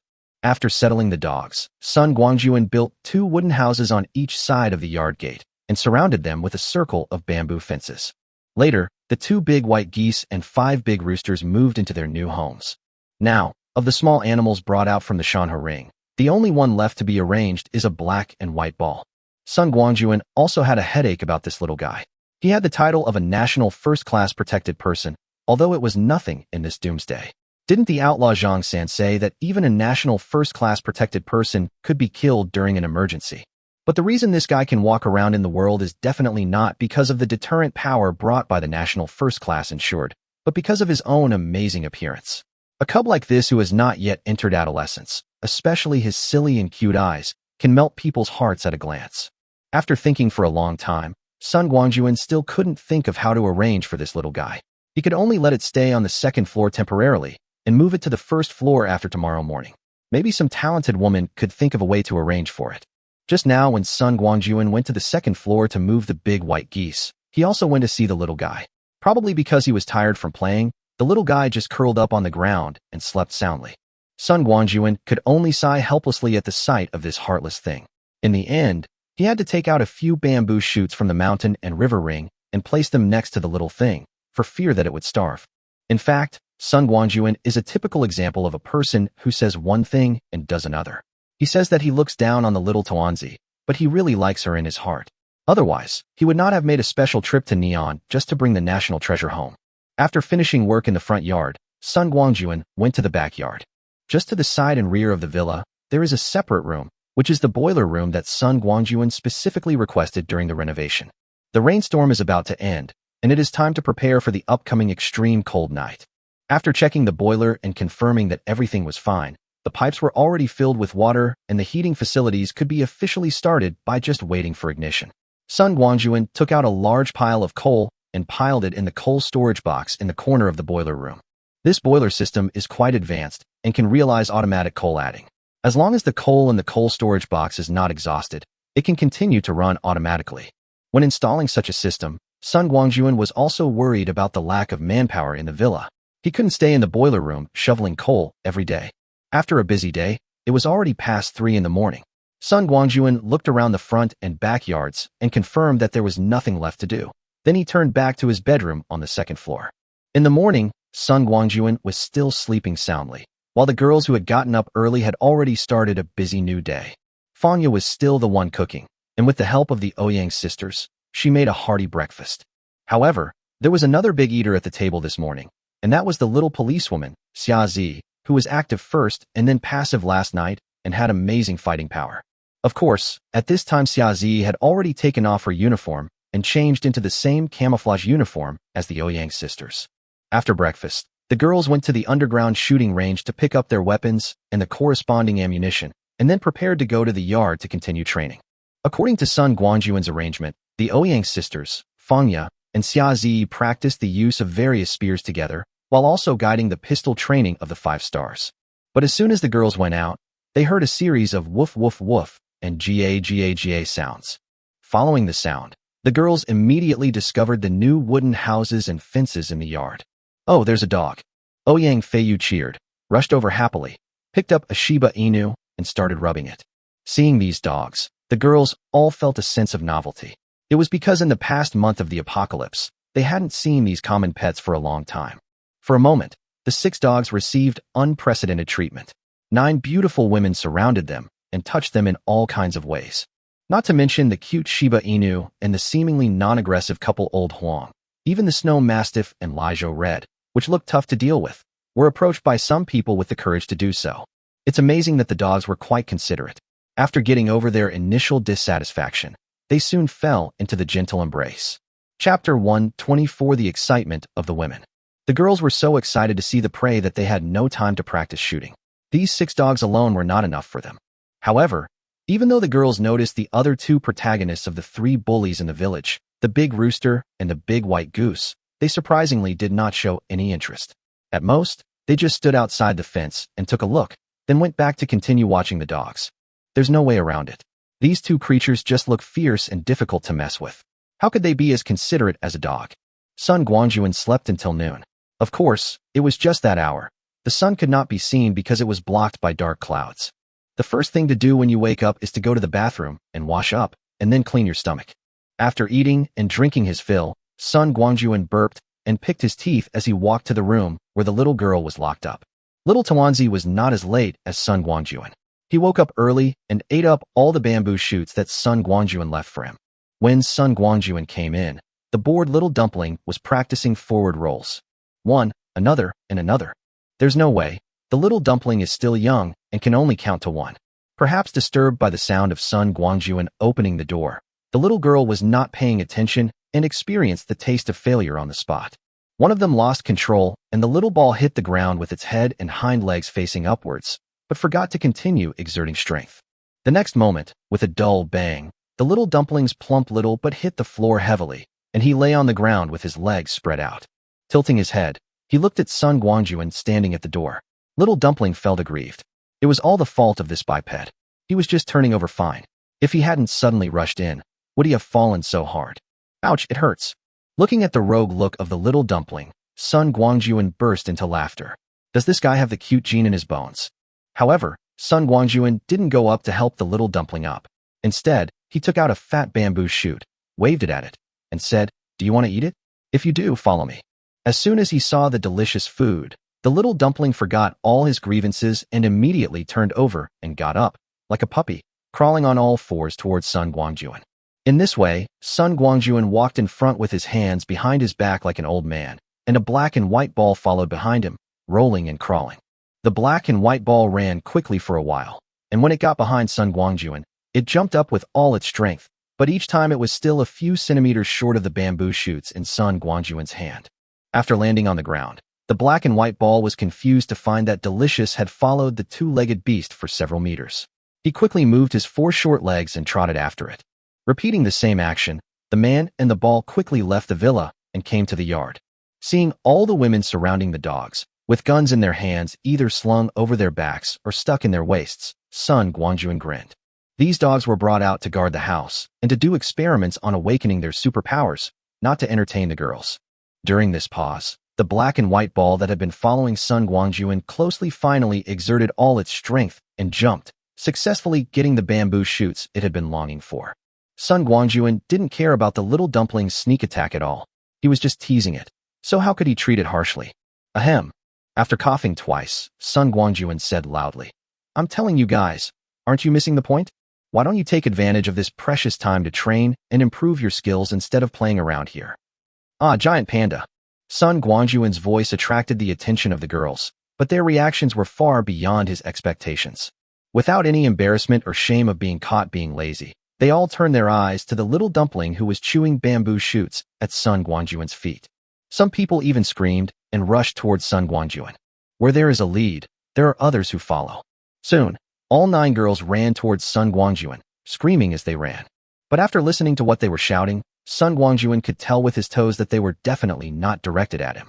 Touching his nose speechlessly, Sun Guangjun consciously walked a few steps to the side. He didn't want to be bumped into by the women above him. I guess by then she'll think he's in the way. Looking at the girls who were screaming with excitement, Sun Guangjun shook his head and said, "Forget it. Let them relax. The end of the world is already difficult enough, and even training does not need to be rushed in the short term." After thinking about it, Sun Guangjun simply opened the gate and left the villa alone. He is fully prepared, as Wu Feng has 2 villas. Without the burden of others, Sun Guangjun didn't even use a rubber boat. He just held an umbrella and waded through the water to villa number 3. After ringing the doorbell on the alloy door, Sun Guangjun waited for a while, and Wu Feng ran out personally and opened the door for him. "Brother, how come you came here on foot?" Wu Feng opened the door and gave Sun Guangjun a big hug, then laughed and said, "I saw the lights on in your villa the night before yesterday, and I thought it was time for you to come over. I just didn't expect you to show up all day yesterday. I really missed you." "Brother Wu, are you blaming me for being late?" Sun Guangjun laughed and said, "There's nothing I can do. I have my own reasons as well. Well, last time I went to Shanghai, and this time to Neon, I brought back a few more people. I was arranging them yesterday, which delayed me a little. Well, you should have enough supplies here, right?" "Plenty, plenty." Wu Feng laughed and said, "You send a batch of supplies every few days. How can there be a shortage? It's just that your trip to Japan will take 6 or 7 days, and I'm worried about your safety. How is it going? Is this trip going well?" "Of course it went smoothly." Sun Guangjun laughed and said, "Brother Wu, don't you see who I am? Can those little devils stop me?" However, this time I went there, I made a big discovery. As they were talking, the 2 of them had already entered the hall and sat down on the sofa. Wu Feng threw a cigarette over and said with a smile, "Brother, if you have any findings, please tell me more about them." "Nothing." Sun Guangjun blew out a smoke ring and said, "America has gathered the 2 countries of Samida and Neon, concentrated a large number of warships, and distributed them in several military ports. It seems that they have bad intentions. However, it is their bad luck to meet me. To be honest with you, Brother Wu, the more than 200 warships they assembled have become my spoils of war." "Really?" Wu Feng gave a thumbs up in surprise and said, "Brother, your method is really amazing. The 3 of them concentrated so much strength, but in the end they made things difficult for you. If this gets out, the 3 families will be laughed out loud." Chapter 125, Delivering Supplies. It's the end of the world, who cares about that? Listening to Wu Feng's teasing, Sun Guangjun waved his hand and said, "Brother Wu, I came here today. In addition to replenishing a batch of supplies for you, I also have something to discuss with you." "There's no rush yet." Wu Feng laughed and said, "First, tell me about your trip to Neon, what interesting things you encountered and what you gained." "Oh, stop talking." When Sun Guangjun mentioned the harvest, his face immediately fell, and he said speechlessly, "Apart from some scrap metal, there is really nothing worth harvesting." "Uncle Sun, you're here? Come and play with me." The 2 were chatting here. Wu Yang, who was studying upstairs, heard the noise and ran down, insisting on pulling Sun Guangjun to play with him. Yes, that's right, 5-year-old Wu Yang was studying. Wu Feng transferred one of his secretaries to be responsible for Wu Yang's education, and also prepared a large amount of teaching materials and learning materials for him. Since the end of the world, Wu Yang has spent most of his time studying. In the end, Wu Yang's wish was not fulfilled. Sun Guangjun only played with him for a few minutes before the young man was taken away by the tutor who came after hearing the news. Watching Wu Yang being carried upstairs by his tutor dressed in white collar, and looking at him for help when passing the corner of the stairs, Sun Guangjun could only shrug helplessly, showing a helpless look. There is no way. Children's education is a pain point for all parents and a forbidden zone that outsiders must not touch. As an outsider, it is better for him not to express his opinion. Wu Yang was taken away, and Wu Feng seemed to have lost interest in chatting with Sun Guangjun. He stood up and took him to the warehouse. Sun Guangjun left a lot of supplies for Wu Feng, and also left him a large amount of rice, flour, grain, oil, convenience foods, etc. in an empty room. Immediately afterwards, Sun Guangjun and Wu Feng went to the boiler room and took out more than 10 tons of coal. Brother, is this going to change? Seeing that Sun Guangjun had even taken out coal, Wu Feng couldn't understand what was going on and asked quickly, according to what you said before, after the rainstorm, it should be the polar night. Could it be that this polar night also brings with it extreme cold? That's right. Sun Guangjun nodded and said, Brother Wu, the 100 days of polar night is not that simple. There are many variables involved. The most important thing is that the polar night is accompanied by extreme cold of dozens of degrees below zero. At that time, the continuous heavy rain will turn into heavy snow, and then gradually become smaller until it finally stops. At the same time, the temperature will drop rapidly, and in just a few hours, the accumulated water on the ground will turn into solid ice. This kind of change is too rapid, and if you are not prepared, you will easily suffer a big loss. So that's how it is. Wu Feng quietly wiped the cold sweat from his forehead. If Sun Guangjun had not informed him in advance, it would be difficult to survive without preparation when extreme cold and extreme night come together. Suddenly remembering something, Wu Feng said to Sun Guangjun, Brother, there is one more thing. As you know, with the rainfall over the past 10 days, the ground has been severely flooded. Now not only has the city's power supply system become dysfunctional, but even the communication base stations are no longer usable. We used to be able to communicate via satellite, but these past few days, the satellite signal has been intermittent. Once the communication is disconnected, it will be a problem for us to contact each other in the future. That's fine. Waving his hand, Sun Guangjun said, Brother Wu, this is partly why I came here today. I will leave you a batch of walkie-talkies later. They are all military versions with a communication distance of up to dozens of kilometers. From now on, we can communicate with each other through these walkie-talkies. Even if you need to go out, I estimate that the communication distance of several dozen kilometers is enough for us to use temporarily. That's good, that's good. Wu Feng was caught off guard and said, Brother, then there's the traffic problem. Before Wu Feng could continue, Sun Guangjun raised his hand to interrupt him. Brother Wu, you'd better find me an empty warehouse that is big enough first.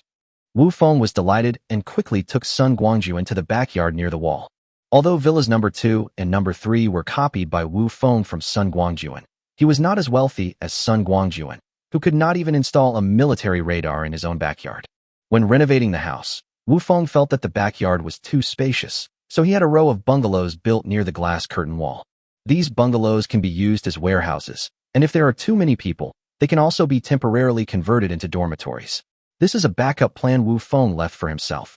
Well, a backup plan for any eventuality. Wu Feng opened one of the rooms and walked in first, saying, Brother, do you think this one is big enough? If that's not enough, the rooms next door will do. About the same. Sun Guangjun took a look and found that the warehouse was about 100 square meters, which was enough. Walking to the innermost part of the warehouse, Sun Guangjun waved his hand, and one snowmobile after another appeared in the room, neatly arranged. After releasing 30 or 40 vehicles, Sun Guangjun stopped and took out 5 large cardboard boxes, which were filled with America's most advanced military walkie-talkies. After finishing the work indoors, Sun Guangjun went outside and took out more than a dozen off-road vehicles in a row, all of which were Japanese models such as Land Cruiser and Prado. Finally, he took out a Unimog modified by Xionglang, and then he clapped his hands, completing today's work. Turning around, Sun Guangjun looked at the stunned Wu Feng and said with a smile, Brother Wu, the snowmobiles in the room can be used for short-range assaults. These off-road vehicles can be used for long-distance travel. And this is the command vehicle that my brother gave you. However, there is one thing you need to pay attention to. Except for this Unimog, all other Neon cars are right-hand drive, so you need to be careful to adapt to it before driving. Fortunately, there aren't many cars out and about in the apocalypse, so whether it's left-hand drive or right-hand drive doesn't really matter. Haha, brother, how could I not know this? Wu Feng patted Sun Guangjun on the shoulder and said with a smile, You forgot, brother. I have lived in Neon for more than 30 years. How could I not know that their cars are all right-hand drive? Besides, most of my people came with me from Japan, so there won't be any problems adapting, so don't worry. Well, look at my brain. Sun Guangjun slapped his forehead and said, I guess I've been so busy lately that I forgot about this. Brother Wu, with these cars, combined with the ones you already have in your garage, there aren't many people in Qing City who can match your strength, let alone elsewhere. Of course. Wu Feng showed a very conceited smile and said proudly, Don't you see who I am? No matter how capable the boss of another faction is, he still needs to search and accumulate things bit by bit. Brother, just wait and eat what is ready-made. Ha ha ha. They looked at each other and laughed heartily at the same time. Chapter 126, Big Plan. A lot of fuel was left for Wu Feng, and Sun Guangjun went to the study on the second floor with Wu Feng. Wu Feng's study is decorated in a very stylish and antique style. In the middle there is a huge tea table carved from tree roots, and around the tea table are 6 smaller stools made from tree roots. Inviting Sun Guangjun to sit down on the tree stump, Wu Feng skillfully boiled water and made tea. After placing 2 cups of fragrant tea in front of them, Wu Feng asked, Brother, you said you had something to discuss with me. Are you ready for a big fight? Glancing at Wu Feng in surprise, Sun Guangjun laughed and said, Huh, how did Brother Wu figure that out? Is this even worth seeing? Wu Feng resisted the urge to roll his eyes and said unhappily, You suddenly came here without saying hello today and released such a large amount of supplies as soon as you arrived. Your purpose is simply Sima Zhao's intention. If I can't see it, then these decades of martial arts have been in vain. Come on, man, tell me what you're going to do. I'm not afraid to tell you. Brother, I've been so bored these days that I'm dying of boredom. I'm dying for you to find something for me to do. Haha, so I really am here. Sun Guangjun laughed heartily, then said seriously, Brother Wu, since you said so, I won't be polite to you. Putting aside other things, whether we brothers will have a good life in this apocalypse or just eat coarse vegetables depends on your performance in the future. Oh, are you going to rely on me? Wu Feng raised his eyebrows, looked at Sun Guangjun with amusement, and said, I've heard for a long time that you are suspected of being a hands-off boss. Today I see that it is really the case. However, we who run a shop are not afraid of big-bellied customers. Just let me know what arrangements you have, and I'll see how I carry them out for you. I'll remember this, and I won't regret it. Sun Guangjun had the potential to strike while the snake was still under attack, and then his face turned serious and he said, Brother Wu, I don't really want to exploit you like this. It's really my own business. Putting aside other things, when it comes to building your own power and being a suitable person in charge, I can't catch up with you even if I flatter you. Lao Tzu said, Good talents should be used well, and capable people should take up the positions. Brother Wu, you're a big shot in both the Japanese and white worlds. Isn't this the perfect time to showcase your abilities in these apocalyptic times? Stop the flattery. After glaring at Sun Guangjun, Wu Feng said, Let's get down to business. Okay. Sun Guangjun's face turned serious and he said, Brother Wu, I just told you that the rainstorm will end soon. Today is the 29th. To be exact, at midnight tomorrow, the heavy rain will suddenly turn into heavy snow and the temperature will drop sharply, which also means the official start of the 100-day polar night. The first 2 waves of natural disasters in the apocalypse were extremely hot temperatures and then continuous heavy rains. To be honest, neither of these 2 weather conditions is suitable for going out. If it weren't for the need to make a living, who wouldn't want to stay at home in this kind of weather? Although the lack of light during the following polar night will indeed have a certain impact on people's movements, at least people can go out of the house. What I am thinking is that when the ground is almost frozen solid the day after tomorrow morning, you, Brother Wu, will take the lead and check the entire Qilin villa from top to bottom.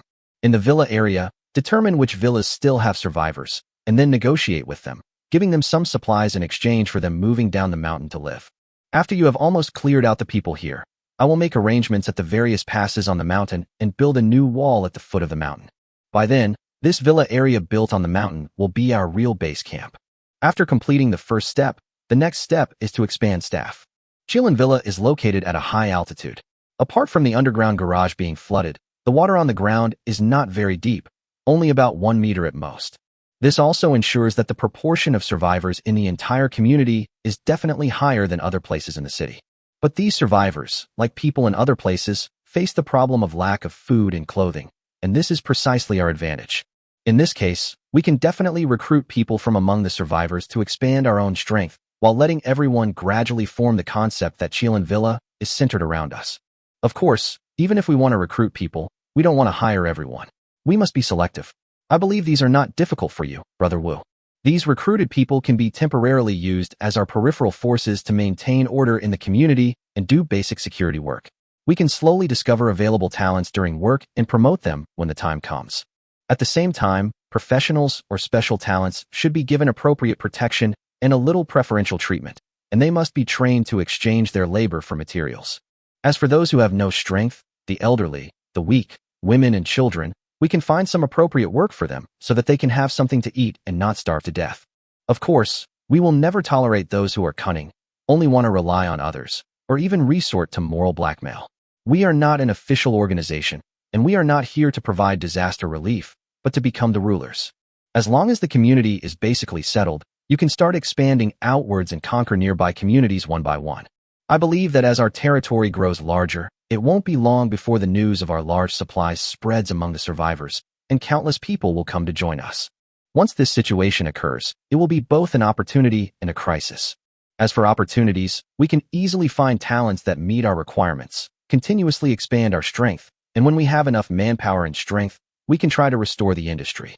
This kind of thing can't be rushed, it can only be done step by step. As for the crisis, our development cannot but attract the attention of other forces. There is a lack of order in the end times, and many people believe in the law of the jungle, where the strong prey on the weak. Now that you have smelled the fishy smell here, it is impossible not to be tempted. When facing this kind of invading enemy, it is time for us to show our strength.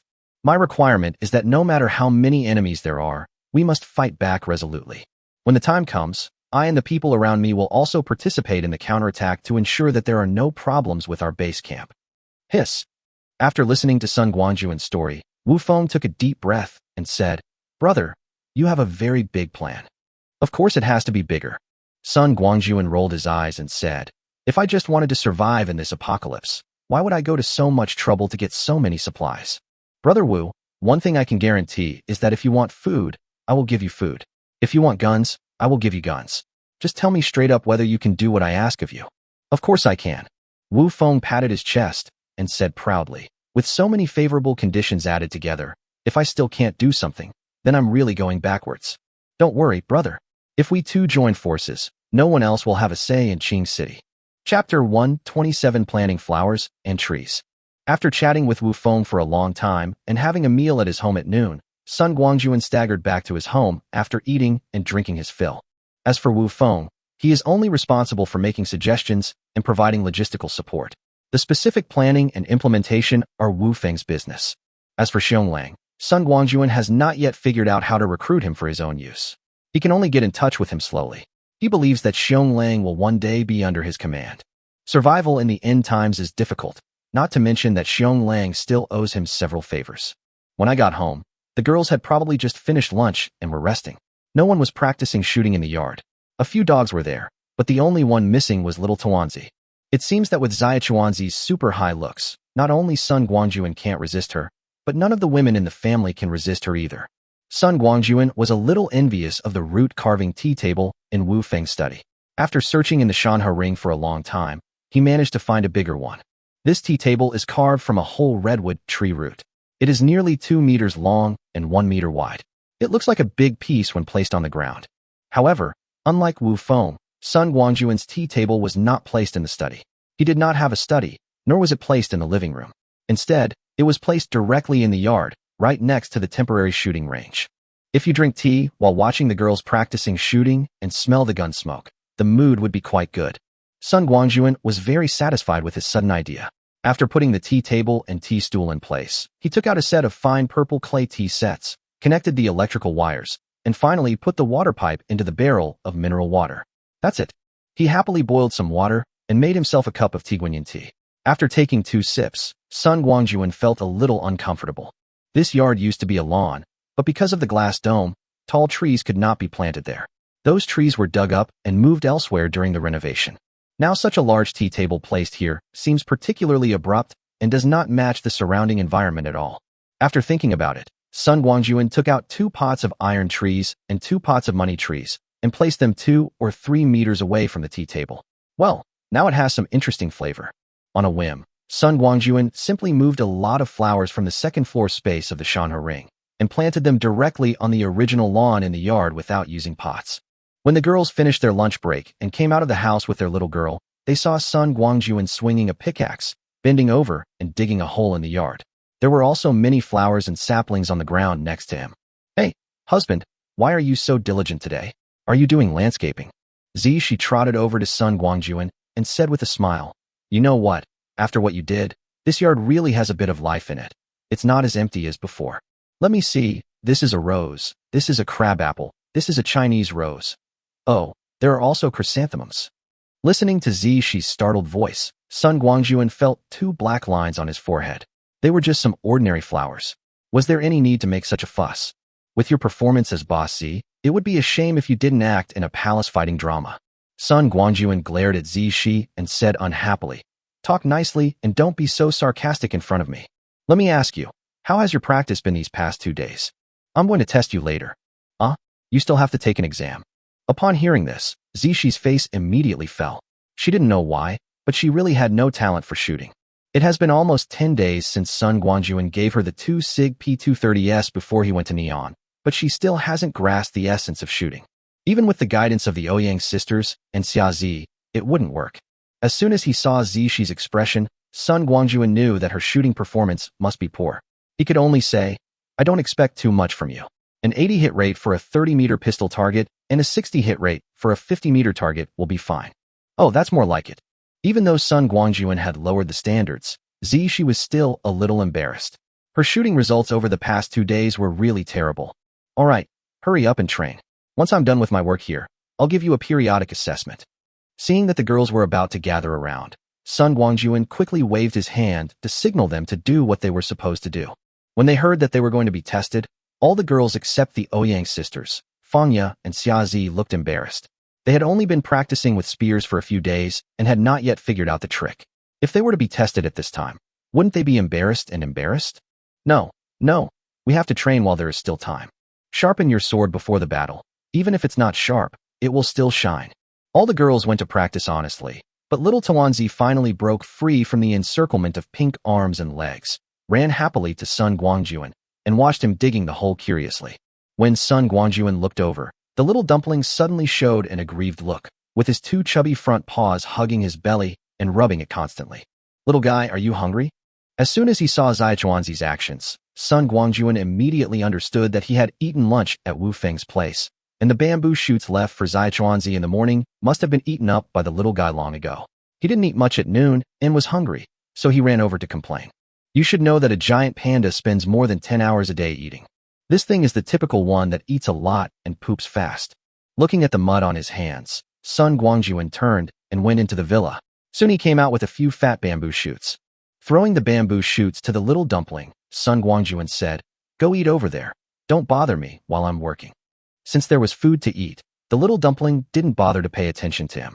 He dragged a few bamboo shoots to the tea table, sat on the ground leaning against a tree stump stool, and started eating with big mouthfuls. Without the little ball to disturb him, Sun Guangjun focused on his work and continued to work hard. Soon he had planted all the flowers and saplings he had taken out earlier. With the women around, Sun Guangjun couldn't get water directly from the space. He could only carry a bucket and run to a water tank on the side of the villa to get water. He ran back and forth several times before he could water the newly planted seedlings. After finishing the temporary small garden, Sun Guangjun moved the large tea table to a suitable location. Then he clapped his hands in satisfaction and ran back to wash his hands and face. Little did they know that Sun Guangjun's action of moving the large tea table easily by himself just now scared many people. That huge tea table, which looked like it must have weighed several hundred kilograms, was easily carried around by one person. This was too magical, wasn't it? Perhaps he didn't believe what he saw. So Yang Tianbao took the opportunity when Sun Guangjun went back to wash his hands to run over and try it out. She tried to lift it up so hard that she almost broke her waist. This result forced Yang Tianbao to give up, and he stuck out his tongue in embarrassment. Chapter 128, Temporary Assessment. Sun Guangjun originally just wanted to wash the mud off his hands, but when he saw his dirty face in the mirror, he decided to take a shower and change clothes. When he came out, more than half an hour had passed. With this half-hour buffer, Sun Guangjun didn't notice the little movements behind the girls. Sitting beside the tea table feeling refreshed, Sun Guangjun happily drank tea. Admiring the girls who were training seriously, and occasionally admired the flowers and grass. His life was so carefree. The girls were training hard, but Sun Guangjun was enjoying his life. They lived in the same yard, but they were like two different worlds. The Ouyang sisters and the others were relatively okay. After all, they were used to the behavior of their master, so they just did their own thing. However, the newcomers would look at Sun Guangjun with envy from time to time, which resulted in them making continuous mistakes. The more mistakes they made, the more nervous they became, and a vicious cycle began. Sun Guangjun did not disturb the other people's training. He drank his tea slowly and leisurely until it was almost 5 o'clock and it was getting dark. Then he put down the small clay pot in his hand and slowly stood up. With his hands behind his back, Sun Guangjun acted like an old rural man inspecting his fields and slowly walked around behind the women. Every time he passed someone, he would stop, watch the person's shooting movements, and then walk away quietly. But this silent action caused ripples in the hearts of several people. In their panic, even the movements they had mastered before began to become distorted. Especially the 5 newcomers, including Zishi, who were not skilled in the movements and did not fight well. When they were stared at by him like this, their performance was even more terrible. After a round of rounds, Sun Guangjun had a general understanding of the current training status of the women. I have to say that the Ouyang sisters and Fang Yadhua trained for more than 10 days, and the effect is quite good. Even though an assault rifle was used, the hit rate at 50 meters was quite high, and the distribution of impact points was relatively even, almost all around the center of the bullseye. Not to mention Xia Zi, who has received formal training after all. Although her hand strength is a little lacking, she is still achieving quite good results when shooting with an MP5 submachine gun. The most important point is that Xia Zi has the most standard tactical movements among the women. The key is that her attitude is also very correct. Whether she is standing, kneeling, or lying down, every movement is well organized. In comparison, the 5 newcomers were far behind, especially when Sun Guangjun walked beside them. Perhaps because of nervousness, even the tactical moves that had been done well before could not avoid being distorted.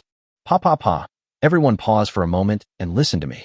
Clapping his hands gently, Sun Guangjun said, "The 4 people using spears, stop training now and go back to prepare dinner. The 5 of you follow me. Our assessment will begin immediately." Leading the 5 women to the underground shooting range, Sun Guangjun pointed to the weapons on the rack and said, "Everyone, please choose your own weapon and keep 5 bullets in the magazine. This test will be based on your shooting performance within 5 rounds."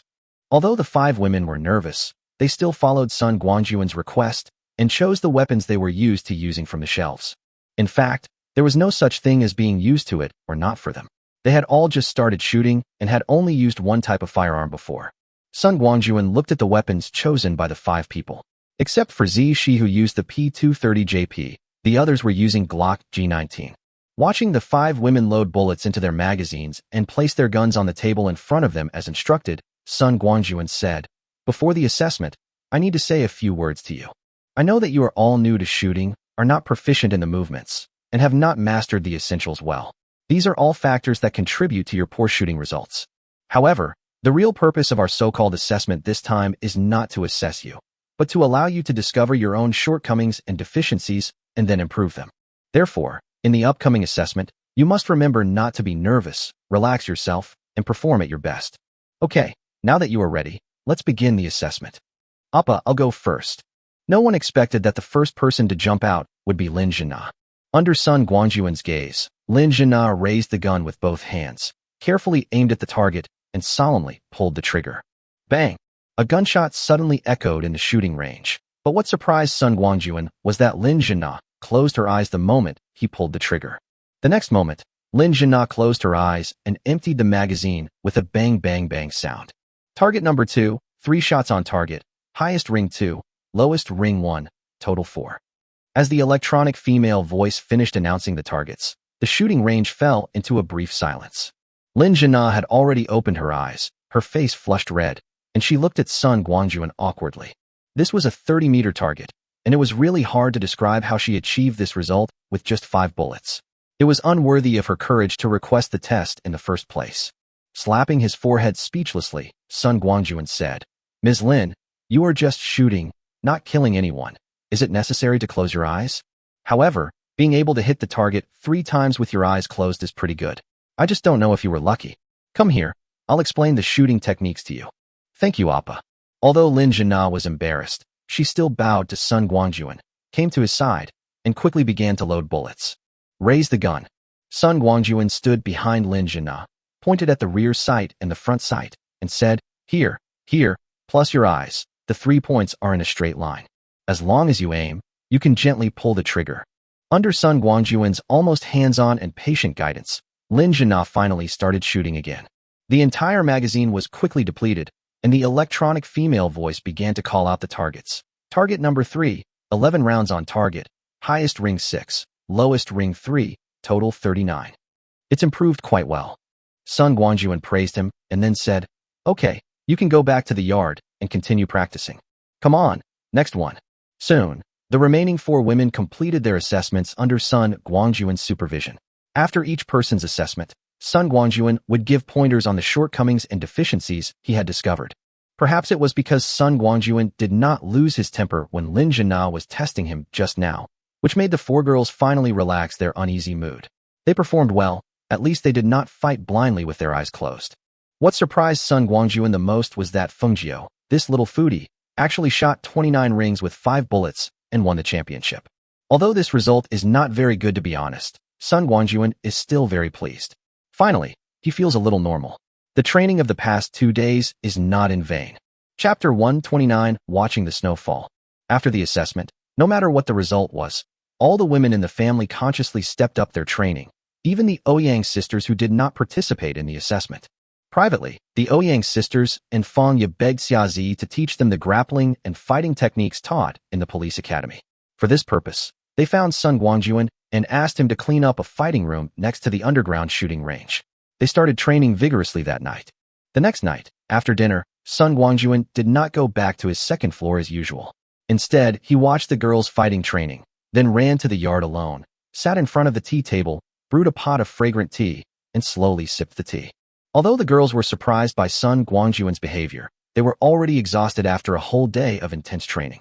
After returning to their rooms to wash up, they soon fell into a deep sleep. No one came to disturb him, and Sun Guangjun was happy and comfortable. He took out a recliner, ate some snacks, and drank some tea from time to time, and looked up at the dark sky outside the glass dome. Before I knew it, it was already midnight. The heavy rain that had been pouring down from the sky had turned into heavy snow without me noticing when. Through the light shining through the courtyard, Sun Guangjun saw the first snowflake falling. It's snowing. Sun Guangjun stood up and did not rush out. Instead, he went to the boiler room in the backyard first, lit the fire, and turned on the water to ensure that the temperature in the house would not drop suddenly. Then he slowly walked to the gate and reached out to pull open the heavy door. When renovating the villa, Sun Guangjun had enough floor heating pipes laid in the yard. Now when the boiler is burning, not only will the temperature in the house not drop, but the temperature in the yard will also slowly rise, which is enough to offset the sudden drop in temperature. Even if it is freezing cold outside in the future, it can still be as warm as spring inside the glass curtain wall. Otherwise, Sun Guangjun would not have planted so many flowers and trees in the yard yesterday afternoon. If he freezes to death when the temperature drops, won't all the effort I put in yesterday be wasted? Outside the gate, the accumulated water more than half a meter deep has formed a layer of ice, and the ice layer is gradually thickening. The snowflakes that fell first melted and mixed with the thin ice, which also thickened the ice layer and then covered it with a layer of snow. Sun Guangjun's supernatural power has now reached level 6. He is just a little bit away from reaching the peak of his previous life, the level 7 that he once dreamed of but ultimately killed him. Thanks to his supernatural powers, Sun Guangjun's body is no longer afraid of cold or heat, but he can still feel the temperature changes in the outside world. It took some time to light the boiler. When Sun Guangjun came out, the temperature had dropped to -20 to 30 degrees Celsius and was still dropping at a very fast rate. In the few minutes since Sun Guangjun came out, the temperature has dropped by 2 or 3 degrees again. It seems that it will not be long before it reaches an extremely cold temperature of 50 or 60 degrees. Alas, I wonder how many survivors will die in their sleep in the severe cold. With a sigh, Sun Guangjun turned around and went back into the yard. Doing something that cannot be done is not wise. Sun Guangjun knew that he didn't have the ability to act as a savior, so he could only watch it all happen. After closing the door, Sun Guangjun was about to go back to the house to take a nap. It was freezing cold outside. How could it be as comfortable as staying in a warm bed? But when he reached the bottom of the stairs, his heart suddenly moved, and he reached out to take out his cell phone. The mobile phone used by Sun Guangjun is the latest model of Huawei, which is far ahead of the competition. It has satellite communication function.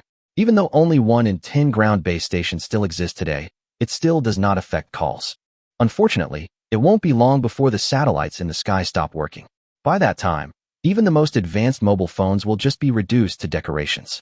In addition, with power outages everywhere, mobile phones that cannot be turned on will probably be treated like bricks and be despised by others. Opening the address book, Sun Guangjun called Xionglang. Xionglang has both people and food. Although he is constrained by the external environment and cannot expand his influence on a large scale, his development is relatively good. He does not even have a mobile phone with satellite communication function. Sure enough, not long after the call was made, Xionglan's rough voice came from the other end. "Hello, is this Brother Sun?" "It's me," Sun Guangjun said calmly. "Brother Xiong, long time no see. How have you been recently?" "Yes, of course." Xionglang laughed heartily and said, "Come to think of it, I have to thank you, Brother Sun, for reminding me that night. If you hadn't invited me to set off fireworks with you that night and hadn't specifically reminded me, I wouldn't have been able to seize the opportunity and store a large amount of supplies before others so that I could survive in this doomsday. By the way, last time you went to Shanghai to pick up my sister, I haven't thanked you yet." Seeing Xionglang rambling on and on, Sun Guangjun had to interrupt him. "Brother Xiong, those are just trivial matters, not worth mentioning. I called you today because I suddenly remembered to remind you to get up and go pee. You are an adult now, so please don't wet the bed." "Going out to pee? What's the connection?" Xionglang was confused, then overjoyed. Could it be that the rain has stopped? Unfortunately, Sun Guangjun replied indifferently. "Go out and take a look, and you'll know." "Okay, Brother Xiong, I won't delay your peeing any longer." Before Xionglang could say anything else, Sun Guangjun had already hung up the phone. Listening to the beeping tone of the phone, Xionglang felt caught off guard. Brother Sun was really something. He just wanted to tell him that Xionglan was grateful to him, but he hung up just like that? Suddenly remembering what Sun Guangjun had just said, it seemed that the heavy rain had really stopped. Xionglang quickly jumped out of bed, rushed downstairs, and opened the door. Outside the house, even without the light, Xionglang could see the snowflakes falling one by one, not to mention the bone-chilling cold. Cooling down? Snow? Xionglang was shocked. This was not good news. The next moment, Xionglang shouted, "Assemble! Everyone, get up and rush to the first-floor lobby as quickly as possible." Xionglang was a martial artist, and his voice was loud enough. In addition, he was in a desperate situation at the moment, and he almost used up all his strength. His loud shout could be heard by almost everyone in the building. With a flurry of activity, Xionglan's friends, brothers, and apprentices all gathered in the lobby on the first floor. Even Xionglan, who was sleeping, was awakened and hurried over, following behind several women. The place occupied by Xionglang and his men used to be a club, not far from his wheelwright workshop. This is a 5-story building covering an area of nearly 1,000 square meters.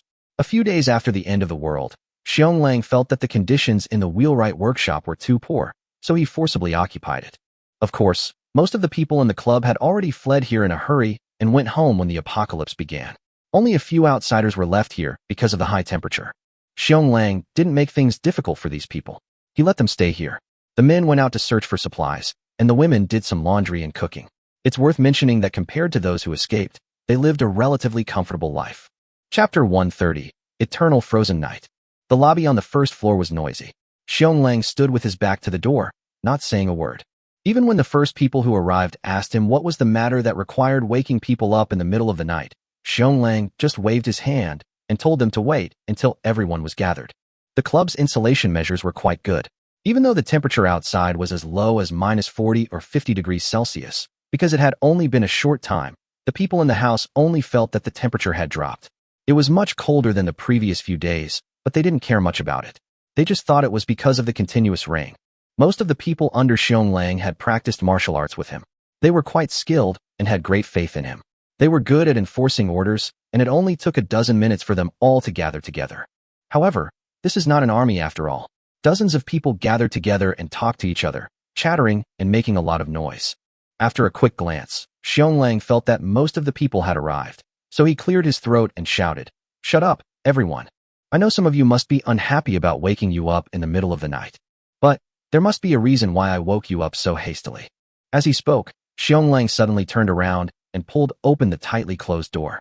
As the two doors burst open, a cold wind carrying snowflakes suddenly rushed into the house. "Ah, why is it so cold? Is it snowing? What's going on?" "Boss, Close the door quickly. It's too cold.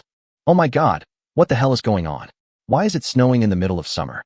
The warm indoor environment meets the freezing outdoor environment. The two streams of cold and hot air begin to clash fiercely with the door as the medium. The feeling given to the people inside is that they have suddenly gone from a warm spring environment to the frozen poles. They were only wearing thin summer clothes and were completely stunned. Seeing that everyone had sensed the changes outside, Xionglang finally closed the door and said seriously, "You all see, the rainstorm is over, but the natural disaster is not over. It has been replaced by severe cold and heavy snow. I woke you up because I was afraid that the sudden drop in temperature would cause you to die from hypothermia in your sleep.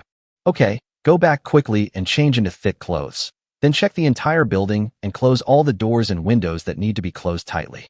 Zhang Quan, take a few people to the garage and start all the cars so they don't freeze anymore. Also, the tires that were removed earlier can be installed. When it gets light, we will go out to search for supplies like other survivors.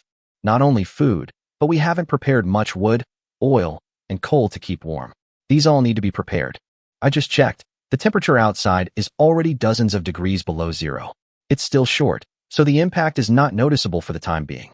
But once it is frozen through, the indoor temperature will inevitably drop, and keeping warm is the first problem we have to face. Xionglan, you will help count the number of people who are short of warm clothes and blankets, and then we can help them allocate them. If there really isn't enough, you female comrades will have to work hard and rush to make some." After making a series of arrangements, Xionglang returned to his room, took out his sweater and trousers and put them on, then wrapped himself in a thick windbreaker, went downstairs to call a few apprentices, and went out to the wheelwright workshop. It has been snowing heavily for more than an hour. The thick snow and the ice surface that is still getting thicker are enough to support the weight of several people.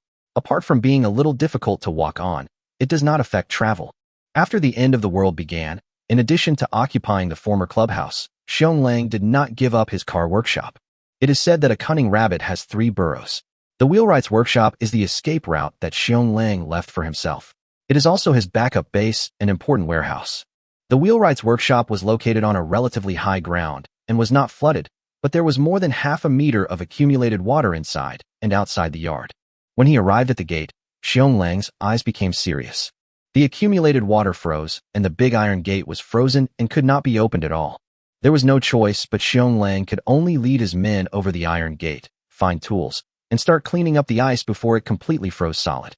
Several people worked hard with their backs bent for several hours, and finally broke the ice near the big iron gate and shoveled it elsewhere, ensuring that the big iron gate could be opened and closed normally.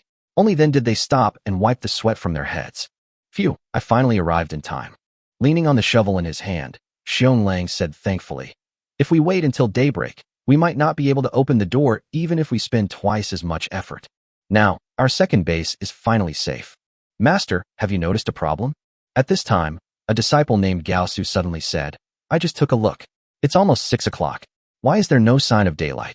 A tall man named Zhangbin said, "What do you know? It's snowing heavily and it's cloudy, so the daybreak will naturally be late." Wrong. Without waiting for the two to continue arguing, Xionglang raised his wrist to glance at his watch, then looked up at the sky and said solemnly, "Even if it's cloudy, at this time of year it should be a little light by 6 o'clock. Besides, it has been raining for the past few days, isn't it cloudy? But it is still pitch black now, and you can hardly see your hand in front of you. This is a bit wrong. Well, let's work harder to clear the ice in the yard, and then hurry back." At that moment, several people stopped talking and picked up their tools and started working hard.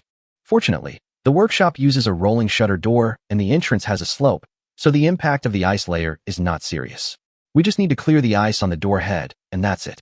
When all the work was done, there was still no sign of dawn in the sky. At this time, both Xionglang and his apprentices realized that something must have gone wrong.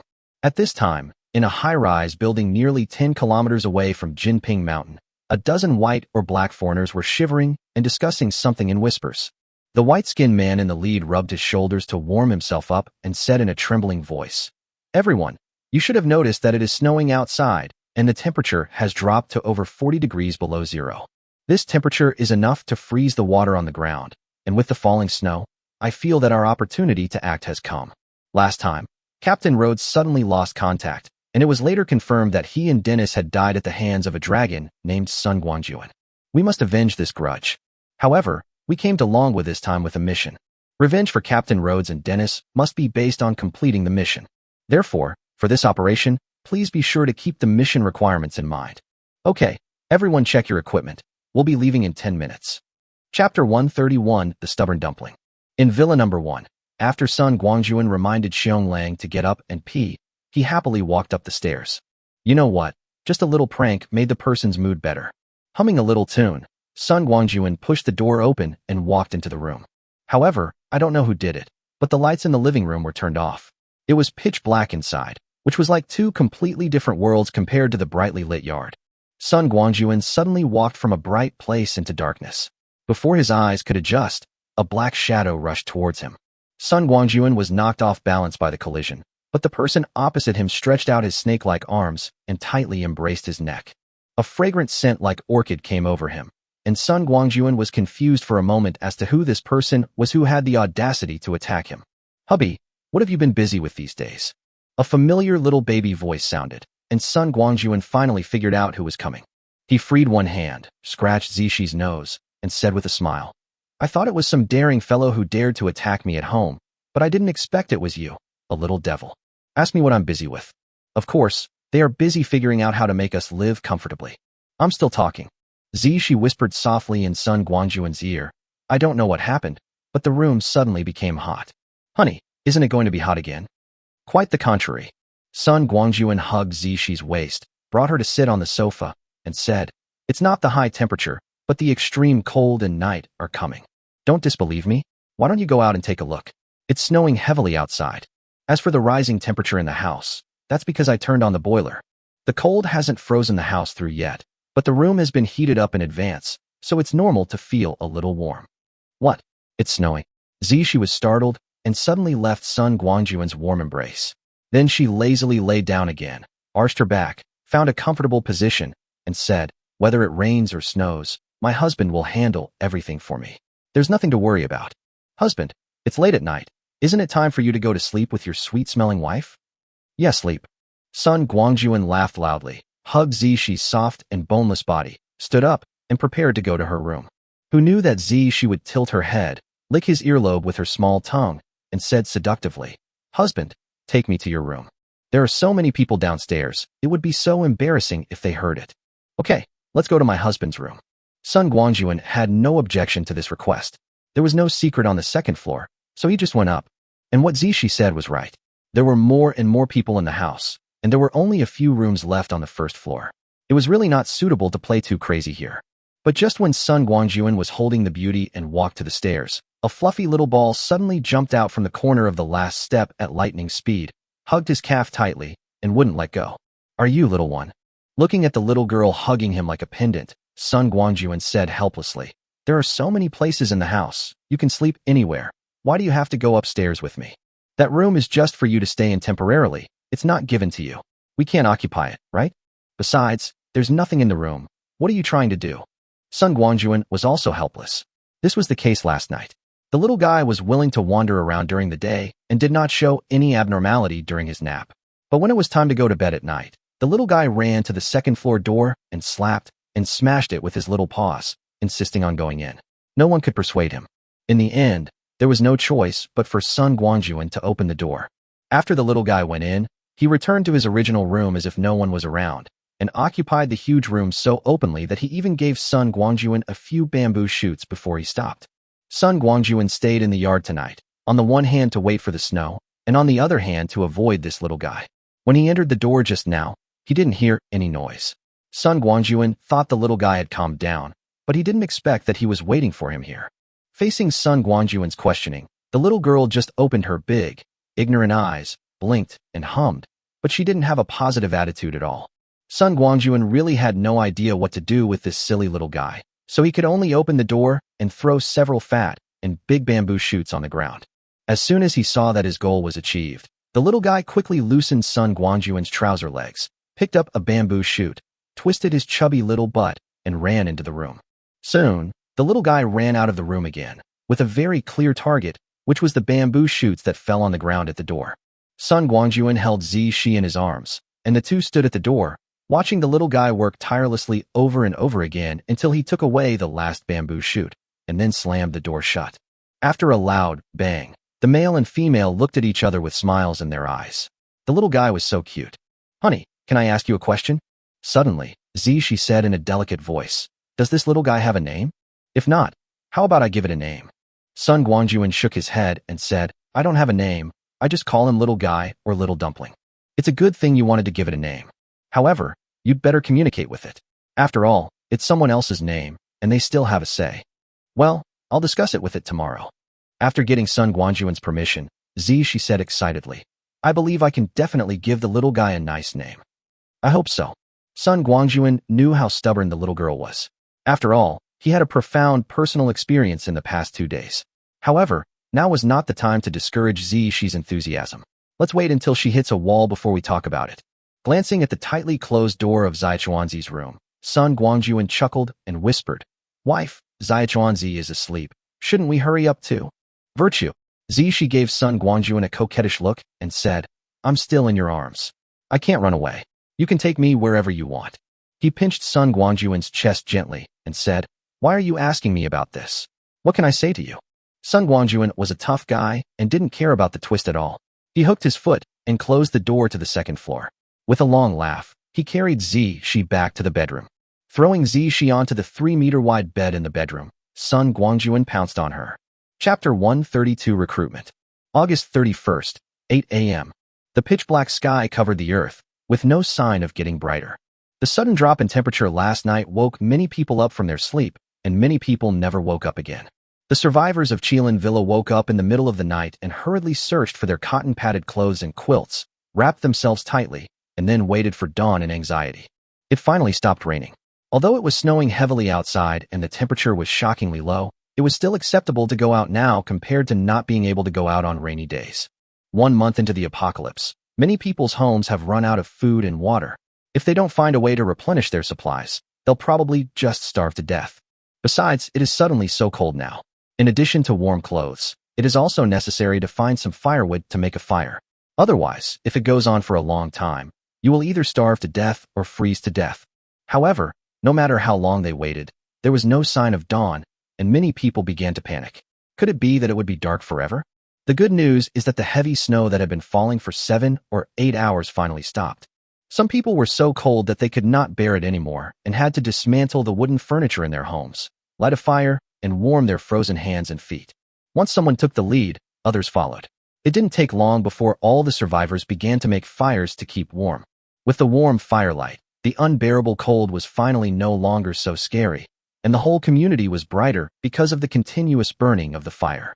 The flickering flames not only bring warmth to people, but also temporarily dispel the haze in people's hearts. As time went by, someone finally couldn't bear it anymore. He ran out of the house holding a homemade torch, rushed out of the community, and began a difficult journey of self-rescue. At exactly 8 o'clock, more than a dozen snowmobiles suddenly rushed down from the hillside of the villa area. Amid the roar of their engines, they occupied the entrance of the entire community and began to set up antler roadblocks at the location of the collapsed gate. Then, 2 off-road vehicles drove to the square in the middle of the community. A high-power amplifier was set up, and voices began to come out of 2 large speakers. Good news, good news. Qilin Villa community has started recruiting workers. Recruiting a number of strong laborers, whose job content is to clear the snow and ice in the community. Working hours are 8 hours a day, with 1 meal provided. Remuneration, 1 pound of rice or flour per person per day. If you are interested and willing to work in 3 shifts, please hurry to the community center square to sign up. The number of places is limited and will be filled up on a first-come, first-served basis. Recruiting workers, recruiting workers. Now recruiting 2 chefs. Requirements: female, under 45 years old, proficient in essential cooking skills such as frying, stir-frying, deep-frying, boiling, and stewing. Room and board included, monthly salary 50 kilograms of rice. As job recruitment information was released and played on a loop, the entire community was in an uproar. Today, all the survivors have understood a cruel fact. It is unrealistic to wait for rescue from the country. If everyone wants to survive, they can only find a way to save themselves. Although the conditions of these job recruitment notices are extremely harsh and the remuneration is pitifully low, they still serve as a guiding light for people. Finally, you don't have to sit at home and wait for death, or risk unknown dangers to run outside to find supplies that may not even exist. You can earn enough food to survive right at your doorstep. When they recruit workers, they not only give them a pound of rice, but also provide them with a meal. If this condition was put before the end of the world, everyone would disdain it, but now, it is like a living bodhisattva. As long as you are hired, you can survive on the meals provided, and the rice and flour you earn can be used to feed your family. Although you may still not be full, it is much better than having nothing to eat. As a result, many people who were shivering at home rushed out of their homes and braved the cold to come to the central square, wanting to be the first to get this valuable job. While recruitment was in full swing, those who wanted to leave the community were told that Qilin Villa had been taken over by Fengguan Group. They could leave the community at will, but they would need to pay a certain entrance fee to enter. What the residents can get is the safety and stability of the community. If they encounter any problems, they can also seek help from Fengguan Group, and all problems will be handled fairly and impartially. Faced with this sudden power, many people felt unfair, but when they wanted to resist, they found that the people occupying the gate were not only big and strong, but also had rubber sticks, batons, and other weapons hanging on their waists, and even controlled knives such as machetes and dog legs. Looking at their skinny and shriveled hands and feet caused by hunger, and thinking about how many days it had been since they had a full meal, they realized that they were simply unable to fight against these guys who were obviously extremely powerful. They had no choice but to compromise. Of course, it was Wu Feng who made such a big fuss, and this was decided after he discussed it with Sun Guangjun. Of course, Sun Guangjun only proposed a framework, and the specific content was still perfected by Wu Feng and his think tank. The main purpose of recruiting workers is to give the survivors in the community hope of survival, and also to find a group of useful manpower for Wu Feng and Sun Guangjun. In this regard, Sun Guangjun's needs are relatively small. He only needs to hire a few workers for his villa number 1. As the family has more and more people, with so many chickens, ducks, geese, dogs, cats, and a clingy and stubborn little boy, it is impossible for Sun Guangjun to let the women in the family always revolve around these little guys. They also have to seize the time to improve their own strength. Therefore, finding a qualified chef and 1 or 2 people to do odd jobs has become an urgent problem that Sun Guangjun needs to solve. Wu Feng also has to face the same problem. He has more people on his side, so naturally he needs more chefs and handymen.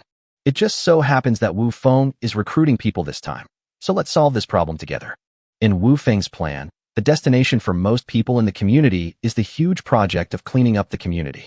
Of course, while working, Wu Feng's people will also appropriately discover some suitable talents and absorb them into his team. Although these people can only be peripheral personnel at the beginning, they can still take on important responsibilities in the future after being trained slowly. In addition, through this large-scale open recruitment, Wu Feng can also get to know the residents in the community. If there are some talents with special abilities, they should be properly protected. When the base is established in the future, these people will be needed to contribute. Here in the central square, starting with the first person who signed up, more and more people were accepted. Then they were given tools and taken to various parts of the community to start shoveling snow and breaking ice. In just one day, almost all the survivors in Qilin Villa, except for the elderly, the weak, the sick, and the children who could not lift tools, joined the labor force. The entire community, whether on the mountain or at the foot of the mountain, almost turned into a large construction site, with people working hard everywhere under the light of burning torches. Chapter 133 Little Dumpling is really good at eating. Sun Guangjun was woken up just after 7 in the morning. Last night, or to be exact, early this morning, Zishi came to the door on her own initiative.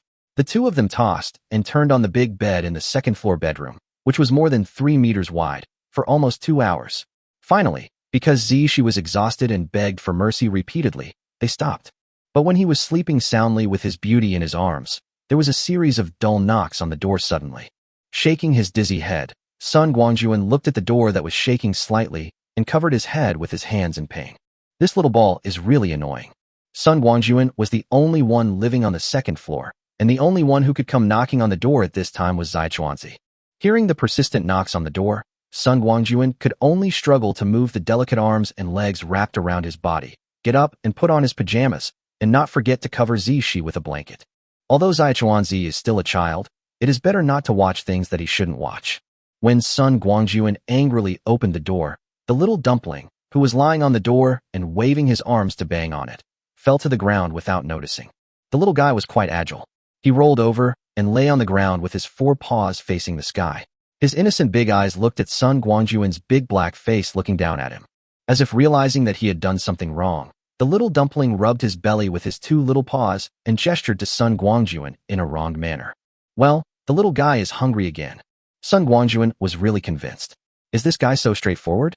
He just gave it several big bamboo shoots a few hours ago, the weight of which was almost as heavy as its own, and it ate them all. You are such a foodie. Shaking his head helplessly, Sun Guangjun reached out and grabbed the skin on the back of the little ball's neck, then carried it to its room. There was no furniture in the room, only a piece of cat litter in the corner. It was the toilet that Sun Guangjun specially prepared for Zai Chuanzi. This guy had always eaten a lot and pooped a lot since his ancestors. There was almost nothing in the house except a lot of bamboo shoots. Even the cat litter was very clean, with almost no excrement. This is strange. Sun Guangjun looked at the little ball in his hand, who was twisting his head with great effort and stealing glances at him from time to time. Could it be that this guy had a genetic mutation?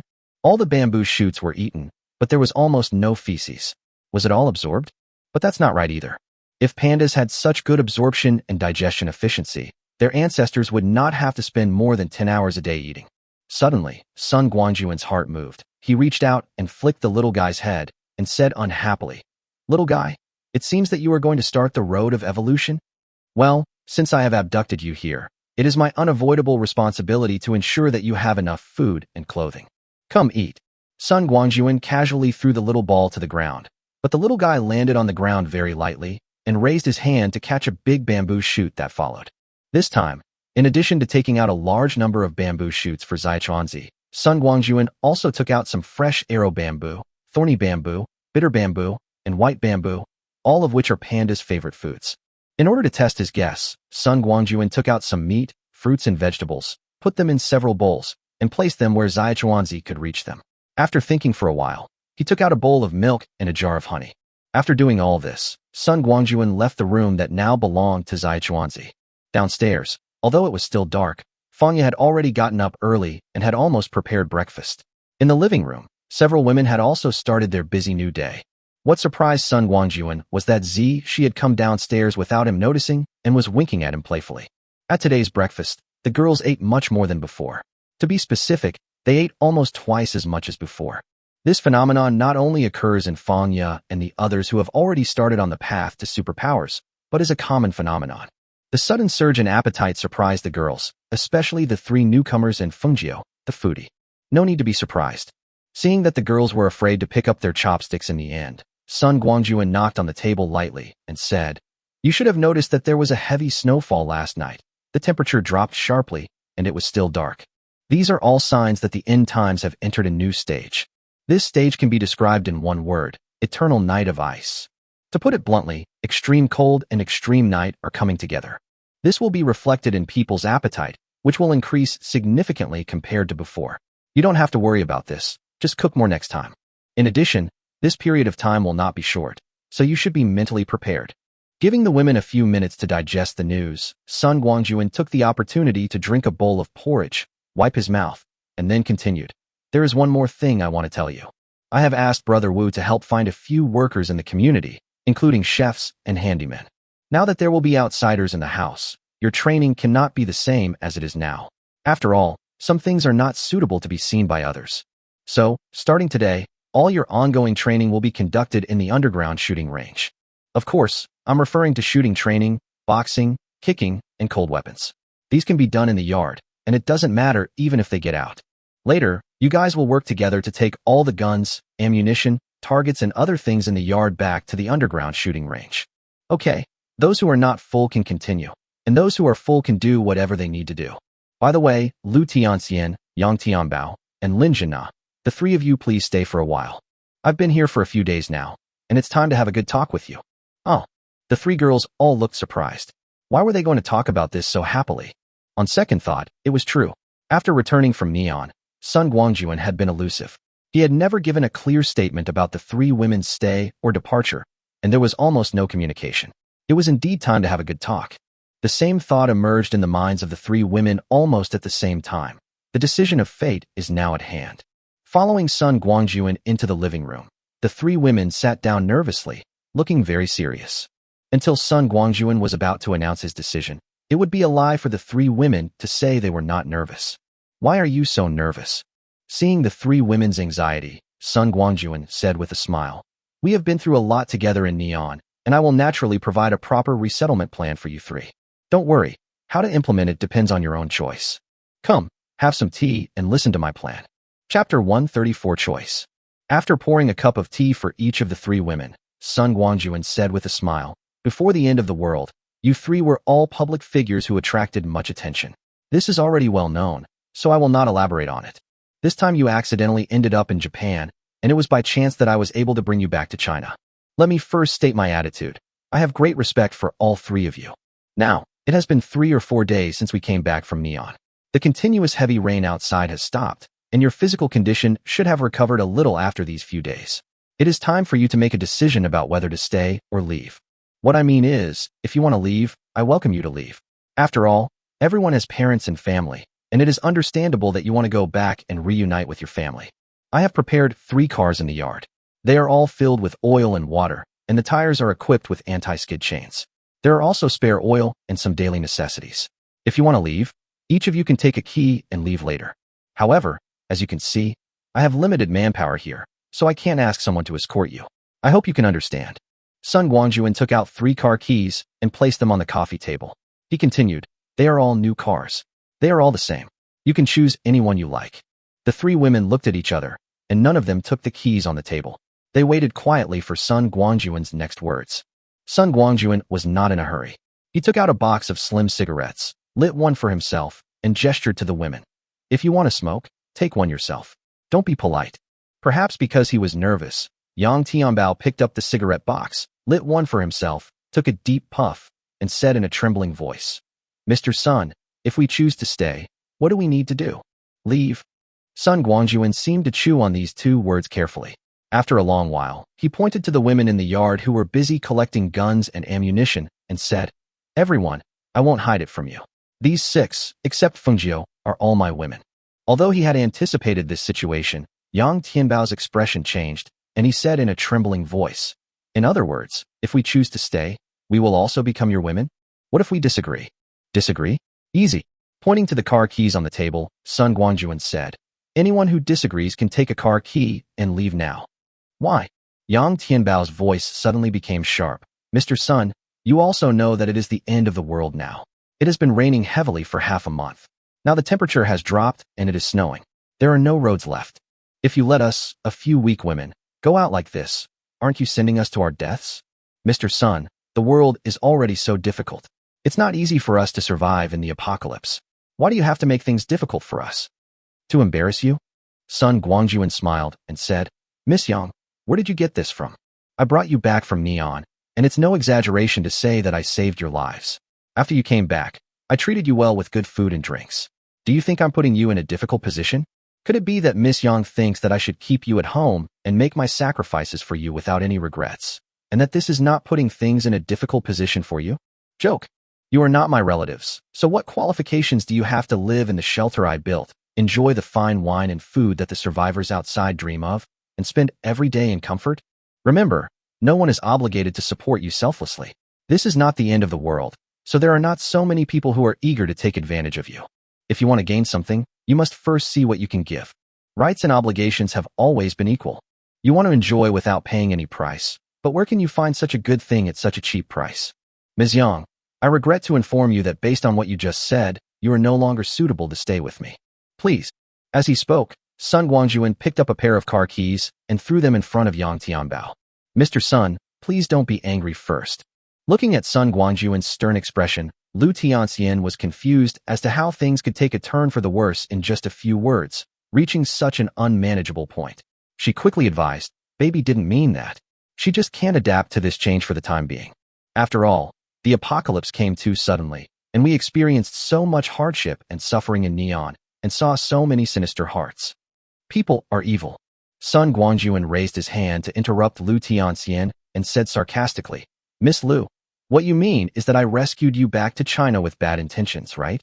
Haha, I really didn't know that doing good things could be a mistake." "Ouch, I'm sorry.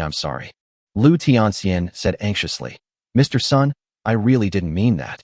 It's all my fault for being clumsy and saying the wrong thing. I mean, it's not easy for everyone to survive. Can you please be understanding of each other?" "I didn't say I wasn't considerate," Sun Guangjun said. "Haven't I already arranged a car for you so you can leave at any time? Having come this far, I feel I have done my best and have done nothing to let you down. Well, no need to say more. Since Miss Yang has made her choice, Miss Liu and Miss Lin, please share your decision together. Appa, I choose to stay. From the beginning to the end, Lin Zhina was the calmest one. After hearing what Sun Guangjun said, she immediately said, whether it is Japan or Dragon Country, it is all abroad to me. Since I can't go back, I might as well stay here. What's more, will going back definitely make things better than now. What we experienced in Japan can be described as a tragedy. The only way for it to survive is by relying on the e-commerce company that specializes in selling dog food. Regardless of what they think, I absolutely don't want to continue eating dog food. As she spoke, Lin Zhina picked up a pair of car keys on the table, handed them to Sun Guangjun respectfully with both hands, and said, Appa, you'd better keep this car key. I don't think I will ever use it. That's not necessarily true. Sun Guangjun put away the keys with a smile and said, the end of the world is difficult, and no one can stay in the shelter forever. Once you need to go out, a car is an indispensable means of transportation. Of course, we'll decide what car to use when the time comes. Lin Zhina nodded heavily and said, no matter what, I believe in Appa. By the way, Appa, since I want to be your woman, when should I start? How about tonight? Stop. Seeing that Lin Zhina was about to transform towards the little girl, Sun Guangjun quickly interrupted her. Let's talk about this later. Now let's see what Miss Liu chooses. I choose to stay too. Seeing that Sun Guangjun and Lin Zhina's eyes were all on her, Liu Tianxian blushed and whispered, I've thought about it. It's not bad to stay here, even if. Overwhelmed with shame, Liu Tianxian could no longer speak. She just glanced at Sun Guangjun shyly. The charm in that moment was so overwhelming that even with Sun Guangjun's current attainments, he would have been unable to bear it. Chapter 132 Expulsion. Since Liu Tianxian and Lin Zhina had made their choices, Sun Guangjun immediately put away the last car key on the table and said, since you two have decided to stay, go out and work with them. After finishing my work, I took the time to go to the shooting range for training. Remember, this family has enough food and drink, but it also doesn't support idlers. Everyone must play their part. Hearing this, the two women stood up one after another and went to the yard to help. Before leaving, Liu Tianxian looked worriedly at Yang Tianbao, who was sitting there without saying a word. Yang Tianbao's face looked very ugly. Sun Guangjun had made it very clear what he had said just now. She was not welcome to continue living here. 3 women came together, 2 of them stayed, and only she was driven away. What does this mean? Am I not good enough? Isn't it just a few complaints? Are you going to keep harassing me like this? What's the big deal? Just as Yang Tianbao was racked with thoughts, Sun Guangjun suddenly stood up and said in a cold voice, Miss Yang, please. Are you really going to kick me out? Yang Tianbao looked at Sun Guangjun's stern face in disbelief and said, Mr. Sun, if it's because of my offense just now, can I apologize to you? With the current situation outside, I really don't dare to leave alone. No need to continue. Sun Guangjun said, Ms. Yang, I hope you understand one thing. There is a price to pay for doing anything. The only difference is whether it is big or small. Well, there's no point in talking anymore. Now that you've made your choice, don't regret it, and don't dwell on it any further. It's meaningless. No, Yang Tianbao said anxiously. Mr. Sun, can we discuss? Cannot. Sun Guangjun flatly refused. Miss Yang, don't let me look down on you. In other words, if you refuse to leave, I don't mind using violence. You dare? Yang Tianbao was furious, pointing at Sun Guangjun with a frown, and said angrily, Sun Guangjun, dare you touch me? I tell you, I'm not someone you can easily mess with. I don't know if you're easy to mess with or not. I only know that this is my territory, and I have the final say. Seeing Yang Tianbao still being so arrogant, Sun Guangjun also got angry. I spoke to you in a nice tone. Do you think I'm afraid of you? Damn, I've spoiled you, haven't I? Grabbing Yang Tianbao's shoulders, Sun Guangjun dragged her out without saying a word. Let go. Let me go? Come quickly. Someone is behaving like a hooligan. Sun Guangjun actually took action, which was beyond Yang Tianbao's expectation. Feeling the iron-like hand on her shoulder and the irresistible force, she was really panicked. In her panic, she instinctively used the method that had always worked for her. Unfortunately, these were too much of a hassle for Sun Guangjun. Even though the girls in the villa heard the noise, no one came to speak up for him, and no one even came to check on the situation. Sun Guangjun was too lazy to pay attention to this brain-dead woman. He dragged her out of the villa and came to the parking lot in front of the building. 3 city SUVs had already been parked here. They were not good cars, but Honda CR-Vs, one of Sun Guangjun's many trophies in neon. Yang Tianbao struggled all the way here, and the key in his hand had long been lost somewhere. Sun Guangjun simply took out a key from his pocket. There are 3 cars anyway, anyone will do. Pressing the remote control, Sun Guangjun opened the back door of the middle car, stuffed Yang Tianbao in rudely, then jumped into the driver's seat and started the car directly. Put me down. I won't leave. I want to stay here. Amidst Yang Tianbao's continuous cries, Sun Guangjun turned the steering wheel and stepped on the accelerator. In just a few seconds, the car passed through the alloy gate at an extremely fast speed, pressing the snow at the door, and almost drifted all the way into the winding mountain road down the mountain. Sun Guangjun's rough and almost violent driving style scared Yang Tianbao, who was shouting. She was thrown all over the place and dared not cry out anymore. She could only hold on to the door handle tightly to barely stabilize her shaking body. Feeling that his heart was about to jump out of his throat, Yang Tianbao was very frightened. He was confused about the unknown future, and he also had a ruthless resentment towards Sun Guangjun. At the same time, he was also filled with an emotion called regret. You will die if you don't do it. Am I taking things for granted? Just as Yang Tianbao was daydreaming, the car had already rushed down the hillside, turned a right-angle bend without slowing down, and headed straight for the gate. I have to say that Sun Guangjun's driving skills are really excellent. Even though the car body has tilted significantly, he still managed to escape danger. At the gate, several of Sun Guangjun's men were setting up deer antlers. From a distance, they saw a car rushing towards them like crazy. They were startled and quickly moved out of the way. When the car rushed past with the snow all over the sky and drifted into the main road, the group came to their senses, cursed, madman, and turned back to do their own things. Yang Tianbao didn't know whether Sun Guangjun did it on purpose or not. The car was driving almost like a bumper car. She only felt that even though she held on to the door handle tightly, her body was still being thrown back and forth. She felt dizzy and her head was about to explode. In addition, Sun Guangjun didn't turn on the car lights, and it was pitch black outside. She couldn't even tell the directions. After about half an hour, the car suddenly braked and finally stopped. Sun Guangjun unbuckled his seatbelt and said without turning his head, "The highway intersection is just ahead. Although the road has been flooded, many road signs are still there. Just look for the signs where you want to go. Miss Yang, let's say goodbye now, and it's best not to see each other again." After saying that, Sun Guangjun opened the car door and jumped out, strode into the wind and snow, and soon disappeared into the darkness. Before Yang Tianbao, who was feeling dizzy and confused, could react, Sun Guangjun had already left cleanly and neatly. I don't know when, heavy snow started falling from the sky again. Yang Tianbao huddled in the back seat, and it took him a long time to finally breathe a sigh of relief. Yang Tianbao opened the car door with trembling hands and stumbled out. He looked around and saw darkness everywhere. It was quiet and deep, as if it were eternal. Wow! Yang Tianbao knelt down on the ground dejectedly, holding his head and crying. Time passed minute by minute, and suddenly, the crying stopped. Yang Tianbao got up from the ground, wiped away the icy debris that was not sure whether it was snot or tears, and said hatefully, "Sun Guangjun, what's so great about you? Just because they have stored some supplies in advance, they dare to play with and bully their female compatriots at will. You are just a typical scum and villain. Just wait. One day, I will repay you double for what you did to me today." After starting the car, Yang Tianbao didn't dare turn on the lights or get on the highway. Instead, he turned around and drove directly into the city. Chapter 136, Encountering a Robbery on the Road. After Sun Guangjun dropped Yang Tianbao off at the highway exit, he walked a distance away, took out a snowmobile, and started rushing back to Qilin Villa. Sun Guangjun had no regrets at all about sending Yang Tianbao away. She was just a beautiful woman with decent looks, which was not rare in the end times.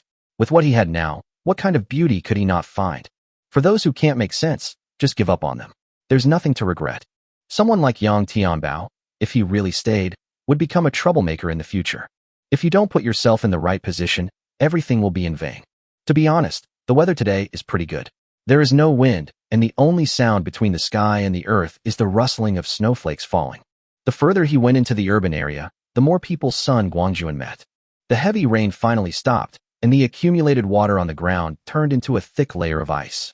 People who had been forced to stay at home for nearly a month and struggled to survive every day were finally able to go out and work for their livelihood. There is nothing that can be done about it. 1 month into the apocalypse, everyone is out of ammunition and food, except for wealthy people like Sun Guangjun who have made preparations in advance, or those with large fortunes and a group of loyal subordinates. If you don't hurry out to find something to eat, you'll end up starving to death. Besides, The weather has suddenly become so cold, and there is no electricity or gas, so it is necessary to go out and find some firewood to go home and make a fire. It's not easy for anyone in the end times. Everyone is just trying to survive. This time, without the burden of Yang Tianbao, Sun Guangjun had nothing to worry about. The headlights of the snowmobile were on brightly, shining directly on the snow in front of him, which unsurprisingly attracted the attention of the survivors. In this heavy snow, a convenient snowmobile is undoubtedly a powerful tool for survival. Just then, a team that was searching for supplies in a building on the roadside began to set their sights on Sun Guangjun. The team consisted of more than a dozen people, all young and strong men. They heard the roar of the engine from afar upstairs, and when they went to the broken window to take a look, they easily found the lights coming from afar. Looking at the fast-moving lights, the leading man turned around and saw his brothers gathered around him. He said unhappily, "Brothers, it's just a motorcycle. What's so good about it? Hurry up, go find some supplies for me. You still want to continue to be hungry." A little yellow-haired boy next to him said, "Brother Tiger, this is not a simple motorcycle. Let's all watch it for fun." Waving his hand and giving the yellow-haired boy a slap, Tiger said unhappily, "What's so difficult about it? A motorcycle is just a motorcycle. No matter how good it is, it can't catch up with a car. Let's find a place with high terrain and no flooding, and get a few cars. Wouldn't that be better than his broken motorcycle? Okay, let's get back to work." "No, boss." The little yellow-haired boy covered his forehead and said, "Based on my experience, this should be a snowmobile." "Boss, think about it. There is ice and snow everywhere outside now. On such road conditions, ordinary motorcycles can't run at all. It's good enough if they don't fall down. How can they run so fast?" "Boss, this kind of good stuff should be possessed by people of your status and position. If you ask me, we should go downstairs and intercept him right now, so that the boss will have a car in the future." "That makes sense, boss. Look at the direction he's moving. It should be towards us. There's still time to go down now." "Yeah, boss, give the order quickly. I'm thirsty for the baseball bat at my hand." "That's right, boss. With this thing, you'll feel so proud when you ride out in the future. It'll also be more intimidating when you're fighting with others for supplies." Several younger brothers started talking at the same time and instigated him. It would be a lie for Brother Hu to say that he was not tempted. Seeing the lights of the motorcycle getting closer, Tiger gritted his teeth and said, "Damn it, let's do it. Let's go downstairs and stop that guy on the motorcycle. We don't want his life, so we'll just let him borrow a motorcycle for a few days. I'm sure he won't be unhappy, right?" Yes, the boss is right. We are borrowing, not asking for it. Haha, from now on, when our team goes out, those nearby companies will have to give up and stay away. Exactly. Who can be as awesome as our boss? A group of hooligans rushed down from the upstairs, making a lot of noise, and stood in the path where the snowmobiles had to pass, ready to block the road and borrow the snowmobiles.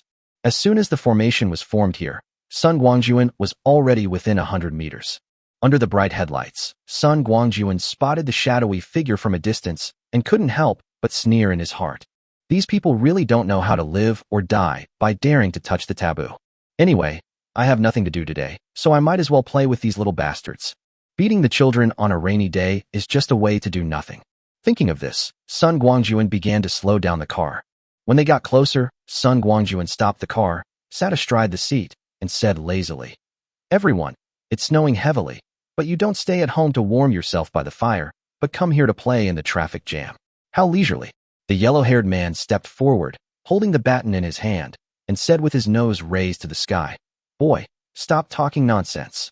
Let me tell you, this is our Waihutang's territory. No matter who passes through our Waihutang territory, they must pay a toll. However, life is not easy in this apocalypse, and the masters don't want to make things difficult for a small person like you. How about this? I'll make the decision. I'll let our boss have fun with your snowmobile for a few days, and then you can go away." "Waihutang, I'm still a mountain eagle." Sun Guangjun laughed and said disdainfully, "You want my snowmobile, right? I have no problem with it, but I'm afraid my fifth brother won't agree." "Your fifth brother?" Huang Mao stretched his neck and looked hard behind Sun Guangjun, but he didn't see anyone behind him. He asked in confusion, "Boy, what do you mean? There is only one person. Where did this fifth brother come from? I tell you, if you know what's good for you, get down here and get out of here. Otherwise, I'm afraid I'll let you see why the flowers are so red." "Want to see my fifth brother?" Sun Guangjun stepped off the motorcycle and rubbed his wrist, saying, "My fifth brother said that as long as you beat me, he will show up to meet you. But if you can't even beat me, it means you are a bunch of cowards and have no right to see it. Come on, little yellow hair, you've always been the one making the noise. Why don't you come over and play with me first? Boy, you're looking for death. Provoked by Sun Guangjun, Huang Mao cursed angrily and turned back to ask the boss for instructions. Brother Hu, this kid is quite arrogant. Can I go over and teach him a lesson? Okay, go ahead. Brother Tiger nodded majestically and said, remember to be gentle and don't kill anyone. Yes, boss.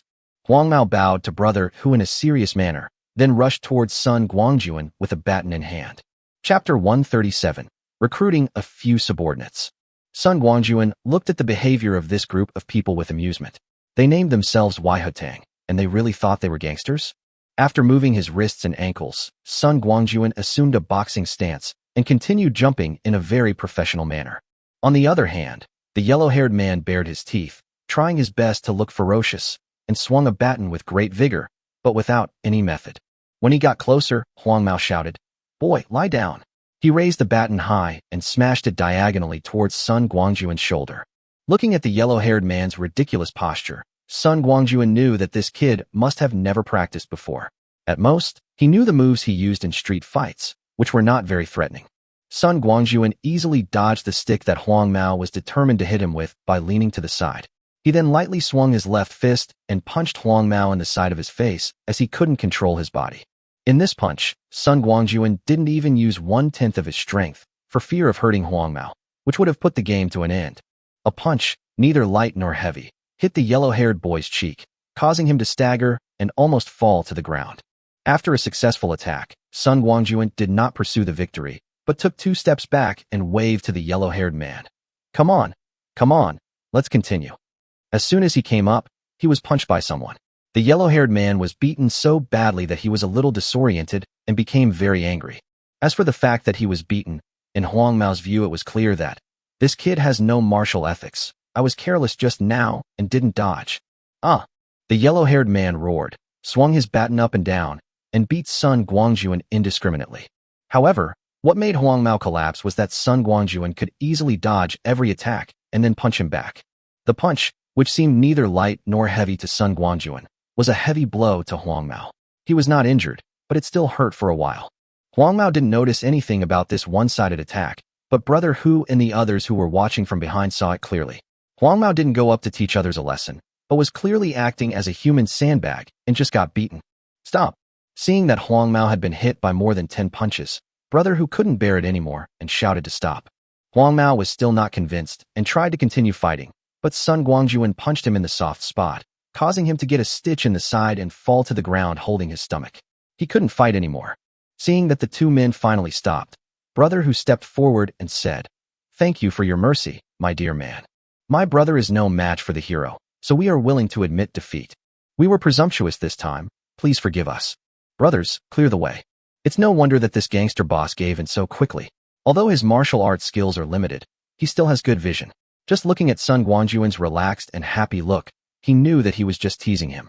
Huang Mao is no match for him, and it would be difficult for them to defeat him if they went up. Even if they wanted to win by numbers, they probably wouldn't have much chance of winning. There is no way. We have been hungry and full for almost a month. Everyone's physical condition is not very good, and we don't even have the energy to fight. Sun Guangjun didn't expect that this gangster boss would do such a thing.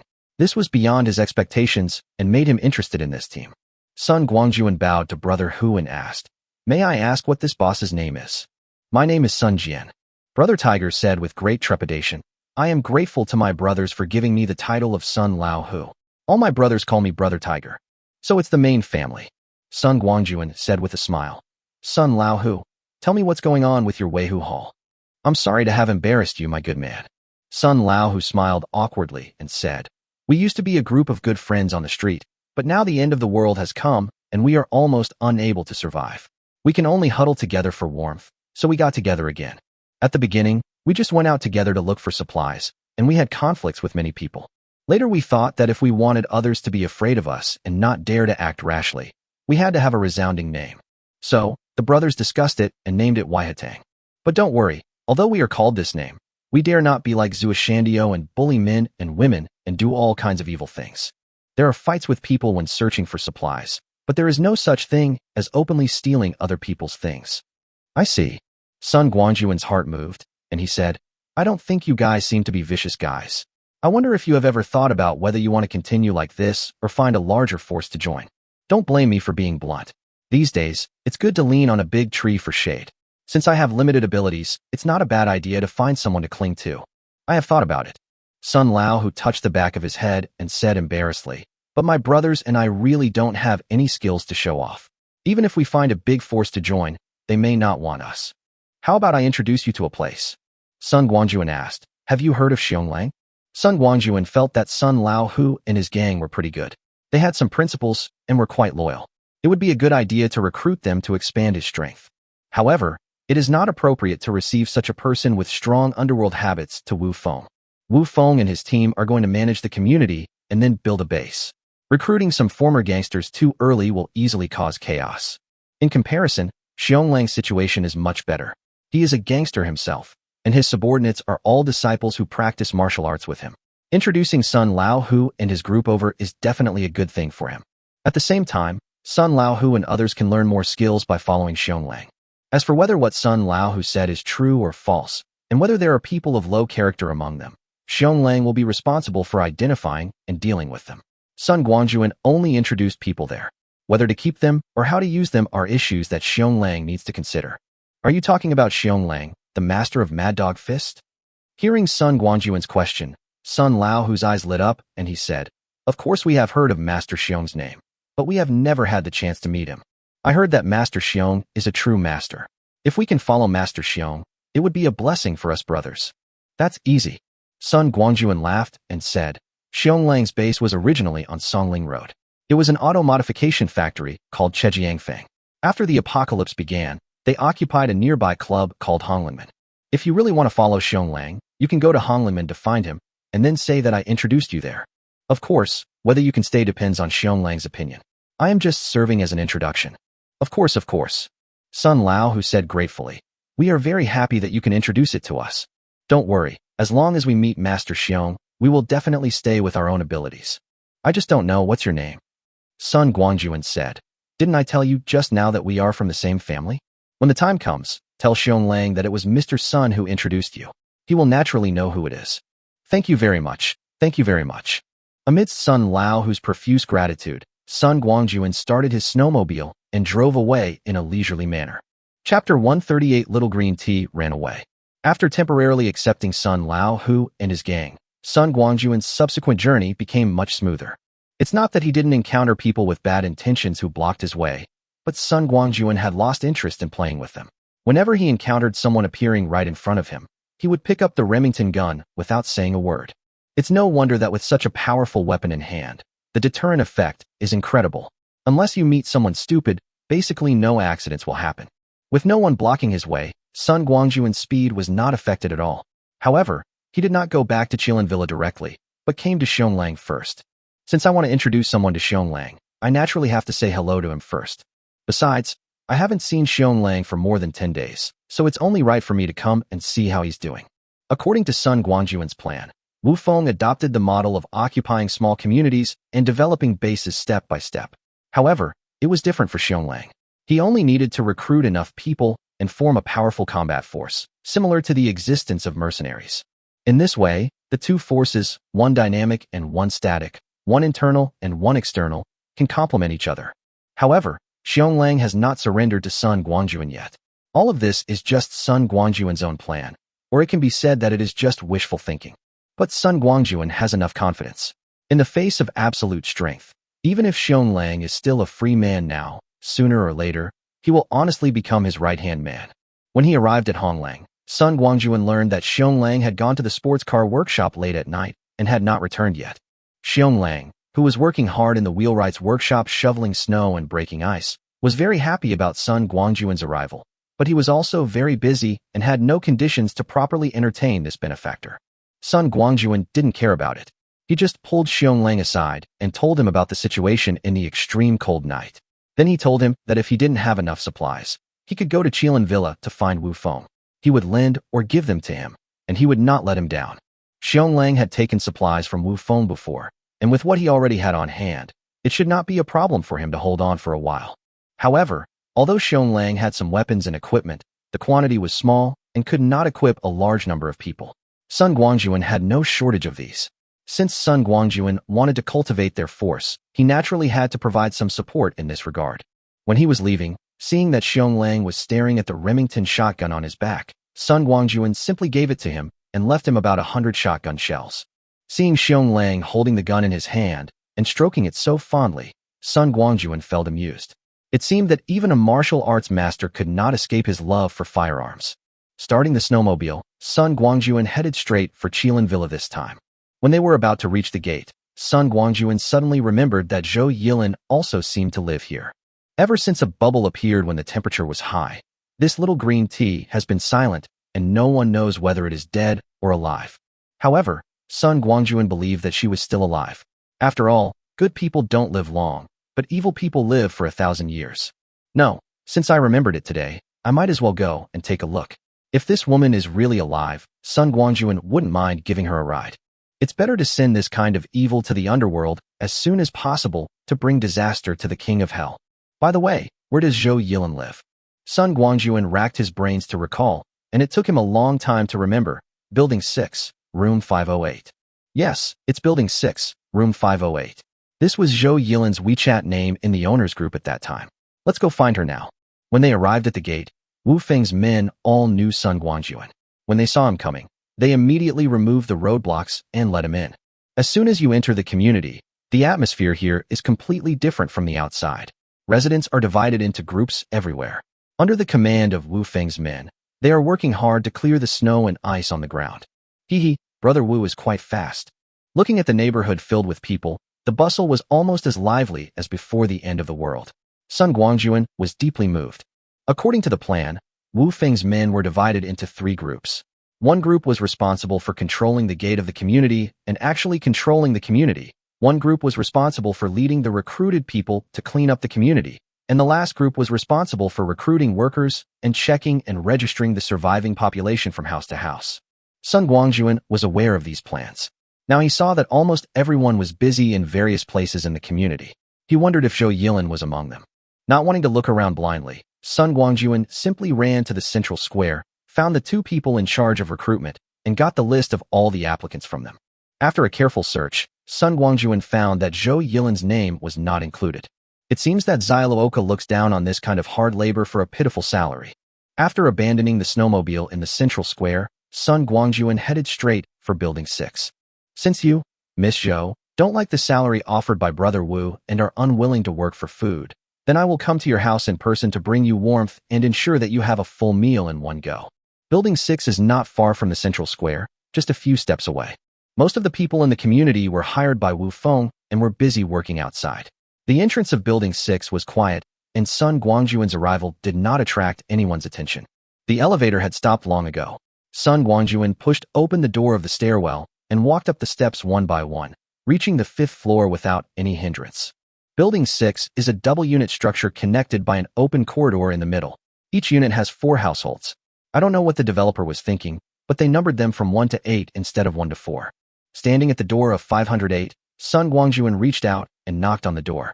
Strangely, there was no movement from inside the door.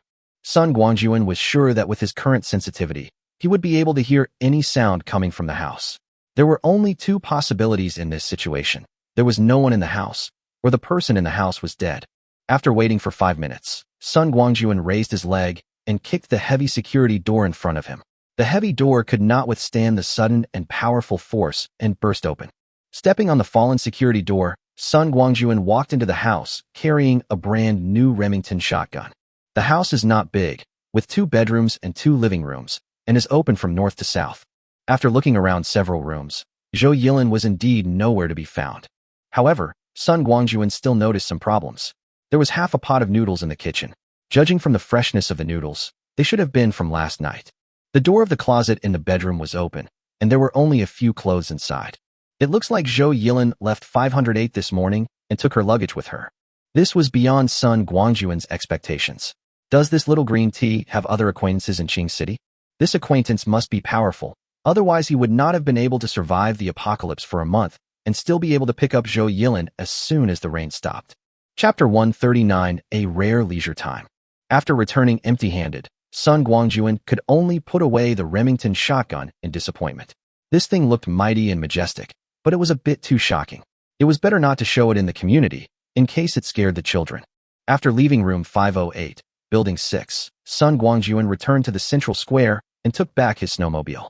But when he reached the foot of the mountain, Sun Guangjun, who was about to climb the mountain, was dumbfounded. On the winding mountain road, residents of the community were everywhere, holding tools and working hard. Most of the snow on the ground had been shoveled to the roadside, and the thick ice layer had been smashed into potholes. Well, given the road conditions, a snowmobile can't run no matter how powerful it is. There was no other way. Sun Guangjun could only change direction and drive the motorcycle directly to the entrance of the community.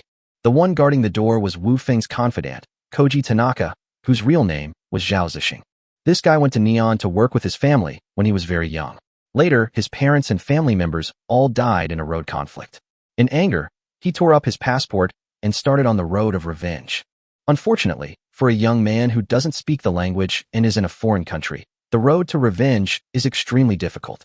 Later, by chance, Wu Feng met Zhao Zixing, who was beaten all over his body. Feeling pity for him, he asked someone to save the boy's life. Unexpectedly, Wu Feng's spur-of-the-moment good deed actually earned him a loyal subordinate. After Zhao Zixing recovered from his injury, he joined Wu Feng's team and climbed up the ranks in the group step by step, becoming Wu Feng's right-hand man. As for his family feud, with Wu Feng's help, he killed all of his enemies. From then on, Zhao Zixing changed his name and surname to Tanaka Koji. With the help of Wu Feng, he obtained a legal identity in Japan. He has been following Wu Feng, diligently assisting his savior. This time when Wu Feng returned to China from Japan, Zhao Zixing, who was alone, always followed him. After returning to China, he even changed back to his original name. So, Wu Feng's first step in conquering the community was entrusted to Zhao Zixing. Zhao Zixing and Sun Guangjun were no strangers. They had already known each other when Sun Guangjun first went to Wu Feng to do a deal, but they didn't communicate much at that time. Later, as Sun Guangjun and Wu Feng became more and more familiar with each other, Zhao Zixing also became familiar with this mysterious master in his eyes. When Sun Guangjun entered and exited the residential complex just now, Zhao Zixing had actually recognized him, but Sun Guangjun moved too fast, and the two of them didn't say hello. Now seeing Sun Guangjun coming back, Zhao Zixing walked out of the guard room with a smile. Sun Guangjun greeted him and left the snowmobile here. Anyway, it looks like we won't be able to use the snowmobile in the community in the future.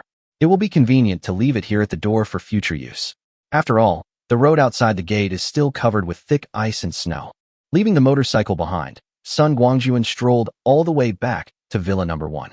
In the yard, all the previous shooting equipment had been taken away. Apart from Old Huang and two silly Shiba Inus who were strolling around the yard with his wife, there was no other movement. The big roosters and white geese were pecking at the leaves in the fence, while the snow mastiffs and Lijo red dogs were lying quietly at the doorways of the houses, glancing at the chains around their necks from time to time, looking as if they had lost all desire to live. After turning around and closing the door, Sun Guangjun came to the side of Snow Mastiff and Lijo Red, lowered his head and talked to them for a few words, then untied the chains on their necks. Perhaps because they had stayed in the mountain and river ring for a period of time, the Snow Mastiff and the Lijo Red had not shown their ferocious nature since arriving at Villa Number 1. Instead, they were quite human-like. Sun Guangjun had seen that they had performed well in the past 2 days and thought that they had become familiar with the family, so he untied them. Xiaobai, Xiaohei, from now on, the responsibility of guarding the house will be handed over to you two. Holding two majestic dogs on his left and right, Sun Guangjun said with a smile. Remember, from now on, no matter who comes into this yard except our family members, you must bite them hard. Woof woof woof. The two dogs nodded seriously, as if they understood what Sun Guangjun said. After playing with the two dogs for a while, Sun Guangjun did not go down to watch the girls' training, but returned to his tea table and leisurely made himself a cup of fragrant tea. Little green tea is missing. Wu Feng is handling the affairs in the community. Xionglan's side is also developing smoothly, and there are no external enemies at present. This period of time can be regarded as a rare period of leisure for Sun Guangjun. In the basement, the girls were divided into two groups. Zixi and the others were still practicing the use of pistols, while the Ouyang sisters and Fangya, under the leadership of Xiaozi, were training in physical skills in the fighting room that Sun Guangjun had just set up. The Ouyang sisters and their friends have been eating more for a while now. As their appetite increases, their physical fitness is also steadily improving, with significant increases in speed, strength, and reaction. Although Xiazi has just started to improve, her foundation is the best among all the women, and she is the only one who has received formal training. Now she can teach the Ouyang sisters and others in a very good manner. The girls practiced enthusiastically, and it was soon noon. Ouyang Feishue, who had become the leader among the girls, stopped everyone's training when she saw that the time was almost up. The girls returned to the first floor, washed up, and began to help Fanya prepare lunch. In an instant, the kitchen, which was not small in size, became cramped and was filled with the laughter of the girls. Zishi walked out of the storage room holding 2 large cabbages and happened to meet Lu Tianxian, who seemed a little absent-minded. Looking at Lu Tianxian's slightly frowned brows, Zishi immediately understood the reason. After handing the cabbage in her arms to Fengjiu, Zishi pulled Lu Tianxian into the living room. Sitting on the sofa, Zishi asked calmly, "Cici, are you worried about the baby?" "How can I not worry?" Lu Tianxian rolled her eyes at Zishi and said, "The baby was chased away just like that. This is really beyond my expectation. I really didn't expect that Mr. Sun would be so cruel. He turned against me over a single word. Alas, Bao Bao, a weak woman, was driven out like this and had to survive on her own. One can only imagine the hardships she will face in the future." Zishi curled her lips and said, "Cici, I think you should worry more about your own situation. Although I don't know what you talked about this morning and what the baby said to make Sun Guangjun angry. However, based on my understanding of Sun Guangjun, he is not an unreasonable person. I can only say that the baby's current situation is all his own fault. Isn't there a saying that goes, if you don't do it, you will die?" Chapter 140, Calm. Hearing Zishi's words, Lu Tianxian frowned even deeper and couldn't help but retort, "Mimi, I just wanted to fight for more rights for myself. How come I'm being so desperate?" "More rights?" Zishi scoffed at Lu Tianxian's statement. "Cici, have you not yet faced reality? Have you not put yourself in the right place? Now is the end of the world, no longer a prosperous era, and we are no longer the big stars that everyone paid attention to before the end of the world, but just one of the many survivors. However, we were lucky enough to meet Sun Guangjun. Not only did we live in such a comfortable and cozy shelter with endless food, but we could also receive various skills training. You've been outside before, so do I need to explain what the situation is like out there?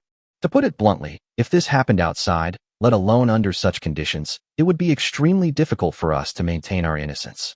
I know that you still mind that Sun Guangjun covets your beauty and think that he is no different from those stinky men out there. But, if you think about it carefully, do people have the obligation to support you and me without any regrets or asking for anything in return? No. And what can we give back to others? Is there anything else besides this body? Compared to others' coercion, Sun Guangjun at least discussed it with you, right? Cici, I'm not saying anything bad to you, but it's already this time. So stop being so pretentious and stop being so entangled. I believe that you must have thought carefully about your decision to stay instead of being kicked out like the baby. Now that you have made a decision, don't regret it and don't hesitate, as that will only put you in an embarrassing situation. As for the life and death of others, we are already busy taking care of ourselves and cannot care so much. Well, that's all I have to say. Think about it carefully." After saying that, Zishi got up and went back to the kitchen. Not only did she help, she also learned cooking skills from Fanya in a serious manner. Zishi's signature baby voice came to his ears, blending perfectly with the laughter in the kitchen. Looking at her figure constantly moving around in the kitchen, Lu Tianxian felt a little confused. Could it be that the baby was really wrong? Forget it. I can't do anything about it. On second thought, Lu Tianxian felt that Sun Guangjun seemed to be a good person. Although the conditions for them to stay were excessive, even harsh, they were set openly after all.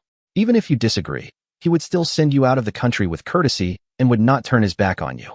As for what happened to Yang Tianbao, it was because she wanted too much but didn't want to pay anything in return. Zishi is right. There is no such thing as getting something for nothing in this world. You want to stay here and enjoy the comfort, but you don't want to pay any price, and you also want to give other people's advice. Isn't this just being naughty? In an instant, Lu Tianxian felt that he had figured it out. Come to think of it, on the boat coming back, Lin Zhina said that no matter what excessive demands Sun Guangjun made, she would stay.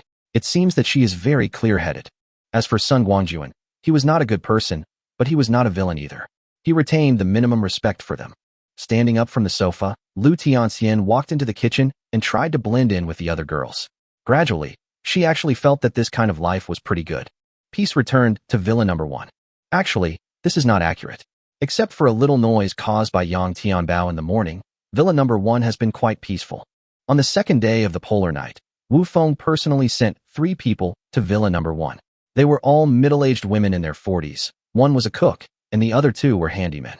With these 3 people in place, Fanya was finally freed from the heavy work in the kitchen, and the women could devote almost all their energy to various trainings. For 7 consecutive days, the villa became more tidy because of the arrival of the 3 workers, and there was a feeling of peace and tranquility. Every day, after getting up, the girls can have delicious meals, and then choose the training program for the day according to their own wishes. As for Sun Guangjun, he had nothing to do all day except drinking tea in the yard with Xia Chuanzi. He seemed to be welded to the tea table. What made Lu Tianxian feel strange was that although Sun Guangjun made such a request, he had not come to see her and Lin Zhina in the past few days, which made her feel a little strange. Little did people know that although Sun Guangjun was physically strong, he was not made of iron. With 8 women in his family, he did not have the energy and strength to take care of them all. Until the 5 people who have already had actual contact are appeased, the remaining 3 can only step back. Especially the Ouyang sisters and Fanya, who were the first to follow Sun Guangjun, and they needed to be comforted. Although they are not jealous of each other, they are sensible. You, Sun Guangjun, can't be ignorant, right? During these 7 days, although Sun Guangjun seemed to be doing nothing, sitting there all day drinking tea and occasionally smoking a cigarette, that was just a superficial phenomenon. He was actually not idle. Not leaving the house does not mean that Sun Guangjun knows nothing. With Wu Feng and Xionglang around, news from outside keeps coming to Sun Guangjun. Especially Xionglang. He was working outside with his men, and he came into contact with many people, so naturally he got a lot of information. Although the beginning of the polar night brought great inconvenience to the survivors, in the final analysis, people's living environment has become much more relaxed than the previous month. At least they can go out to find survival supplies instead of being trapped at home by the endless flood as before. In recent days, survival bases of all sizes have been established throughout Qing City, and the survivors in distress have finally realized the importance of sticking together for warmth. At the same time, a very small number of people who possessed a large amount of supplies before the end of the world became important figures in various bases, and even many bases were established under their leadership. According to the information Xionglang obtained, there are about 1 million survivors in the entire Qing City. Compared to the period before the end of the world, this number is less than 10%. In other words, after more than a month of apocalypse, only 1 in 10 people in Qing City survived. Now most of these survivors have gathered in large and small bases. Of course, there are also many people like Xionglang, who have gathered a group of people and go out early and come back late all day long to look for survival supplies. It can be said that under the pressure of survival, the previous existence of the family unit is basically no longer feasible. Even a small team of a dozen people has to face tremendous pressure at any time. This is also the reason why the survivor bases are becoming stronger and stronger. After all, with the support of the base, if they find some valuable supplies outside, they can take them back and exchange them for basic survival supplies, so that they can barely survive. There are even some lucky ones who can get a job under the base controller. Although the salary is meager, it is still enough to make a living. However, beneath this calm surface lies a fierce conflict that could erupt at any time. Chapter 141 Surveillance. Outside Villa Number 1. In a hidden corner not far from the top of the mountain, 2 figures were nailed to the ground like rocks, their bodies covered with thick snowflakes. Not far behind them was a makeshift path that led directly to the shady side of the mountain. At the edge of a large forest, close to a stone wall, several tents were set up. A large fire was burning in the open space among the tents, with a fine steel pot hanging above it. The aroma of rice wafted in the air. Around the fire, more than a dozen old crooked faces were illuminated by the firelight, and each of them was holding a pot in their hands, slurping the porridge. No one spoke.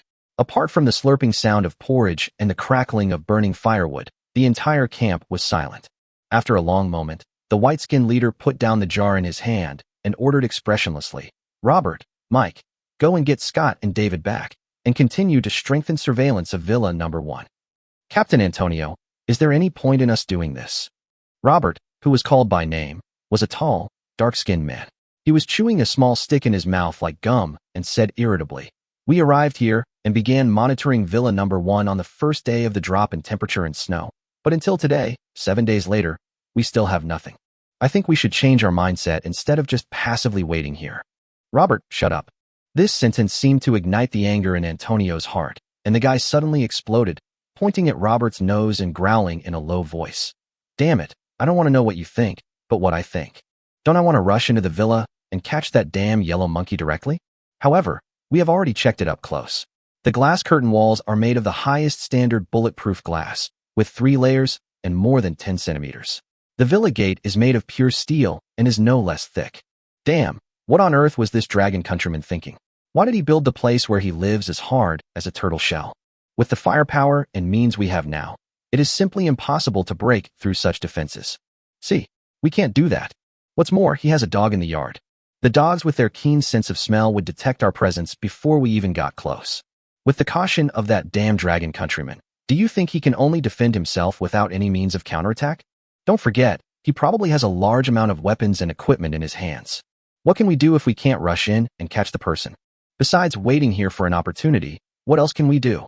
Antonio's voice became lower and lower as he spoke, and in the end he hugged his head and kept cursing. The hardships of the end of the world, coupled with the fruitless efforts of this period, have brought Antonio to the brink of collapse. Such a situation was obviously beyond Robert's expectations. Faced with the captain's anger, he could only stand up and pat Antonio on the shoulder, then walked out of the camp with Mike in silence, taking his equipment to change shifts. Captain, I think what Robert said makes some sense. After Antonio's mood calmed down a bit, a team member suddenly said, "We have been here for 7 days. Through these 7 days of observation, combined with the information we have previously obtained, we can draw a conclusion. That is, this Sun Guangjun is a typical homebody. Of course, the saying that otakus are something that happened before the end of the world is not actually accurate. To be precise, Sun Guangjun has countless supplies and a sturdy shelter. In this harsh environment of the end of the world, it is inevitable that he will become a otaku. It's like a billionaire. Can we ask him to work like an ordinary person from 9 to 5 every day? The answer is no. Therefore, we are holding on here, hoping that Sun Guangjun will go out on his own initiative and find an opportunity to forcibly take him away. This route may really not work. So what should we do? Antonio stared with a pair of red eyes and said in a deep voice, I also know that my approach is just the dumbest method, but if not this, what should we do? Are we going to give up on the mission assigned to us and the revenge for Captain Rhodes? Simon, tell me, are we going to give up? No. Simon shook his finger at Antonio and said, Captain, I'm not giving up Captain Rhodes' revenge and our mission, but I'm saying that we really need to change our thinking. I think that if I continue to stay here, I may indeed get the opportunity, but no one knows how long it will take. More importantly, we are still unsure of Sun Guangjun's fighting power. This is an issue that we have to face up to, and one that we have previously ignored. We all know how strong Captain Rod is, and Dennis is also a very strong player in our team. But these two masters died silently at the hands of Sun Guangjun. We all know how Captain Rhodes died. He was cut in two by a sharp weapon, while Dennis had his neck broken. There was no sign of struggle before his death. What does all this indicate? This shows that Sun Guangjun's personal strength is very strong. As for how strong he is, we don't know yet, but he is definitely a master. Facing such a master of unknown strength, can we ensure that we will hit him with one strike and successfully defeat him? I don't think so. I don't think I have the ability to do that. Simon, if you have something to say, just say it directly. Antonio said impatiently, Of course I know that Sun Guangjun is very strong. Otherwise, the higher-ups wouldn't have sent out an elite team like us. But, should we give up just because our opponent is stronger? That is not the spirit we Navy SEALs should have. Captain, I'm not saying give up. Simon ignored Antonio's temper and continued slowly. What I mean is, can we change direction? For example, like what? Looking at Simon, who was in deep thought, Antonio said anxiously, Simon, stop hesitating and say whatever you want to say. It's no wonder Antonio is so anxious. He really knows his own business. This elite team from the Navy SEALs was originally led by Rod, and Antonio was only a deputy captain. It was only after Rod died at the hands of Sun Guangjun that he was appointed as the captain.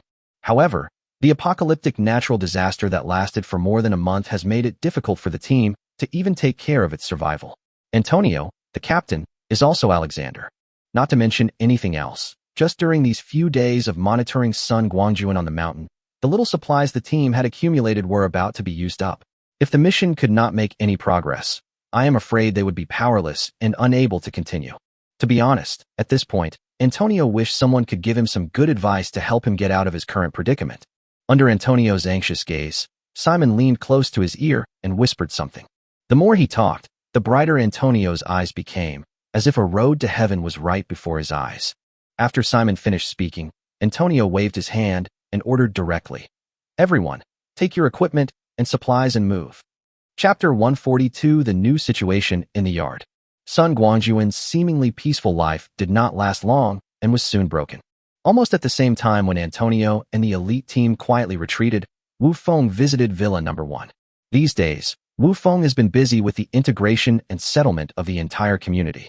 With a powerful force of nearly 30 people at hand and a large amount of supplies provided by Sun Guangjun, Wu Feng already has the military conditions to conquer the entire community.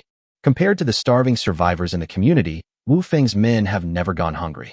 On the contrary, with a month of rest, their strength is even stronger than before the end of the world. With the guarantee of force, Wu Feng's recruitment of workers in the community is actually another form of work for relief. The benefit of doing this is that it can save the survivors in the community that are almost collapsed, while not letting them sit idle and enjoy the benefits brought by Wu Feng. It can also clean up the environment of the community and subtly form a situation in which Wu Feng is the leader of the entire community. It can be said that it kills 4 birds with 1 stone. During this process, there were some people who were very aggressive, especially Director Lin from the community, who even tried to morally blackmail Wu Feng, asking him to contribute supplies so that everyone could overcome the difficulties together. Unfortunately, all this was just child's play for Wu Feng and did not cause any waves at all. No matter how the group headed by Director Lin makes trouble, the bottom line is, if you work honestly, you will have food to eat. Not working? Hungry. Faced with Wu Feng's power, Director Lin did think about resisting. But no matter how many people he mobilized to protest, or how he contacted people privately to forcibly requisition the supplies delivered to the central square every day, every action was unsuccessful. There was no way. When Wu Feng's men showed the pistols that had been hidden in their waists instead of the sticks and machetes they had displayed before, the old men and women who had finally mustered up the courage to gather together all wisely chose to stop. It is said that old people are more clever and smart. This group of people followed Director Lin and cheered simply because Wu Feng's work for relief program was not very friendly to these old men and women. After all, they were old and weak and had been hungry for more than a month, so they simply did not have the energy to participate in labor in exchange for food. To put it bluntly, these people are just taking advantage of their seniority and taking advantage of the mentality of respecting the elderly and loving the young before the end of the world, and they just want to get something for nothing. Now, facing a life and death crisis, this group of people wisely chose the path that is most beneficial to them. Anyway, there are young people at home. I can cook the pound of rice and flour I bring back every day into a thin porridge, which can last me for a day. Although I am not full, it is better than starving to death. After repeated setbacks, Director Lin's followers became visibly fewer and fewer, and she had no choice but to give up, roll up her sleeves, and join the labor team. If you can't beat them, just join them. That's what smart people would choose. As for whether Director Lin has really given up and will no longer cause trouble, that is not what Wu Feng is concerned about at all. All conspiracies and tricks are nothing but chickens and dogs in the face of absolute strength. How much trouble can an old woman in her 50s cause? Moreover, as the community became more and more stable, even if she wanted to cause trouble, she no longer had the basis or soil to do so. After initially clearing up the community and getting most of the survivors to join the team cleaning up the community environment, Wu Feng began the next step of the plan, strengthening defenses. Under the command of Zhao Zixing, the cleared snow and broken ice were piled around the original iron fence, poured with water, and accumulated layer by layer to form a new wall with a smooth surface that was difficult to climb. Building a wall of several kilometers is undoubtedly a huge project for the survivors in the community, but under orderly command, the project is progressing in an orderly manner. Today, Wu Feng, who had rarely appeared in the community, received a new piece of news, which forced him to temporarily give up the leisure time with his son and come to Villa Number 1 in person. Entering the yard of Villa Number 1, Wu Feng discovered that there was a new light steel structure building on the side of the villa. In the yard, a black and white ball, which was obviously still in its infancy, was being chased and pissed by a mighty rooster. The new light steel building in the yard was given by Sun Guangjun to 3 workers for them to live in. The small building has only 2 floors. 3 workers live on the 2nd floor, while the 1st floor is the storage room, kitchen, and dining room. That's right. As the workers arrived, the kitchen and restaurant in the villa were temporarily closed and moved to the light steel building. There are many secrets in the villa that are known only to the family. Although they are not that big of a deal, Sun Guangjun felt uncomfortable with outsiders coming in and out, so he made this change. It can be said that the villa now is the private space of Sun Guangjun and the 8 women. No one will disturb them without Sun Guangjun's permission. Every day, The girls train, relax, and live in the villa. Even if they occasionally wear cooler clothes, they don't have to worry about being seen. Compared to the privacy in the villa, the yard is much more lively. The girls go to the yard to exercise every day. After all, there is a lot of space here and it is not as cramped as indoors. The space is big and the mood is good, right? At the same time, after this period of training, Sun Guangjun had confirmed that the 3 bullies in the village would not pose a threat to his family. So he removed the fences that originally surrounded the chicken coop and goose coop, and also took away the chains of the snow mastiff and Lijo Red, completely liberating the famous 3 bullies in the village. Now that's great. Little Tawanzi, who used to be a light bulb for Da Huang and his wife besides following Sun Guangjun around, suddenly has a lot of new playmates. At the beginning, the little dumpling chased chickens and geese, looking so majestic and domineering. But the good times didn't last long. After getting used to the little dumpling's cowardly appearance and superficiality, the 2 bullies who were originally being bullied began to fight back. Although the little dumpling has an extremely strong gene, he is still a child after all. He can scare people, but when it comes to real trouble, he is just a standard loser. Thus, the ecological chain in the yard was gradually formed. Except for the 2 cute Shiba Inus, several dogs were the first layer and the top of the ecological chain. Usually, almost no one dared to provoke them. The second layer of the ecological chain is the rooster and the goose, 2 strategic partners that transcend species. As for the bottom layer, there is no other candidate except the naughty and dishonest little dumpling. However, the little dumpling is not someone who would just sit there and take offense. At least he has someone to back him up. If he is really provoked, no matter if it is Lao Huang or Sun Guangjun, they will stand up for him. So, every day, the little dumpling was either being bullied or on his way to find revenge with his backers. Chapter 143-2 News. Wu Feng was standing at the gate and witnessed a chase with his own eyes. Finally, despite being chased and blocked by 2 powerful roosters, little dumpling managed to break through the encirclement, ran to the tea table, buried his head under Sun Guangjun's legs, and never came out again. Seeing that the little dumpling had found a backer, the 2 big roosters who had failed to succeed did not dare to easily take advantage of Sun Guangjun and could only return home in frustration. No, they were retreating strategically to avoid Sun Guangjun, the big devil who protected his own people. After the drama ended, Wu Feng laughed heartily as he came to the tea table and sat across from Sun Guangjun. He picked up the cigarettes on the table, lit one for himself, and said with a laugh, "Brother, sometimes I really envy your leisurely life. Tell me, in this apocalyptic world, being able to enjoy this kind of peace and tranquility like you is something many people wouldn't even dare to imagine. Brother Wu, are you making fun of me?" Sun Guangjun poured Wu Feng a cup of tea with a smile, put it in front of him with a pair of tweezers, and said with a smile, "If I were like you, with a promising fat boy, I wouldn't be here watching a silly little dumpling act cute. By the way, when others are worrying about what to eat next, you, Boss Wu, are worried about whether your son has finished his homework today. What kind of experience is that? Come on, Brother Wu, tell me about your feelings. Stop talking to me." Wu Feng rolled his eyes at Sun Guangjun and said, "What's wrong with envying me? If you really envy her, hurry up and make a little man with your women. By the way, there are many women in your family, and you look pretty strong. Why is there no movement yet? Hey, tell me the truth. It's not that you are not good enough, right? Screw you. There's no one better than me."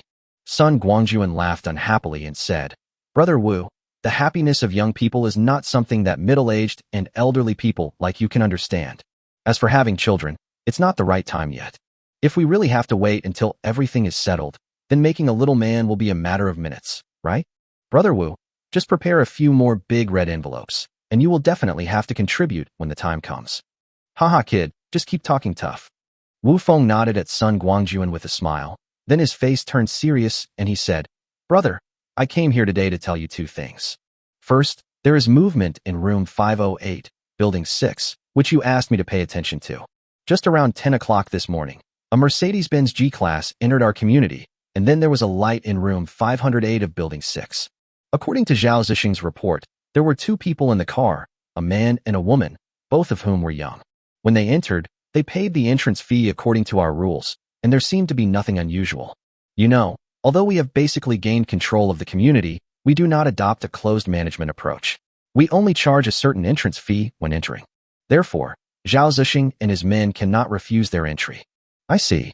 Sun Guangjun nodded and said, "Brother Wu, room 508, building 6 is just a personal grudge against me. I will handle it myself, so there is no need for you to interfere. By the way, I would like to trouble you to tell Zhao Zixing later that if you find them about to leave the community, please tell me in time. Don't worry, I won't do it in the community when I deal with her, so as not to break the rules you set. Now let's talk about the second thing. Although Wu Feng didn't know the details of the feud between Sun Guangjun and Zhou Yilin, he knew something about it. Seeing that he had his own plans, he didn't say anything more. Putting out the cigarette but in the ashtray, Wu Feng continued, strictly speaking, this second matter has already gone beyond the scope of our community. The thing is, in the past few days, Zhao Zixing selected a group of people from the community and added them to the management team. Just now, when this group of people were training, one of the boys was lazy and ran to the back mountain to pee and accidentally saw a fire near the top of the mountain. This guy was smart. After returning, he reported the matter to their captain. After Zhao Zixing received the news, he personally took a few people to check the situation. Guess what happened? There turned out to be a dozen or so foreigners who had set up a temporary camp in the forest near the top of the mountain behind the mountain. According to Zhao Zixing's observation, this group of people should be carrying weapons with them, and they are probably here with bad intentions. You also know that if Zhao Zixing and his group were dealing with ordinary people or ordinary gang members, there would be no problem, but if they were facing well-trained military personnel, they would be powerless. I was worried that these people might be coming for you, so I quickly came over to say hello to you. Greek. Sun Guangjun suddenly became alert. A group of armed foreigners set up camp in the back mountain. This is not good news. It seems that they have ulterior motives. Nodding at Wu Feng, Sun Guangjun said, Okay, Brother Wu, I understand this matter. Please sit here for a while. I'll go over and take a look.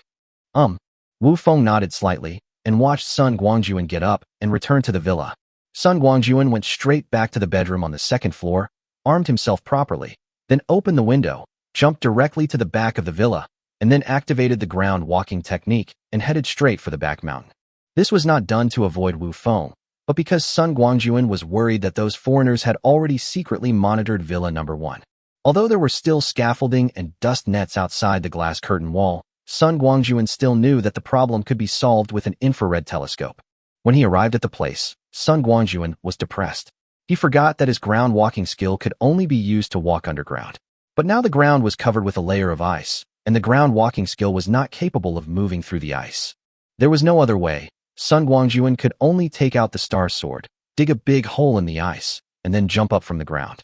After a few turns, Sun Guangjun successfully found the camp of Antonio and his men. Unfortunately, the original campsite has disappeared, leaving only a mess. Looking at the bonfire that was still emitting black smoke in the center of the camp, Sun Guangjun was certain that this group of people must have just left. He wanted to follow the trail, but then Sun Guangjun changed his mind and thought that since these people had retreated on their own initiative, there didn't seem to be much point in chasing them. If they continue to cause trouble, they will be exposed sooner or later, and then we can deal with them. The most important thing is that Sun Guangjun's ground walking skills have no advantage in this snowy and icy environment. Based on speed alone, he may not be able to catch up with those well-trained masters. However, this group of people have been lurking here for an unknown period of time, and we still need to find out what their purpose is. Sun Guangjun easily found traces of this group of people climbing to the top of the mountain. Following the traces, he turned around the hill and stood at the position where the foreigners were monitoring the villa. Sun Guangjun could see the gate of his own villa as soon as he raised his eyes. Well, there is nothing to say now. The goal of this group of people is very clear. They are coming for me. It's most likely the remnants of Rhodes' gang. Chapter 144, Provocation. After standing on the top of the mountain and observing for a while, Sun Guangjun went down the mountain and returned to his home. Although he returned empty-handed, Sun Guangjun did not feel dissatisfied or discouraged. After all, even if these people refused to give up, they could not do anything about the defense of his villa, so there was nothing to worry about. When Wu Feng returned to the villa and learned that the group had already withdrawn, he couldn't help but sigh. It was such a pity to let such hostile opponents go. According to Wu Feng's idea, it is best to nip all dangers in the bud. Now it is like letting a tiger return to the mountain. However, Wu Feng also suggested that the defense range of the community should be expanded to include the back slope of Jinping Mountain. Sun Guangjun had no objection to this, but Wu Feng would probably be very busy in the future. Expanding the defense range is not just a matter of facilities. Manpower is the biggest difficulty. Recruiting and training all take time. As for expanding the wall outward, it is actually very simple. In this icy and snowy environment with temperatures of -50 or 60 degrees Celsius, Just pile up debris to a sufficient height and then pour water on it. It will soon freeze solid and become the best natural wall. After seeing Wu Feng off, Sun Guangjun looked at the time. It was now past 3 in the afternoon. Now the problem with the foreigner has been temporarily solved, and only the little green tea is left. Based on Sun Guangjun's understanding of Xiaoluka, this woman must have bad intentions when she came back, and she was most likely here to demonstrate. These days, the changes in Qilin Villa will spread without a trace. Now that he knows that the community has a new manager, judging by his behavior, he obviously won't come back to suffer and be governed by someone else. It is said that Qing City is an evil place, and if you say something bad about someone, that person will come to you and annoy you. Sun Guangjun was just thinking about how to treat Xiao Lucha when she came to him on her own initiative. When he heard the doorbell, Sun Guangjun looked up and saw a Mercedes-Benz G-Class parked in the open space at the gate of the courtyard. A man who was over 1.85 meters tall was leaning on the front of the car, shaking the car keys in his hand boredly, looking nonchalant. As for Zhou Yilin, Sun Guangjun didn't see her, but the doorbell kept ringing. She must be standing at the gate, blocked by the steel gate. Alas, since you've come here to be abused, if I don't satisfy you properly, wouldn't that be a shame for everything you've done over the years? With a sigh, Sun Guangjun stood up and walked towards the gate. Pulling the door open a crack, Sun Guangjun slipped out, blocking Zhou Yilin's gaze from looking into the yard. He closed the door calmly with his hands behind his back and said in a deep voice, "What are you doing here?" This was the first time Sun Guangjun saw Zhou Yilin since his rebirth, but there was no longer the tenderness between the two of them as before, but instead there was a sense of tension. "Hey, Sun Hui, I haven't seen you for a few days. Are you shaking?" Finally meeting Sun Guangjun, Zhou Yilin said sarcastically, "Didn't you say that this villa belongs to your boss, and you were just guarding it? Judging from this, you are more powerful than the boss." "Haha, I told you, men's words are all lies. No matter how nice the words sounded in the past, when things really happen, everything will be exposed. Sun Hui, don't be so quick to deny it. I've already asked someone and found out that this villa is under your name." "What? You can't speak? I knew that all the kindness you showed me before was just fake. If you say so, then so be it." Sun Guangjun shrugged nonchalantly and continued, "Zhou Yilin, I'm not interested in arguing with you about who was right and who was wrong in the past. Now, tell me why you came here today." Yo, the main character is a ruthless one. Zhou Yilin said sarcastically, "Sun Hui, do you really think you are so popular that I, Zhou Yilin, can't live without you? Didn't you ask me why I came here today? Then I will tell you. I have nothing else to do.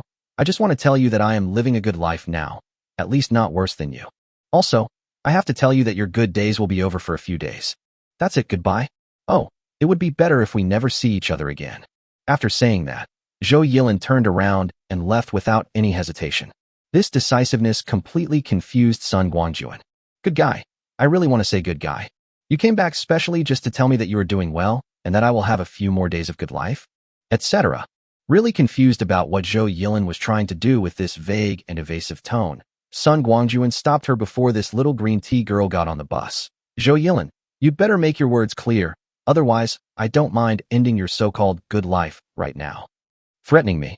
Zhou Yilin turned around and glanced at Sun Guangjun with contempt, then stepped forward and took the arm of the slovenly man, then said proudly, "Sun Hui, I forgot to introduce you. This is my fiancé, the young master of Jinyang Group. I'm afraid you don't know yet, but the Qilin Villa where you are is developed by Jinyang Group, and there are many houses here that belong to Jinyang Group. I know that some people have occupied the entire community and are the boss here, but do you think they will last long? I tell you, in front of Jinyang Group, they are just paper tigers. A rabbit's tail cannot grow long. When Jinyang Group comes back again, do you still want to live a good life? If you know what's good for you, kowtow and beg for mercy. I might spare your life for the sake of our past friendship. Otherwise, humph." Looking at Zhou Yilin's smug look, Sun Guangjun finally figured it out. It turned out that this green tea girl had somehow hooked up with a rich man and the son of the developer of Qilin Villa, which gave her the confidence to come back and challenge him. "Yeah, I see." Sun Guangjun nodded at Zhou Yilin with a half-smile, said goodbye, "I won't see you off," and turned to walk through the door. Zhou Yilin didn't get the result she wanted at all. Sun Guangjun's indifference deeply irritated her, and the little green tea girl stomped her feet in anger. Unfortunately, the cold iron door was closed tightly, and with the scaffolding and dust net blocking the view, Xiao Lucha couldn't see what was going on inside the glass curtain wall at all, and could only rage helplessly here. "Sun Hui, I see you're just jealous. You're jealous that I'm living a better life than you. Pointing at the gate, little green tea cursed. Just wait, you bastard. It won't be long before you kneel down in front of me like a dog, wagging your tail and begging for mercy. After a long while, the silent Daorlingdang finally spoke. Yilin, he is just a poor guy who has suddenly become rich. Is it necessary to be so angry? Okay, cool down, we should go back. Zhou Yilin's expression changed in an instant. She turned around and took hold of the lazy man's arm, wishing she could hang half of her body on him. She said in a sweet voice, Brother Zhiming, you are still good to me. Chapter 145 Sniper. Little Green Tea and Daorling were outside the gate, being affectionate with each other openly for a long time, as if they were as sweet as honey. Finally, the two of them had enough of the noise, or maybe it was because it was too cold outside, so they got into the car reluctantly. They stepped on the accelerator, and the Mercedes-Benz G-Class turned around on the spot and rushed down the mountain in a very manic manner.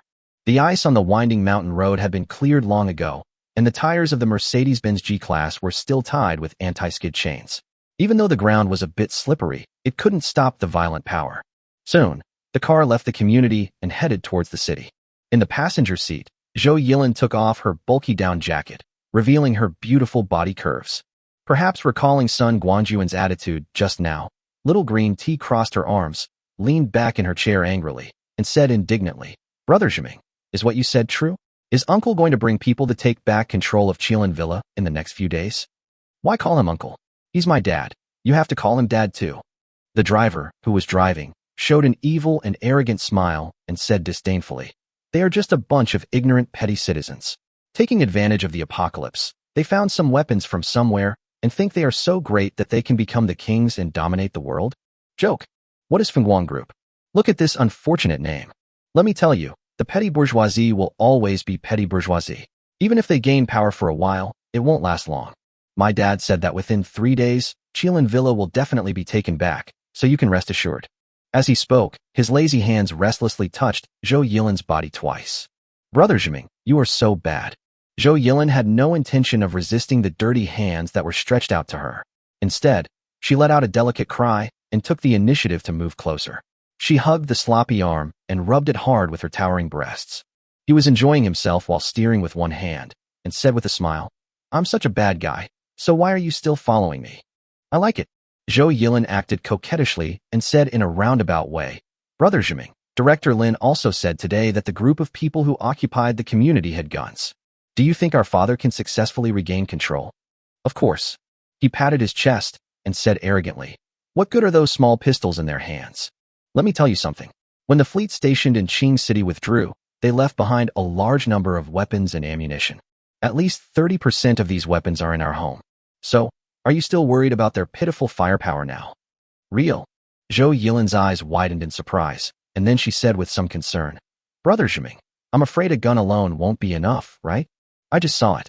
That bastard Sun Hui made Villa number 1 look like a turtle shell. The glass curtain wall is 3 layers thick, more than 10 centimeters. A glass curtain wall this thick, you can't shoot through it with a gun, right? Guns don't work, but we still have cannons. He said nonchalantly. Do you think those weapons and ammunition are just guns? To tell you the truth, in addition to various firearms, there are also quite a few rocket launchers and explosives. By then, as long as we successfully occupy the entire community, wouldn't a mere villa be easy to capture? Don't worry, I guarantee you'll get your revenge this time. That's good, that's good.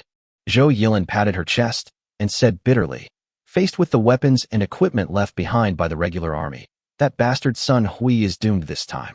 Humph. Whenever I think about the last time he deliberately posted various delicious food photos in the community group, but ignored my request for help, I feel uncomfortable and want to kill that bastard.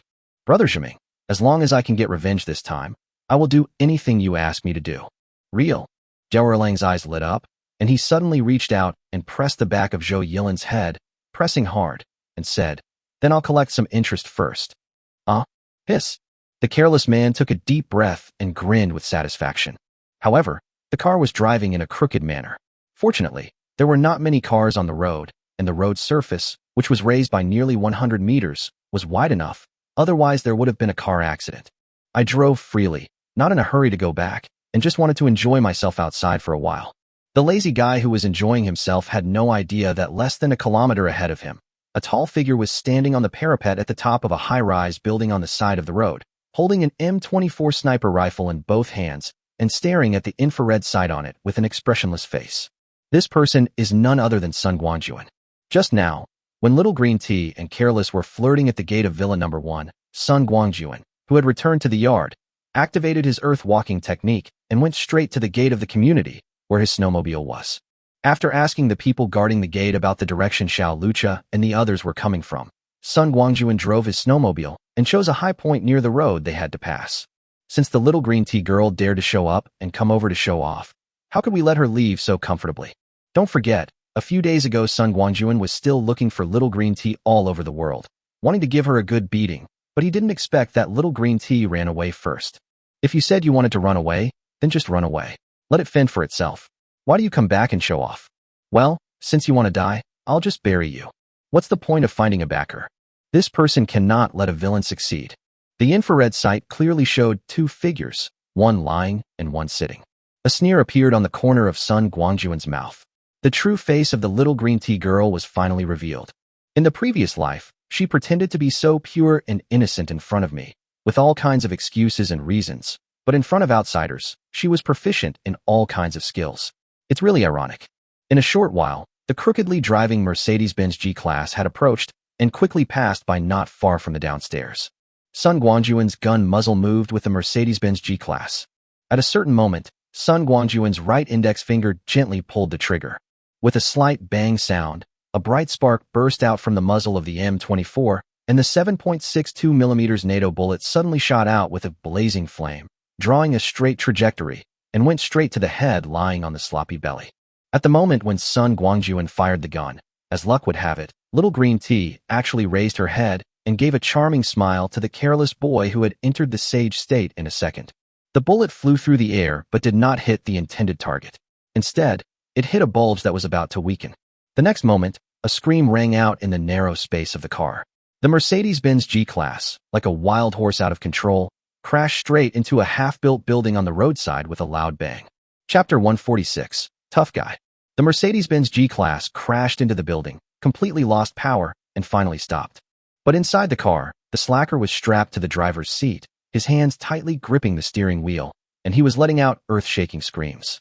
On the passenger seat, the Little Green Tea who was not wearing a seat belt had been thrown into the narrow space under the seat. His head and face were all covered in blood, and half of a bloody thing was stuffed in his open mouth. Looking at Darlangdang again, his crotch was already stained with blood, and there was a bloody hole as big as a child's fist on his right thigh, and blood was constantly flowing out.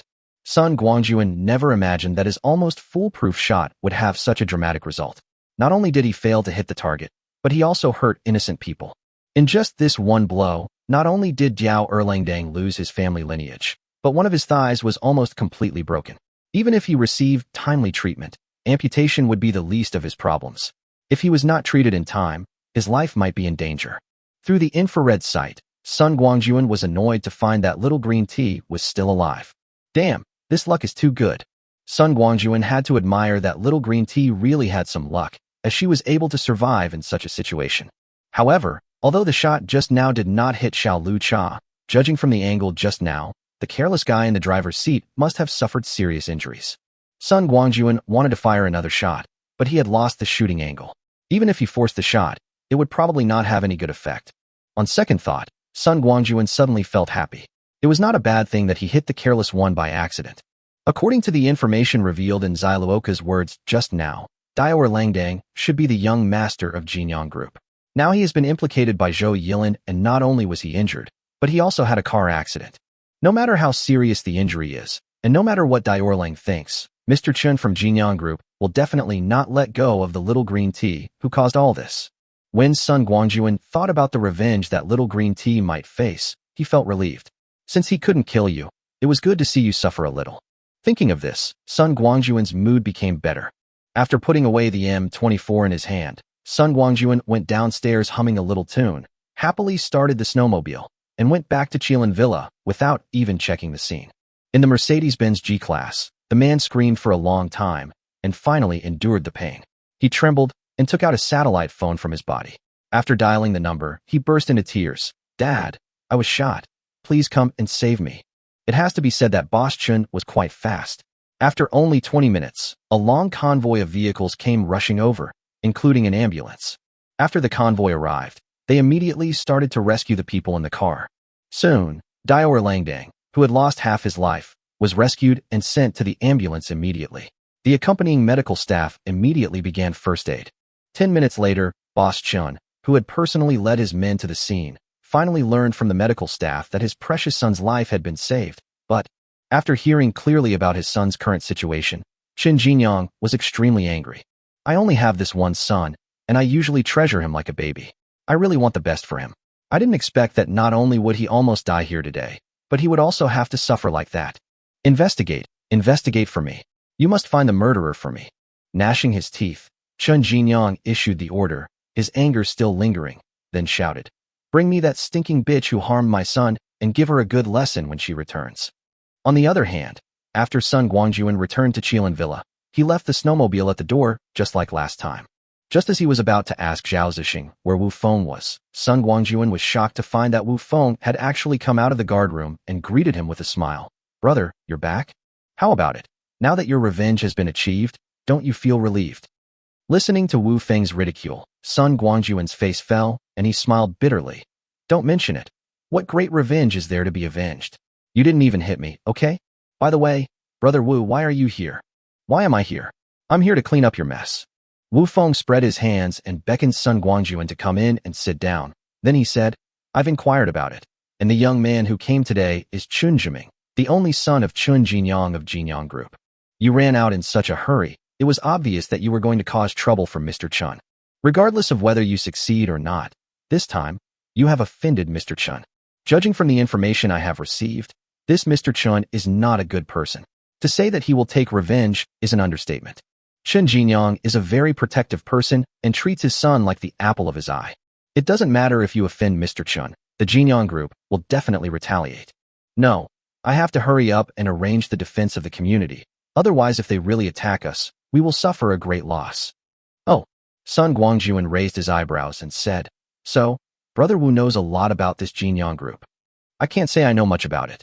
Wu Feng smiled and said, "However, before the end of the world, Jinyang Group was one of the largest conglomerates in Qing City.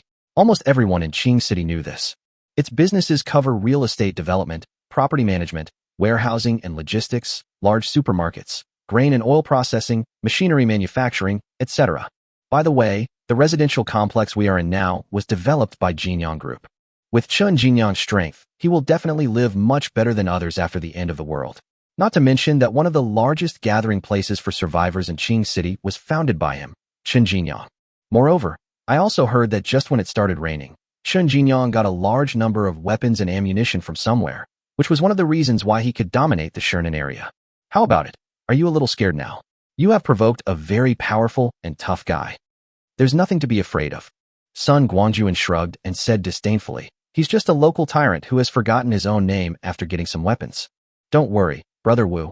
If this Jinyang Group dares to cause trouble, I will definitely make them fall flat on their face." "You?" Wu Feng nodded at Sun Guangjun and said, "Do you really think that one person can compete with a large group?" "Yes, I admit that it is the end of the world. No matter how powerful Jinyang Group was before, it is not as strong as before. But don't forget, there are still 3 pounds of nails on the rotten boat. Brothers, we cannot take the possible retaliation lightly. At the very least, in this battle, we cannot disappoint those people in the community who have just joined us. So just watch how I arrange it." Chapter 147, Killing 2 Birds with 1 Stone. Less than 20 kilometers away from Qilin Villa, there was originally a forest park built on a small hill. However, a corner of this forest park, the most beautiful place, was enclosed and a private manor was built long before the end of the world. It has a private winding mountain road, and outsiders cannot set foot in it on weekdays. This is where Chun Jinyang, chairman of Jinyang Group, lives his daily life. This private estate covers an area of over 100 acres, not counting the large enclosed forests. Such a large place, built so magnificently, must have cost an astronomical amount of money. After the apocalypse broke out, Chun Jinyang used this private manor as the center to collect various materials under the group and gathered a large number of people. Especially after the rainstorm ended, this group of people became the overlords of this place. Based on the large amount of supplies originally owned by Jinyang Group, Chun Jinyang was one of the first few people to establish a gathering place for survivors. He and his men suddenly became the managers and local tyrants of this gathering place. This time, the beloved son suffered a great loss, losing half a leg and even the happiness of the rest of his life. Their Qin family suffered the fate of being extinct. How could the always domineering Chen Jinyang not be angry? After returning to his lair, Chen Jinyang, still furious, issued a series of orders. Soon, a large number of people gathered at the manor, and boxes of guns and ammunition stored in the deepest part of the warehouse began to be distributed. Chen Jinyang has decided that this time, no matter who hurt his precious son, as long as he finds out, he will make the other party pay the price of blood. At around 8 o'clock in the evening, Chen Jinyang finally received the news. The person he sent out to inquire about the information reported, the eldest young master went to Qilin Villa today and was sniped on the way back, resulting in serious injuries. Qilin Villa is currently controlled by a force called Fengguang Group, which has gathered all the survivors in the community under its command and is currently cleaning up the environment and building walls in the community. According to the analysis of the information currently available, the eldest young master should have had a conflict with someone in Qilin Villa, and the most likely cause was the woman who was with the eldest young master. As for the eldest young master's injury, it was obviously the result of revenge from the other party. Qilin Villa? Fengguang Group. After receiving the news, Chen Jinyang gnashed his teeth in hatred. What a Fengguang Group! Not only did they take over my community and expel my property management staff, but now they dare to do such a cruel thing to my only son? This is really too much. Uncle can tolerate it, but Aunt can't. After a fit of rage, Chen Jinyang thought of little green tea again and ordered, "Go and ask if the woman who was with the young master has been interrogated yet? Tell the people below, no matter what means I use, I just want that woman to speak." "Yes." The subordinate responded and walked out quickly. Soon, the man in charge of interrogating little green tea came to report, "Boss, we have already found out that the woman with the young master is named Zhou Yilin. The young master personally brought her back home the day the heavy rain stopped. According to Zhou Yilin, she is an old acquaintance of Sun Guangjun, the owner of Villa No. 1 in Qilin Villa. At the beginning of the apocalypse, Sun Guangjun showed off his wealth in the Qilin Villa owners group and had a conflict with Zhou Yilin. This time, it was Zhou Yilin who instigated the eldest young master to go to Qilin Villa in order to vent his anger on Sun Guangjun. As for Sun Guangjun, it is said that his real name is Sun Hui. He has known Zhou Yilin since childhood, and it seems that they had a relationship. Sun Guangjun has been working in Neon since he became an adult at the age of 18. He bought Villa No. 1 as soon as he returned to China from Neon before the apocalypse broke out. This is all the information we have at the moment, and the rest is yet to be verified. However, according to Zhou Yilin, the person who sniped the young master was most likely Sun Guangjun. After listening to the report, Chen Jinyang frowned and asked, "A person working in Neon can buy Villa No. 1 after returning to China. Why am I so unconvinced? If I remember correctly, the price of Villa No. 1 is over 100 million. Can a working man like him afford to buy it? Even if it was a loan, a down payment of tens of millions was an astronomical figure for him. From this point of view alone, this guy named Sun Guangjun is weird. Also, where did he get the gun that he used to snipe Zhiming? You know, in our country, it is not easy to get guns. Regarding these, didn't Zhou Yilin have any explanation?" "Boss, no." The subordinate shook his head honestly and said, "According to Zhou Yilin, Sun Guangjun had been in Neon for a year and a half before returning to China this time. In other words, Zhou Yilin hadn't seen him for a year and a half. During the time that Sun Guangjun was working abroad, he had been sending money to Zhou Yilin. In other words, Zhou Yilin has been sucking Sun Guangjun's blood." The subordinates believed that perhaps Sun Guangjun discovered Zhou Yilin's blood-sucking behavior and became angry and embarrassed, so he took the initiative to break up with Zhou Yilin.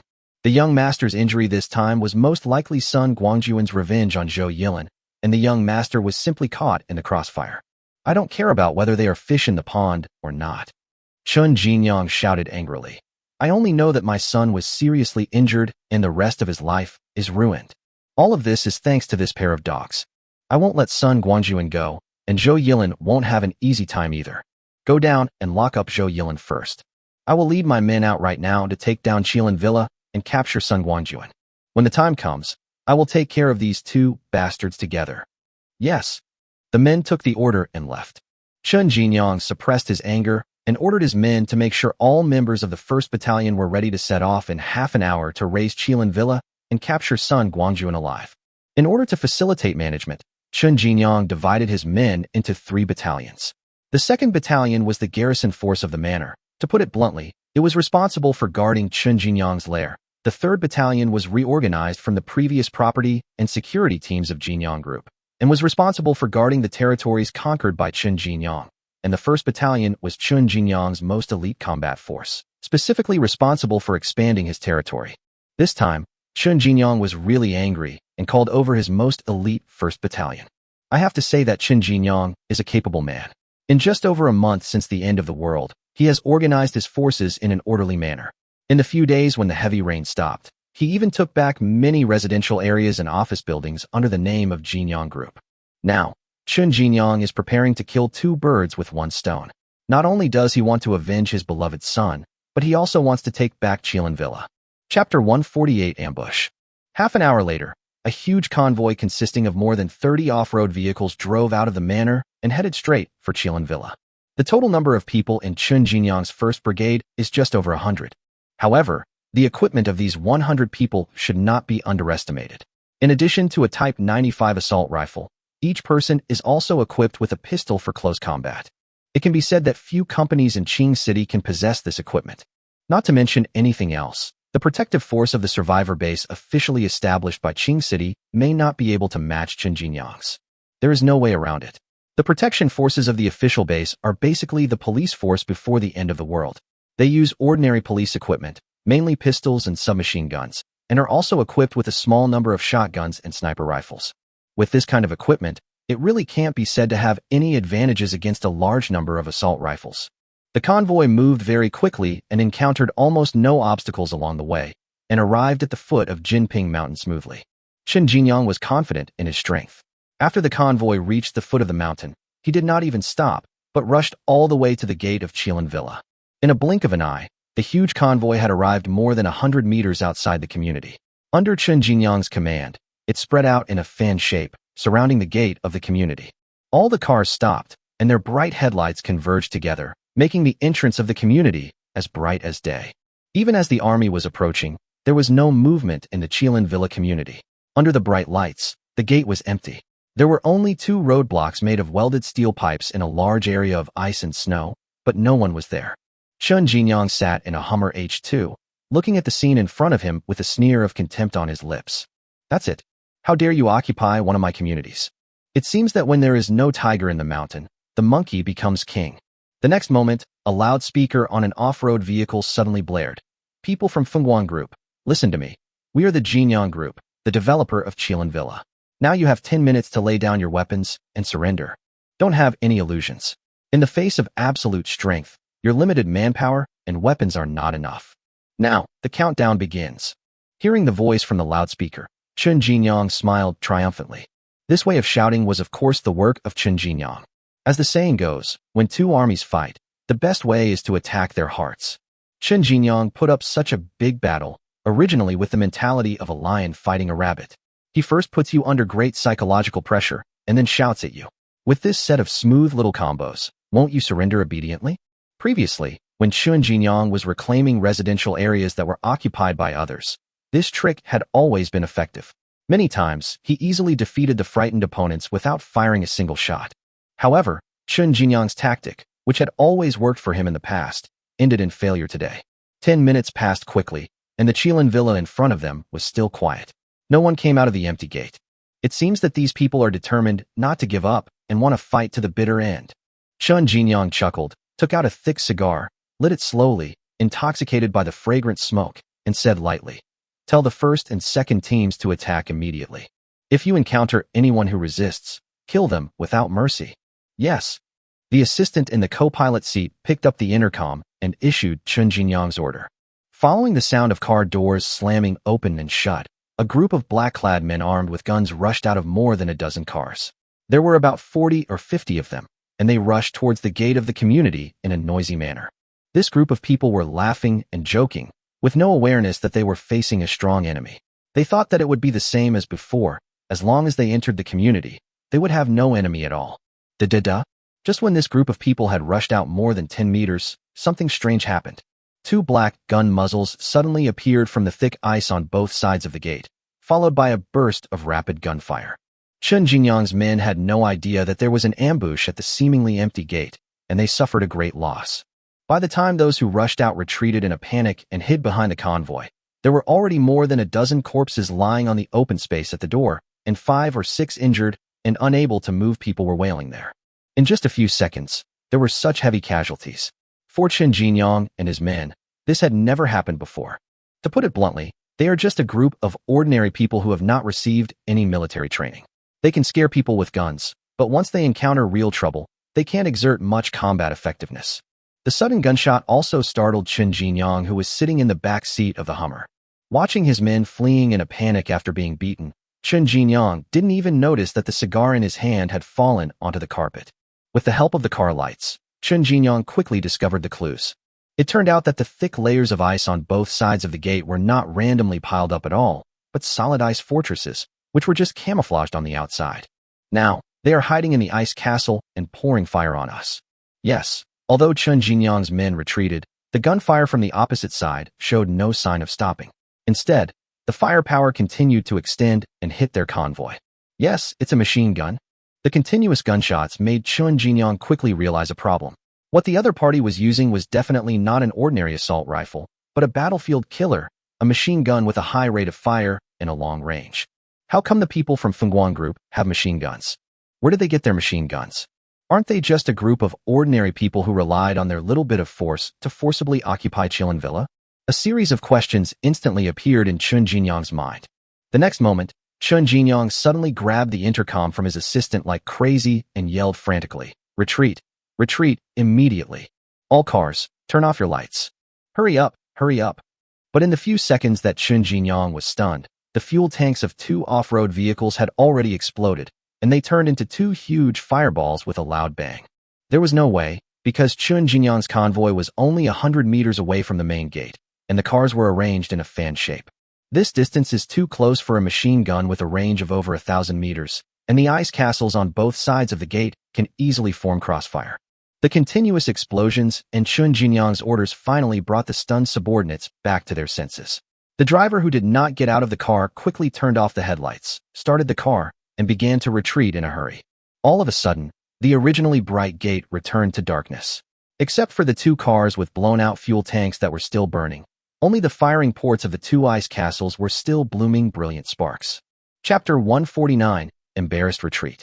Chen Jinyang's order to retreat was too hasty, and his subordinates had never encountered such a situation before. More than 30 cars started almost at the same time, in the pitch-black environment. Some went east, some went west, some went forward, and some turned around on the spot. Now, the sounds of accelerators, brakes, and various collisions rang out continuously, mixed with the fierce gunfire, making it extremely chaotic. Almost in an instant, at least a dozen car accidents happened right under Chen Jinyang's nose. Witnessing all this happening with his own eyes, Chen Jinyang's eyes were bloodshot. But the most important thing now is to escape, and Chen Jinyang can't care about these things. Although his Hummer looks tall and mighty, it is not a bulletproof version. If it is hit by the concentrated fire of 2 machine guns, how can he be alive? Fortunately, Chen Jinyang's driver was quite capable, and the Hummer was located relatively far back, so he was able to rush out quickly. After leaving the range of machine gun fire, Chen Jinyang began to calm down. Listening to the sound of car crashes coming from his ears, Chen Jinyang realized that he had definitely given an extremely bad order. "Turn on the lights, turn on the lights." Chen Jinyang no longer had the composure he had just shown. He picked up the car's intercom and shouted angrily, "All drivers, stop driving recklessly and look at the road carefully. Everyone in the car, don't just sit there and fight back. Fight back." As the car lights came on again, the convoy finally regained some order. Although they had to endure machine gun fire, at least they no longer had to run around like headless flies. The people in the car also hurriedly stuck their guns out of the windows and fired back indiscriminately. Suddenly, there was a burst of gunfire at the entrance of the community. Well, it's like setting off firecrackers. When all the moving cars were withdrawn, Chen Jinyang was horrified to find that in just a short while, 6 or 7 cars were left opposite the gate. Those men who didn't have time to get on the car, except for a few who were still relying on the cover of the car to survive, were almost all beaten into bloody messes. It can be said that with just this one blow, Chen Jinyang's 1st Battalion lost at least 1/3 of its strength. Without time to feel sad about the losses, Chen Jinyang quickly pondered the gains and losses in his mind. It seemed impossible for him to break through the blockade of the 2 machine guns with the manpower and weapons he brought today. The only option now is to retreat temporarily. Fuck, these bastards. After pounding the chair hard, Sun Guangjun reluctantly ordered the entire army to retreat, not even caring about the men who were left behind and survived, ending today's operation in such a whimper. There was no way. Sun Guangjun might be very talented in business, but when it came to marching and fighting, he really didn't have the ability. He was okay at bullying the weak, but he didn't even have the confidence to fight this kind of tough battle. Soon, the stopped convoy set sail again, but without the grandeur of the coming, and instead revealed a bit of dejection as it embarked on the return journey. Along the way, Sun Guangjun sat in the back seat with lifeless eyes, but his heart was in turmoil. What happened today was a setback and a humiliation for him. Hundreds of people went to attack the enemy, but they didn't even see the enemy, and they suffered heavy losses and returned in defeat. This is absolutely unacceptable to the ambitious Sun Guangjun. What Sun Guangjun didn't know was that not long after his convoy came down the mountain, an off-road vehicle quietly followed at the back of the convoy. The car followed quietly at the back without turning on its lights until the convoy returned to the manor and was about to enter the gate. Then it quietly turned around and disappeared into the darkness. During the entire process, no one of the nearly 100 people in the convoy noticed it. It's not that Sun Guangjun's men were not vigilant, but today's disastrous defeat was a bit confusing for those who were previously arrogant and thought they were the best in the world. In addition, many people in the team were injured, and the various painful groans distracted most people's attention. After returning to the manor, Sun Guangjun arranged for people to treat his injured brothers, and sent people to inquire about the specific situation of Qilin Villa and Fengguang Group. Then he returned to the study and sat down in a depressed mood. The matter came to an end, but Sun Guangjun, sitting in the study, became more and more angry the more he thought about it. He had never suffered such a big loss in his life. He was so angry that he just threw up his sleeves and went to the prison cell in the manor. Sun Guangjun's manor covers a large area, with 7 or 8 independent villas, as well as some 2-story buildings for workers to live in and store tools. After the end of the world, Sun Guangjun converted one of the small buildings into a prison to detain servants who had committed crimes and captured enemies. After the little green tea girl Zhou Yilin was brought back, she was locked up here. Sun Guangjun was in a bad mood now, and immediately thought of Xiao Lu Cha as the culprit, who was here to find the infuriating person. As a prison cell, this small building has been reinforced. Pushing open the heavy door, Sun Guangjun strode into an interrogation room. Not long after, Zhou Yilin was pushed and shoved in. What surprised Sun Guangjun was that there was no visible scar on Zhou Yilin's body, and her clothes were clean and tidy. She looked nothing like the dishevel she had been in when she was dragged off the Mercedes-Benz G-Class. How could Sun Guangjun have imagined that the little green tea girl was very careful about her life? She knew that she had caused Chun Jiming to be injured and had a car accident. As a father, Sun Guangjun would definitely not let her off easily. So when facing interrogation, she cooperated very well. When she was being interrogated just now, Sun Guangjun's men didn't even need to speak. Zhou Yilin just poured out the whole story like a bamboo tube pouring beans. Of course, given Xiaoluoka's personality, she would definitely put all the blame on Sun Guangjun. As for her, she was just an innocent victim. It was precisely because of Zhou Yilin's cooperation that Sun Guangjun's men not only did not make things difficult for her, but also found her a set of clean clothes so that she could change out of the dirty and smelly clothes she was wearing. Looking at the clean Zhou Yilin and thinking of his son lying in bed with half a leg missing, Sun Guangjun was furious. "Are you Mr. Chen?" Without waiting for Sun Guangjun to ask, Zhou Yilin raised her head, put on a pitiful look, and said tearfully, "Boss Chun, I really didn't mean to harm Brother Jiming. It's all that damn Sun Huey's fault. He must be the one who shot him in the back. By the way, Mr. Chun, how is Brother Jiming now? Is he okay?" Snort. Sun Guangjun snorted coldly and said in a cold voice, "Whether Jiming is okay or not, it has nothing to do with you anymore. Now, you just need to answer my questions honestly, otherwise, I don't mind making you suffer a little. I want to ask you, what exactly is this Sun Hui you mentioned?" At that moment, Zhou Yilin told the story of her past with Sun Guangjun, but all the mistakes were definitely Sun Guangjun's. How could the little green tea girl take the responsibility on herself at this critical moment of life and death? Chapter 150 Little Green Tea's Methods. After listening to Zhou Yilin's story, the old fox Sun Guangjun understood her artistic statements clearly. This is clearly a gold digger with no bottom line. Apart from anything else, this can be seen from the fact that most of the income Sun Guangjun earned from working in Neon for several years went into her pocket. Having already made up his mind, Sun Guangjun hesitated for a moment and said, "You said Sun Hui worked at Neon and that he was the one who did the black gun shooting. Then let me ask you, how could he, a worker, have such great abilities? Where did he get the gun? Mr. Chun, how would I know that? Zhou Yilin said with a look of grievance. Although Sun Hui and I have known each other for so many years, he went to Neon after he became an adult, and we only see each other a few times a year. I really have no idea what kind of people he met or what he did in Neon. By the way, he returned to China 2 months ago. After he came back, he bought Villa number 1 in Qilin Villa and lied to me that he had no money. I think he was already preparing to abandon me at that time. What a bad, conscienceless bastard. You came back 2 months ago? Chun Jinyang suddenly turned around and said to his assistant, I remember when Qilin Villa number 1 was sold 2 months ago, the real estate department said it was paid in full, right? The assistant quickly said, yes, Mr. Chun. At that time, people in the real estate industry said that it was rare to find someone who could come up with more than 100 million yuan to buy a villa when the real estate market was in recession. By the way, I still remember that not long after that, Villa number 2 and Villa number 3 were sold together, and the buyer seemed to be someone who had returned from Japan.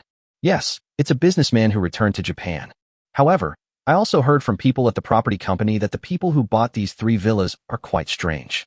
After buying the villas, the owners of these 3 villas all started renovating them immediately, and the pattern was basically the same. Mr. Chun, please wait a moment. I'll check it out. It's been so long that I don't remember it clearly. With that, the assistant prepared to go out. No.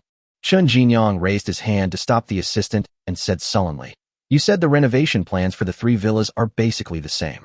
Is that right? Right. The assistant nodded and said, the boss of the property management company and I have a pretty good relationship.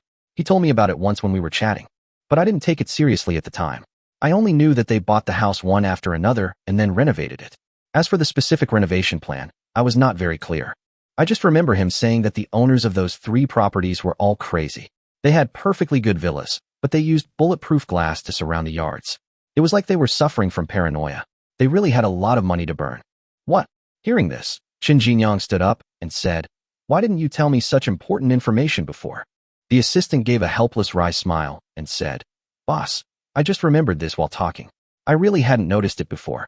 Boss, is this information important? Is it important? Chun Jinyang glared at his assistant and said unhappily, 2 months ago, that was about a month before the apocalypse. Being able to buy a villa at that time and go to great lengths to enclose the yard with bulletproof glass, is this something that an ordinary person could do? Moreover, the people who bought the villas all came from Neon, and the renovation plans are similar, which is very telling. By the way, you just said that villas number 2 and 3 were bought by one person, right? In my opinion, these 2 people must have known each other before returning to China. They must have received some news in Japan and returned to China to seek refuge. Their renovation of the villa was clearly the same as that of a shelter. Go, check for me right now what the name of the person who bought villa number 2 is. He bought 2 villas at once. This person is most likely Wu Feng from Fengguan Group. It has to be said that Chun Jinyang is quite capable as he has been able to dominate the business world for so many years. In a short period of time, he quickly connected all the information together with limited clues. Yes. The assistant responded and walked out quickly. As the assistant left, the room, where only Chun Jinyang and Zhou Yilin were left, suddenly fell into silence. Chun Jinyang frowned, thinking about the information he had just received, while Zhou Yilin huddled in the corner like a little quail. The situation is stronger than people. Xiaoluoka is very clear that her life and death now depends on Chun Jinyang's decision. At this time, it is better to behave obediently. As long as she cooperated well and put all the blame of Chun Jiming's injury on Sun Guangjun, Chun Jinyang would have no reason to kill her. At worst, you can just bear with it a little. Anyway, Chun Jiming is already useless, so he might as well change his ways and hold on to Chun Jinyang, who is a stronger thigh. Thinking of this, Zhou Yilin began to exude her charm intentionally or unintentionally. I have to say that Zhou Yilin had some ability to play with Sun Guangjun in her previous life. This deliberate act is so pitiful that it makes people want to protect her. Chun Jinyang thought for a long time. The information at hand was limited, and all his current ideas were just guesses. It would be better to wait for his assistant to come back and get definite evidence. After relaxing, Chun Jinyang felt tired. After all, Chun Jinyang is a man in his 50s. Although he is usually full of energy, today he has experienced many ups and downs, great sorrows and joys, and great failures and losses. If he had not been holding on with one breath, he might have collapsed long ago. Leaning back in the chair, Chun Jinyang raised his head and closed his eyes tiredly. Zhou Yilin, who was hiding in the corner, saw Chun Jinyang's appearance and immediately felt that this was an opportunity. So, little green tea took a few steps forward bravely, came to the back of the chair, gently placed her hands on Chun Jinyang's head, and said, "Mr. Chun, are you tired? Let me help you press it. When I was at home, I would massage my parents when they were tired." Feeling the cool little hands pressing on his temples, massaging them gently, Chun Jinyang felt all the fatigue in his body slowly dissipate. With a gentle Chun Jinyang began to enjoy it with peace of mind. She was so confident that Chun Jinyang had already seen through the nature of the little green tea girl. She was just a gold digger. How dare she do anything bad to him right next to his territory? Seeing that Chun Jinyang had no objection, Xiao Lucha was secretly delighted. This was definitely a good start. Gently moving Chun Jinyang's head, Zhou Yilin pushed her chest forward, letting the high chest rest on the back of Chun Jinyang's head, and massaged him vigorously with both hands. Not long after, Chun Jinyang fell asleep and even snored. Chapter 151 Tracking. Seeing that Chun Jinyang actually fell asleep, Zhou Yilin felt even happier. It seemed that she had made Mr. Chun feel comfortable. Otherwise, how could he fall asleep so quickly? Still on the chair, Zhou Yilin was secretly delighted when the door opened and Chun Jinyang's assistant pushed it open and walked in. Zhou Yilin raised a finger, placed it on her plump lips, and gestured to the assistant who was just stepping into the room. The assistant was just wondering why Zhou Yilin, the interrogation subject, was standing behind the boss, and the boss had his eyes closed. What kind of plot was this? Now seeing Zhou Yilin's gesture, the clever assistant immediately understood that Zhou Yilin was trying to please her boss, and the boss seemed to enjoy this feeling. The assistant tiptoed into the house, lowering his voice and whispering in Zhou Yilin's ear, "When the boss wakes up, tell him that the owner of Villas 2 and 3 is named Wu Feng. It should be Wu Feng from Fengguan Group." Both villas were paid in full at one time. After seeing Zhou Yilin nod, the assistant turned around and tiptoed out of the room again, closing the door gently and considerately. Walking out of the small building, the assistant stood on the steps at the door, took out a cigarette, lit it, took a deep breath, let the snow-white smoke slowly overflow from his nostrils, and then he breathed a sigh of relief. The assistant's surname is Chung, his given name is Bin, and he is 37 years old this year. Chung Bin has been with Chun Jinyang for more than 10 years and can be said to be Chun Jinyang's most trusted confidant. Over the past decade or so, Chung Bin has seen many beautiful women coming and going around Chun Jinyang and has witnessed countless intrigues and unscrupulous means. In Chung Bin's opinion, Zhou Yilin's behavior today was actually very normal. She was just a gold digger. When facing a life and death crisis, she would naturally try every means to save her own life first. What he couldn't understand was that Chun Jinyang knew that this was the woman of his beloved son, and because of her, his eldest son had half of his leg destroyed. Especially that half. Even though it is only a few centimeters, it is related to the happiness of the rest of your life and the key to the next generation. Chung Bin knew that although Chun Jinyang had many women, there was one good thing about the old man, which was that he did not have any illegitimate children. He said that he was afraid that when he got old, some unsatisfied women would come home and snatch the family property from his eldest son. In other words, Chun Jinyang's training of Chun Jiming was completely based on the level of a successor, and he also took the initiative to eliminate future troubles for him. Comparing the before and after, what is this situation now? Well, slowly shaking his head, Chung Bin glanced back at the tightly closed door of the interrogation room and whispered, "It seems that the boss has changed his mind now that the young master is injured. You better be careful next time." Throwing away the cigarette but in his hand, Chung Bin wrapped himself in a thick down jacket and strode out of the small building despite the snowflakes that had been falling since who knows when. Chun Jinyang fell asleep, but as his assistant, Chung Bin still had a lot of work to do. Not to mention anything else, today's mess still needs to be cleaned up. Outside the manor, the off-road vehicle that had separated from the convoy had already turned around and left. The car did not turn on its headlights until it had completely left the manor, and then it sped back to Qilin Villa. When the car stopped next to the guardroom, Sun Guangjun opened the door and jumped out. That's right, it was Sun Guangjun who drove this car following the convoy, arrived at Chun Jinyang's lair without anyone noticing, and then left quietly. Wu Feng had long anticipated that Chun Jinyang would come to Qilin Villa to avenge his eldest son, and at the same time deal with himself, the daring man who had seized his property, and he had already made preparations for this. In fact, Wu Feng's preparations had already begun from the day he gained control of the community. The method is also very simple. On both sides of the community gate, use steel pipes as the skeleton, pour water to form 2 ice castles, and then pile some ice and snow on the outside to cover them. Wu Feng placed 3 M249 pineapple light machine guns in each ice castle. However, when Qin Jinyang attacked, only 2 light machine guns were firing at the same time, and the remaining 4 were kept as reserves. The reason for this arrangement was that Qin Jinyang did not bring many people, and also that he wanted to use them as connecting firepower when the machine gun ran out of bullets. Unexpectedly, Qin Jinyang's men were too weak to withstand attacks. They were beaten away before their 2 machine guns had even finished firing a 250-round belt. It is a pity that we were not able to fully utilize our firepower advantage. While Wu Feng was commanding his men to repel Qin Jinyang, Sun Guangjun had already made preparations at the fork in the road at the foot of the mountain. Originally, Sun Guangjun wanted to ambush Qin Jinyang from the flank and rear and combine the crossfire of the 2 ice castles to keep Qin Jinyang and his men here forever. But Wu Feng directly rejected his suggestion, thinking that there was no need to hit too hard all at once, and that one should at least leave some room for Qin Jinyang to ease the situation. Sun Guangjun immediately understood Wu Feng's intention. It was obvious that he was using Qin Jinyang as a whetstone. Wu Feng has less than 30 men under his command, and even if the newly recruited ones are included, there are less than 100 people. Not to mention the small number of people. These people have not received any formal military training. Although Wu Feng has several retired special forces under his command, the power of a few people is really limited in a large-scale battle. Therefore, seizing the time to enhance overall strength is the most urgent and top priority. The quickest way to enhance your strength is to train in actual combat.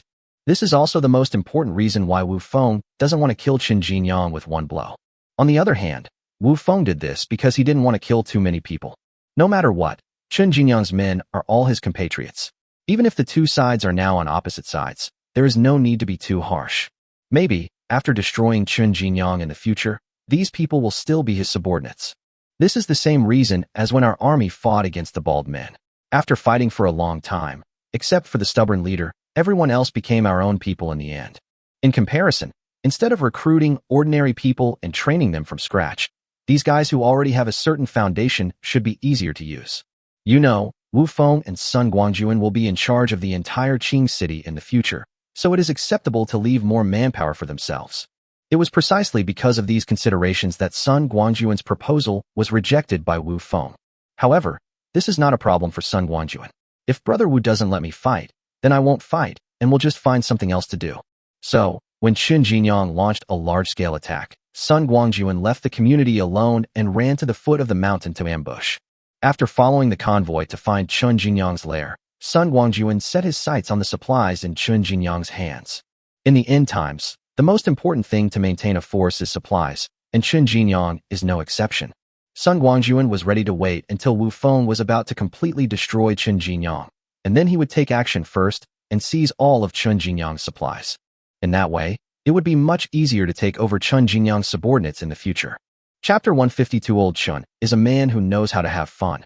Seeing Sun Guangjun jump out of the car, Wu Feng in the guardroom couldn't wait to push the door open and said with a roll of his eyes, "Brother, you are finally back. I thought you had followed Qin Jinyang into his old nest, and were so happy there you didn't want to leave." Listening to Wu Feng's sarcastic tone, Sun Guangjun said with a smile, "Brother Wu, this is not my fault. You don't know, compared to us, Qin Jinyang is really good at having fun." "Oh." Pulling Sun Guangjun back to the guardroom, Wu Feng asked curiously, "How do you play it? Tell me in detail. What are you talking about?" Sun Guangjun shuddered all over, his eyes almost rolling up to the sky. "Hey, Brother Wu, you don't find it disgusting? What's there to be nagging about between 2 grown men? Just thinking about that scene gives me goosebumps. Stop talking nonsense." Wu Feng was also disgusted. He punched Sun Guangjun on the shoulder and said, "Hurry up and tell us. Let's learn from Chairman Chun. I'll tell you what I'll tell you." Sun Guangjun rubbed his shoulders with a grin and said, "Brother Wu, we only occupy a small community, and there are only a few thousand people in total. As for Qin Jinyang, there are at least 5,000 or 6,000 people in his manor alone. This old guy got a large number of human-powered generators from somewhere. Among these 5,000 or 6,000 people, at least 80% are workers who generate electricity for him. What do you think? Compared to our method of recruiting workers to clean up the neighborhood, this is a more clever move, isn't it?" "That's right." Wu Feng nodded. He knew about the human-powered generator. To put it bluntly, it was a bicycle without wheels, and the chain connected it to the power generation equipment. The equipment generates electricity through human pedaling. One such device may not be very important, and the power generation capacity is extremely limited, but if there are a large number of them, the power generation capacity will be considerable. Moreover, resources are difficult to obtain in the apocalypse. Compared with diesel generators, human-powered power generation does not require burning oil, but only requires a large number of manpower. Therefore, Chun Jinyang only needs to pay a little bit of food to ensure that the power generation workers do not starve to death, and he can obtain a steady supply of electricity resources. It has to be said that Chun Jinyang's approach is a good way to maintain electricity in the end times. Seeing Wu Feng nod, Sun Guangjun smiled complacently and said, "Brother Wu, do you think this is the end? Let me tell you, I also saw that a glass greenhouse was being built in Chun Jinyang's manor, similar to our villa. However, his greenhouse is connected to the villa, rather than enclosing the villa inside it. Besides, the material he used is definitely not as strong as ours, but it is good enough for leisure and entertainment. That's nothing unusual." Wu Feng smiled and said, "With Chun Jinyang's background, it's not difficult for him to build a glass greenhouse for himself. Moreover, we are ahead of him. We built the greenhouse before the apocalypse broke out, and it is of the highest standard. From this point of view, Lao Chun is just copying our homework, which is nothing special. If you say so, then so be it." Sun Guangjun shrugged and said, "I'm just speaking from an ordinary person's perspective. Lao Chun is indeed a man who knows how to have fun and enjoy himself. In comparison, we brothers don't have as many evil thoughts as others. However, I think his human-powered power generation is pretty good. Later, after we kill Lao Chun, we can take over his human-powered power plant. We have plenty of oil and coal, but they'll eventually run out. Even if we can find some in the city, it won't cover our expenses. We need to find an alternative as soon as possible." "That's right." Wu Feng nodded and said, "Brother, I have actually thought about this before. However, we have just taken over the community, and we have limited manpower and strength, so these things can only be put on hold for the time being. Since we have offended old Chun this time, not only can we train our troops well, but after killing him, we can also inherit his huge inheritance. It makes me happy just thinking about it. This time, we brothers are going to become fat in one bite. As long as we can successfully take over the power at Lao Chun's disposal, we will definitely be able to get on the fast track of development and growth. Okay, brother, according to the time, it's already late at night. You have been busy for so long. You should go back and rest early. Don't worry. I'm here in the community. Nothing will happen." "Yeah, that's fine." Although Sun Guangjun didn't feel tired, he couldn't help much by staying here, so he decided to go home and rest. After saying goodbye to Wu Feng, Sun Guangjun didn't drive his off-road vehicle, but just strolled back to the mountain. It's no wonder that Wu Feng's work these days has been quite effective. The ice covering the roads in the community has been almost cleared, including the winding mountain roads, where there is basically no ice. However, there is heavy snow that falls from time to time, and someone needs to clean it up in time. This is also the main job of the recruited workers these days.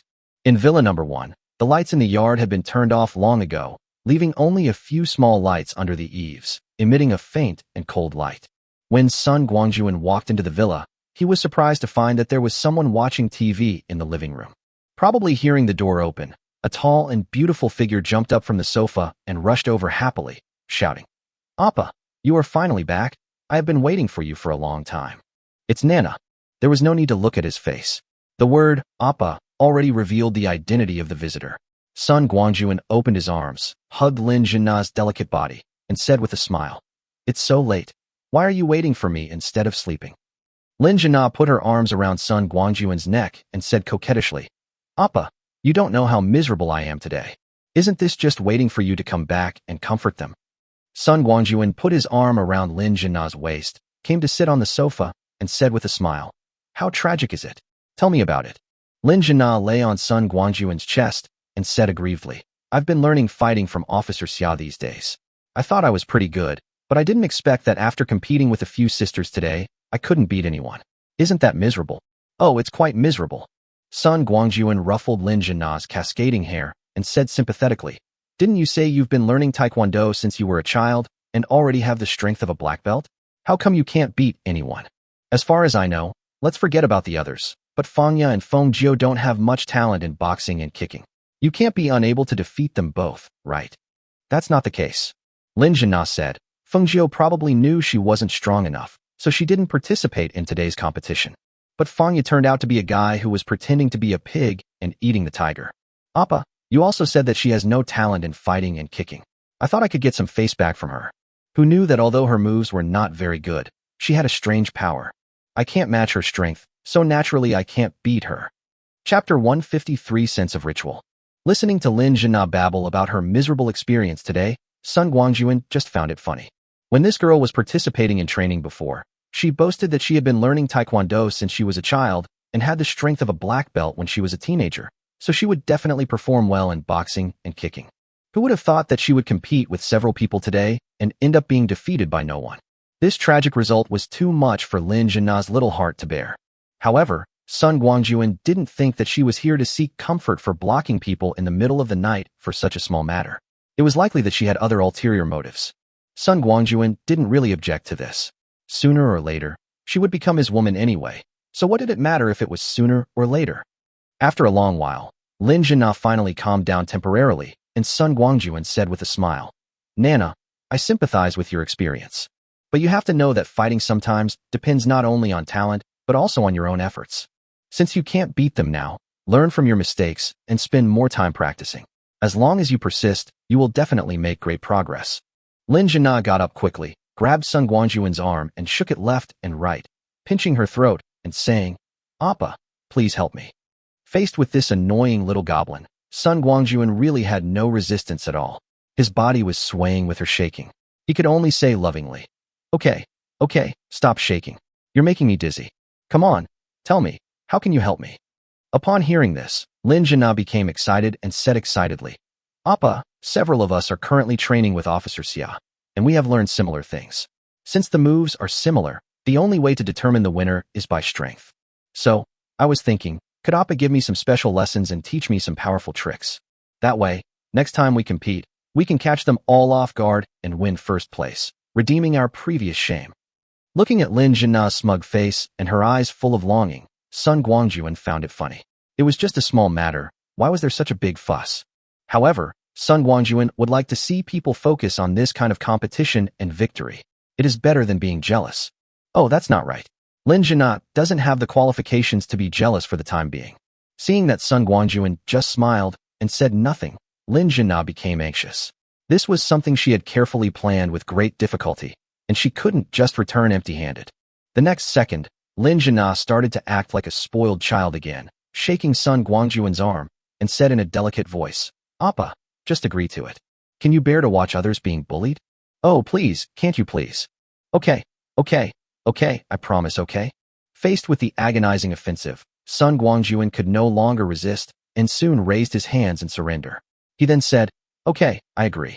Now you can let go of my arm. Well, go back and have a good rest first. I will find a chance to teach you a few moves later." "That won't work." Sun Guangjun agreed, and Lin Zhina was naturally happy. However, when she heard that she had to find an opportunity later, she immediately quit and forcibly pulled him up, saying, "Appa, why are you still looking for an opportunity?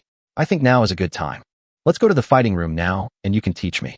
In this way, Sun Guangjun was dragged by Lin Zhina to the fighting room next to the underground shooting range. The fighting room was arranged by Sun Guangjun himself. It was not very large, only about 100 square meters. The floor was covered with cushions. One of the walls was inlaid with a mirror, and the other 3 walls were hung with cold weapons such as sticks, swords, shields, etc. As soon as they entered the door, Lin Zhina suddenly pushed Sun Guangjun into the middle and said, "Appa, wait here. I'll go change my clothes first." "Do you need to change clothes?" Looking at Lin Zhina in hot pants and a t-shirt, Sun Guangjun asked curiously, "Is it necessary to change clothes when I'm just teaching you a few moves? Besides, even though your outfit is a bit simple, it's just for practice, so there's no need to change, right?" "Why not?" Lin Zhina glanced at Sun Guangjun, looking very charming, and said, "Appa, life should have a sense of ritual. You should wear the clothes that suit you when you do something right." After saying that, without waiting for Sun Guangjun to continue, Lin Zhina turned around and went out to the locker room next door. Well, now that people have said so, what else can Sun Guangjun say? It won't take much time to waste anyway, so just wait. Sun Guangjun didn't have to wait long. Lin Zhina soon pushed the door open and came back. When Sun Guangjun saw it, he almost had a nosebleed. Originally, Sun Guangjun thought that since this girl was a taekwondo practitioner, the so-called changing of clothes probably meant changing into a taekwondo uniform. Who would have thought that she would be so good at having fun? Lin Zhina's outfit was originally quite cool, a pair of denim hot pants and a white t-shirt, revealing her 2 smooth and white long legs, which was enough to attract attention. Now, not only are her hot pants shorter, but her upper body has also been changed into a tight short vest. She runs and skipping with her bare little feet. Well, this is even more eye-catching. Looking at Sun Guangjun's silly look, Lin Jinna smiled secretly in her heart, feeling a little proud and a little indignant. My goodness, that day you threatened me to be your woman, and I agreed. But now almost 10 days have passed, and I have been making preparations every day, but you haven't made any move at all? What the hell is going on? Appa, how do I look in this outfit? Lin Jinna came to Sun Guangjun and spun around in front of him. She asked with a smile, is it good looking? Nice.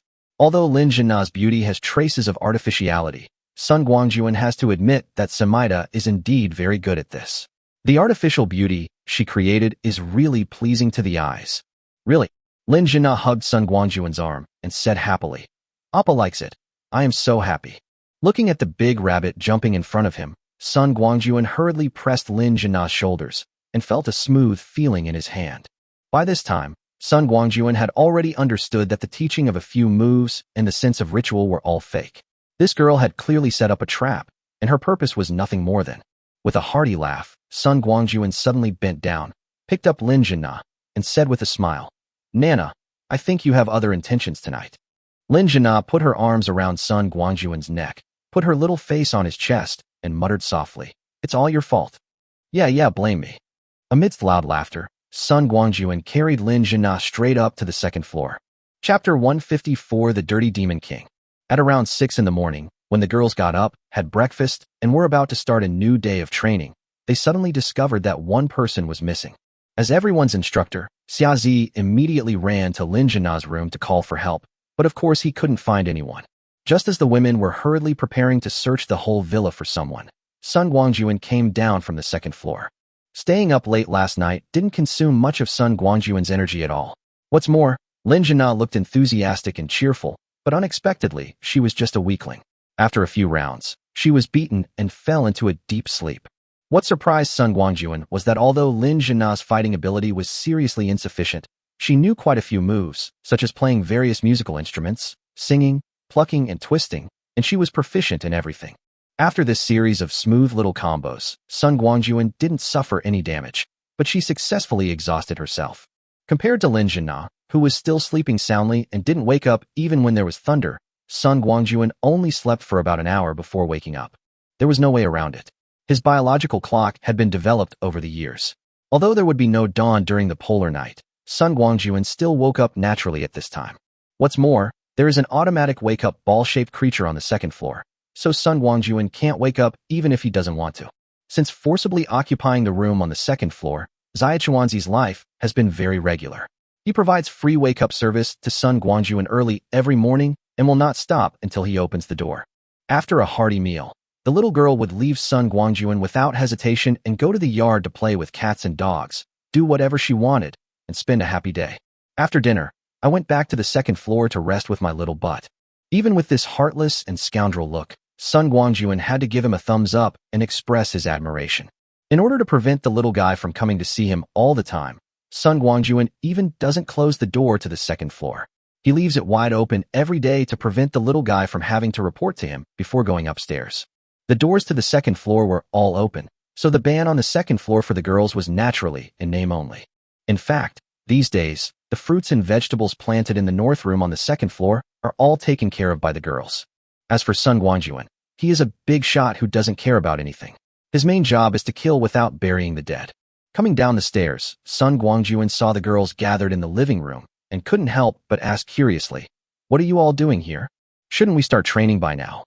"I'm still talking." She rolled her eyes at Sun Guangjun and said, "We were supposed to be training, but when everyone gathered we discovered that one person was missing. It's really strange that a living person just disappeared in our villa.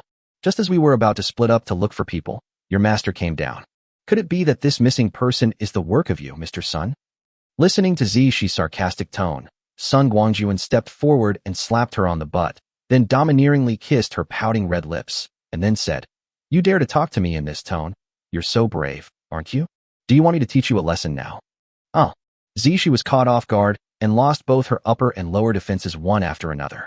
She couldn't help but scream and her little face turned red, but she didn't dare to say anything weird anymore. After suppressing Zhi forcefully, Sun Guangjun said, The missing person you mentioned is Lin Jina, right? She is sleeping on the second floor and won't wake up for a while. Just go do what you need to do and leave her alone. After hearing what Sun Guangjun said, the girls finally felt relieved and then dispersed, each going about their own business. However, the women's gazes at Zishi, who had been attacked twice in a row and succeeded both times, were more complicated. Some were envious, some sympathetic, and some blushed, and their hearts beat fast. Zishi passively became the focus of the crowd's attention, but she didn't care at all. Instead, she felt very excited. I am so cool. Go and envy me. Seeing Tianxian walking towards the basement with a somewhat lonely look, Zishi suddenly rushed over in 2 steps, grabbed her arm, and pulled her into the yard. When the two stopped, Tianxian freed her arms from being clamped and said unhappily, Mimi, why did you pull me out here? Now is training time. I am not like you. Improving is fast. Yo, why does the air smell so sour to me? Before Tianxian could continue, Zishi interrupted her with a pout. Cici, we have known each other for so many years, there is no need for you to pretend in front of me, right? Come on, tell me, are you envious? That's right. Although Lin Jina may seem a bit silly, she is very capable of taking action.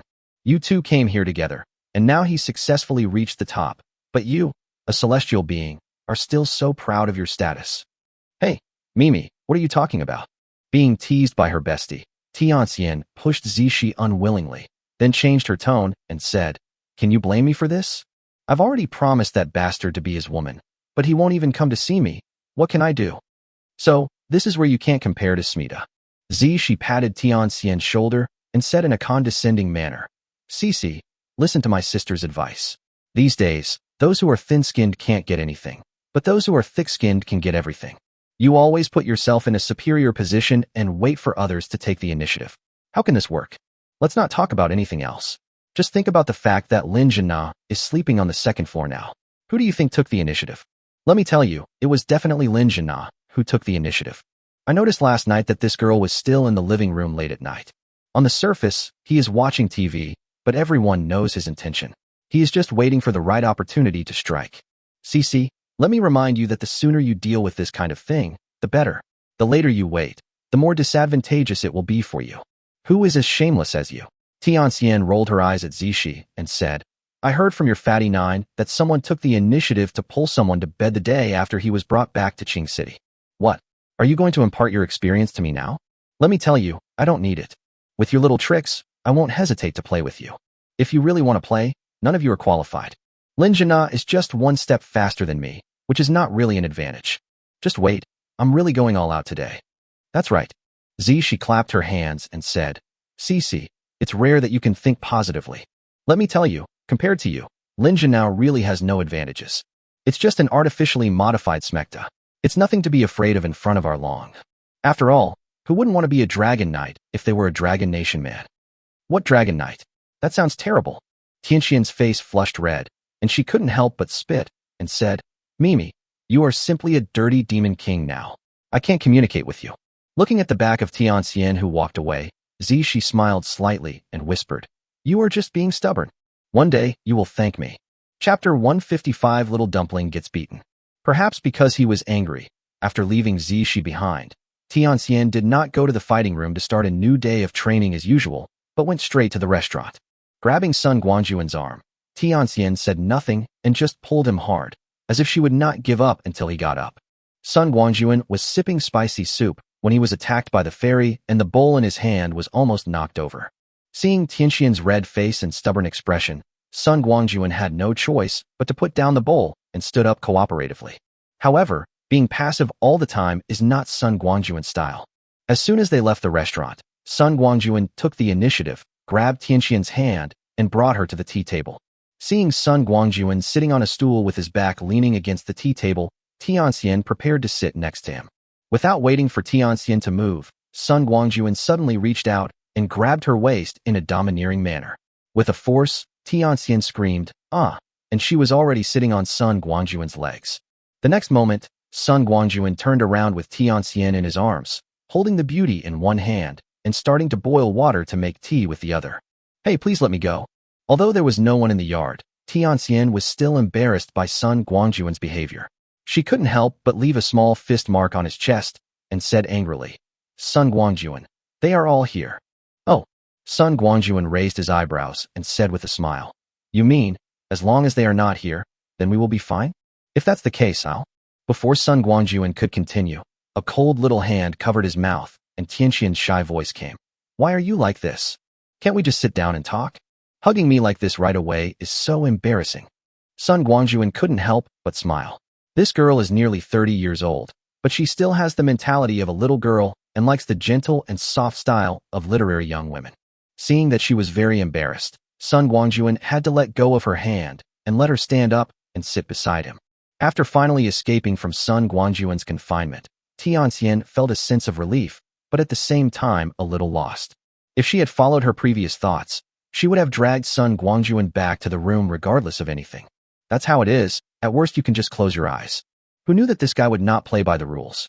I had already taken the initiative, but he dragged me here to drink tea. Just as Tianxian was in a state of confusion, a cup of fragrant tea with curling white smoke was placed in front of her, and then Sun Guangjun's gentle voice came to her ears. "Drink it. This is the best Dongding oolong. It's still a bit cold in this yard, so have a cup of tea to warm yourself up." Tianxian finally calmed down, picked up the teacup, and took a sip. Sun Guangjun picked up a topic at random and started chatting with Tianxian. This kind of peaceful and tranquil atmosphere is exactly what Tianxian likes. As time goes by, the two of them feel that they get along better and better as they talk. The two of them were chatting properly here, talking about love and other things, but something strange suddenly happened in the yard. The origin of the matter lies with the little girl. After the little guy provided Sun Guangjun with a wake-up service early in the morning, he successfully got his favorite, a pile of big bamboo shoots. After a hearty meal, the little girl came down from the second floor holding the last bamboo shoot, walked into the yard, and started her daily life. Little Dumpling came to the big white goose's territory in a swaggering manner and was about to show off his power, but he didn't expect that the big white goose would take the initiative to attack him today. Perhaps they were annoyed by the Little Dumpling's daily harassment, so the big white geese actually formed a group today. I saw several big white geese rushing over. Instead of attacking the Little Dumpling, they worked together to snatch the big bamboo shoots that the Little Dumpling was holding in his arms. How shameless it is to snatch bamboo shoots in front of a panda. The Little Dumpling was furious and rushed into the encirclement of the big white geese fearlessly, trying to snatch his precious baby back. Facing the three bullies in the village, if the Little Dumpling fought alone, perhaps no one would be afraid of him. But today he was facing the most difficult big white geese, and there was a large group of them. How could he get away with it? So, under the siege of a group of big white geese, the Little Dumpling suffered a tragic defeat and had to break out of the siege and start his desperate escape again. However, no one knew what was wrong with this group of big white geese today. Not only did they take the bamboo shoots from the Little Dumpling, but now that the Little Dumpling is running away, they are chasing him relentlessly, being extremely ferocious.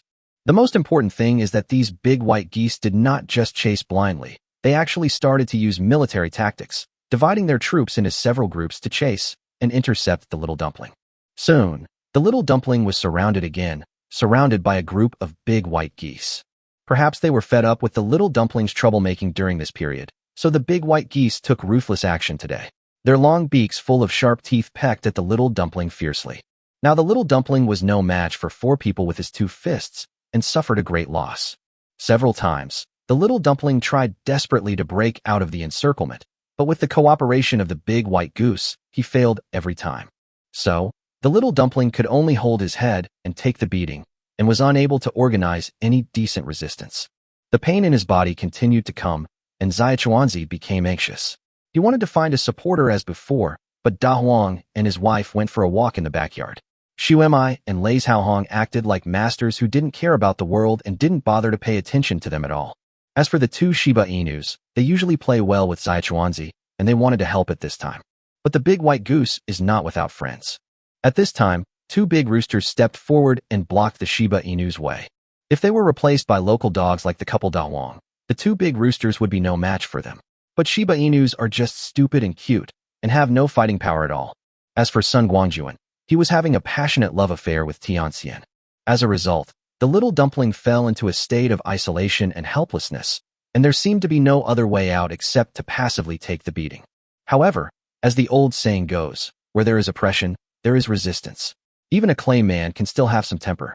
After being beaten for a long time and seeing that the big white goose had no intention of giving up, the ferocious nature of the Little Dumpling, which belonged to its ancestor, the iron-eating beast, finally began to erupt. A shocking roar suddenly resounded in the yard. The little ball surrounded by the big white geese suddenly jumped up, and its body swelled rapidly at an incredible speed, as if it was being blown up. In the blink of an eye, it jumped to more than 2 meters high and stood there like a mountain of meat. Looking down at the stunned big white geese standing at his feet, Little Dumpling, no, now Big Dumpling, raised his 2 sturdy bare claws and punched his own chest several times, accompanied by an earth-shaking roar. Chapter 156, The First Awakener.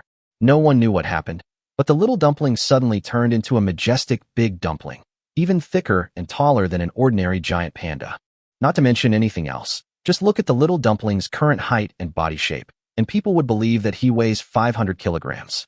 He stands there upright, roaring to the sky, just like a devil descending to the earth. Moreover, the roar of the Big Dumpling was loud and passionate, which was very captivating. This sudden change shocked the big white geese that were besieging the Little Dumpling. For a moment, 6 big white geese stood there in a daze, as if they had lost their minds, and even forgot to retreat. With their limited brain capacity, they really couldn't figure out how the little guy who had been able to be controlled before could suddenly turn into the huge monster in front of them, as if it had eaten fertilizer. Just when the big white goose was stunned, Big Dumpling suddenly leaned over, and his 2 bare arms as thick as buckets suddenly swept across the enemy. The more than 1 meter long bare arms sweeping across was already terrifying enough, but now 2 of them came together, and at staggered angles, appearing to attack from both sides. Now the dazed white geese are in big trouble. The 2 bare arms swept across the front of the big ball, almost 180 degrees. The 3 big white geese that were hit at the first moment didn't even have a chance to react before they were swept straight. There were 3 muffled sounds almost at the same time, and the bodies of 3 big white geese flew high into the air and fell to the ground several meters away.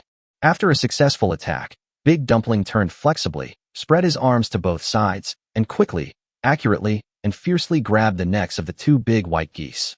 Without much effort, the 2 big white geese, whose necks were grabbed, rolled their eyes, and without even a sound, their heads tilted and they lost their voice. He effortlessly crushed the 2 big white geese to death, then raised his claws vigorously, sending the bodies of the 2 big white geese flying high. He kicked off the ground and pounced on the last remaining big white goose. After 5 companions died tragically in front of it, the last big white goose finally reacted. Oh my God, this guy in front of it is no longer the little boy who could only take a beating without fighting back. It is clearly the king of hell who has come to claim its life. The city is too dangerous. I want to go back to the countryside. Faced with a powerful opponent, the big white goose no longer had the arrogance of the 3 bullies in the village, and made a shameful choice to run away. Turning its head, the big white goose flapped its 2 big wings, cackled wildly, and began to escape by twisting its body crookedly. Unfortunately, the body of the big white goose is too heavy, and its 2 goose feet are not enough to support the speed of its nearly 20-pound body. Even if the wings flap vigorously, it cannot achieve the effect of turbocharging. Before the big white goose could run far, Big Dumpling approached quickly and agilely with a speed and flexibility that was totally disproportionate to its huge body. It stretched out its bare arms and grabbed the goose's neck, strangling its fate. If the Little Dumpling could speak, the most appropriate sentence at this time would be, "Come here, kid. Stop." There was such a big commotion in the yard. How could Sun Guangjun, who was having a love affair with Tianxian, not notice it? But by the time he raised his voice to stop them, it was still too late. The big ball smiled ferociously, grabbed the big white goose with his left claw and lifted it up. Then his right claw suddenly came and grabbed the goose's head and pulled it hard. With a light puff sound, the big white goose's head was easily pulled off by Big Tuanzi. A stream of goose blood rushed into the sky from the broken neck, splashing all over Big Tuanzi's head and face. Looking at the big ball at this time, he was holding the big white goose without a head in his left claw. The white hair on his head had turned blood red. He stood there with a hideous look, tilting his head to look at Sun Guangjun behind him. Little Dumpling, put down the body of the big white goose. Sun Guangjun rushed to the big guy, looked up at him, and shouted, "We were just joking.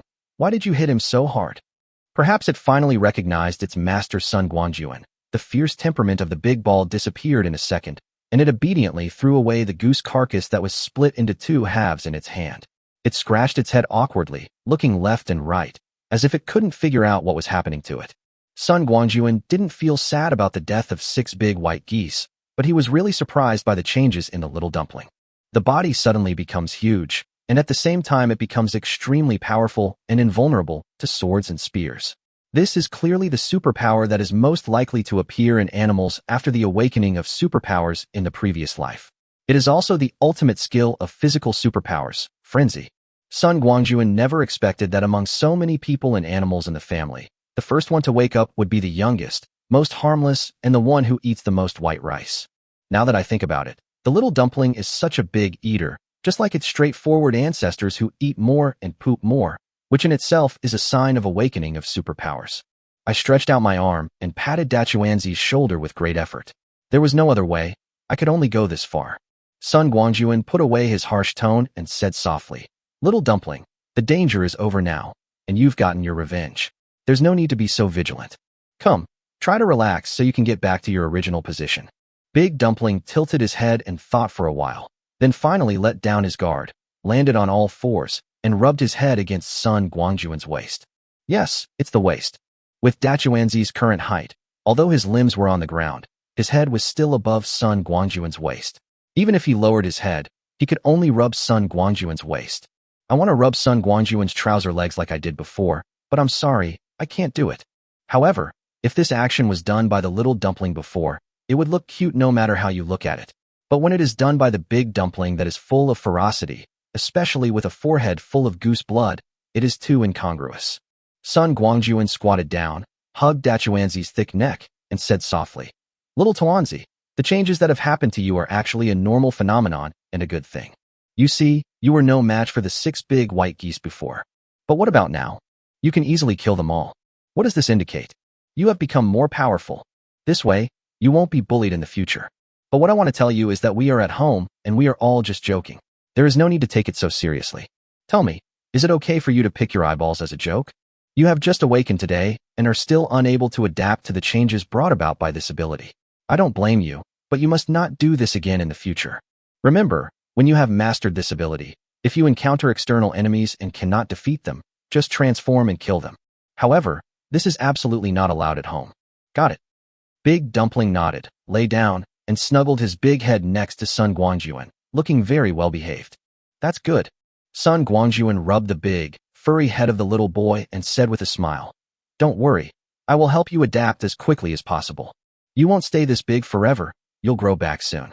By the way, when you grow up, you really don't look that good." Chapter 157, The Shocked Women.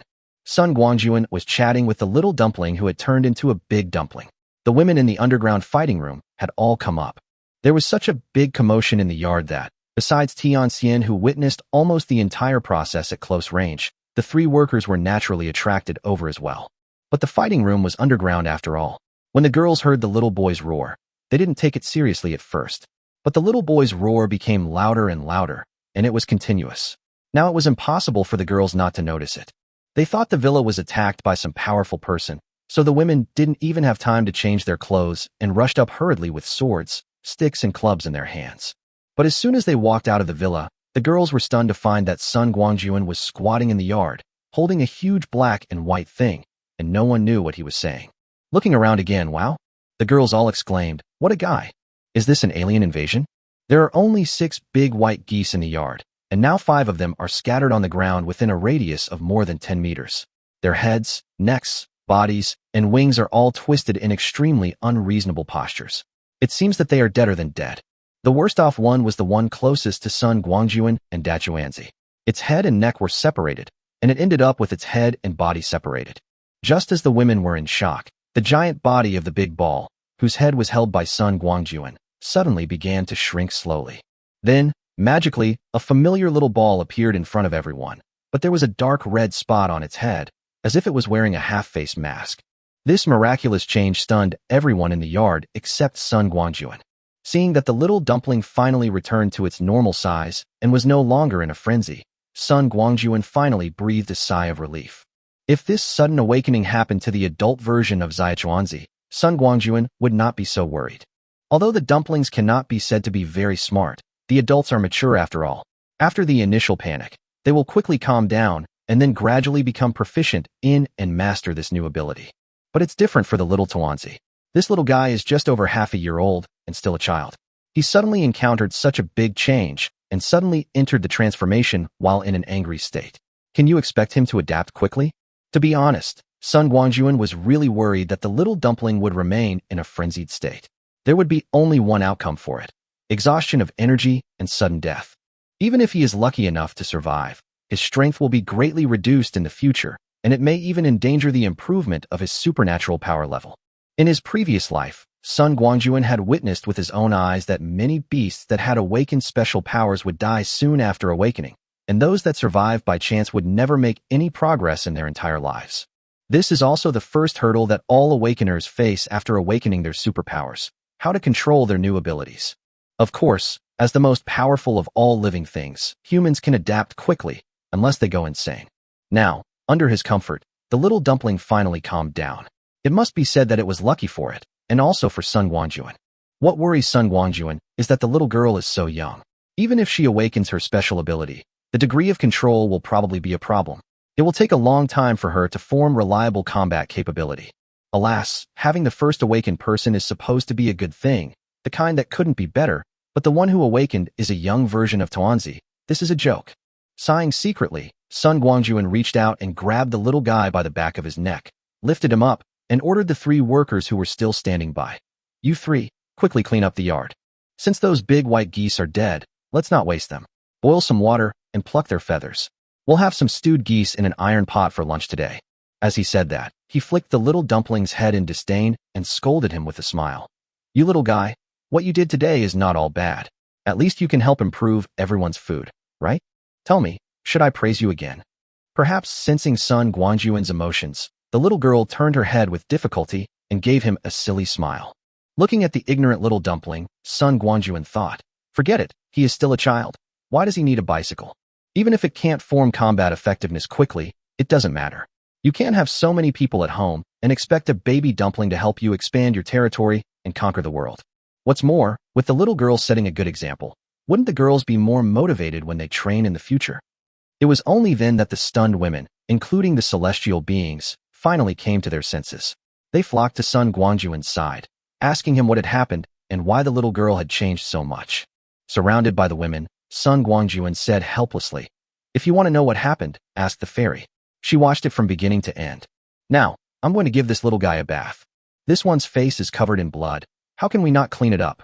The girls who came out of the fighting room only then realized that the dark red half-face mask on the little dumpling's face was actually blood. The girls were all smart and basically understood that the Shura-like scene in the yard seemed to be the work of the little girl. To be precise, it was done after the little dumpling grew bigger. Thinking of what Sun Guangjun had just said, the girls surrounded the fairy again, vying to ask her to tell them what she had just seen and heard. What can the fairy say? She and Sun Guangjun were just getting into the groove, but unexpectedly the little dumpling suddenly roared wildly, and then in a flash he wiped out the 6 big white geese. To be honest, the little dumpling was so agile just now that even the fairy couldn't see clearly how it did it.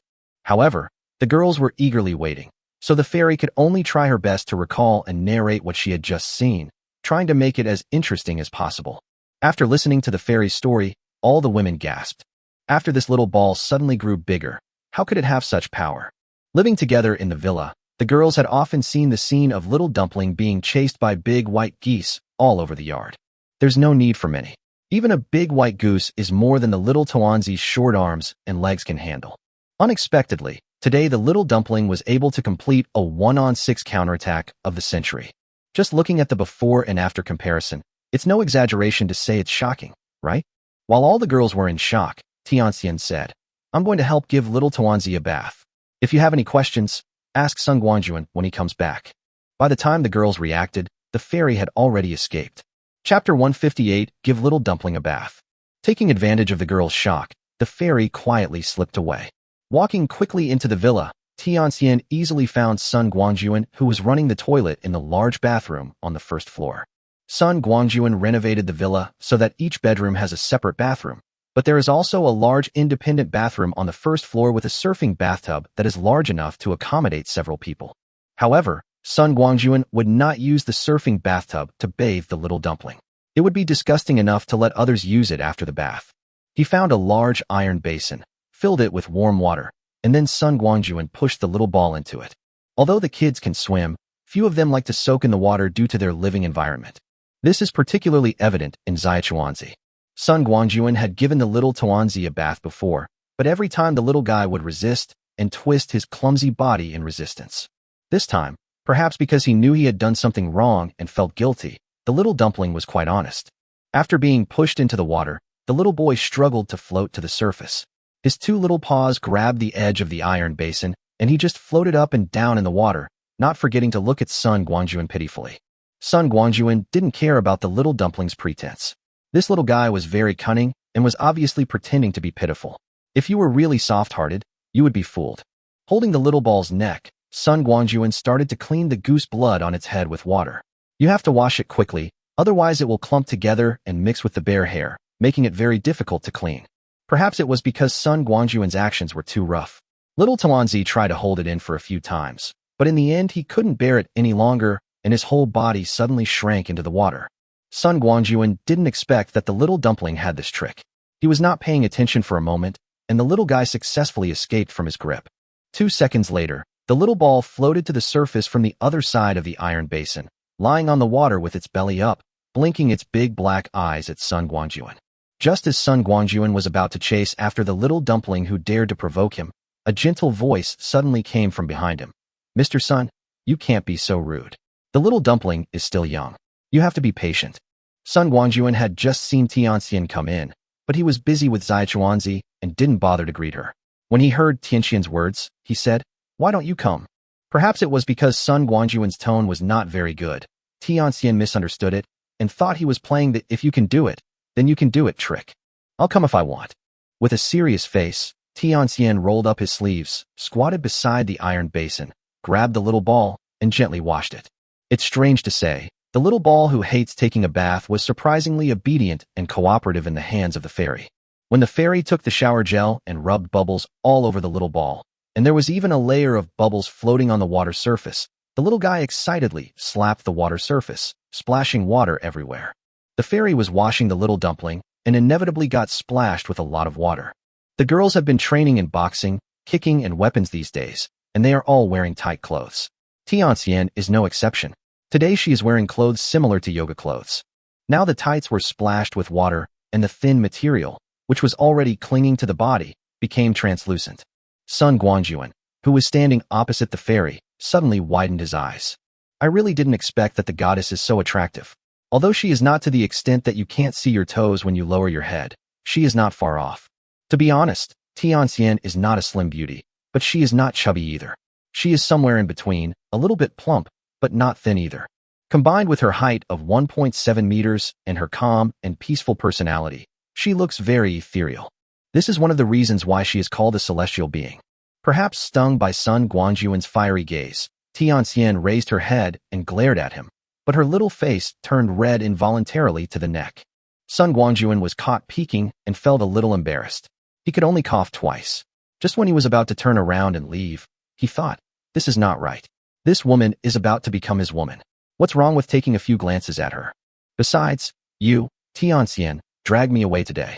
Isn't it obvious that you want to fulfill your promise? Why don't you want to look at you now? No, I'll just watch." Thinking of this, Sun Guangjun felt more justified and leaned against the door frame of the bathroom, watching openly. Tianxian never expected that the glare he just gave her not only had no killing power, but instead was like pressing a switch, allowing the stinky guy opposite to become unscrupulous.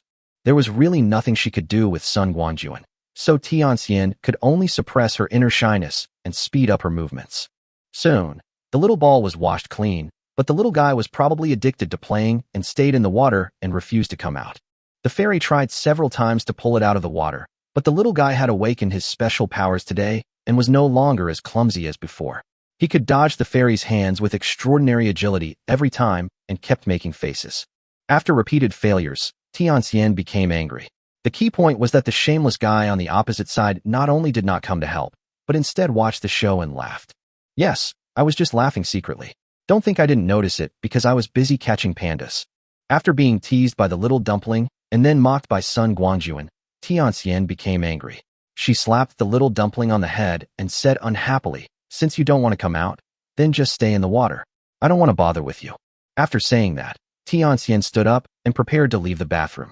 However, just as she reached the door, Tianxian discovered with embarrassment that Sun Guangjun, that guy, was standing there in a nonchalant manner, blocking most of the door.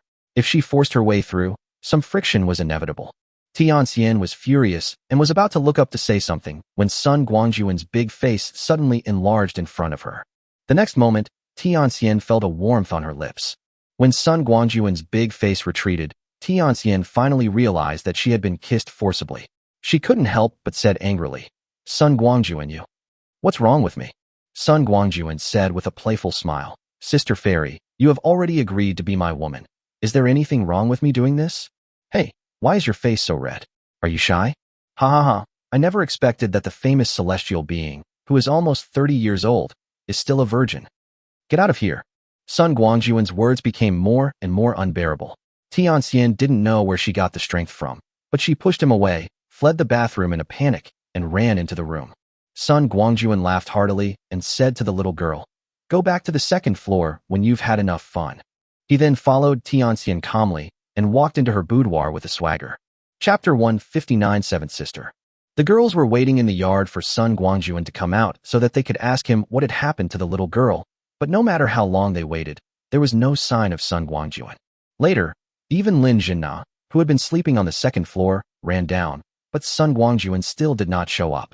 What's even more outrageous is that not only Sun Guangjun disappeared, but even the fairy disappeared. Zishi was a smart person. When she saw that the two men had disappeared, she immediately understood what was going on. "I secretly spat at these two shameless dogs." Although she was angry, one of them was her chosen husband and her support in the apocalypse, and the other was her best friend. Zishi could only endure it and had to come forward to cover for them. Zishi made an excuse, saying that Sun Guangjun might be dealing with the aftermath caused by the little dumpling. She told everyone to continue training. After all, they would know what had happened sooner or later, so there was no need to rush. Although the girls still had doubts in their hearts, Zishi's words made sense, and no one knew where Sun Guangjun had gone. They had no choice but to go to the fighting room for training at Xiaozi's call. The villa was deserted and gradually returned to peace. It was obvious that Tianxian's bedroom had just experienced a violent storm. The wind stopped and the rain stopped. The fairy with a blushing face, whose skin was emitting a pink halo, lay quietly in Sun Guangjun's arms. Sun Guangjun, holding a cigarette in his mouth, leaned contentedly against the head of the bed. He really didn't expect that this would be the first time for Tianxian. It is simply a miracle that he can still maintain his innocence after being in a certain circle for more than 10 years. The moment it ended, Sun Guangjun felt a huge amount of energy entering his body. But the strange thing is that with the addition of this energy, his ability, which has been stuck at the peak of the 6th level, shows no signs of upgrading. This is not the first time. Lin Jinna did the same thing last night. Sun Guangjun had guessed before that he should have another chance to awaken, but he didn't know what supernatural power he would awaken this time. He hoped it wouldn't be something as useless as earthwalking. It has to be said that after Sun Guangjun was reborn, this earthwalking technique definitely made great contributions. However, after the end of the world, everywhere was either flooded or covered with thick ice. No matter how useful the earthwalking technique was, it was useless since it could neither go down nor come up. Moreover, Sun Guangjun also knew that after 100 days of polar night, although the ice would slowly melt, the environment of heaven and earth would have changed greatly. Various natural disasters would continue afterwards, and the convenience of earthwalking skills would be greatly reduced. After his rebirth, Sun Guangjun did not treat himself badly in any way, so this time the awakening of his superpowers should be smoother. Just as Sun Guangjun was daydreaming, Tianxian, who had recovered her breath, rubbed her little face against Sun Guangjun's strong chest and said softly, "Hubby, what happened to little dumpling today? Can you tell me?" When she called out husband, Tianxian was still a little shy, but when she thought about the even more embarrassing things she had done with him just now, she felt less conflicted. "Sure." Sun Guangjun dotingly lowered his head and kissed Tianxian's forehead gently, saying, "Didn't I tell you before that we are now in the third wave of natural disasters in the end times, the frozen polar night, also known as the 100 days of polar night? The most notable feature of this stage is that a small number of lucky people will awaken their superpowers early. Unfortunately and fortunately, our little dumpling became the first person I know to try it." Tianxian said in surprise. "Little dumpling is so powerful." "Of course," Sun Guangjun said. "Those who can awaken their superpowers in advance are all extremely talented, and their future achievements will not be too low. Isn't it amazing that little dumpling became the first one to awaken less than 10 days after the start of the 100 days of polar night? However, This little guy is too small. If it were a human, it would be equivalent to a 2 or 3-year-old child. I don't know whether awakening is a good thing or a bad thing for it. Of course it's a good thing. The fairy smiled and said, no matter what, the little dumpling is in your hands and will definitely be a great help to you in the future. As for what you said about the little dumpling being too small, I don't think you need to worry that much. What's wrong with being small? There's always a time to grow up. If you think about it this way, if the little dumpling is so powerful when it is young, won't it be even more powerful when it grows up? I know you are worried that little dumpling is too young and won't be able to control the power he has just gained, but we still have you and a group of sisters. With so many of us teaching together, the little dumpling will definitely not go astray. Seeing the fairy's confident expression, Sun Guangjun nodded gently. Forget it. What's the point of worrying? He just needs to do his part on its path of growth. How high it can grow in the future depends on the little dumpling's own luck. At lunchtime, Tianxian came to the restaurant alone with a slightly staggering step. I had just sat down and hadn't taken a few bites when the girls who had just finished their fighting practice came in chatting and laughing. Seeing that Tianxian had already started eating, she said sarcastically, Hey, isn't this our 7th sister? Why are you eating alone? Didn't you ask your husband to eat with you? Is it your business? The fairy wouldn't tolerate her. She rolled her eyes and asked fiercely, Demimi, what did you mean by that? What's the 7th sister? Where did you get it from? You don't even know this? She smiled and sat down next to Tianxian, saying, Of course, we arrange them in the order they enter. Otherwise, you would think it's based on age. So which one are you? Tianxian raised an eyebrow. Let me guess, Lao Wu? Haha, sorry to disappoint you. I'm the 4th one. She suddenly leaned close to Tianxian's ear and whispered, I've investigated everything. Fang Ye and the Ouyang sisters were the first to come. Next is my turn, and then our officer Xia. As for you, you are 1 step behind Lin Zhina and can only be ranked 7th. Alas, you said you were the same. If it was earlier, even one day, you wouldn't be the 7th one. What happened to old 7? Tianxian rolled her eyes and said, I'm happy to be the 7th one. What's it to you? What's the difference between a day earlier and a day later? Do you think Lao Lu is so nice? That's right. She stuck out her tongue and said with a smile, the name Lao Lu really doesn't sound good, but our CC is definitely not Lao Lu. Well, today's lunch is quite rich. Do you want me to help you with some? Without waiting for the fairy to say anything, Zishi's Lushan claws had already grabbed a fat goose leg from the plate, and then she slipped away quickly to get her meal. Looking at this shameless best friend, what can the fairy say? 6 big white geese, enough to stew several pots. Is it necessary to steal others? How useless. Unfortunately, the fairy doesn't seem to know that this meal tastes better if you rush to eat it. Chapter 160 Xiong Lang invites you. As soon as she ran away, the other women came to the table with the prepared food, surrounded Tianxian, and chattered about the answers they had not received before. Tianxian roughly told the girls the information Sun Guangjun had just told her, and then they understood that little dumpling had become the first awakener. The first one is most likely to contain no water.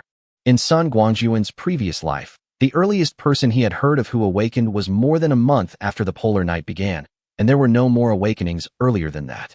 Originally, after the polar night began, Sun Guangjun basically stayed at home obediently, just wanting to wait for his own second-level awakening, but he didn't expect that Zaichuanzi would unexpectedly take the lead. Sun Guangjun's current supernatural powers were brought back by the Star Sword, and he had them before the end of the world began. Logically, he should not be counted among the awakened ones. Compared with his previous life, Sun Guangjun's foundation in this life is undoubtedly much stronger. In his previous life, he had such a harsh living environment and was bullied by the little green tea family every day, peeling his skin and sucking his blood, but he was able to awaken successfully. There is no reason why he cannot do so in this life. However, Sun Guangjun is not a fortune teller, so he cannot tell when he will awaken. He can only choose to wait passively at home. Anyway, the sooner you awaken, the better. The girls got the answers they wanted and were surprised to find that the master Sun Guangjun had disappeared. After Tianxian explained, they realized that this guy was called away by Wu Feng using the intercom. Everyone present knew that Sun Guangjun was very capable and was mysterious all day long. No one cared about his sudden departure. After chatting and laughing while eating, they went their separate ways.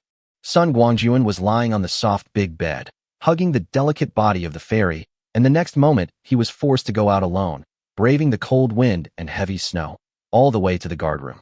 Just now, Wu Feng called Sun Guangjun on the intercom. He didn't say anything, but just asked him to hurry to the door. When Sun Guangjun entered the guardroom, he He took a look and was surprised to see that there was no sign of Wu Feng. Instead, there was one of Xiong men whom he had met before, whose name seemed to be Zhang Quan, sitting next to the stove with an anxious look on his face. Well, no need to ask, it must be Xiong who wants to find me for something, and Wu Feng is just a messenger. After making a judgment in his mind, Sun Guangjun turned around, closed the door, and asked, "Did something happen to Brother Xiong?" Zhang Quan naturally knew Sun Guangjun. Upon hearing this, he quickly said, "Mr. Sun, my master asked me to come and see you. Please make time to come over no matter what. He didn't tell me what happened, but he asked me to go over there. This must be a big deal." "Okay, I understand." Nodding, Sun Guangjun said, "It just so happens that I have nothing to do right now, so let's go now. Your name is Zhang Quan, right? How did you get here?" Zhang Quan quickly said, "I drove here." "Then take your car and go." Sun Guangjun patted Zhang Quan's shoulder, and the two of them walked out of the guard room one after the other. Sitting in an off-road vehicle driven by Zhang Quan, Sun Guangjun did not ask anything. Since the other party did not say anything, there was no need for him to dig into the matter. Anyway, he would understand everything when he met Xiong later. Soon, the car stopped at the door of Hongliman. After getting off the car and entering the hall, Sun Guangjun discovered that Xiong was really a talented person. He had actually built a new fireplace in the hall. Firewood was burning at this time. Under the reflection of the red flames, the whole hall was warm. However, compared to the temperature in the hall, the faces of Xiong and others sitting around were much colder. The place where Xiong was sitting was facing the gate. As soon as he saw Sun Guangjun coming in, Xiong suddenly stood up, strode towards him, forced a smile on his face, and said, "Brother, you're finally here. If you hadn't come soon, I guess in a few days, we wouldn't be able to meet here again." "Brother Xiong, what happened?" Sun Guangjun shook Xiong outstretched hands and asked in confusion, "Why did you send people to look for me so hastily? And why did you say all this when we met? What's going on?" "Oh, don't mention it." Xiong pulled Sun Guangjun to sit down, patted his thigh, and said, "Brother, this is really because we have no other choice, so I asked someone to find you.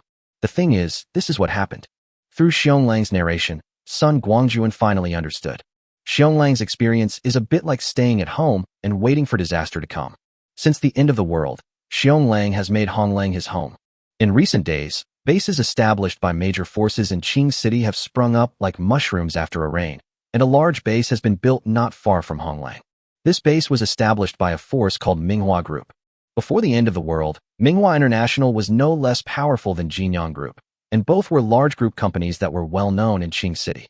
Unlike Jinyang Group, Manhwa International's main business does not involve real estate, but instead focuses on machinery manufacturing and grain and oil import and export. Precisely because of its business, Manhwa International owns several large-scale grain and oil warehouses in Qing City. After the apocalypse broke out, Manhwa International lost a lot of supplies during the rainstorm, but also preserved its two largest warehouses. After the polar night began, Wu Minghua, the boss of Manhwa International, used these two warehouses as a base, occupied two residential areas near the warehouses, and began to build his own survivor base. With supplies and manpower, Wu Minghua's base was established smoothly. Within a few days, he had gathered a large number of survivors around him. Wu Minghua is a man with a strong desire to attack. His methods in the business world have always been extremely fierce. At the end of the world, the warlike factor in this guy's bones completely erupted. After establishing the base, Wu Minghua expanded his military forces on a large scale. Almost all the survivors in the base who had some military power were recruited into the newly formed army. Moreover, Wu Minghua also received some weapons and equipment left behind by the fleet when it evacuated, which further rapidly expanded his armed forces. Seeing that the base was gradually getting on the right track, Wu Minghua could no longer suppress his ambition. Thus, a new round of expansion began. As luck would have it, Xiong Honglingmang happens to be within the sphere of influence of Manhwa International. Although it is on the edge, it is still under the influence of the other party. Just this morning, Manhwa International sent someone over and gave Xiong an ultimatum, asking him and his people to formally surrender to the Manhwa base and report to the base within 5 days. This is definitely not friendly to Xiong, but it is obvious that they want to swallow up his power in one gulp. Chapter 161. The situation is worrying. Although Xiong force is small, it only has about 100 people at most, and this is because he took in a lot of talents after the end of the world.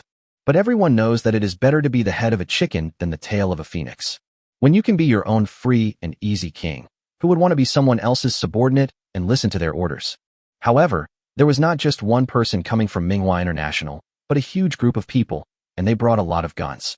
To put it bluntly, they are here to show off their power. Under the threat of force, they will hand you a ladder and recruit you. It depends on whether you know what is good for you. With Xiong arrogance, how could he endure such humiliation that could be called a humiliation under the crotch? But the situation is stronger than the person. Although Xiong is impulsive, he is never reckless. He knows that if he confronts the enemy head-on with a large number of troops approaching, he will only suffer a great loss. He can only force himself to swallow his anger temporarily. After the people from Manhwa International left, Xiong immediately gathered people to discuss how to deal with Manhwa International's forced recruitment. According to Xiong idea, the worst that could happen is that he would fight with Manhwa International to avoid being bullied by them in the future.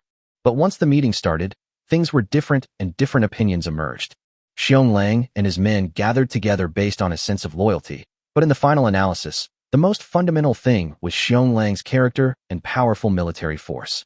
Perhaps Xiong friends and apprentices, that is, the repairmen in the former wheelwright workshop, would swear to follow their brothers/masters until death, but those guys who came to join them after the end of the world might not necessarily be of the same mind as them. What's more, no matter how good brothers or friends are, when it comes to matters concerning their own interests, it is hard to say whether they can be of one mind. Not everyone knew about the people from Manhwa International coming over just now. Now that Xiong explained the situation, these people immediately started talking at once, saying all sorts of things. Some say they are competing with Manhwa International. Some say that the enemy is too powerful to be dealt with, so it's better to change location quickly and run away. Some say that since you can't beat them, just join them. It's good to have a backer. Some say we can take over Gua by pretending to surrender first, and then find a chance to counterattack. By then, won't the huge Manhwa base be ours? Although Xiong had some management skills, they were not much. The bad thing was that he gathered everyone together instead of discussing a result with the small leaders first and then notifying them. People are sometimes blindly obedient. As the lowest level staff, if there is any decision notified from above, they may carry it out honestly. But if you let them express their opinions now and let them feel like they are in charge all of a sudden, that would be bad news. As the boss, you naturally have to express your ideas freely and let others listen to you without accepting any rebuttal. This fully reflects the essence of the saying that too many chickens will not lay eggs, and too many people will cause chaos. So, a meeting attended by all employees ended in a whimper, and the result was that no one could convince anyone else. As for what to do, we can only discuss it later. After the meeting, Xiong gathered with several of his trusted subordinates, the small leaders, and the like. After discussing it, they immediately realized that something was wrong. However, faced with this situation of disunity, Xiong was at a loss as to what to do. Xiong also understood that in order to survive for a long time in the apocalypse, besides supplies, the most important thing was people. If you have a lot of supplies but no manpower, you can only hide aside and survive. Therefore, Xiong did not want to give up on these people who had been gathered together with great difficulty, but now everyone's hearts could not be united, which was another problem that needed to be solved urgently. When they really had no idea, Xiong suddenly made a suggestion. Since the people at home couldn't make up their minds, why not ask for help from outside? Maybe those outsiders could give them a wake-up call. What his elder sister said hit the nail on the head for Xiong. So, Xiong sent Zhang Quan to hurriedly invite the expert Sun Guangjun over. When Sun Guangjun entered the hall and saw the attitude displayed by Xiong, he frowned unconsciously, thinking that this old man Xiong was too unreliable.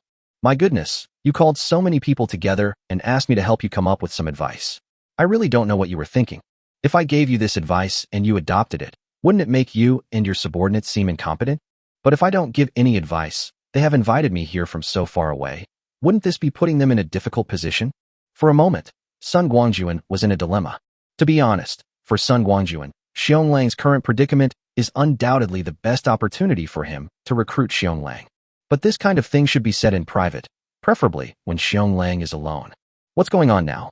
After hesitating for a long time, Sun Guangjun finally said, Brother Xiong, to be honest, Manhwa International is very powerful and has a large number of firearms.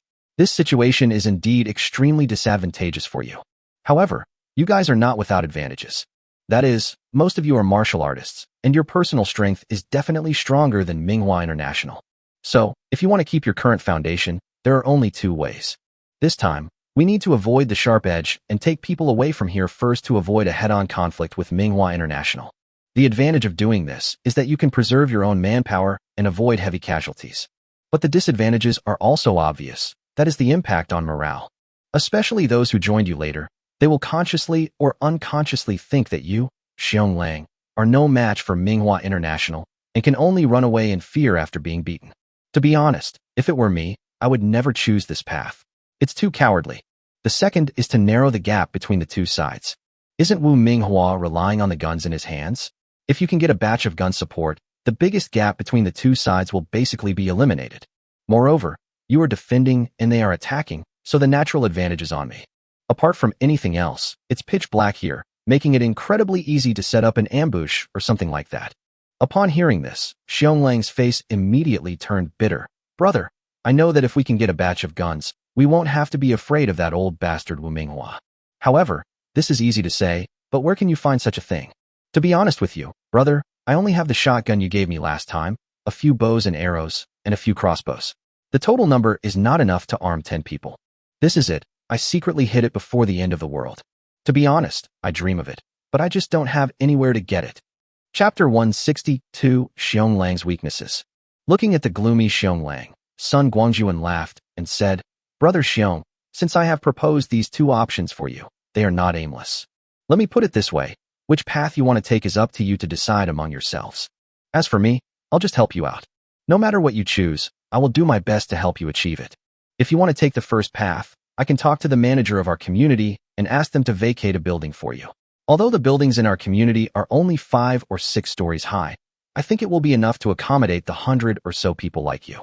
And if you don't want to live under someone else's roof, I can also help you make some contact and get some guns and ammunition. I can't say how many more there are, but 8 or 10 spears should be no problem. Although your numbers are small, relying on the advantage of the terrain, you can definitely hold the building and repel the attack of Manhwa International. Manhwa International is now in a state of massive expansion. If the first attack fails, they will most likely not continue to persist. In other words, as long as you beat them back, you will be safe for the time being. However, this kind of security can only last for a period of time, and the specific situation depends on the expansion progress of Manhwa International. Of course, this expansion does not end with just taking over the territory, because it also involves issues such as personnel arrangements, territory defense, allocation of materials, etc. If Manhwa International manages to effectively manage the occupied territory, then you will have to be careful of their retaliation. Moreover, once Manhwa International makes a comeback, the offensive will definitely not be like this time, and it is likely to be a fight to the death. So, once you get through the current difficulties, you need to speed up the pace of expanding your strength. It is best to recruit as many people as possible and find weapons and equipment. Otherwise, with Manhwa International's basic foundation, you may not be their match. Well, you should discuss among yourselves what to do next. I will take my leave now. Sun Guangjun didn't say much. After clearly stating his suggestions, he stood up and said goodbye. Deep down, Sun Guangjun was very pessimistic about Xionglan's future. This man might be a rare tough guy, but he was definitely not a talented general. At best, he could only be a high-level thug. His biggest shortcoming is his indecision. Seeing Sun Guangjun was about to leave, Xionglang quickly stood up, wanting to see him off. But before he could say anything, Xionglan suddenly stood up and said, Brother, since Mr. Sun has already pointed out how to go, you should quickly discuss it with the brothers. Since I can't help you much, I'll just take Mr. Sun for you. Without waiting for Xionglan's agreement, Xionglan walked over to Sun Guangjun, extended his hand, and said, Mr. Sun, I'll take you there. Sun Guangjun responded softly, turned and walked towards the gate, while Xionglan followed behind him without saying a word. After passing through 2 gates, Sun Guangjun left Honglang, stopped, turned around, and said to Xionglan, Miss Xiong, there's no need to see me off. It's freezing outside. Go back quickly. Unexpectedly, Xionglan suddenly took 2 steps forward, stood in front of Sun Guangjun, bowed deeply, and said, Mr. Sun, this is the first time we meet since we last parted. Last time I was ignorant and misunderstood Mr. Sun and said a lot of inappropriate things. Here, I, Xionglan, would like to express my deepest apologies to Mr. Sun. At the same time, I would like to thank Mr. Sun for taking the trouble to travel thousands of miles to the Magic City to bring me back. Stop, stop, stop. Seeing that Xionglan had already bowed twice and was about to bend down for a 3rd time, Sun Guangjun quickly called out to stop her. Miss Xiong, what are you doing? I'm still alive and well. Are you trying to kill me with this gesture? I'm telling you, we shouldn't repay kindness with enmity, okay? Xionglan was stunned, and then couldn't help but cover her mouth and laugh. Thinking about the situation just now, it was exactly like that. No wonder Sun Guangjun was unwilling. Mr. Sun, I'm sorry, that's not what I meant. Seeing Sun Guangjun's disgusted look, Xionglan quickly said, I just want to express my gratitude. To be honest, I initially thought you were one of my brother's disciples. I didn't expect that it was my brother who begged you for help, which led to that trip to the Magic City. After I came back, my brother heard about some of my actions and scolded me severely. Only then did I realize my mistakes. Therefore, my apology just now is serious and sincere. Please accept it. To be honest, although Xionglan is willful and capricious, he is not an unreasonable person. The last time Sun Guangjun went to Shanghai, Xionglan had a misunderstanding and had not yet adapted to the cruelty of the end of the world, so it was inevitable that his words and actions were a little out of line. After coming back, Xionglan gave him a good scolding. Coupled with the experience of so many days, Xionglan couldn't help blushing every time he thought of his original attitude. Today, I finally saw Sun Guangjun again, and I hurried to express my apologies. From this point of view, this girl is also a cheerful and open-minded person. Okay, I accept it, okay? Faced with Xionglan's sincere apology, Sun Guangjun quickly raised his hands and said repeatedly, Is there nothing else? I'll leave first. He was really afraid that this girl would do the same thing again. If she really sent him away, who would he go to for justice? Mr. Sun, please wait a moment. I have something else to say. Sun Guangjun was in a hurry to leave, but Xionglan didn't want to let him go so quickly. He grabbed his sleeve and said, My brother takes the loyalty of the underworld too seriously and underestimates human nature. I also know that it is inappropriate for him to invite you here so presumptuously today and ask you for advice in front of so many people. But he is just that kind of person, and I can't persuade him. With his personality, if he doesn't suffer a few serious losses, he probably won't learn his lesson. Please be more tolerant of him. I know. Sun Guangjun nodded and said, I know a little bit about Brother Xiong's character. So, Miss Xiong, go back and tell your brother that if he has made a decision, let him come to me on his own, preferably alone. I see. Xionglan nodded immediately and said, Don't worry, Mr. Sun, I will tell my brother this in private. When he comes to find you, he will avoid the attention of others. Sun Guangjun was very satisfied with Xionglan's intelligence. Xionglan finally had someone who understood things by his side. I think that in his previous life, the reason why Xionglan was able to make such a big name, besides his impressive martial arts skills, was probably because he had people like Xionglan who helped him stabilize the rear and manage internal affairs. Without saying anything more, Sun Guangjun waved to Xionglan and walked into the darkness. Xionglan stood outside the gate until she could no longer see Sun Guangjun. Then she sighed with loss and turned back to enter Honglang. Chapter 163 Brothers and Sisters.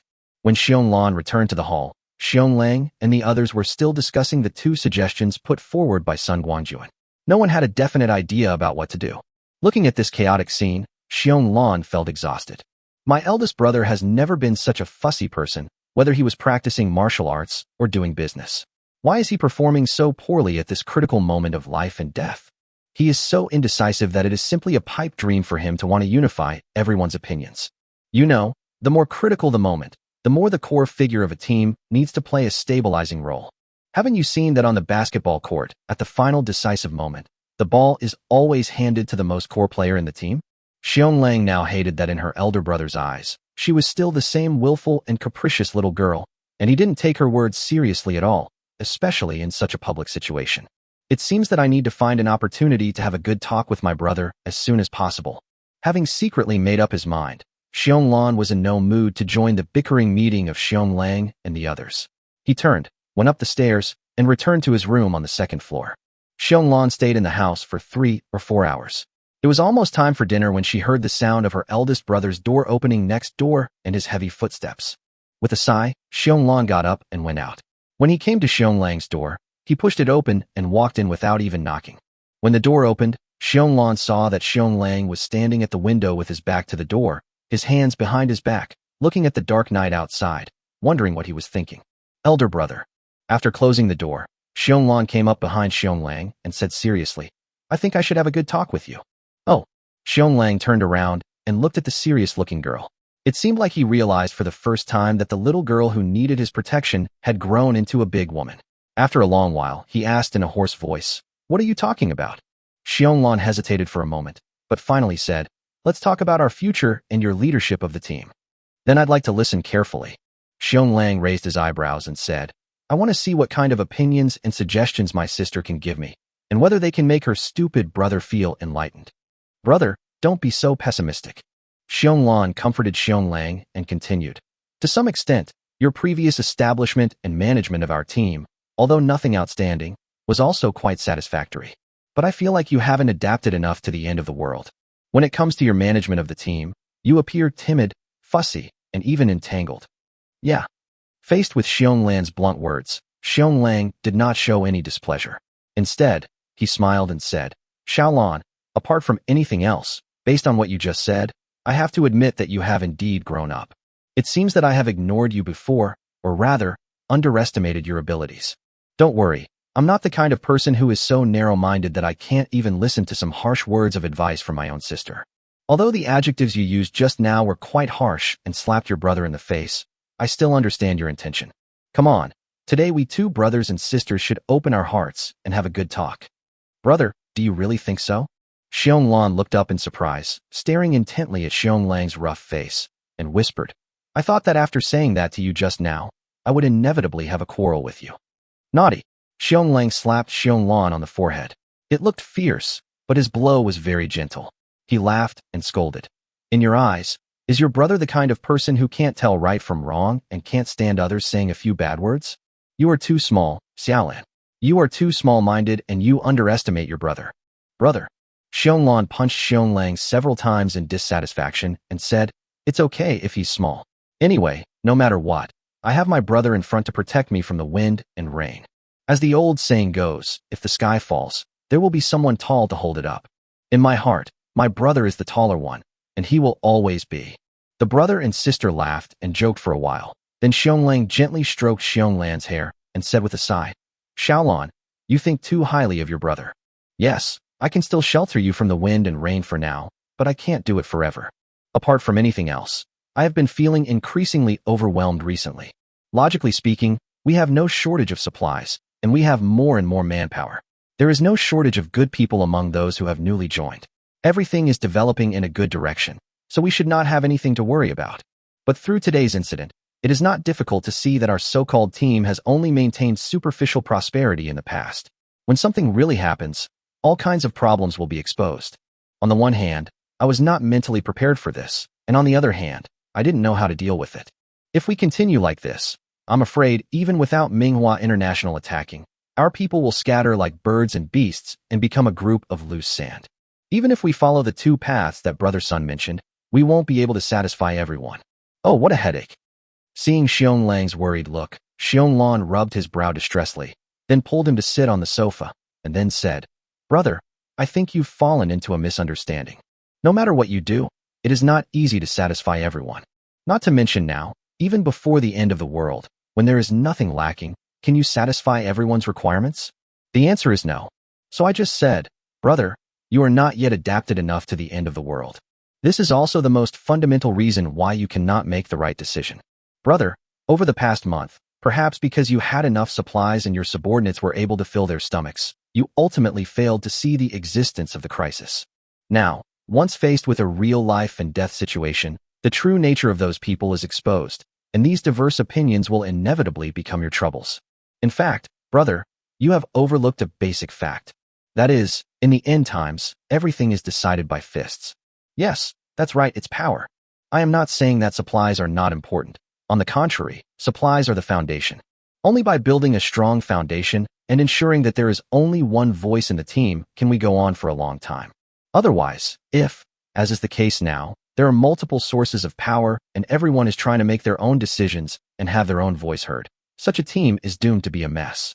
Even if it can gain power temporarily, it will not be able to sustain it for long. Chapter 164 Sister Godbrother. Power. Xionglang pondered over the two words Xionglan said for a long time without making any movement. Just when Xionglan was about to lose his patience, Xionglang frowned and said, Xiaolan, perhaps what you said makes sense, but it's not easy to survive in the apocalypse, and it's fate that we're all together. What's more, most of us now are either my former brothers or friends, including my apprentices, so there are no outsiders. Tell me, when something happens, what else can we do if we don't discuss it with everyone? What to do? Xionglan sneered and said unhappily. Just leave it alone.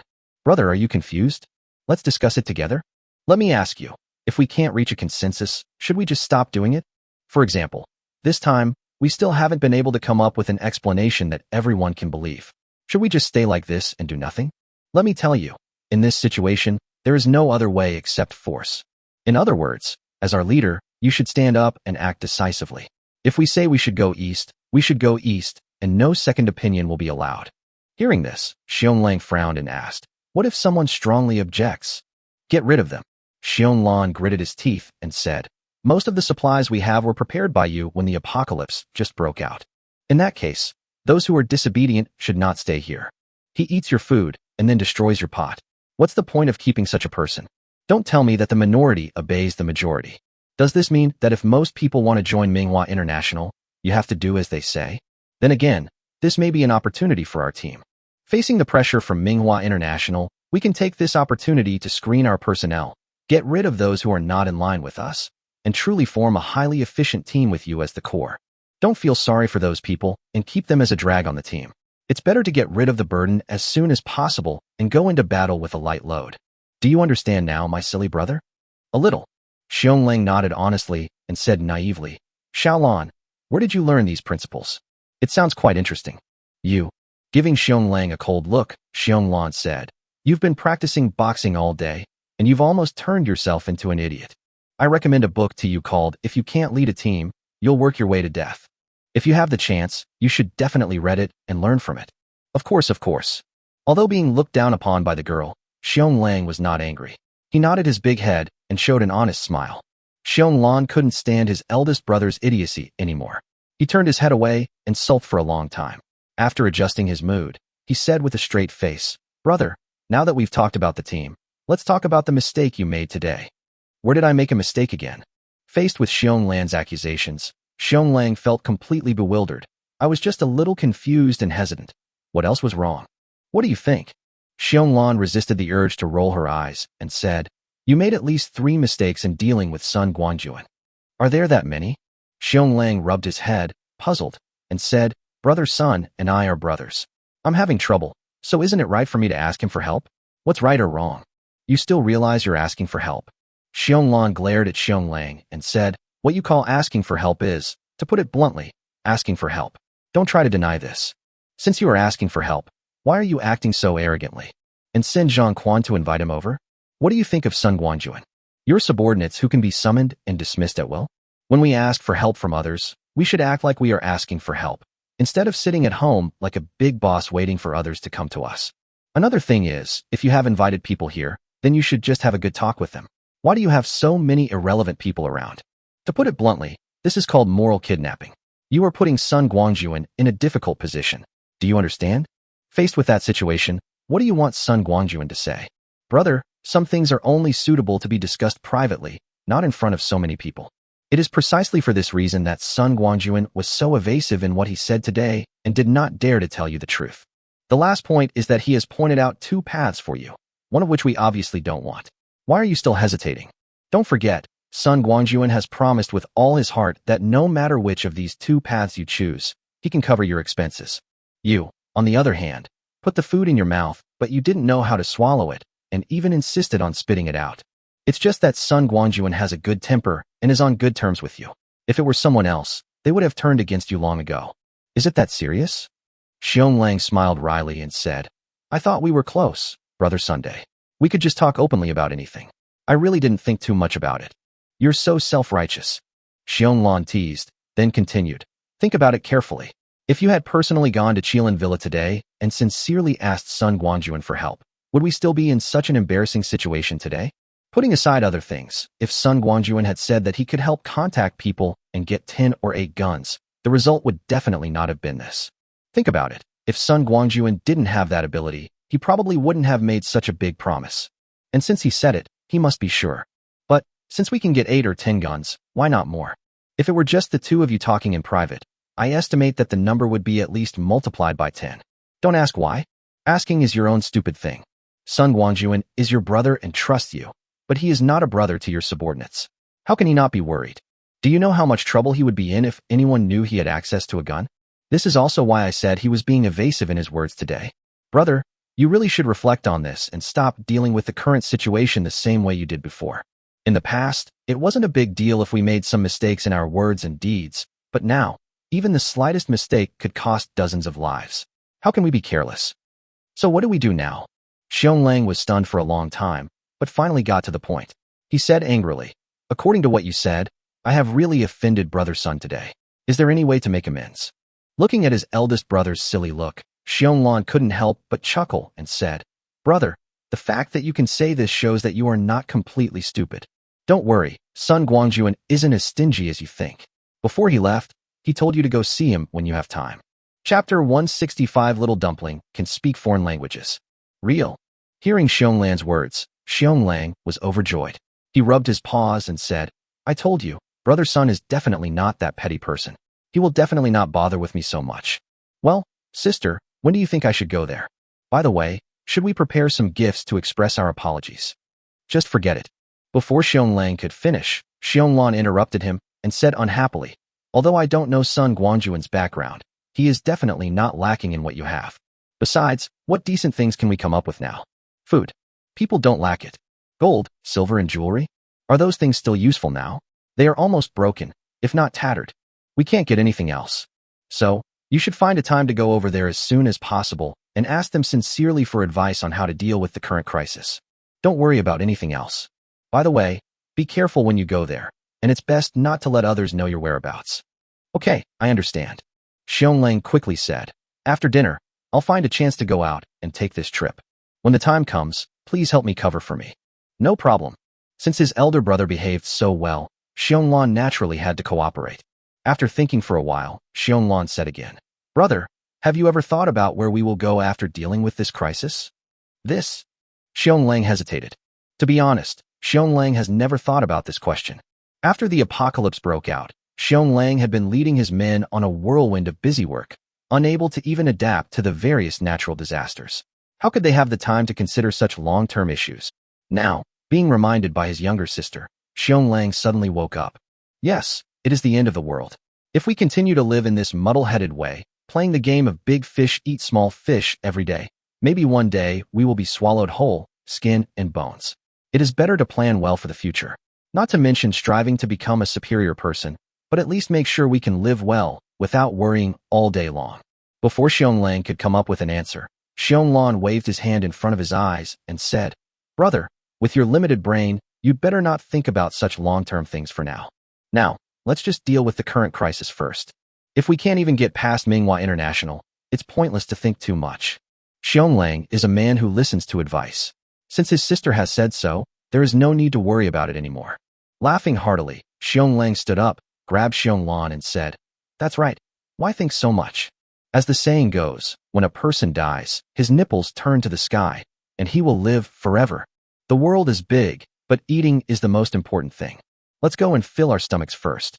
Xionglan rolled her eyes and was dragged downstairs by Xionglang to eat. 2 flowers bloom, each showing its own beauty. Sun Guangjun left Honglang and walked a long way before taking out a snowmobile from the Shanhe Ring and returning to Qilin Villa. As usual, he left the snowmobile in the guardroom and handed it to Zhao Zixing to deal with. Sun Guangjun drove an off-road vehicle that had been left here before and returned to Villa Number 1. After entering the yard, Sun Guangjun found that there was no one in the yard. However, the little dumpling, who had shown his prowess in the morning and achieved a perfect kill of 6 in the first battle, had come out of the bathtub at some point and was showing off in the yard. Of the 3 village bullies in the yard, without the big white goose, only 2 lonely big roosters are left, and they are no match for the little dumpling. Having become the top force in the yard, little dumpling was so proud that he not only chased the 2 big roosters everywhere, but also ran to the snow mastiff and Lijo Red and kept provoking them. This is because the snow mastiff and Lijo Red have good tempers and did not argue with the little dumpling. Otherwise, there would probably be another fight in the yard. Sun Guangjun was furious when he saw the little girl showing off and forgetting the pain, even though her scar hadn't healed yet. After jumping out of the car, Sun Guangjun strode towards Zaichuanzi. The opening and closing of doors and the movement of cars had already alarmed the little girl who was following Mr. and Mrs. Huang and showing off. The little guy was smart enough. As soon as he saw the car, he immediately realized that Sun Guangjun had returned. He left old Huang and his wife and rushed over with his head wagging his tail. When the two sides met on a narrow road, Sun Guangjun won without any surprise. With a move of blood suppression, Sun Guangjun easily grabbed the scruff of the little guy's neck and lifted him up. The fat body was suspended in the air, the little ball had its limbs tucked in, and it was sitting, facing Sun Guangjun's big face with its head huddled. Without waiting for Sun Guangjun to make a move, the little dumpling rubbed his belly aggrievedly, then spread his hands towards him. The meaning was very clear. I'm hungry and want to eat. You are such a foodie. Sun Guangjun knocked Zai Chuanzi on the forehead twice, took out a few bamboo shoots and threw them on the ground, then threw Zai Chuanzi over. Landing in the pile of bamboo shoots, the little dumpling rolled around happily. When he looked up, he actually barked twice at Sun Guangjun. The standard dog barking sounded, and Sun Guangjun couldn't help but cover his forehead. Damn it. He was too embarrassed to see anyone. A panda, what else can you learn? Bark like a dog? It's really a disgrace to the reputation of your ancestor, the iron-eating beast. Sun Guangjun felt ashamed, but the little girl didn't have this kind of self-awareness. She sat on the ground properly, picked up a big bamboo shoot, peeled off the skin in a few seconds, opened her little mouth, and started to eat. Soon, after eating 2 bamboo shoots, the little dumpling patted his belly with satisfaction. Looking at the bamboo shoots scattered around him, the little dumpling bit one of his claws and thought hard. Finally, Zai Chuanzi made a difficult decision. I saw the little ball crawling up from the ground, sticking out his little butt, and struggling to pull a few bamboo shoots together. Then he stretched out his 2 short front legs, and it seemed that he wanted to pick up all the bamboo shoots at once. However, there were 4 or 5 bamboo shoots left, and the little dumpling's arms were too short, so he could only take care of the west but not the east. After trying several times, Zai Chuanzi had to give up this unrealistic action and instead chose the most practical method. This time, Zai Chuanzi held 2 bamboo shoots under his left and right armpits. Of course, it only picks up the thin part at the front of the bamboo shoot, and the thick part at the back is still dragging on the ground. Otherwise, its 2 short claws would not be able to pick it up. Just like that, the little dumpling, like a victorious general returning to court, majestically held 2 bamboo shoots between his legs and walked towards the house with his short legs. Nearly 10 minutes later, the little dumpling crawled back from the house, picked up 2 bamboo shoots again, and repeated the previous action. Faced with the little dumpling's efforts, Sun Guangjun had no intention of helping at all. He just stood there with great interest, watching the whole process, and even made himself a cup of fragrant tea. Chapter 166 New Toys. Sun Guangjun walked leisurely to the tea table and sat down, with a satisfied smile, like an old father on his face. The little guy ran back and forth twice with great effort, and there was only 1 bamboo shoot left on the ground. Given his greed and arrogance, he would never allow this bamboo shoot to fall into the hands of others. Sure enough, nearly 10 minutes passed, and the little dumpling came back again. Just as the little girl picked up the last bamboo shoot and was about to leave contentedly, Sun Guangjun suddenly said, "Come here, little guy. I have something good for you." Woof. Little Chuanzi barked like a dog, but when he saw Sun Guangjun sitting there, holding a giant bamboo shoot in his hand that was bigger than all the bamboo shoots he had eaten before, the barking immediately changed. Oh! The little dumpling pounced fiercely in front of Sun Guangjun and unexpectedly sat down on the ground. After thinking for a while, he put the bamboo shoot in his hand behind him and tried to move his butt to block it tightly. Thinking he had done it perfectly, the little dumpling was ready to start his performance. However, when the little dumpling looked up, it was shocked to find that the big thing in Sun Guangjun's hand that it had always dreamed of was gone. Instead, there was a small bamboo basket about the same size as itself, with 2 straps hanging on it. That's right, what Sun Guangjun took out was a small bamboo backpack. Well, it's prepared for the little ones. Sun Guangjun saw that Zai Chuanzi was struggling, but could only take away 2 bamboo shoots each time. This efficiency was too low, so he took out an extra-large bamboo shoot from the shanha ring as bait and lured Zai Chuanzi over. Looking at little dumpling again, the big guy he had been thinking about was gone. How could this be possible? However, facing Sun Guangjun, Zai Chuanzi had a very clear understanding. That is, in terms of force, it was definitely not his opponent. This was also the reason why it had rushed over with such a fierce momentum just now, but finally turned into a flattering posture. There's no way. Our panda family, except for our ancestors in ancient times, has never won by force. We know how to act cute. So, the little dumpling leaned back and was about to throw a tantrum, but suddenly he remembered that there was a bamboo shoot hidden behind him. If he was discovered, wouldn't he risk losing more than he gained? Return what you have obtained? Is that the style of our group? It must not be possible. Once something is in Tuanzi's hands, it belongs to Tuanzi, and no one can take it away. Since there is a risk now, we must avoid it. Humph! Can such a small difficulty stump our resourceful little dumpling, who can be described as the reincarnation of Crouching Dragon and Reborn Phoenix? The little dumpling abruptly stopped twisting his body and was about to roll on the ground. He just pressed on the bamboo shoot behind him, spread his hands, drooped his head, and put on an expression of heartbreak and despair. Judging from the attitude, it is definitely like, I won't get up unless you coax me well. Hey, little dumpling, who did you learn this from? Seeing the little dumpling acting like a rogue, Sun Guangjun was so angry that he laughed. You little guy, you only learn bad things instead of good ones. With what you have done, do you think you are worthy of the great reputation of your ancestors? Iron-eating beast, panda, bamboo bear, silver dog, donga, dodonga, z, emo, and leopard. Look at these names, which one is easy to mess with? No, how did a strange thing get in here? Silver dog? No wonder you bark like a dog. It's a gene from your ancestors, right? Well, that's off topic. Let's get back to the topic and discuss it in detail. Look at the way you are now. It's obvious that you can't afford to have fun. It's just hiding that big bamboo shoot. What's the big deal? So, aren't you ready to see the new toys I prepared for you? Hey, there are new toys? The little dumpling looked up in confusion, and facing it was the small bamboo basket swaying in Sun Guangjun's hand. What is this? Don't blame the little girl for being ignorant. She is still a child after all. As if he could see the little girl's confusion, Sun Guangjun smiled like a weird uncle luring a child with a lollipop and said, Yes, that's right. It's the little thing in front of you. This thing is called a backpack. Don't underestimate it. It's a good thing. As he spoke, Sun Guangjun stood up and walked to the little dumpling, picked up the bamboo shoots that were pressed under its body, and put them into the backpack. Little dumpling's eyes lit up. It seems like, maybe, possibly, this is really a good thing? Seeing that there was still plenty of space in the backpack with a bamboo shoot in it, the little dumpling stopped playing tricks, turned over, and sat up, reaching out to take it. But how could Sun Guangjun satisfy Zaichuanzi so easily? Holding the small backpack and waving it in front of Zaichuanzi, Sun Guangjun stood up and went back to the tea table, sitting down in a dignified manner. This time, the little girl was really dumbfounded. Where was the new toy she was promised? So you were playing with it by yourself, right? Also, you snatched the bamboo shoot in front of the panda, and it was the only one. How mean of you. Good guy, what a good guy. At this moment, the little girl suddenly discovered an ironclad fact. Her mother tongue was speechless. I was so angry that I couldn't speak. But before the little dumpling could get angry, a new bamboo shoot suddenly appeared in Sun Guangjun's empty hand. After waving the bamboo shoot in front of the little girl, Sun Guangjun also put it into the small backpack. The little dumpling finally smiled. Well, the two-legged beast opposite is just teasing me.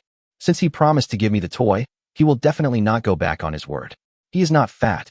Look, there is an unexpected gain. Isn't this Minute Maid? So, the little dumpling was no longer angry, nor did he play tricks.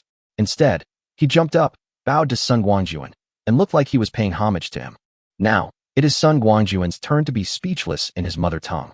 But the little girl is so smart and has surrendered. What else do you want to do? Losing interest in playing any further, Sun Guangjun took out several more bamboo shoots and only stopped when the small backpack was filled to the brim. In fact, when we say it is full, it only means 4 or 5 bamboo shoots. The little bamboo shoots are really limited in size, so how much can be stuffed into a backpack of similar size? Commanding Zaichuanzi to stand up, Sun Guangjun helped it carry the small backpack, then took out the bait, the giant bamboo shoot that was almost twice as tall as Zaichuanzi, and stuffed it into Zaichuanzi's arms. This time, the little dumpling was completely satisfied. Not only did he get what he had always dreamed of, but he also had an unexpected reward. This life, no, it's not the life of a bear, but also no, it's not the life of a cat. Oh, never mind. Whatever you love will come true. It will be perfect anyway. Waving proudly at Sun Guangjun, the little dumpling turned around, carrying a basket on his back and holding a large bamboo shoot. He staggered into the house. Sun Guangjun saw it from behind and almost laughed out loud. I saw a huge bamboo shoot moving in front, and behind it at a short distance were several bamboo shoots piled up in a small bamboo basket, but the small ball in the middle was missing. The little dumpling was actually surrounded by bamboo shoots. Chapter 167 Xiong Lang arrives. Watching the little dumpling go back with a full harvest in his arms, Sun Guangjun had no intention of offering a hand to help. That is the happiness that belongs only to the little dumpling. Others just need to watch quietly from the side. After more than 10 minutes, the little dumpling did not show up again. It seemed that it had gone back to enjoy its bamboo shoot feast with satisfaction. When he thought of eating, Sun Guangjun pressed his stomach unconsciously, as if it was time for him to eat. I looked at the time, and it was already past 6 in the evening. No wonder I feel hungry. Muttering something to himself, Sun Guangjun stood up and walked towards the restaurant. There are many people in my family now, and almost all of them are big eaters. So when we eat, we can't set out a big table with various dishes like we did before, and everyone eats together happily. Besides, eating is a matter of time. With so many people around, you can't expect everyone to go hungry together.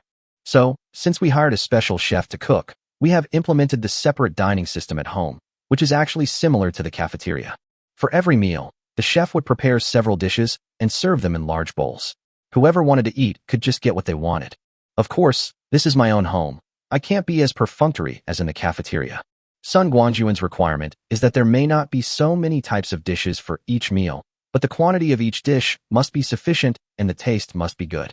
If someone doesn't like a meal, they can ask the chef to make something else. The main thing is that everyone should eat well and have enough. In the restaurant, the chef had already prepared dinner. When he saw Sun Guangjun come in, he quickly stood up and greeted him. Sun Guangjun asked the chef and learned that there was some left of the iron pot stewed goose from lunch.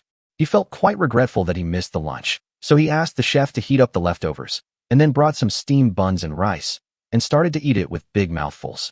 Seeing Sun Guangjun eating so happily, the chef couldn't help but feel envious. For the chef, coming to Sun Guangjun's home is undoubtedly a blessing. Compared with the days of hunger in the past, having enough food and clothing is the most basic guarantee here. Moreover, the chef eats the same food as Sun Guangjun and his friends. However, compared with the appetite of people like Sun Guangjun, the food eaten by both the chef and the two handymen was really not enough. Therefore, every time the chef sees Sun Guangjun and his friends eating meat and rice with big mouthfuls, he can't help but envy them for a long time. They can eat so much every time. Their mouths and stomachs are really not in vain. After a hearty meal, Sun Guangjun returned to the tea table and began his daily slacking off. He boiled some water, poured out the remaining tea in the pot, and replaced it with new tea. When the water boiled, he poured it in. Amidst the ethereal aroma of tea, Sun Guangjun felt an unprecedented sense of satisfaction. Eat and drink your fill, and have a pot of fragrant tea. Such a peaceful life is something that many people would not be able to obtain, let alone in the end times, even before the end times. I have to say that Sun Guangjun is quite talented in enjoying things, and he seems to have learned it by himself. These days, Sun Guangjun has been staying at the tea table almost all the time. He felt uncomfortable sitting on the tree stump all the time, so he simply got a lazy chair over. He drank his tea, lay down on the lazy chair, and crossed his legs. He looked like a landlord in the old society, asking for a beating. Through the glass dome, all he saw was pitch black, and Sun Guangjun curled his lips in disgust. I don't see the sun every day, and my biological clock is almost messed up. When I think about having to live like this for another 80 or 90 days, I feel like I have no desire to live. There is no way. People just want to live under the sun. Those who hide in the dark and dare not show up are rats and bedbugs.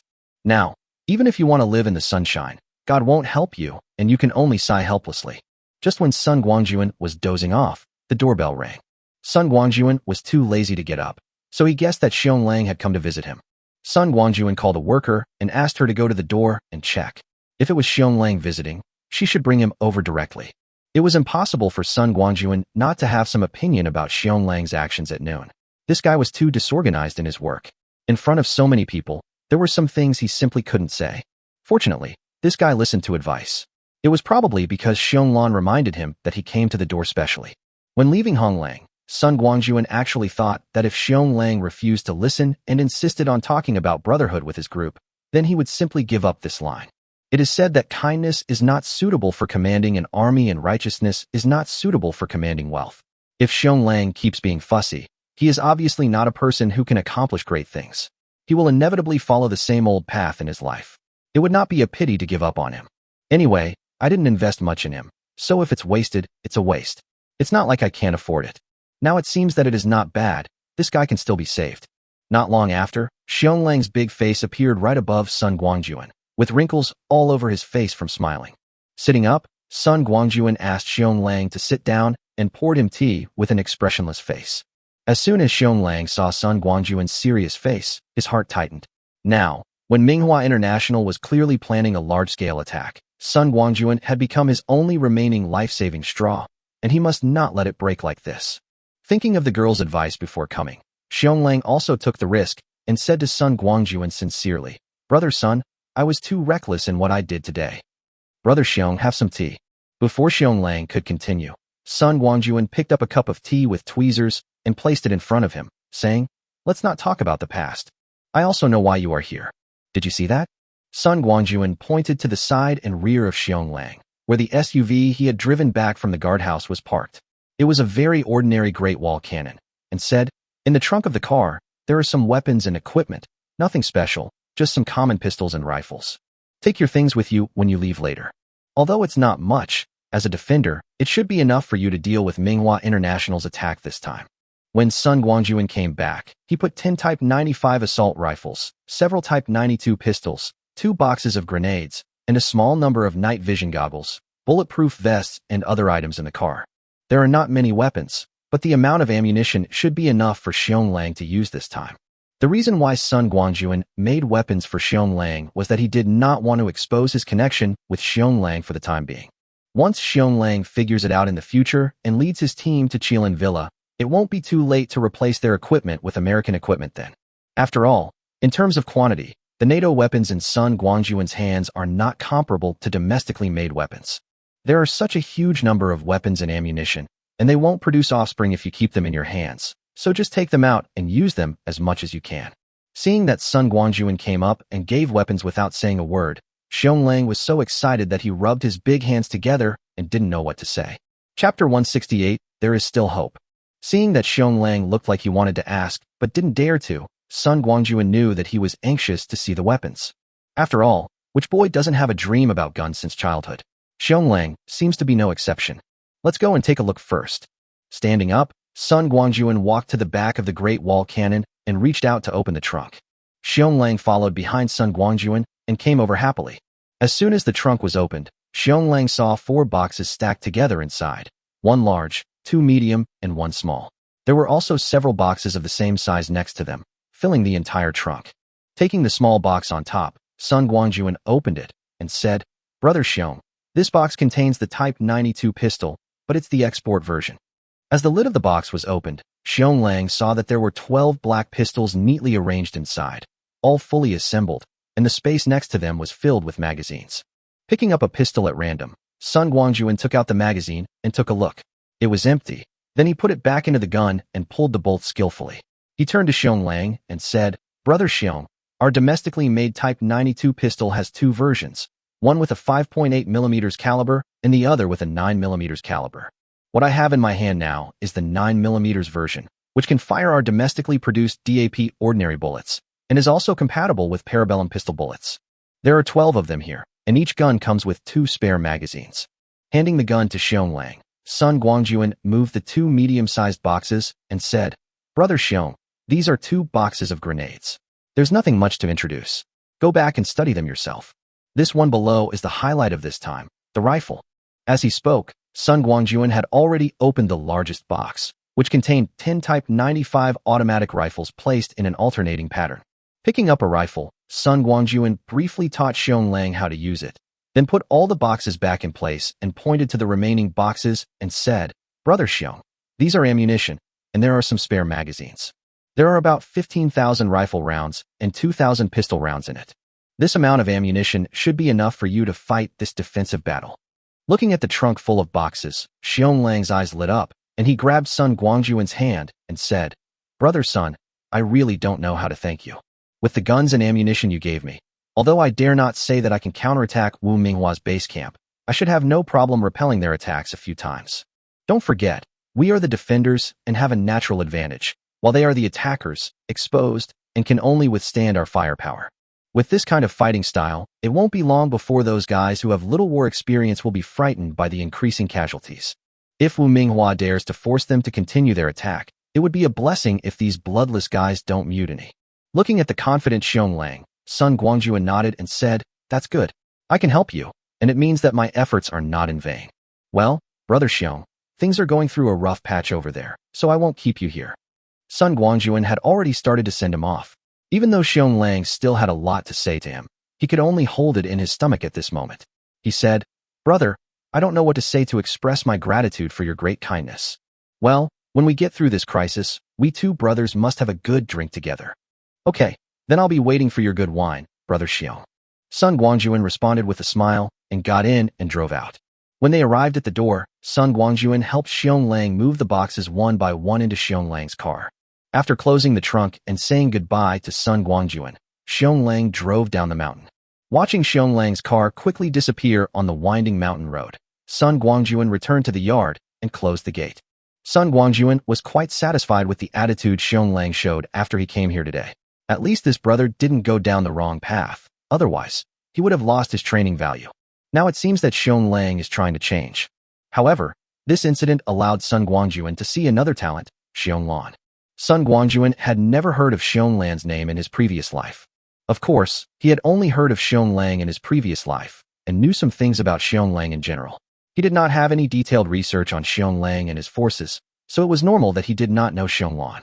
Now it seems that the reason why Xiong Lang could become the powerful king-level warrior in his previous life and have so many followers under him was definitely due to Xiong Lan's contribution. Sun Guangjun had no objection to contacting Xiong Lan. Don't forget that he was Xiong Lan's savior. There is no rush for these things. There is plenty of time in the future anyway. Why worry about not having the opportunity to get in touch? Xiong Lang, who was on his way back, had no idea that the big girl whom he protected like the apple of his eye had been targeted by someone. At this time, Xiong Lang, with the weapons and ammunition provided by Sun Guangjun, was no longer too worried about repelling Manhwa International's attack. He was worried about something else. That is Sun Guangjun's attitude. After being scolded by his sister today, Xiong Lang came to Sun Guangjun and found that Sun Guangjun's attitude had obviously changed. This made him think deeply. Could it be that what I did before was really wrong? If Xiong Lan was the only one who said this, Xiong Lang might still have some doubts. But now Sun Guangjun's attitude is exactly the same as what the girl said. Doesn't that just prove what Xiong Lan said? It seems that I really need to change my working style in the future. Looking back at the guns and ammunition in the trunk, Xiong Lang immediately gained confidence. With these things in hand, it's a good opportunity to take advantage of this crisis to set some rules for the team. Just like the girl said, as a team, there can only be one voice. Having made up his mind, Xiong Lang stepped on the accelerator hard. The car made a dull roar and skidded forward. In fact, what Xiong Lang didn't know was that although Sun Guangjun gave him the cold shoulder, he didn't actually mean to give up on him completely. At least, Sun Guangjun was not prepared to sit idly by when facing the crisis that Xiong Lang faced. Isn't the deadline given by Manhwa International 5 days? Sun Guangjun wanted to see what Manhwa International would do 5 days later when it saw that Xiong Lang and others had no intention of surrendering. If they really attack Hanlingmen by force, Sun Guangjun will have to play the role of the sixth man and play a mantis stalking the cicada while the Oriole is behind it for Wu Minghua. After happily making a unilateral decision in his heart, Sun Guangjun happily returned to the lazy chair and lay down. There was nothing to do, so he might as well take a nap. Soon, Sun Guangjun fell into a drowsy sleep. Chapter 169. Old Huang is going to be a father. The temperature in the yard is not very high, maybe around 10 degrees. Compared to the temperature outside, which is 50 or 60 degrees below zero, it is no exaggeration to say that it is as warm as spring in the yard. If an ordinary person sleeps at this temperature, he will most likely catch a cold, but Sun Guangjun's body is too strong, so he still has some resistance. Just when Sun Guangjun was dozing off, he suddenly felt someone tearing his pants hard. Who is it? Stop it. Even in his dream, Sun Guangjun still remembered that he was in the yard, and he couldn't help but feel dissatisfied with the person who pulled his pants. Tell me, no matter how anxious you are, we have to go back to the house and do that, right? In this yard, there are not only chefs and workers, but also the 3 bullies of the village. Taking off my pants in this kind of environment is like taking off my pants in public. It's just too much. After muttering something, Sun Guangjun turned over and wanted to continue sleeping. Woof woof woof. Suddenly, a burst of rapid dog barking sounded in Sun Guangjun's ears. Little dumpling, is that you? Who did you learn this from? When Sun Guangjun heard the dog barking, he thought that the little idiot Zaichuanzi had returned, but then he realized that the sound was not from Zaichuanzi. Turning over and sitting up, Sun Guangjun took a closer look and found that the one who was desperately tearing his trouser legs and stopping to shout from time to time was not Zaichuanzi, but Lao Huang. No wonder the voice sounded so familiar just now. Putting his arm around Lao Huang's neck, Sun Guangjun rubbed Lao Huang's head a few times and said with a smile, Lao Huang, why are you also following his bad ways? I'm just taking a nap. Why are you making such a fuss? Obviously, Sun Guangjun's words did not calm Lao Huang's emotions. Woof woof woof. Old Huang shook his neck hard, and his big head broke free from Sun Guangjun's restraints, and then he started screaming wildly. While shouting, Lao Huang bit Sun Guangjun's trouser leg and dragged him backwards. Sun Guangjun finally realized that something was wrong. It was obvious that Lao Huang was not joking with him. Something was wrong. Come on, Lao Huang. I know you're anxious. Can you please stop pulling my pants down? Let me stand up. Sun Guangjun quickly stood up and followed Lao Huang, and soon arrived at the door of Lao Huang's house, the largest wooden doghouse. When he got there and took a look, Sun Guangjun understood everything at once. He turned around and rubbed Old Huang's head, scolding him with a smile. Old Huang, you are going to be a father, so you can't wait to find me to tell me the good news, right? Okay. I know you are worried about Mrs. Huang, but there's nothing you can do about this. I don't know how to deliver a baby. Don't worry. Mrs. Huang is in good condition and won't have a difficult birth. Just wait and be a father. In the corner of the wooden house, Mrs. Huang was lying down anxiously, standing up from time to time, and occasionally spinning around in the same place. Seeing Sun Guangjun coming, Mrs. Huang looked at him warily, as if she finally breathed a sigh of relief. She slowly calmed down and lay down in the doghouse made of a pile of cloth and cotton. Sun Guangjun had a piece of steaming hot marbling steak in his hand. He tore it into small pieces and fed them one by one to Mrs. Huang, who was lying in the corner of the wooden house.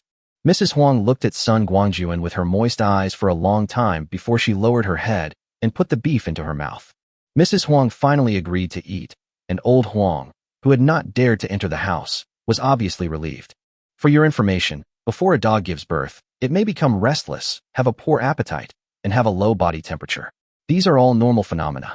After eating a piece of the best marbling steak, Mrs. Huang's spirits were obviously better. Sun Guangjun thought for a while, then took out a basin of warm milk and put it to Mrs. Huang's mouth. Childbirth requires physical strength, and these high-protein, high-calorie foods are very helpful in replenishing Mrs. Huang's physical strength. Although he said he didn't know anything about midwifery, Sun Guangjun still took out a book about dog delivery and tried to help out. After quickly reviewing the key links, Sun Guangjun calmed down Old Huang, and Mrs. Huang ran back to the house and quickly brought back a large medicine box.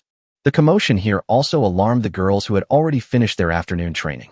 When Sun Guangjun ran back with the medicine box, he was followed by a long line of female soldiers. A group of women gathered in front of Mrs. Huang's delivery room, chattering about something. Seeing that Mrs. Huang was becoming anxious again, Sun Guangjun suddenly remembered that it seemed that the dog would avoid people when giving birth. Obviously, with so many people gathered here, Mrs. Huang is already feeling uneasy. Keep your voices down, you guys. Seeing that the women didn't seem to be stopping, Sun Guangjun hurriedly said, Mrs. Huang is in a sensitive moment now. If you make such a noise, it will mistakenly think that you are trying to snatch its unborn baby, and it will easily make an attack. If you don't want to be bitten by a dog, just shut up. Also, don't all gather here. Too many people will easily irritate Mrs. Huang, and it will also hinder air circulation. The girls had never seen a dog give birth before, so they gathered around to watch. Now that they were scolded by Sun Guangjun, they immediately kept their distance. Seeing that Mrs. Huang's mood had gradually calmed down, Sun Guangjun turned around and called Old Huang over, saying, Old Huang, this is your wife, and this is your child, so you just stay here and watch over her honestly. Don't worry, I won't go far. I'll be drinking tea at the tea table. If anything happens, just give me a call, and I'll come over. I'll have someone bring you something later, so you can have a few bites first. Judging from Mrs. Huang's condition, she might start the attack at any time, but no one knows how long it will take. After all, you dogs are big producers. You can give birth to at least 3 or 5 puppies in one litter, and even 10 or 8 is normal. Some are waiting. As someone's husband, you enjoyed it in the beginning, so you have to take responsibility now. After rubbing Old Huang's dog's head, Sun Guangjun said hello to Mrs. Huang and asked the girls to leave the doghouse temporarily. After returning to the tea table and sitting down, Sun Guangjun said to the girls, You should have just finished training, right? Stop embarrassing yourself here and go back to take a shower and change your clothes. The temperature in the yard is not high enough, and you might get frozen again. Well, this is directly chasing people away. The most hateful thing is that they are doing it under the banner of caring about them. The girls who had just sat down stood up speechlessly, with fierce faces, and went back to their rooms. Behind them, Sun Guangjun's leisurely voice came. If you want to see Mrs. Huang give birth, don't worry. I think it's a problem whether it can be finished tonight. You can come over anytime you want to watch. By the way, if anyone can stop by the kitchen and ask me to stew some pig's trotters, papaya, tofu, etc. for Mrs. Huang. Judging from the size of Mrs. Huang's belly, this litter is either too big or too large, so they can't survive without milk. Although the girls were very dissatisfied with Sun Guangjun's behavior of chasing people away just now, they still went to the kitchen together to convey Sun Guangjun's request and to see what to eat in the evening. If there was anything else they particularly wanted to eat, they could order dishes in advance. After everyone had left, Sun Guangjun drank a sip of tea comfortably and lay down on the lazy chair. However, this time he didn't dare to sleep as he had to keep an eye on Mrs. Huang's situation. Chapter 171 Fetus, 7 Treasures. Sun Guangjun had already eaten dinner, and as he was thinking about Mrs. Huang, he did not go to the restaurant to join the girls, but insisted on staying at the tea table. There is going to be a new baby in the family, and as the head of the family, he has to be present to take charge even if he does nothing. After the girls finished their meal, they did not return to their rooms but gathered at the tea table, chatting and laughing in low voices while waiting for the sacred moment when Mrs. Huang would give birth. At around 9 o'clock in the evening, Mrs. Huang finally started the operation amid everyone's anticipation. Everything went smoothly. Mrs. Huang gave birth to 7 puppies. Sun Guangjun personally cut the umbilical cord of each one using sterilized hemostatic forceps and scissors. From this perspective, it can be said that Sun Guangjun personally helped Mrs. Huang deliver the baby. 7 puppies were put into a small basket covered with cotton padding one by one. They were crowded together, looking furry and very cute. After eating the placenta, Mrs. Huang regained some strength and looked at the little cubs that Sun Guangjun brought to her with loving eyes. Sun Guangjun put all the puppies on Mrs. Huang's belly and brought the nourishing soup for postpartum women that had been stewed long ago and put it next to Mrs. Huang's mouth. The little ones may have smelled the scent of their mother. They were crawling around anxiously just now, but now they have become quiet one by one. Those who were born earlier have even taken the initiative to find a position and started to suckle. Seeing this, Sun Guangjun finally breathed a sigh of relief. Mrs. Huang's delivery went smoothly, and the cubs were all healthy. What makes people even happier is that the family has added new members, 7 in total. Suddenly, Fengjiu started to yell in surprise. "Boss, why are these puppies different colors? Aren't their parents Old Huang and Mrs. Huang? How come I have a different color from my parents?" It was just as Fengjiu said. Of the 7 puppies, 3 took after Old Huang and Mrs. Huang. They were all yellow, the authentic pastoral dog color, with a streak of white hair on their chests. The remaining 4 are different. There are 2 black ones, 1 off-white one, and 1 light brown with a white face. Hearing Fengjiu's shouting, Sun Guangjun stood up and said with a smile, "Do you have the same question?" Indeed, both Old Huang and Mrs. Huang are authentic pastoral dogs of earthy yellow color. Logically, their offspring should have the same color as them. But the actual situation is not like this now. In fact, this is a normal phenomenon. You don't have to suspect that Mrs. Huang has cheated on her husband and given him a large green grassland. This issue involves dominant genes and recessive genes in genetics, also known as Mendel's law. I can't remember the specific content. In short, just know that this is normal.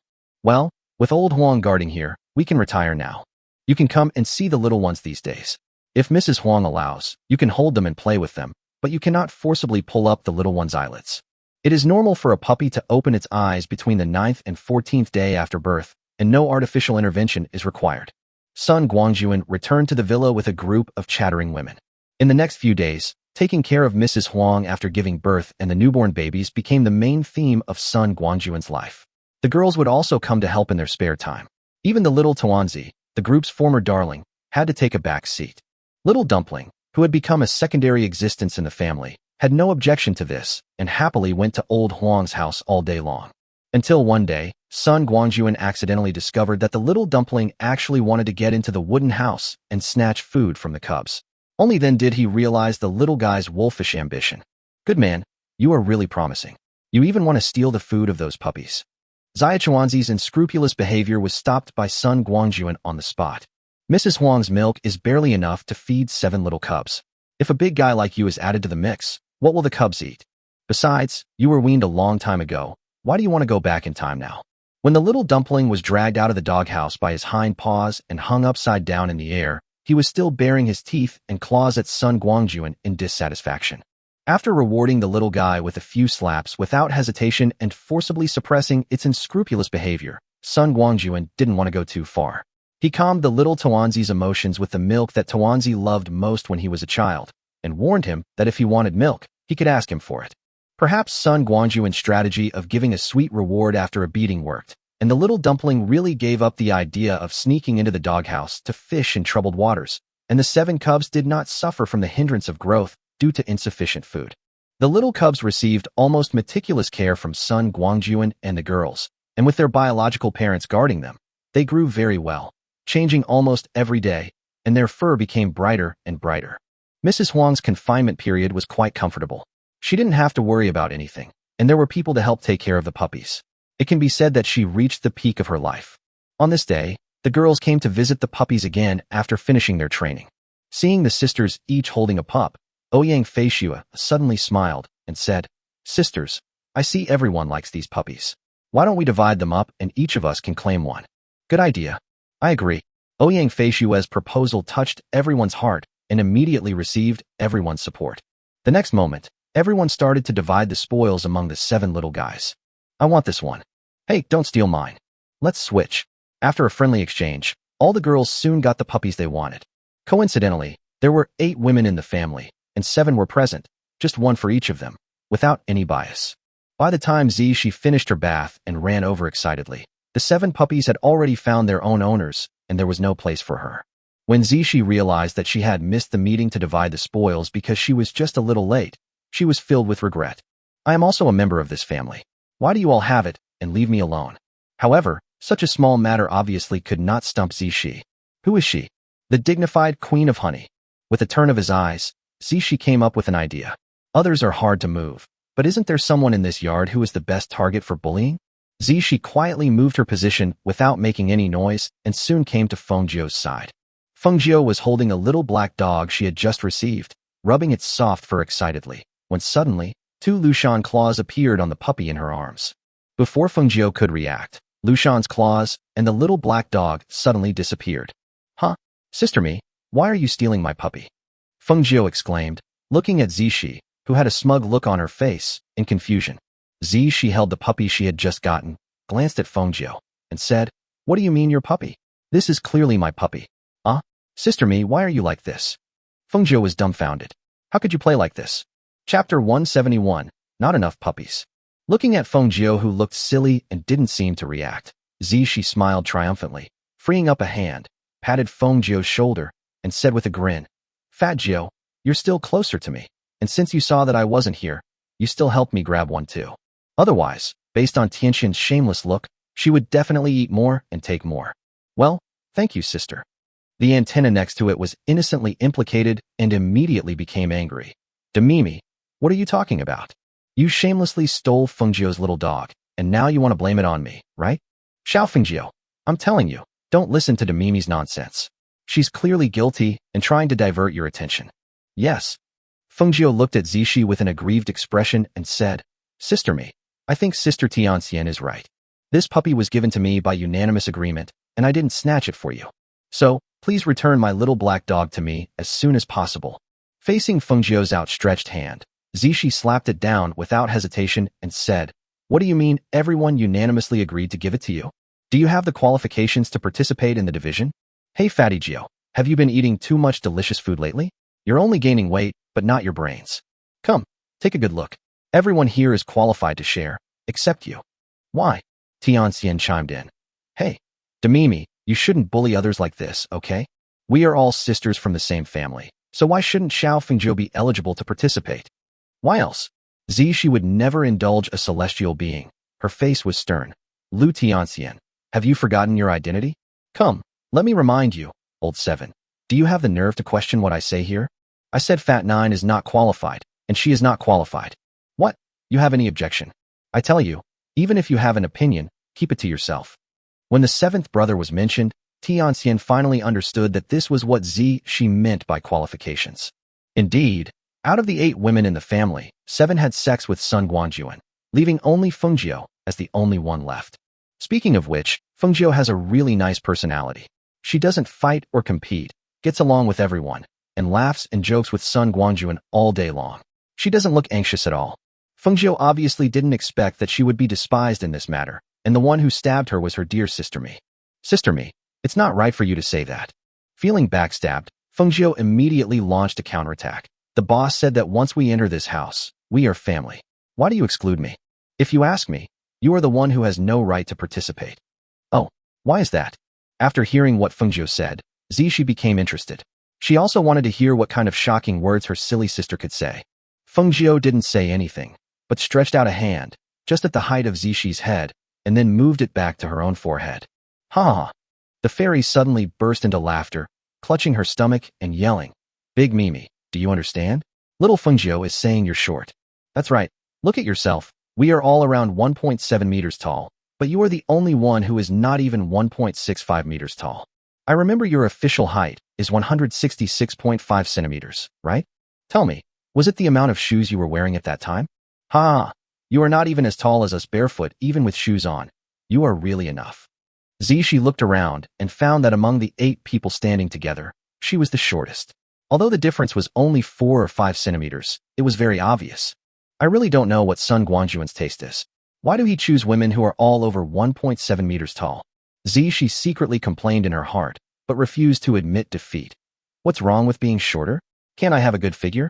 Lu Tianxian, Fat 9, I haven't even said anything about you two yet. You're both as fat as pigs, and you still have the nerve to say I'm short? Who said I'm fat? This sentence hit the fairy's lungs, and she immediately shouted, "Big Mimi, this is called plump. It feels good to touch. Do you understand? Who is like you, with not a pound of flesh on your body and legs as thin as a pair of chopsticks? Do you really think you look good? Full." She puffed out her chest and said proudly, "Lu Tianxian, look at this. Your breasts are not even as big as mine, and you still have the nerve to say that you are plump? Being fat is being fat. Why are you trying to cover it up? Sister Me, you don't seem much older than Sister Tianxian." Fengjiu on the side joined the battle again and spoke the truth. "If it's not much bigger, then it's not big anymore." Glaring at Fengjiu, Zishi said disdainfully, "Fadjiu, you B-rank player, just shut up. Lu Tianxian at least has C. How can she be like you? Do you know why your boss hasn't touched you yet? It's because you're too young, understand?" This was too discouraging, and Fengjiu immediately pouted. The celestial being immediately said, "Little Fengjiu, we don't talk to dwarfs." "Yeah, don't talk to the dwarf." Well, a united front was immediately formed, and Fengjiu completely stood with the immortals. You know what? When the two girls stand together, they are of similar height and figure. They really look like a pair of sisters. She seemed to have been hit in a fatal spot and stood there in a daze. You can still play like this, right? The next moment, Zishi was furious. She pointed at Tianxian and Fengjiu and yelled, "I'm big as a dumpling. You're short. You Princess Taiping. You're short. You're fat. You have thick waists. You're short." Tianxian and Fengjiu seemed to have found the secret. No matter how Zishi attacked, they would just fight back with a light, "You are short." They had truly grasped the essence of one force defeats 10 skills. Zishi found more than 10 places to attack the temporary duo, but was killed by a dwarf every time. Even if she was angry, she could do nothing to them. There's no way around it.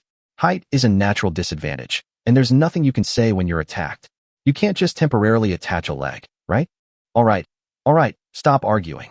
Seeing the heated argument, Ouyang Feishua finally couldn't stand it anymore and stepped forward to smooth things over. "Sister Tianxian, Fengjiu, stop nitpicking about Sister Mi's height. It's just a few centimeters, it shouldn't be like this. And Sister Mi, I have to say it, you were wrong to snatch the puppy that Fengjiu had already gotten. I think it would be better if you return this little puppy to Fengjiu. As for you not getting any, I can talk to the boss and see if he can compensate you." At this time, the two Shiba Inus, for some unknown reason, staggered to Zishi's feet and rubbed her trouser legs in a flattering manner. All of a sudden, Zishi found a way to save face. Zishi stuffed the little black dog into Fengjiu's arms, then squatted down and hugged the two Shiba Inus in one hand and the other, saying disdainfully, "What's so fun about newborn puppies? I don't care about them. See, from now on, these two Shiba Inus are my exclusive pets. As for the ones in your hands, you have to call them uncle and aunt when you see them." With just one word, all the girls burst into laughter. Can we still say that? Chapter 172, Preparing for Actual Combat. With Ouyang Feishua stepping in to smooth things over, and Zishi consciously finding a substitute for spiritual comfort, the quarrel was finally resolved. Of course, everyone is so familiar with each other that no matter how much they quarrel, they will not really fall out. Don't you see that Tianxian and Zishi are still calling each other Little Seventh, and you are short? The two of them were obviously competing with each other, but Fengjiu, the person who caused the conflict, became an outsider inexplicably. Seeing that the two were still secretly competing, Ouyang Feiyu suddenly said, Sister Tianxian, why don't you two have a fight? It's a good opportunity to verify the recent training results. How about it? Do you want to fight? If you want to fight, I'll call the sisters to help you prepare the venue and protective gear. You can also use weapons if you want. Well, now the two of them have finally calmed down. It's not that they don't dare to fight, but they really know their own business. Although they have been training for so many days, the skills of these two people can only be said to be barely at the entry level. If they really fight, it will be at the level of a fight between two noobs. Neither of the two women is stupid. Instead of embarrassing themselves in front of everyone, it is better for them to hide their shortcomings. Besides, we are all good sisters, and a few quarrels are harmless. If a fight breaks out, and a beginner doesn't know how to hold back, and something gets hurt, what will happen then? So, without even making eye contact, Zishi and Tianxian consciously put their arms around each other's shoulders and smiled as they rejected Ouyang Feiyu's proposal. With the intervention of the Ouyang sisters, the matter finally came to an end, and the women returned the puppies in their hands to Mrs. Huang. The kids are still too young. It's okay for them to be away from their mother for a short while, but it's definitely not okay for them to be away from their mother for a long time, and Mrs. Huang won't agree either. All of a sudden, the 7 women's hands became empty, but Zishi and the 2 Shiba Inus followed her like protectors, which made her tremble.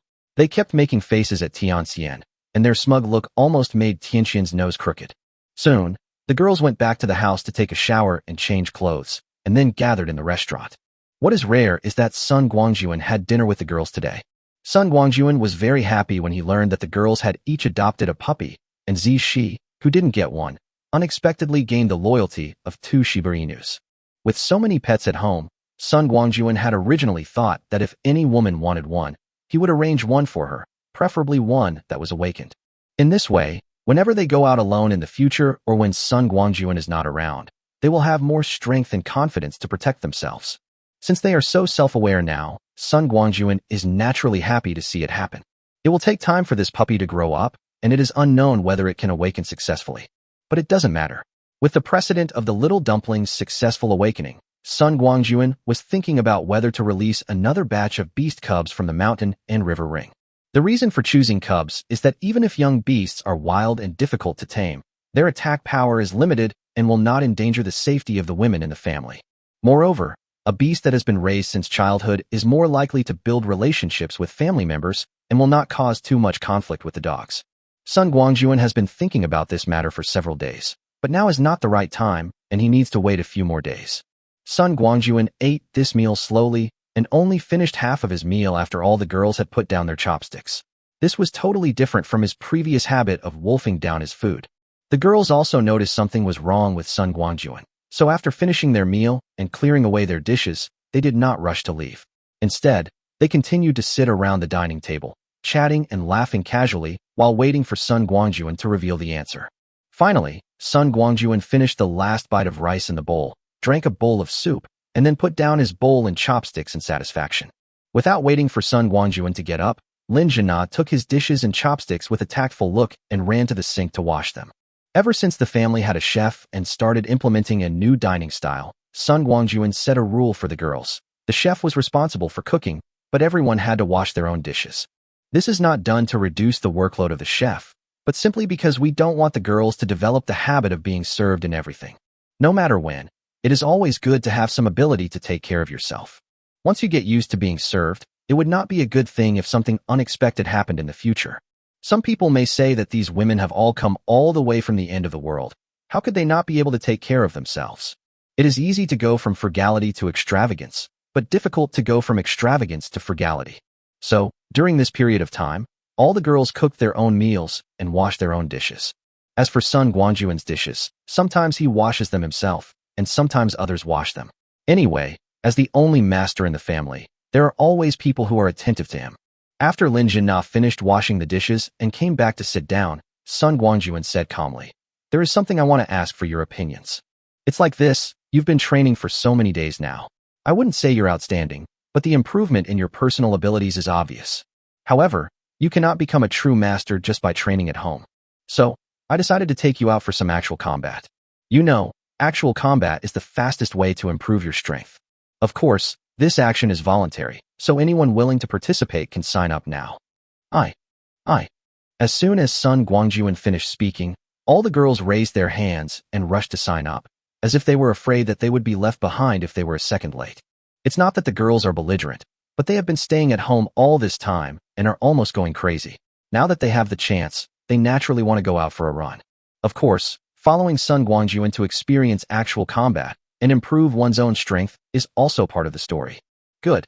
Seeing that all the girls had signed up, Sun Guangjun slammed the table and said, "Since you have all signed up, let's go together. Let's prepare well when we get back and set off early tomorrow morning. Remember, there will be no close combat in this battle. When choosing weapons, you don't need to consider cold weapons too much. It is basically enough to bring a saber for self-defense. As for how to match your weapons, it depends on your own wishes. You don't need to carry too much ammunition. The first principle is convenience of movement. In terms of equipment, wear a full set of ACU winter combat equipment, keep warm, and bring night vision goggles. Well, if there is nothing else, let's go back and prepare separately." As Sun Guangjun finished, all the women secretly clenched their fists, with excitement flashing in their eyes. After practicing at home for so long, I finally have the opportunity to put it into practice. I can also go out for some fun. It's so wonderful. Chapter 173, Taking Position. The night passed quickly. At around 5 o'clock in the morning, Sun Guangjun sat up from being surrounded by beautiful women. Looking at the person who was still sleeping soundly beside him, Sun Guangjun showed a helpless and proud smile.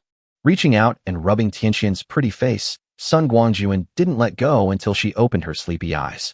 After the small meeting last night, Tianxian went to the armory in the basement, selected various equipment to be used for today's operation, and then quietly ran to Sun Guangjun's room on the second floor. Having just slept with Sun Guangjun a few days ago, Tianxian is now enjoying the pleasure and has been shamelessly having sex with Sun Guangjun these days. This was a good thing for Sun Guangjun, as he finally got the chance to be surrounded by beautiful women, which he had never been able to do before. With Sun Guangjun's physical strength as a 6th-level psychic, it was easy for him to deal with a small celestial being, and he kept fighting until midnight. This really proves the saying, "It's true that you started the fight, but when it ends, it's up to me to decide." Look, Tianxian has woken up now and still has some back pain. There's no way, the combat power is really not on the same level. Under the gaze of the fairy, Sun Guangjun got out of bed openly, then picked up pieces of clothes and put them on, hiding his good figure with 8 abdominal muscles and a waist like a dog. Seeing Sun Guangjun's energetic look, showing no signs of fatigue at all, Tianxian spat inwardly. What a beast! After getting dressed and putting on his tactical backpack, Sun Guangjun turned around and smiled brightly, saying, "Are you not getting up yet? We're about to set off." Tianxian then remembered that there was still actual combat action to do today, and she couldn't stay in bed any longer. When she thought that if she got up too late, she might be left at home and unable to participate in this actual combat, Tianxian didn't care about being shy anymore. She jumped out of bed in a hurry, took the equipment she had picked out last night, and started to put it on. After a while, a heroic and pretty female soldier appeared in front of Sun Guangjun. "Let's go downstairs and eat first." After scratching Tianxian's upturned nose, Sun Guangjun put his arm around her shoulders, opened the door, and walked out in a dignified manner. Of course, before going downstairs, Sun Guangjun did not forget to go to Zaichuanzi's room and throw a lot of bamboo shoots to the little guy, so that the little guy would not make trouble at home if he was hungry. This morning, Sun Guangjun got up earlier than Zaichuanzi, so the little guy, who was just about to go out to provide wake-up service, was blocked in the room. This is what it means. I predicted your prediction in advance, and you can only suffer a loss. Looking at the confused little dumpling, Sun Guangjun was in a good mood and walked out with a big laugh. When they got downstairs, all the women had gathered together. Even the fairy who came down earlier than Sun Guangjun had already picked up her weapons. Most of the women followed Sun Guangjun's instructions and chose a combination of pistols and sabers for close combat self-defense. The pistols were mostly Glock G19, and a few chose M9 Beretta or USP. As for rifles, I don't know if they discussed it privately, but they all chose the classic 416 Hong Kong dollars assault rifle. Sun Guangjun was quite satisfied with the women's choices. With this kind of equipment, there would be no problem in fighting a small skirmish. What's more, today's battle is not an encounter at all, but a real ambush and annihilation battle. Sun Guangjun's target was actually Manhwa International, which had issued an ultimatum to Xionglang. Today is the day when the ultimatum requires Xiong Lang to bring his men to surrender. As early as the night 5 days ago, when Xiong Lang came to the house alone, Sun Guangjun had already made the decision to secretly intervene. Xiong Lang was a person that Sun Guangjun had been optimistic about from the beginning. Although he was not a qualified commander, he was a rare warrior. Sun Guangjun would naturally not sit idly by and watch him be defeated by an unknown company like Manhwa International. No matter from which angle, Sun Guangjun wants to help Xiong Lang win this battle.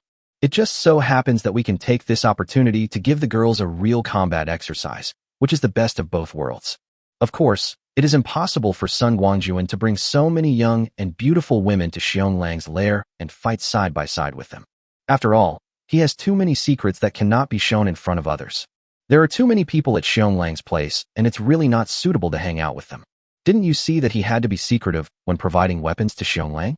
Given Sun Guangjun's stubborn personality, the best option would be to catch Manhwa International off guard from behind when they attack Hong Lang. This way, we can not only achieve the greatest results, but also catch Manhwa International by surprise, better protect ourselves, and avoid having to meet with the motley crowd under Xiong Lang, which would cause trouble.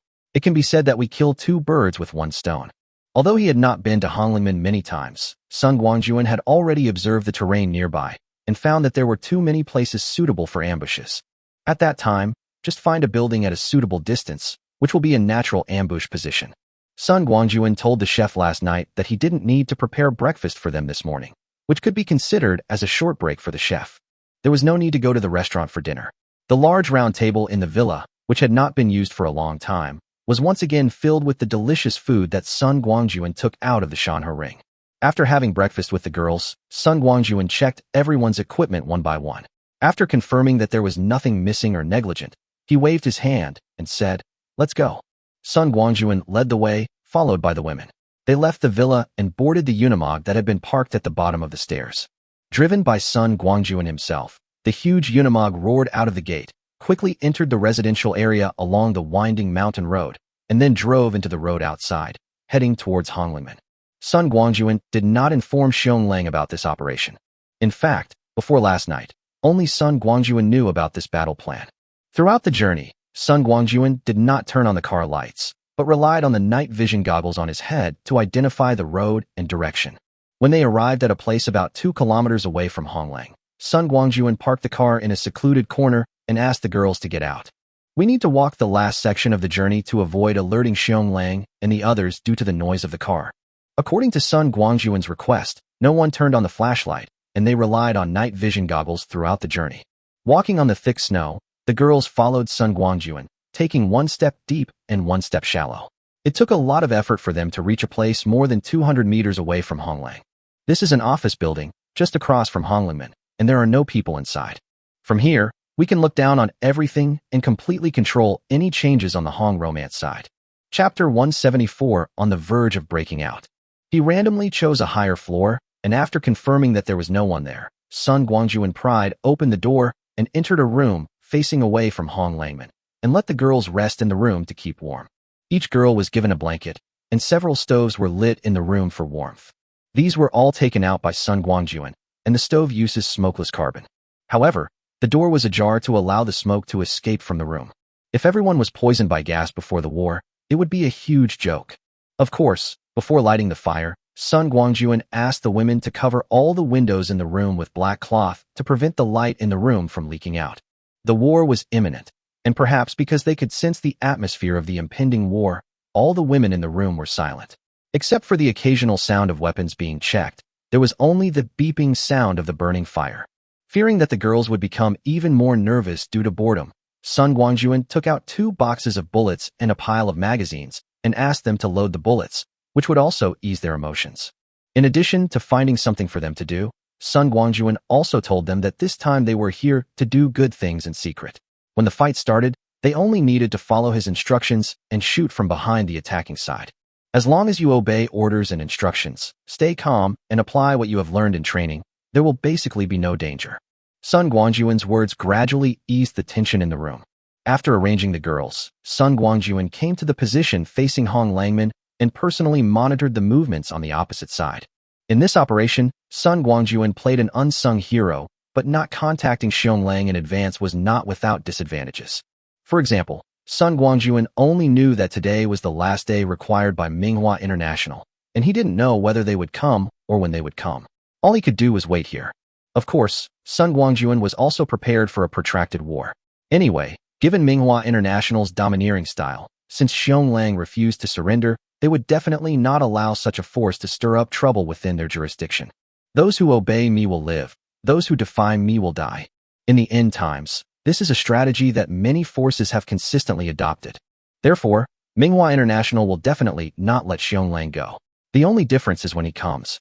While waiting, Sun Guangjun took out a 7.62mm caliber 6-barrel M134GU 17 Vulcan Gatling gun, which is the famous Vulcan cannon, connected it to a 4,000-round ammunition box, and placed it at the window position, with the muzzle pointing towards the red romantic gate below.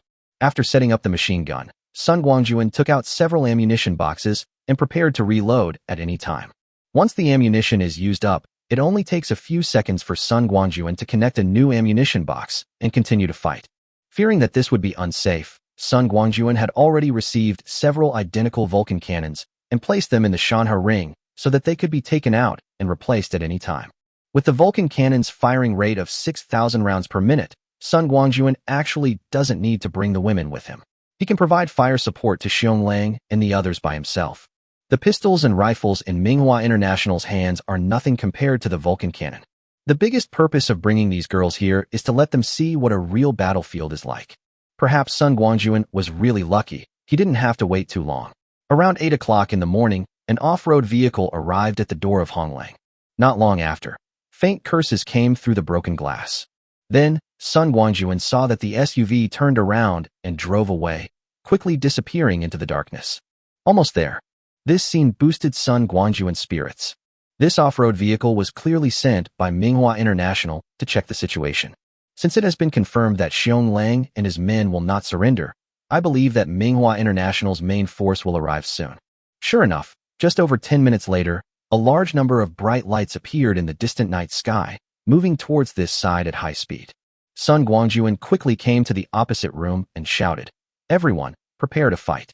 The women, who were wrapped in blankets, warming themselves by the fire and feeling drowsy, immediately jumped up from the ground upon hearing this, grabbed their weapons, and prepared to rush over here in a noisy manner. Everyone calmed down. Sun Guangjun couldn't bear to watch the girls' messy behavior, so he had to take the initiative to restrain them. Fortunately, with Sun Guangjun as their guiding light, the girls quickly recalled every detail of their training and began to calm down one by one.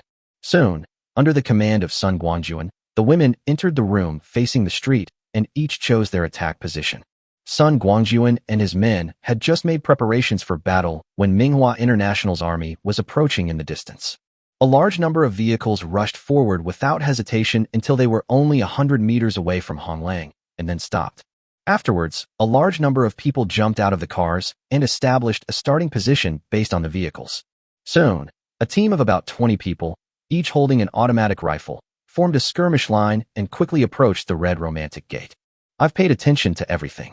Seeing that a war was about to break out, Sun Guangjun said calmly, "These people who just rushed over are our targets of attack this time. Their goal is to attack the red romance on the opposite side. Now, I issue the battle orders. No one is allowed to shoot without my order. After the battle begins, you can choose to attack enemy personnel at will, and pay attention to covering each other. Each person can only fire a maximum of 1 magazine at a time, and must then move to another location. After the magazine is empty, you must report and reload. Do you understand everything?" "Clear. Clear." The voices of the girls gradually reached Sun Guangjun's ears. Nodding, Sun Guangjun smiled and said, "Very good.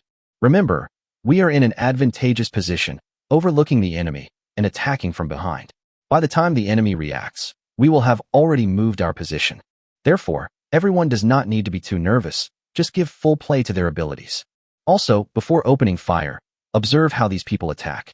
Although these people's tactical skills are just SOSO, there are things we can learn from them.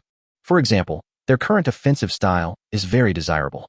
Skirmish lines like theirs are often used by the attackers, effectively reducing casualties during the charge and rapidly closing in on the enemy's position." At such a tense moment, Sun Guangjun actually started wartime teaching. He is really brave. However, as Sun Guangjun explained, the women's emotions became more stable, and these enemies didn't seem so scary. Chapter 175, War Begins. Sun Guangjun was tirelessly imparting battlefield experience to the girls. Manhwa International below had made some progress, and the skirmish line had been pushed to a place less than 30 meters away from the gate of Honglang. At this time, a loud voice suddenly came from the starting position in the rear. Xionglang, we are the vanguard of Manhwa International. You have been surrounded by us. Although you are a very ignorant guy, our President Wu is still willing to give you one last chance. If you can lay down your weapons and surrender within 3 minutes, our Manhwa International family is willing to accept you. Opportunities are precious. Don't let yourself or others get in the way. The answer came from a gruff voice on the rooftop of the red romantic building. It was Xionglang himself. You bastards from Manhwa International, you want me to surrender? You're dreaming. In less than 3 minutes, I will give you an answer right now. As soon as he finished speaking, a brilliant spark erupted from the roof, followed by rapid gunfire. Xionglang was in a dominant position, and he poured a volley of bullets onto Manhwa International's starting position. It's a pity that they were well prepared, and everyone was hiding well in the shelter made of vehicles. After a volley of bullets, Xionglang did not achieve any results except for the large loudspeaker on the roof of the car being smashed to pieces. However, the sound of gunfire also meant that there was no room for reconciliation between the two sides. At the starting line, the commander of Manhwa International waved his fist fiercely and cursed. Damn it. You don't know how to appreciate my kindness. Pass the order down, attack. The next moment, the skirmish line that had stopped started again and rushed towards the gate quickly. At the same time, the covering fire from the starting position began to pour ammunition towards Honglanmen. Beep, beep, beep, da-da-da, bang, bang, bang. For a moment, fierce gunfire echoed between heaven and earth, becoming the main theme of this moment. Xionglang was no fool. He fired a burst of bullets on the rooftop as a declaration of war and had a good time. Then he disappeared. Even the sniper from Manhwa International could not find him using infrared night vision goggles. A distance of 30 meters only takes a few seconds if you sprint at full speed.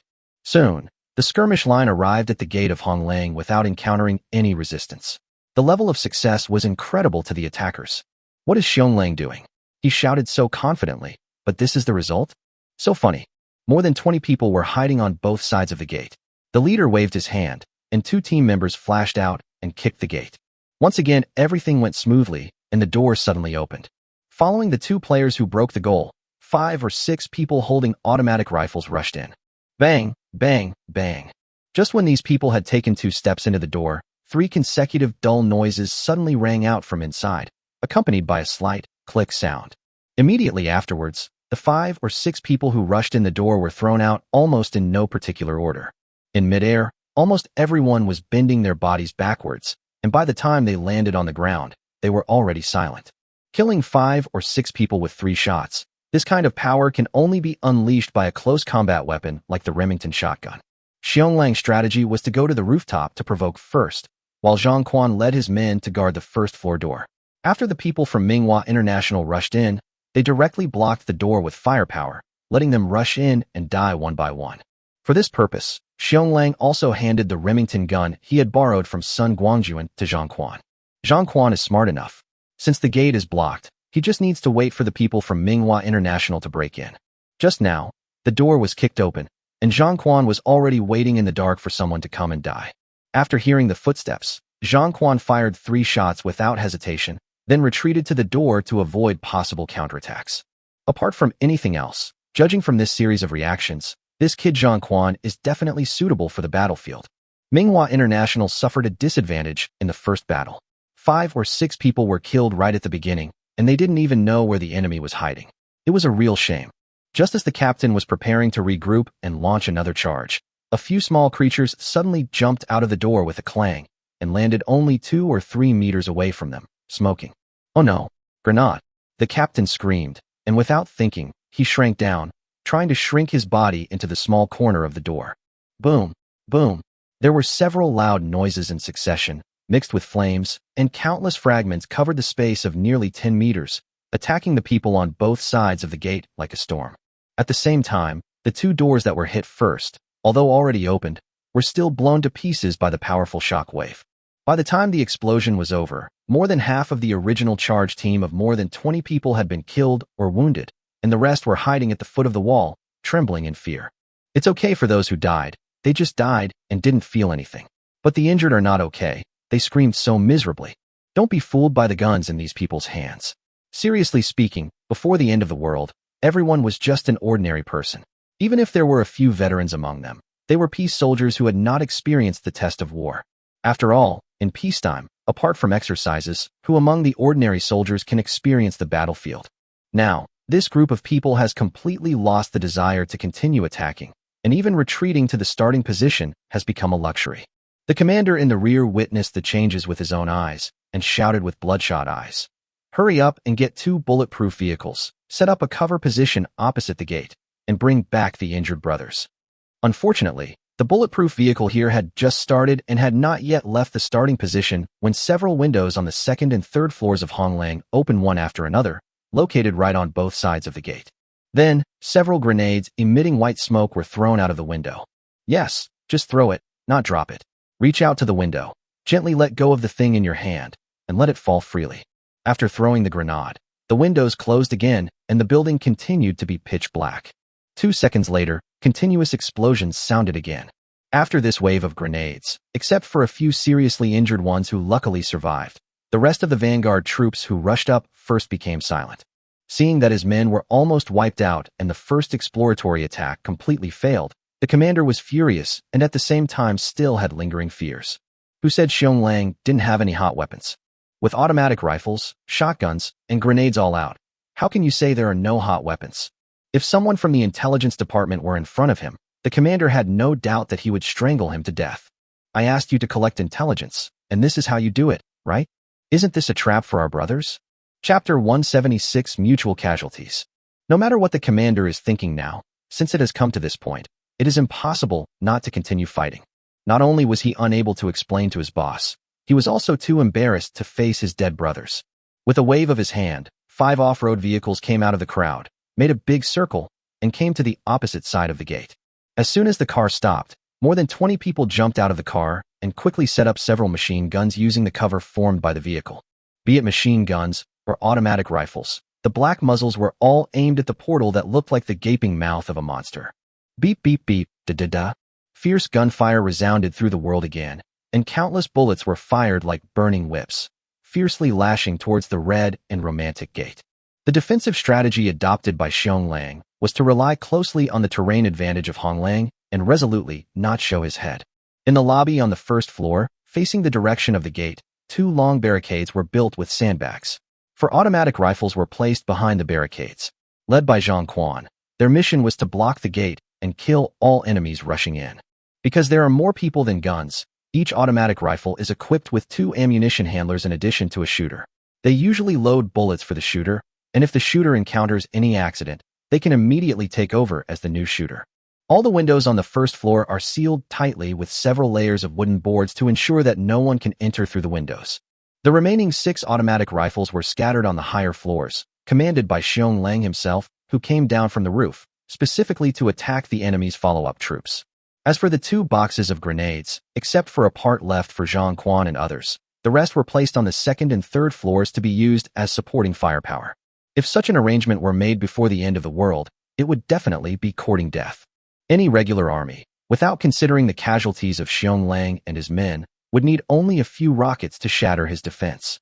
But this is the end of the world, and the people of Manhwa International are not regular troops, and they don't have military weapons and equipment. They were only equipped with some light weapons, and it was already a struggle for them to come up with a few sniper rifles. They were seriously lacking in heavy firepower. Forget about rocket launchers, it's impossible to send a suicide squad with explosive packs to blow up the bunker because there's no explosives available. Manhwa International established a fire support position opposite the gate. Xionglang upstairs had noticed it, but the problem he faced was even more serious than Manhwa International's. Not only did he lack heavy weapons, he was also seriously short of light weapons. Faced with the enemy's actions outside the building, Xionglang could only stare helplessly. Use an automatic rifle or pistol to attack a bulletproof car. Stop joking. Doing so would not only waste bullets, but would also achieve very little results. Moreover, when he was on the roof just now, Xionglang had already discovered that there must be a sniper and night vision goggles among the enemy. Otherwise, their bullets would not be chasing him all over the roof. In just one volley of bullets, if Xionglang had not dodged quickly, there would have been at least several holes in his body.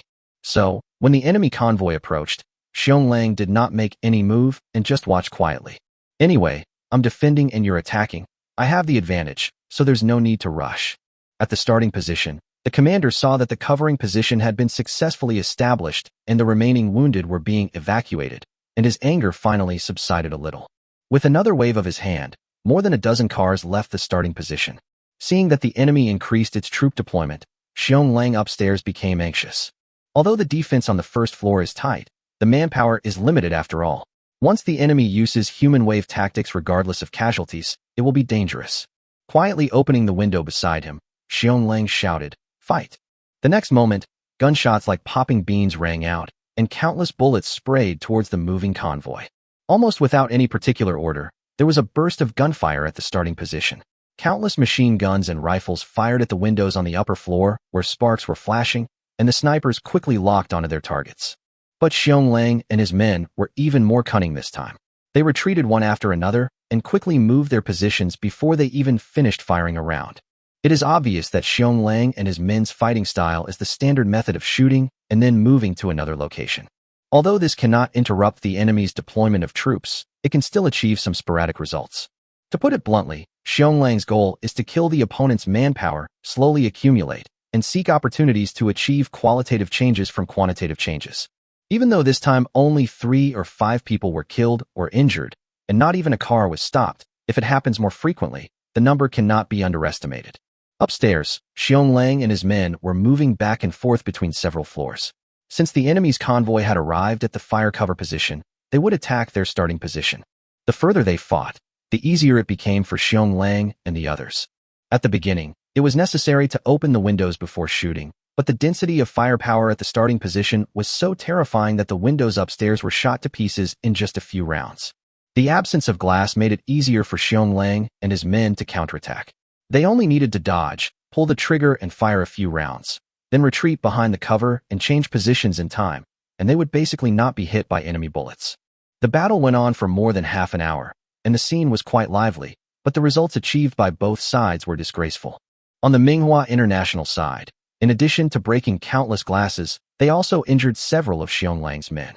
Xionglan's side is slightly better than Manhwa International, but compared to their team of several hundred people, the casualties of 10 or 20 people are nothing. They are not even as great as the losses at the beginning of the battle to break the goal. As time passed, the pressure on Xionglan's side was increasing. Although many of his men were from martial arts families and were very agile, they had never experienced a battlefield after all, and even learned how to shoot guns just in the past few days. At the beginning, these people could still fight back with their bravery, but as their physical strength declined, their movements inevitably became deformed or even delayed, which inevitably led to casualties. After losing several men in a row, Xionglang realized that this was not going to work. "Cease fire, cease fire." While the bullets were running out and the magazines were being replaced, Xionglang shouted, "Everyone, cease fire. Hurry and treat the wounded and gather weapons and ammunition." After everyone had left their combat positions, Xionglang took stock and found that 3 people on his side were killed and 7 were injured, 2 of whom were seriously injured. There was no major loss of weapons, except for the consumption of 2,000 to 3,000 rounds of ammunition. He arranged for people to stand at the windows and keep an eye on the enemy situation below. Xionglang asked everyone to take a break, drink water, and eat something to replenish their energy and recuperate. The fire upstairs has ceased, and the fire downstairs has also ceased. Continuing to fight will only waste bullets. Manhwa International is not a regular army, and they don't have abundant ammunition. In this battle, it can only be said that both sides suffered casualties and the game is temporarily tied. Chapter 177 Intermission.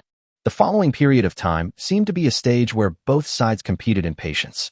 Whether inside or outside the building, both sides were quiet and there was no movement at all. But no matter which side it is, they all know that it is obviously impossible to just stop the war. Especially Manhwa International, they came here with great momentum. If they go back in disgrace, it will definitely be a fatal blow to their prestige. Manhwa International is in the stage of aggressively expanding its territory. Once people know that they have suffered a setback at the hands of Xionglang, countless opposition forces will immediately emerge, whether overtly or covertly, which will cause great damage to their expansion. And those territories that have already been taken may be lost again. More importantly, the commander has deployed hundreds of troops who are now opposite the Red Romantic Gate. Once a ceasefire is reached, Unless both sides reach an agreement or tacit understanding, these people can withdraw smoothly. Otherwise, they will have to retreat under the hail of bullets from the enemy. No one can predict how many casualties there will be in this process. If the number of casualties is too large, the commander may have a hard time explaining himself when he returns. As for Xionglan's side, they are the passive party. As long as the enemy does not retreat, they must fight to the end. After returning from Sun Guangjun a few days ago, Xionglang gave an order with great perseverance. This time, he must fight Manhwa International to the end. Anyone who is dissatisfied or has other thoughts can leave now. Xionglang became unusually strong, and with the weapons and ammunition he had just retrieved in his hands, he suppressed all the voices of opposition in one fell swoop. By doing this, Xionglang actually had a desperate mentality. Anyway, if the team was not united, they would either be acquired by Manhwa International or give up the foundation they had built and wander around. Xionglang had never thought that his casual display of power would actually lead to unexpected results. Everyone who was originally arguing at once unexpectedly reached a consensus to follow closely behind Boss Xiong and fight Manhwa International to the end.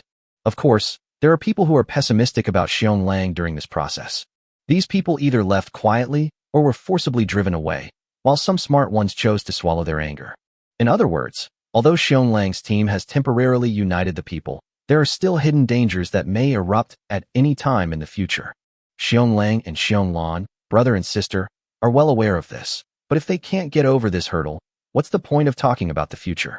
Those who are still in turmoil can only be identified and dealt with slowly after this crisis is over. In this way, Xionglang became the only voice in the entire team with thundering force, and then the large-scale training began. Now that we have weapons, we have decided to confront Manhwa International head-on. The next step is naturally to improve our own strength and try our best to defeat Manhwa International at the lowest cost. Today's battle demonstrated the results of the previous short-term intensive training and also made Xionglang realize that what his eldest sister said was really right. At times like this, what is needed is power. During the intermission, Sun Guangjun said to the women who were squatting and feeling numb, "You all saw it. This is what a real battlefield looks like." This was just a low-intensity battle. The total number of people involved in the battle on both sides was less than 1,000, and the offensive and defensive targets of both sides were just a building. When I have the chance in the future, I will take you to participate in those large-scale battles. When the time comes, you will find that what happened today was just a small event. Is this still a small scene? This thought occurred to all the girls at the same time. However, on second thought, what Sun Guangjun said was not without reason. It was only a few hundred people. If it was a battle involving tens of thousands, or even hundreds of thousands of people, how grand would the scene be? Just as the girls were lost in their thoughts, Sun Guangjun spoke again. "Everyone, get up and move around for 5 minutes. Wait a minute, it will be our turn to play." Ouyang Feiyu asked doubtfully, "Boss, are you saying they're going to fight again? But I see they have ceased fire now, haven't they?" "That's easy to understand." Sun Guangjun nodded and said, "In a war, how can we fight from beginning to end? Of course, we have to take a break from time to time. If we get tired, we can rest. This isn't a face-to-face life and death fight between two people, so a temporary ceasefire is common. Just like now, it is obvious that Manhwa International's attack has been frustrated, and Xionglang has not made any overly fierce counterattacks. So let's stop for a while and organize the next offensive. However, this time it should be different from the previous exploratory attack. We fought for so long just now. As long as the commander of Manhwa International is not an idiot, he should be able to judge the firepower situation on Xionglan's side. In comparison, Xionglang had only the advantage of geographical location, but was inferior to the other side in terms of manpower and weapons and equipment. As long as the opponent can judge their specific situation, the next attack will definitely be powerful. On the battlefield, in a battle like this where the two sides have a huge disparity in strength, once the advantaged side has ascertained the opponent's situation, the most common thing they do is to attack with absolute strength, trying to destroy the opponent's defense in one fell swoop. With the troops Xionglang has, if the other party attacks at all costs, he will probably not be able to stop it. So I said this is our turn. So that's how it is. Ouyang Feiyu nodded in conviction and said admiringly, "Boss, you really know a lot. Basic operation, basic operation." Sun Guangjun smiled complacently, but when he turned around, he found that when he was talking to Ouyang Feiyu, the other girls were all gathered behind him, listening to his explanation silently. "Hey, why are you all surrounding me?" Sun Guangjun slapped his thigh and said, "Time is limited. Why don't you hurry up and get moving? I'm telling you, when the fight starts, you have to be smart and protecting yourself is your top priority. The main reason I brought you here today is to broaden your horizons, not to kill you. Moreover, the weapons in your hands can only serve as auxiliary. The main force still depends on the thing in my hand. Have you ever heard the saying, Namo Gatling Bodhisattva, whose 6 senses are pure and depleted uranium bombs, whose breath is 3,600 revolutions, whose great compassion saves the world? Gatling Bodhisattva? Xiaozi chuckled and said, Boss, you are really funny. However, this statement is quite vivid. The Gatling machine gun itself is synonymous with fierce firepower. We'll get to see this guy's power up close. Sun Guangjun smiled and said, It will definitely feast your eyes. Ignoring the arrogant Sun Guangjun, Xiaozi turned to the girls and said, Sisters, don't be nervous. When we just start firing and the enemy hasn't reacted yet, try to fire as many rounds as possible. Once the opponent starts to counterattack, if you are confident, you can move your position and continue fighting. If you are not sure, come and watch the boss's Gatling gun show off his power. We are just here to help. We are not the main force, so whether they win or lose has little to do with us. Besides, the boss is here, so he can take care of anything. Chapter 178, Joining the War. Hearing Xiaozi's words, Sun Guangjun cast an admiring look at him. Except for Fang Ya and the Ouyang sisters, the remaining 4 girls all learned to shoot and mastered various technical and tactical movements step by step under Xiaozi's guidance. Now, with instructor Xiaozi coming out to stabilize the morale of the troops and help Sun Guangjun, the effect is much better than Sun Guangjun performing a solo. After all, there are some things that Sun Guangjun is not convenient to say, but Xiaozi can say them. If the 2 of them cooperate, it is definitely 1 + 1 greater than 2. After the girls moved around a bit, and their bodies were no longer so stiff, Sun Guangjun asked them to return to their respective seats. He also personally inspected the girls, correcting their postures and positions, and explaining some tips on how to conceal themselves. Soon, there was movement at the Manhwa International starting position below. This time, the commander was also very ruthless. Half of the vehicles in the convoy broke away from the queue, stepped on the accelerator, and rushed towards the red romantic gate, like wild horses. As soon as the convoy rushed out, gunshots rang out from the 2 positions almost simultaneously. With firepower cover and group charge, it was obvious that the commander was determined this time and wanted to achieve victory in one go. There was such a big commotion outside that Xionglang upstairs didn't even need to report to the observation post. He immediately stood up and walked to the window, carefully looking out to observe the situation outside. Seeing dozens of vehicles rushing towards this side frantically, Xionglan's face became serious and he said in a deep voice, Brothers, get ready. The enemy is about to intensify the offensive. Without waiting for his men to reply, Xionglang extended his gun, aimed at the car in front and shot. Da-da-da. Amidst the fierce gunfire, the car's windshield was shattered, blood splattered on the driver's chest, and the car quickly lost control and swerved toward the side of the road. However, the loss of one car did not interrupt the opponent's attack. There were even cars behind that rushed up and pushed against the out-of-control car, forcing it to continue advancing.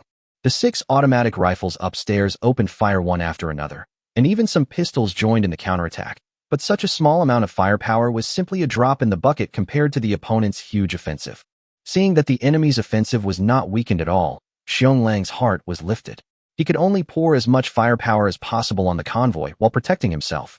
At the same time, Xionglang also hoped that the defense line on the first floor would be strong enough. That was his last hope. The starting point of Manhwa International is only about 100 meters away from the red romantic gate. With the rapid advance of the car, the team has already covered more than half of the distance in just a dozen seconds. Just as Xionglan's heart was sinking, Sun Guangjun in the office building opposite shouted, Fire! And took the lead in pressing the electric switch of the Vulcan cannon. Suddenly, a low beep beep beep sound was heard, and a chain of fire passed through the glass curtain wall in front of Sun Guangjun, accompanied by falling glass shards, sweeping towards the moving convoy below. Soon after Sun Guangjun opened fire, the women pulled the triggers one after another. Da-da-da-da-da-da. Continuous gunshots echoed in the floors. Large pieces of the glass exterior of the office building fell off, and countless bullets poured indiscriminately towards the convoy. With the Vulcan cannon's firing rate of 6,000 rounds per minute, an ammunition box of 4,000 rounds was emptied in less than a minute. Looking at the convoy below, in this violent fire attack, cars had their fuel tanks blown out one after another, exploding into fireballs, and the people in the cars suffered heavy casualties. The car in front exploded, and the car behind had no time to react. so it could only crash into it head-on. However, it is everyone's instinct to seek benefits and avoid harm. The driver of the car behind him couldn't help but step on the brakes when he hit the car. The screeching sounds of brakes continued to ring out, but the slippery road surface made it impossible for them to stop quickly, and collisions were still everywhere. It was chaos. The whole convoy was in complete disarray. Sun Guangjun emptied the ammunition box and saw that the women were still shooting. He reached out and grabbed a spare ammunition box that had been prepared long ago, quickly connected it, and pressed the button again. As the beep, beep, beep sound rang out again, the moving convoy was almost destroyed. Finally, the convoy had to stop, less than 30 meters away from their destination. As soon as the convoy stopped, the women in the office building fought more skillfully. At this time, almost all the women had used up their first magazine. Following Sun Guangjun's pre-battle instructions, the women emptied their magazines and moved their positions without hesitation. When they arrived at the new positions that had been assigned long ago, new magazines had already been placed in their guns. So, a new round of shooting began again, just in time to continue the firepower that Sun Guangjun had stopped again. Sun Guangjun had no choice. The Vulcan cannon was useful, but the speed at which it consumed ammunition was too terrifying. The two ammunition boxes only lasted for more than 2 minutes, including the time Sun Guangjun took to change the ammunition boxes. Grabbing another new ammunition box, Sun Guangjun quickly and skillfully replaced it. What surprised Sun Guangjun and the other girls was that perhaps because they were too unexpected and the density of their firepower was so terrifying, they had almost finished 2 rounds of fighting, but Manhwa International had not yet reacted and no one had fought back against them. When the women saw that there was no danger, they immediately continued to pour ammunition below under the command of Xiazi. Since they had never been on the battlefield before, the women's fighting style was simple and rough. They would just change positions and hold the trigger until they ran out of ammunition. Who still remembers long bursts and short bursts at this time? The important thing is to run away quickly after shooting. While receiving the third ammunition box, Sun Guangjun did not forget to observe the convoy below. Seeing that the convoy was stopped and there was no decent counterattack, Sun Guangjun turned his gun and a barrage of steel bullets swept towards Manhwa International's starting position. Now, the machine gunners and snipers who stayed behind were in big trouble. They were originally responsible for fire suppression and were firing hard at Homong when the convoy was suddenly attacked. After the commander found the attacker's location, he was arranging people to counterattack as soon as possible, but before they could turn their guns, the enemy's firepower had already swept over.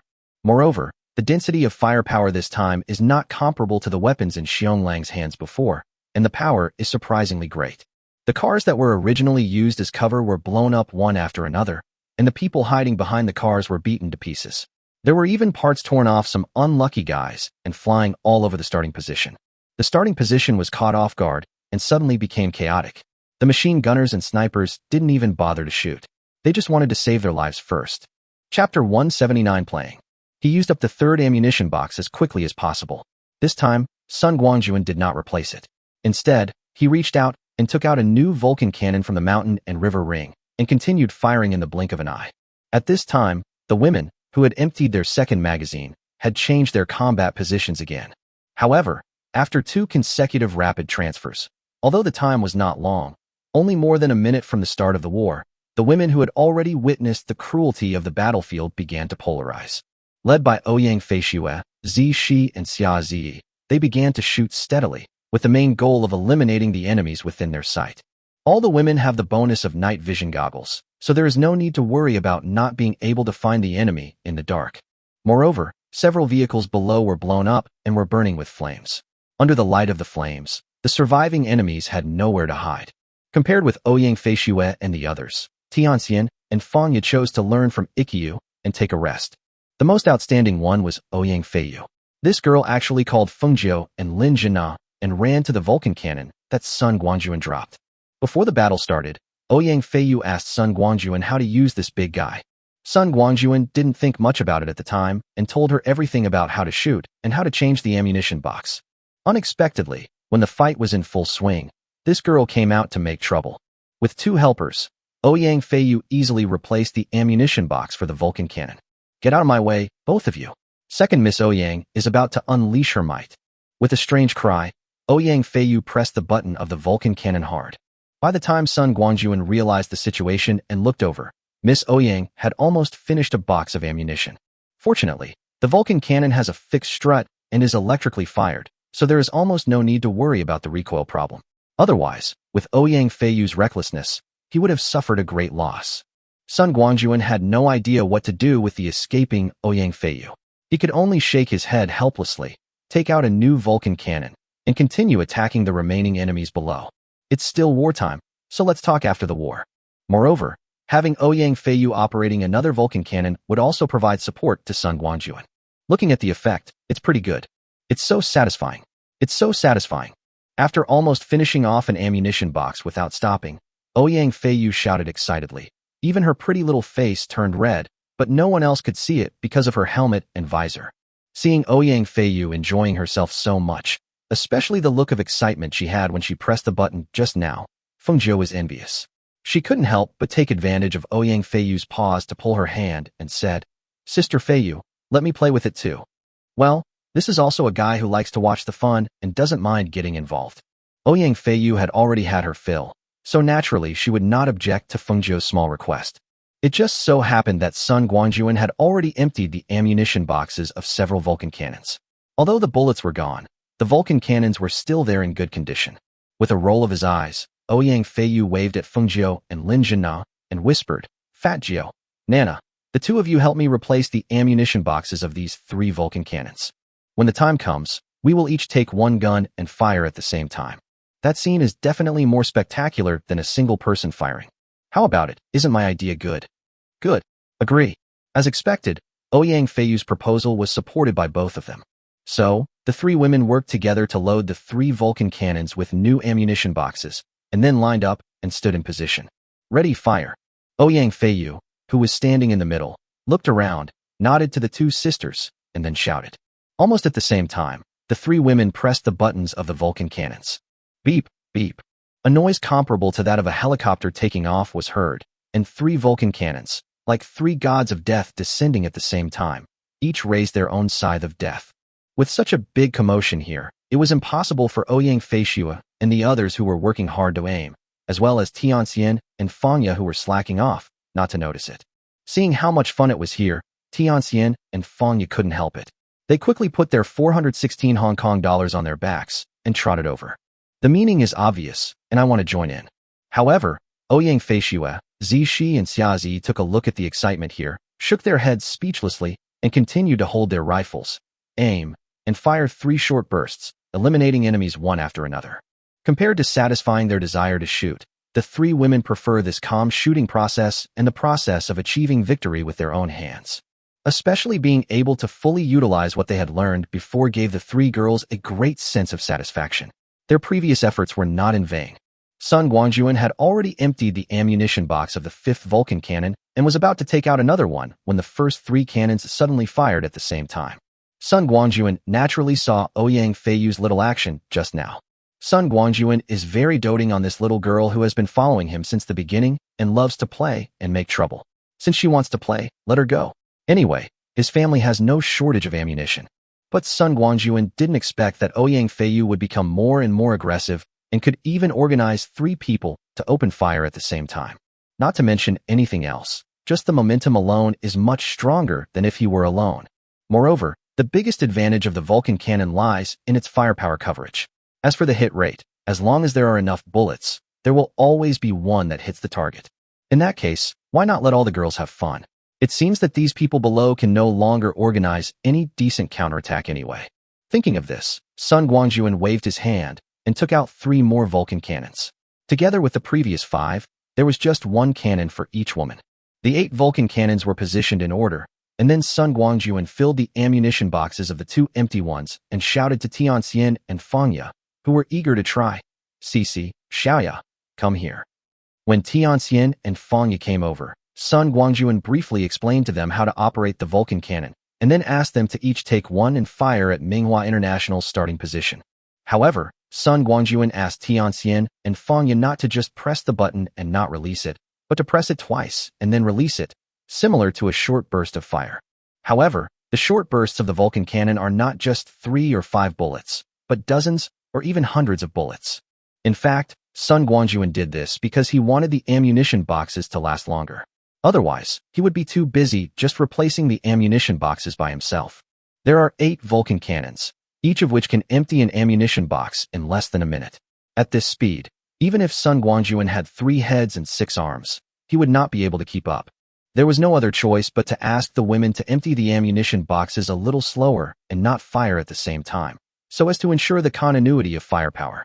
Sun Guangjun had just finished teaching Tianxian and Fangya, while Ouyang Feiyu and the other 2 had already spotted 3 fully loaded Vulcan cannons and were already using them.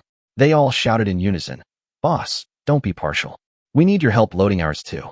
Chapter 180 Retire After Success. Sun Guangjun originally wanted to call Ouyang Feiyu, Zishi, and Xiazi together, but now there are only 5 Vulcan cannons in use, and he is already feeling a little overwhelmed. There was no other way. I could only temporarily give up the idea of calling them 3 and take care of these 5 ladies first. It's not that Sun Guangjun is partial or anything. It's just that he is alone and he can't go faster even if he wants to. Since we cannot supply enough, we can only reduce the number of target customers. Of course, if Ouyang Feiyu and the others came over now, Sun Guangjun would definitely not refuse to provide them with a Vulcan cannon each. If it really doesn't work, you can also take it out from the mountain and river ring. There are plenty of Vulcan cannons loaded with bullets in it anyway. However, judging by the postures of the 3, it seemed that they treated the current situation as a moving target for practice. They fought in a very methodical manner, and even their tactical movements were extremely standard. Moreover, they still remembered Sun Guangjun's pre-battle instructions. Even if there was no decent counterattack from below, they would still quickly run away and change positions after finishing a magazine. Since they were having fun, Sun Guangjun didn't bother to disturb them. It was a good opportunity to reduce his workload, and he was quite happy about it. 5 Vulcan cannons fired one after another, and the unlucky ones were the people from Manhwa International below. Following the convoy and the starting position, the fire support position directly opposite the Red Romantic Gate was also baptized by the metal storm. Not surprisingly, they could only rely on vehicles as cover, and faced with a torrential rain of bullets, they had almost no place to hide and were torn to pieces one after another. Even the 2 bulletproof vehicles that were dispatched first were riddled with holes. There is no way. Bulletproof is only a relative concept. It may be okay to deal with some pistols or assault rifles, but it is not enough to deal with the Vulcan cannon with super high firing rate and power comparable to anti-material sniper rifle. Tianxian and Fangya, who joined last, only had the chance to grab 2 ammunition boxes each and had to stop. It was really because the people from Manhwa International were too weak to withstand the beating. They had already been beaten almost to silence. If they continued to fight, it seemed that there would be no other effect except wasting more ammunition. Compared with these 2, Fengjiu and Lin Zhina were better, as they both fought 3 rounds. The one who got the most was Ouyang Feiyu, who ran over first. This girl got 4 ammunition boxes, which was a great experience for her. For ammunition boxes, 16,000 rounds of bullets. If you were to fire an automatic rifle step by step, that would require more than 500 standard 30-round magazines, which would probably take several days to finish. But now, such a feat was accomplished in just a few minutes. How could Ouyang Feiyu not be extremely excited? Moreover, the caliber of the automatic rifle is 5.56 millimeters, while the caliber of this Vulcan cannon is 7.62 millimeters, which are obviously not of the same level. Through the night vision goggles, Sun Guangjun found that there were not many people who could breathe, so he asked the women to stop firing. "I'm busy now. I've helped enough, and the next step is to retreat quietly and do my duty as an unsung hero. As for cleaning up the battlefield, leave it to Xiong Lang himself. Don't think that this is a hard and dangerous job. There are quite a lot of weapons and equipment left behind by those people from Manhwa International. As long as Xiong Lang gets rid of those remaining personnel, he can make a fortune. For a long time from now on, Xiong Lang will only worry about lack of manpower, not lack of weapons." Looking around the world, apart from the military of various countries, I am afraid that only Sun Guangjun can't compare with Xiong Lang in terms of wealth. After putting away all the Vulcan cannons, and also the stove, blankets, and black cloth blocking the windows in the opposite room, Sun Guangjun set off on the return journey with the neatly packed women.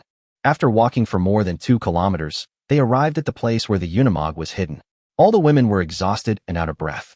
Fortunately, we have arrived at the parking lot, so we don't need to measure the rest of the way on foot. The car door opened, and the girls almost climbed into the car. After getting in, almost all of them collapsed on their seats. When they were fighting and traveling just now, perhaps because they were nervous and because it was their first time on the battlefield, they were excited and didn't feel tired at all. Now that they relaxed, fatigue came over them like crazy, and the girls were unable to hold on any longer.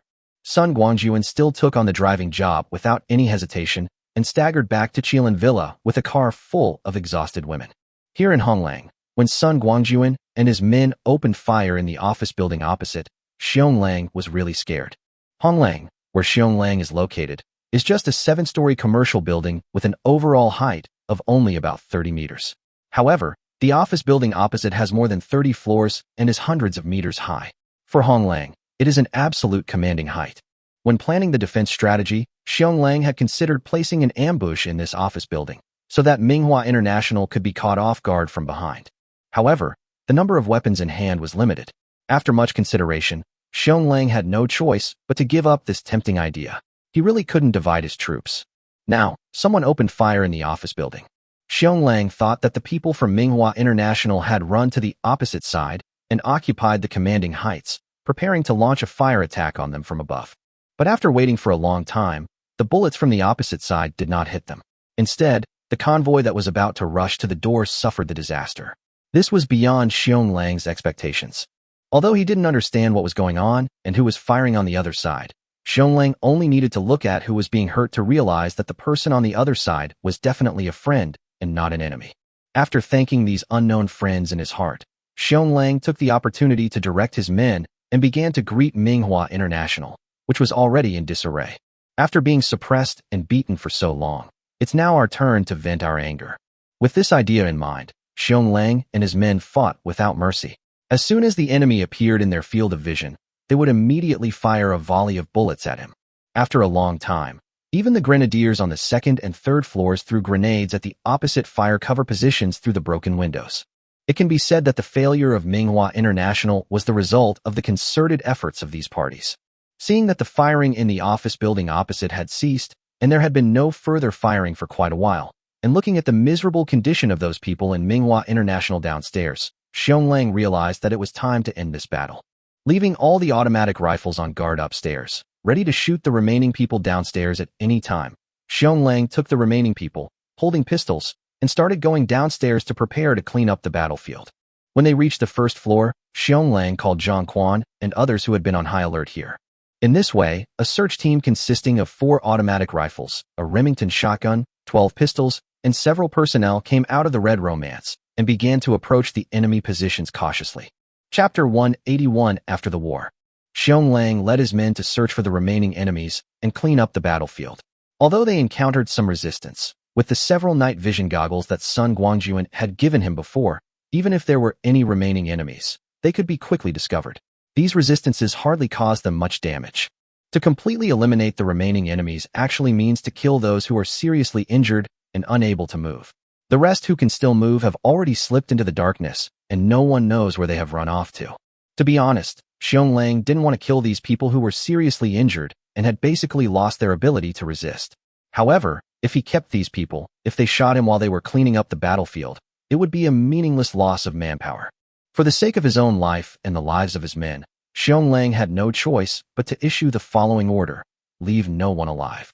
Moreover, even if these people were left behind, Xionglang would not have the resources to treat them due to the shortage of medical care and medicine in the end times. Instead of letting them suffer in excruciating pain and eventually die in agony, it is better to give them a quick death now and let them die early and be reborn soon. What? Waiting for Manhwa International to rescue them? Are you dreaming? Xionglang doesn't have any medicine, but Wu Manhwa has some? Even if there are any, it would be much better for Wu Manhwa to use them in other more important places than to risk losing a large number of manpower again to rescue these people, right? In the end times, human life is worthless, and this is reflected most realistically and vividly at this moment. After killing the last living enemy, Xionglang handed the task of cleaning up the battlefield and collecting supplies to Zhang Quan, while he himself ran towards the office building in a hurry with a flashlight. No matter what, the other person saved his life and preserved the foundation he had worked so hard to build. Xionglang should come over and say thank you out of both emotion and reason. But when Xionglang arrived at the place was already deserted. Apart from bullet shells scattered all over one floor, there was not even a single person in sight. Xionglang ran up and down almost the entire building, but still couldn't find anyone, so he could only return dejectedly to the floor where the bullet shell was. Looking at the shell casings that looked like small hills, Xionglang was secretly astonished. It had only been a short time since the other party opened fire, and yet there were so many shell casings left behind. One could imagine how terrifying the density of firepower was. Especially when I think about the scene I just witnessed upstairs. As soon as the firing was opened here, the convoy downstairs was immediately thrown to the ground. What a powerful force it was. If I had such firepower, why would I be afraid of a mere Wu Minghua? Muttering softly, Xionglang picked up a few bullet casings from the ground and put them in his pocket. Since we can't find the person, we can just leave a few bullet shells as a reminder.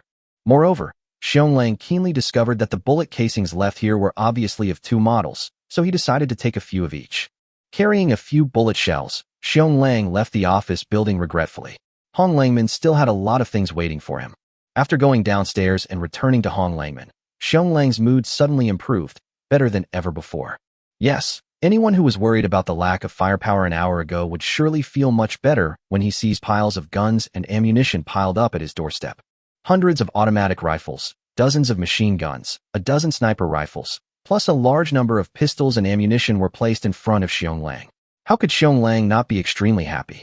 Of course, along with the guns and ammunition, there were also various strange-looking corpses and body fragments collected. There is no way. The firing rate of the Vulcan cannon is too high. Often, it takes dozens or even hundreds of bullets to hit the target. Given the toughness of the human body, it is impossible not to be torn into pieces. Now, how to deal with these corpses has become a real problem facing Xionglang. While Xionglang was feeling both happy and sad, Sun Guangjun had already returned to his villa number 1 in a Unimog. The gate was opened by remote control, and the Unimog drove straight in and came directly to the bottom of the stairs. After parking the car, Sun Guangjun almost dragged and carried the 8 women back to their respective rooms with great difficulty. After resting along the way, the girls' fatigue not only did not ease, but instead they began to feel weak. Even Xia Zi, who had the best physical fitness, was not immune to it. As for whether there was someone pretending inside, Sun Guangjun had no way of telling. Now it's time for Sun Guangjun to show his boyfriend power. So, Sun Guangjun started with Fengjiu, who was closest to the door, and personally carried each woman back to her room in a princess-carrying manner, and also helped them disarm themselves. I'm so tired, it's obviously impossible to take a shower. I can only wait until I recover my strength. After finally finishing his work and returning to the room, Sun Guangjun began to deliver water and food to each room. The journey lasted more than 5 hours, and it was almost lunchtime. However, looking at the girls' condition, it was doubtful whether they had the energy to get up and eat. Sun Guangjun had no choice but to trouble them and send some bread, chocolate, and other food to their rooms. Finally finished his work and returned to his room on the 2nd floor. In fact, Sun Guangjun understood why the women had such a reaction. It had a lot to do with the fact that it was their first time on the battlefield. It was probably similar to a stress response, which would infinitely magnify their own fatigue after the war. Fortunately, the battle took place in the dark and at a long distance, so they didn't need to clean up the battlefield. Otherwise, Sun Guangjun would probably have a lot of headaches. Not to mention anything else, just the scene of rivers of blood and corpses everywhere, let alone the female soldiers who were going to the battlefield for the first time. Even the veterans would probably vomit when they saw it. After returning to the room and taking a shower, Sun Guangjun was temporarily at a state of having nothing to do. Suddenly, I remembered that I had considered bringing a group of beast cubs out of the mountain and river ring. I might as well take advantage of this free time to do this. Do it when you think of it. Sun Guangjun stood up, closed the door, locked it from the inside, and disappeared from the room in a flash. This time, Sun Guangjun did not appear at the door of the small building as usual, but went deep into the distant grassland. When he appeared at the door of the small building again, he was holding 2 lion cubs that had just been weaned in his hands. After taking a cage to temporarily put the little lion away, Sun Guangjun went into the forest again, bringing back 2 fluffy little lions and 2 silly-looking brown bear cubs. Without exception, these little guys had all been weaned not long ago. With 6 cubs, all of them are absolutely ferocious beasts. They are the kings and queens in their respective territories. This should be enough. But Sun Guangjun thought about it and ran again. When he came back, he found 2 litters of little foxes from somewhere. That's right, 2 litters. A litter of 4 Arctic blue foxes. There is also a litter of 5 fire foxes. With 2 litters of little foxes in hand, Sun Guangjun stopped in time. But just as he packed up a few cages and prepared to leave the Shanha ring space, a deafening roar suddenly came from the bamboo forest behind the small building. At the same time, there was a faint sound of bamboo forest shaking rapidly. Chapter 182. Tawanzi's mother comes to visit. The sudden change surprised Sun Guangjun. In this mountain and river ring space, Sun Guangjun is like a god. Otherwise, he would not have been able to snatch the child away from the beast mother in such a short time and make the mother not lose her temper at all. Hearing the noise, Sun Guangjun had no doubt that the person rushing out of the bamboo forest must be a man with a bad temper. Yes, in the space of Shanhe Ring, anyone who dares to come here and cause trouble despite the pressure from Sun Guangjun must have a reckless temper. Hearing the noise getting closer, the earth-shattering roar was even more deafening and seemed to be mixed with heavy footsteps. Sun Guangjun hurried to the back of the small building. What I saw was that the bamboo forest in front of me was like waves, moving from far away and approaching this side rapidly. Sun Guangjun didn't have to wait long before several thick bamboos were broken and branches and leaves flew everywhere. A huge black and white monster came into his sight. Oh my god, such a big ball. Is it a mutation? Looking at the enlarged and bolder version of the little dumpling in front of him, which was about 3 meters tall and 3 times bigger than the little dumpling after it went berserk, Sun Guangjun was almost stunned. At the same time, a question arose in Sun Guangjun's mind. Could it be that the creatures in the Shanhe Ring space also have the possibility of unlocking superpowers? It seems that I need to pay close attention to the situation in the Shanhe Ring space. If those ferocious beasts could activate their special powers, it would be great news for Sun Guangjun. To a certain extent, it is not an exaggeration to say that the creatures living in the mountain and river ring are Sun Guangjun's subordinates.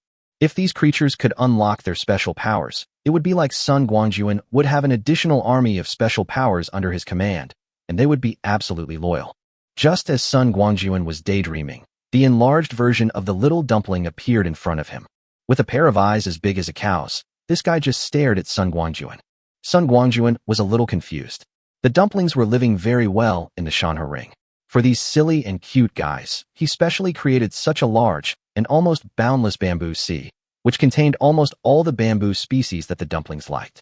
In this bamboo sea, the dumplings have no natural enemies and can completely replicate their favorite pig-raising life of eating and sleeping. The conditions are so good, Sun Guangjun feels that he is worthy of these guys. What is going on now? Why does this big guy in front of me look like my mortal enemy?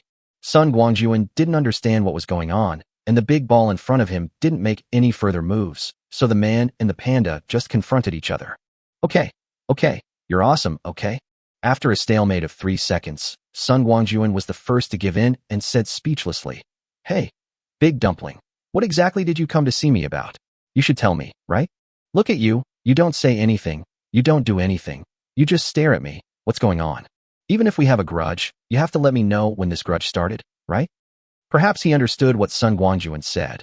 The big ball who had been standing there suddenly reached out and pulled a small thing off his back and just held it in his hand, yelling and gesturing at Sun Guangjun.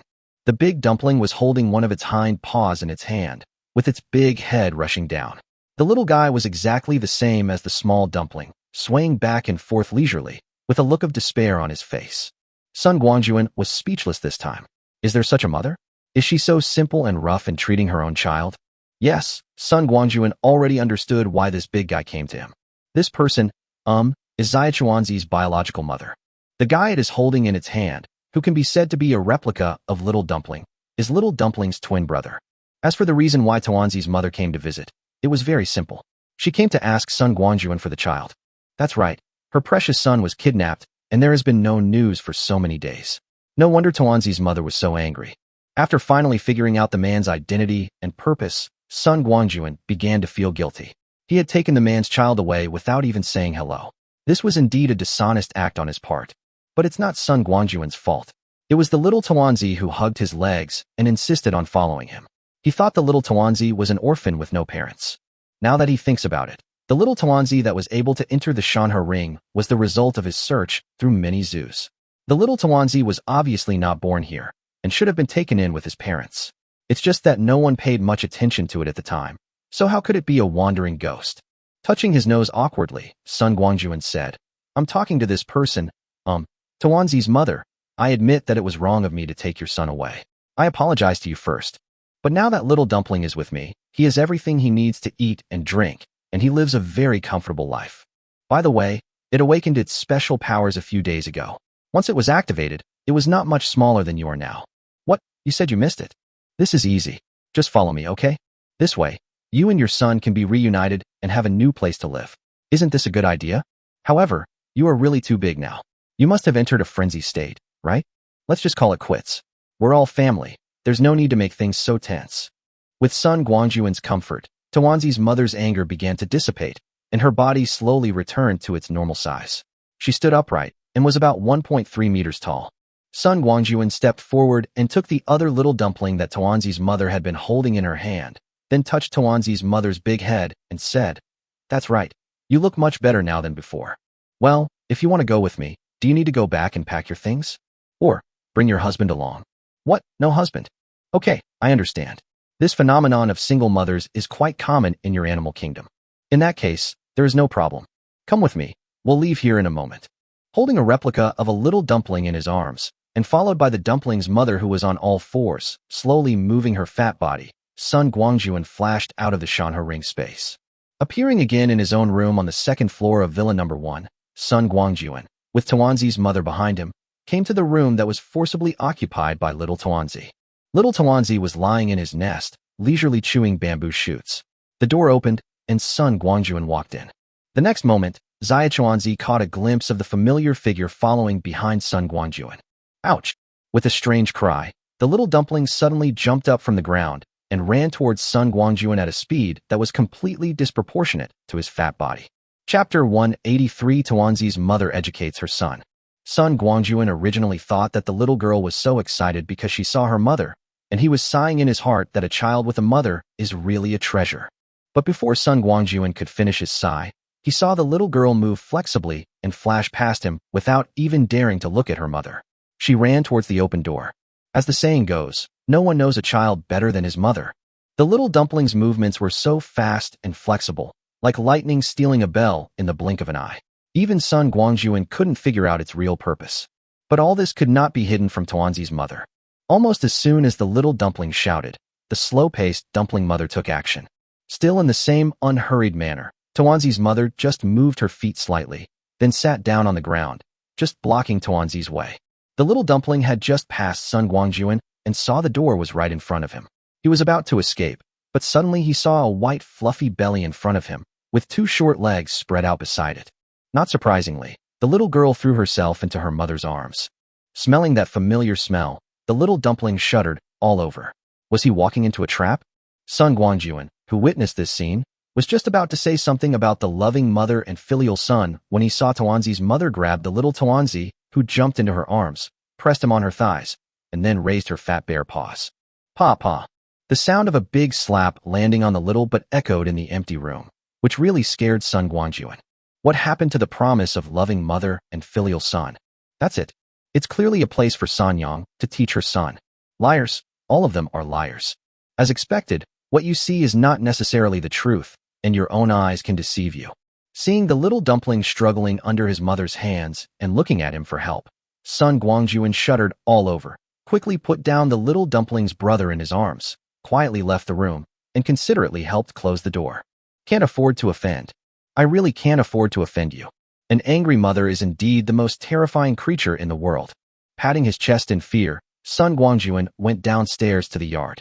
Opposite the dog's wooden houses, still near the glass curtain wall, Sun Guangjun built 5 more wooden houses.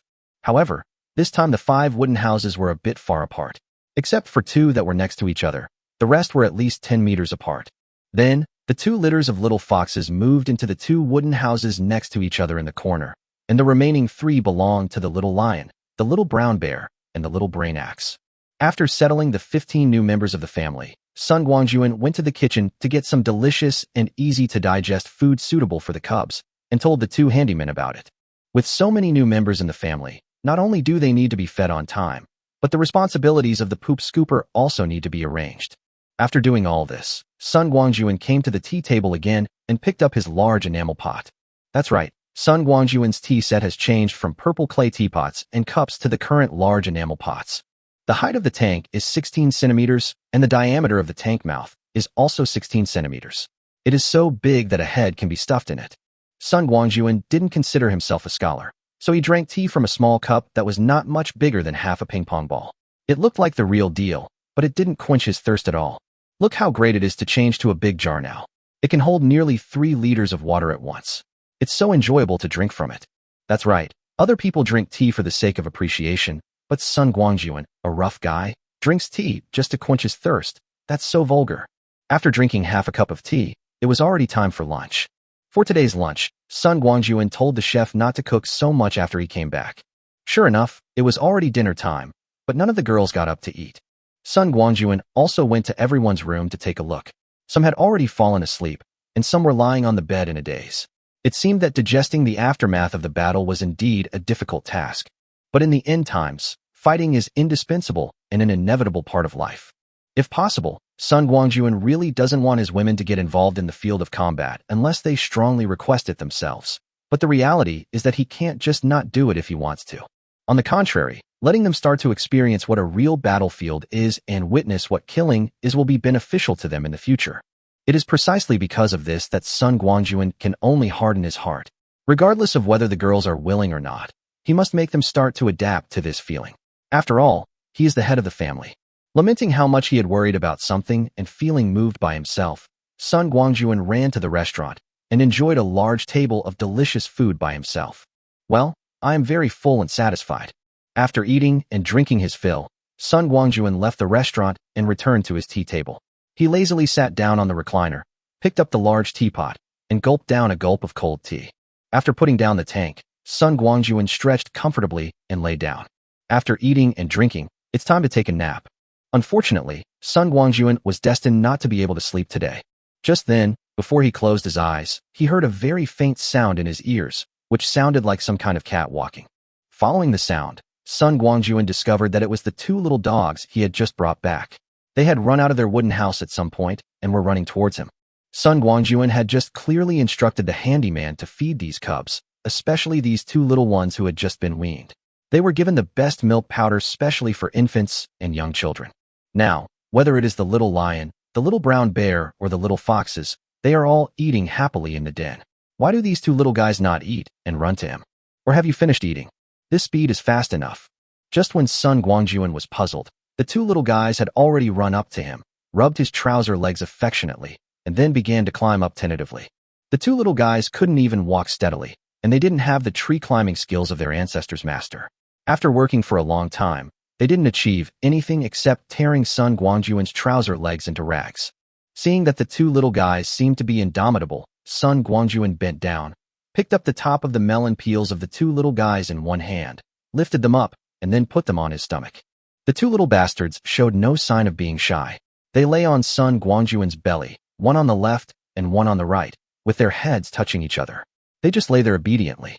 Not long after, they fell asleep and even made a slight snoring sound. Well, she treats Sun Guangjun as her own mother. Seeing this scene, Sun Guangjun was in tears and laughed, thinking, what kind of fate is this for me? I just finished taking care of the panda Tuanzi, and now I am being pestered by these two little idiots? Chapter 184 All Come.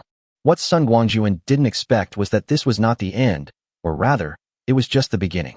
The two little idiots had just fallen asleep, and Sun Guangjun originally thought that everything was fine and no one would disturb his sleep anymore.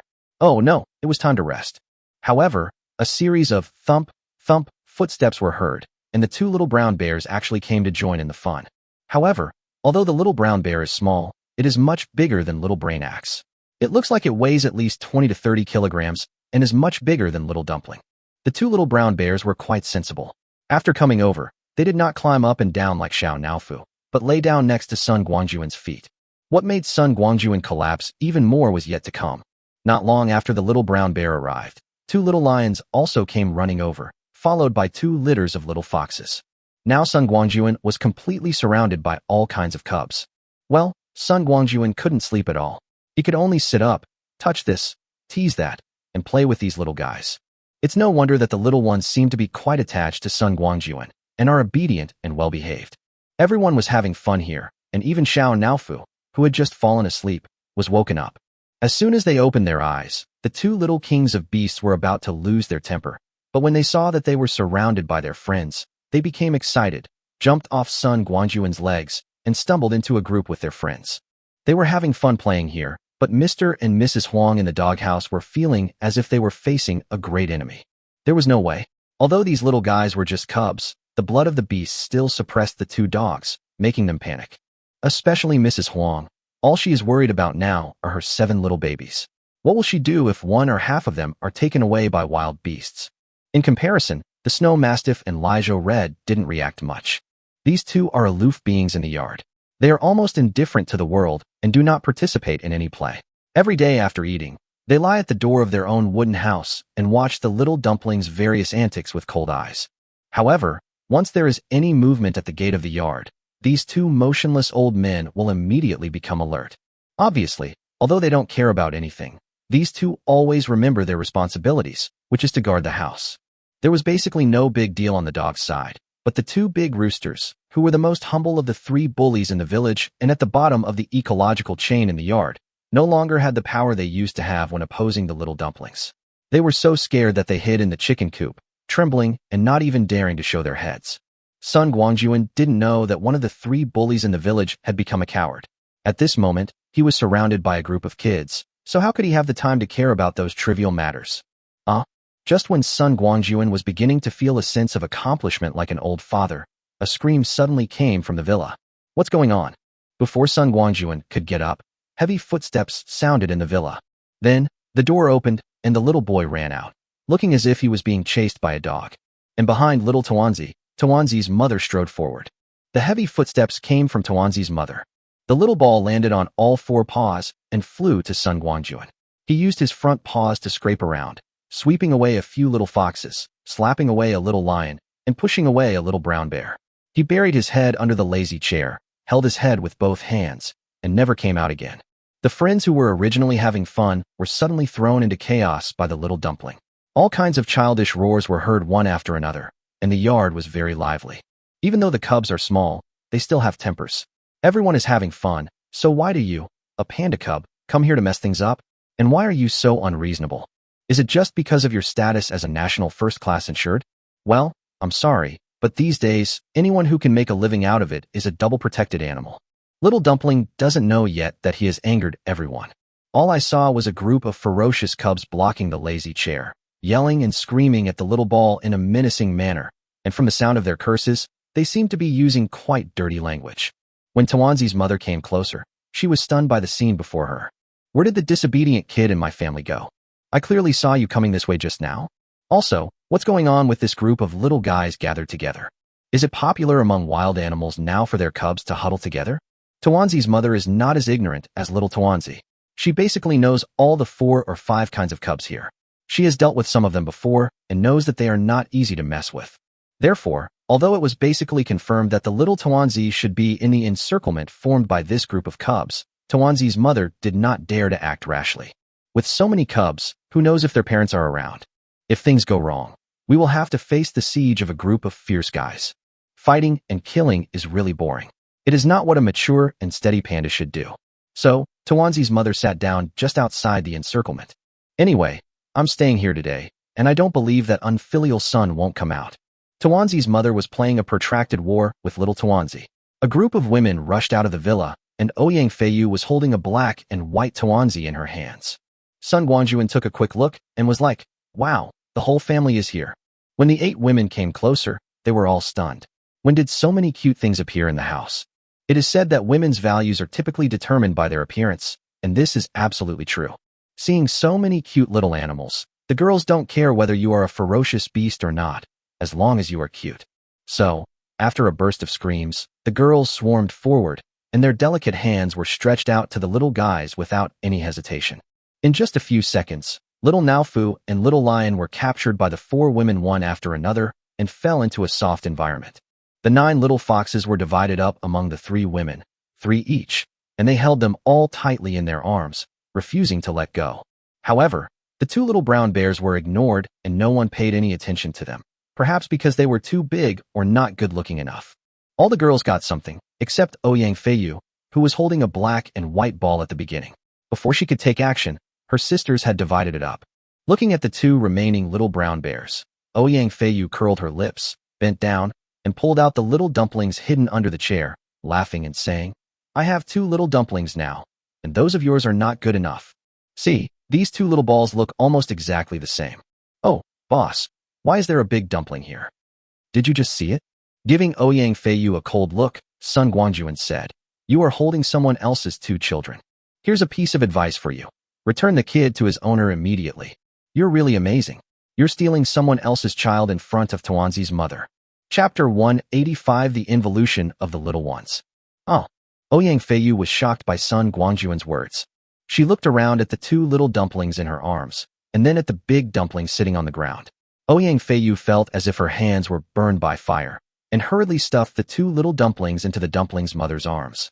Tawanzi's mother, who was waiting for the opportunity, was thinking about how to teach her unfilial son a lesson the previous second, and the next second she saw with her own eyes that this unbelievably beautiful human pulled her disobedient little kid out from under the chair, and now she brought the little kid to her with her own hands.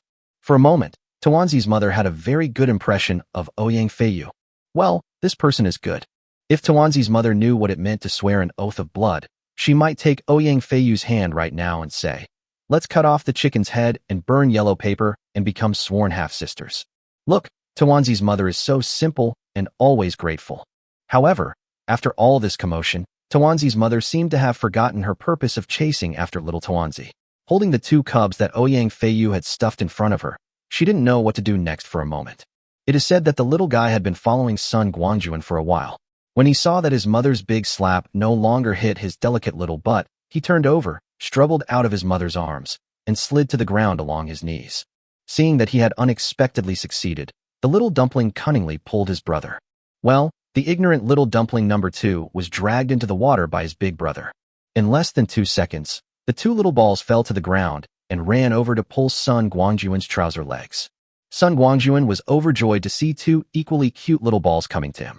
See, my buddy's charm is simply irresistible. Bending down, Sun Guangjun wanted to pick up the two little dumplings, but as soon as he stretched out his arm, he was ruthlessly pushed away by little dumpling number 1. That's not all. Little dumpling number 1 stood there with his hands on his waist like a big brother, directing his younger brothers to strike the same pose with him, and then stretched out his claws towards Sun Guangjun. Seeing this familiar posture, Sun Guangjun slapped his forehead. Oh, it seems that his brother's enthusiasm just now was all in vain. The other person brought his younger brother here to ask for food, not to be intimate with him, Sun Guangjun. There was no choice but to surrender to the powerful Zaichuanzi brothers. He took out a large pile of bamboo shoots and piled them on the ground. When he saw so many fresh bamboo shoots on the ground, Tawanzi number 2 had no time to act cool with his big brother and rushed over with drooling. He reached out and grabbed a bamboo shoot. Just as he was about to enjoy the meal, he was slapped on the head. He looked closely and found that the person who hit him was his own good big brother. This is not the end yet. After beating Tawanzi number 2, Tawanzi number 1 snatched the fresh bamboo shoot from its arms. How can this be? As a panda, when I was about to start eating, I was beaten and my bamboo shoots were taken away. This is absolutely intolerable. Even if you are also a panda, that won't work. With a bared tooth and a grin, Tawanzi number 2 was about to shout, "Orcs will never be slaves," and then start a good fight with his eldest brother. But he saw that the eldest brother who had taken the bamboo shoot actually ran to Tawanzi's mother with the big bamboo shoot in his arms. Tawanzi's mother had long forgotten about teaching Tawanzi number 1 a lesson and was happily watching her two sons having fun. Unexpectedly, the eldest son actually gave her delicious bamboo shoots. At this, Tawanzi's mother was very pleased. She reached out to take the bamboo shoot, without even peeling the skin, and put it in her mouth, taking a bite. Tawanzi number 2 was dumbfounded. You can play like this, right? It makes you look filial, right? There are so many bamboo shoots on the ground. It seems like everyone knows how to use them. So, Tawanzi number 2 bent down, picked up 2 bamboo shoots, and happily brought them to my mother. Tawanzi number 1 took a look and said, "Hey, little guy, you want to learn from me, right?" With a roll of his eyes, Tawanzi number 1 turned around and ran into the villa, going all the way up to the 2nd floor. When he came back, he was already carrying the secret weapon given to him by Sun Guangjun, a small bamboo basket. Under the surprised gaze of dumpling number 2, dumpling number 1 ran to the pile of remaining bamboo shoots, and in no time, he stuffed 6 or 7 bamboo shoots into the small bamboo basket. Then he carried the bamboo basket with great effort, and did not forget to pick up the last bamboo shoot on the ground. He walked to my mother with a staggering step. Well, it's very much a performance. Especially when Sun Guangjun saw this scene. He almost got internal injuries from trying to hold back his laughter. Tawanzi number 1, what can I say about you, little old man? Although you are still a cub, you have awakened your special powers. You can't tear tigers and leopards apart with your bare hands. but you won't stagger around just carrying a few bamboo shoots, right? Tawanzi number 2 just stood there stupidly. Tawanzi number 1's series of actions were so cool that it couldn't catch up with him even if it tried its best. Just now, taking advantage of the opportunity when Tawanzi number 1 ran away, Tawanzi number 2 has made 2 trips to Tawanzi's mother, delivering a total of 4 bamboo shoots, and performed a show of motherly love and filial piety in front of me. Who would have thought that you, a dumpling number 1, would do such a thing before I even wiped off the sweat? What Tawanzi number 2 didn't expect was that this was not the end yet. After piling all the bamboo shoots in the small bamboo basket next to my mother, Tawanzi number 1 came to Sun Guangjun again, pointing at the small bamboo basket behind him and bowing to Sun Guangjun. It was obvious that he was going to continue the performance. Restraining his inner laughter, Sun Guangjun waved his hand again and threw a large pile of bamboo shoots onto the ground, which was much more than the previous pile. Seeing a pile of bamboo shoots, Tawanzi number 1 smiled happily, took the bamboo basket off his back, grabbed the bamboo shoots, and put them into it, and ran to his mother when it was full. Tawanzi number 2, having recovered, was not to be outdone. No tools, huh? Then I'll just make a couple more trips. I can't let my brother completely outdo me. We in the panda family are all strong-willed. Even if we lose, we will lose with dignity and never give up. 2 black and white dumplings shuttled back and forth, while the dumpling's mother sat happily on the ground, enjoying the pleasure of being gradually surrounded by bamboo shoots. Perhaps it was fun to watch the bamboo shoots being carried back and forth, so the 2 little brown bears who had been ignored by everyone actually ran over, imitated Tawanzi number 2, picked up 2 bamboo shoots, and came to Tawanzi's mother. When Tawanzi's mother saw them, she said, "Oh, you 2 are here too. We are relatives, we have to give you some face." Well, big bear, little bear, you 2 should behave well. The group carrying bamboo shoots expanded to 4 members, and the little ones held in the arms of the girls refused to do it. If we don't participate in such a fun event, wouldn't it seem like we're not sociable? So, one after another, the little guys struggled to leave the warm and soft embrace, jumped to the ground, and joined the ranks of carrying bamboo shoots. In the end, a team-building activity that could be said to involve the whole nation unexpectedly happened due to the internal competition between the 2 black and white dumplings. The happiest person is Tawanzi's mother. She doesn't have to do anything, and the bamboo shoots are delivered to her door. Chapter 186 Naming. Unlike the 4 bears, the other little guys couldn't walk upright. They could only hold a bamboo shoot in their mouths and then carry it to Tawanzi's mother. There were nearly 20 little guys running back and forth, and the yard was so lively. Although the girls had nothing to play with, they were in a particularly good mood when they saw the busy little ones. Sun Guangjun sat on his own lazy chair and asked the girls to sit down. He drank tea and watched the performance of the little ones. Of course, Sun Guangjun has a more important task, which is to provide bamboo shoots to the little ones. Ouyang Feiyu came up to Sun Guangjun and asked, "Boss, where did you get all these cute little guys? Especially the little dumplings. There are 2 that are exactly the same. It's amazing." Sun Guangjun smiled and said, "I saw you fighting over those puppies yesterday. I was thinking, should I keep more small animals at home? As long as they are trained well, it will not be difficult for a second, or even a third or fourth, of these animals to awaken their superpowers. For any force, the more people with superpowers there are, the better, and our family is no exception. So I found a way to have these cubs sent over here. Although these cubs still need a period of growth, as you can see, these are ferocious beasts. If we bring the adults back, the house will be in chaos. Moreover, what makes beasts beasts is that they are wild and difficult to tame. Compared to adults who have already taken shape, the cubs are easier to tame. When you have nothing to do in the future, just play with these little guys. When they awaken, they will become your most loyal bodyguards and most capable assistants. If you don't like any of these varieties, tell me, and I'll see if I can get you something you like." "Thank you, boss. Hubby, you're so nice." Sun Guangjun almost lost himself in the sweet voices of the girls thanking him. After learning about the origins of these cubs and Sun Guangjun's intentions, Ouyang Feiyu recalled her previous question. "Boss, you haven't told me yet. What's going on with the 3 dumplings?" "You mean them?" Sun Guangjun said with a smile. "The one carrying the basket is our original little dumpling. I now call it Tawanzi number 1. The other one looks similar to it, but is a little stupid. He is the twin brother of Tawanzi number 1. I call him Tawanzi number 2. As for the big one, it was obvious that the one the 2 little ones were fighting over was Tawanzi's mom." After figuring out what the 2 new dumplings were, Ouyang Feiyu said with disdain, "Boss, what kind of taste do you have? Look at the crappy names you came up with, like number 1, number 2, and Tawanzi Ma. They're so ugly. If you ask me, We should still call our original little dumpling Little Dumpling. We are familiar with it anyway, so there is no need to change it. As for this little dumpling's twin brother, let's call him Zioyuanzi. Look, little dumpling, round and round. How beautiful it sounds. Yes. Sun Guangjun readily admitted that Ouyang Feiyu's naming skills were indeed better than his own, and then asked with interest, Feiyu, now that you've chosen names for the little Tuanzi brothers, what do you think should be called Tuanzi's mother? Isn't this simple? Giving Sun Guangjun a look of disdain, Ouyang Feiyu said, since she is the mother of Zai Chuanzi and Zai Yuanzi, then Tuanzi's mother should naturally be called Tuanyuan. This is called inheritance. Whether you know them or not, you will know the relationship between the three of them as soon as you hear their names. Not bad, not bad. Sun Guangjun clapped his hands and said, Feiyu, I have to say, your naming is quite good. Better than your boss's. Of course. Ouyang Feiyu proudly raised her snow-white swan neck. Unexpectedly, Sun Guangjun followed up with a sentence. Since you are so good at naming, I will leave the names of these little things at home to you. Please don't tell me no. Who is our second Miss Ouyang?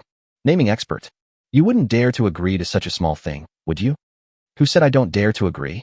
Ouyang Feiyu obviously couldn't stand the provocation and immediately stiffened her neck and shouted, It's just a name. It's such a simple thing. Do you think everyone is like you, bad at naming? Yes, there are two little brown bears, named Big Bear and Little Bear. It is easy to understand, and they are also famous anime protagonists. These two little tigers, I think they are both male, right? One is called Hu Xiaowei and the other is called Hu Xiaoming. Mighty bro, how loud. As for these two, Ouyang Feiyu pointed at the two little lions that Lu Tianxian had been holding in her arms, looked at Sun Guangjun, and asked with a lecherous look, Boss, before you name them, you have to tell me what breeds these two are, right? Ha ha ha. All the girls, including Sun Guangjun, burst into laughter almost at the same time.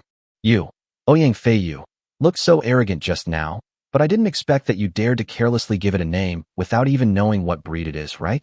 Amidst the roar of laughter from the crowd, Ouyang Feiyu showed no sign of blushing. She pinched her waist and stamped her feet, shouting, What are you guys making such a fuss about? So what if I don't know him? That won't delay my naming, okay? Okay, no delay, no delay. Seeing that Ouyang Feiyu was about to get angry, Sun Guangjun quickly said, Those are two little lions. Also, the 9 little foxes belong to 2 species, red fox and blue fox. You decide how to name it. Fire fox and blue fox. Ouyang Feiyu was surprised. One is brown and the other is white. Why are they called this? You don't understand this, do you? Sun Guangjun smiled proudly and said, The brown one you mentioned is called a fire fox, also known as a red fox, a grass fox, a southern fox, or a cross fox. The white one is called blue fox, also known as Arctic fox, polar fox, and white fox. Okay, now that we know what species it is, let's hurry up and name it. Ouyang Feiyu had no intention of being embarrassed and said, 2 lions are good. I think they are a male and a female, so let's call them brother lion and sister lion, little fox, etc. Without waiting for Ouyang Feiyu to continue, Sun Guangjun raised a hand and said, Feiyu, it's true that they are a boy and a girl, but how do you know they are brother and sister? What if they are sister and brother? Ouyang Feiyu glared and said, I don't care whether they are brother and sister or sister and brother. I am willing to call them that. What's it to you? Okay. It's not okay if I don't care. Sun Guangjun knows very well that once a woman starts to be unreasonable, you have no other choice but to surrender. After suppressing Sun Guangjun forcefully, Ouyang Feiyu pointed at the fire foxes and said, The 5 fire foxes are named Fox Xiaogong, Fox Xiaoshang, Fox Xiaojua, Fox Xiaojing, and Fox Xiaoyu. The blue fox is called Lan Xiaoduo, Lan Xiaolei, Lan Xiaomi, and Lan Xiaofa. Perfect. Chapter 187 Transparency. No matter how good Ouyang Feiyu's naming skills are, no one has objected to the names she proposed for the time being. As a veteran name giver, Sun Guangjun naturally would not object either. So, the names of the little ones were decided in a confused manner. Seeing the girls looking at the playful kids with envy, Sun Guangjun waved his hand and said, You don't have to stay here with me all the time. Go ahead and play if you want. With a cheer, the more lively ones, led by Ouyang Feiyu, ran over to play with the little ones. When some people left, naturally some people stayed. There weren't many, just 2, Ouyang Feiyu and Fangya. Why don't you 2 go play? Seeing that the 2 of them didn't move, Sun Guangjun asked curiously, Don't you like these little guys? Not really. Ouyang Feiyu shook her head and said, The little ones are all very cute and lovable. However, Boss, you just said that if they can awaken their special powers, they will become our good helpers. In other words, you plan to distribute them to us sisters after the little ones awaken, right? Good. Sun Guangjun nodded and said, actually, your previous fights were meaningless. Whether the little guy can wake up, and when he can wake up, is still an unknown. In this case, even if you gain ownership of one or obtain their allegiance, if they ultimately fail to awaken, then all you'll have is a fairly fun pet. What I mean is, don't worry about who owns whom. Just play with them when you have nothing to do. Wait until they awaken and then distribute them. That is the rational use of the abilities of the little guys. Or, if someone needs it, it can be temporarily allocated. I think that's a good idea, too. Ouyang Feishue smiled coldly and said, instead of fighting over them now, why don't we all share these cute little guys? In this way, you won't regret it later because the types of items you get are too limited due to distribution reasons. After all, people get bored with what they have, and what others have is always the best. Haha, that makes sense. Giving Ouyang Feishue a thumbs up, Sun Guangjun said with a smile, Feishue, you are still the one who sees things clearly. But what does this have to do with you not going over to play? Of course it's okay. Ouyang Feishue said, I won't go there. I just don't like overly lively occasions. It has nothing to do with whether I like those little guys or not. Also, I have another question. That is, boss, these little guys you made are all beasts. Isn't this too simple? Yes, among the previous 3 bullies, there were 2 species, the big white goose and the big rooster, which can barely be counted as birds. However, the big white goose was wiped out because of the little dumpling. It now seems that the remaining 2 big roosters will not be able to achieve anything great. What I want to say is, boss, haven't you ever thought about getting some birds of prey? With your great powers, I don't believe you can't get it. Of course you can get it. Sun Guangjun spread his hands and said helplessly, but it's freezing outside now. Although the temperature here is okay, it's also because of the airtight glass curtain wall that ensures that the heating temperature does not leak out too much, so that we can have such an effect. Although we are all very comfortable in this way, the space is limited after all. Get some wild animals out, and they can barely move around. But it won't work if it's a bird of prey. At this height, it is really too cramped for them. Of course, it would be okay to get some ordinary birds to liven up the atmosphere at home. But even if those little gadgets can awaken in the future, their strength will be very limited. After all, their innate conditions are there. Therefore, instead of letting some birds of prey suffer, which may not necessarily produce good results, it is better to give up this idea for the time being. It won't be too late to get some awakened birds of prey back after the extreme cold and night weather ends. This way, we don't have to worry about training ourselves, so why not do it? So that's what you think. Ouyang Feishue nodded and said meaningfully, boss, it seems I underestimated your methods. Sun Guangjun smiled complacently and whispered, of course. If you can see through my tricks at a glance, then what authority do I have as a boss? Fixu, aren't you surprised that even though little Tuanzi has awakened, he's still being suppressed by Tuan Yuan and doesn't dare to act rashly? Why is that? Rolling his eyes at Sun Guangjun and giving him a look that said, do you think we're stupid? Ouyang Feishue said, Tuan Yuan can suppress Zai Chuanzi for 2 reasons. One is the natural bloodline suppression. After all, she is Zai Chuanzi's biological mother, and Zai Chuanzi is not yet at the age of rebellion, so he is definitely afraid of his mother. Apart from that, the only problem is that they are not as strong as us. In other words, Tuan Yuan is much stronger than Zai Chuanzi, and even if it resists, it will not have a good ending. However, although Tuan Yuan is an adult panda, its strength may not be higher than that of the little Tuanzi after it goes berserk. Then, there is only one explanation. Tuan Yuan has actually awakened, so he can suppress Zai Chuanzi in all aspects. In other words, whether it is these little guys or the reunited mother and her 2 children, the place where they originally lived can also awaken. This just proves what you said just now, boss. Wait until the polar night and bring back a few awakened birds of prey. Boss, I wonder if what I said is right. As she spoke, Ouyang Feishue smiled charmingly at Sun Guangjun. The various charms displayed in that instant stunned Sun Guangjun. It took him a long time to come back to his senses. He couldn't help but exclaim in his heart, this is a master. Sun Guangjun gave Ouyang Feishue a thumbs up again and said nothing more, which was considered as his agreement with her analysis. Although Sun Guangjun didn't say anything, Ouyang Feishue had already got the answer she wanted. She didn't continue to ask questions and force Sun Guangjun to tell her the whole story. Instead, she picked up the teapot and helped Sun Guangjun make tea. The red sleeves add fragrance, and the years are quiet and good. At this moment, Sun Guangjun felt a sense of satisfaction that his life had been very successful and he had nothing more to ask for. As for Fangya, who had been silent the entire time. She just sat there quietly, looking very calm and peaceful. Fangya has just this kind of personality. Sun Guangjun sometimes wonders what kind of supernatural power she can awaken if she is so indifferent to the world. Is it the water element, which moistens everything silently? Or the wood element, which is full of vitality? Or the earth element, which embraces everything? Anyway, it will definitely not be the explosive fire element or the murderous gold element. Of course, there is another possibility, that is, special abilities such as wind, thunder, light, darkness, and ice other than the 5 elements. If Fangya could awaken special abilities, it would definitely be an unexpected gain. Chapter 188 Xionglang thanks. Time passed minute by minute in the hustle and bustle of the yard, and soon it was dinner time. Sun Guangjun called the girls who were having fun and asked them to go to the restaurant for dinner first, while he set up a large wooden house in the yard. Tuan Yuan has now become the object of flattery for almost all the little ones, so it is naturally not suitable for him to continue living on the second floor with Zaichuanzi. Therefore, it has become inevitable to arrange a new residence for the mother and her 2 children. It just so happens that Sun Guangjun can take this opportunity to get rid of Zaichuanzi's annoying fixed wake-up service.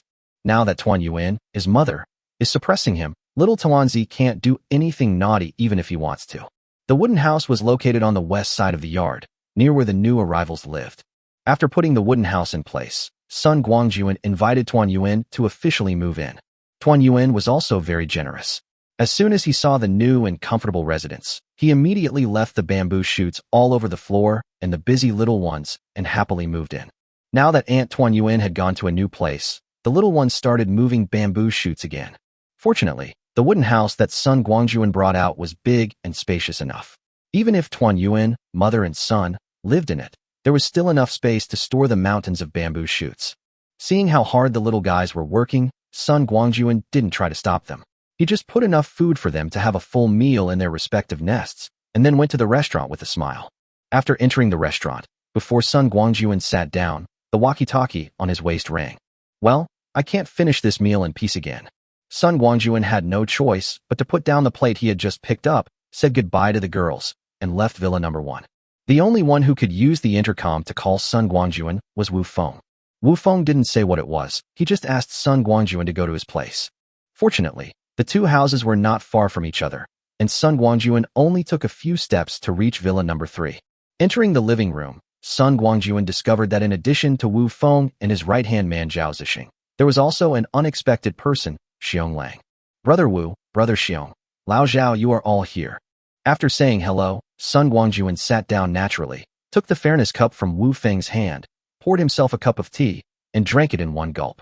After pouring himself another cup of tea, Sun Guangjun lazily said, Brother Xiong, if you're not busy cleaning up the mess over there, why do you have the time to come over to Brother Wu? Xionglang stared at Sun Guangjun seriously for a long time before he said in a deep voice, Brother Sun, it was you who caught Manhwa International off guard from behind today, wasn't it? Oh, how do you mean? Sun Guangjun looked at Xionglang in surprise and said, Brother Xiong, what do you mean by this?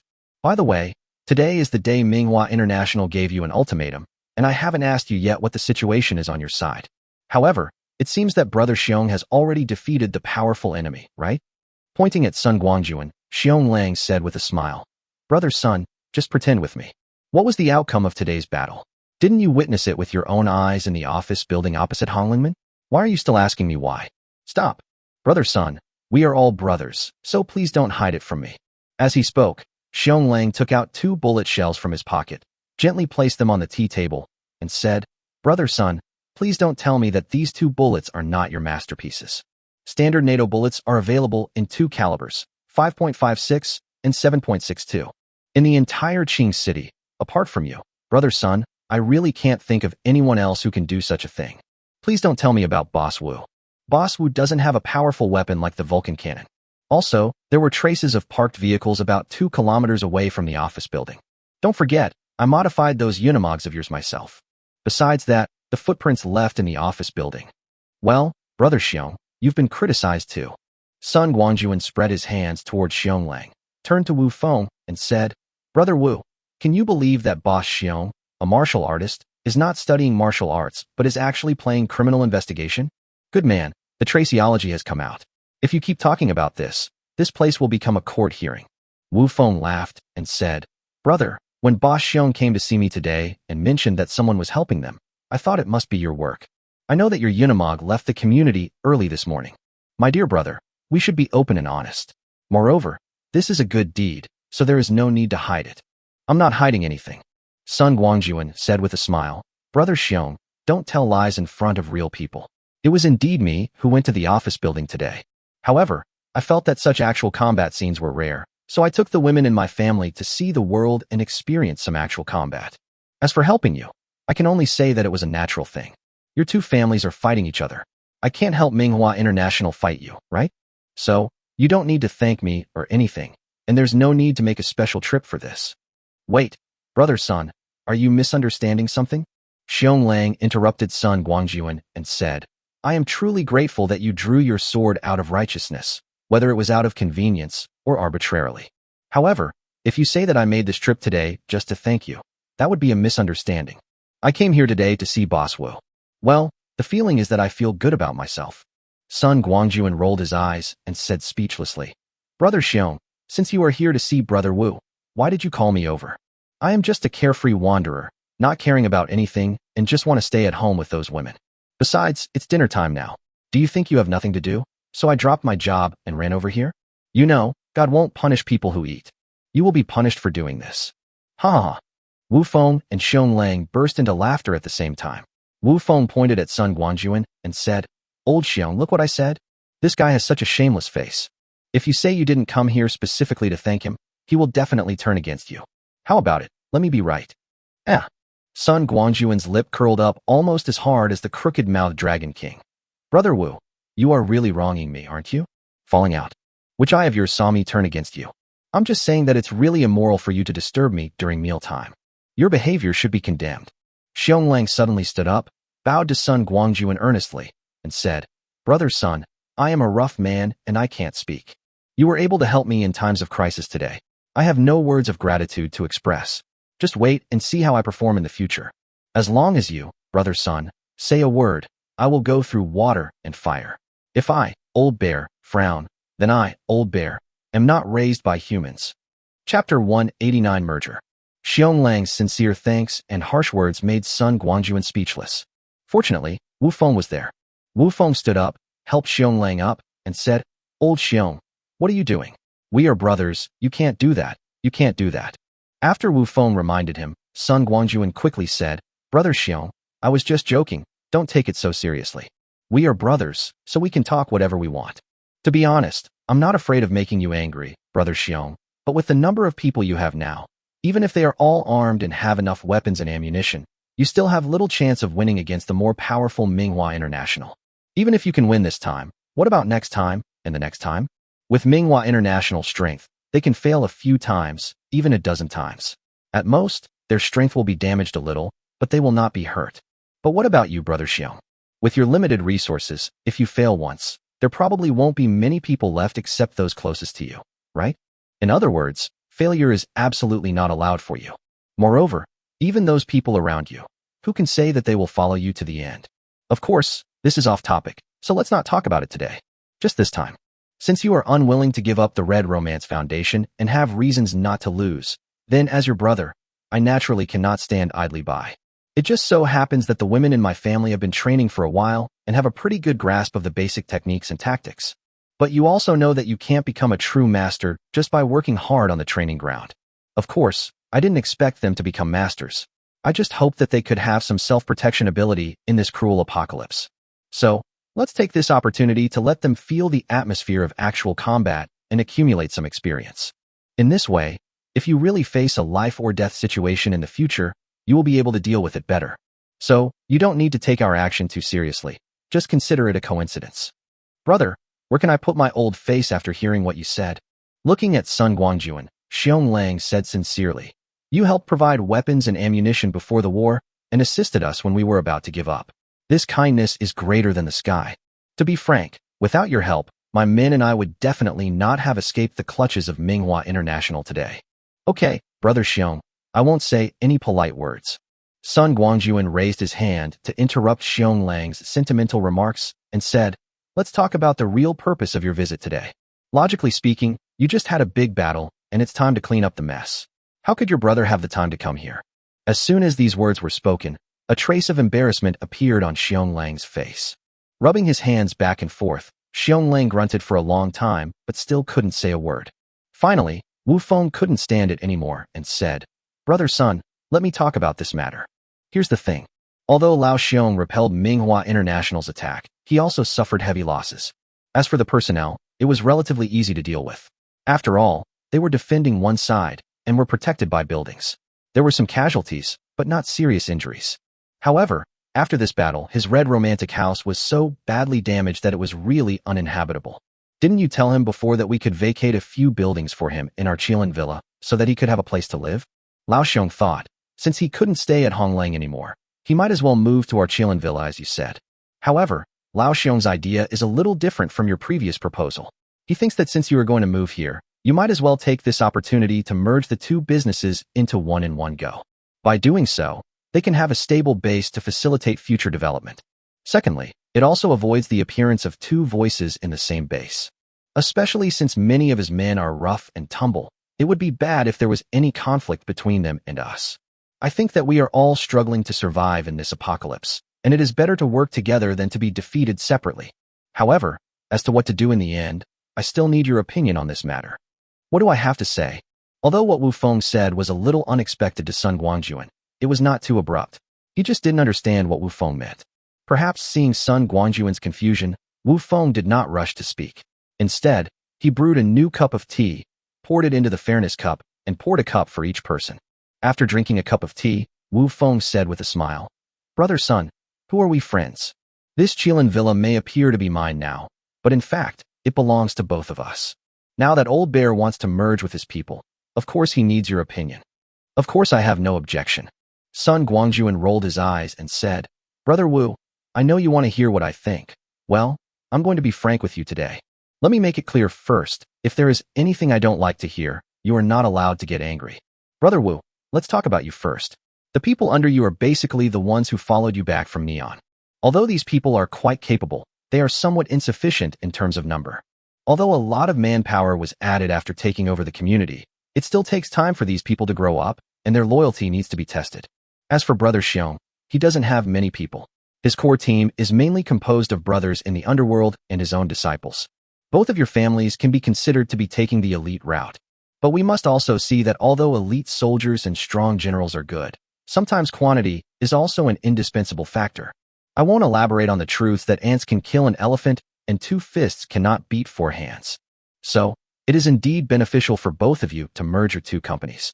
From my personal perspective, I absolutely support your merger. So, Brother Sun, you support this?" Xiong said happily. That's good. Well, Boss Wu, Brother Sun, I will go back now to gather some people and bring them over. No rush. Sun Guangjun waved his hand and said, "Brother Xiong, Brother Wu, since we are merging two companies, I think we should first clarify some rules and regulations. For example, after Brother Xiong's people move in, where will they live? What areas will they be responsible for? How will the two families get along? And how will conflicts be handled? These things should be agreed upon in advance. It's natural. It should be." Wu Feng and Xiong naturally had no objection to this. At that moment, several people gathered together and began to discuss. Chapter 190, The Enemy's Revenge. To be honest, Sun Guangjun really had no interest in these rules and regulations. He stayed here just to be able to mediate if Wu Feng and Xiong had any disagreement. Wu Feng and Xiong both had strong desires for this merger and were willing to make some appropriate concessions. It didn't take long for the basic merging framework to come out, and the remaining details could be added slowly later. The reason why it was so hasty was that Xiong was a little anxious. It turned out that Manhwa International lost 500 or 600 people at once. After the news was passed back, Wu Minghua was furious. Having suffered such a huge loss, Wu Minghua would never let it go. In fact, Xiong already knew this when he faced Manhwa International. However, Xiong never expected that Wu Minghua's revenge would come so quickly. The two sides had just finished fighting in the morning, and in the afternoon, the retaliation from Manhwa International began. Wu Minghua's revenge was very simple, which was to send out a few snipers to secretly kill all the people who came out of Red Romance. The main goal was one thing. Since I can't get them, I will destroy them all. Because of cleaning up the battlefield, Xiong men were busy until mid-afternoon before they began to withdraw to Honglang. But just as the last person was about to step through the gate, the sniper took action. A distant gunshot, accompanied by a body falling to the ground, announced the beginning of Manhwa International's revenge. Perhaps with a cat-playing-with-mouse mentality, after a successful shot, the sniper did not continue his attack, but allowed Xionglan's men to drag the body away in a hurry. When Xionglang looked at the wound on the back of the corpse that was slanting downwards, he immediately realized that the enemy was right opposite Hong Langman. Although Xionglang had both the men and the gun at this time, he was powerless in the face of a sniper who came and went without a trace. If it was a large group of enemies attacking aggressively, Xionglang would still be willing to fight, but if it was a small group of enemies, or even one or two people acting alone, he would be at a loss. The polar night is simply too favorable for snipers to hide, and this place is in the urban area with all kinds of buildings everywhere, so people can hide in any corner. Xionglang couldn't possibly have the manpower to indiscriminately search every corner within a radius of several kilometers. Besides, even if he could organize such a manpower, they could just quietly retreat while they were searching and come back after you finish searching. He instantly understood the key, and looking at the broken windows upstairs and downstairs, with air leaking everywhere, Xionglang immediately had an idea: move. Rather than staying here as a target, not knowing when you might lose your life, it is better to retreat in time and wait for the future. After gathering a few small leaders, Xionglang told them his plan and immediately gained everyone's support. Perhaps before the war, there were still people who were hesitant, holding the mentality that if Xionglang failed, they would completely throw themselves into the arms of Manhwa International. But now the war is over, Xionglang won a great victory, and his personal prestige has almost reached its peak. Xionglan's subordinates also understood that even if they ran to Manhwa International now, they might not be willing to accept them. This is still good. It is not impossible that Wu Manhwa will kill you just to vent his anger. So, after making the decision to move, Xionglang asked his sister Xionglan to stay in Honglingmen and lead everyone to pack up and make preparations in advance, while he himself ran to Qilin Villa to find Wu Feng. Fortunately, Honglingmeng does not have only one exit. There are so many windows. Although most of them were broken, it still makes it convenient to enter and exit. Just like that, Xionglang quietly left Hong Langman, and his family was busy packing their luggage and preparing for the big migration. After sending Xionglang away, Sun Guangjun listened to Wu Feng's account of the whole story with his own ears. He sighed and said, "It seems that when facing the enemy in the future, either don't fight, or if you do, it's best to kill them with one blow. Otherwise, dealing with the endless revenge will be a real headache." Seeing Sun Guangjun shaking his head, Wu Feng couldn't help but chuckle and said, "Brother Sun, didn't you expect this to happen?" "Oh." Sun Guangjun was stunned, then asked, "What do you mean, Brother Wu?" "Brother Sun, we are all brothers. There is no need to hide your little thoughts, right?" Wu Feng picked up the teacup, looked at Sun Guangjun meaningfully, and said slowly, "When I was in Neon, although I couldn't be called a giant, I was still a big boss who dominated the world. I can still see some things clearly. Brother Sun, I have to say that you are really good at cultivating agents. If it were someone else, I'm afraid they would really be led into trouble by you. Don't be quick to deny it. I'm afraid that when we were in Neon, you were already planning to take advantage of me, your brother. Including those clues, you deliberately revealed them to me. It's ridiculous that I thought I had guessed what you were thinking, so I followed you closely and ran over to become your neighbor. Of course, I'm not complaining. Judging from what I have experienced now, being your neighbor is definitely one of the wisest decisions I have ever made. I'm just saying, you're such a dishonest guy that I'm trying to scheme against you, even my brother." "How could that be?" Sun Guangjun hurriedly denied. "Brother Wu, please don't say that. I don't have eyes. How could I know so much? It is even more impossible to cultivate any agents, as you said. We all get together because we share similar interests and aspirations, that's all. Come on." Wu Feng glared at Sun Guangjun and scolded him with a smile. "Just your little tricks. Don't show off in front of your brother, okay? I probably know a little about your brother's abilities. Indeed, as you are now, instead of showing up in public and standing in the front, it is better to hide behind and send out agents you support to help you solve the obvious troubles. As for me, I don't mind being a puppet pushed to the front by you. Of course, calling me a puppet sounds a bit harsh. After all, I have my own ideas and freedom, and you won't interfere in everything. Putting yourself in other people's shoes, what you are doing to Xionglang now is almost the same. My dear brother, should I congratulate you? You are about to gain another great general." "Hey, Brother Wu, that's too serious."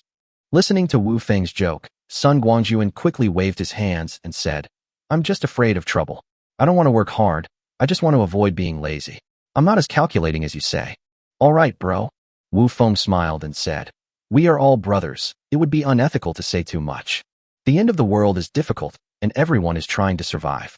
If you don't want to take charge, it's okay for me to manage everything for you. With your support behind us, we can grow stronger and stronger until we become a real giant. Chapter 191 Transformation and Integration. Faced with Wu Feng's frankness, Sun Guangjun no longer dodged and evaded. He smiled at Wu Feng frankly and said, Brother Wu, you are right. The end of the world is difficult. If we brothers want to survive well, we naturally cannot sit back and let others slaughter us. From now on, brother, you will be in the front to expand the territory and build a foundation. As for me, it's no problem for me to help you with supplies. Okay.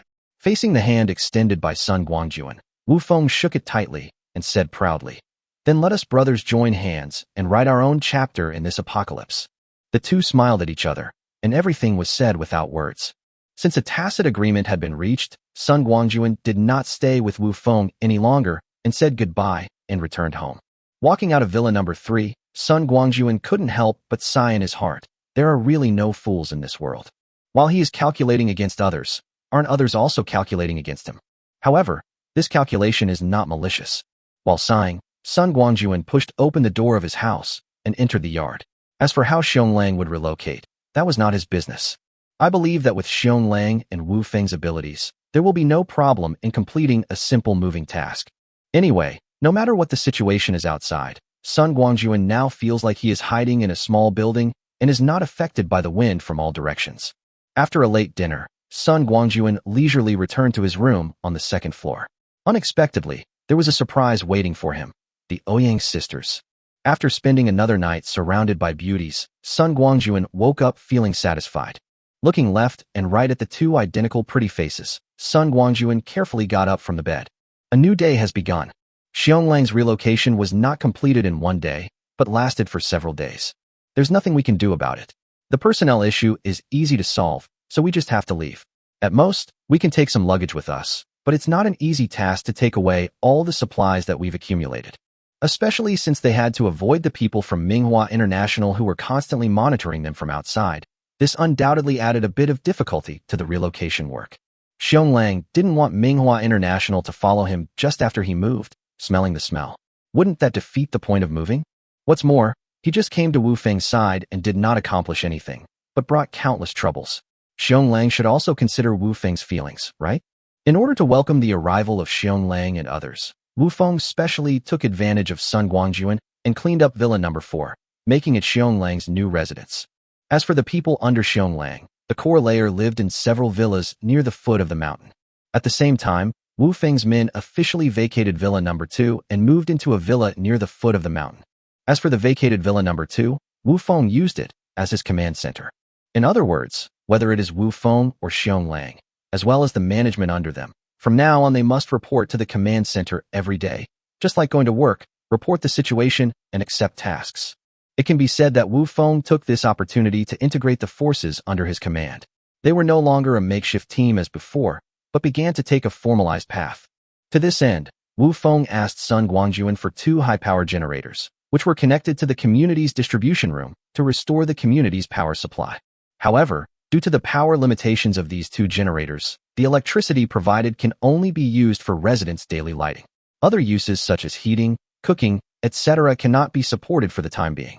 I don't know where Wu Feng found a mechanical and electrical engineer, but he renovated the power lines in the community and designed a special control system to prevent people from secretly using high-power electrical appliances. After more than half a month of hard work, the brand new Qilin Villa reappeared before everyone. Although the community at this time was not ablaze with lights, the scattered lights, plus the street lights outside, finally meant that it was no longer shrouded in darkness as before. After experiencing the first 2 waves of natural disasters, the population in the community has already lost more than half, especially the elderly, the weak, and the disabled. The survival rate is very low, which has also left many houses in the community empty. In order to facilitate management, Wu Feng concentrated the survivors in the community in buildings close to the center and started renovation projects on the vacant buildings on the periphery. According to Wu Feng's plan, these buildings will become important defense facilities in the community in the future to ensure the safety of community residents. Fortunately, most of the survivors in the community now work for Wu Feng, which enables the plan to be implemented smoothly, and basically no one will jump out to oppose it. If there are really those who don't obey the rules, it's easy to deal with. Just expel them directly. What? You said your house is here? What a joke. Who would care about you in the apocalypse? To put it bluntly, expulsion still leaves you a way out. Even if we kill you directly, will anyone care? Of course, blindly relying on force is not a long-term solution. While suppressing those who dared to cause trouble, Wu Feng also provided a series of resettlement measures for residents who were willing to cooperate, greatly improving their living environment. Among these, restoring power supply is a very popular measure. Under the policy of both sticks and carrots, the renovation of the community was carried out smoothly without causing any major trouble. More than half a month has passed, and Qilan Villa has been completely transformed. Several buildings near the edge have been initially transformed into defensive fortresses. In addition to the personnel responsible for security, each building is also equipped with 2 armored personnel carriers. At the gate of the community, in addition to the original 2 ice bunkers, 4 more tanks were added. Normally, these 4 tanks are hidden on the first floor of the building closest to the gate. Once the community is attacked, the tank soldiers stationed here can start the tanks at the fastest speed, rush out of the bunker, and use powerful firepower to tear the invading enemy into pieces. At the same time, in the yard of Villa No. 2, which served as the command center, there was a fire support force consisting of 5 tanks and 10 self-propelled artillery pieces. Whether it is armored personnel carriers, tanks, or self-propelled artillery, these are the equipment that Sun Guangjun just took out and provided to Wu Feng and others. As for how to skillfully use these heavy equipment and form real combat effectiveness as soon as possible, that is something that Wu Feng and Xiong Lang need to consider. While being equipped with a series of heavy equipment, Xiong Lang and his men also completed their equipment changes, abandoning their original domestically made weapons and replacing them with American-made equipment.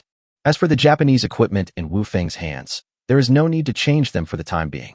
As the eldest grandson of America, the few self-made equipment of the Japanese are originally of the same lineage as the American equipment. Only the appearance has been slightly changed, but the essence is still the same. The community was renovated and the troops were equipped with new uniforms. In just half a month, the entire Qilan Villa took on a completely different look. During this process, Wu Feng and Xiong Lang's subordinates successfully completed the integration. Chapter 192, The First Awakener. The integration of the 2 companies is simple to say, but it is actually not that easy to implement. Fortunately, neither Wu Feng nor Xiong Lang have many people, and most of them were recruited just after the apocalypse. The fusion of 2 startup forces is much easier than that of the old forces. Wu Feng also chose a good entry point, which was to take advantage of the opportunity of Xiong Lang and others joining in to start the renovation of the community at the same time. For the core members of both companies, everything is starting from scratch. Apart from the fact that they are not very familiar with each other, the rest requires everyone to work together to complete. It was through these days of close relationships, bumps and quarrels that a new community of survivors was finally born. Yes, on the day when the renovation of the entire community was finally completed and the 2 forces were completely merged, Wu Feng and Xiong Lang convened a formal meeting of all managers. At this meeting, Wu Feng proposed the idea of establishing a survivor settlement, which was approved by everyone. The settlement was officially established and named Qilan Villa. Qilan Villa is a settlement for survivors, with Wu Feng as the base commander and Xiong Lang as his deputy, who also serves as the city defense officer. Xiong Lang's deputy, also known as the city defense adjutant, was Zhao Zexing, Wu Feng's subordinate. Wu Feng's other subordinates and Xiong Lang's disciples were each assigned tasks. However, what puzzled most people was that Wu Feng set up a strategic department and claimed that the position of this department was between the base commander and the city defense officer. In other words, the director of the strategic department is equivalent to the 3rd in command of the entire base. But the strange thing is that with such a department, according to Wu Feng, the minister has already been selected, but no one has ever seen this strategic minister. In fact, no one, let alone the Minister of Strategy, has ever seen anyone in the strategy department.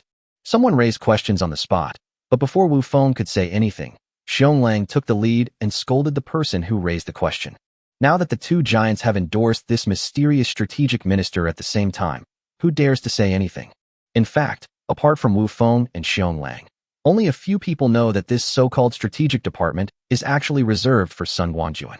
However, Sun Guangjun does not like to show up in public, so let him continue to remain mysterious. Perhaps, this will become a highlight of the entire base in the future. However, This appointment was decided unilaterally by Wu Feng and Xiong Lang, and Sun Guangjun, the person involved, was not aware of it yet. Sun Guangjun now has no time to care about the changes in Wu Feng and the others. He is happily celebrating at home.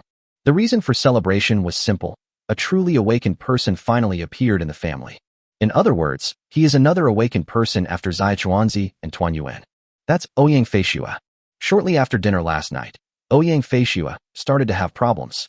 According to Ouyang Feishua's usual habit, after dinner, she would take a walk in the yard, play with the cute little guys, and then go back to her room to watch movies and listen to music. She would rest around 10 o'clock. But today, Ouyang Feishua's condition was obviously different. Just when they were halfway through their meal, Ouyang Feishua's pretty face suddenly turned red without any warning. It was so red that it looked like blood was about to drip out, as if all the blood in her body had been concentrated on her face. Moreover, Ouyang Feishua herself was unaware of anything and was still eating the food in the bowl slowly and leisurely as usual. Everyone at the table noticed the change in Ouyang Feishua, but since she didn't seem to be abnormal, no one asked any questions. There's no way around it. Ouyang Feishua is just as her name suggests, or perhaps even a little more so. She's usually cold and aloof. She's never too distant from anyone, but she's not close to them either. She even treats her own sister, Ouyang Feiyu, the same way. To put it bluntly, she is an iceberg goddess, and her emotions rarely change drastically. Sun Guangjun naturally also noticed the changes in Ouyang Feishua. Compared to the other girls who were confused, he guessed something. However, Sun Guangjun didn't say anything, but just quietly paid attention to Ouyang Feishua. The accident happened when Ouyang Feishua finished her meal. As usual, Ouyang Feishua put down the dishes and was about to wash them when she stood up. Suddenly, she stumbled and fell softly into a warm embrace. Sun Guangjun appeared behind Ouyang Feishua in time and caught her falling body. This sudden change shocked all the girls. Everyone noticed that Ouyang Feishua's pretty face, which was originally red as if dripping with blood, was now as pale as paper, as if all the blood color had been lost in an instant. Without waiting for the girls to ask questions, Sun Guangjun said, "Something happened with Feishua. Can one of you help her clean up the dishes, and mine too?" Then he hugged Ouyang Feishua and strode out of the restaurant. There was nothing wrong with helping the two of them clean up the dishes, but the girls clearly saw that Sun Guangjun did not enter the house with Ouyang Feishua in his arms, but went straight out the door. When the girls hurriedly finished their dinner and rushed to the gate together, a large and thick tent was already there. Sun Guangjun was standing at the door of the tent with a serious face, as if he was wary of something. "Boss, what happened to my sister?" As Ouyang Feishua's twin sister, Ouyang Feiyu is the most anxious one. This is her own sister. If something goes wrong, won't she become an orphan? "It's nothing, it's a good thing, don't worry." Sun Guangjun spoke briefly, but did not intend to explain further. Instead, he turned to the women and said, "All of you go back and do what you need to do. Don't gather here." At Sun Guangjun's strong request, all the girls returned to the gate. Even the flustered Ouyang Feiyu was no exception. However, the girls were concerned about Ouyang Feishua's situation and did not return to the house. Instead, they gathered at the gate and quietly watched the outside through the glass curtain wall. The temperature outside the gate was about 50 degrees below zero, but strangely, there was no ice on the tent. Instead, there was a faint white mist rising. But what no one knows is that the temperature around the tent is much lower than the surrounding ambient temperature. Only Sun Guangjun, who had been standing at the door of the tent, felt this change personally. With Sun Guangjun's current physical condition, he should have no problem withstanding this severe cold, and he also knew in his heart that there was only one possible reason for Ouyang Feishua to have such a change. That is, awakening is about to happen. This also means that the first truly awakened person in the family is finally about to appear. Chapter 193, Powerful Ice Ability. Before they knew it, a whole night had passed. At around 6 o'clock in the morning, the tired women witnessed what was arguably the most spectacular scene in their lives. After waiting behind the glass curtain wall for a whole night, it was impossible for the girls to keep their attention on the tent outside. At this point, they were inevitably distracted. But just when he was not paying attention, a sharp whistle suddenly sounded in the tent. Even though they were separated by several layers of bulletproof glass, the women were still shocked by the whistle. When the girls looked in the direction of the sound, the tent, which had been emitting white mist, suddenly froze at lightning speed. Soon, the entire tent turned into a big ice ball. What shocked the girls even more was that the size of the ice ball was obviously still increasing. Even Sun Guangjun, who was standing at the door of the tent, had to take several steps back as the ice ball expanded. "What is going on?" The same question arose in the minds of the girls almost at the same time. But at this moment, there was a loud bang, and the huge ice ball suddenly exploded. Almost in an instant, countless pieces of ice shot out in all directions. The girls clearly saw a human figure rising slowly among the ice and snow debris. The next moment, Sun Guangjun suddenly rushed towards the figure at high speed, braving the violent bursts of ice. Then, the figure waved her hand, and the broken ice in the sky seemed to be controlled by her, forming two ice dragons with her as the center, circling around her continuously. Suddenly, an ice dragon rushed towards Sun Guangjun. The ferocious dragon horns made of broken ice flashed with a terrifying cold light and aimed directly at Sun Guangjun's chest and abdomen. Facing the ice dragon that was rushing towards him, Sun Guangjun clasped his hands together and suddenly released a ball of khaki light. In a moment, the ice dragon met the khaki light ball and burst into dazzling light. When the light faded, the women discovered that the ice dragon had turned into countless pieces of ice, neatly spread between Sun Guangjun and the figure. At this time, the girls finally saw clearly that the figure was Ouyang Feishue. However, Ouyang Feishue's current image is very different from before.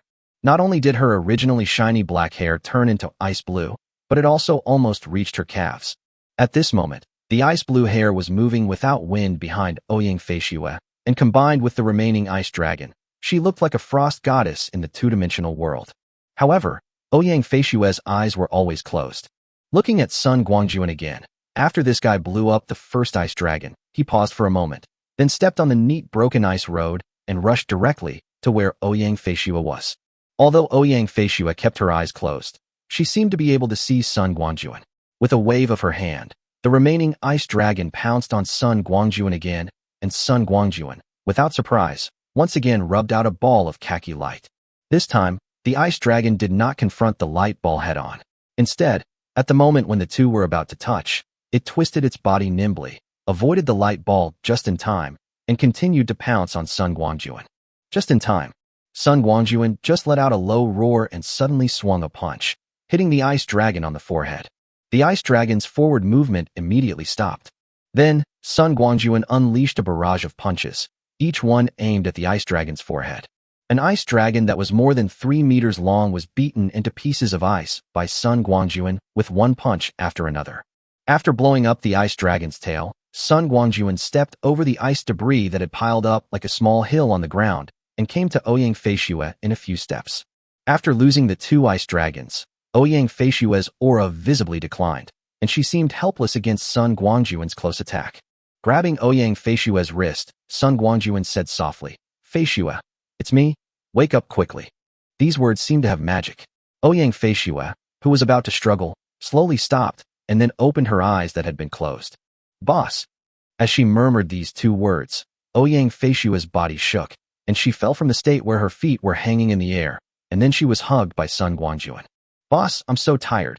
After saying this softly, Ouyang Feishue wrapped her arms around Sun Guangjun's neck, put her little head in his arms, and gently closed her eyes. "Let's go home now," Sun Guangjun said softly, then carried Ouyang Feishue in his arms like a princess, opened the door, and walked in quickly. As soon as Sun Guangjun entered the room, the women who had been sticking to the glass curtain wall, nervously watching the changes outside, swarmed over and surrounded them in an instant. "Boss, what happened to my sister?" "Husband, tell me quickly, what's going on with Fisher?" "Oh, is Sister Fisher asleep, or has she fainted?" "Boss, Sister Feishue is like this. Isn't it you who caused it?" The girls were chattering and talking at the same time, making it difficult for Sun Guangjun to know who to answer. After a long while, the girls finally quieted down, and Sun Guangjun finally got the chance to interrupt. "Don't gather here. Feishue must have fallen asleep due to exhaustion. As for why she had such a change, it was because she had become the luckiest one among us and the first to awaken her superpowers. Well, it should be a special ice-type ability. It can also be seen as a variant of the water system. Now, everyone, get out of my way. I want to take Fisher back to her room. You don't want her to sleep in my arms all the time, right?" "Huh? Superpowers? The first awakener. No wonder Fisher has become so powerful all of a sudden. So envious. Look, Sister Feishue's hair has returned to its original shape." The women started talking at once again, but fortunately, they finally made way for Sun Guangjun. After Sun Guangjun walked away with Ouyang Feishue in his arms, the girls gathered together again and started discussing. "Is this a superpower? It looks really powerful. Wow, Was that a supernatural transformation just now, Sister Fisher? Her hair suddenly turned ice blue and then changed back again. It's amazing. Will we be able to awaken superpowers in the future? I really hope that day comes sooner.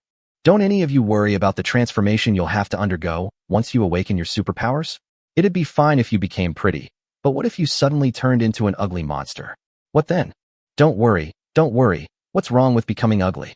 You can change back. That's right. We are all beautiful women. Even if we transform, we can only become more beautiful, not ugly. Hey, Fat 9, where do you get your confidence from? Sister me, you just criticize me all day long. I'm going to ignore you. Fortunately, Sun Guangjun is not here.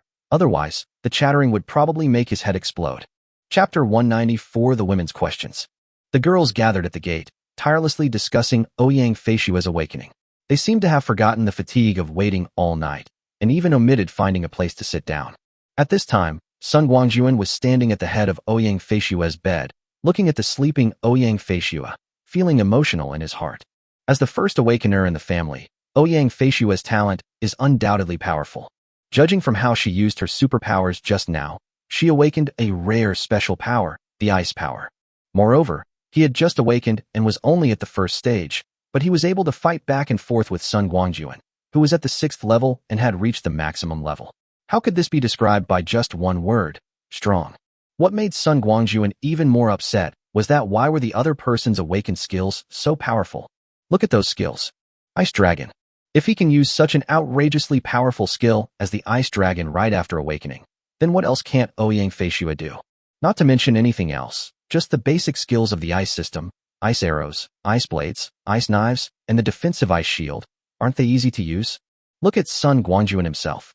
For 10 years after the end of the world, he has only been practicing the almost useless Earth Escape technique. Now that he has a chance for a second awakening, he still falls behind Ouyang Feishua. How do you say this?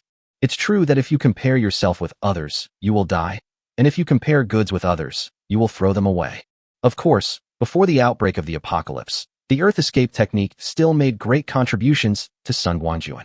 If it weren't for the supernatural power of the Earth Escape technique, he wouldn't be able to play the 0 yuan purchase so well. But after the apocalypse broke out, the effect of the Earth Escape technique began to shrink infinitely. The environment of heaven and earth had changed so much that he had no space to use it. Just like now, there is thick ice everywhere. Even if Sun Guangjun burrows through the ground, he cannot show up without breaking the ice. If he waited to break through the ice layer of unknown thickness, not only would he be easily discovered, but it would also be unclear whether he was going to the place he wanted to go. In this case, instead of using the thankless Earth Escape technique, it is better to do nothing and stay at home. To put it bluntly, Sun Guangjun was just waiting for his second awakening. If he awakened some incredible ability, wouldn't he be able to wreak havoc with his current level of rank 6? Moreover, although there are enemies eyeing them now, such as Chun Jinyang's Jinyang Group and manhwa International provoked by Xionglang, these forces can be dealt with by conventional means. It is nothing more than a pouring of firepower, and there is no need to make a big fuss. As long as there are a few more awakened people on my side, it will be easy to deal with them, right? The emergence of people with special abilities means that ordinary people will no longer be able to participate in future battles. At that time, the competition will be about the high-end combat power of both sides. Of course, no matter what, Ouyang Feishua's awakening of her special abilities is excellent news for both Sun Guangjun and the entire Qilin Villa settlement. This is also the reason why Sun Guangjun was extremely excited when he discovered Ouyang Feishua's abnormality during dinner last night. After confirming that there was nothing abnormal with Ouyang Feishua and that she was just feeling weak from using her supernatural powers for the first time, Sun Guangjun left the bedroom. There was a group of women waiting outside who were eager to learn more. Sure enough, all the girls were waiting in the yard, but they moved the venue from the gate to Sun Guangjun's precious tea table. When Sun Guangjun came out, the girls were still chattering about Ouyang Feishua's awakening, and no one even noticed Sun Guangjun's arrival. I have to say, when these people are so enthusiastic, they really don't pay attention to what is happening outside. Sun Guangjun stood there and listened for a long time. Seeing that the women's speculations were becoming more and more outrageous, he couldn't help but cough twice and said, "Can you please stop letting your imagination run wild? What the hell is going on?" Fisher's awakening was normal, it just made a little more noise. Moreover, she had a special ice-type ability, which was slightly out of control when she first awakened. You've all seen how destructive she is. If I hadn't gotten her out the door, who knows what kind of mess she would have made at home. Boss, please sit down. Xiazi pulled Sun Guangjun to sit down with a wink and said, You've come at the right time.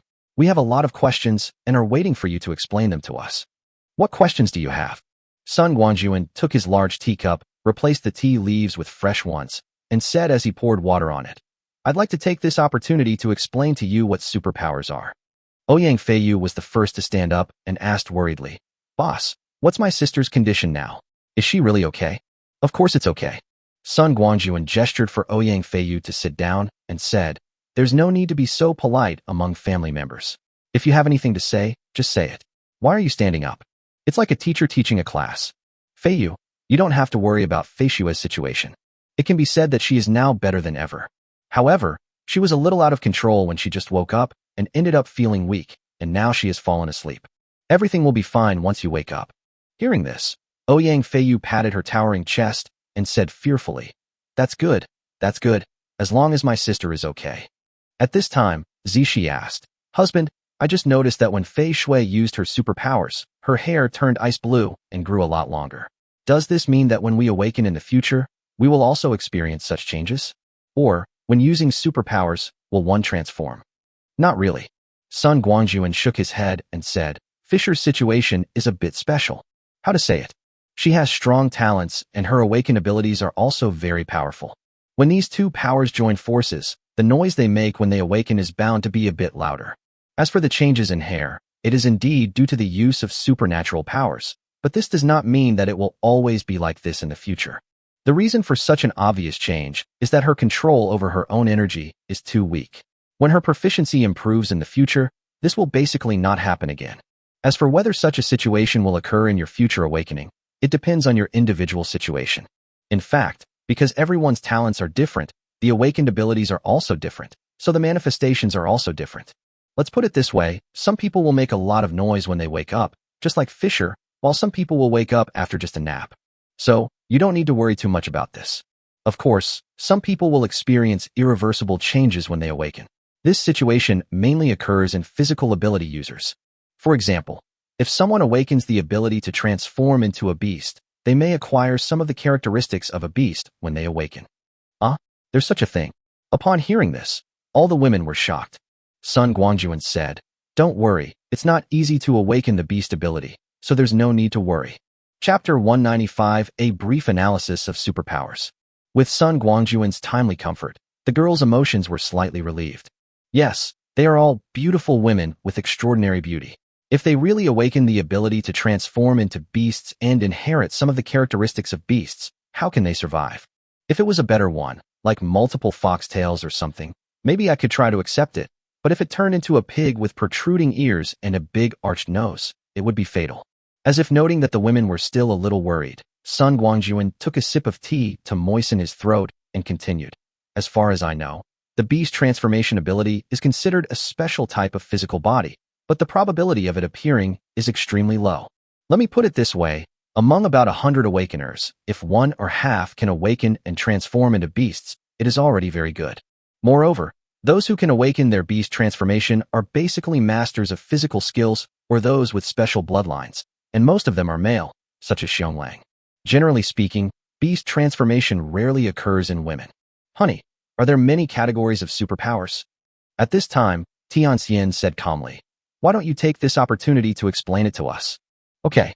Sun Guangjun nodded and said, The so-called supernatural power is actually a kind of concrete change that occurs when our body absorbs a certain energy between heaven and earth. The type of superpowers depends on which kind of energy our body adapts to. In other words, the kind of energy our body can absorb will determine the changes that will occur.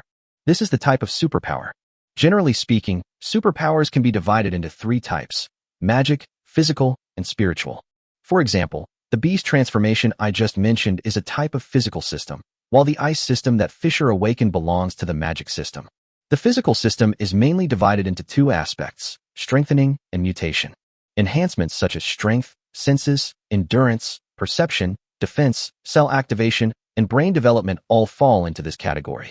Mutation is actually a genetic mutation, such as animalization, plantization, molecularization, non-living materialization, etc.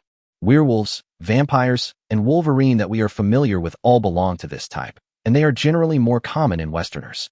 All of the above belong to physical abilities. After talking about the physical system, let's talk about the legal system. The so-called magic system can be understood as the magician in the game. The most common magical powers are the 5 elements of energy, which are the 5 elements we often call gold, wood, water, fire, and earth. But there are also some special ones. For example, the gold-related ability has a kind of metallization. Strictly speaking, it should be classified as a mutation of the physical body. In addition to the common 5 elements abilities, there are also special ones, such as wind, thunder, light, darkness, ice, sound, air, etc. These are all considered magical abilities, and magical abilities account for the vast majority among awakened ones. As for the spiritual system, things like telekinesis, sorcerers, priests, onmyoges, fortune tellers, feng shui masters, etc. are all in this category. The main feature is that they can add various buffs to people, some of which are enhancing and some are weakening. They also have some mysterious skills. Among all the people with special abilities, psychics are considered to be the most mysterious and difficult to deal with. And of course, they are also the smallest in number. In the future, if you encounter a psychic, it is best not to confront him head-on unless you are sure of a 100% victory. Once a conflict is unavoidable, we must adhere to the principle of striking first and gain the upper hand. And no matter what, we must kill it first. Do you understand? Clear. All the girls perked up and spoke in unison. Sun Guangjun was obviously very satisfied with the women's reactions. He nodded and continued. In short, there are countless types of superpowers, and each superpower has a variety of skills. It is impossible for anyone to understand them all. As for what abilities each person can awaken and what skills each person can master, it all depends on personal talent and fate, and cannot be forced. So, you don't need to have any psychological pressure. No matter what superpowers you awaken in the future, they will always be useful. As for being unable to awaken, this possibility is unlikely. From the outbreak of the apocalypse until now, your living conditions are not the best, but they are better than those of countless survivors. If you cannot awaken your superpowers, how many others can awaken? All you need to do now is to adjust your mindset and wait quietly for that day to come. There is no need to worry, and there is no need to envy Fisher. She just took that step earlier than you. Look at me. I haven't been able to awaken either. Husband, what kind of international joke are you playing? Hearing this, all the girls were bewildered. She even shouted out, who would believe you if you said you didn't awaken your superpowers? If you hadn't awakened your superpowers, how could you have fought against Fisher's 2 ice dragons and turned them into icy pieces? Also, how did you make that khaki ball of light? What's so funny about this? Sun Guangjun glared at Shi in dissatisfaction and said, I had another adventure. It wasn't an awakening at all, okay? What are you looking at? Who can't have a little secret, really? Well, all you need to know is that there are only 3 awakeners in the family now, Fei Xue, Tuan Yuan, and Zai Chuanzi. That's all. Although I haven't awakened yet, my strength is still good enough. Even if you encounter some accidents during the awakening process, I believe I can help you. Okay, we didn't sleep all night last night. We're tired and hungry. Let's hurry to the restaurant to eat something, and then go back to rest. As he spoke, Sun Guangjun pretended to yawn, but he was muttering in his heart. It is true that too much talk leads to mistakes. I almost got questioned by these women because of my excessive talk. It's not that Sun Guangjun doesn't want to reveal his true feelings in front of his women, but the existence of the mountain and river ring is of great importance. It is also the foundation of his livelihood, so it is really not appropriate to let them know. The reason why a secret remains a secret is that only a few people know about it. If everyone knew about it, how could it still be called a secret? Since Sun Guangjun had already asked them to leave, it was naturally not appropriate for the women to stay here any longer. After living with Sun Guangjun for such a long time, who wouldn't know that this guy has many secrets? Since he doesn't want to say, then don't ask. It just so happened that everyone had been standing at the glass curtain wall for almost the entire night, feeling worried and scared, and already tired and hungry. Just as Sun Guangjun said, it was time to eat something and go back to the house to rest. So, before long, Brother Sun Guangjun was the only one left at the tea table that was originally crowded with people. He was holding his big teacup, and no one knew what he was thinking. After the girls had something to eat in the restaurant, they went back to their rooms to rest and digest the information they had received today. Chapter 196 Good Things Are Coming. Sun Guangjun stayed in the yard, on the one hand because it was a habit he had developed recently, and on the other hand, he was waiting for someone. Sure enough, it didn't take long before the doorbell rang. It was only an hour since Sun Guangjun finished fighting with Ouyang Fei Xue.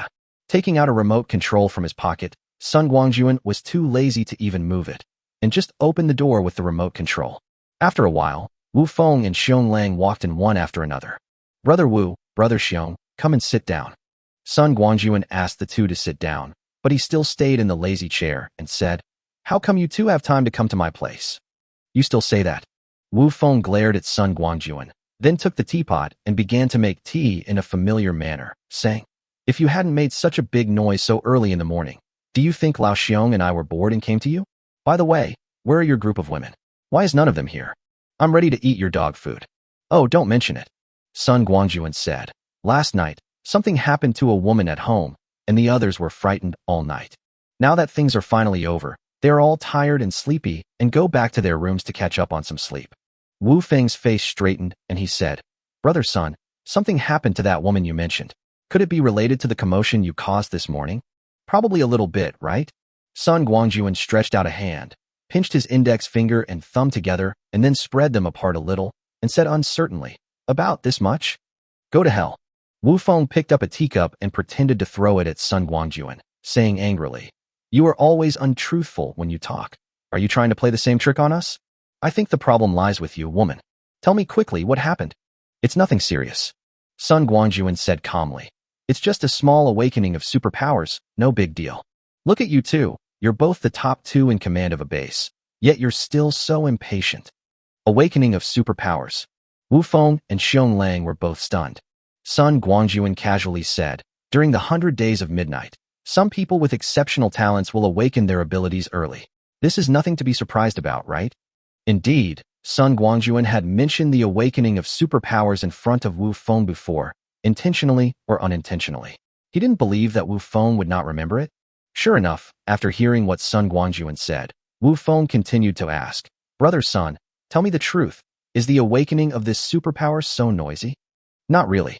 Sun Guangjun shook his head and said, "Generally speaking, the awakening of superpowers can't be said to be silent, but it basically won't alarm others. However, my family situation is a bit special and can only be considered an exception. By the way, Brother Xiong, I see that your face looks a little strange. It seems like something good is about to happen. If you believe me, when you get back, forget about everything else and go find a place where no one is around to eat and drink." "No, Brother Sun, why do your words sound contradictory?" Xiong Lang looked at Sun Guangjun with a strange expression and said, "A good thing is about to happen, and it makes me, old Xiong, feel warm inside. But then you added, eat and drink, eat and drink. So why are you so scared?" "Those are just little things." Sun Guangjun waved his hand nonchalantly and said, "I grew up in a poor family and didn't receive much education. It's normal that my words can't express my thoughts clearly. Don't mind it, Brother Xiong. Besides, I'm not taking the postgraduate entrance exam, so why should I be so strict?" You. Wu Feng pointed at Sun Guangjun speechlessly, then turned to Xiong Lang and said, "Old Xiong, don't bother with this guy. He's just like that. However, since this guy said it, it must be a good thing. So, when you go back later, don't go anywhere and just stay in Villa number 3. It just so happens that I have everything I need, so let's have a nice drink together today. Brother Wu, please don't accompany me." Before Xiong Lang could speak, Sun Guangjun spoke first. "Brother Xiong, this process won't be too short, and you definitely can't handle it with your alcohol tolerance. If you ask me, you should just provide him with good food and wine and wait for him to finish. By then, you will have a high-end combat force." While saying this, Sun Guangjun was secretly complaining in his heart. Xiong Lang was indeed worthy of being a king-level powerhouse in his previous life. It had only been a short time, and he was about to awaken. However, in comparison, isn't our own Fei Shui even more talented? "Well, my woman is better than you, that's enough." At that moment, Sun Guangjun said very proudly. Xiong Lang and Wu Feng looked at each other, and both saw excitement in each other's eyes. From the bottom of his heart, Wu Feng was indeed happy for Xiong Lang and for the newly established settlement. Sun Guangjun's words were very clear. Xiong Lang was about to wake up. Once awakened and becoming a mutant, it means that the settlement has real high-end combat power. In the future, when facing other bases, at least they will not suffer losses in this regard. Moreover, we haven't heard of anyone awakening in other bases yet. Doesn't that mean that ours is already ahead of others? If you think about it more deeply, Xiong Lang's ability to awaken so quickly means that he has sufficient talent. As for himself, Wu Feng never doubted that he must be one of the awakened ones. While Xiong Lang was happy, he saw the clarity in Wu Feng's eyes, and the last bit of his vigilance was let go. As a latecomer to Qilin Villa, Xionglang essentially joined Wu Feng's team. Although Wu Feng always treated him and his team the same as his former subordinates, this did not mean that Xionglang had no worries in his heart. Especially when he learned that he was about to awaken, Xionglang immediately thought, would there be a situation in this newly put-together team where someone would become too successful and threaten the leader? But when he saw Wu Feng's eyes, this trace of doubt completely disappeared. At the same time, Xionglang became more convinced of Wu Feng's character. He believed that he was a partner worthy of his trust on the battlefield. One last question. Wu Feng pointed a finger at Sun Guangjun and asked, Brother Sun, who in your family has awakened? What special ability did they awaken? This one. Sun Guangjun smiled and said, Brother Wu, after all, he is an acquaintance of yours. Could it be Ouyang Feishue? Upon hearing this, Wu Feng immediately reacted and said with emotion, I never thought that girl's talent would be so strong. Brother Sun, you have found a treasure. I personally delivered this treasure to you. Why? Do you regret it? Sun Guangjun made a face at Wu Feng and said smugly, What a pity, there's no chance to regret it. Whether it's Feishue or Feiyu, they are all mine now. You won't have a chance even if you want to poach them. Go to hell, why would I dig someone up? Wu Feng spat and pulled Xionglang to his feet. Just sit here and talk nonsense by yourself. We won't play with you. Chapter 197 The Effects of the Spiritual Spring. Watching Wu Feng and Xionglang leave like that, Sun Guangjun smiled and didn't even bother to stand up and say goodbye. We all know each other so well, there's no need to give gifts. It's too much trouble to welcome and see off guests. Wu Feng and Xionglang came here today to inquire about the news, but they also brought good news to Sun Guangjun. That means Xionglang is about to awaken. When Xionglang truly awakens, the Qilin Villa with him in charge, although it cannot be said to be impregnable, is still not a place where ordinary villains can act recklessly. In this way, Sun Guangjun will no longer have to devote so much energy to the settlement as he did before. At this stage, for Sun Guangjun, the awakening of the people in his family is more important than anything else. Moreover, none of these women seem to be easy to mess with. If a few more people like Ouyang Feishue appear, whose awakening almost causes the earth to shake, the family will really be unable to withstand a few disturbances. Therefore, unless it is necessary, Sun Guangjun does not plan to leave home during this period. The most important thing is that no one knows when his awakening will come. After closing the door again with the remote control, Sun Guangjun was just about to take a nap when he heard the commotion in the corner again. Well, the little ones are getting up, and the yard is about to become restless. In order to avoid being bothered by the little guys, Sun Guangjun got up quickly, said a few words to the 3 workers, asked them to pay attention to feeding the little guys, and then hurried back to the house. These little guys are cute, but they can also be very clingy. If you are surrounded by them, you will have trouble escaping for a while. Fortunately, there is still a Mother Tuanyuan at home. At present, the little ones have been led astray by the 2 little Tuanzi brothers, and the ones they try to please are Tuanyuan mother. For the time being, no one will bother Sun Guangjun, the number 1 poop scooper. After entering the villa, Sun Guangjun thought about it and gave up the idea of going back to the 2nd floor to sleep alone, and instead went to Ouyang Feishue's room. As the first awakener in the family, Ouyang Feishue now needs Sun Guangjun's careful training. Although the resources at hand are limited, this does not prevent Sun Guangjun from investing in Ouyang Feishue. Pushing open the door, Sun Guangjun walked in and met Ouyang Feishue's somewhat confused eyes. Woke up. After a gentle greeting, Sun Guangjun came to the bedside, gently held Ouyang Feishue's outstretched hand, and asked, Are you feeling better? Much better. Ouyang Feishue leaned forward and leaned on Sun Guangjun's legs, saying, Boss, what happened to me just now? Why do we completely lose ourselves at the moment of awakening? If you hadn't stopped me, I would have destroyed everything I could see. Ouyang Feishue was not joking. With the strength she displayed, if Sun Guangjun had not stopped her in time, she might have caused great damage in her lost state of mind, and even started killing people when she met them. Fortunately, there is Sun Guangjun, a veteran who is familiar with the awakening situation, otherwise the consequences would be really unimaginable. Nothing. Gently ruffling Ouyang Feishue's waist-length hair, Sun Guangjun smiled and comforted her. The reason you temporarily lost control is because the power you awakened is too powerful. This happened because you had no knowledge of superpowers before, and your body couldn't adapt to the huge amount of energy for a while. This also shows that your talent is quite strong. Now that everything is over, you just need to adapt to the energy in your body, familiarize yourself with the skills you have mastered, integrate them as quickly as possible, and form real combat effectiveness. I believe that it won't be long before you become the pillar of our family. Ouyang Feishue raised her head, looked at Sun Guangjun tenderly, and said with a smile, Boss, I have become the pillar of the family, so what are you going to do? Of course I accept your protection. Sun Guangjun showed no sign of embarrassment and said with a smile, My woman has become powerful, so why should I, her husband, be lazy? You, just wait to protect your husband from wind and rain from now on. Good. Ouyang Feishue clenched her fist firmly and said, Boss, I will shoulder all the troubles with you from now on. Believe me, I will never be a burden to you. What's the big deal? Sun Guangjun scratched Ouyang Feishue's nose and said with a smile, You are my woman. As your husband, it is my duty to make sure you have enough food and clothing and provide you with a safe environment. Come on, stop talking and drink this. Sun Guangjun flipped his hand, and a cup filled with clear water appeared in his palm. Ouyang Feishue didn't suspect anything, sat up, picked up the cup and drank it all. After drinking a glass of water, there is nothing special about it except that it tastes a little sweet. Just when Ouyang Feishue was wondering why the boss gave her a glass of water so solemnly, a warm current suddenly rose from her lower abdomen and then quickly traveled back and forth in her body.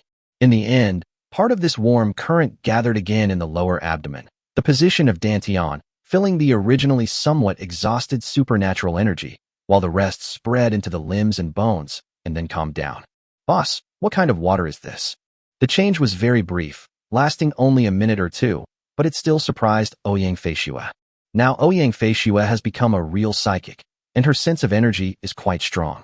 Naturally, she knows how much benefit the glass of water just now has brought her.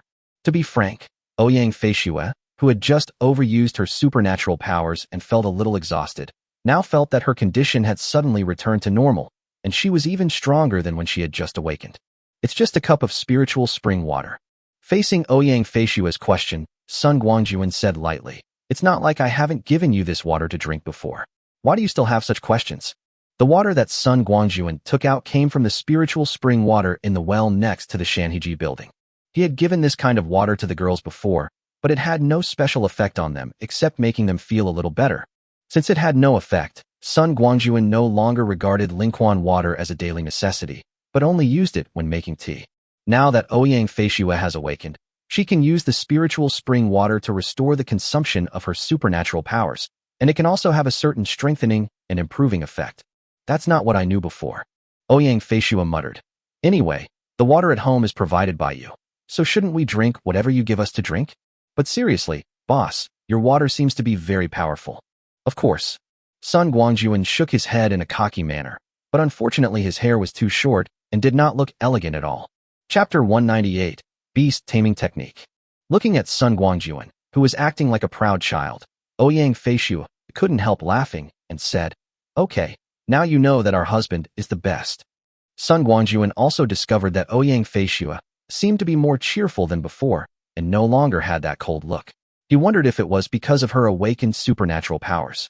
Logically speaking, Ouyang Feishue awakened the ice-type ability, and coupled with her own cold and calm personality, the two complemented each other, and her temperament should have been even more elegant and extraordinary. Unexpectedly, it looks completely different now than before. Of course, this is definitely the change that Sun Guangjun would like to see. It's okay to be cold to others, but this is your own woman. Who wants to be cold all day long? Isn't that right? Sun Guangjun suddenly noticed the key point, squeezed Ouyang Feishue's little face with both hands, and said with a smile, Feishue, what did you call me just now? Ouyang Feishue didn't know what was going on. She couldn't help but call out that title just now. You know, she has always called Sun Guangjun boss. Even when they were doing that, she didn't call out those two words. With a blush on her face, Ouyang Feishue flatly denied. I didn't shout anything. Boss, you must have heard it wrong. Yes, I heard it wrong, that's it. Fisher, there's something wrong with you. Sun Guangjun persisted. Your current state is very different from before. Is this still the iceberg goddess I knew? Ouyang Feishue pried open Sun Guangjun's big hands that had been squeezing her face, looked directly into his eyes, and said seriously, Husband, it's just a name. There's no need to be so entangled, right? As for the fact that I have changed a lot from before, it's because I have figured it out. What did you figure out? Sun Guangjun asked curiously. Tell me about it. Since you want to know, I'll tell you. Ouyang Feishue said, You are my husband, the one I chose myself. No matter what image I present to others, I will not suppress my personality in front of you. Laugh when you should laugh, and cry when you should cry. My own husband, why should I be embarrassed? That's great. Sun Guangjun laughed heartily, then said with a lecherous look, Fei Shui, since you have such an awareness, shouldn't we discuss the true meaning of humanity? Death face. Ouyang Fei Shui glared at Sun Guangjun, then stood up and sat on his lap, her slender hands reaching for the buttons. Sun Guangjun felt like his soul was wandering in space. It seemed that except for that day when Ouyang Fei Shui held his hand and wouldn't let him leave in the middle of the night, he had always been the one taking the initiative between the two of them. He didn't expect to have such an unexpected gain today. A sudden battle broke out without any warning. The two of them almost used all their skills. Sometimes the east wind overwhelmed the west wind, and sometimes the west wind overwhelmed the east wind. The fight was so close to being decided. Sun Guangjun also discovered that Ouyang Fei Shui's current combat effectiveness was more than one level higher than before. With Sun Guangjun's super physical strength, he would have no problem dealing with the Ouyang sisters in one night, and he could even take care of Fangya. But now, with only Ouyang Fei Shui around, he actually felt like he was hard to conquer. Fortunately, in the end, Sun Guangjun's skills were superior, and Ouyang Fei Shui was defeated and forced to raise the white flag of surrender, which finally ended this long battle. In fact, Sun Guangjun was already at the end of his strength. The moment Ouyang Fei Shui surrendered, he finally couldn't hold on any longer. As both of them fell to the ground, Sun Guangjun was about to sigh that Ouyang Fei Shui was no longer the same as before, when a mysterious message suddenly appeared in his mind. Oh shit again? Or should I say, damn, it's finally here. Following the Qinyuan body tempering technique, Sun Guangjun waited for so many days, and finally another technique appeared. The art of taming beasts. This is the new skill Sun Guangjun has acquired. Its effect is simple and powerful. This technique actually uses the body's supernatural energy to help pets evolve and grow. When it accumulates to a certain level, it can help pets awaken early. Even some pets that would not have awakened originally will eventually awaken under the effect of the beast taming technique. However, this kind of forced improvement will only result in mediocre growth potential in the future. After all, superpowers are closely related to individual talents and cannot be controlled by human power. But even so, this beast taming technique can be said to be beyond belief. Moreover, for Sun Guangjun at the moment, this is definitely a great addition and icing on the cake. With so many little ones at home, Sun Guangjun was worried about their growth, but he didn't expect the beast taming technique to come. The moment he understood the function of the beast taming technique, Sun Guangjun really wanted to hug the mountain and river ring and give it a few big kisses. Old buddy, you are really providing timely assistance and adding icing on the cake. After figuring out the function of the beast taming technique, Sun Guangjun discovered that Ouyang Fei Shui was so tired that she had fallen asleep again. At this time, Sun Guangjun also felt waves of fatigue coming over him, so he simply closed his eyes, hugged Ouyang Fei Shui's fragrant and soft body, and fell asleep. After a good sleep, when Sun Guangjun woke up again, it was already past 3 in the afternoon. When he opened his sleepy eyes, Sun Guangjun found that his arms were already empty. Ouyang Fei Shui had woken up at some point and had already gotten up and left. Without the beauty in his arms, Sun Guangjun lost the interest to continue lying down.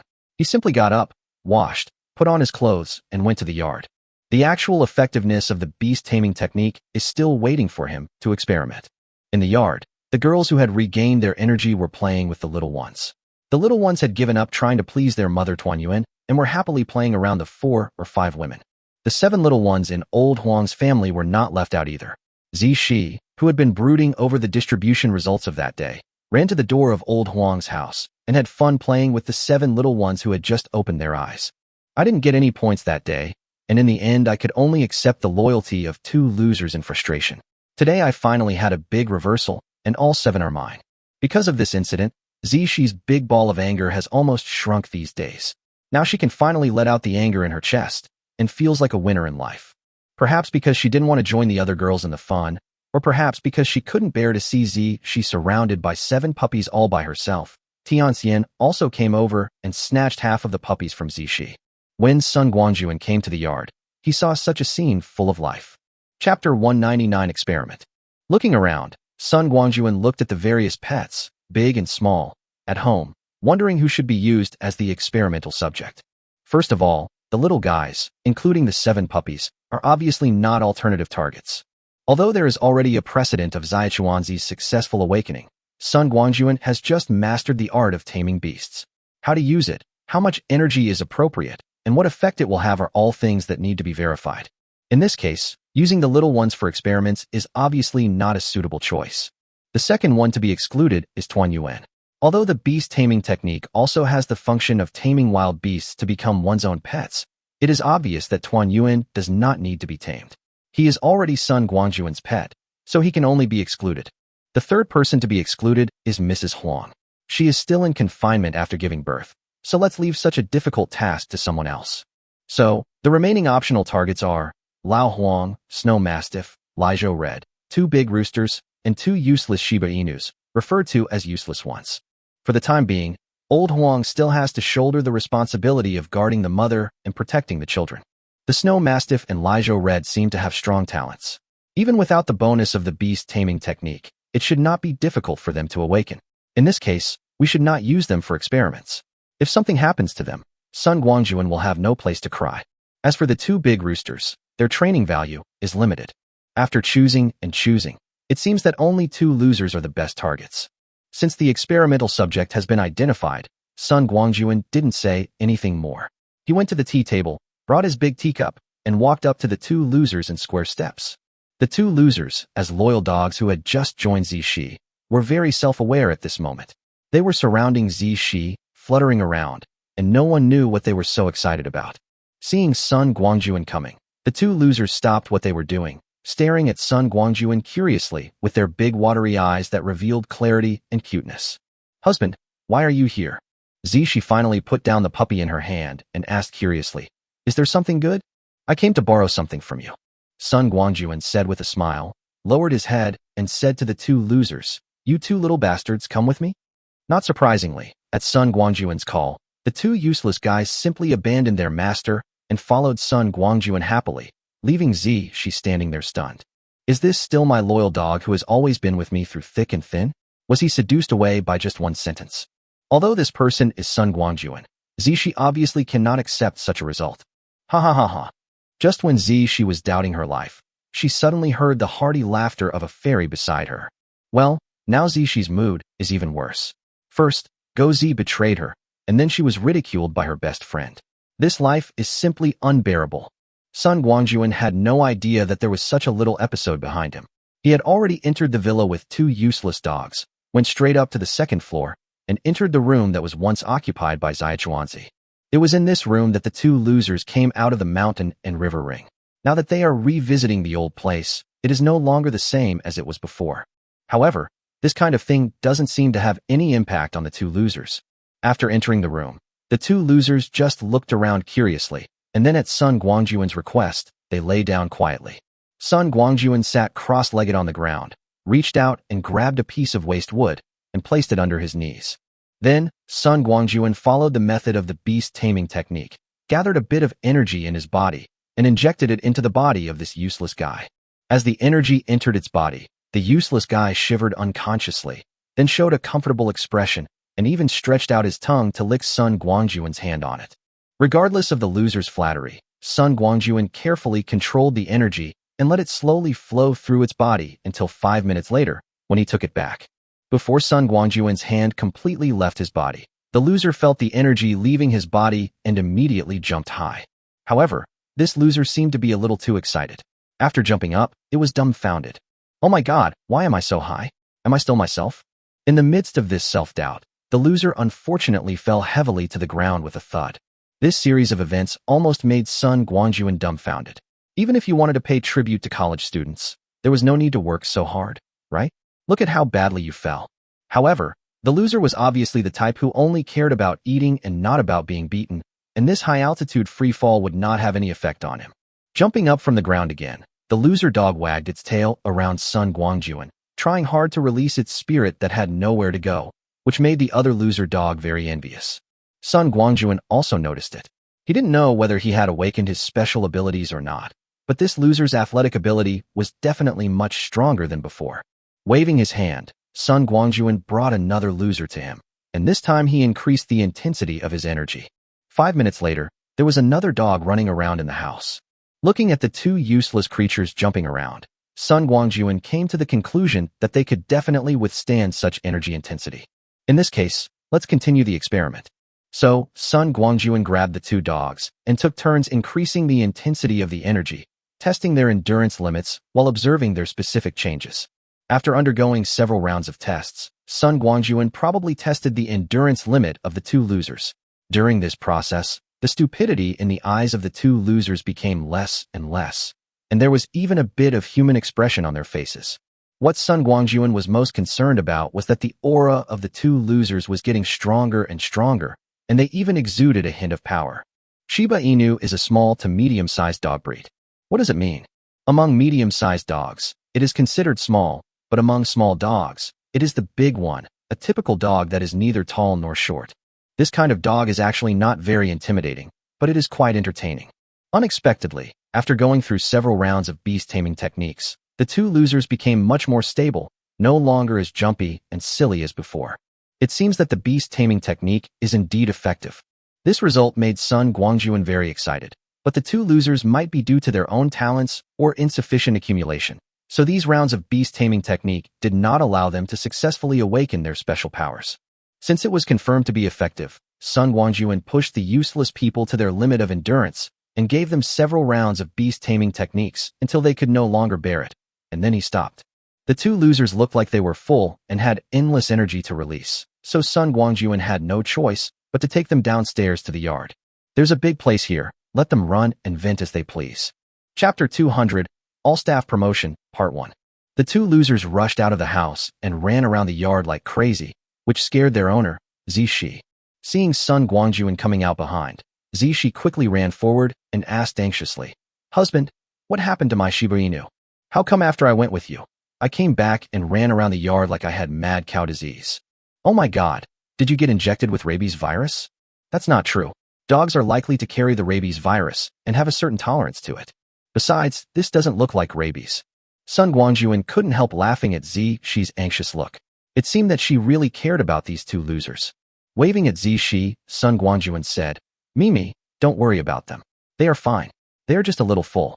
Right now, I just need to vent the excess energy in my body, and I'll be fine later." "Oh." Zishi nodded dazedly and said, "Husband, you borrowed them just now just to secretly feed them, right? Actually, you don't have to be so sneaky and cook special meals for them. It's just a little treat, and other dogs won't be jealous." "Well, I won't do that anymore." Sun Guangjun didn't bother explaining to Zishi. He nodded and said, "Okay, go ahead and play with them. I have something else to do and can't accompany you for the time being." Seeing Sun Guangjun leave like this, Zishi still didn't understand and said to herself, "Why are they all so nervous today? I understand. Fisher has awakened her special abilities, and she's been holding back, wanting to be the second one. No, I have to work hard too. I can't let them fall behind in this aspect." If Sun Guangjun knew that Zishi had such a train of thought, he would definitely say, "Well, you understand it very well, don't do this next time." When he went downstairs just now, Sun Guangjun thought about it. Now that he has proven that the beast taming technique is indeed effective, the next step is to give all the pets at home a serious upgrade. Ouyang Feishue has already awakened, and Xionglang is following closely behind, which is equivalent to the prelude to the early awakening of superpowers. At the same time, this also shows that in the coming apocalypse, the disputes among the major forces have entered the stage of competition among people with special abilities. At this time, the most urgent thing is to have more awakened people at home to firmly grasp the advantage of high-end combat power. There is no good way to intervene in the improvement of the girls at the moment. We can only let them accumulate slowly step by step and then make a breakthrough. But it's different with pets at home. With a cheat like the beast taming art, why wait any longer? Sun Guangjun is not an old scholar who is conservative. Since he has the means to be one step ahead, he will naturally arrange them all. Although the two losers became experimental subjects, the benefits they gained were real. Now it is old Huang's turn next. As the person who has been with Sun Guangjun for the longest time, Lao Huang always has a special place in his heart. In the previous life, there was nothing I could do. I could only watch old Huang die, and finally he ended up in the belly of Zhou Yilin's family of vampires.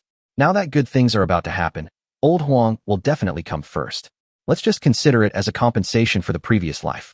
Arriving at the door of Lao Huang's house, Sun Guangjun squatted down, hugged Lao Huang's dog head, rubbed it hard, and whispered, "Lao Huang, look how good I am to you. When there is good news, I think of you first. Well, don't resist from now on. I will do my best to help you enter a whole new realm." Woof woof. Old Huang called out twice, and then very sensibly followed Sun Guangjun's request, lying on the ground and letting him do whatever he wanted. Sun Guangjun didn't say anything more. According to the limit of the two losers' endurance, he mobilized his energy and began to improve Lao Huang under the guidance of the beast taming technique. Old Huang's ability to endure was obviously much stronger than the two losers, and he easily accepted the first round of baptism. Sun Guangjun didn't dare to act rashly. He slowly increased the energy intensity and baptized Lao Huang in rounds. As a result, before Sun Guangjun could test out Lao Huang's endurance limit, an extremely powerful aura suddenly burst out from Lao Huang's body. The huge energy fluctuation pushed Sun Guangjun, who was sitting cross-legged on the ground, back 5 or 6 meters before it began to slowly weaken. When Old Huang completely gathered his energy and stood up from the ground, he was completely different from before. Old Huang opened his mouth and suddenly spit out a black ball of light at Sun Guangjun. Sun Guangjun's eyes focused, and he jumped up from the ground. When he landed, he had already taken a horse stance. He pushed his hands filled with ochre light forward, caught the black ball of light with ease, and then squeezed it hard, destroying the ball of light between his hands. Seeing that Lao Huang was about to continue, Sun Guangjun rushed forward, grabbed Lao Huang's mouth, and said sternly, "Lao Huang, I know you are excited, but you can't just do it carelessly. Good fellow, dark power, are you trying to destroy everything here?" Fortunately, thanks to Sun Guangjun's timely intervention, Lao Huang's excitement over gaining new abilities did not last long. Sun Guangjun really didn't expect that what Lao Huang awakened would be a 1 in a million dark ability. Moreover, the skill he mastered was the extremely powerful annihilation. That black ball of light that looked inconspicuous just now is the famous annihilation ball. Once the human body is hit by the annihilation ball, it will continue to annihilate and dissolve with the hit point as the center until the person dies completely, or the adjacent parts are cut off in time. Although the speed of annihilation is not fast enough, the strength of this skill lies in that once it hits, the target will either die or be seriously injured. Especially in today's pitch-black environment, the power of this skill increases exponentially. It is definitely a must-have skill for sneak attacks, assassinations, and home travel. As a special type of magic, dark ability users are extremely rare, let alone appearing in a dog. I really didn't expect that the first supernatural being that the beast taming technique brought to my family would be such a big surprise. Of course, when humans awaken their superpowers, they are called superpowers, but when animals awaken, they are no longer called superpowers, but are called super beasts. Now, Lao Huang is a standard dark beast. Come on, Lao Huang, what other skills do you have? Show them to me. Sun Guangjun waved to Lao Huang and was secretly alert, ready to respond to any situation. Old Huang did not disappoint Sun Guangjun. Without any warning, a pitch-black smoke suddenly spread out with Old Huang as the center, quickly enveloping Old Huang and continuing to spread around. "Oh my God, Lao Huang, are you going to defy the will of heaven?" Sun Guangjun exclaimed. "Annihilation combined with the black fog filling the sky, you are a complete killer. I never thought that although you look honest and simple, you are so dark inside. All right, I know you're powerful, so quickly put away this black fog." Soon, the black fog rolled back, revealing Lao Huang's still naive face.